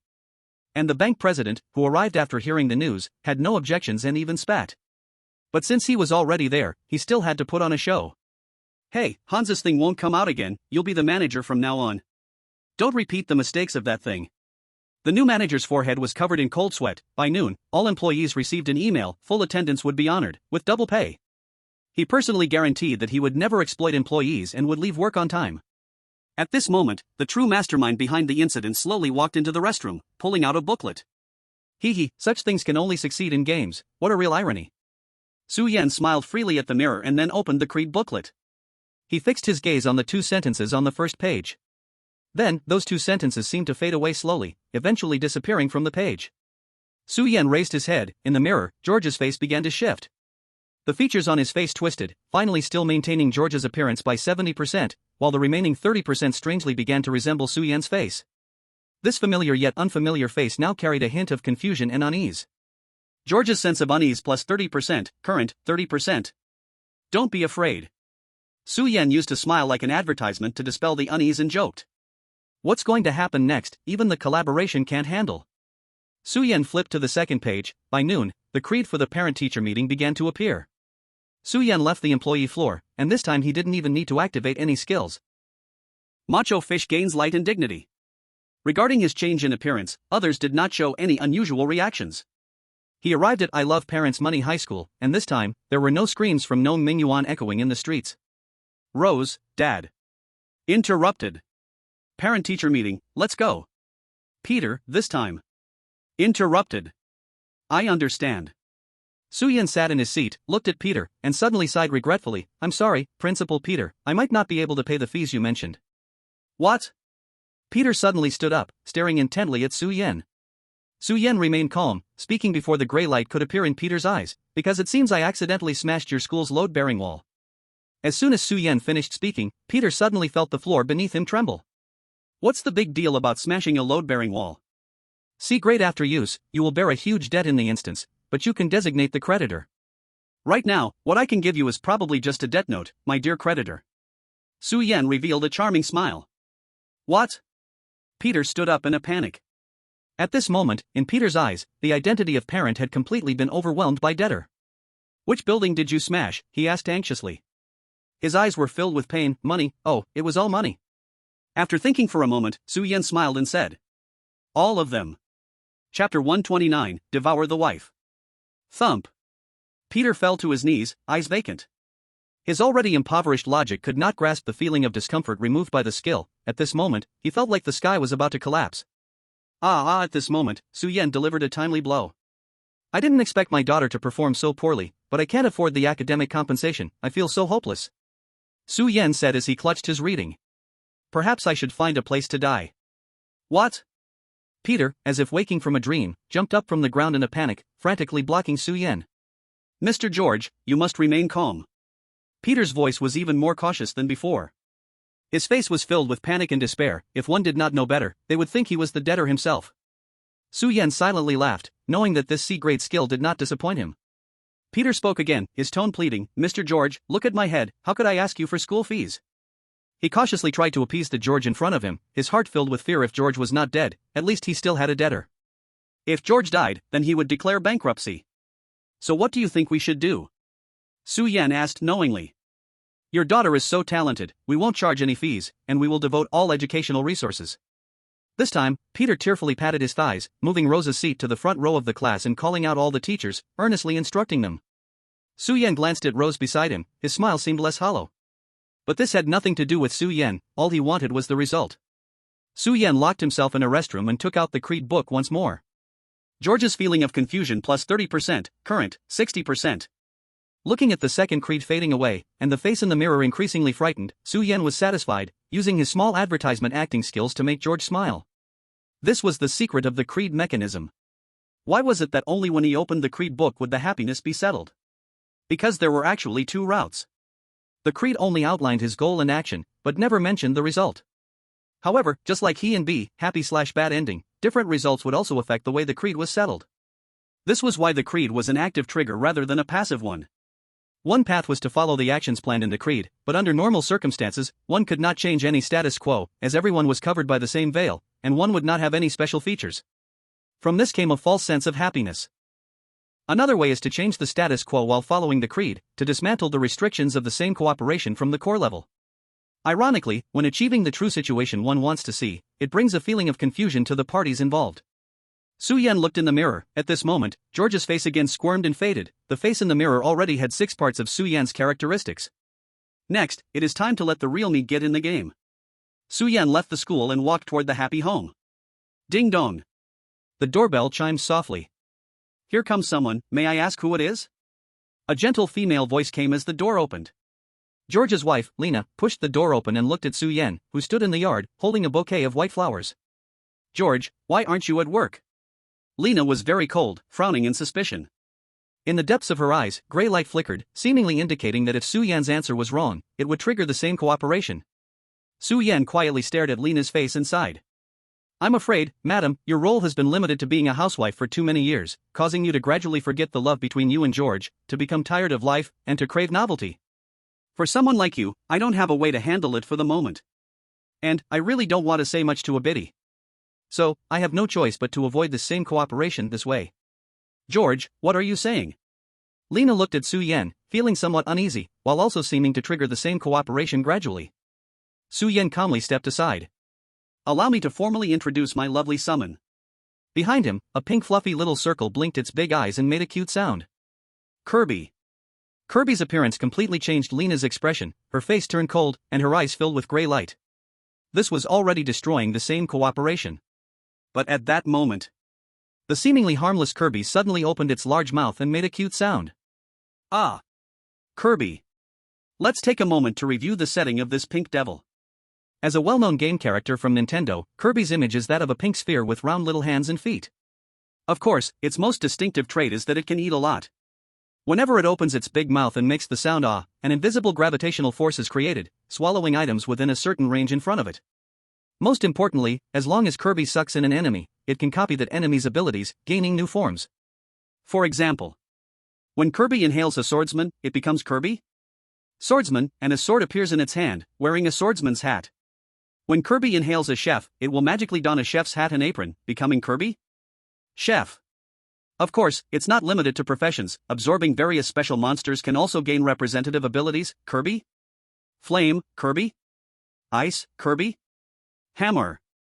If we talk about any drawbacks of this method, it would be only one ability can be copied at a time, and can't be heard after copying abilities.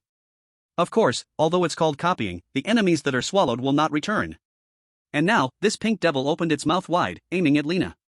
Ah! A powerful suction. The gray light in Lena's eyes immediately dissolved, and then, defying Newtonian physics, her whole body was twisted by space and drawn into Kirby's belly. Kirby's cheeks puffed slightly, and its belly expanded significantly. It swayed its somewhat bulky body and looked innocently at Su-Yen with its watery big eyes. The swallowed items could be transformed into star energy or could devour and copy abilities. Su-Yen, naturally, wanted the latter. Swallow it, Kirby. Kirby nodded, and with a gulp, its full belly immediately digested the creature inside, returning to its original shape. At the same time, a white light enveloped its body. Chapter 130 Inconsistent Inside and Out. In the next moment, fluffy curly hair sprouted from Kirby's head. In his left hand, he held a broom and in his right hand, a frying pan, wearing a somewhat transparent little skirt. Ding ding. Su-Yen seemed to hear a cheerful sound coming from somewhere in the void. He looked at Kirby in front of him. The fact that the cooperative light had not been triggered yet only indicated one thing: he had succeeded. Kirby? Housewife. Kirby, with an innocent smile, tossed a wink at Su-Yen. Then, a heart appeared in the air, in a sticker style, flying toward him. Su-Yen quickly dodged. For Kirby, no matter how useless the absorption ability was, it would still possess remarkable attack power. Sleep Kirby, why not take a look at me? Umbrella Kirby can turn an umbrella into a meat grinder. Hammer Kirby wields a hammer with the power of a pile driver. Sure enough. When Housewife Kirby's flirtatious gaze materialized, it flew towards the wall behind Su-Yen, directly, leaving a small heart-shaped hole in the reinforced concrete. Kirby excitedly spun around. Su-Yen wiped the sweat off his brow and hurriedly comforted, all right, you will have many chances to show your ability later. For now, just stay at home obediently. Kirby innocently nodded, then suddenly looked lazy, pulling out a bucket of popcorn from nowhere and laying on the sofa in the living room. She turned on the TV and started watching a family drama. Seems like everything is okay now. Seeing Kirby quiet down, Su-Yen breathed a sigh of relief and took out the Creed book. On the Creed book, the text on the third page had not yet faded away. Su Yan knew he needed to take the last step. He put down the white roses he bought from the flower shop, walked into the kitchen, and began making dinner with a bang and clatter. Since it was the wedding anniversary scene, naturally, they needed to celebrate. Originally, having Kirby? Housewife do this might yield better effects, but Su Yan didn't dare. Don't be fooled by Kirby being a cute character. Her absorption ability was indeed simple and cute, but that was just the appearance. Every ability she transformed into had significant destructive power. Sleep Kirby, why not take a look at me? In extreme cases, Kirby could very well tear the house apart. An hour later, after Su Yan and Kirby clinked glasses at the dinner table, Su Yan took out the Creed, and the text on the third page faded away. George's feeling of bewilderment plus 30%, current, 90%. Finally, are we approaching the end? Su Yan stretched lazily and walked toward the bathroom. In the mirror. George's face barely resembled his old self anymore. Instead, it was a face that looked 90% like Su Yan's. But now, this face was filled with worry and fear. George's feeling of bewilderment plus 1%, current, 91%. A strong sense of repulsion and fear surged from his heart, striking Su Yan's mind. I see. Su Yan said expressionlessly, this last 10% of time is both an escape time and a choosing time. George's feeling of bewilderment plus 1%, current, 92%. Su Yan reached out toward the mirror. The person in the mirror also reached out, both hand palms wanting to meet, pressing against each other. We all firmly believe in what is written in the Creed. Su Yan said. But for an ordinary person, when he has done his part but cannot achieve the expected outcome, all he can do is comfort himself with a false sense of happiness. At least, he did nothing wrong. And the irony is, when he changes himself to make his surroundings change, he will feel bewildered and afraid of this change. What are you afraid of, George? Su Yan's gaze was sharply fixed on the figure in the mirror. The next moment. In the mirror, that fearful face began to tremble gradually. He pulled his hand back, seemingly trying to escape, but Su Yan's hand, like pushing through ripples, reached into the mirror and firmly grasped him. Are you afraid that your changes will ruin everything calm and beautiful? Afraid that you will bring trouble to those around you? Afraid that true happiness now won't last long? Compared to this, would you rather numb yourself and reject this change? Su Yan's eyes shimmered with a cold light as he said coldly, stop joking around. George's sense of confusion plus 3%, current, 95%. He reached out, tightly grasping George's collar in the mirror. Yes, the more outstanding I am here, the more frightened you become, because I am the ideal you, but you can't be that ideal. You are wrong, terribly wrong. You are the biggest coward, you obey the alliance but refuse to truly step outside, you secretly write your own doctrine again and again, but always repeat the same mistakes. Even now, you won't even look in the mirror. Otherwise, you should have discovered it by now. Su Yan's hand gradually exerted force, trying to pull the person in the mirror out. As his hand withdrew, the person in the mirror uncontrollably turned his head, looking at Su Yan, whose nose was nearly touching the mirror's surface, with a face of fear. Look at me! Su Yan shouted angrily. George stared back at Su Yan in terror. In their reflected pupils, they saw their own face, a face identical to the other. George's sense of confusion plus 4%, current, 99%. A game is just a game, no matter how many infinite days you are given, you cannot change everything. What you need to do is face your life, to rewrite your doctrine day after day, year after year. There will be failures, there will be sinkings, there will be returning to the starting point, but so what? When you shed your shell of escaping reality, you will become me. Su Yan firmly grabbed George's head, pulling him out of the mirror, and then smashed his head hard against the mirror surface. Now, it's your turn to take over this false reality. It's time for me to see that real ideal that. George's sense of confusion plus 1%, current, 100%. The mirror shattered. In the distorted glass, the face of Su Yan slowly lost its fear and anxiety, replaced by a sincere, hopeful smile. Blood flowed down from his forehead, Su Yan felt dizzy, his body sank, and he fell into the mirror. Endless white light enveloped him. When he opened his eyes again, he found himself lying on a bed. It was a familiar small bed. The bed was in a small room painted entirely white. On the ceiling, the familiar words had disappeared without a trace. The clean white ceiling appeared empty. On either side of the bed, the once bright red door had dulled, while the right blue door moved naturally, opening by itself at that moment. Su Yan lay on the bed, wide-eyed. I think I have seen the ending.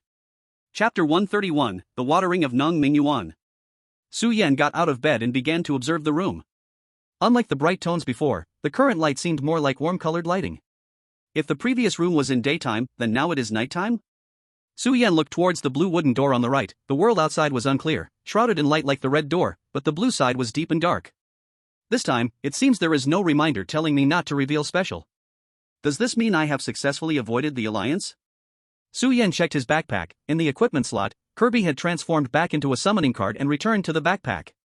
It seemed this time still belonged to the realm of reset. Su Yan stepped through the door, and his vision suddenly expanded. He found himself on a familiar street. The night enveloped the entire city. But now the entire city seemed desolate, extremely silent and dim, with hardly anyone around. The surrounding streets and buildings were mostly in tatters, as if they had endured countless bombshells. What happened? Has it turned into the apocalypse overnight? Su Yan was curious. He casually walked up to a store's entrance. The door frame and glass were shattered all over. He walked right inside, and suddenly, a gloomy aura seemed to lock onto him. Following the feeling, Su Yan looked. A faint black soul shadow floated in front of the counter. Su Yan's approach seemed to stimulate it, and it immediately emitted a faint black mist, rushing towards Su Yan. Su Yan hesitated for a moment but still did not summon the three-dimensional maneuver first, instead slapping out his hand. The black soul was directly smashed into fog. So weak? Su Yan was surprised. Recalling the face of the pedestrian and the uniform of the shopkeeper that the black soul displayed, Su Yan speculated, could it be that all the NPCs in this world have become these black shadows? What a boss Su, help me! At that moment, Nong Mingyuan's loud cry echoed from a distance. The voice was separated by several streets, but due to the city's dead silence, it was clearly captured by Su Yan. Su Yan's expression changed slightly. With a single step, he directly leaped into the air, quickly locking onto Nong Mingyuan's position. He was being chased by a gigantic humanoid monster made up of black souls, which was much more menacing compared to the black souls Su Yan had dispersed earlier. Its body was almost solidified, its limbs bulging with hair, and apart from having a human face, its shape was already unlike that of an ordinary person. Duck! Nong Mingyuan was running in a panic, and upon hearing the familiar voice, he was suddenly overjoyed. Without hesitation, he rolled and obeyed. The black beast's dark eyes turned fierce and pounced heavily. Then two laser blades crossed like butterflies, and the black beast's eyes went blank before being cut in half, dissolving in the air. Boss Su, you are my idol. Nong Mingyuan sat on the ground, giving a thumbs up. I told you, skills can be used here already. Su Yan helplessly sheathed his three-dimensional maneuver and looked at Nong Mingyuan. Nong Mingyuan was increasingly excited. Boss Su, I finally escaped from that hellish place. You are my savior. This place is not suitable for staying long. Su Yan raised his hand to interrupt, looking at the surroundings where black shadows peered out from alleys and streets after the earlier commotion. The two exchanged glances and immediately jumped onto the roof of a shop, tumbling between the tall buildings. With their current player physique, this was not difficult. In contrast, those lowest-tier black souls seemed to only possess the physical strength and mobility of ordinary people. Finally, Su Yan and Nong Mingyuan stopped on the roof of a department store, finding a relatively safe corner. Tell me, how did you break through over there? Su Yan was genuinely curious about how Nong Mingyuan had escaped his gigolo creed. It's simple. Nong Mingyuan slapped his thigh, excitedly saying. According to what Boss Su told me, I only needed to give each woman equal love without disappointing them. I really didn't need to do that work. You didn't do it, and they didn't force you? Su Yan raised an eyebrow. Based on his understanding, the difficulty of Nong Mingyuan's creed should lie in servicing wealthy women. That meant Nong Mingyuan was satisfied by a group of rich women, fulfilling his desires. He naturally meant escaping disaster and preserving his virginity. If Nong Mingyuan could really pass by just flattering women with sweet talk, he wouldn't have been stuck in the loop for so long. Right. Nong Mingyuan declared confidently, I was almost handled by them. Fortunately, at the last moment, I thought of a way. What way? I said I was infected with AIDS. Su Yan fell silent. As a gigolo, Nong Mingyuan naturally couldn't violate the discipline and duty of servicing wealthy women, but claiming he was sick would naturally prevent anyone from forcing him. However, a gigolo like that probably wouldn't be wanted by nightclubs anymore. Reap probably owes you a big thank you.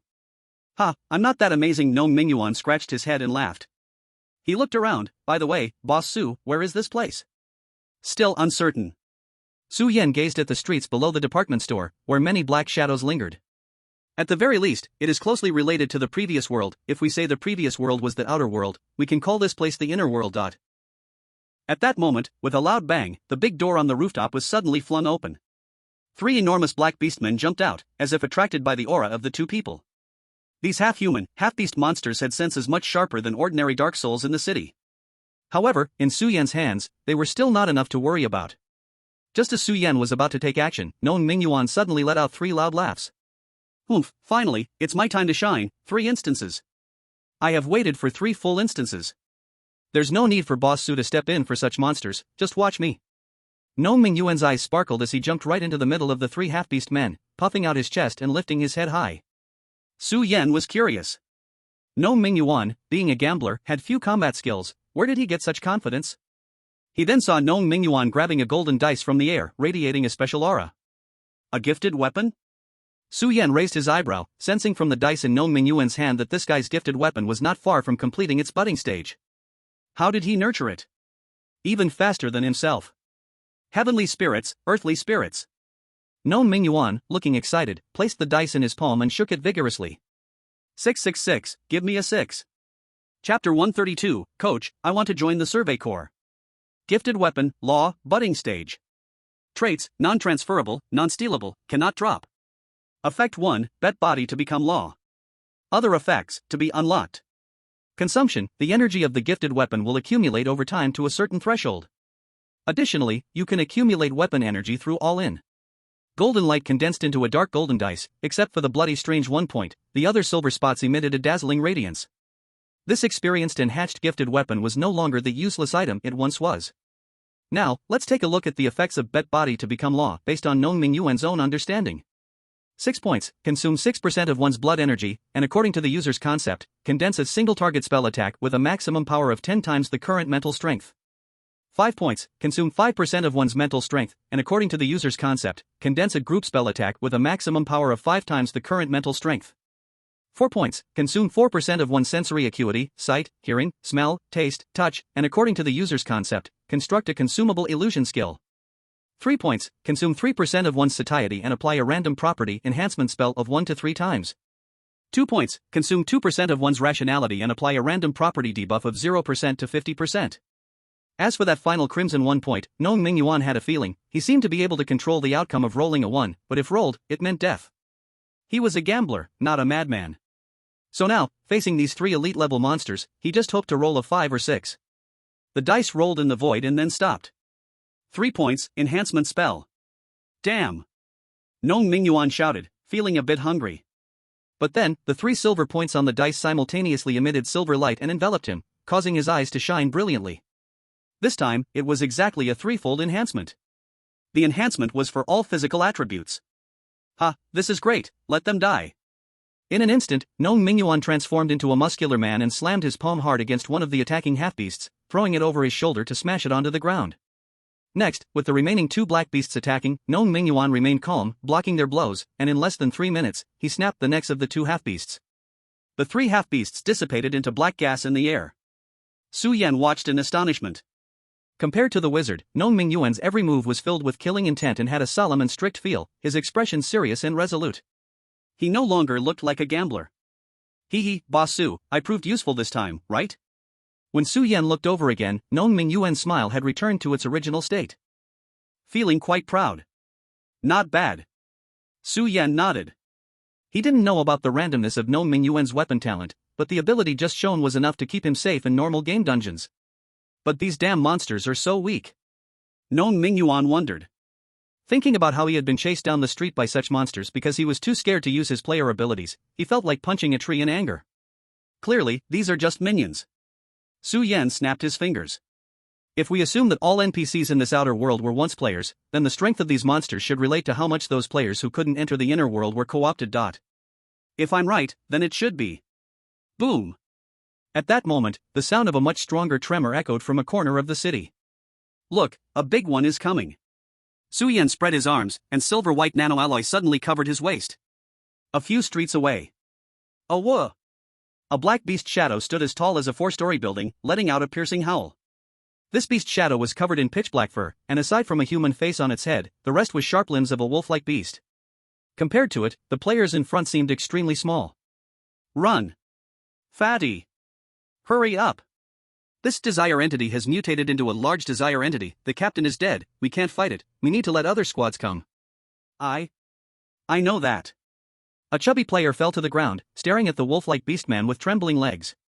Despite going through so many encounters, he still felt fear so overwhelming that he couldn't even dare to breathe. Let alone running away. Around him, the players gritted their teeth, shouting retreat. They abandoned the fat player right there. The little fatty showed no complaints, managing a bittersweet smile, allowing the desire entity to close in on him, its sharp mouth wide open. Damn it, if it weren't for the fact that I couldn't meet the Lord, I'd definitely kill you. The little fatty muttered threats, but his body obediently curled up, lips and eyelids tightly shut. Just then, he suddenly opened his eyes in surprise, feeling power surging through his limbs. This is. He looked up. The large desire entity had already swung its claws down, and he had no time to react. But a brilliant flash of a blade cut through instantly. Swish! That flash of light was like a snake or lightning, swiftly spreading across the giant body of the desire entity. Black blood sprayed everywhere. The other players stopped in their tracks, stunned by the scene. Blade Light brother. The little fatty blurted out. He looked at the young man suddenly appearing before him, holding dual blades and some familiar flashy silver device. I say. Facing away from the little fatty, the man spoke in a somewhat lazy tone, raising his dual blades while blocking the desire entity's claws. You've got a mighty voice, you should get up and run. As Su Yan spoke, he drew his dual blades, and the blades shone with even more brilliant light. This was his first time testing the skills attached to B-class equipment. Take my stellar burst slash. Su Yan shouted dramatically. The three-dimensional maneuvers of the plasma light blades left after images in Su Yan's hands, which, despite having no flashy features, inexplicably burst forth with dazzling light at that moment. The main focus was to look cool. 1 slash, 2 slashes, 3 slashes. The crowd watched in awe as Su Yan quickly left wounds on the large desire entity. The number of slashes Blade Light brother could unleash was determined by skill in the scene. If he faced a highly skilled player, he might end up trading injuries and be forced to retreat. But this huge monster was the best target, powerful yet relatively slow. Su Yan's slashes encountered nearly no resistance, leaving afterimages in the air. As the final slash landed, piercing the wolf-like desire entity's paw, it finally let out a scream of agony. Shattered into black smoke, completely dissipated. Now, everyone, do you have time to explain to me what is happening here? Su Yan turned around to look at the crowd, all dressed differently, clearly players like him. Thud. His foot sank. Su Yan looked down and saw the previous chubby player with tears in his eyes, hugging his own thigh. Coach, I want to join the Survey Corps. Chapter 133, Protagonist Template. This friend, men shouldn't be intimate, please let go. Su Yan pondered for a while and said lightly. Nearby, knowing Ming Yuan, who had rushed over, couldn't help it anymore. Hey! If you're going to cling on, at least do it in order, get behind me. Oh, okay. The chubby boy nodded vigorously and obediently stood up. So what exactly is going on here? Su Yan asked. Fatty. At this moment, the previously scattered players also rushed back, bringing with them a man in a white suit. Let me explain everything. The man in the white suit looked at Su Yan and smiled. I didn't expect two contrarians to appear tonight, and such powerful ones. I think our time to clear the game is getting closer. Contrarians? Su Yan didn't expect these people to know the name of the creed, but thinking about it, it was normal since he had the hinting hand, and others might have similar skills too. Moreover, judging from the situation, they seem to have formed a very open information-sharing organization. This way, please. The man in the white suit opened a path. I think since both of you can enter the inner world, you must have discovered that the correct way to get through a day in the outer world is to achieve an outcome that is objectively different from the creed? The man in the white suit asked politely. Su Yan walked while surveying the surroundings, nodding. It seems that the man in the white suit aptly referred to this method of clearing as contrarian. This is precisely the reason we, the players, can appear here. As long as we complete a contrarian action in the outer world, we can enter the inner world in the next cycle. Otherwise, we will just reset before midnight and return to the starting room, stuck in a day in the outer world. So how long can we stay in the inner world? Su Yan asked, 8 hours? Every day in the outer world starts around 8 a.m., so if it resets at midnight, doesn't that mean there are only 8 hours in the inner world? No, on the contrary. The man in the white suit smiled and waved his hand. We also have nearly 10 hours in the inner world, which is 1 day. As they moved forward, the black souls around them gradually lessened, and this area seemed to have been cleared specially. Of course, if you accidentally die, then you will just have to wait for the next cycle. Su Yan had long suspected this, and now the man in the white suit's words confirmed one point. Dying in the inner world would only mean returning to the room, just like in the outer world. No wonder these people had abandoned the chubby boy so decisively just now. Known Ming Yuan beside him was puzzled. We all came from the outer world after completing a day, and now we stay here for another day, so what about the other players in the outer world? As soon as he spoke, he found everyone looking at him as if he were a fool. The man in the white suit patiently explained, you can understand that, as players from a deeper layer of the world, we have more privileges. After all players experience daytime, once we contrarians experience nighttime, it will be daytime again. We can see it as a 48-hour world. Each time we successfully complete a contrarian action in the outer world, we can gain another 24 hours in the inner world. Su Yan contemplated. This was indeed a reasonable hypothesis. However, there was a point of doubt here. Whether in the outer world or the inner world, a day begins from waking up from sleep. If it's really a 48-hour world, then there would be no need for the inner world to make people sleep for a while first to enter. 24 hours would actually be the same as the outer world. There are several hours of blank time. Since that's the case, there are too many things that can be done in there. How did you all find this out? Su Yan asked. The man in the white suit smiled and led everyone to a broken underground parking lot. The entrance to the parking lot was large, but it was locked by an iron electronic door. You will know this soon. Much of this has been verified among us players, and deeper knowledge, including ways to clear the game, was told to us by our leader. Ways to clear the game? Su Yan was surprised. He thought these players were just struggling to survive here, but it seemed their progress was much faster than he imagined. That's right, this is not a secret, but the direction of struggle for all of us players. The man in the white suit led everyone inside the iron gate, entering the secret 1234, and the door opened. Such a simple password. Nong Mingyuan twitched his mouth. After all, it's just to prevent those desire entities outside from entering. The chubby boy in the crowd said. Desire entities? Is that the key to your game clearing?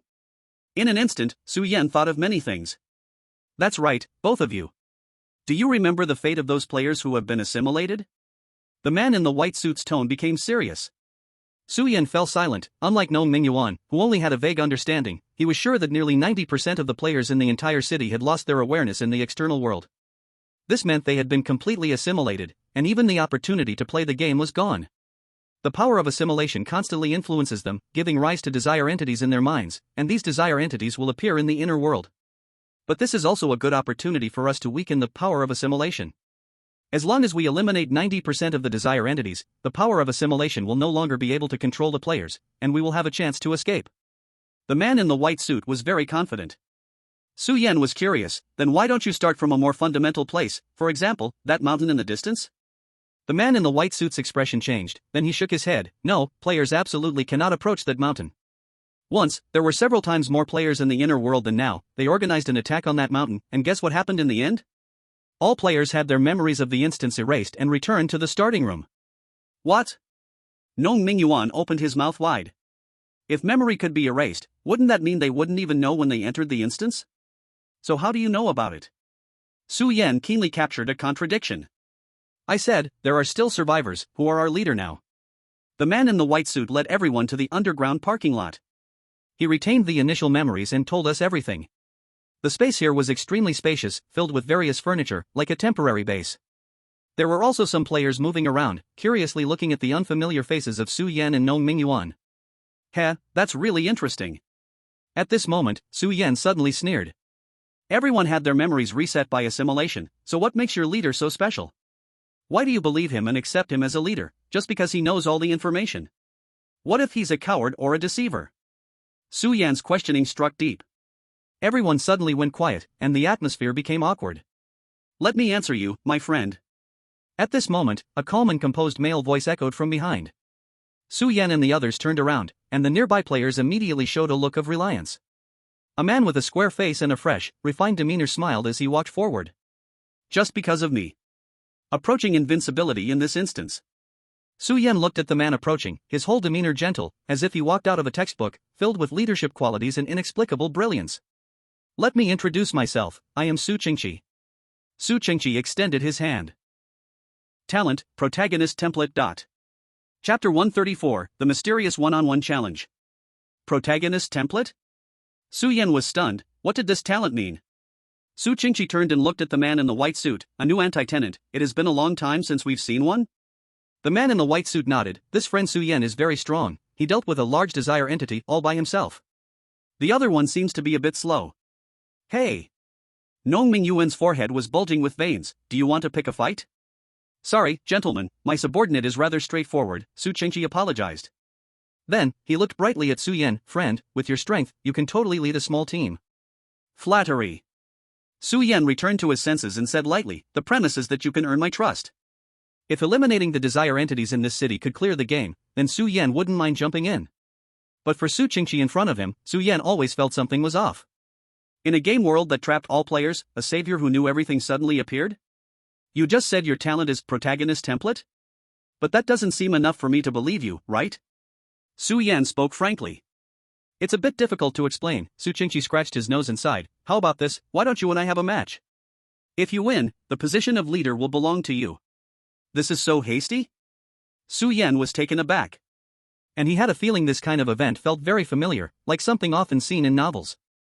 Come on, just give it a try, you won't suffer any loss. Su Qingqi walked to the center of a nearby area, hands behind his back. The man in the white suit had already prepared a very clean ground. At this moment, surrounding players suddenly gathered, looking excited. Is it happening? The new anti-tenant hasn't appeared in a long time, we get to see the leader show off his strength again. There's going to be a good show coming up. Su Yan frowned. Currently, although he had learned quite a bit of information, it could be summarized into 2 points, the general idea of the inner world and the way to clear the game. Next, how he would clear the game still relied on getting to know these people first. Su Yan stood in the open space, facing Su Qingqi. Since entering the game, he had primarily relied on reasoning and logic to clear levels, but after several special dungeons and nightmare dungeons, his combat power was no longer what it used to be. Player, Su Yan. Skill bar, a feast of several soul hall elders, F level, / a little hint, F level, / tag, catch a wallow, E level, / I have a friend, E level, / little advertisement acting, E level, / Hawaiian hell training camp, C level, / stop dreaming big, E level. Dungeon skills, pay attention, this man is called Xiao Shuai, D level, / what's wrong with smashing a load bearing wall? C level. Equipment bar, 3D maneuver gear alloy pulse version, B level, / gentleman's cane, E level, / believer revolver alpha version, C level, / divine light rod, C level, / underworld badge *1 / corrupt toxin agent *1 toxic agent *1 curse toxin potch *1. Summons, Pinocchio doll, F level, Kirby, C level. Talent weapon, words, sprouting stage. At this moment, even if Su Yan encountered a skill like 1-for-1, he would have the power to protect himself. After confirming that there were no anomalies in his status bar, Su Yan looked at Su Qingqi. You first or me? Naturally, I let the guest go first. Su Qingqi extended his hand. What a big tone. Su Yan laughed. Aren't you afraid I might accidentally kill you?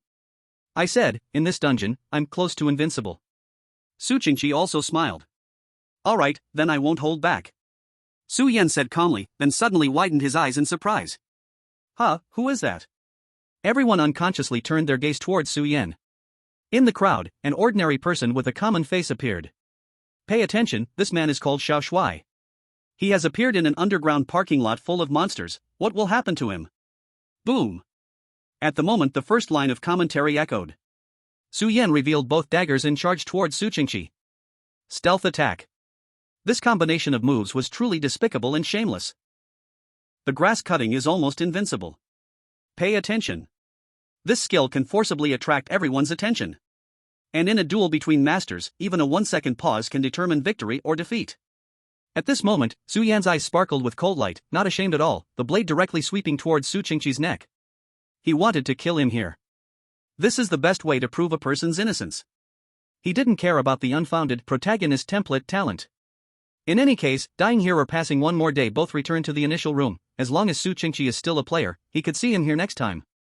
In the blink of an eye, Su Yan had closed in. The twin blades slashed down. Oh? What skill is this? Quite interesting.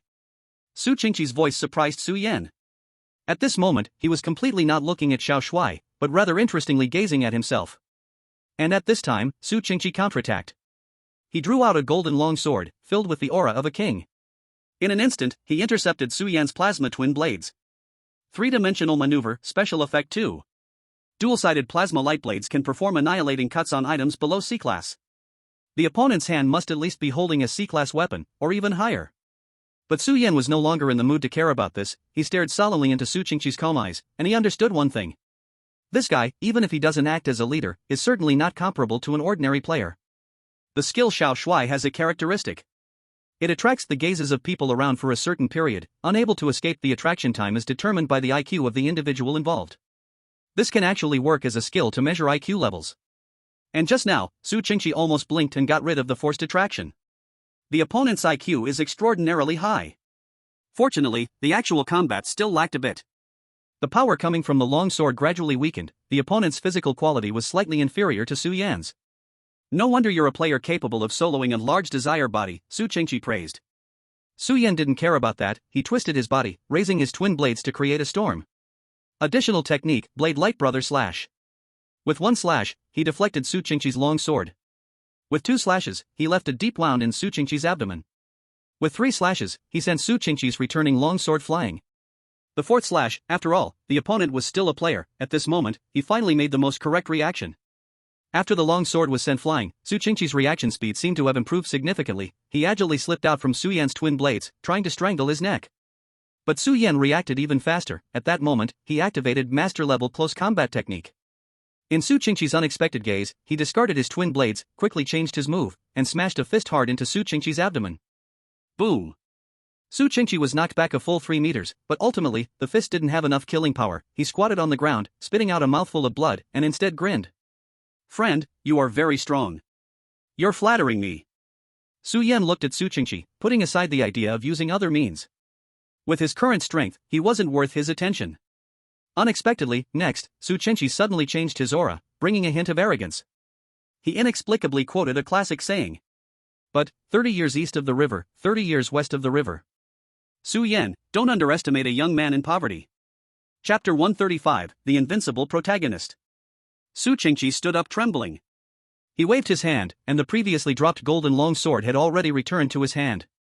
Su Yan's eyes widened, looking at the spot where the long sword had been sent flying. The heavy long sword left terrifying cracks on the ground, which might explain why Su Qingqi's physical qualities seemingly increased after losing his sword. But this scene, why does it feel familiar? Su Yan was startled, suddenly seeming to realize something. Holy cow! Across from him, Su Qingqi slowly raised the long sword. A dazzling light gathered on the long sword. Get ready, Su Yan, Su Qingqi said, this move. But I used it in fight to the death. Flame division. I knock. Su Yan quickly interrupted, if you really say it out loud, we will be finished. Oh, sorry. Su Qingqi tapped his head, I misspoke, don't worry, this move is an additional skill of my weapon. Su Yan breathed a sigh of relief, but then suddenly felt a chill all over. X. Curry stick. A terrifying and powerful golden beam shot out. You damn. Su Yan cursed loudly. This Su Qingqi is also a tough guy, if he doesn't attack, it's fine, but once he does, it's a killing move. Su Yan's vertical maneuvering reached maximum power, madly dodging upward. He was almost about to brush past it. But at that moment, that sword light actually turned and shot directly at him. Sorry, Su Yan, I used too much power this time, next time, I hope you can reconsider. Su Qingqi's apologetic voice was slow to arrive. Sometimes, a skill doesn't need to deal a lot of damage, a compatible skill combined can instead become a more deadly move. Dragon Rising, E-rank you can slightly distort the direction of a straight-line attack. The destructive beam enveloped Su Yan. Everyone instinctively closed their eyes and shook their heads, it seemed that this time it was still Su Qingqi's crushing victory. Only Nong Mingyuan stared at the beam, and then a wave of ecstatic joy appeared in his eyes. Sorry, I refuse. A cold voice came from the beam. Everyone was stunned, looking at Su Yan who seemed to be breaking the waves, blocking the beam with one hand. Skill activation successful, luck value increased. Daka, Quadalavalu, you can reject in a cool way. Su Yan was rejecting Su Qingqi's attack. Su Yan coldly glanced at Su Qingqi, who was still in a stiff state far away, and suddenly disappeared. Oh no. Su Qingqi's expression changed dramatically. Boom. A terrifying sound echoed, smoke billowed. In the next moment, the beam vanished, and everyone, gasping, looked into the depths of the smoke. On a stone pillar in the parking lot, Su Qingqi was tightly grasped by the neck, his limbs sinking into a pit. Hero template. Su Yan's eyes were cold, his hand firmly gripping Su Qingqi's neck. Everything you do will fit the treatment of a hero. Counterattack, fall off the cliff and meet an old man, breakthrough at the last moment, guaranteed hit. So, you said you are near invincible in this instance because the more side characters and extras there are, the more you fit the identity of a hero and the more you can trigger your talents. This also explains why there can be such a bizarre ending of all players dying, only the hero survives, because you are the hero to begin with. Everyone dies, but you won't die, is that right? Small bits of lime fell from the gaps, and Su Qingqi forced out a hint of a smile. It seems I don't need to waste my breath explaining. So, can you let me down? He asked sincerely. Su Yan's hand was as steady as iron, he lowered his head and said nothing. Just now, Daka, Quadalavalu successfully activated. This indicated that Su Qingqi intended to kill him. That's very normal, after all, players don't die anyway, even Su Yan had murderous intent from the beginning to the end. But did Su Qingqi, as the hero, really need to subdue himself like this? Was this murderous intent aimed at this duel, or aimed at himself? No, you're wrong. Su Yan raised his head again. The reason I haven't ended this fight is that I want to see if you have any other means. If not, then it's a pity, I would kill you without hesitation. Su Qingqi's expression changed. After all, if I manage to kill you, then you are no longer the hero template, and if you really are the hero template, then you can't possibly be killed by me. Let me see your means. Su Yan said coldly, gradually tightening his grip on Su Qingqi's hand. Others were stunned. Th. They laughed. Ice freeze spell, group. Crack. The man in the white suit effortlessly broke free from the frost, slightly frowning, wanting to step forward. A strong sense of crisis suddenly surged. He turned his head in meta gaze filled with madness. From the one point that occasionally appeared from the other party, he felt an intense danger. He came to a stop. I see. On the stone pillar, Su Qingqi sighed softly. It looks like, even if I die and come back to life or descend as a mechanical god afterwards, I still cannot gain your trust. Well, I understand. He sighed. I really didn't want to use this move because it feels a bit bullying. Listening to the other person's words, Su Yan gradually felt shaken. Life and death were already in someone else's hands, yet Su Qingqi remained so calm. Could it be that he really has the ability to reverse kill himself? But Su Qingqi's life and death were already in his own thoughts. No matter what protagonist template to fit, Su Yan couldn't think of any solution. Su Yan looked up in confusion, glancing at the calm Su Qingqi. He saw him curl his lips, revealing a rebellious smile. Wow! Su Yan exclaimed in surprise. In the next moment, he felt his entire consciousness plunge into chaos, as if his body no longer belonged to him. The most terrifying thing was that this feeling spun and turned, without knowing how long it lasted, unable to break free. Until you lost. When he slowly regained consciousness, Su Qingqi's holy sword was already resting on his neck. Su Yan asked Su Qingqi in disbelief. What was that protagonist template just now? You guessed it right. Su Qingqi said calmly. Rebellious Dragon King. Chapter 136, Xuanwu Legion. 6. Su Yan was speechless. Other than 6, he really couldn't find words to describe it. This talent is too amazing. If it weren't for his first-hand experience, he would think it was fake. In fact, I don't want to be any sort of leader, I have no superiority over others. Su Qingqi said. As long as we do our best to eliminate all medium and large desire entities in this city and clear the level as soon as possible, that's enough. During the conversation, many players had already gathered around. The players who remained in this base in the underground parking lot were mostly logistic healers and injured players who had been wounded early on. All the healing players seemed to have gathered in this base, waiting for the return and treatment of the injured. Su Yan watched as several fragrant female players approached Su Qingqi, who looked almost fully healed, to help treat his wounds, and he twitched his mouth. This treatment really is like a protagonist template. So, have you considered it, my friend? At this moment, Su Qingqi spoke. In fact, we have no intention of interfering with your freedom. But this city is only so big, after exploring for a few days, you will find that aside from those desire entities, it is no different from the inner world. Su Yan's gaze flickered. What exactly are the desire entities? Su Qingqi drew a comparison. They are like the source of power for the light of cooperation. You have been infected by the creed, right? Su Yan nodded. Then it can be explained well. What fills those black souls are extreme emotions after players are infected. This emotion ultimately feeds back to the light of cooperation. So when players sink to a certain deep extent, the desires will slowly mutate, which we categorize as small, medium, large, and giant. The deeper the level of cooperation, the more terrifying the desires become. But don't worry, when we kill these desire entities, it will not harm those players who have been cooperated. Okay, I will join. If you are still worried. Su Qingqi suddenly froze mid-sentence. What did you say? I said, my companions and I are joining. Su Yan said expressionlessly. Since you've said it like that, then we just need to clear out a large number of desire entities in this city, right? Su Qingqi swallowed the rest of his remaining speech. He didn't expect the persuasion to go so smoothly. Good. He said loudly. Let us welcome the 2 new members. The applause echoed around, full of joy and excitement. In boosting morale, Su Qingqi truly deserved the title of leader. Su Yan's vigilance relaxed a little. It went from 10 down to 9. I see you 2 are together, so why don't you, Su Yan, be the captain and recruit 2 to 3 players to form a small team? Su Qingqi asked. Su Yan raised an eyebrow. You trust me that much? I said, positions like leader are just titles, our common goal is to break the control of the association as soon as possible. Su Qingqi waved his hand. It doesn't matter if you want to explore, wander around, or fight monsters, we won't restrict you. But for eliminating the desired entity, it's still more effective with a team, and it can also protect the weaker players among us. Alright then. Su Yan had no objections. Su Qingqi handed over the remaining matters to the one in the white suit, and as a few were about to leave, Su Yan suddenly remembered to ask, "So what is the name of our organization now?" "Good question."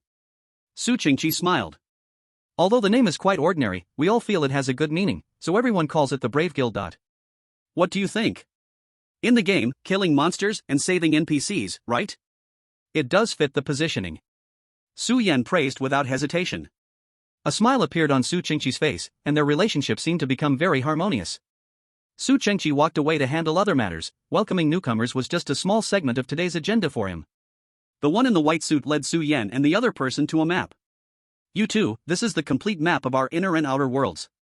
The cities in the inner world did not differ much, and this map was similar to what Su Yan saw at the subway station, but more detailed. At the center of the map was still the mountain radiating the light of the association. The city on the Brave Guild side was divided into 4 areas, A, B, C, and D, surrounding the mountain. Su Yan frowned as he looked at the map. There was an inexplicable sense of familiarity. This familiarity seemed to have existed before, and after seeing this intuitive map, it became even more pronounced. "We call the area near the mountain the inner ring, and the farther one the outer ring. You two are quite fortunate, you were born in the outer ring of our sea area, which is where our base is located. Otherwise, it wouldn't have been easy to find this place in a day," the one in the white suit joked. "We sent capable teams to surrounding B and D areas to improve efficiency. May I ask where you, Mr. Su, would like to go?" "B area, then." Su Yan casually chose a location, still regarding the entire map with a furrowed brow. "Isn't there anyone in A area?" He suddenly noticed a problem. The one in the white suit paused. "In fact, although we have gathered most of the anti-orthodox members, there is still a group of people unwilling to join us. The leader negotiated with them and left the cleaning of Area A and the stronghold to them." "Oh? Is there someone more capable of leadership than Su Qingqi?" Su Yan asked curiously. "Rather than leadership, it's more about dominance." The one in the white suit paused. "That is a team of Xuanwu Legion. Su Yan's expression changed. Legions are ranked by strength, like the top 10 and the bottom 10 outside of legality. The truly top-notch legions are renowned, and they seem to be divided by the 4 symbols, Zhuke, Xuanwu, Qinglong, and Baihu. This was something Qing Snow had told him. The Academy's intelligence on this aspect was already outdated. If there was any real intelligence, it would be from the Research Institute. "Well, it's not a bad thing that they're not with us," Su Yan concluded. "Legions are not traditional armies or soldiers, they are a collective of interests. If they were to command players, who knows what might happen?" On this point, Su Qingqi seemed to have achieved a good balance. "In any case, although our goals are the same, we should try to avoid encountering the legions," the one in the white suit reminded. "I understand." Su Yan nodded. "That's good." The one in the white suit was pleased. "Now, choose a few team members." He turned his head and shouted to a place, "Everyone who has dispersed and still has fighting power, come over now." The crowd rushed over. Pairs of eyes looked at Su Yan with admiration. Although it was Su Qingqi's victory just now, Su Yan's overwhelming strength also made them see how powerful he was. "Even though you can't die in the inner world, who doesn't want to hold on to an easy big leg? It's been so long, will there still be players dispersing?" Su Yan asked. The man in the white suit turned back. "Some players can't always succeed in their trust contracts, and some just like to switch teams often." "Isn't the Adventure Guild in another world the same?" "Even the Heroes team occasionally reshuffles members, we naturally allow that freedom." "Then what does it mean to fail the trust contract?" Nong Mingyuan asked. The man in the white suit couldn't help but chuckle. "Let me give you an example. I know a squad leader whose contract is very simple: catch the next subway, enjoy the limited edition bean sauce noodles at the company entrance." "Isn't it simple? Can that also fail?" Nong Mingyuan sneered. "Ahem, but here's the thing. When he steps out of the red door, there are only 4 minutes left until the subway arrives, and he is 1,000 meters away from that subway station. Damn. He doesn't have any subtle displacement skills, so every time he enters a dungeon, he has to start an inconspicuous extreme sport." As for today, the man in the white suit glanced at his watch. "It looks like he won't be able to greet you." Chapter 137. 3 players. Pick a few team members. Is it also to guide the newbies? After explaining, the man in the white suit asked. He originally thought Su Yan would hesitate for a while. Unexpectedly, he pointed directly at the crowd. "Him, her, and him, the others can wait for next time." The three people pointed at were stunned for a moment, then their faces lit up with joy. The man in the white suit turned his head, his expression becoming a bit strange. You really want to choose these three? Let's choose them. They look quite clever. Su Yan nodded. He was speaking the truth. In the recent duel, he had some hidden thoughts. While competing with Su Qingqi, Su Yan also tested the other players. He specifically used the little handsome skill to see the overall situation of these players. In the end, aside from Su Qingqi who ignored this skill in an instant, both the man in the white suit and Gnome Mingyuan shook off the effect after hearing it once.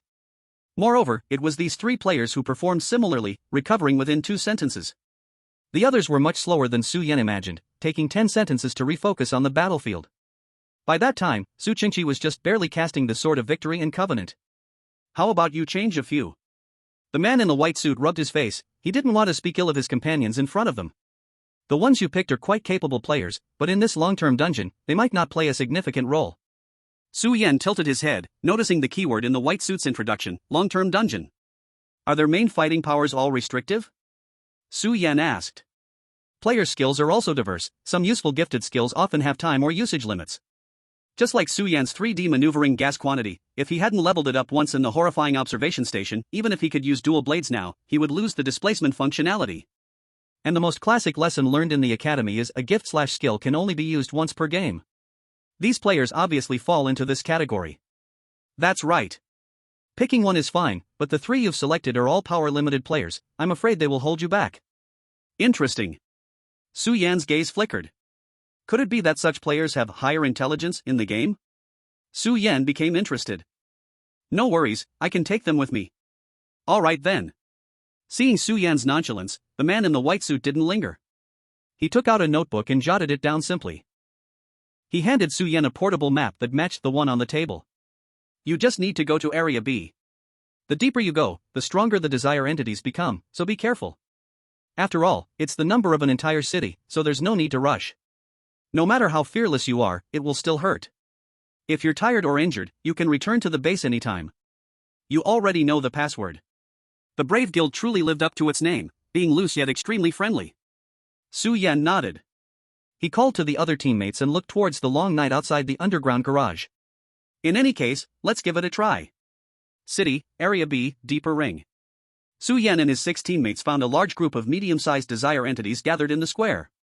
The reason for the 6 of them was that a little chubby boy had joined them, as if he was already familiar with the crowd. Hey, we didn't recruit you when we teamed up, so why did you come along? Gnome Mingyuan frowned at the chubby boy. I can be helpful. The chubby boy was the one Su Yan had rescued from a large desire entity before, now saying this feebly but firmly sticking close to Su Yan. In any case, let's introduce ourselves first, you guys. Su Yan stood on the rooftop, looking down at the group of desire entities, not turning back as he spoke to his teammates. What are your main skills? Yes, Captain. Excluding the chubby boy, a strong, sunlit young man spoke first. Captain, my name is Chow Chow. My main ability comes from my talent, Chow family bloodline, but in every game, I can randomly summon a stand. Oh? Su Yan turned back immediately. That's strong. He knew about the stand concept, coming from JoJo's Bizarre Adventure, essentially a kind of superpower or bloodline. However, this bloodline wasn't as destructive as the Hulk or Superman. But some stands do have powerful abilities that can interfere with rules, like stopping time or cutting through space. If used wisely, it might even allow one to escape this world directly. What is your stand in this game? Su Yan asked excitedly. The Hermit Purple. Very good, the old guy's stand is the most useful. He silently turned back around. The Hermit Purple, in simple terms, is an ability similar to Stand Barrage, leaning towards support, with nearly 0 attack power. In this strong combat environment, it's basically only good for entangling opponents with blue-silver. One must admit, having drawn such a stand among many powerful ones, Xiao Xiao's luck was extraordinary. And you, uncle? Su Yan asked a middle-aged man wearing a beret. Who are you calling uncle? The middle-aged man exploded, puffing out his cheeks and glaring. Then, his whole body unexpectedly erupted with blue and white phosphorescent flames. Su Yan and Gnome Mingyuan instantly became alert, stepping back a few paces. But to their surprise, the middle-aged man started apologizing the next second. Sorry, I couldn't control it just now. He casually extinguished the flames around him, saying with a bitter expression, "My talent is Angry Old Man, you can just call me Angry Old Man, it's a reminder for me." My emotions can become a bit sensitive and irritable, but every time I get angry, I randomly unleash a fire skill. But as I use this talent, I can't keep track of what makes me angry. The angry old man chuckled bitterly. I can understand. Su Yan nodded in understanding, lowering his guard. And you? Young lady. Su Yan looked at the last member of the crowd, the last teammate he had picked, a somewhat shy girl. She was wearing a light-colored tank top, draped in a slightly transparent short jacket, and had tight athletic shorts on. She was small and delicate. I'm a boy. The girl instantly blushed. A boy? Su Yan was taken aback. He hadn't expected that. Taking a moment to look her up and down, he found that her outfit was mostly unisex. With a barely recognizable Adam's apple. Su Yan couldn't help but sigh, such a handsome young man, what a pity not to dress as a girl. My name is Li Benying, you can just call me Xiaoying. The handsome young man said shyly. My talent is Muji Bening. I can use a set of Clow cards, but they are all one-time use. When I use them, my clothes randomly change into magical wind. He covered his face as he finished speaking. Su Yan was taken aback. He then inwardly gave a thumbs up to the horror game. Chapter 138, Students with Poor Grades Have Many Supplies. Let me summarize. On the rooftop, Su Yan coughed a few times. Xiao Xiao's game this time starts with a non-lucky situation. The hot-tempered brother's skills are more like a ticking bomb, and Xiao Ying's Clow cards are expendable. Am I right? The three nodded. And me. The chubby boy stubbornly raised his hand. Su Yan glanced at the chubby boy. Chubby boy, I have seen your combat power very clearly before. If you don't have other abilities, I won't take you into battle. Even if I can reincarnate after dying, I still won't let my teammates die easily. The chubby boy suddenly looked sad. Anyway, it's our first time teaming up. Tonight let's just get familiar with the combat. Su Yan looked at the other three teammates again.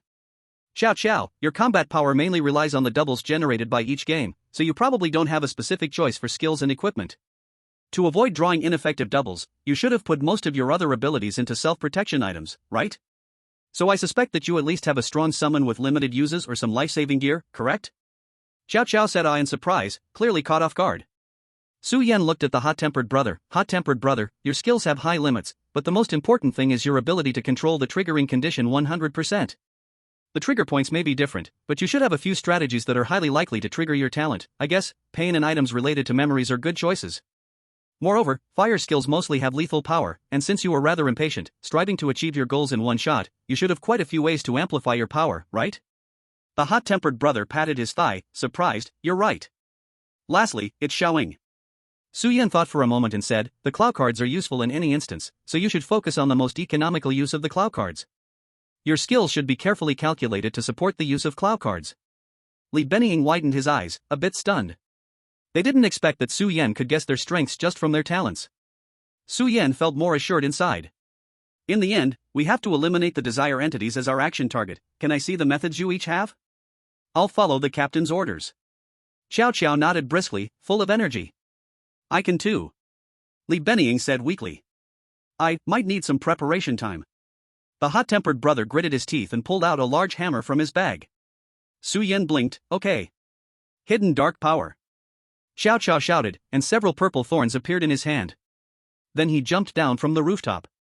Xiao Xiao was clearly a skilled fighter. Aside from the normal player's physical abilities, his martial arts prowess was quite remarkable, comparable to No Mingyuan. With just the purple vines in his hand, he fought with several desire entities. Though, it was a bit like doing scraping therapy. Su Yan watched him punch and kick, and by the end, he barely eliminated a few desire entities, likely thanks to his sheer strength. The key that hides dark power. At this moment, a weak mosquito-like voice sounded beside him.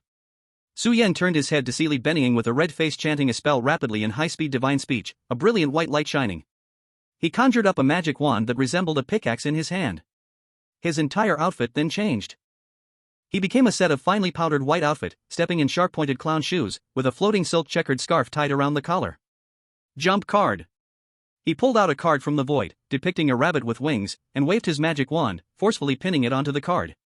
The card glimmered, and a pair of tiny wings appeared on both sides of Xiao Ying's shoes. The jump card increased jumping ability. Then, he leapt out like a bolt of lightning. On Xiao Xiao's side, a group of desire entities surrounded him, while Xiaoying lightly tapped her toes, stepping on one desire entity's head. Thud. A cartoonish sound echoed, and that desire entity was squished down by 10 centimeters. Mario Jump Stomp. Degrade. When targeting a monster, you can weaken the enemy's all attributes by 30% by stepping on its head, up to a maximum of 3 times. Xiaoying was slender but clearly had professional training, her arch is incredibly resilient. In just a few seconds, she took advantage of the jump card to leap in the air, evading the attacks of the Desire entities while continuously squishing them. Well done. Xiao Qiao's spirit lifted, swinging the staff of the Hidden One with more vigor. However, he was still scraping the surface. Next time, let's borrow a weapon from Xiao Qiao. Su Yan sighed, holding his forehead. Here I come. Everyone, move aside. At this moment, a loud shout from the irritable older brother rang out from the rooftop. He threw down the sledgehammer in his hand, with bruises on his face and a large lump on his head. Then, he jumped directly off the rooftop. Clearly, he had randomly obtained a good skill. Xiao Qiao and Li Benying looked up simultaneously, reacting swiftly. Xiaoying immediately stepped off the Desire entity's head, her white legs performing a gymnastic flip in the air, landing steadily back on the rooftop. The purple vines in Xiao Qiao's hand truly exerted power, shooting out like Spider-Man, swinging him back onto the rooftop. In the square above, Old Li brought his hands together, creating afterimages. A middle-aged man displayed exceptional speed that didn't belong to his age. Fire release? Great fireball technique. He used a classic fire technique from Naruto, shooting a massive fireball from his mouth towards the Desire entities in the square. Nice one. Su Yan said with appreciation. This skill was enough to deal with large Desire entities. But the next moment, they heard the irritable older brother's cries for help coming from the smoke, and as the smoke dispersed, several charred Desire entities chased closely behind him. Help! My anger value is empty. Su Yan remained silent and then launched his 3-dimensional maneuver gear to support the irritable older brother. At that moment, a swift dark shadow closely followed Su Yan. Su Yan was taken aback, quickly glancing to the side. It was a nimble fat guy.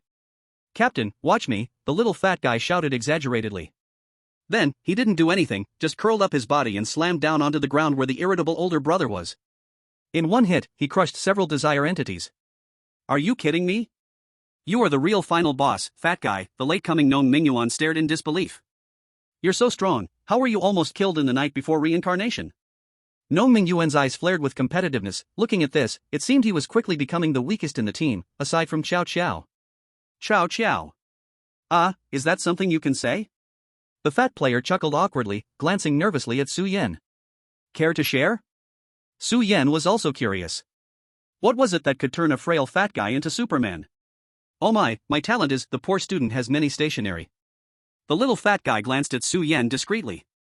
The more diverse the skills and equipment of those around me, the stronger my overall abilities become. Su Yan. Then, he kicked the little fat guy to the ground and started punching him. I'll teach you about the poor student has many stationery. I'll teach you about the poor student has many stationery. Su Yan might indeed be one of the most ordinary players out there. First, Su Yan's high-level game finishes every time can basically guarantee that he gets equipment and skills far more efficiently than others.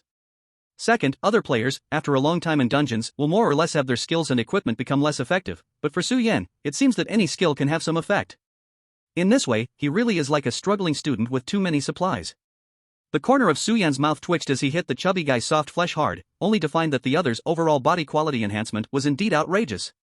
However, this little chubby guy was really clever, and he let out a scream like a pig being slaughtered in response. Anyone who didn't know would think he had broken through the other's defenses significantly. After a while, several people quieted down one after another. Ignoring the chubby guy rolling on the ground nearby, Su Yan called the team members to sit down. Your combat quality is pretty good, he commented. Even without talking about your innate abilities, you are capable enough to deal with most solitary Desire entities. Captain, you are the amazing one, able to defeat a large Desire entity by yourself, Li Benying said with sparkling eyes, her little hands clasped in front of her as she spoke softly. She used to be a member of the chubby guy's team, and she had seen Su Yan's strength at that time. At this rate, we should be able to clear out the entire city's Desire entities soon and complete the game. Complete the game, huh? Su Yan said with some uncertainty. He threw out a topic that quickly cooled down the atmosphere. Why do I feel like you all aren't that enthusiastic about eliminating Desire entities? Huh? The chubby guy exclaimed in surprise, looking up from the ground. But Su Yan wasn't talking about him. Xiao Qiao. Your combat instinct is very strong, forcing yourself to use a substitute that is originally supportive is more of a burden. After that long battle, didn't you notice? Xiao Qiao smiled awkwardly and lowered her head. Xiaoying. The Kuro card should be a very strong and versatile ability. Facing these clustered desire entities, you should have a better solution with the Kuro card. Why did you choose the least effective jump card just now? Li Benying's face suddenly turned red, her feet anxiously pressing against each other, unable to say a word. Angry brother. Your talent just triggered too long ago. If you really face practical combat, how many times must you die to succeed? Angry brother chuckled dryly, unusually not getting angry. The three looked at each other, their eyes filled with unspoken awkwardness. Can you say why? Su Yan thought for a moment and asked Li Benying sincerely. He didn't think that these simply-minded teammates would have any dark thoughts. I am a little afraid of pain. Li Benying's gaze wandered for a while before she weakly spoke. Afraid of pain? Su Yan frowned and looked at Xiao Xiao. Xiao Xiao could only scratch her head. I also don't know why, but I just feel that fighting is meaningless. I can't get excited about those desire entities. Can't get excited, meaningless? This doesn't seem like the Qiao family bloodline. Su Yan turned his head. Before he could speak, Angry Brother already said rapidly, as for me, I'm a bit impatient. After a few fights, I get tired. He picked up the big hammer he had thrown aside earlier and gestured a few times. It's not that I'm afraid of pain. After all, bleeding helps me cool off. Su Yan's gaze gradually became distant, not expecting to get three different answers from these three people. Is there really no common ground among them? Could it be that his direction is wrong? However, these three people seem to have higher intelligence than other players at the base in the IQ test. It now appears that this is somehow related to their battle reluctance. No, perhaps it's not that these three are exceptionally intelligent, but rather that other players are rather lacking. Captain, another wave of desire entities is surrounding us. At this moment, the chubby guy reminded them. In the shadows of the streets and alleys, they could vaguely see that several medium-sized desire entities were closing in. Let me handle it. Li Benying stood up and gathered his courage to say, I still have 4 cloud cards, that should be enough. This young man, who called himself afraid of pain, had already used up 52 cloud cards and was left with only 4. He was not avoiding battle, he really was afraid of pain, yet he could not sit back and watch his teammates get hurt again and again. No. Su Yan came back to himself and stood up, let me do it this time. Before he finished speaking, loud shouts of battle echoed from a distance. A small team of players rushed out from the alley, excitedly heading toward the group of desire entities.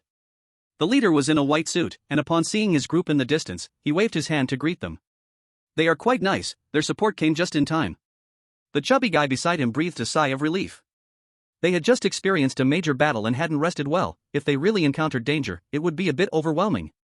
Su Yan's smile instantly faded as he returned the greeting to the man in the white suit in the distance. Timely.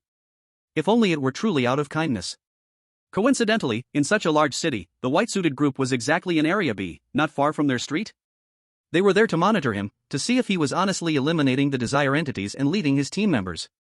Su Yan didn't have much objection in his heart. After all, he was an outsider appearing for the first time, so it was understandable for Su Qingqi and others to guard against him. Wait, first time? It felt somewhat off? Su Yan abruptly raised his head. It was definitely not wrong. The reaction of Su Qingqi when he saw him and now sending the man in the white suit and another person to watch him was entirely because they were unfamiliar with his personality and abilities, or it was a response that would only happen upon first meeting. In that case, he had not experienced memory reset? However, the vigilance that Su Qingqi had towards the two members of their side was unusually high, even if they were first-time antagonists. It shouldn't be this way, why was that? And his familiarity with that mountain and city map. Thoughts surged in Su Yan's eyes. He instinctively turned his head away to avoid anyone seeing but found that Nong Mingyuan beside him looked a bit grave. What's wrong? Su Yan asked. Boss Su, that man in the white suit is very strong.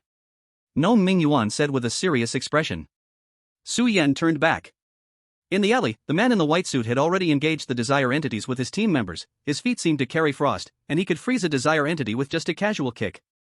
He moved like he was elegantly waltzing, skillfully navigating amid the desire entities. Every move he makes targets the kill spots on the desire entities. Even though that killing intent is well hidden, he has definitely killed many people. Nong Mingyuan said seriously, he is definitely much stronger than Su Qingqi. Su Yan's gaze deepened as he stared intently at the battle happening at the end of the alley. His focus gradually shifted to other players outside the man in the white suit. Ha, so satisfying. A player wielding a big sword exchanged injuries with a desire entity, slicing off its head. One of his arms was bleeding profusely, almost like it was severed. The man in the white suit came closer and glanced over. You're hurt, do you want to return to base to heal? Not yet. The player shook his head vigorously, swinging the big sword. It's too wasteful to go back for healing. Anyway, next reincarnation the injuries will recover. It's better to kill desire entities. Then be careful. the man in the white suit said plainly, turning to support other players. Soon, the battle ended, and the group was covered in blood, looking much worse than they were. Su Yan frowned, watching the group of players, who were laden with injuries yet were chatting and laughing as they left. Were they not afraid of pain? An unprecedented sense of strangeness lingered in Su Yan's mind. He felt he was about to reach a terrifying conclusion. No, this is wrong. Su Yan muttered. The efficiency is too low. Have you always cleared out desire entities like this? Su Yan asked the few people behind him. Xiao Xiao and the others looked at each other, and finally, the experienced chubby boy raised his hand. Captain, we have always done this. Is there a problem? A problem? The problem could be big. Su Yan pointed at the team in white suits that was moving away. You guys in this team, not only do you lack healing items and healing skills, all players are recklessly charging ahead, without any threat management or firepower arrangement.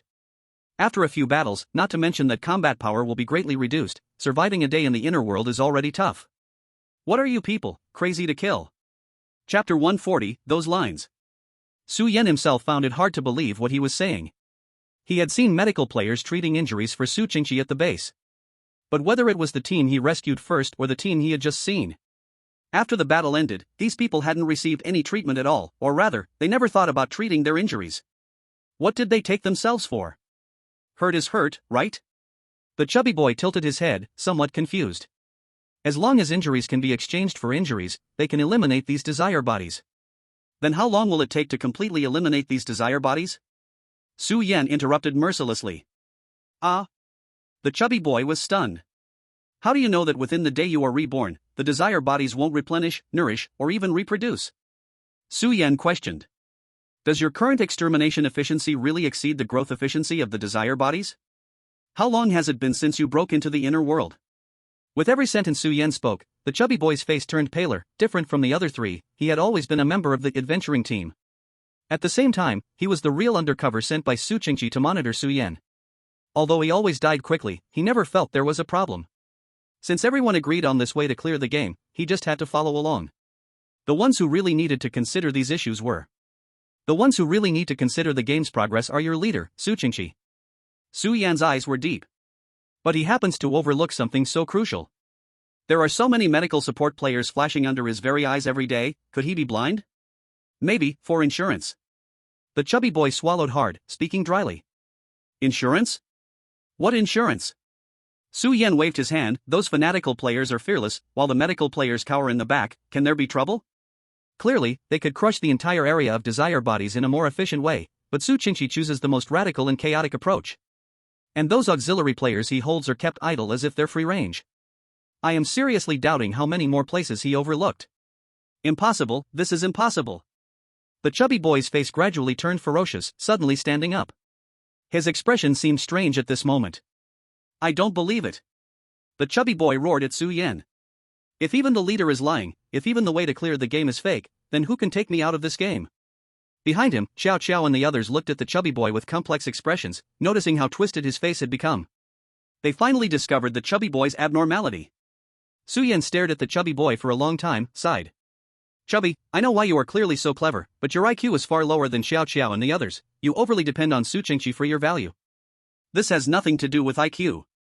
You and those players just now have been too deeply conformed. What? No, this is impossible. The chubby boy suddenly looked up in terror, confusion in his eyes.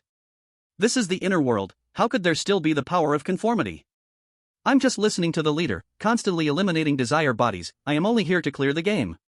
Let's take a step back. Su Yan softly interrupted. He pulled out a silver revolver from his backpack, confirming it was filled with ray bullets. Fatty, do you really still want to clear the game now? What? The chubby boy's eyes widened. What's it like to fight with a group of people for ideals in this world where you don't have to worry about death or care about pain? You who have ignored pain, given up food, and even abandoned the most basic human survival concepts, do you really still care about clearing the game? Life online, I still underestimated this game. Previously I judged that the red door was false reality and the blue door was true ideal. Now it seems I was wrong. This place is not a deeper world but rather another false ideal. It looks like I don't need to stay here much longer. Su Yan walked closer to the chubby boy and pressed the handgun against his forehead. Believer's revolver, you can implant a belief into the other party. Fatty, you have been poisoned by ideals for too long. I hope the next time we meet, this shot of recognizing reality can make you truly stand by our side. Watching the chubby boy, tears streaming down his face without him knowing, Su-Yen slowly pulled the trigger. On the rooftop, a body collapsed with a thud, yet it made not a sound. Su-Yen quietly watched the blood under the chubby boy's body gradually fade away, while his entire body turned to white light and vanished. All illusions, Su-Yen murmured to himself. We are only souls coming here. Su Qingqi, I really want to believe in you. But your talent, the talent that can even influence my soul. Is it truly that protagonist template? At the end of the city, a peak gradually lit up with light. Captain. A day in the inner world is almost over. Xiaoying looked at the sky, worriedly shouting at Su-Yen. I know, Su-Yen turned around, his eyes not blinking as he gazed towards the distant peak. Now, I need to see it. This time, he arrived at the central area of Zone B, the appearance of the mountain becoming clearer in his eyes, filling him with a strong sense of familiarity. And the gray sun that rose again wiped away that sense of familiarity. Su-Yen closed his eyes. How many times is this of my life? He spread his arms, piecing together all the puzzles at the last moment. Light fell down. Su-Yen appeared in a small room. He lay on a white bed, the familiar scent beside him entering his nose. The small bed was placed in the middle of the small room. The walls of the room were painted white. On the ceiling, there was a line of text. And now, Su-Yen opened his eyes, looked up, and saw that line of text. The white paint looked as if it had been cut open by something sharp, forming sharp characters.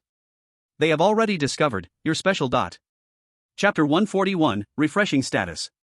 Inner World, 1 hour before reincarnation. Su Qingqi walked into the depths of the underground garage with a smile, passing a group of logistics players with numb smiles, like puppets. He walked to a Lamborghini, opened the door, and jumped in, the space inside distorting in an instant. He appeared in a dim wooden house lit by candlelight. There was nothing in the wooden house, only rows of bookshelves filled with books. Let me see, how many times have I reset it? Oh, the 6th time, I'm almost forgetting. Su Qingqi walked along the bookshelf, patting his head. He picked up a book in the corner of the shelf, resembling a directory. The pages flipped, revealing the names of people on them. Li Benying, Muzhong Benying, gentle temperament, 5 leftover clow cards, inferior quality, cohybrid degree, low. He Qijing, irritable brother, emotionally unstable, low trigger probability, inferior quality, cohybrid degree, low. Xiao Qiao, bloodline of the Qiao family, hermit purple, inferior quality, cohybrid degree, low. Yun Pang, poor student supplies, easily instigated, low presence, inferior quality, cohybrid degree, medium. Names and simple records swept by one page after another. Most people's cohybrid degree had already been marked as medium and high. Su Qingqi quietly finished reading the first book titled Inner World Reset, 6. Once again, he stuffed it back, walked to the next bookshelf, and took out Inner World Reset, 5. Then came 4, 3, 2, 1. In fact, starting from the third reset, there weren't many changes in names. Su Qingqi finished reading 6 records, tapped his temple, stood up, and looked over these 6 records again. On them, he couldn't find the names Su-Yen and Nong Mingyuan. He walked to the bookshelf again. This time, he lay on the ground, staring at the smooth, reflective, strange wooden board. He stretched out his hand and surprisingly pulled out the same book from the reflection. However, the names on this book were far more concentrated and concise. This time, he found Su-Yen and Nong Mingyuan's names for the first time in Outer World Reset, 5, indicating they entered the game during the 5th reset. Strange. He lifted his head and murmured. It's already the 6th reset, why can these two appear in the inner world? The number of desire bodies is clearly controlled very steadily. They should have been caught in the creed decay during some outer world cycle, or by the time of the world reset, they should not have discovered the anti-creed way. What variable has appeared in this? Who is helping them? The dim candlelight cast a deep, indissoluble shadow on the wall. Su Qingqi's voice gradually faded, and a calm smile returned to his face. Never mind, just some defective products, that Su-Yen can be considered a supporting character, but too late to arrive. It's already the 6th time. Wait for the 7th reset, and my game will achieve perfect maintenance. By then, no one will escape. They have already discovered my special. Su-Yen sat up from the bed, staring blankly at the words on the ceiling, feeling an inexplicable chill. He discovered a blind spot that had always existed. The line of words on the ceiling was not there from the very beginning. He had thought he had seen the whole picture of this world, but now he realized, from the very start, there was third-party power intervening. Were they helping him or harming him? Su-Yan's eyes narrowed slightly, and the nanoalloy expanded on his body. With the three-dimensional maneuvering drive, he approached the ceiling. This line of words seemed to be carved by something sharp, scraping off the white paint to reveal the brown soil underneath. But this itself raised a question. This room couldn't be damaged by Su Yan's strength on a physical level, yet the other side possessed a power far beyond this room. Otherwise, it wouldn't explain how the other side could easily destroy the rules of this room and freely enter and exit. Su Yan hesitated but still gently placed his hand on this scratch. He used the third and last time of little hint hand. The first time he used it on harmonious light. He confirmed that the strange part of this instance indeed came from the people in Pivot, and it was also a deliberately created prison. The second time was used on the creed, gradually deducing the method of the anti-creed. As for the third time, at the end of this round, Su Yan had some doubts about the inner world's desire bodies. He originally wanted to use it on that, but the scratch before him was more urgent. Su Yan made a decision and immediately activated the little hint hand, then. Skill usage limit exceeded. What? Su Yan was stunned. Once, twice, he repeatedly thought about the entire instance and realized he indeed used it only twice. So when did he use up this third time? No, perhaps it wasn't the third time, but the first time. Su Yan's eyes suddenly became serious. He quickly took out a piece of equipment from his backpack, the Divine Light Rod. Divine Light Rod, you can turn into light on a physical level.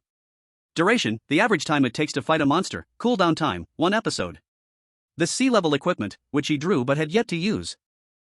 Now, it is actually petrified, displaying the words cooling down. Su Yan touched his own face, murmuring, I have also experienced the reset. But why doesn't Su Qingqi recognize me? I haven't entered the inner world? What was I doing back then, and how many times has this been for me? Twice? No, at most once. Su Yan opened his eyes, gradually gaining clarity. I do not have the number of times for refreshing the hint hand and the divine light stick, it is specifically left as a reminder for the present me. This means I am confident I can end this game before this lifetime's online reset. This third-party force is myself. Upon realizing this, Su Yan's eyes brightened even more. No longer hesitating, he lowered his head, gripping the divine light stick in his hand. Your cooling time is 1 episode, which means 1 game, but you must understand the logic within. In Life Online, each reincarnation means a game restart, in other words, your cooling time has already ended. This is very logically self-consistent. Su Yan said the last sentence in his heart, and then the divine light stick in his hand gradually lost its petrification, returning to its usable form. Su Yan breathed a sigh of relief and used the same method to reset the refresh count for the hint hand, which could only be used 3 times. He got a hint from the words on the ceiling. Words left by the Beast of Rules, I think you can believe in its goodwill. Beast of Rules. Su Yan kept chewing over the information given by the hint hand. He actually overlooked that these sharp words could be inscribed not only by swords but also by the sharp claws of some giant beast. Before the last reset, was he working hard to gain the hidden NPC help in this world? Su Yan immediately pushed open the red door and returned to the outer world. At this point in time, Nong Mingyuan was just saying goodbye to his many lovers. Tell me, is there anything written on the ceiling of your room? Su Yan asked Nong Mingyuan as soon as they met. The ceiling? Nong Mingyuan scratched his head, confused. Boss Su, there is nothing carved in my room. Really?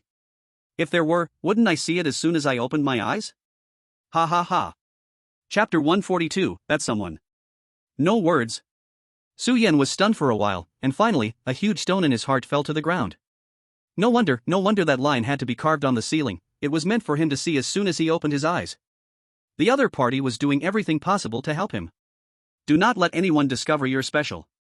He initially thought it meant not letting the NPCs in the dungeon discover his heretical identity, but now it seemed that was completely unimportant. His special was the reminder on the ceiling, someone had been assisting him to delve deeper into this world. However, this time he successfully entered the inner world, which was enough to attract the attention of the puppet master. You all only gave me 1 reset time to clear the game, but this is hardly enough. Su Yan held his head, gradually showing a bitter smile. How to break the unity of humans and hub collaborative light. How to defeat the protagonist template. What is now known is that Su Qingqi utilized the unity of humans and hub to interchange the souls of the indigenous people and players of this entire dungeon city. He turned a corner of this world into the player's real game. And now, nearly 99% of the players have already fallen into it. Divine creation, with just 1/3 of its power, is this strong? No. In fact, the capability shown by the unity of humans and hub is merely to influence souls. The ability to truly play it out wildly lies in constructing such a terrifying and mad collaborative system, a person. Su Qingqi, you come from the academy, right? Su Yan squinted his eyes. He must go to the inner world again. Since he wants to be the protagonist in his game, Su Yan should help him fulfill that. Academy? I thought that guy was an outlaw. No Mingyuan was taken aback, not knowing why he thought this way. Su Yan didn't care, let out a soft breath. No matter what, he is a disaster, we can't wait any longer. The anti-creed, that is his another means of collaboration, and also a loophole outside his game, there must be a way to catch him there. Su Yan glanced at his watch, said goodbye to No Mingyuan, and quickly headed to the bank. See you in the inner world. I love capital, long live the bank. Su Yan saw Hans again at the entrance of the hall. What's interesting about this game world is that it resembles the world of the anime Nichiju, where Kamaji can return safe and sound the next day, episode, no matter how many times he gets thrown into prison. After all, the note of the three harmonies can only concoct living souls. The time in the whole world is actually flowing, but every day will be normalized. Su Yan stepped through the door, planning to deal with Hans casually and send him back to the cells again. Unexpectedly. Oh, buddy, you finally made it. Hans saw George and patted his thigh hard. Look at you, why are you late? This isn't like you, have you been tired from work lately? Hans stepped forward with a concerned face. Eh? Su Yan was stunned. Don't worry, you were just a day late. As a diligent good employee, your attendance bonus will still be given to you, George. Hans said again. This development isn't right, right? Su Yan looked at Hans with suspicion. Could it be that the player's soul inside him hasn't been completely collaborated? From Hans's pained and stingy expression, it was obviously not the case. What happened, Manager Hans? Su Yan asked, as this was in line with George's confusion, so Hans also provided an answer. Listen, George. Hans wiped the sweat from his forehead. The I Love Flashy Fake News TV station has randomly selected our bank for an interview.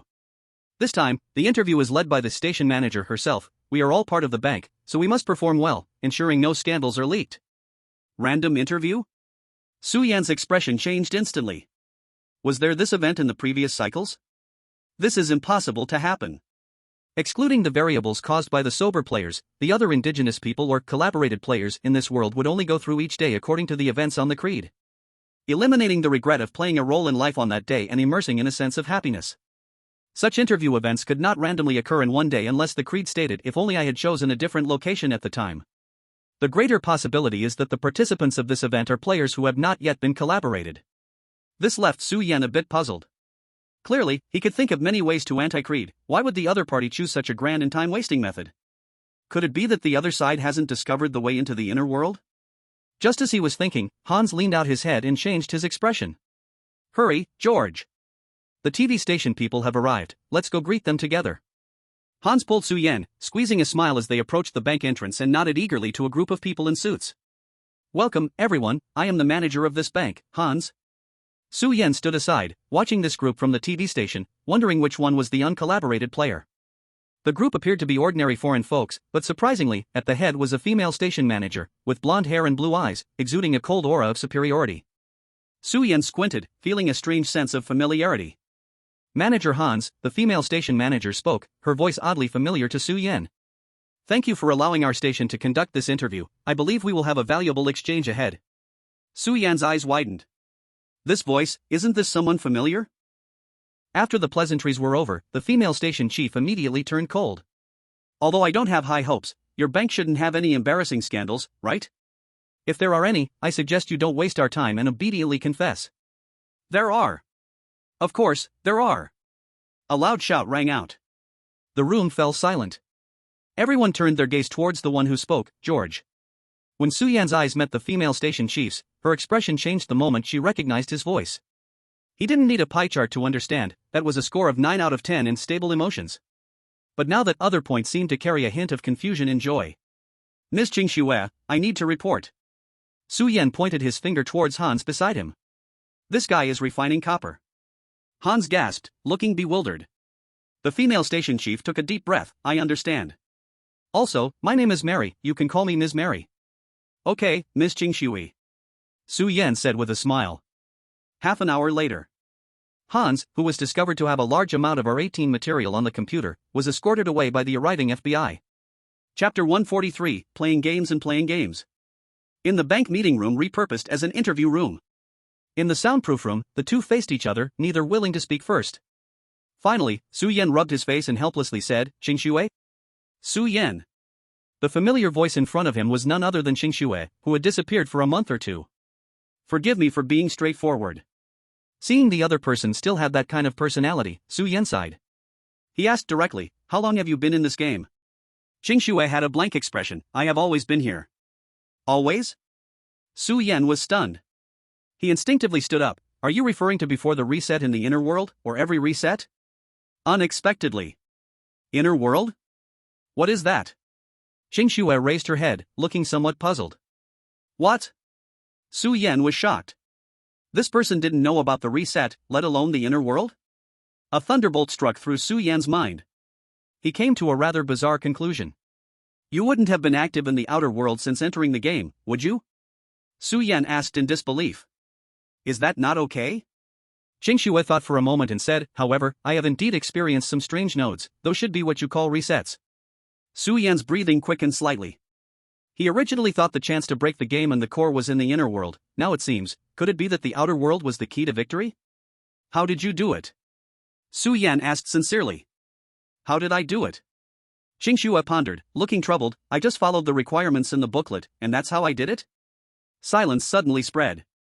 Su Yan took a while to understand. You just completed the creed every day, then moved to the next day? Yes. So the emotional infection brought by the creed. According to logic, players should either enter the inner world through the anti-creed to maintain awareness, or be synchronized under the repeated emotional infection. My talent grants me immunity to any mental manipulation. Qingxue gave a very domineering reason. Chosen one, impressive. Su Yan was speechless. He originally thought he had discovered a breakthrough, but now it seemed everything had come full circle. Haven't you noticed anything wrong with the creed? Su Yan pulled out the creed booklet, wanting to tell Qingxue how to enter the inner world. What's wrong with it? Qingxue tilted her head in confusion. This gave Su Yan a slight sense of achievement. He smiled and planned to earnestly tell Qingxue the truth about this world. Isn't this just a game? Su Yan's movements paused. Isn't this just a game? His mouth slightly opened, and Su Yan swallowed the remaining words. At this moment, he felt as if everything was connected, and the fog in his mind quickly melted away. That's it. He had been pondering what Su Qingqi was doing. All the strange aspects of the dungeon were blamed on his conspiracy. But if he didn't overthink it, and looked at it simply like Qingxue, Life Online, the name of the dungeon was already the greatest explanation. Su Qingqi was not a conspirator at all, he just wanted to create another game in the game world. This explains everything. Imagine. In a game city, how should a group of NPCs be arranged? First, these NPCs must have the ability to act independently, capable of automatically making their own schedules, that is to say, goals. Secondly, these NPCs must have a basic action logic, not interfering with or hindering the actions of other NPCs in the same area, that is to say, discipline. Finally, these NPCs must not violate their various settings, hindering other NPCs' understanding of them, that is to say, integrity. Is there anything wrong with having a creed? No, a creed is merely a task in the hands of the player when they embody the NPC. It is the rejection of the creed that is wrong. What emerges from the inner world are precisely those players who do not fit the game. If the variables are controlled together, then they are no longer variables. Finally, to ensure the entire game world does not have bugs during long-term operation, Su Qingqi needs to reset every day. Only then can the players who successively enter and take over the bodies of the original residents truly play this game. What a crazy life online. Su Yan was astonished. Su Qingqi's thinking was truly insane. He actually regarded all players entering the game as his debug parameters. Interesting. Ideas slowly began to form in his mind. After he completely unraveled the logic of his opponent's thinking, this protagonist template opponent didn't seem so invincible after all. From this perspective, after appearing in the inner world, Su Qingqi must have discovered his own specialness, which led to a trace of killing intent. However, judging from the other's character, he would likely lose interest and underestimate him soon. This was the key to breaking the deadlock. Moreover, at this moment, it is estimated that the previous version of himself before the last reset had not realized there was an existence in this city that was even more exceptional than himself. Su Yan's eyes lit up as he looked at Qingxue, as if he saw some treasure. What do you want to do? Qingxue instinctively rubbed her arm anxiously. It doesn't matter what I want to do. Su Yan smiled slyly. The key is, what are you doing? I don't know what you are talking about. Qingxue turned her head away. Stop pretending. Su Yan ruthlessly exposed her. Even if you can stay awake under the infection of the creed, after so long, with your personality, how could you possibly solo in a dungeon for so long? You are not someone who willingly embraces reality. If we really want to talk about it, you also lean towards the side that rebels against the creed. What makes you unwilling to explore ways to leave the outer world, endlessly playing city simulation in Life Online? Su Yan teased. Qingshue's face flushed slightly, looking into Su Yan's clear eyes. She knew that her intelligence was crucial to him. She provided an answer. Playing games can provide me with a lot of positive emotions. This is something I couldn't gather in the real world before. Joy, achievement. The existence of such emotions was indeed rarely seen in Qingxue. Moreover, her talent allows her to collect countless emotions in one swing, seemingly raising her own emotional threshold. Su Yan suddenly realized, and then stared in disbelief. So this person really treated this dungeon as a game to play? Seeing Su Yan's peculiar gaze, Qingxue thought he saw her as a game-addicted girl. She quickly awkwardly explained. I originally wanted to accumulate power to a certain extent, and then try to break the rules with a sword and cut open this world. Now, if you need, I can give it a try anytime. No. Su Yan quickly shook his head, his expression deep in thought. Based on my speculation, merely destroying the world should not be enough to forcefully clear the dungeon. Su Yan stared at Qingxue, with a hint of hesitation in his eyes. He had basically mastered the general worldview of both sides, but there were still some details in the inner world that he needed to verify himself. The next most important point is how to deal with Su Qingxi and the people behind him and the core. Su Yan felt that if he delved deeper, he might only have the true ending route left to choose. You have always chosen the optimal path with rigorous logic, but this time, you absolutely cannot choose that road because controlling humans and the core requires sacrifice. The words of Bai Kai from the thrilling Servitude Society lingered in Su Yan's mind. Su Yan squinted. What did the other party want him to do? Chapter 140 For the protagonist must die. In the vast universe, worlds condensed into tiny glass orbs floated all around. In the void space, a girl draped in a white veil sat at a vanity, silently gazing into the mirror. What was reflected in the mirror was not the white mask on the girl's face, but countless dense, compact, and constantly flowing small squares. Bai Kai once again flicked through a list, passing over countless grim figures, before her gaze finally paused on Su Yan. Did you throw all the other internal testers into the core's copy? A thin man in black and gold armor stepped out from the rippling space behind her. Bai Kai did not turn her head. The rest are all people who cannot be controlled and like to take matters into their own hands. Bai Kai thought of Su Yan, her tone paused and then continued. So I told them not to touch the core, but the more I said that, the more these smart people wouldn't easily believe me, and they would investigate the essence of the core even more. In the end, they were left with only the TE route to take. What a terrifying woman. The man in black armor chuckled. As long as someone can complete TE, then that person must be logically coherent, right? This time, he can't hide. Bai Kai replied noncommittally, wiping the mirror, as if she wanted to see deeper into the copy. But the mirror still reflected the endless flowing tiny squares. Bai Kai's eyes slightly widened. Among those squares, she seemed to see a small stain. What's wrong? The man in black asked. Nothing. Probably just something dirty got in, it's no big deal. Anyway, this is how to enter the inner world. In the interview room, Su Yan shared the secret of the reverse doctrine with Qingxue. No wonder the initial room has 2 doors. Qingxue pondered. Next time in the cycle, I will try to enter the inner world through the reverse doctrine. No, Su Yan's face was serious, as if he had made a decision. On the contrary, before I understand everything about the core, I hope you do not enter the inner world at all. Oh? Qingxue's eyes immediately enlightened. Who are you going to trick this time? You don't need to worry about that. Su Yan stood up, pulled out the chair, and prepared to leave. From now on, you and I should not meet again. When I need you to enter the inner world, you will naturally receive my signal in the outer world. And if I no longer have any news, then do your best and leave this world alone. I will wait for you. It was noon. Su Yan once again smashed down the load-bearing wall of the school and bought a bouquet of white roses before returning home. Carby once again devoured George's wife. Su Yan walked to the bathroom mirror, and George had a look of contentment. This time, he actively reached out his hand and pressed it against the mirror. Don't worry. Su Yan also pressed his hand against it.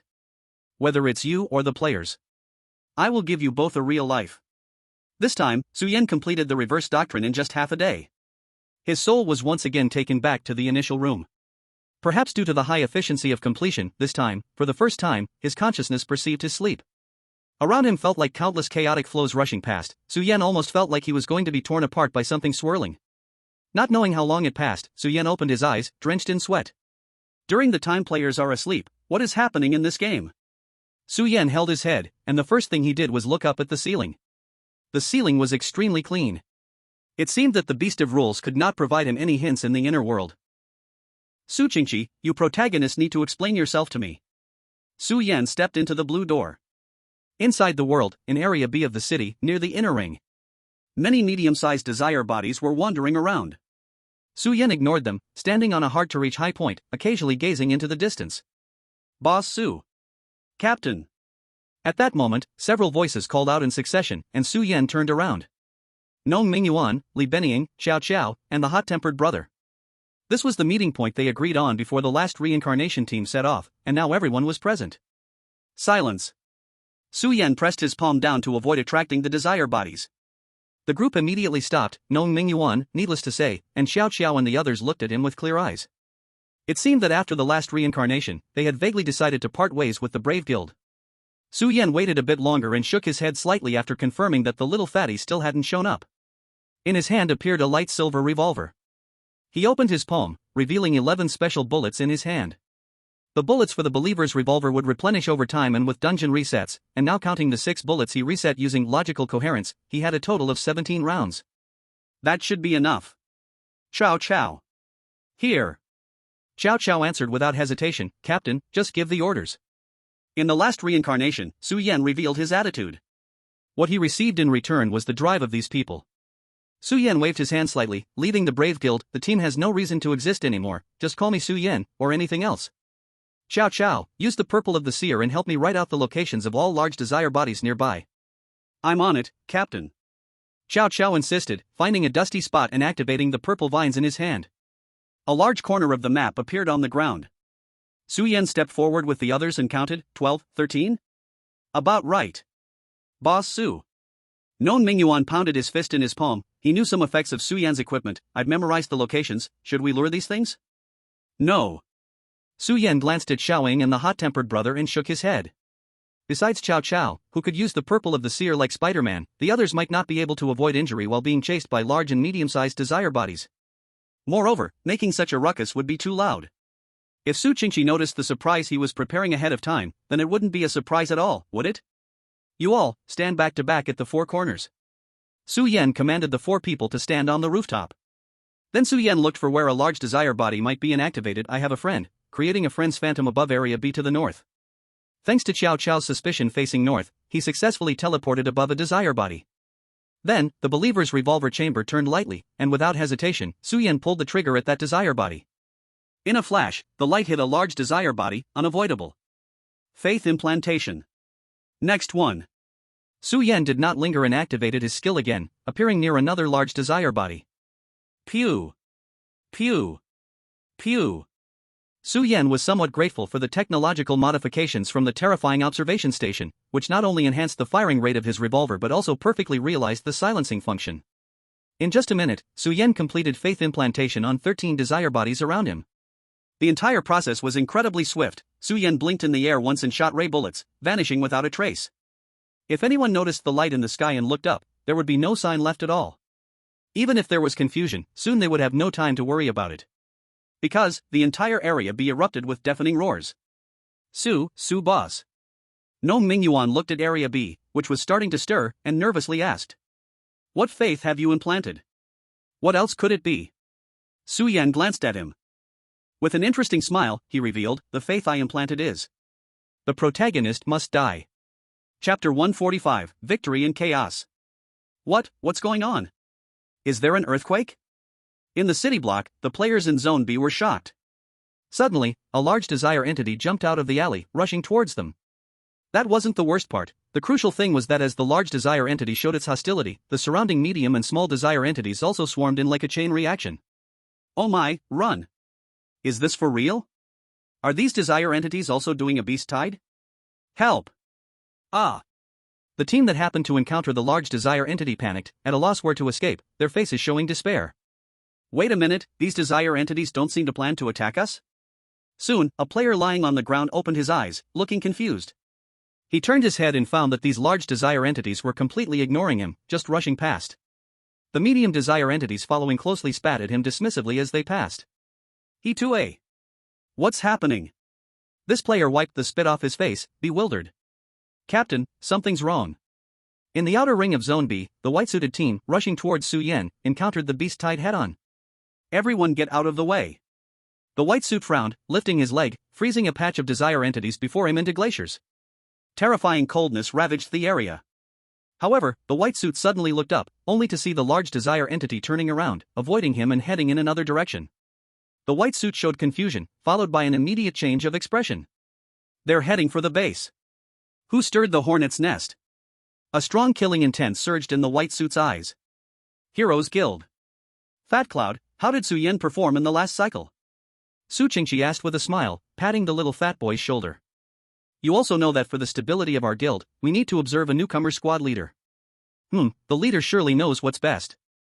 The little fat boy's face was full of smiles. That Su Yen is definitely suspicious. He actually questioned the leader's policies. Oh really? Su Qingqi sighed but then revealed a faint smile. After all, we can't trust anyone. I believe over time, Su Yen will integrate with us. By the way, does he have any other unusual traits? Su Qingqi stared into the little fat boy's eyes. The little fat boy instantly became angry. No, it's just that Captain Su Yen likes to cause trouble. I even died because of it last time. Causing trouble is a good thing. Su Qingqi nodded with satisfaction. Everyone should really enjoy the current adventure time.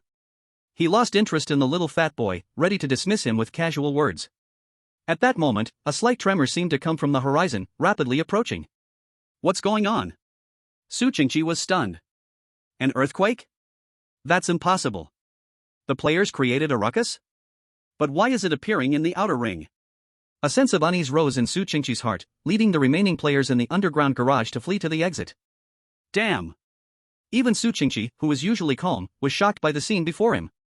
At least a dozen large desire entities, accompanied by numerous desire entities, formed a mad black tide, rushing towards them. It resembled a zombie siege. What's going on? Who did this? Su Qingqi's gaze turned icy as he quickly saw the key. Someone was out to get him. Leader! At this moment, the little fat boy grabbed Su Qingqi's clothes, panicking. There are too many desire entities. We should escape. Su Qingqi concealed the cold light in his eyes, pressed on the little fat boy's shoulder, and smiled bitterly. Escape? Where do we escape to? There were simply too many desire entities, not just the 10 or so large desire entities gradually approaching. Now, driven by the tide, heaps of medium and small desire entities had also become a threat. Besides Su Qingqi, those remaining in the guild base were mostly support staff and injured players. How to escape from this? Su Qingqi's thoughts raced, and he secretly pondered. The second reincarnation gives me a wake-up call. Su Yen, you play the role of supporting character and villain quite well. I am the main character, so I must endure disaster, but this is not the final battle. I cannot let this group of people around me die while I live, otherwise, I do not deserve to be the main character. Qingjiu, in white suit, is entangled by the desire entity, and it will take time to arrive. There's no way mechanized descent can take effect immediately. All I can do is protect my companions. Are you forcing me to act, or can't you act at all? Is that it? Su Qingqi's gaze drifted far away, as if meeting a pair of cold, emotionless eyes. You spearheaded the explosion of the desire entity, creating chaos all over Zone C, leading a large number of desire entities flowing in from the inner ring to the outer ring. In this gap of internal emptiness, what will you do? A smile gradually crept onto Su Qingqi's lips. You fell for it, Su Yen.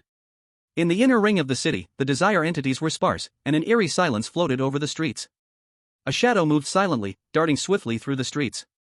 The tall buildings gradually thinned out as Su Yen approached the mountain that had emitted the light of harmony since the beginning of the quest. It was certain that the human in Pin was at the top of that mountain, but how to break the setup that Su Qingqi had placed was something that must be figured out this time.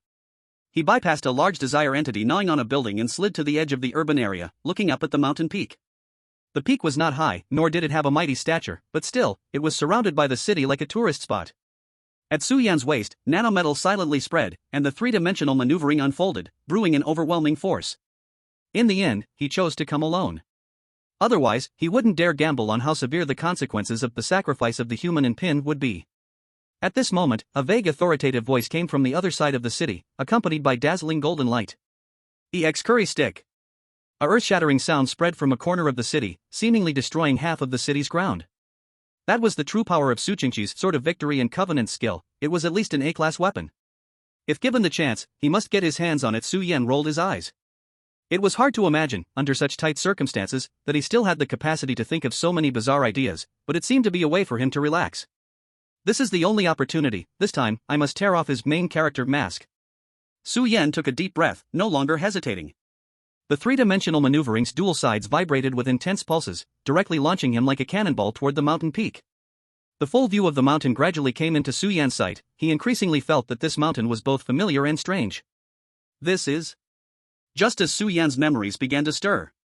In an instant, the entire mountain peak was supported by a pyramid-like light shield. Su Yan's pupils shrank suddenly, and he rapidly turned the propulsion port, but in a split second, a chilling terror enveloped him. His physical quality plummeted at an eerie speed. He had experienced this feeling before, now it was much more sudden. Su Yan crashed into that light shield and then fell from the sky. Another lie, you players who should be in Zone A have actually been guarding this mountain all along. At the foot of the mountain, in the jungle, Su Yan felt a newfound weakness in his body, and his eyes gradually turned cold. This situation was due to having too many debuffs applied to him. He was already too familiar with this. Su Yan looked at the countless camouflage players emerging from the surrounding trees, and with a mouthful of blood, he sarcastically laughed. I'm a bit curious, when did the Legion start to act as watchdogs for the Academy? Chapter 146, The Commander of Traps. The Legion operates independently, but that doesn't mean we won't cooperate with other factions. At this point, a group of soldiers parted at the edge of the woods. A strong, dark-skinned, bald man stepped out. His arms were thick and covered in scars, spreading straight out. He had the face of a middle-aged man, giving off a refined yet extremely dangerous feeling. Xuanwu Legion, though the turtle lives long. The dark-skinned middle-aged man leaned against a group of soldiers, addressing Su Yan. Friend, do you still like the welcome gift we gave you? Gu Suisho smiled broadly at the scarred Su Yan, while the soldiers behind him let out mocking laughter, creating immense pressure. The gift is a good one, but it's a pity the one giving it is just a turtle. Su Yan's gaze was contemptuous as he drew out his plasma dual blades, pointing them provocatively at Gu Suisho.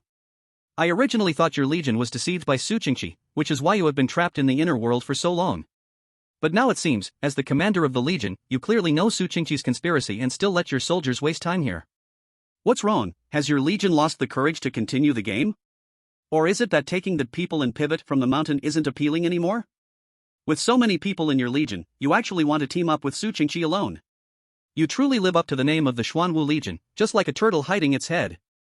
Gu Suisho's smile froze slightly, halting his mockery. Kid, your words are quite strong. You want to disrupt my troops' morale. However, I am not that madman Su Qingqi. Our legion still plans to leave this instance. As for capturing you, it is merely a deal I made with the Academy. Is that so? Su Yan suddenly stopped his movements, retracting his dual blades. So, the sacrifice of people in Pivot really requires a huge price? Even your legion isn't willing to get involved, so what has Su Qingqi sacrificed? You want to capture me? So, doesn't that mean resetting memories isn't just waiting for the deadline to come, but is used periodically to reduce consumption? Doesn't that mean, as long as a certain energy source is cut off, the influence of people in Pivot can't cover the whole city? What is that? The smile on Gu Suisho's face disappeared, and wariness flashed in his eyes. What was this man? His words were sharper than blades, deducing such crucial information from just his short sentences. These are not things you should know, and I have no necessity to tell you. Gu Suisho turned cold. Seeing Su Yan had given up resisting, he waved his hand. Take him down. No, you've already answered enough. Surrounding soldiers closed in, and Su Yan raised his head, holding a cold smile. Gu Suisho was stunned, then before him, golden light gathered, forming a phantom that looked strikingly similar to Su Yan. Surprise! In the next moment, Su Yan smiled and appeared in front of him. Gu Suisho's pupils contracted, realizing that it was bad. He truly needed to distance himself. Pay attention, this man is called Xiao Shuai. The sudden commentary made him shudder, and his head uncontrollably turned towards a confused, ordinary-looking man appearing at the foot of the mountain. This time, Xiao Shuai appeared on a battlefield in the mountains. What is he preparing to do? At that moment, a murderous intent appeared on Su Yan's face, and without hesitation, he launched a fatal attack with his dual blades. Blade Light Strike. Su Yan's dual blades sliced towards the back of Gu Suisho's neck. Three-dimensional maneuver, special effect 1, causing damage to the enemy's neck may trigger paralysis effect. Su Yan's blade was like cold light, quickly slashing down. The annihilation property turned the blade into a vacuum, speeding up. This was not a half-hearted combo like when fighting Su Qingqi. I have a friend and pay attention to this man called Xiao Shuai were almost activated simultaneously. At such a close distance and unexpectedly, Su Yan could unleash 16 consecutive strikes with his dual blades in the time of 2.5 sentences. This would surely trigger the paralysis effect and possibly even kill Gu Suisho instantly. Capture the thief, first capture the king. This was Su Yan's optimal strategy against the commander of the legion. And now, with Gu Suisho's ace yet to arrive, Su Yan's strike was practically unresolvable. However, clang! Su Yan's pupils shrank suddenly, as he could not believe that the laser dual blades, able to annihilate sea-level objects, struck the neck of Turtle Yusu, yet couldn't penetrate at all. Kid, are you tickling me? Turtle Yusu's head instantly twisted around, revealing a face that was all smiles but no warmth. Aren't you curious why no ace soldiers protect me? Let me correct the mistake in your prior words. Turtle Yusu stretched and twisted his neck as if warming up. What you are facing now is not the commander of the Legion, but the general who charges into battle. A powerful gust of wind suddenly erupted from the side of Turtle Yusu. It blew Su Yan away. What the heck? Su Yan tumbled into the air, his gaze filled with confusion. Commander, General? What difference does it make? He had no time to ponder these things, for in the next moment, Turtle Yusu stomped heavily on the ground and charged directly towards the airborne Su Yan. This speed was 3 times faster than 3D maneuvering. Is this really a human? Dragon Fist. Burst. Even without hearing his opponent's move name, Su Yan knew that if he was hit by Turtle Yusu's impossible physical strength, he would undoubtedly die. Su Yan gritted his teeth, and in his hand, the sole life-saving equipment was suddenly revealed, activating it. Only this could 100% evade this lightning-fast strike. In this regard, even a friend was not enough. Godlight Stick. In an instant, the valley seemed to gain a small sun. Oh. You escaped. Turtle Yusu scratched at the empty feeling in his hand, still an aftertaste. General, be careful. At this moment, shouts from the Legion soldiers came from the foot of the mountain. Without needing a reminder, Turtle Yusu had already sensed the warning. His previous words were just to make Su Yan relax. He turned around with a terrifying response speed and calmly defended against the incoming attack. But soon, this calm was gone. What? Turtle Yusu's eyes widened in shock. The blazing beam was far faster than him, leaving no trace on his skin, and in the next instant, it appeared before him, fiercely piercing towards his eyeball. Sparks flew. Turtle Yusu gazed in trepidation as this blazing light could leave no mark on the golden membrane surrounding him. The light twisted and attacked various parts of his body, and all he could do was watch. Too fast. Speed ultimately was his weakness. Fortunately, the price of your speed is that the damage is limited to this. Soon, Turtle Yusu calmed down and spoke to the light. He did not possess the terrifying scheming of a commander, but his own combat instinct was faster to grasp the situation. The blazing light quickly returned, condensing into a figure of light in front of him, from which Su Yan's cold voice emerged. Unfortunately, you, as a general charging into battle, are merely a name without substance, relying on the massive stacking of skills from your soldiers behind you. Su Yan looked at the group of soldiers below the mountain, vaguely seeing through Turtle Yusu's strengths and weaknesses, but was equally at a loss. Godlight Stick, you can become light on a physical level. Logically, what Su Yan turned into was laser. However, what he had to face was Xuan Wu. Chapter 147, Breaking Point. When observing in the horror replica of the station, Snow once expressed disdain for Su Yan not choosing laser firearms but instead opting for enhanced melee weapons. But these NPCs had different limitations in their vision. Su Yan understood very well that as the game deepened, players' physical abilities in the game would inevitably reach a level comparable to the Holy Grail War. Otherwise, the Abyss and the White Disaster level replica would simply be an invincible presence. At the current stage, Su Yan himself still couldn't withstand laser weaponry. According to his estimates, Cheng Shui, that abnormal existence, might be able to withstand it. Unexpectedly, he encountered another one now. Su Yan assessed the weight of his current laser, and it was about the same size as his original body. But this was damage far beyond military grade, and in an instant, Su Yan bypassed Turtle Yusu and smashed down toward the Legion soldiers below. Ha, what a bold move. Turtle Yusu roared in anger. But he wasn't too panicked. Su Yan easily took the life of a Legion soldier, but soon discovered that everyone was covered in a layer of golden light. It really is an unbreakable tortoise shell. Su Yan recalled the light cover that enveloped the entire mountain before and knew he might have difficulty bypassing this Legion hurdle. Kid, you really are a dangerous character. I've never heard of you before. Guosuisho slowly landed on the ground, looking at the glowing figure of Su Yan floating above. Su Yan pointed his finger at the group of soldiers behind him. If the organization you lead is a trapping formation, then this is undoubtedly a killing formation. This group of Legion soldiers is probably just support, right? Only countless enhancement skills added to you can explain your exaggerated defensive power. Guosuisho chuckled, you truly can't hide anything from your eyes. Guosuisho spread his arms wide. Not to hide it from you, I currently have 16 defensive enhancement skills that can cycle on me. 6 forms: Iron Block, Indestructible Battle Chi, Holy Shield, Alloy Refraction, Skin Hardening, Golden Extension, Turtle Strengthening 6. Su Yan understood what a commander in the fight was now. Unlike the strategy of the leader, this was clearly an indestructible battle fortress. The enhancements of all the soldiers fell on one person, creating a monster no weaker than the outlaws and the chosen one. Su Yan glanced at Gue Sui Shou and the soldiers below, and under the optical perspective, he found that these soldiers, along with the entire mountain, seemed wrapped in a golden film, completely isolating him. This meant that as long as the other side occupied the mountain, he really had no other way out. Your combat awareness is quite good. After realizing I'm almost flawless, you immediately found the second weakness of the Legion, trying to kill the soldiers below. Unfortunately, you are facing a well-formed Xuanwu Legion. This A-rank defensive equipment in my hand is enough to protect any soldier, turning the battlefield into a prison. Gue Sui Shou stared at Su Yan's position, eager to move. For the first time, Su Yan felt a bit tricky. The worst part was that although he had logically transformed the Divine Light Stick, this life-saving equipment, into an offensive strike, he couldn't use any skills when transformed into light. Using light form meant he couldn't employ player means, which was clearly a limitation of the Divine Light Stick itself. Game balance wouldn't allow players to trial and error with invincibility. Once he returned to his original form, he could try to break this giant turtle shell. However, if things continued like this, he would be the one delayed. To resolve the Xuanwu Legion quickly, probably only a single sword-breaking 10,000 methods like Qing Shui could achieve that. Doesn't the protagonist always have the help of many? Su Qingqi, you truly have taught me a lesson. From within the light figure came Su Yan's murmuring voice. Don't misunderstand. When Gue Sui Shou heard this, he showed a proud expression. Su Qingqi is merely a pawn of our legion. If he didn't possess the human and hub, he wouldn't even have the right to speak equally with us. For this, he should thank us. Equality. Su Yan sneered, isn't this you guys, talking about skin with a tiger? I can almost guess the deal made between you and him. During the time you stay in the inner world, you won't reset your memories, right? And you all will be his most loyal security. TSK, easy to grasp for great benefits, it truly suits our protagonist. Gue Sui Shou laughed loudly, haha, kid, you have a knack for angering people. However, you do not understand. A burning look surged in his eyes. Do you know our current situation? In the game created by Su Qingqi, does it really make a difference whether it is a horror-generated game or not? No.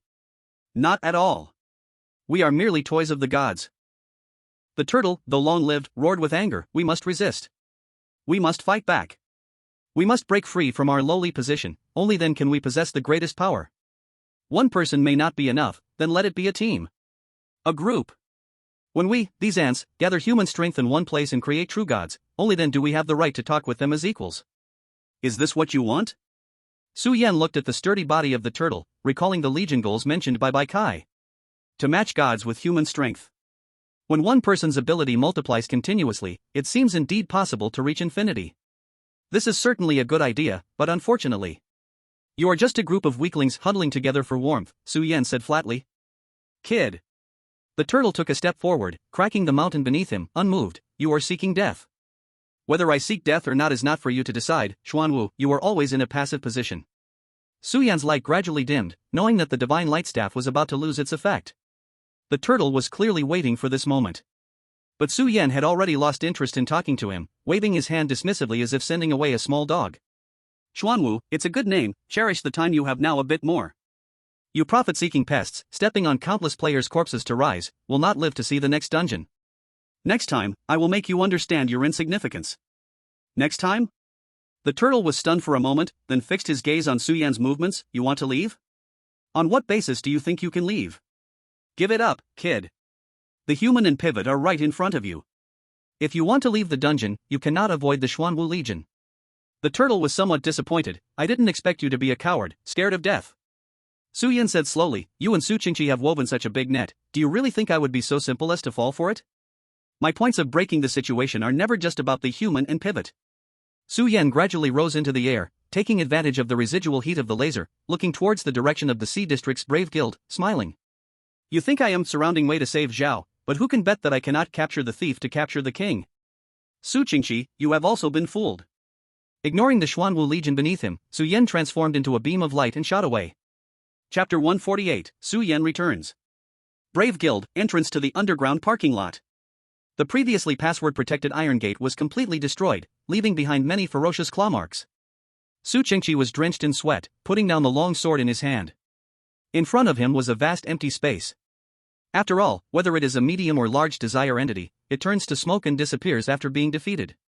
However, the terrifying and chaotic traces in a radius of several miles reflect how brutal this battle was. One side of the street's land seemed to have its foundation turned out, with jagged rocks, while the other side of the ground was covered with frost, mingling with blood.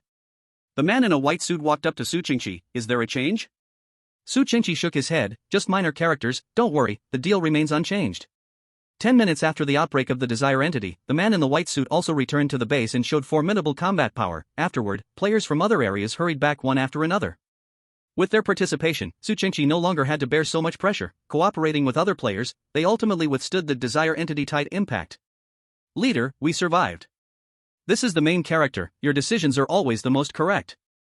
The surroundings erupted with joyous cheers. Countless eyes looked at Su Qingqi with admiration, their gazes fervent. Su Qingqi revealed a gentle smile, waving towards the crowd, but deep inside his eyes was a dark sense of satisfaction. After this battle, the cooperation level of these people would surely deepen considerably. Now, it was time for the autumn settlement. Everyone. Su Qingqi pressed his hands down, his smile gradually turning serious. Everyone understood that Su Qingqi seemed to have something important to say, falling silent instantly. Only he could possess such great esteem. Although we escaped death this time. But still, they lost a few teammates. Su Qingqi lowered his head. Lu Su, Zheng Qi, Sun Wu. Even if death in the inner world is merely a cycle, they still experienced an undeserved despair. I once thought we would all be wiped out, but now everyone is holding the line. I should tell you all, this wave of desires is completely controlled by someone. Su Qingqi said firmly, and the crowd erupted in chaos. If someone else had said this, perhaps they would have questioned it, even disbelieved. Who has such great power? But since it was Su Qingqi speaking, they were shocked for a moment before their anger ignited. Leader, who do you say it is? Such scum, we should expel him from the guild forever. Su Qingqi revealed a barely noticeable faint smile. He rallied their spirits and concocted a good reason. That was enough.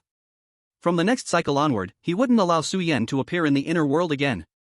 This was a game with a preordained outcome. He was the protagonist, thus Su Yan was destined to return empty-handed. He had already missed this last opportunity. Yes. Do tell, who did such a great thing? At this moment, a sarcastic voice suddenly rang out from a corner. Su Qingqi's eyelid twitched, and he calmly turned around. Gnome Mingyuan, with a cheeky expression, stepped out of the crowd with a few others. They are uninjured, a bunch of deserters. A sharp-eyed player shouted, irritated by their disruption. The man in the white suit stepped forward, coldly staring at Gnome Mingyuan. Where were you just now? What's it to you? Gnome Mingyuan picked his nose and pointed at the distant skyscraper. I was just looking for a place to watch the show. The man in the white suit remained indifferent and turned to the few people behind him. What about you? Xiao Xiao was straightforward, Xiaoying was shy, but finally, it was the grumpy Broyi Qijing who spoke. None of your business. Very good. The man in the white suit smiled, turning around, his icy gaze on Su Qingqi, which was self-explanatory. Su Qingqi clapped his hands and said seriously, new friends, and if you make mistakes, you must make amends. I know you are not the masterminds. Now step over to our side, I believe everyone will still accept you. Before his voice fell, someone immediately shouted with righteous indignation, Leader, you are still too lenient. These scum, how dare they continue to stay in the guild? Yes, yes. Without waiting for the crowd to brew further. Keep pretending, continue pretending. Gnome Mingyuan mocked, just look at what you said, isn't each word pushing us out of the group? Pretty boy, you are really good at scheming. What did you say? The crowd was stirred up, about to take action. Su Qingqi lowered his gaze and remained silent. He certainly intended to execute this group of inferiors, not giving them a chance to beg for mercy. After today, everyone would reach a consensus that Su Yan and his group were traitors, evildoers. Then in the next cycle, Su Yan and his people's disappearance would raise no suspicion. You all can leave, for the sake of our camaraderie, you are not welcome here. I just hope you never appear before us again.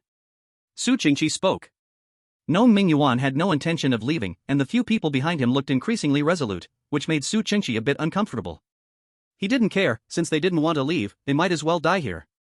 The man in the white suit stepped forward. Gnome Mingyuan rolled a die with a value of 1, laughing wildly. What he had to do was to make a scene here, to stop Su Qingqi from continuing his push for cooperation. As for the rest, he believed in his boss. That was the true protagonist. But just then, a familiar light streaked across the sky, and Gnome Mingyuan tucked away the die, knowing it wouldn't be needed anymore. A beam of light descended from the sky, just enough to dissipate, revealing Su Yan's figure. Su Qingqi, you say, who do you want to expel?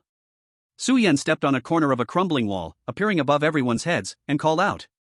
The man in the white suit and Su Qingqi both showed expressions of surprise. Su Yan, you can't hide it. I'm sure it was you who instigated this surge of desire, bringing disaster to our guild. Everyone was in an uproar, and then anger surged. It is indeed this person. I said the newcomer had problems. The leader is too merciful. Kill him. Kill him. Su Yan looked at the group of players who seemed dim-witted, shaking his head in disappointment. Perhaps they had independent thoughts when they first entered the game, but after being in the Brave Guild, they had already become numb without realizing it. Su Yan glanced at the little fat man in the distance, who shivered. He withdrew his gaze and calmly looked at Su Qingqi, starting to speak. Who said I want to deny it? The surroundings fell silent. Su Yan opened his hands, gesturing to the empty space around them. Was it wrong for me to instigate this surge of desire? Is that a problem? Chapter 149, The Desperate Truth. Su Qingqi was stunned. Everything was going according to his plan. But what's happening now? Su Yan had no intention of arguing, which made the words he had organized seem useless. Are you saying you intend to plead guilty? Su Qingqi did not show hesitation on his face. After a pause, he slowly asked. Guilty? What crime have I committed? Su Yan had an indifferent look. Su Qingqi stared into the unrestrained eyes of the opponent, unease emerging as his expression suddenly changed. This is bad. Su Yan, you instigated this surge of desire to attack our base. So many teammates have died, and you still claim you are innocent. Fool. Why don't you just go die? Around them, the players were in an uproar. If you want me dead, that's fine. Su Yan calmly nodded, I can die to atone for my sins. And then? I will still reincarnate and appear before you. Do I differ from the other dead players? Is there any difference in what I've been doing with you? Everyone was shocked. Su Yan pointed again at the empty plaza. Everyone, the number of desire entities we exterminated tonight is probably greater than the last half month, right? At this point, the man in the white suit also realized, his eyes showing shock and anger. This madman. I possess the ability to instigate desire entities, isn't that the most helpful thing for our guild? Su Yan revealed a wicked smile. I led the desire entities here because the leader is present. This is the place where all players can gather the fastest. The denser the desire entities, the more we can unleash our firepower and kill faster. By the end of this, I'm afraid half of the desire entities in Area B and nearby regions will be wiped out. If I keep doing this 3 or 4 more times, won't I achieve the method the leader mentioned to clear the game and leave? You should be thanking me. Ha ha ha ha ha. Su Qingqi's gaze gradually darkened. He didn't expect this to be Su Yan's true purpose. Forcing himself to act, using his influence to unify all players, maximizing efficiency and exterminating desire entities. He was the protagonist, and his greatest responsibility was to lead all players to clear the game. Now that Su Yan's proposal was laid out, he could not refuse. If he refused, he would no longer qualify as the protagonist. Su Yan's sophistry had too many points of attack, yet they were all trivial matters. Meanwhile, the group of dim-witted players clearly couldn't grasp it. So what, our protagonist? Do you still like my proposal? Su Yan mocked as he looked at Su Qingqi. This was clearly a scheme.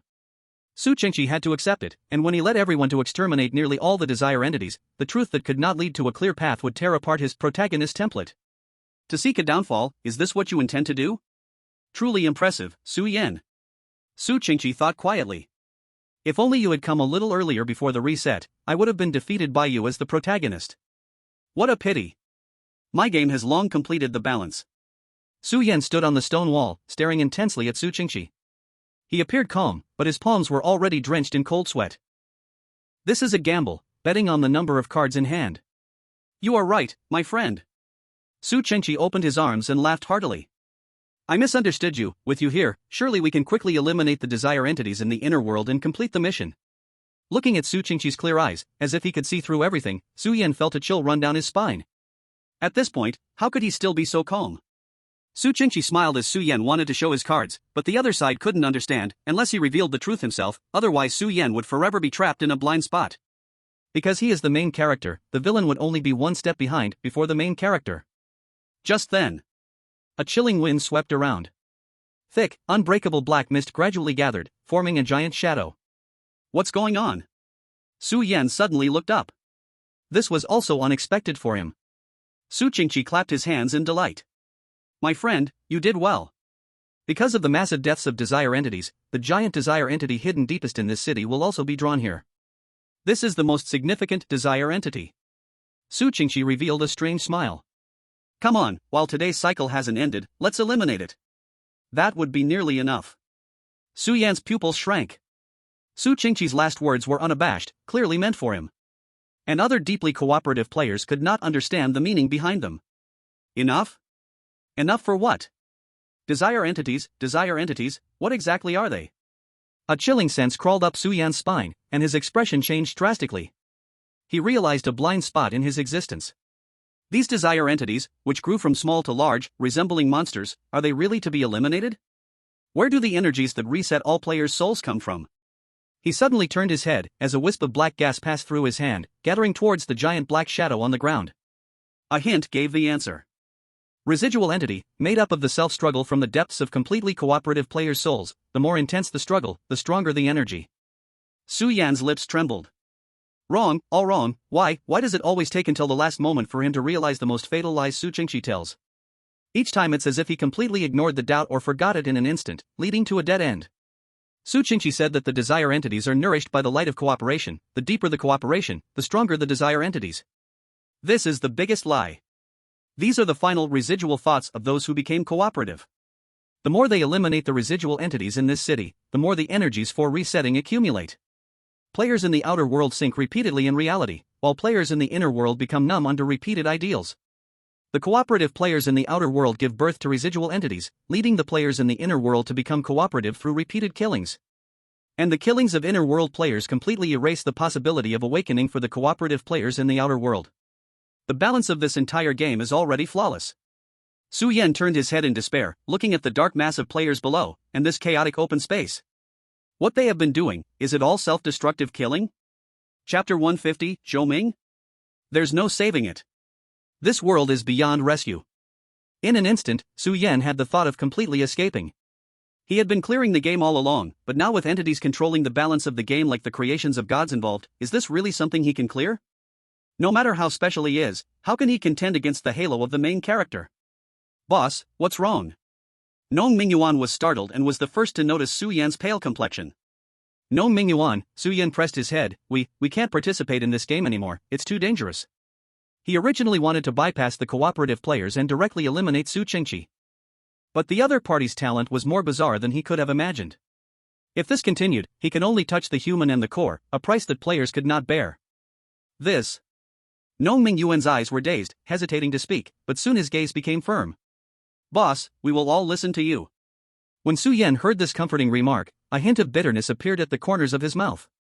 Zhang Qinglin, Qingxue, Nong Mingyuan, and Xiao Qiao's faces all flashed through his mind. He bore the trust of so many people, could it really end like this?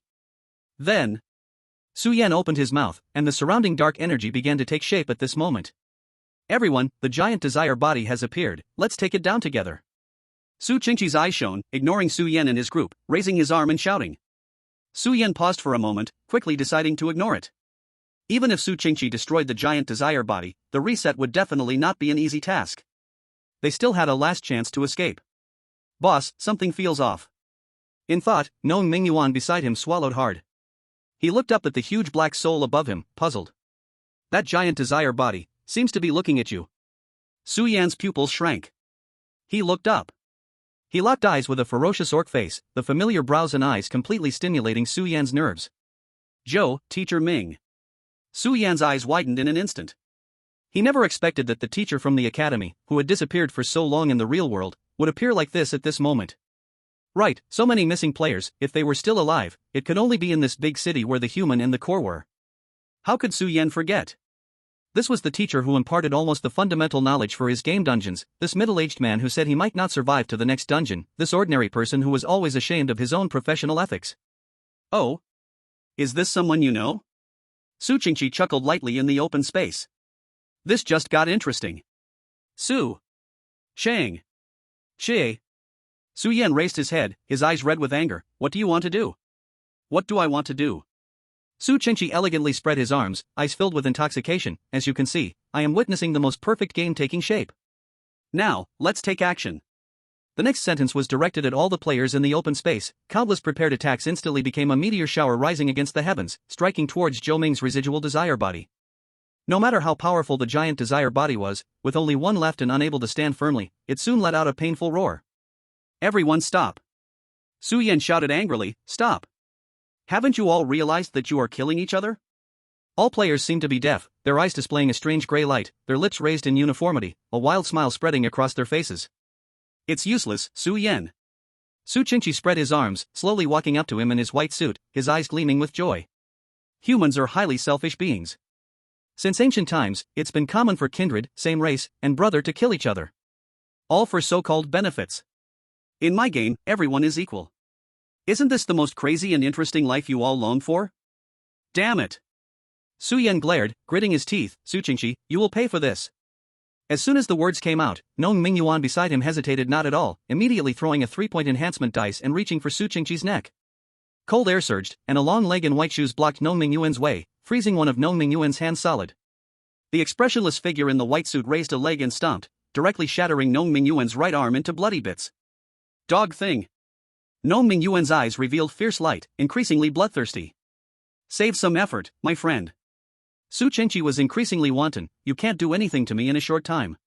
Do you think only the Legion is on my side? He whispered in Su Yan's ear, the outlaws are the same. In this world, nothing can stop me anymore. Su Yan suddenly raised his cold eyes. The dual blades of the three-dimensional maneuvering device slashed through the air, casting horrifying beams of light, forcing Su Qingqi and the man in the white suit to retreat violently. This gave Nong Mingyuan a precious moment to breathe.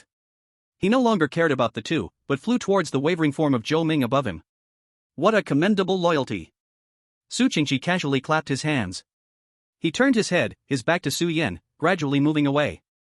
Unfortunately, you can't catch up. Because the minions of the villain will only be removed one by one. Su Qingqi snapped his fingers. In the sky, as the last player's killing blow fell, the massive desire form suddenly shattered. Teacher Zhou. Su Yan's eyes widened in despair, as if he heard a faint wail. The black mist dissipated into a terrifying storm, and a frail figure fell from the sky. It was Zhou Ming, looking like a withered shell, wearing an old shirt that had faded. Su Yan hurriedly activated his three-dimensional maneuvering, transforming into a streak of light, and gently caught him on the ground.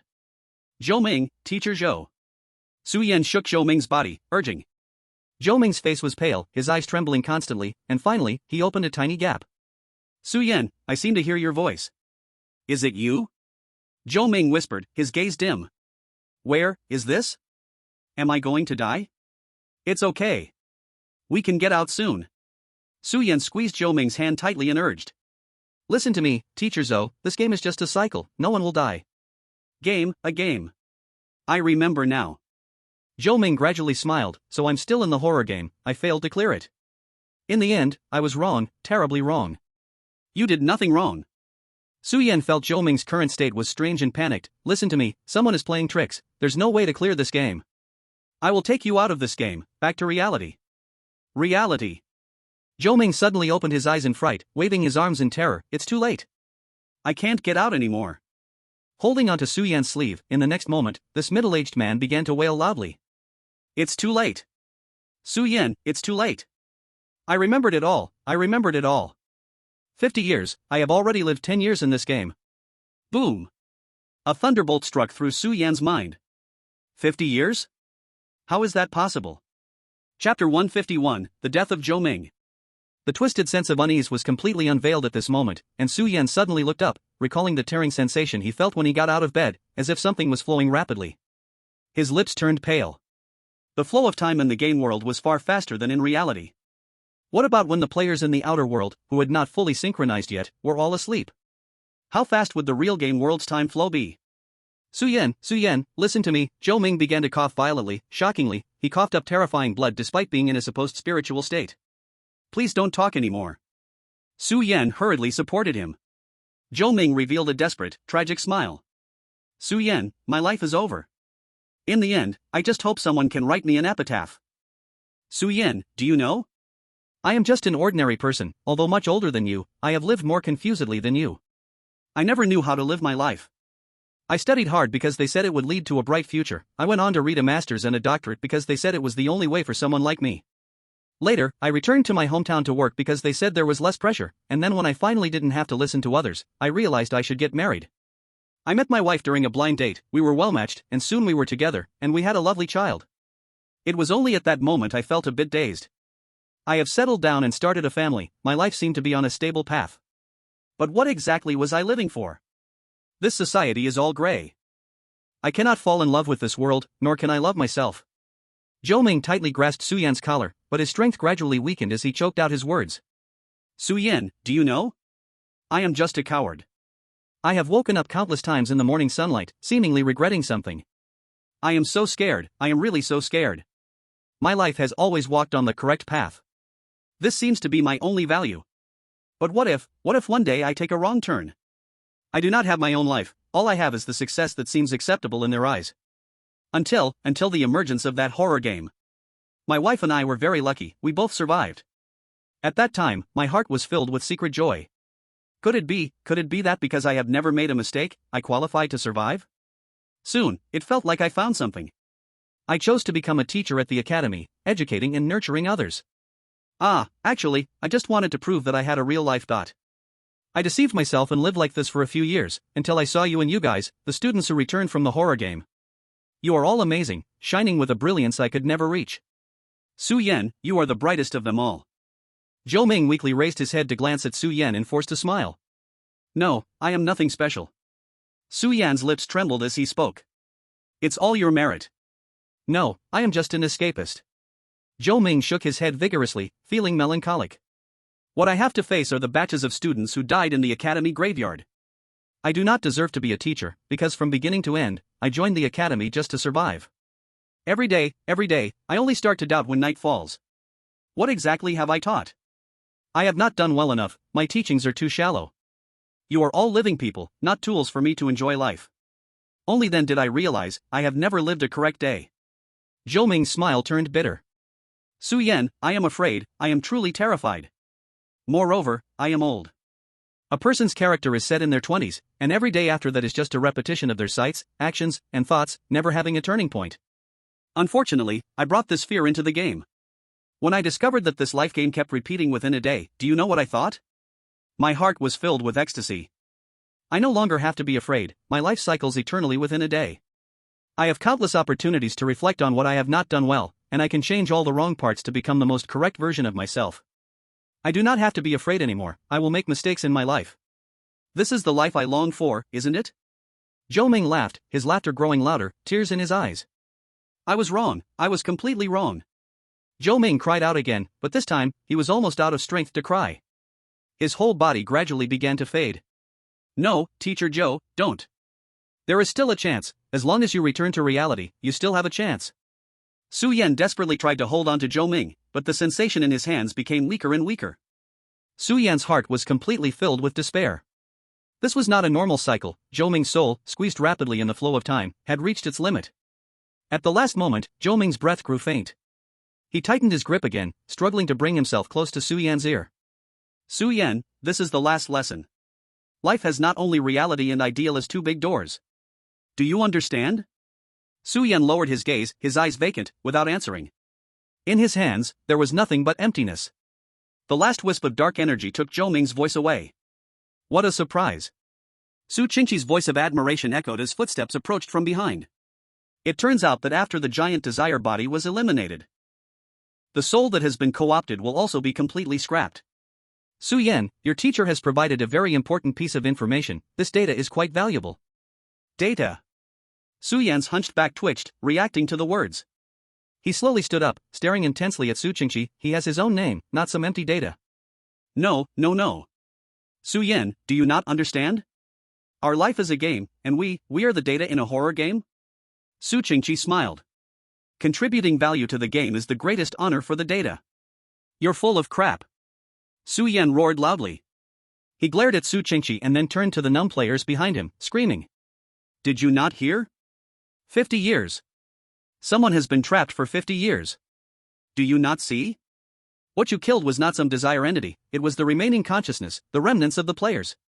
I don't know how many times my skills have been used, Xiao Ying's Kulo cards are down to just 4. Su Qingqi is lying. This is already who knows how many resets. He is not the protagonist at all, you have all been deceived. Su Yan forced a smile, trying to awaken some people, but what met his eyes were numb, identical smiles. Everyone stood firmly behind Su Qingqi. It's you who can't see the reality, Su Yan. Su Qingqi stood before the crowd, like a leader, yet like a representative. As if to completely shatter his defenses, Su Qingqi mockingly said. Did you really think these players didn't know they were experiencing resets all along? Chapter 152, The Losers. You say, what? Su Yan's gaze was blank. A look of disappointment finally appeared on Su Qingqi's face. Su Yan, did you think that only you and Li Benying have consumable skills? Did you think these players capable of breaking through the visible world had not subtly guessed the truth? Then why? Su Yan was in disbelief, but his voice felt like it was being choked. Su Yan, you think you are a normal person, but you resemble a madman even more, don't you? Su Qingqi spread his arms. What's so bad about living here? Just as your teacher said, we can spend each day without burden, we no longer have to endure the horror of life and death threats, or suffer painful trials. This is the true game. Ridiculous, too ridiculous. Su Yan, oh Su Yan, they live clearer than anyone, but what about you? Completely confused. The last sentence shattered Su Yan completely. It turned out the player who wanted to liberate the entire city didn't need his own salvation at all? Was it wrong, that I? Su Yan pressed his face, murmuring. Boss Su. Don't listen to that pretty boy's nonsense. Nong Mingyuan looked anxious, wanting to rush to Su Yan's side. But the next moment, he turned into an ice sculpture, and the calm figure in a white suit walked out from behind. Glancing at the vacant Su Yan, he shook his head in disappointment. He thought this person was the most likely to be logically coherent, but it seemed he had misjudged again. Otherwise, he wouldn't have lost to Su Qingqi's protagonist template. Time is running out, Su Yan. Su Qingqi raised his head, looking at the peaks that were gradually glowing. You have done well, helping me find many bugs in the game. I will continue to fix them in the next reset. Su Qingqi patted Su Yan on the shoulder. It's a pity that you will never appear again. Losers do not have the qualification to return. Su Yan raised his eyes, his gaze full of dead ashes. In the sky, the light of co-option once again covered the entire world. A white, monotonous room. Su Yan lay on the bed, his eyes blankly staring at the empty ceiling, where nothing existed. He did not get up again. In the room, the red and blue doors had disappeared, what remained was only the boring white walls. Indeed, not much different from other people's rooms. In front of him, a gentle smiling face blocked his view. Su Qingqi stood at the foot of Su Yan's bed, hands behind his back. I am very curious, how could you still appear in the inner world after experiencing a reset, bringing me such a wonderful show? Su Yan's eyes were dark and dull. Su Qingqi persisted, lightly snapping his fingers. Soon, the bed in the room disappeared, and the entire room transformed into a pure white cube. Su Yan fell awkwardly to the ground, his head bouncing like a ball, then continued to lie there like a lifeless corpse. Don't do this, my friend, Su Qingqi said with a pained expression as he helped Su Yan sit upright, leaning against the wall. Even though you played a competent villain and side character, you are also the only one who stands oppositely to me as a friend. Don't you want to know what I want to do? Once these words were spoken, Su Qingqi finally smiled as Su Yan reacted. A glimmer seemed to flash in his eyes, but it quickly extinguished. He weakly pointed his finger.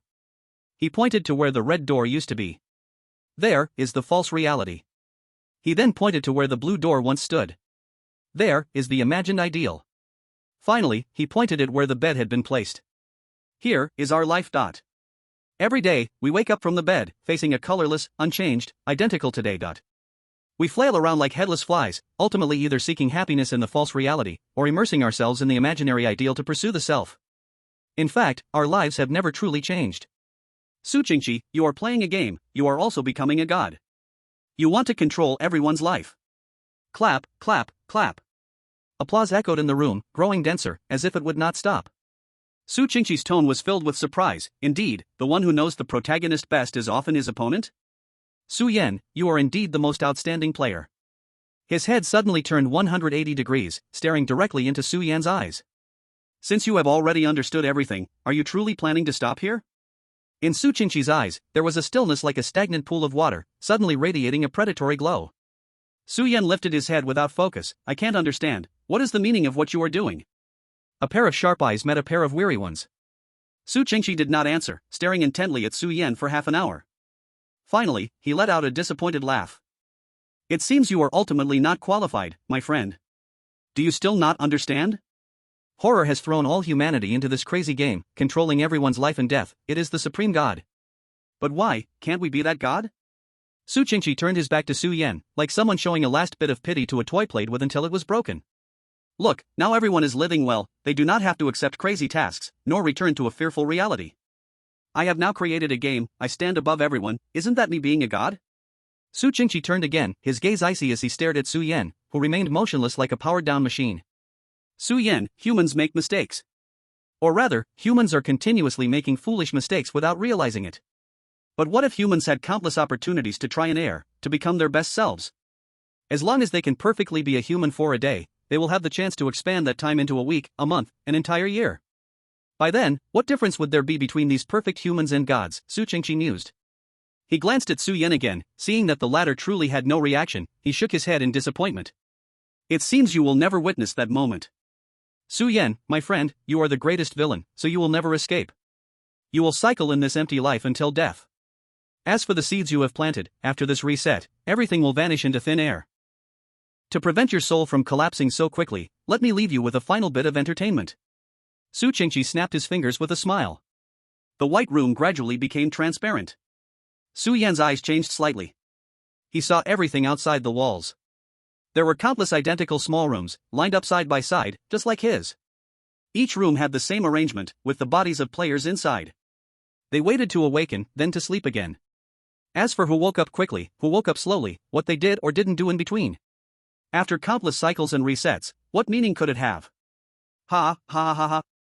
Su Yan suddenly burst into laughter, pounding on the transparent floor, sometimes rolling, sometimes crashing, ignoring the blood slowly oozing from his head. He had gone mad. Su Qingqi looked at the masterpiece he had created, nodding in satisfaction.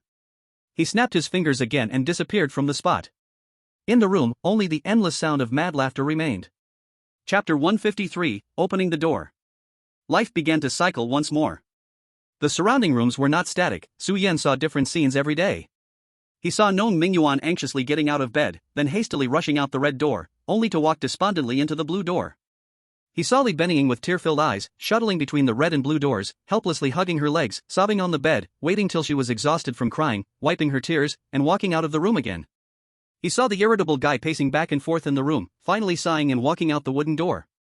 He saw Chow Chow endlessly painting with the purple pen of the hermit. That was his multiple resets, but in the end, he can only continue to step into the cycle. He saw Yun Peng's already small courage gradually disappearing from his pupils, becoming self-hypnotized and numb again. He saw Cheng Shui getting up with a sword, walking into the red door, repeating the cycle, but she had never left. What he saw more were faces that were numb, or becoming numb, endlessly and without looking back, unwilling to regret, repeating the same life over and over again. He had gone crazy, sometimes furiously pounding the walls and shouting, trying to remind those around him of something. Sometimes, looking at these endless cubes, he would burst into wild laughter. He curled up tightly in a corner, laughing until he cried, crying until he slept. Most of the time, he just stared blankly at the ceiling, his eyes wide open, like a corpse. Su Qingqi was satisfied. He had been observing Su Yan from outside the room. Su Yan just couldn't see him. Is there always an unexpected twist before the main character's successful ending? It seems I was just overthinking.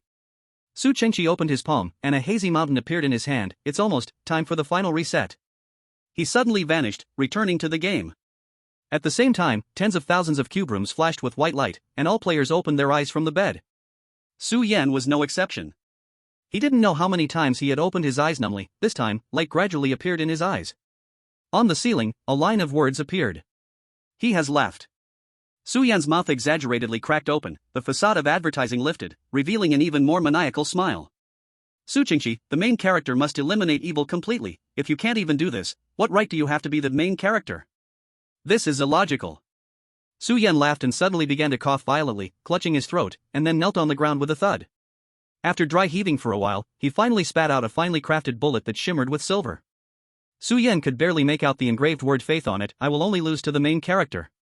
To deceive the whole world, must one first deceive oneself? Su Yan laughed heartily. The me before the reset, you did well. If it weren't for self-hypnosis and physiological acting. He really can't be tricked by Su Qingqi, making him obediently urge Ren and Shu to reset. Now, it's the final gamble. Su Yan slowly stood up, his eyes filled with contemplation. He had already found the way to pass, but there were still some external factors, and he felt a bit hesitant. Once he stepped onto TE, it was very likely he would have to expose logical consistency. Even so, it could implicate Nong Mingyuan and others. Can I only let the Horror Servitude Society achieve their goal? Su Yan fell into confusion. He raised his head, wanting to relax his brain, and suddenly froze. He stared at the ceiling again, and there unexpectedly appeared a line of words he did not know when it had come. You come to pass the level, I will break the game. Su Yan's eyes trembled, instantly becoming extremely bright. Beast of rules? So you have always been here. Su Yan was filled with joy. From entering the instance until now, It felt like someone who completely understood him was clearing a path for him step by step, making the seemingly stagnant deadlock easy to resolve. This near-perfect cooperation with himself made Su Yan feel immensely comfortable. It's time to show Su Qingqi who the real protagonist is. Su Yan smirked. He walked up to the wall in front of him. It was also time to leave this room. The 2 doors of the initial room had been deleted by Su Qingqi from the program. Theoretically, the game could no longer break the deadlock. But Su Yan pressed against the wall and closed his eyes. Destruction is much simpler than maintenance. No door? Then I will open one. Salt Crisp, come out. This time, I want to open the door. On his finger, the dandelion-like tail ring gradually melted, condensing into a small shiny ball of fur. Su Yan opened his eyes, a trace of sadness appearing in his gaze. Su Yan, this is the final lesson. Life is not just about the reality and ideal doors. Do you understand? Of course I understand, Teacher Zhou. Su Yan spoke softly to the air. Whether it's ideals or reality, they are both our own choices. Life itself has no meaning. As we age and our vision broadens, we find it harder to adapt to our lives. It has always been this narrow room, never getting smaller. It is our hearts that are growing bigger. We know better than anyone the limits of our lives, and we are more tired than anyone of the pallor of our own lives. But that is enough. Su Yan raised his head, and the wall in front of him gradually rippled, becoming infused with bright colors. Every door is our own choice. We may stray onto the wrong path or sink into it. But at the same time, we will also see different scenery, have more choices. The pale room will be colored by these good or bad landscapes. We don't need to look back in our lives because life, no matter when it starts, is never too late. The meaning of life lies in the scenery along the way. We have always been opening doors. Strange colors spread in the room. Salt Crisp's fur became increasingly shiny, and finally, the wings on its back glowed with brilliant golden light. This time of nourishment had completed its sprouting. Talent weapon, word, Shenkin stage. Characteristic, non-transferable, unstealable, undroppable. Effect 1, words are power. Effect 2, knowledge is power. Su Yan was not surprised, he simply looked forward calmly. On the wall where countless colors gathered, a door woven from choices appeared, simple as a child's innocent watercolor painting. Su Yan gently pushed, and the door opened. Real world. Near the mountain, in a luxurious residence, a man in a suit opened his eyes, grinning, and walked out the door. Mayor. The surrounding maids greeted with respect. The man crossed the long corridor, his steps slightly quicker than before. He exited the courtyard and got into the business car waiting at the door. Mayor, what's the schedule for today? The driver asked. To that mountaintop. Su Qingqi smiled smugly. He is the mayor of this city. He is the god of this game. Everything must be decided by him. The car carried Su Qingqi to the mountaintop, the well-paved road smooth and clear. In just 10 minutes, he could reach the summit. Passing halfway up the mountain, he swept past a school ruin, trees growing denser. Su Qingqi rolled down the car window, enjoying the fresh breeze, feeling particularly joyful. We interrupt this program for a news bulletin. The sudden broadcast cut through his mood. Su Qingqi frowned. Driver, I didn't ask you to turn on the radio. Sorry, sir. The driver's tone was flustered and puzzled. I didn't turn on the broadcast.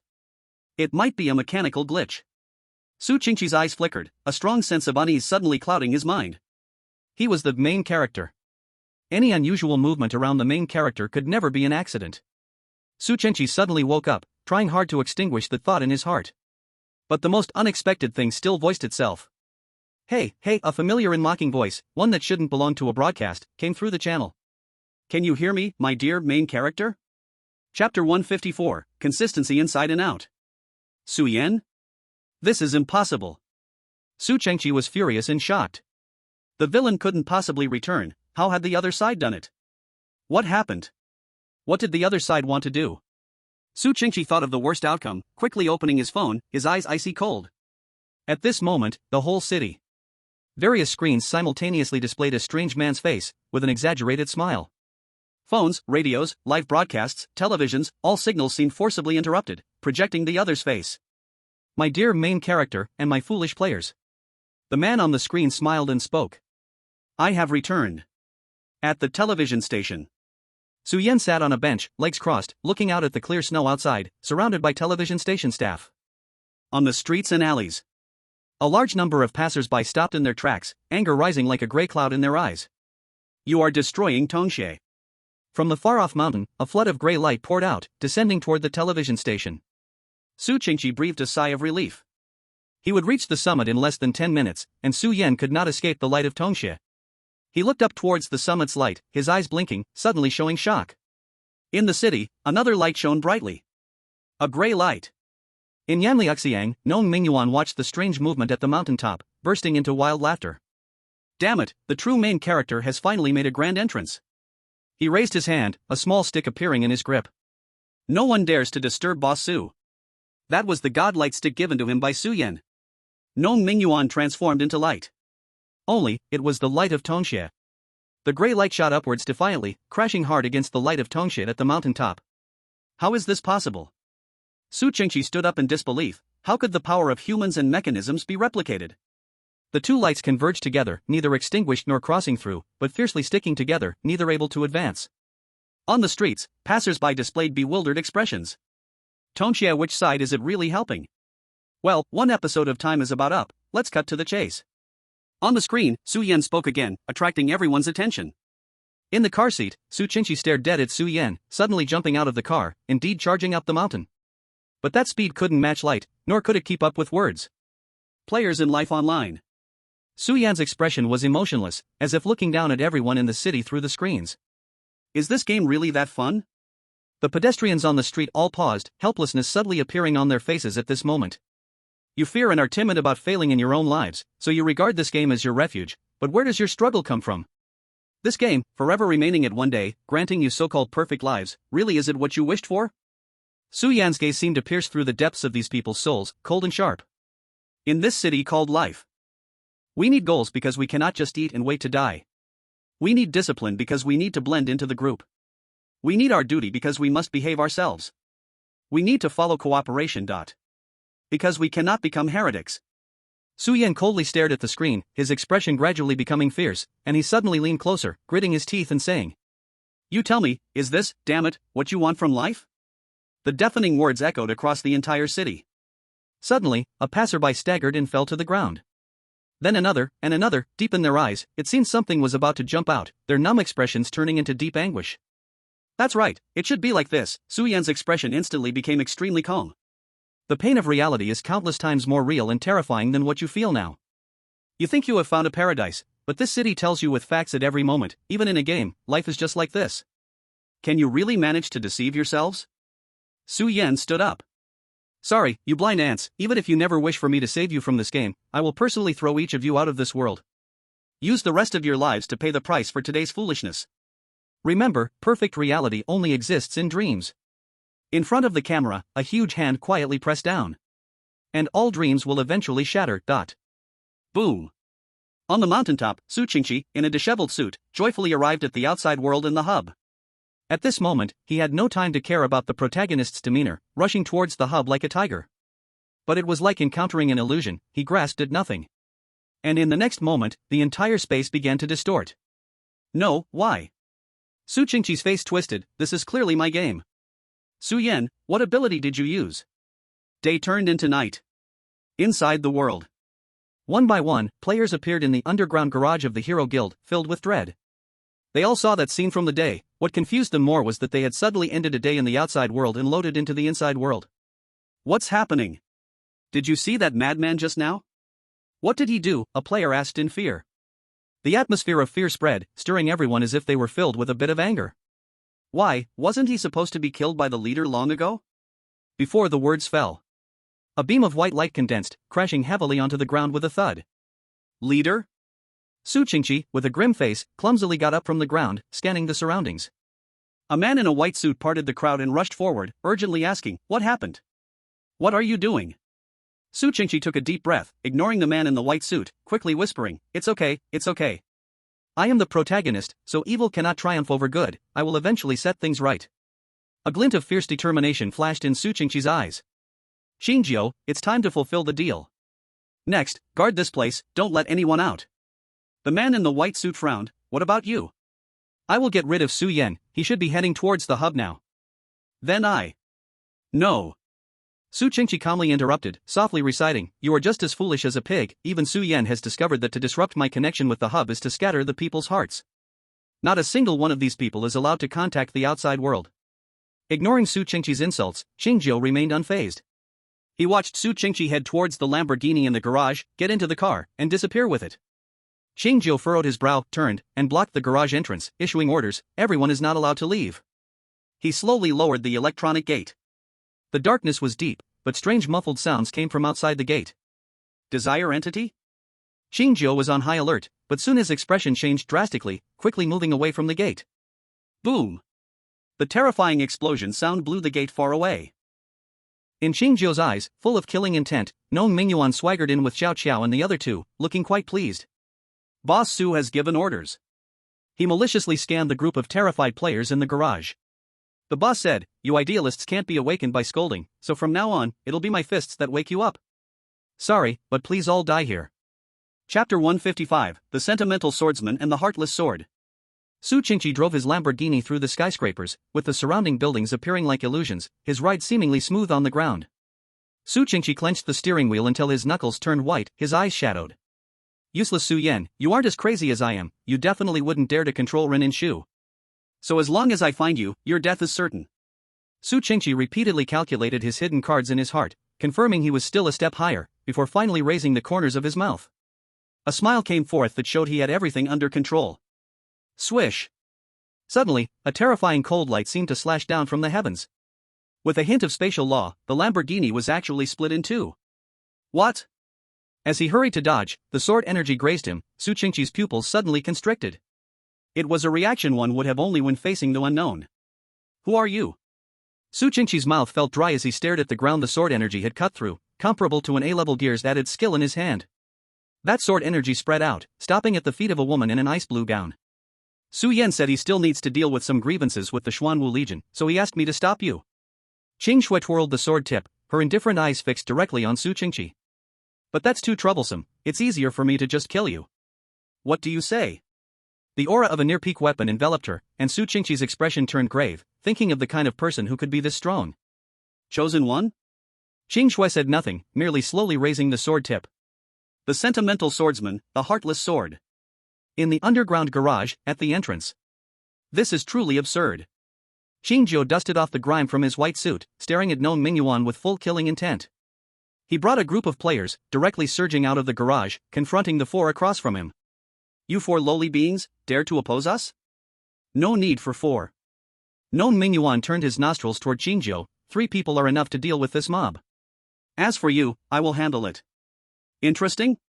Qingzhou's expression remained unchanged, frost spreading beneath his feet. Just you, a gambler? Nong Mingyuan's playful face suddenly turned serious. Gambler's rule number 1, when facing the outlaw, gamble your life savings.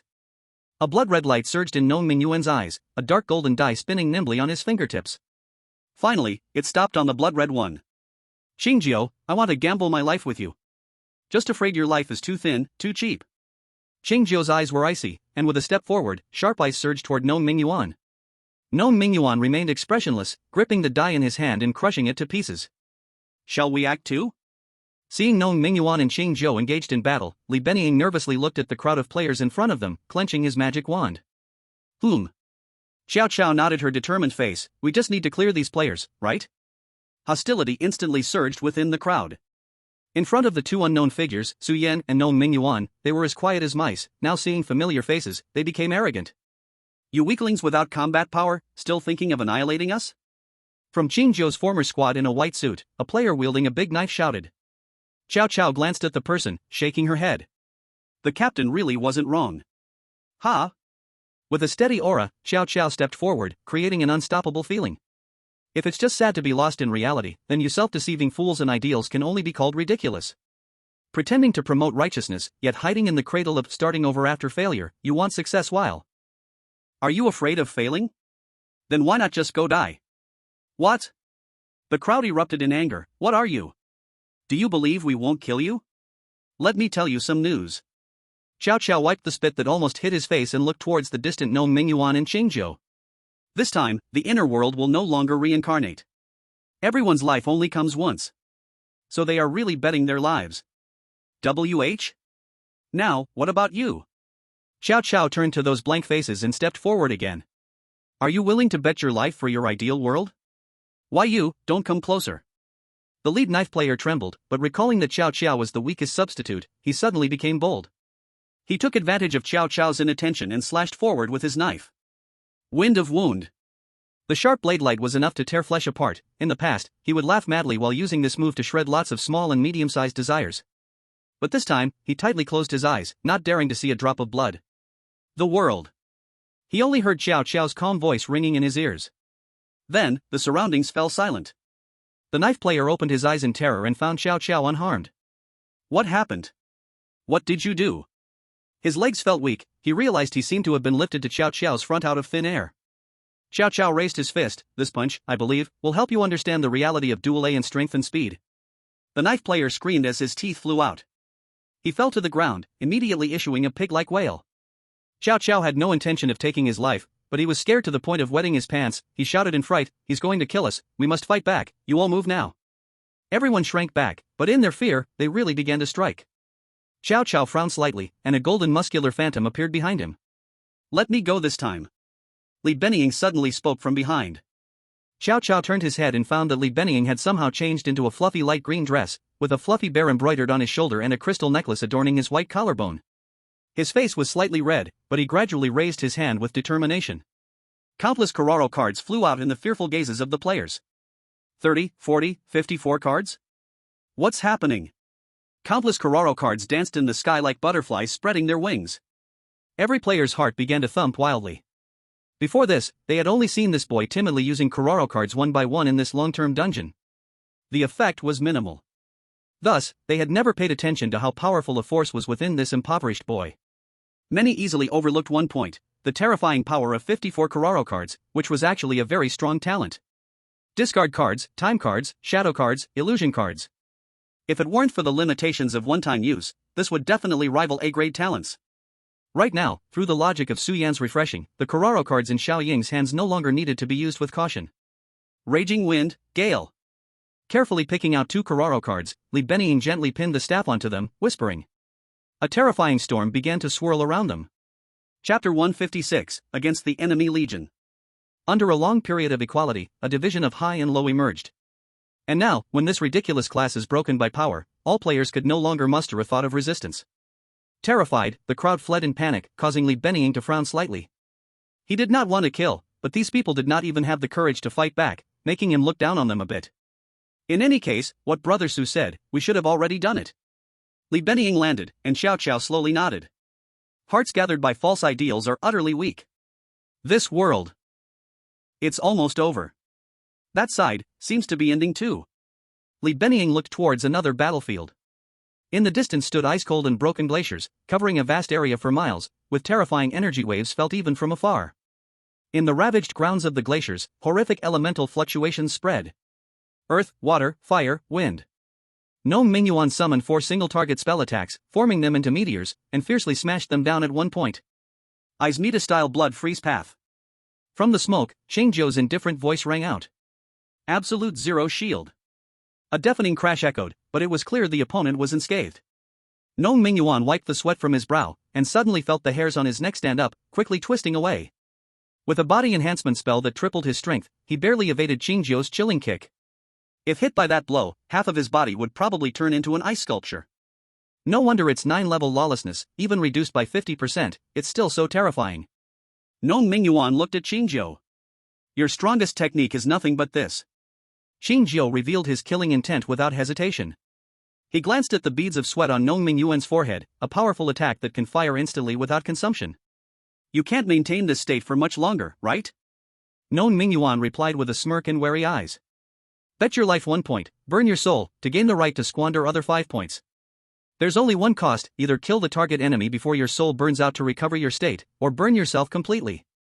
You, being lawless, yet still playing a delaying game with me, isn't that a bit disgraceful? To achieve victory, I will stop at nothing. Qingjiu's expression remained blank. He had been waiting for the moment this man showed a flaw, but even as his breath was dropping, he remained extremely alert. Very good. Gnome Mingyuan leaped, his eyes filled with madness. Then let's see if you can handle this move. Boom. Thunder. Qingjiu's pupils shook, realizing the opponent was going all out. Izmita-style blood freeze path absolute zero wind. The icy air collided with the violent electricity, unleashing a horrifying light like a chemical reaction. The battlefield, at the center, was almost ripped apart by the raging waves. After a while, In the center of the battlefield, two figures appeared. Cough no Mingyuan spat out a mouthful of blood. You still revealed a flaw. A sharp ice needle quietly pierced his chest. Xingzhou's white suit was tattered as he gently pulled out the ice needle. Strength gained from betting your life cannot reach our level. Cough cough. No Mingyuan smiled weakly with blood in his mouth. Yeah, what's more, I'm the guy who always loses at gambling, but though a bit unwilling, thankfully, this time, I'm betting that you lose. What? Xingzhou frowned. I'm burning my soul, but your blood can't keep flowing endlessly, right? No Mingyuan grinned, revealing a chilling smile. You. Xingzhou suddenly felt something was off, wanting to retreat. Too late. No Mingyuan laughed loudly, suddenly shouting, damn it. Angry brother, is your charge up not done yet? Damn, did you think it's so easy to build rage as Su Kid said? Right on time now. From far away, a firelight with a faint voice came. Xingzhou's expression changed. That was a huge and terrifying pillar of flame, targeting the entire battlefield here, with no escape possible. How is this possible? Are you crazy? He suddenly turned to look at No Mingyuan kneeling on the ground. Such a powerful skill would certainly affect him too. Hey, are you dumb? Unexpectedly, No Mingyuan indeed displayed a sly smile, his entire face starting to melt away. Gambler's rule number 2, if you can't play, flip the table. How do you like this illusion?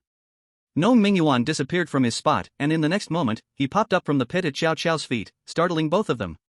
No Mingyuan remained unbothered, feeling the power of his burned soul returning once more. He knew he had one. At this moment, the name of Angry Brother's technique finally resounded clearly. X-burner air. The smoke spread everywhere. At the foot of the mountain. Wow, it's quite lively over there. Looking at the smoke rising from the city, Gue Suisho smirked. That useless Su Qingqi, how did that brat appear in the real world again? But, he has seen such scenes before. Even if someone disperses people's hearts and wants to come here to cut off connections, they have to get past their legion first. Every time, they fall here, unable to advance a single inch. Gue Suisho glanced at the time. This time, it was strange. The rebels had not appeared, nor had Su Qingqi. Forget it, I'll just watch the show. He found a spot to sit down and started drinking. Aren't you tired of watching this show? A voice leisurely rang out from beside him. What's so tiring about it? A reset at most just means one more. Gue Suisho instinctively wanted to respond, but suddenly felt something was off. He turned his head and saw Su Yan's smiling face. You brat! Gue Suisho immediately jumped up, then glanced at the status bar and relaxed, bursting into a cold laugh. You are surprisingly tenacious, just like a cockroach. What, this time you're not running away? Not running away, I'm here to fulfill my promise. Su Yan smiled and said, I just took a bit longer to bring someone here. I hope you don't mind me being late. Gue Suisho recalled Su Yan's last words and looked disdainful. With you, you think you can challenge the entire legion? Trying costs nothing. Su Yan smiled and raised his plasma twin blades. He lightly sliced down. Gue Suisho's eyes turned fierce, one hand directly blocked the blade while the other hand reached for Su Yan's neck. Exchanging injury for injury, he wouldn't lose out. But secretly, a layer of golden light had already spread across his skin, forming an indestructible barrier. Sizzle. The sound of the blade cutting flesh was very subtle. But this sound made Gue Suisho's expression change immediately, shrinking back to defend. He incredulously looked down at the wound on his arm, a wound that even an A-level weapon shouldn't be able to cause. Blood was trickling down. You truly live up to your reputation, Xuanwu, quick to retreat. Su Yan shook his head in regret. Chapter 157, The Legion's Nemesis. What did you do? Gue Suisho asked in disbelief. He scanned Su Yan up and down, quickly finding the answer. Behind him, a strange white creature was constantly spitting something out. This time, Gue Suisho saw clearly. Big bold characters were floating behind Su Yan, which he had completely missed before. 3 big characters carrying a sharp aura floated in the air. Sharp, keen, break. Do you know? This time the game has contacted so many players, it gave me great insight. Su Yan raised his twin blades, and the characters behind him immediately wrapped around them. A friend's ability shocked me, and I immediately realized that I could fight like him, but he only has 54 characters, while I can have as many as I want. Beside him, Yan Su lightly spat out 2 words, power, speed, which fell onto Su Yan's body. Now, it's time to take off that turtle shell of yours. Su Yan suddenly charged forward, the blade shadows moving several times faster than before. What's going on? Gue Suisho's pupils constricted. Did you go to the Jiubao Liuli sect for a gold plating or something? He couldn't afford to be careless. This time, he finally activated all his defensive skills. His entire body seemed to be shrouded in several layers of overlapping membranes, becoming incredibly smooth. Bang! Su Yan's character-imbued twin blades finally seemed like they had chopped into mud, layer after layer being reduced. He twisted the twin blades, and his speed soared again, blade light brother slash. The characters on the twin blades began to dissolve, rapidly burning their power. Bang! Another light sound of slipping occurred, and this time, it was Gue Suisho's arm that fell. Good kid. Gue Suisho swallowed hard, barely freeing himself from Su Yan's blade light. Fortunately, the opponent's character power had already dissipated, giving him a chance to catch his breath. But, you still can't win against me. He suddenly revealed a relaxed smile. A healing green light suddenly burst out from the mountain forest behind, heading towards Turtle So Long, and in the blink of an eye, his breath returned to normal, his severed arm sprang back like the legendary Piccolo, moving freely. I have the backing of logistical soldiers' skill bonuses, as well as a large collection of healing items to restore my state. Turtle So Long gave a cold smile. Kid, you can't move me?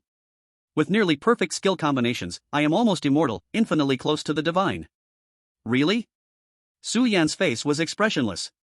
If your weak form of gathering can stand alongside the divine, then the divine is too cheap. A true divine only needs one person to destroy an army of thousands. Kid, don't talk big without preparation. Turtle So Long was angered by this veiled mockery. Someone like you can barely break my defenses, what? Aren't you going to continue? I see, you are just afraid of prolonged combat. Su Yan lifted his neck. I never said I was the divine you speak of, nor do I care to be. However, the energy of the salty crispy needs to be conserved, so I won't play with you anymore. What? Turtle So Long frowned. You want to run? This is your last opportunity? If you don't break the Xuanwu Legion, you can forget about meeting anyone. No, you're wrong. Su Yan suddenly smiled and pointed his finger to the sky. Now, let me grandly introduce to you someone who resembles a divine being in the eyes of your legion. Turtle So Long froze, looking at where Su Yan's finger pointed. In the sky, a dark shadow suddenly descended. Dust filled the air. Turtle So Long rubbed his eyes, and the figure before him was unremarkable, even a bit short and fat. This dead fat man? A divine being? Turtle So Long sneered. No, no, no. Su Yan shook his finger with a smile. Witness the miracle, you inferior students. The one standing before you has a talent called Legion Nemesis. Ha! This sound was not from Turtle So Long but from the little fat man in the deep pit. Yun Pang stared blankly upwards. He only followed Su Yan's command to dramatically appear from the sky at the right moment. He hadn't heard anything about fighting?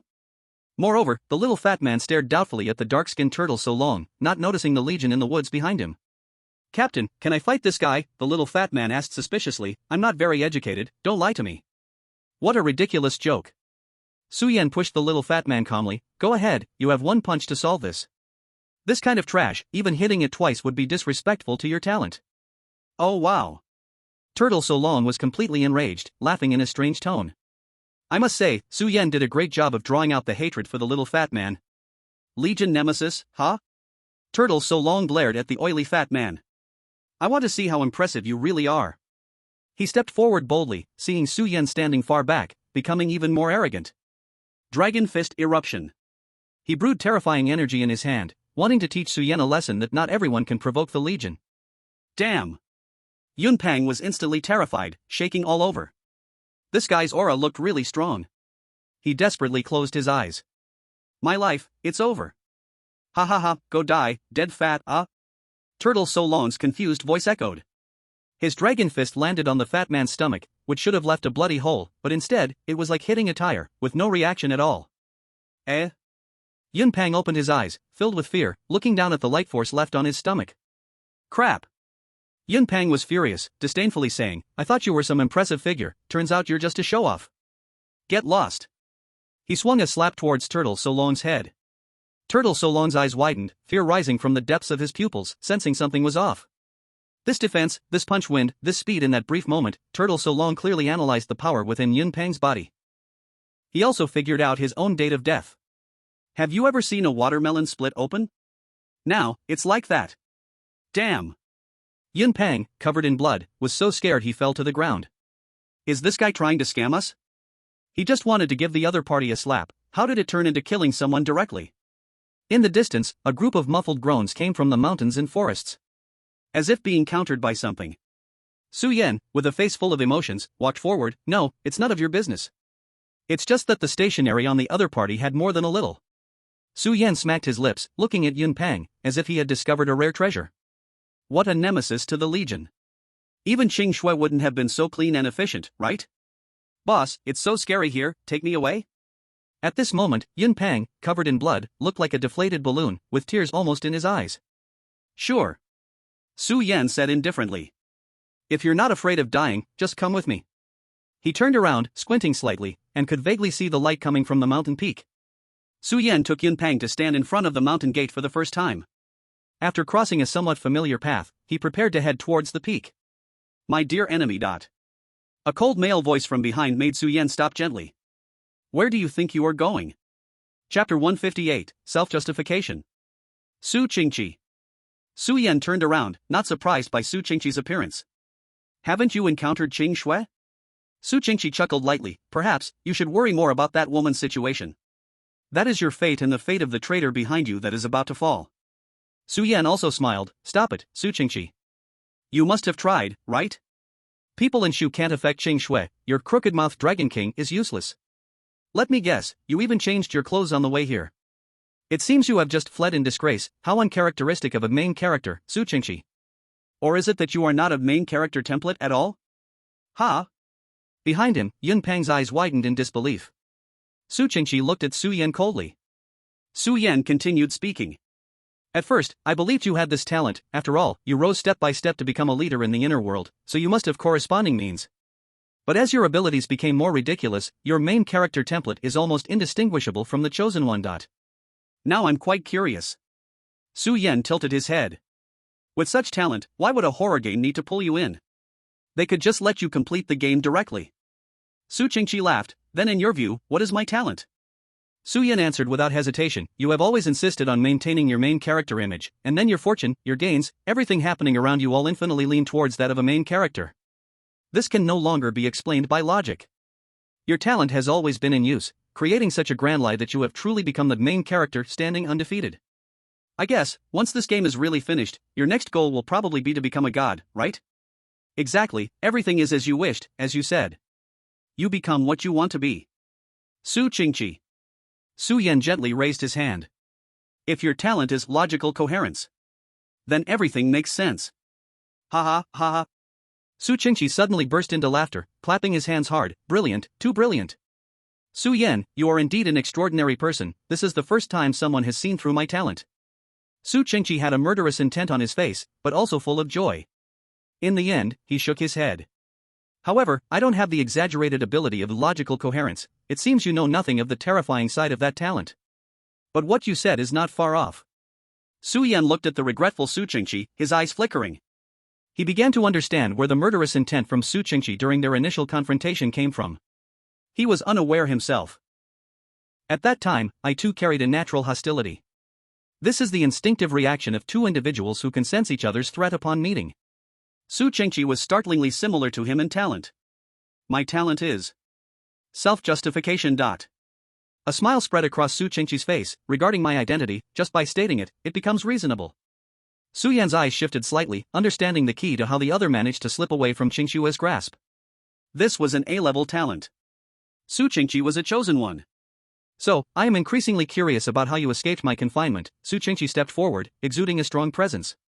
This was the powerful aura cultivated through countless dungeons, ensuring victory. You, who are you really? He stared fixedly into Su Yan's eyes. Why do you possess an ability even stronger than mine? It's very simple, Su Yan replied calmly. Because your game has too many flaws. Stop talking nonsense. Su Qingqi suddenly shouted angrily. Su Qingqi rushed forward, then turned and raised his arm, looking at the city in front of him. My game cannot have any mistakes. The hundreds of thousands of players I control within the game are the best proof. Su Yan, I have given them the greatest home, while you are destroying all of this. You are the greatest villain, so today, you will undoubtedly die before the protagonist. Spare me, Su Qingqi, Su Yan coldly interrupted. Even now, you still want to defeat me using your talent.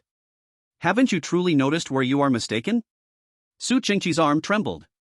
His bloodshot, terrifying eyes fixed on Su Yan as he said darkly, I was wrong? No, Su Yan, I will not be wrong, nor will my life be wrong. He urgently pointed to the smoke-filled city behind him again. Look! What a beautiful world this is. Everyone doesn't have to worry about making mistakes, worrying about being lost. they have countless chances to try and choose the day they most want to achieve. No, the life you give them is merely a facade. Su Yan sadly stared at Su Qingqi. What they need isn't a life of stagnation, but a life full of variables. Whether they want to or not, they must return to reality. Shut up. What I give them? How is it any different from reality? Su Qingqi's emotions were stirred, he roared loudly. They live day after day. They squander time. They are numb, they are rude, they make the same mistakes over and over again. At least here, they all have the chance to restart. They want to be ordinary, I give them happiness. They want to be heroes, I give them dragons. They can live carefree in the present. And never need to fear loss. They can do whatever they want, as long as they follow the rules of cooperation day after day, time after time, everything can become different. Su Qingqi was panting, suddenly kneeling on the ground, cold sweat beading on his forehead. But he still wore a victorious smile, because he believed he was right. And the words that utterly shattered the smile were filled with despair. Su Qingqi, you are wrong. Su Qingqi raised his head in confusion, seeing the sadness in Su Yan's dark eyes. Life is, after all, a kind of mistake. We all regretting not doing well on a certain day, at a certain moment. Failing to be a good husband, son, descendant, friend, we think countless times that if we could do it all over again, we would never make the same mistake again. But life can never be lived again. A mistake is a mistake. What we should do is not numb ourselves in an unchanging room, but to carry this regret and continue moving forward. Your game could never succeed. You will only experience one misstep after another, face resets time after time, until the day the server completely crashes. Because life can never be defined. Su Qingqi, how many resets have you had this time? I. Su Qingqi's eyes were vacant, gradually unable to open his mouth. The flow of this game world had already been enough for him to reincarnate for 100 years, just like Zhou Ming and those players who had been thoroughly integrated. They had merged into this world, but his mind could not hold so many memories. What he received was merely page after page of information taken from himself, just before the last clear storage. And he firmly believed in the day of success. He pressed his head in disbelief. Inside was the soul that had long been decayed and corrupted.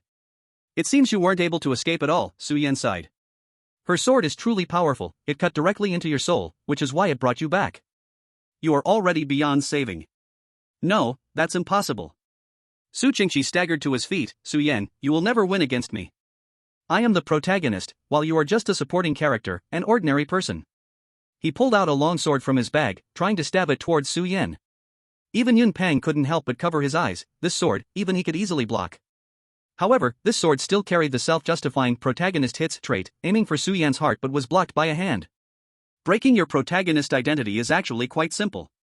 Su Yan coldly stared at Su Qingqi. Su Qingqi stared vacantly at Su Yan, unable to understand why his certain attack had not struck. Su Yan gently placed a hand on Su Qingqi's head. This time, Su Qingqi saw clearly. On Su Yan's hand, there was a line of words. Or rather, it was no longer words, but a complete sentence.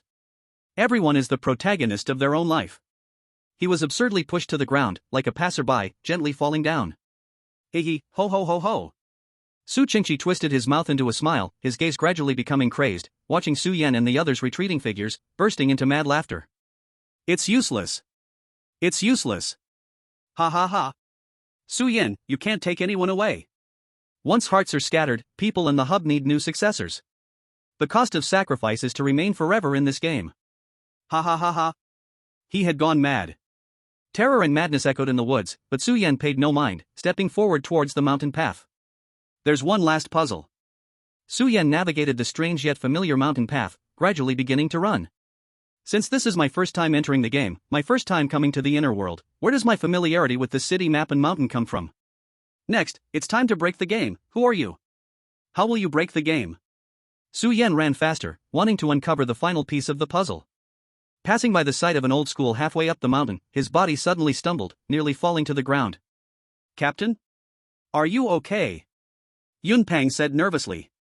Su Yan looked up in disbelief, his eyes gradually shining with light. No way. He suddenly stopped hesitating, moving his legs wildly towards the mountaintop.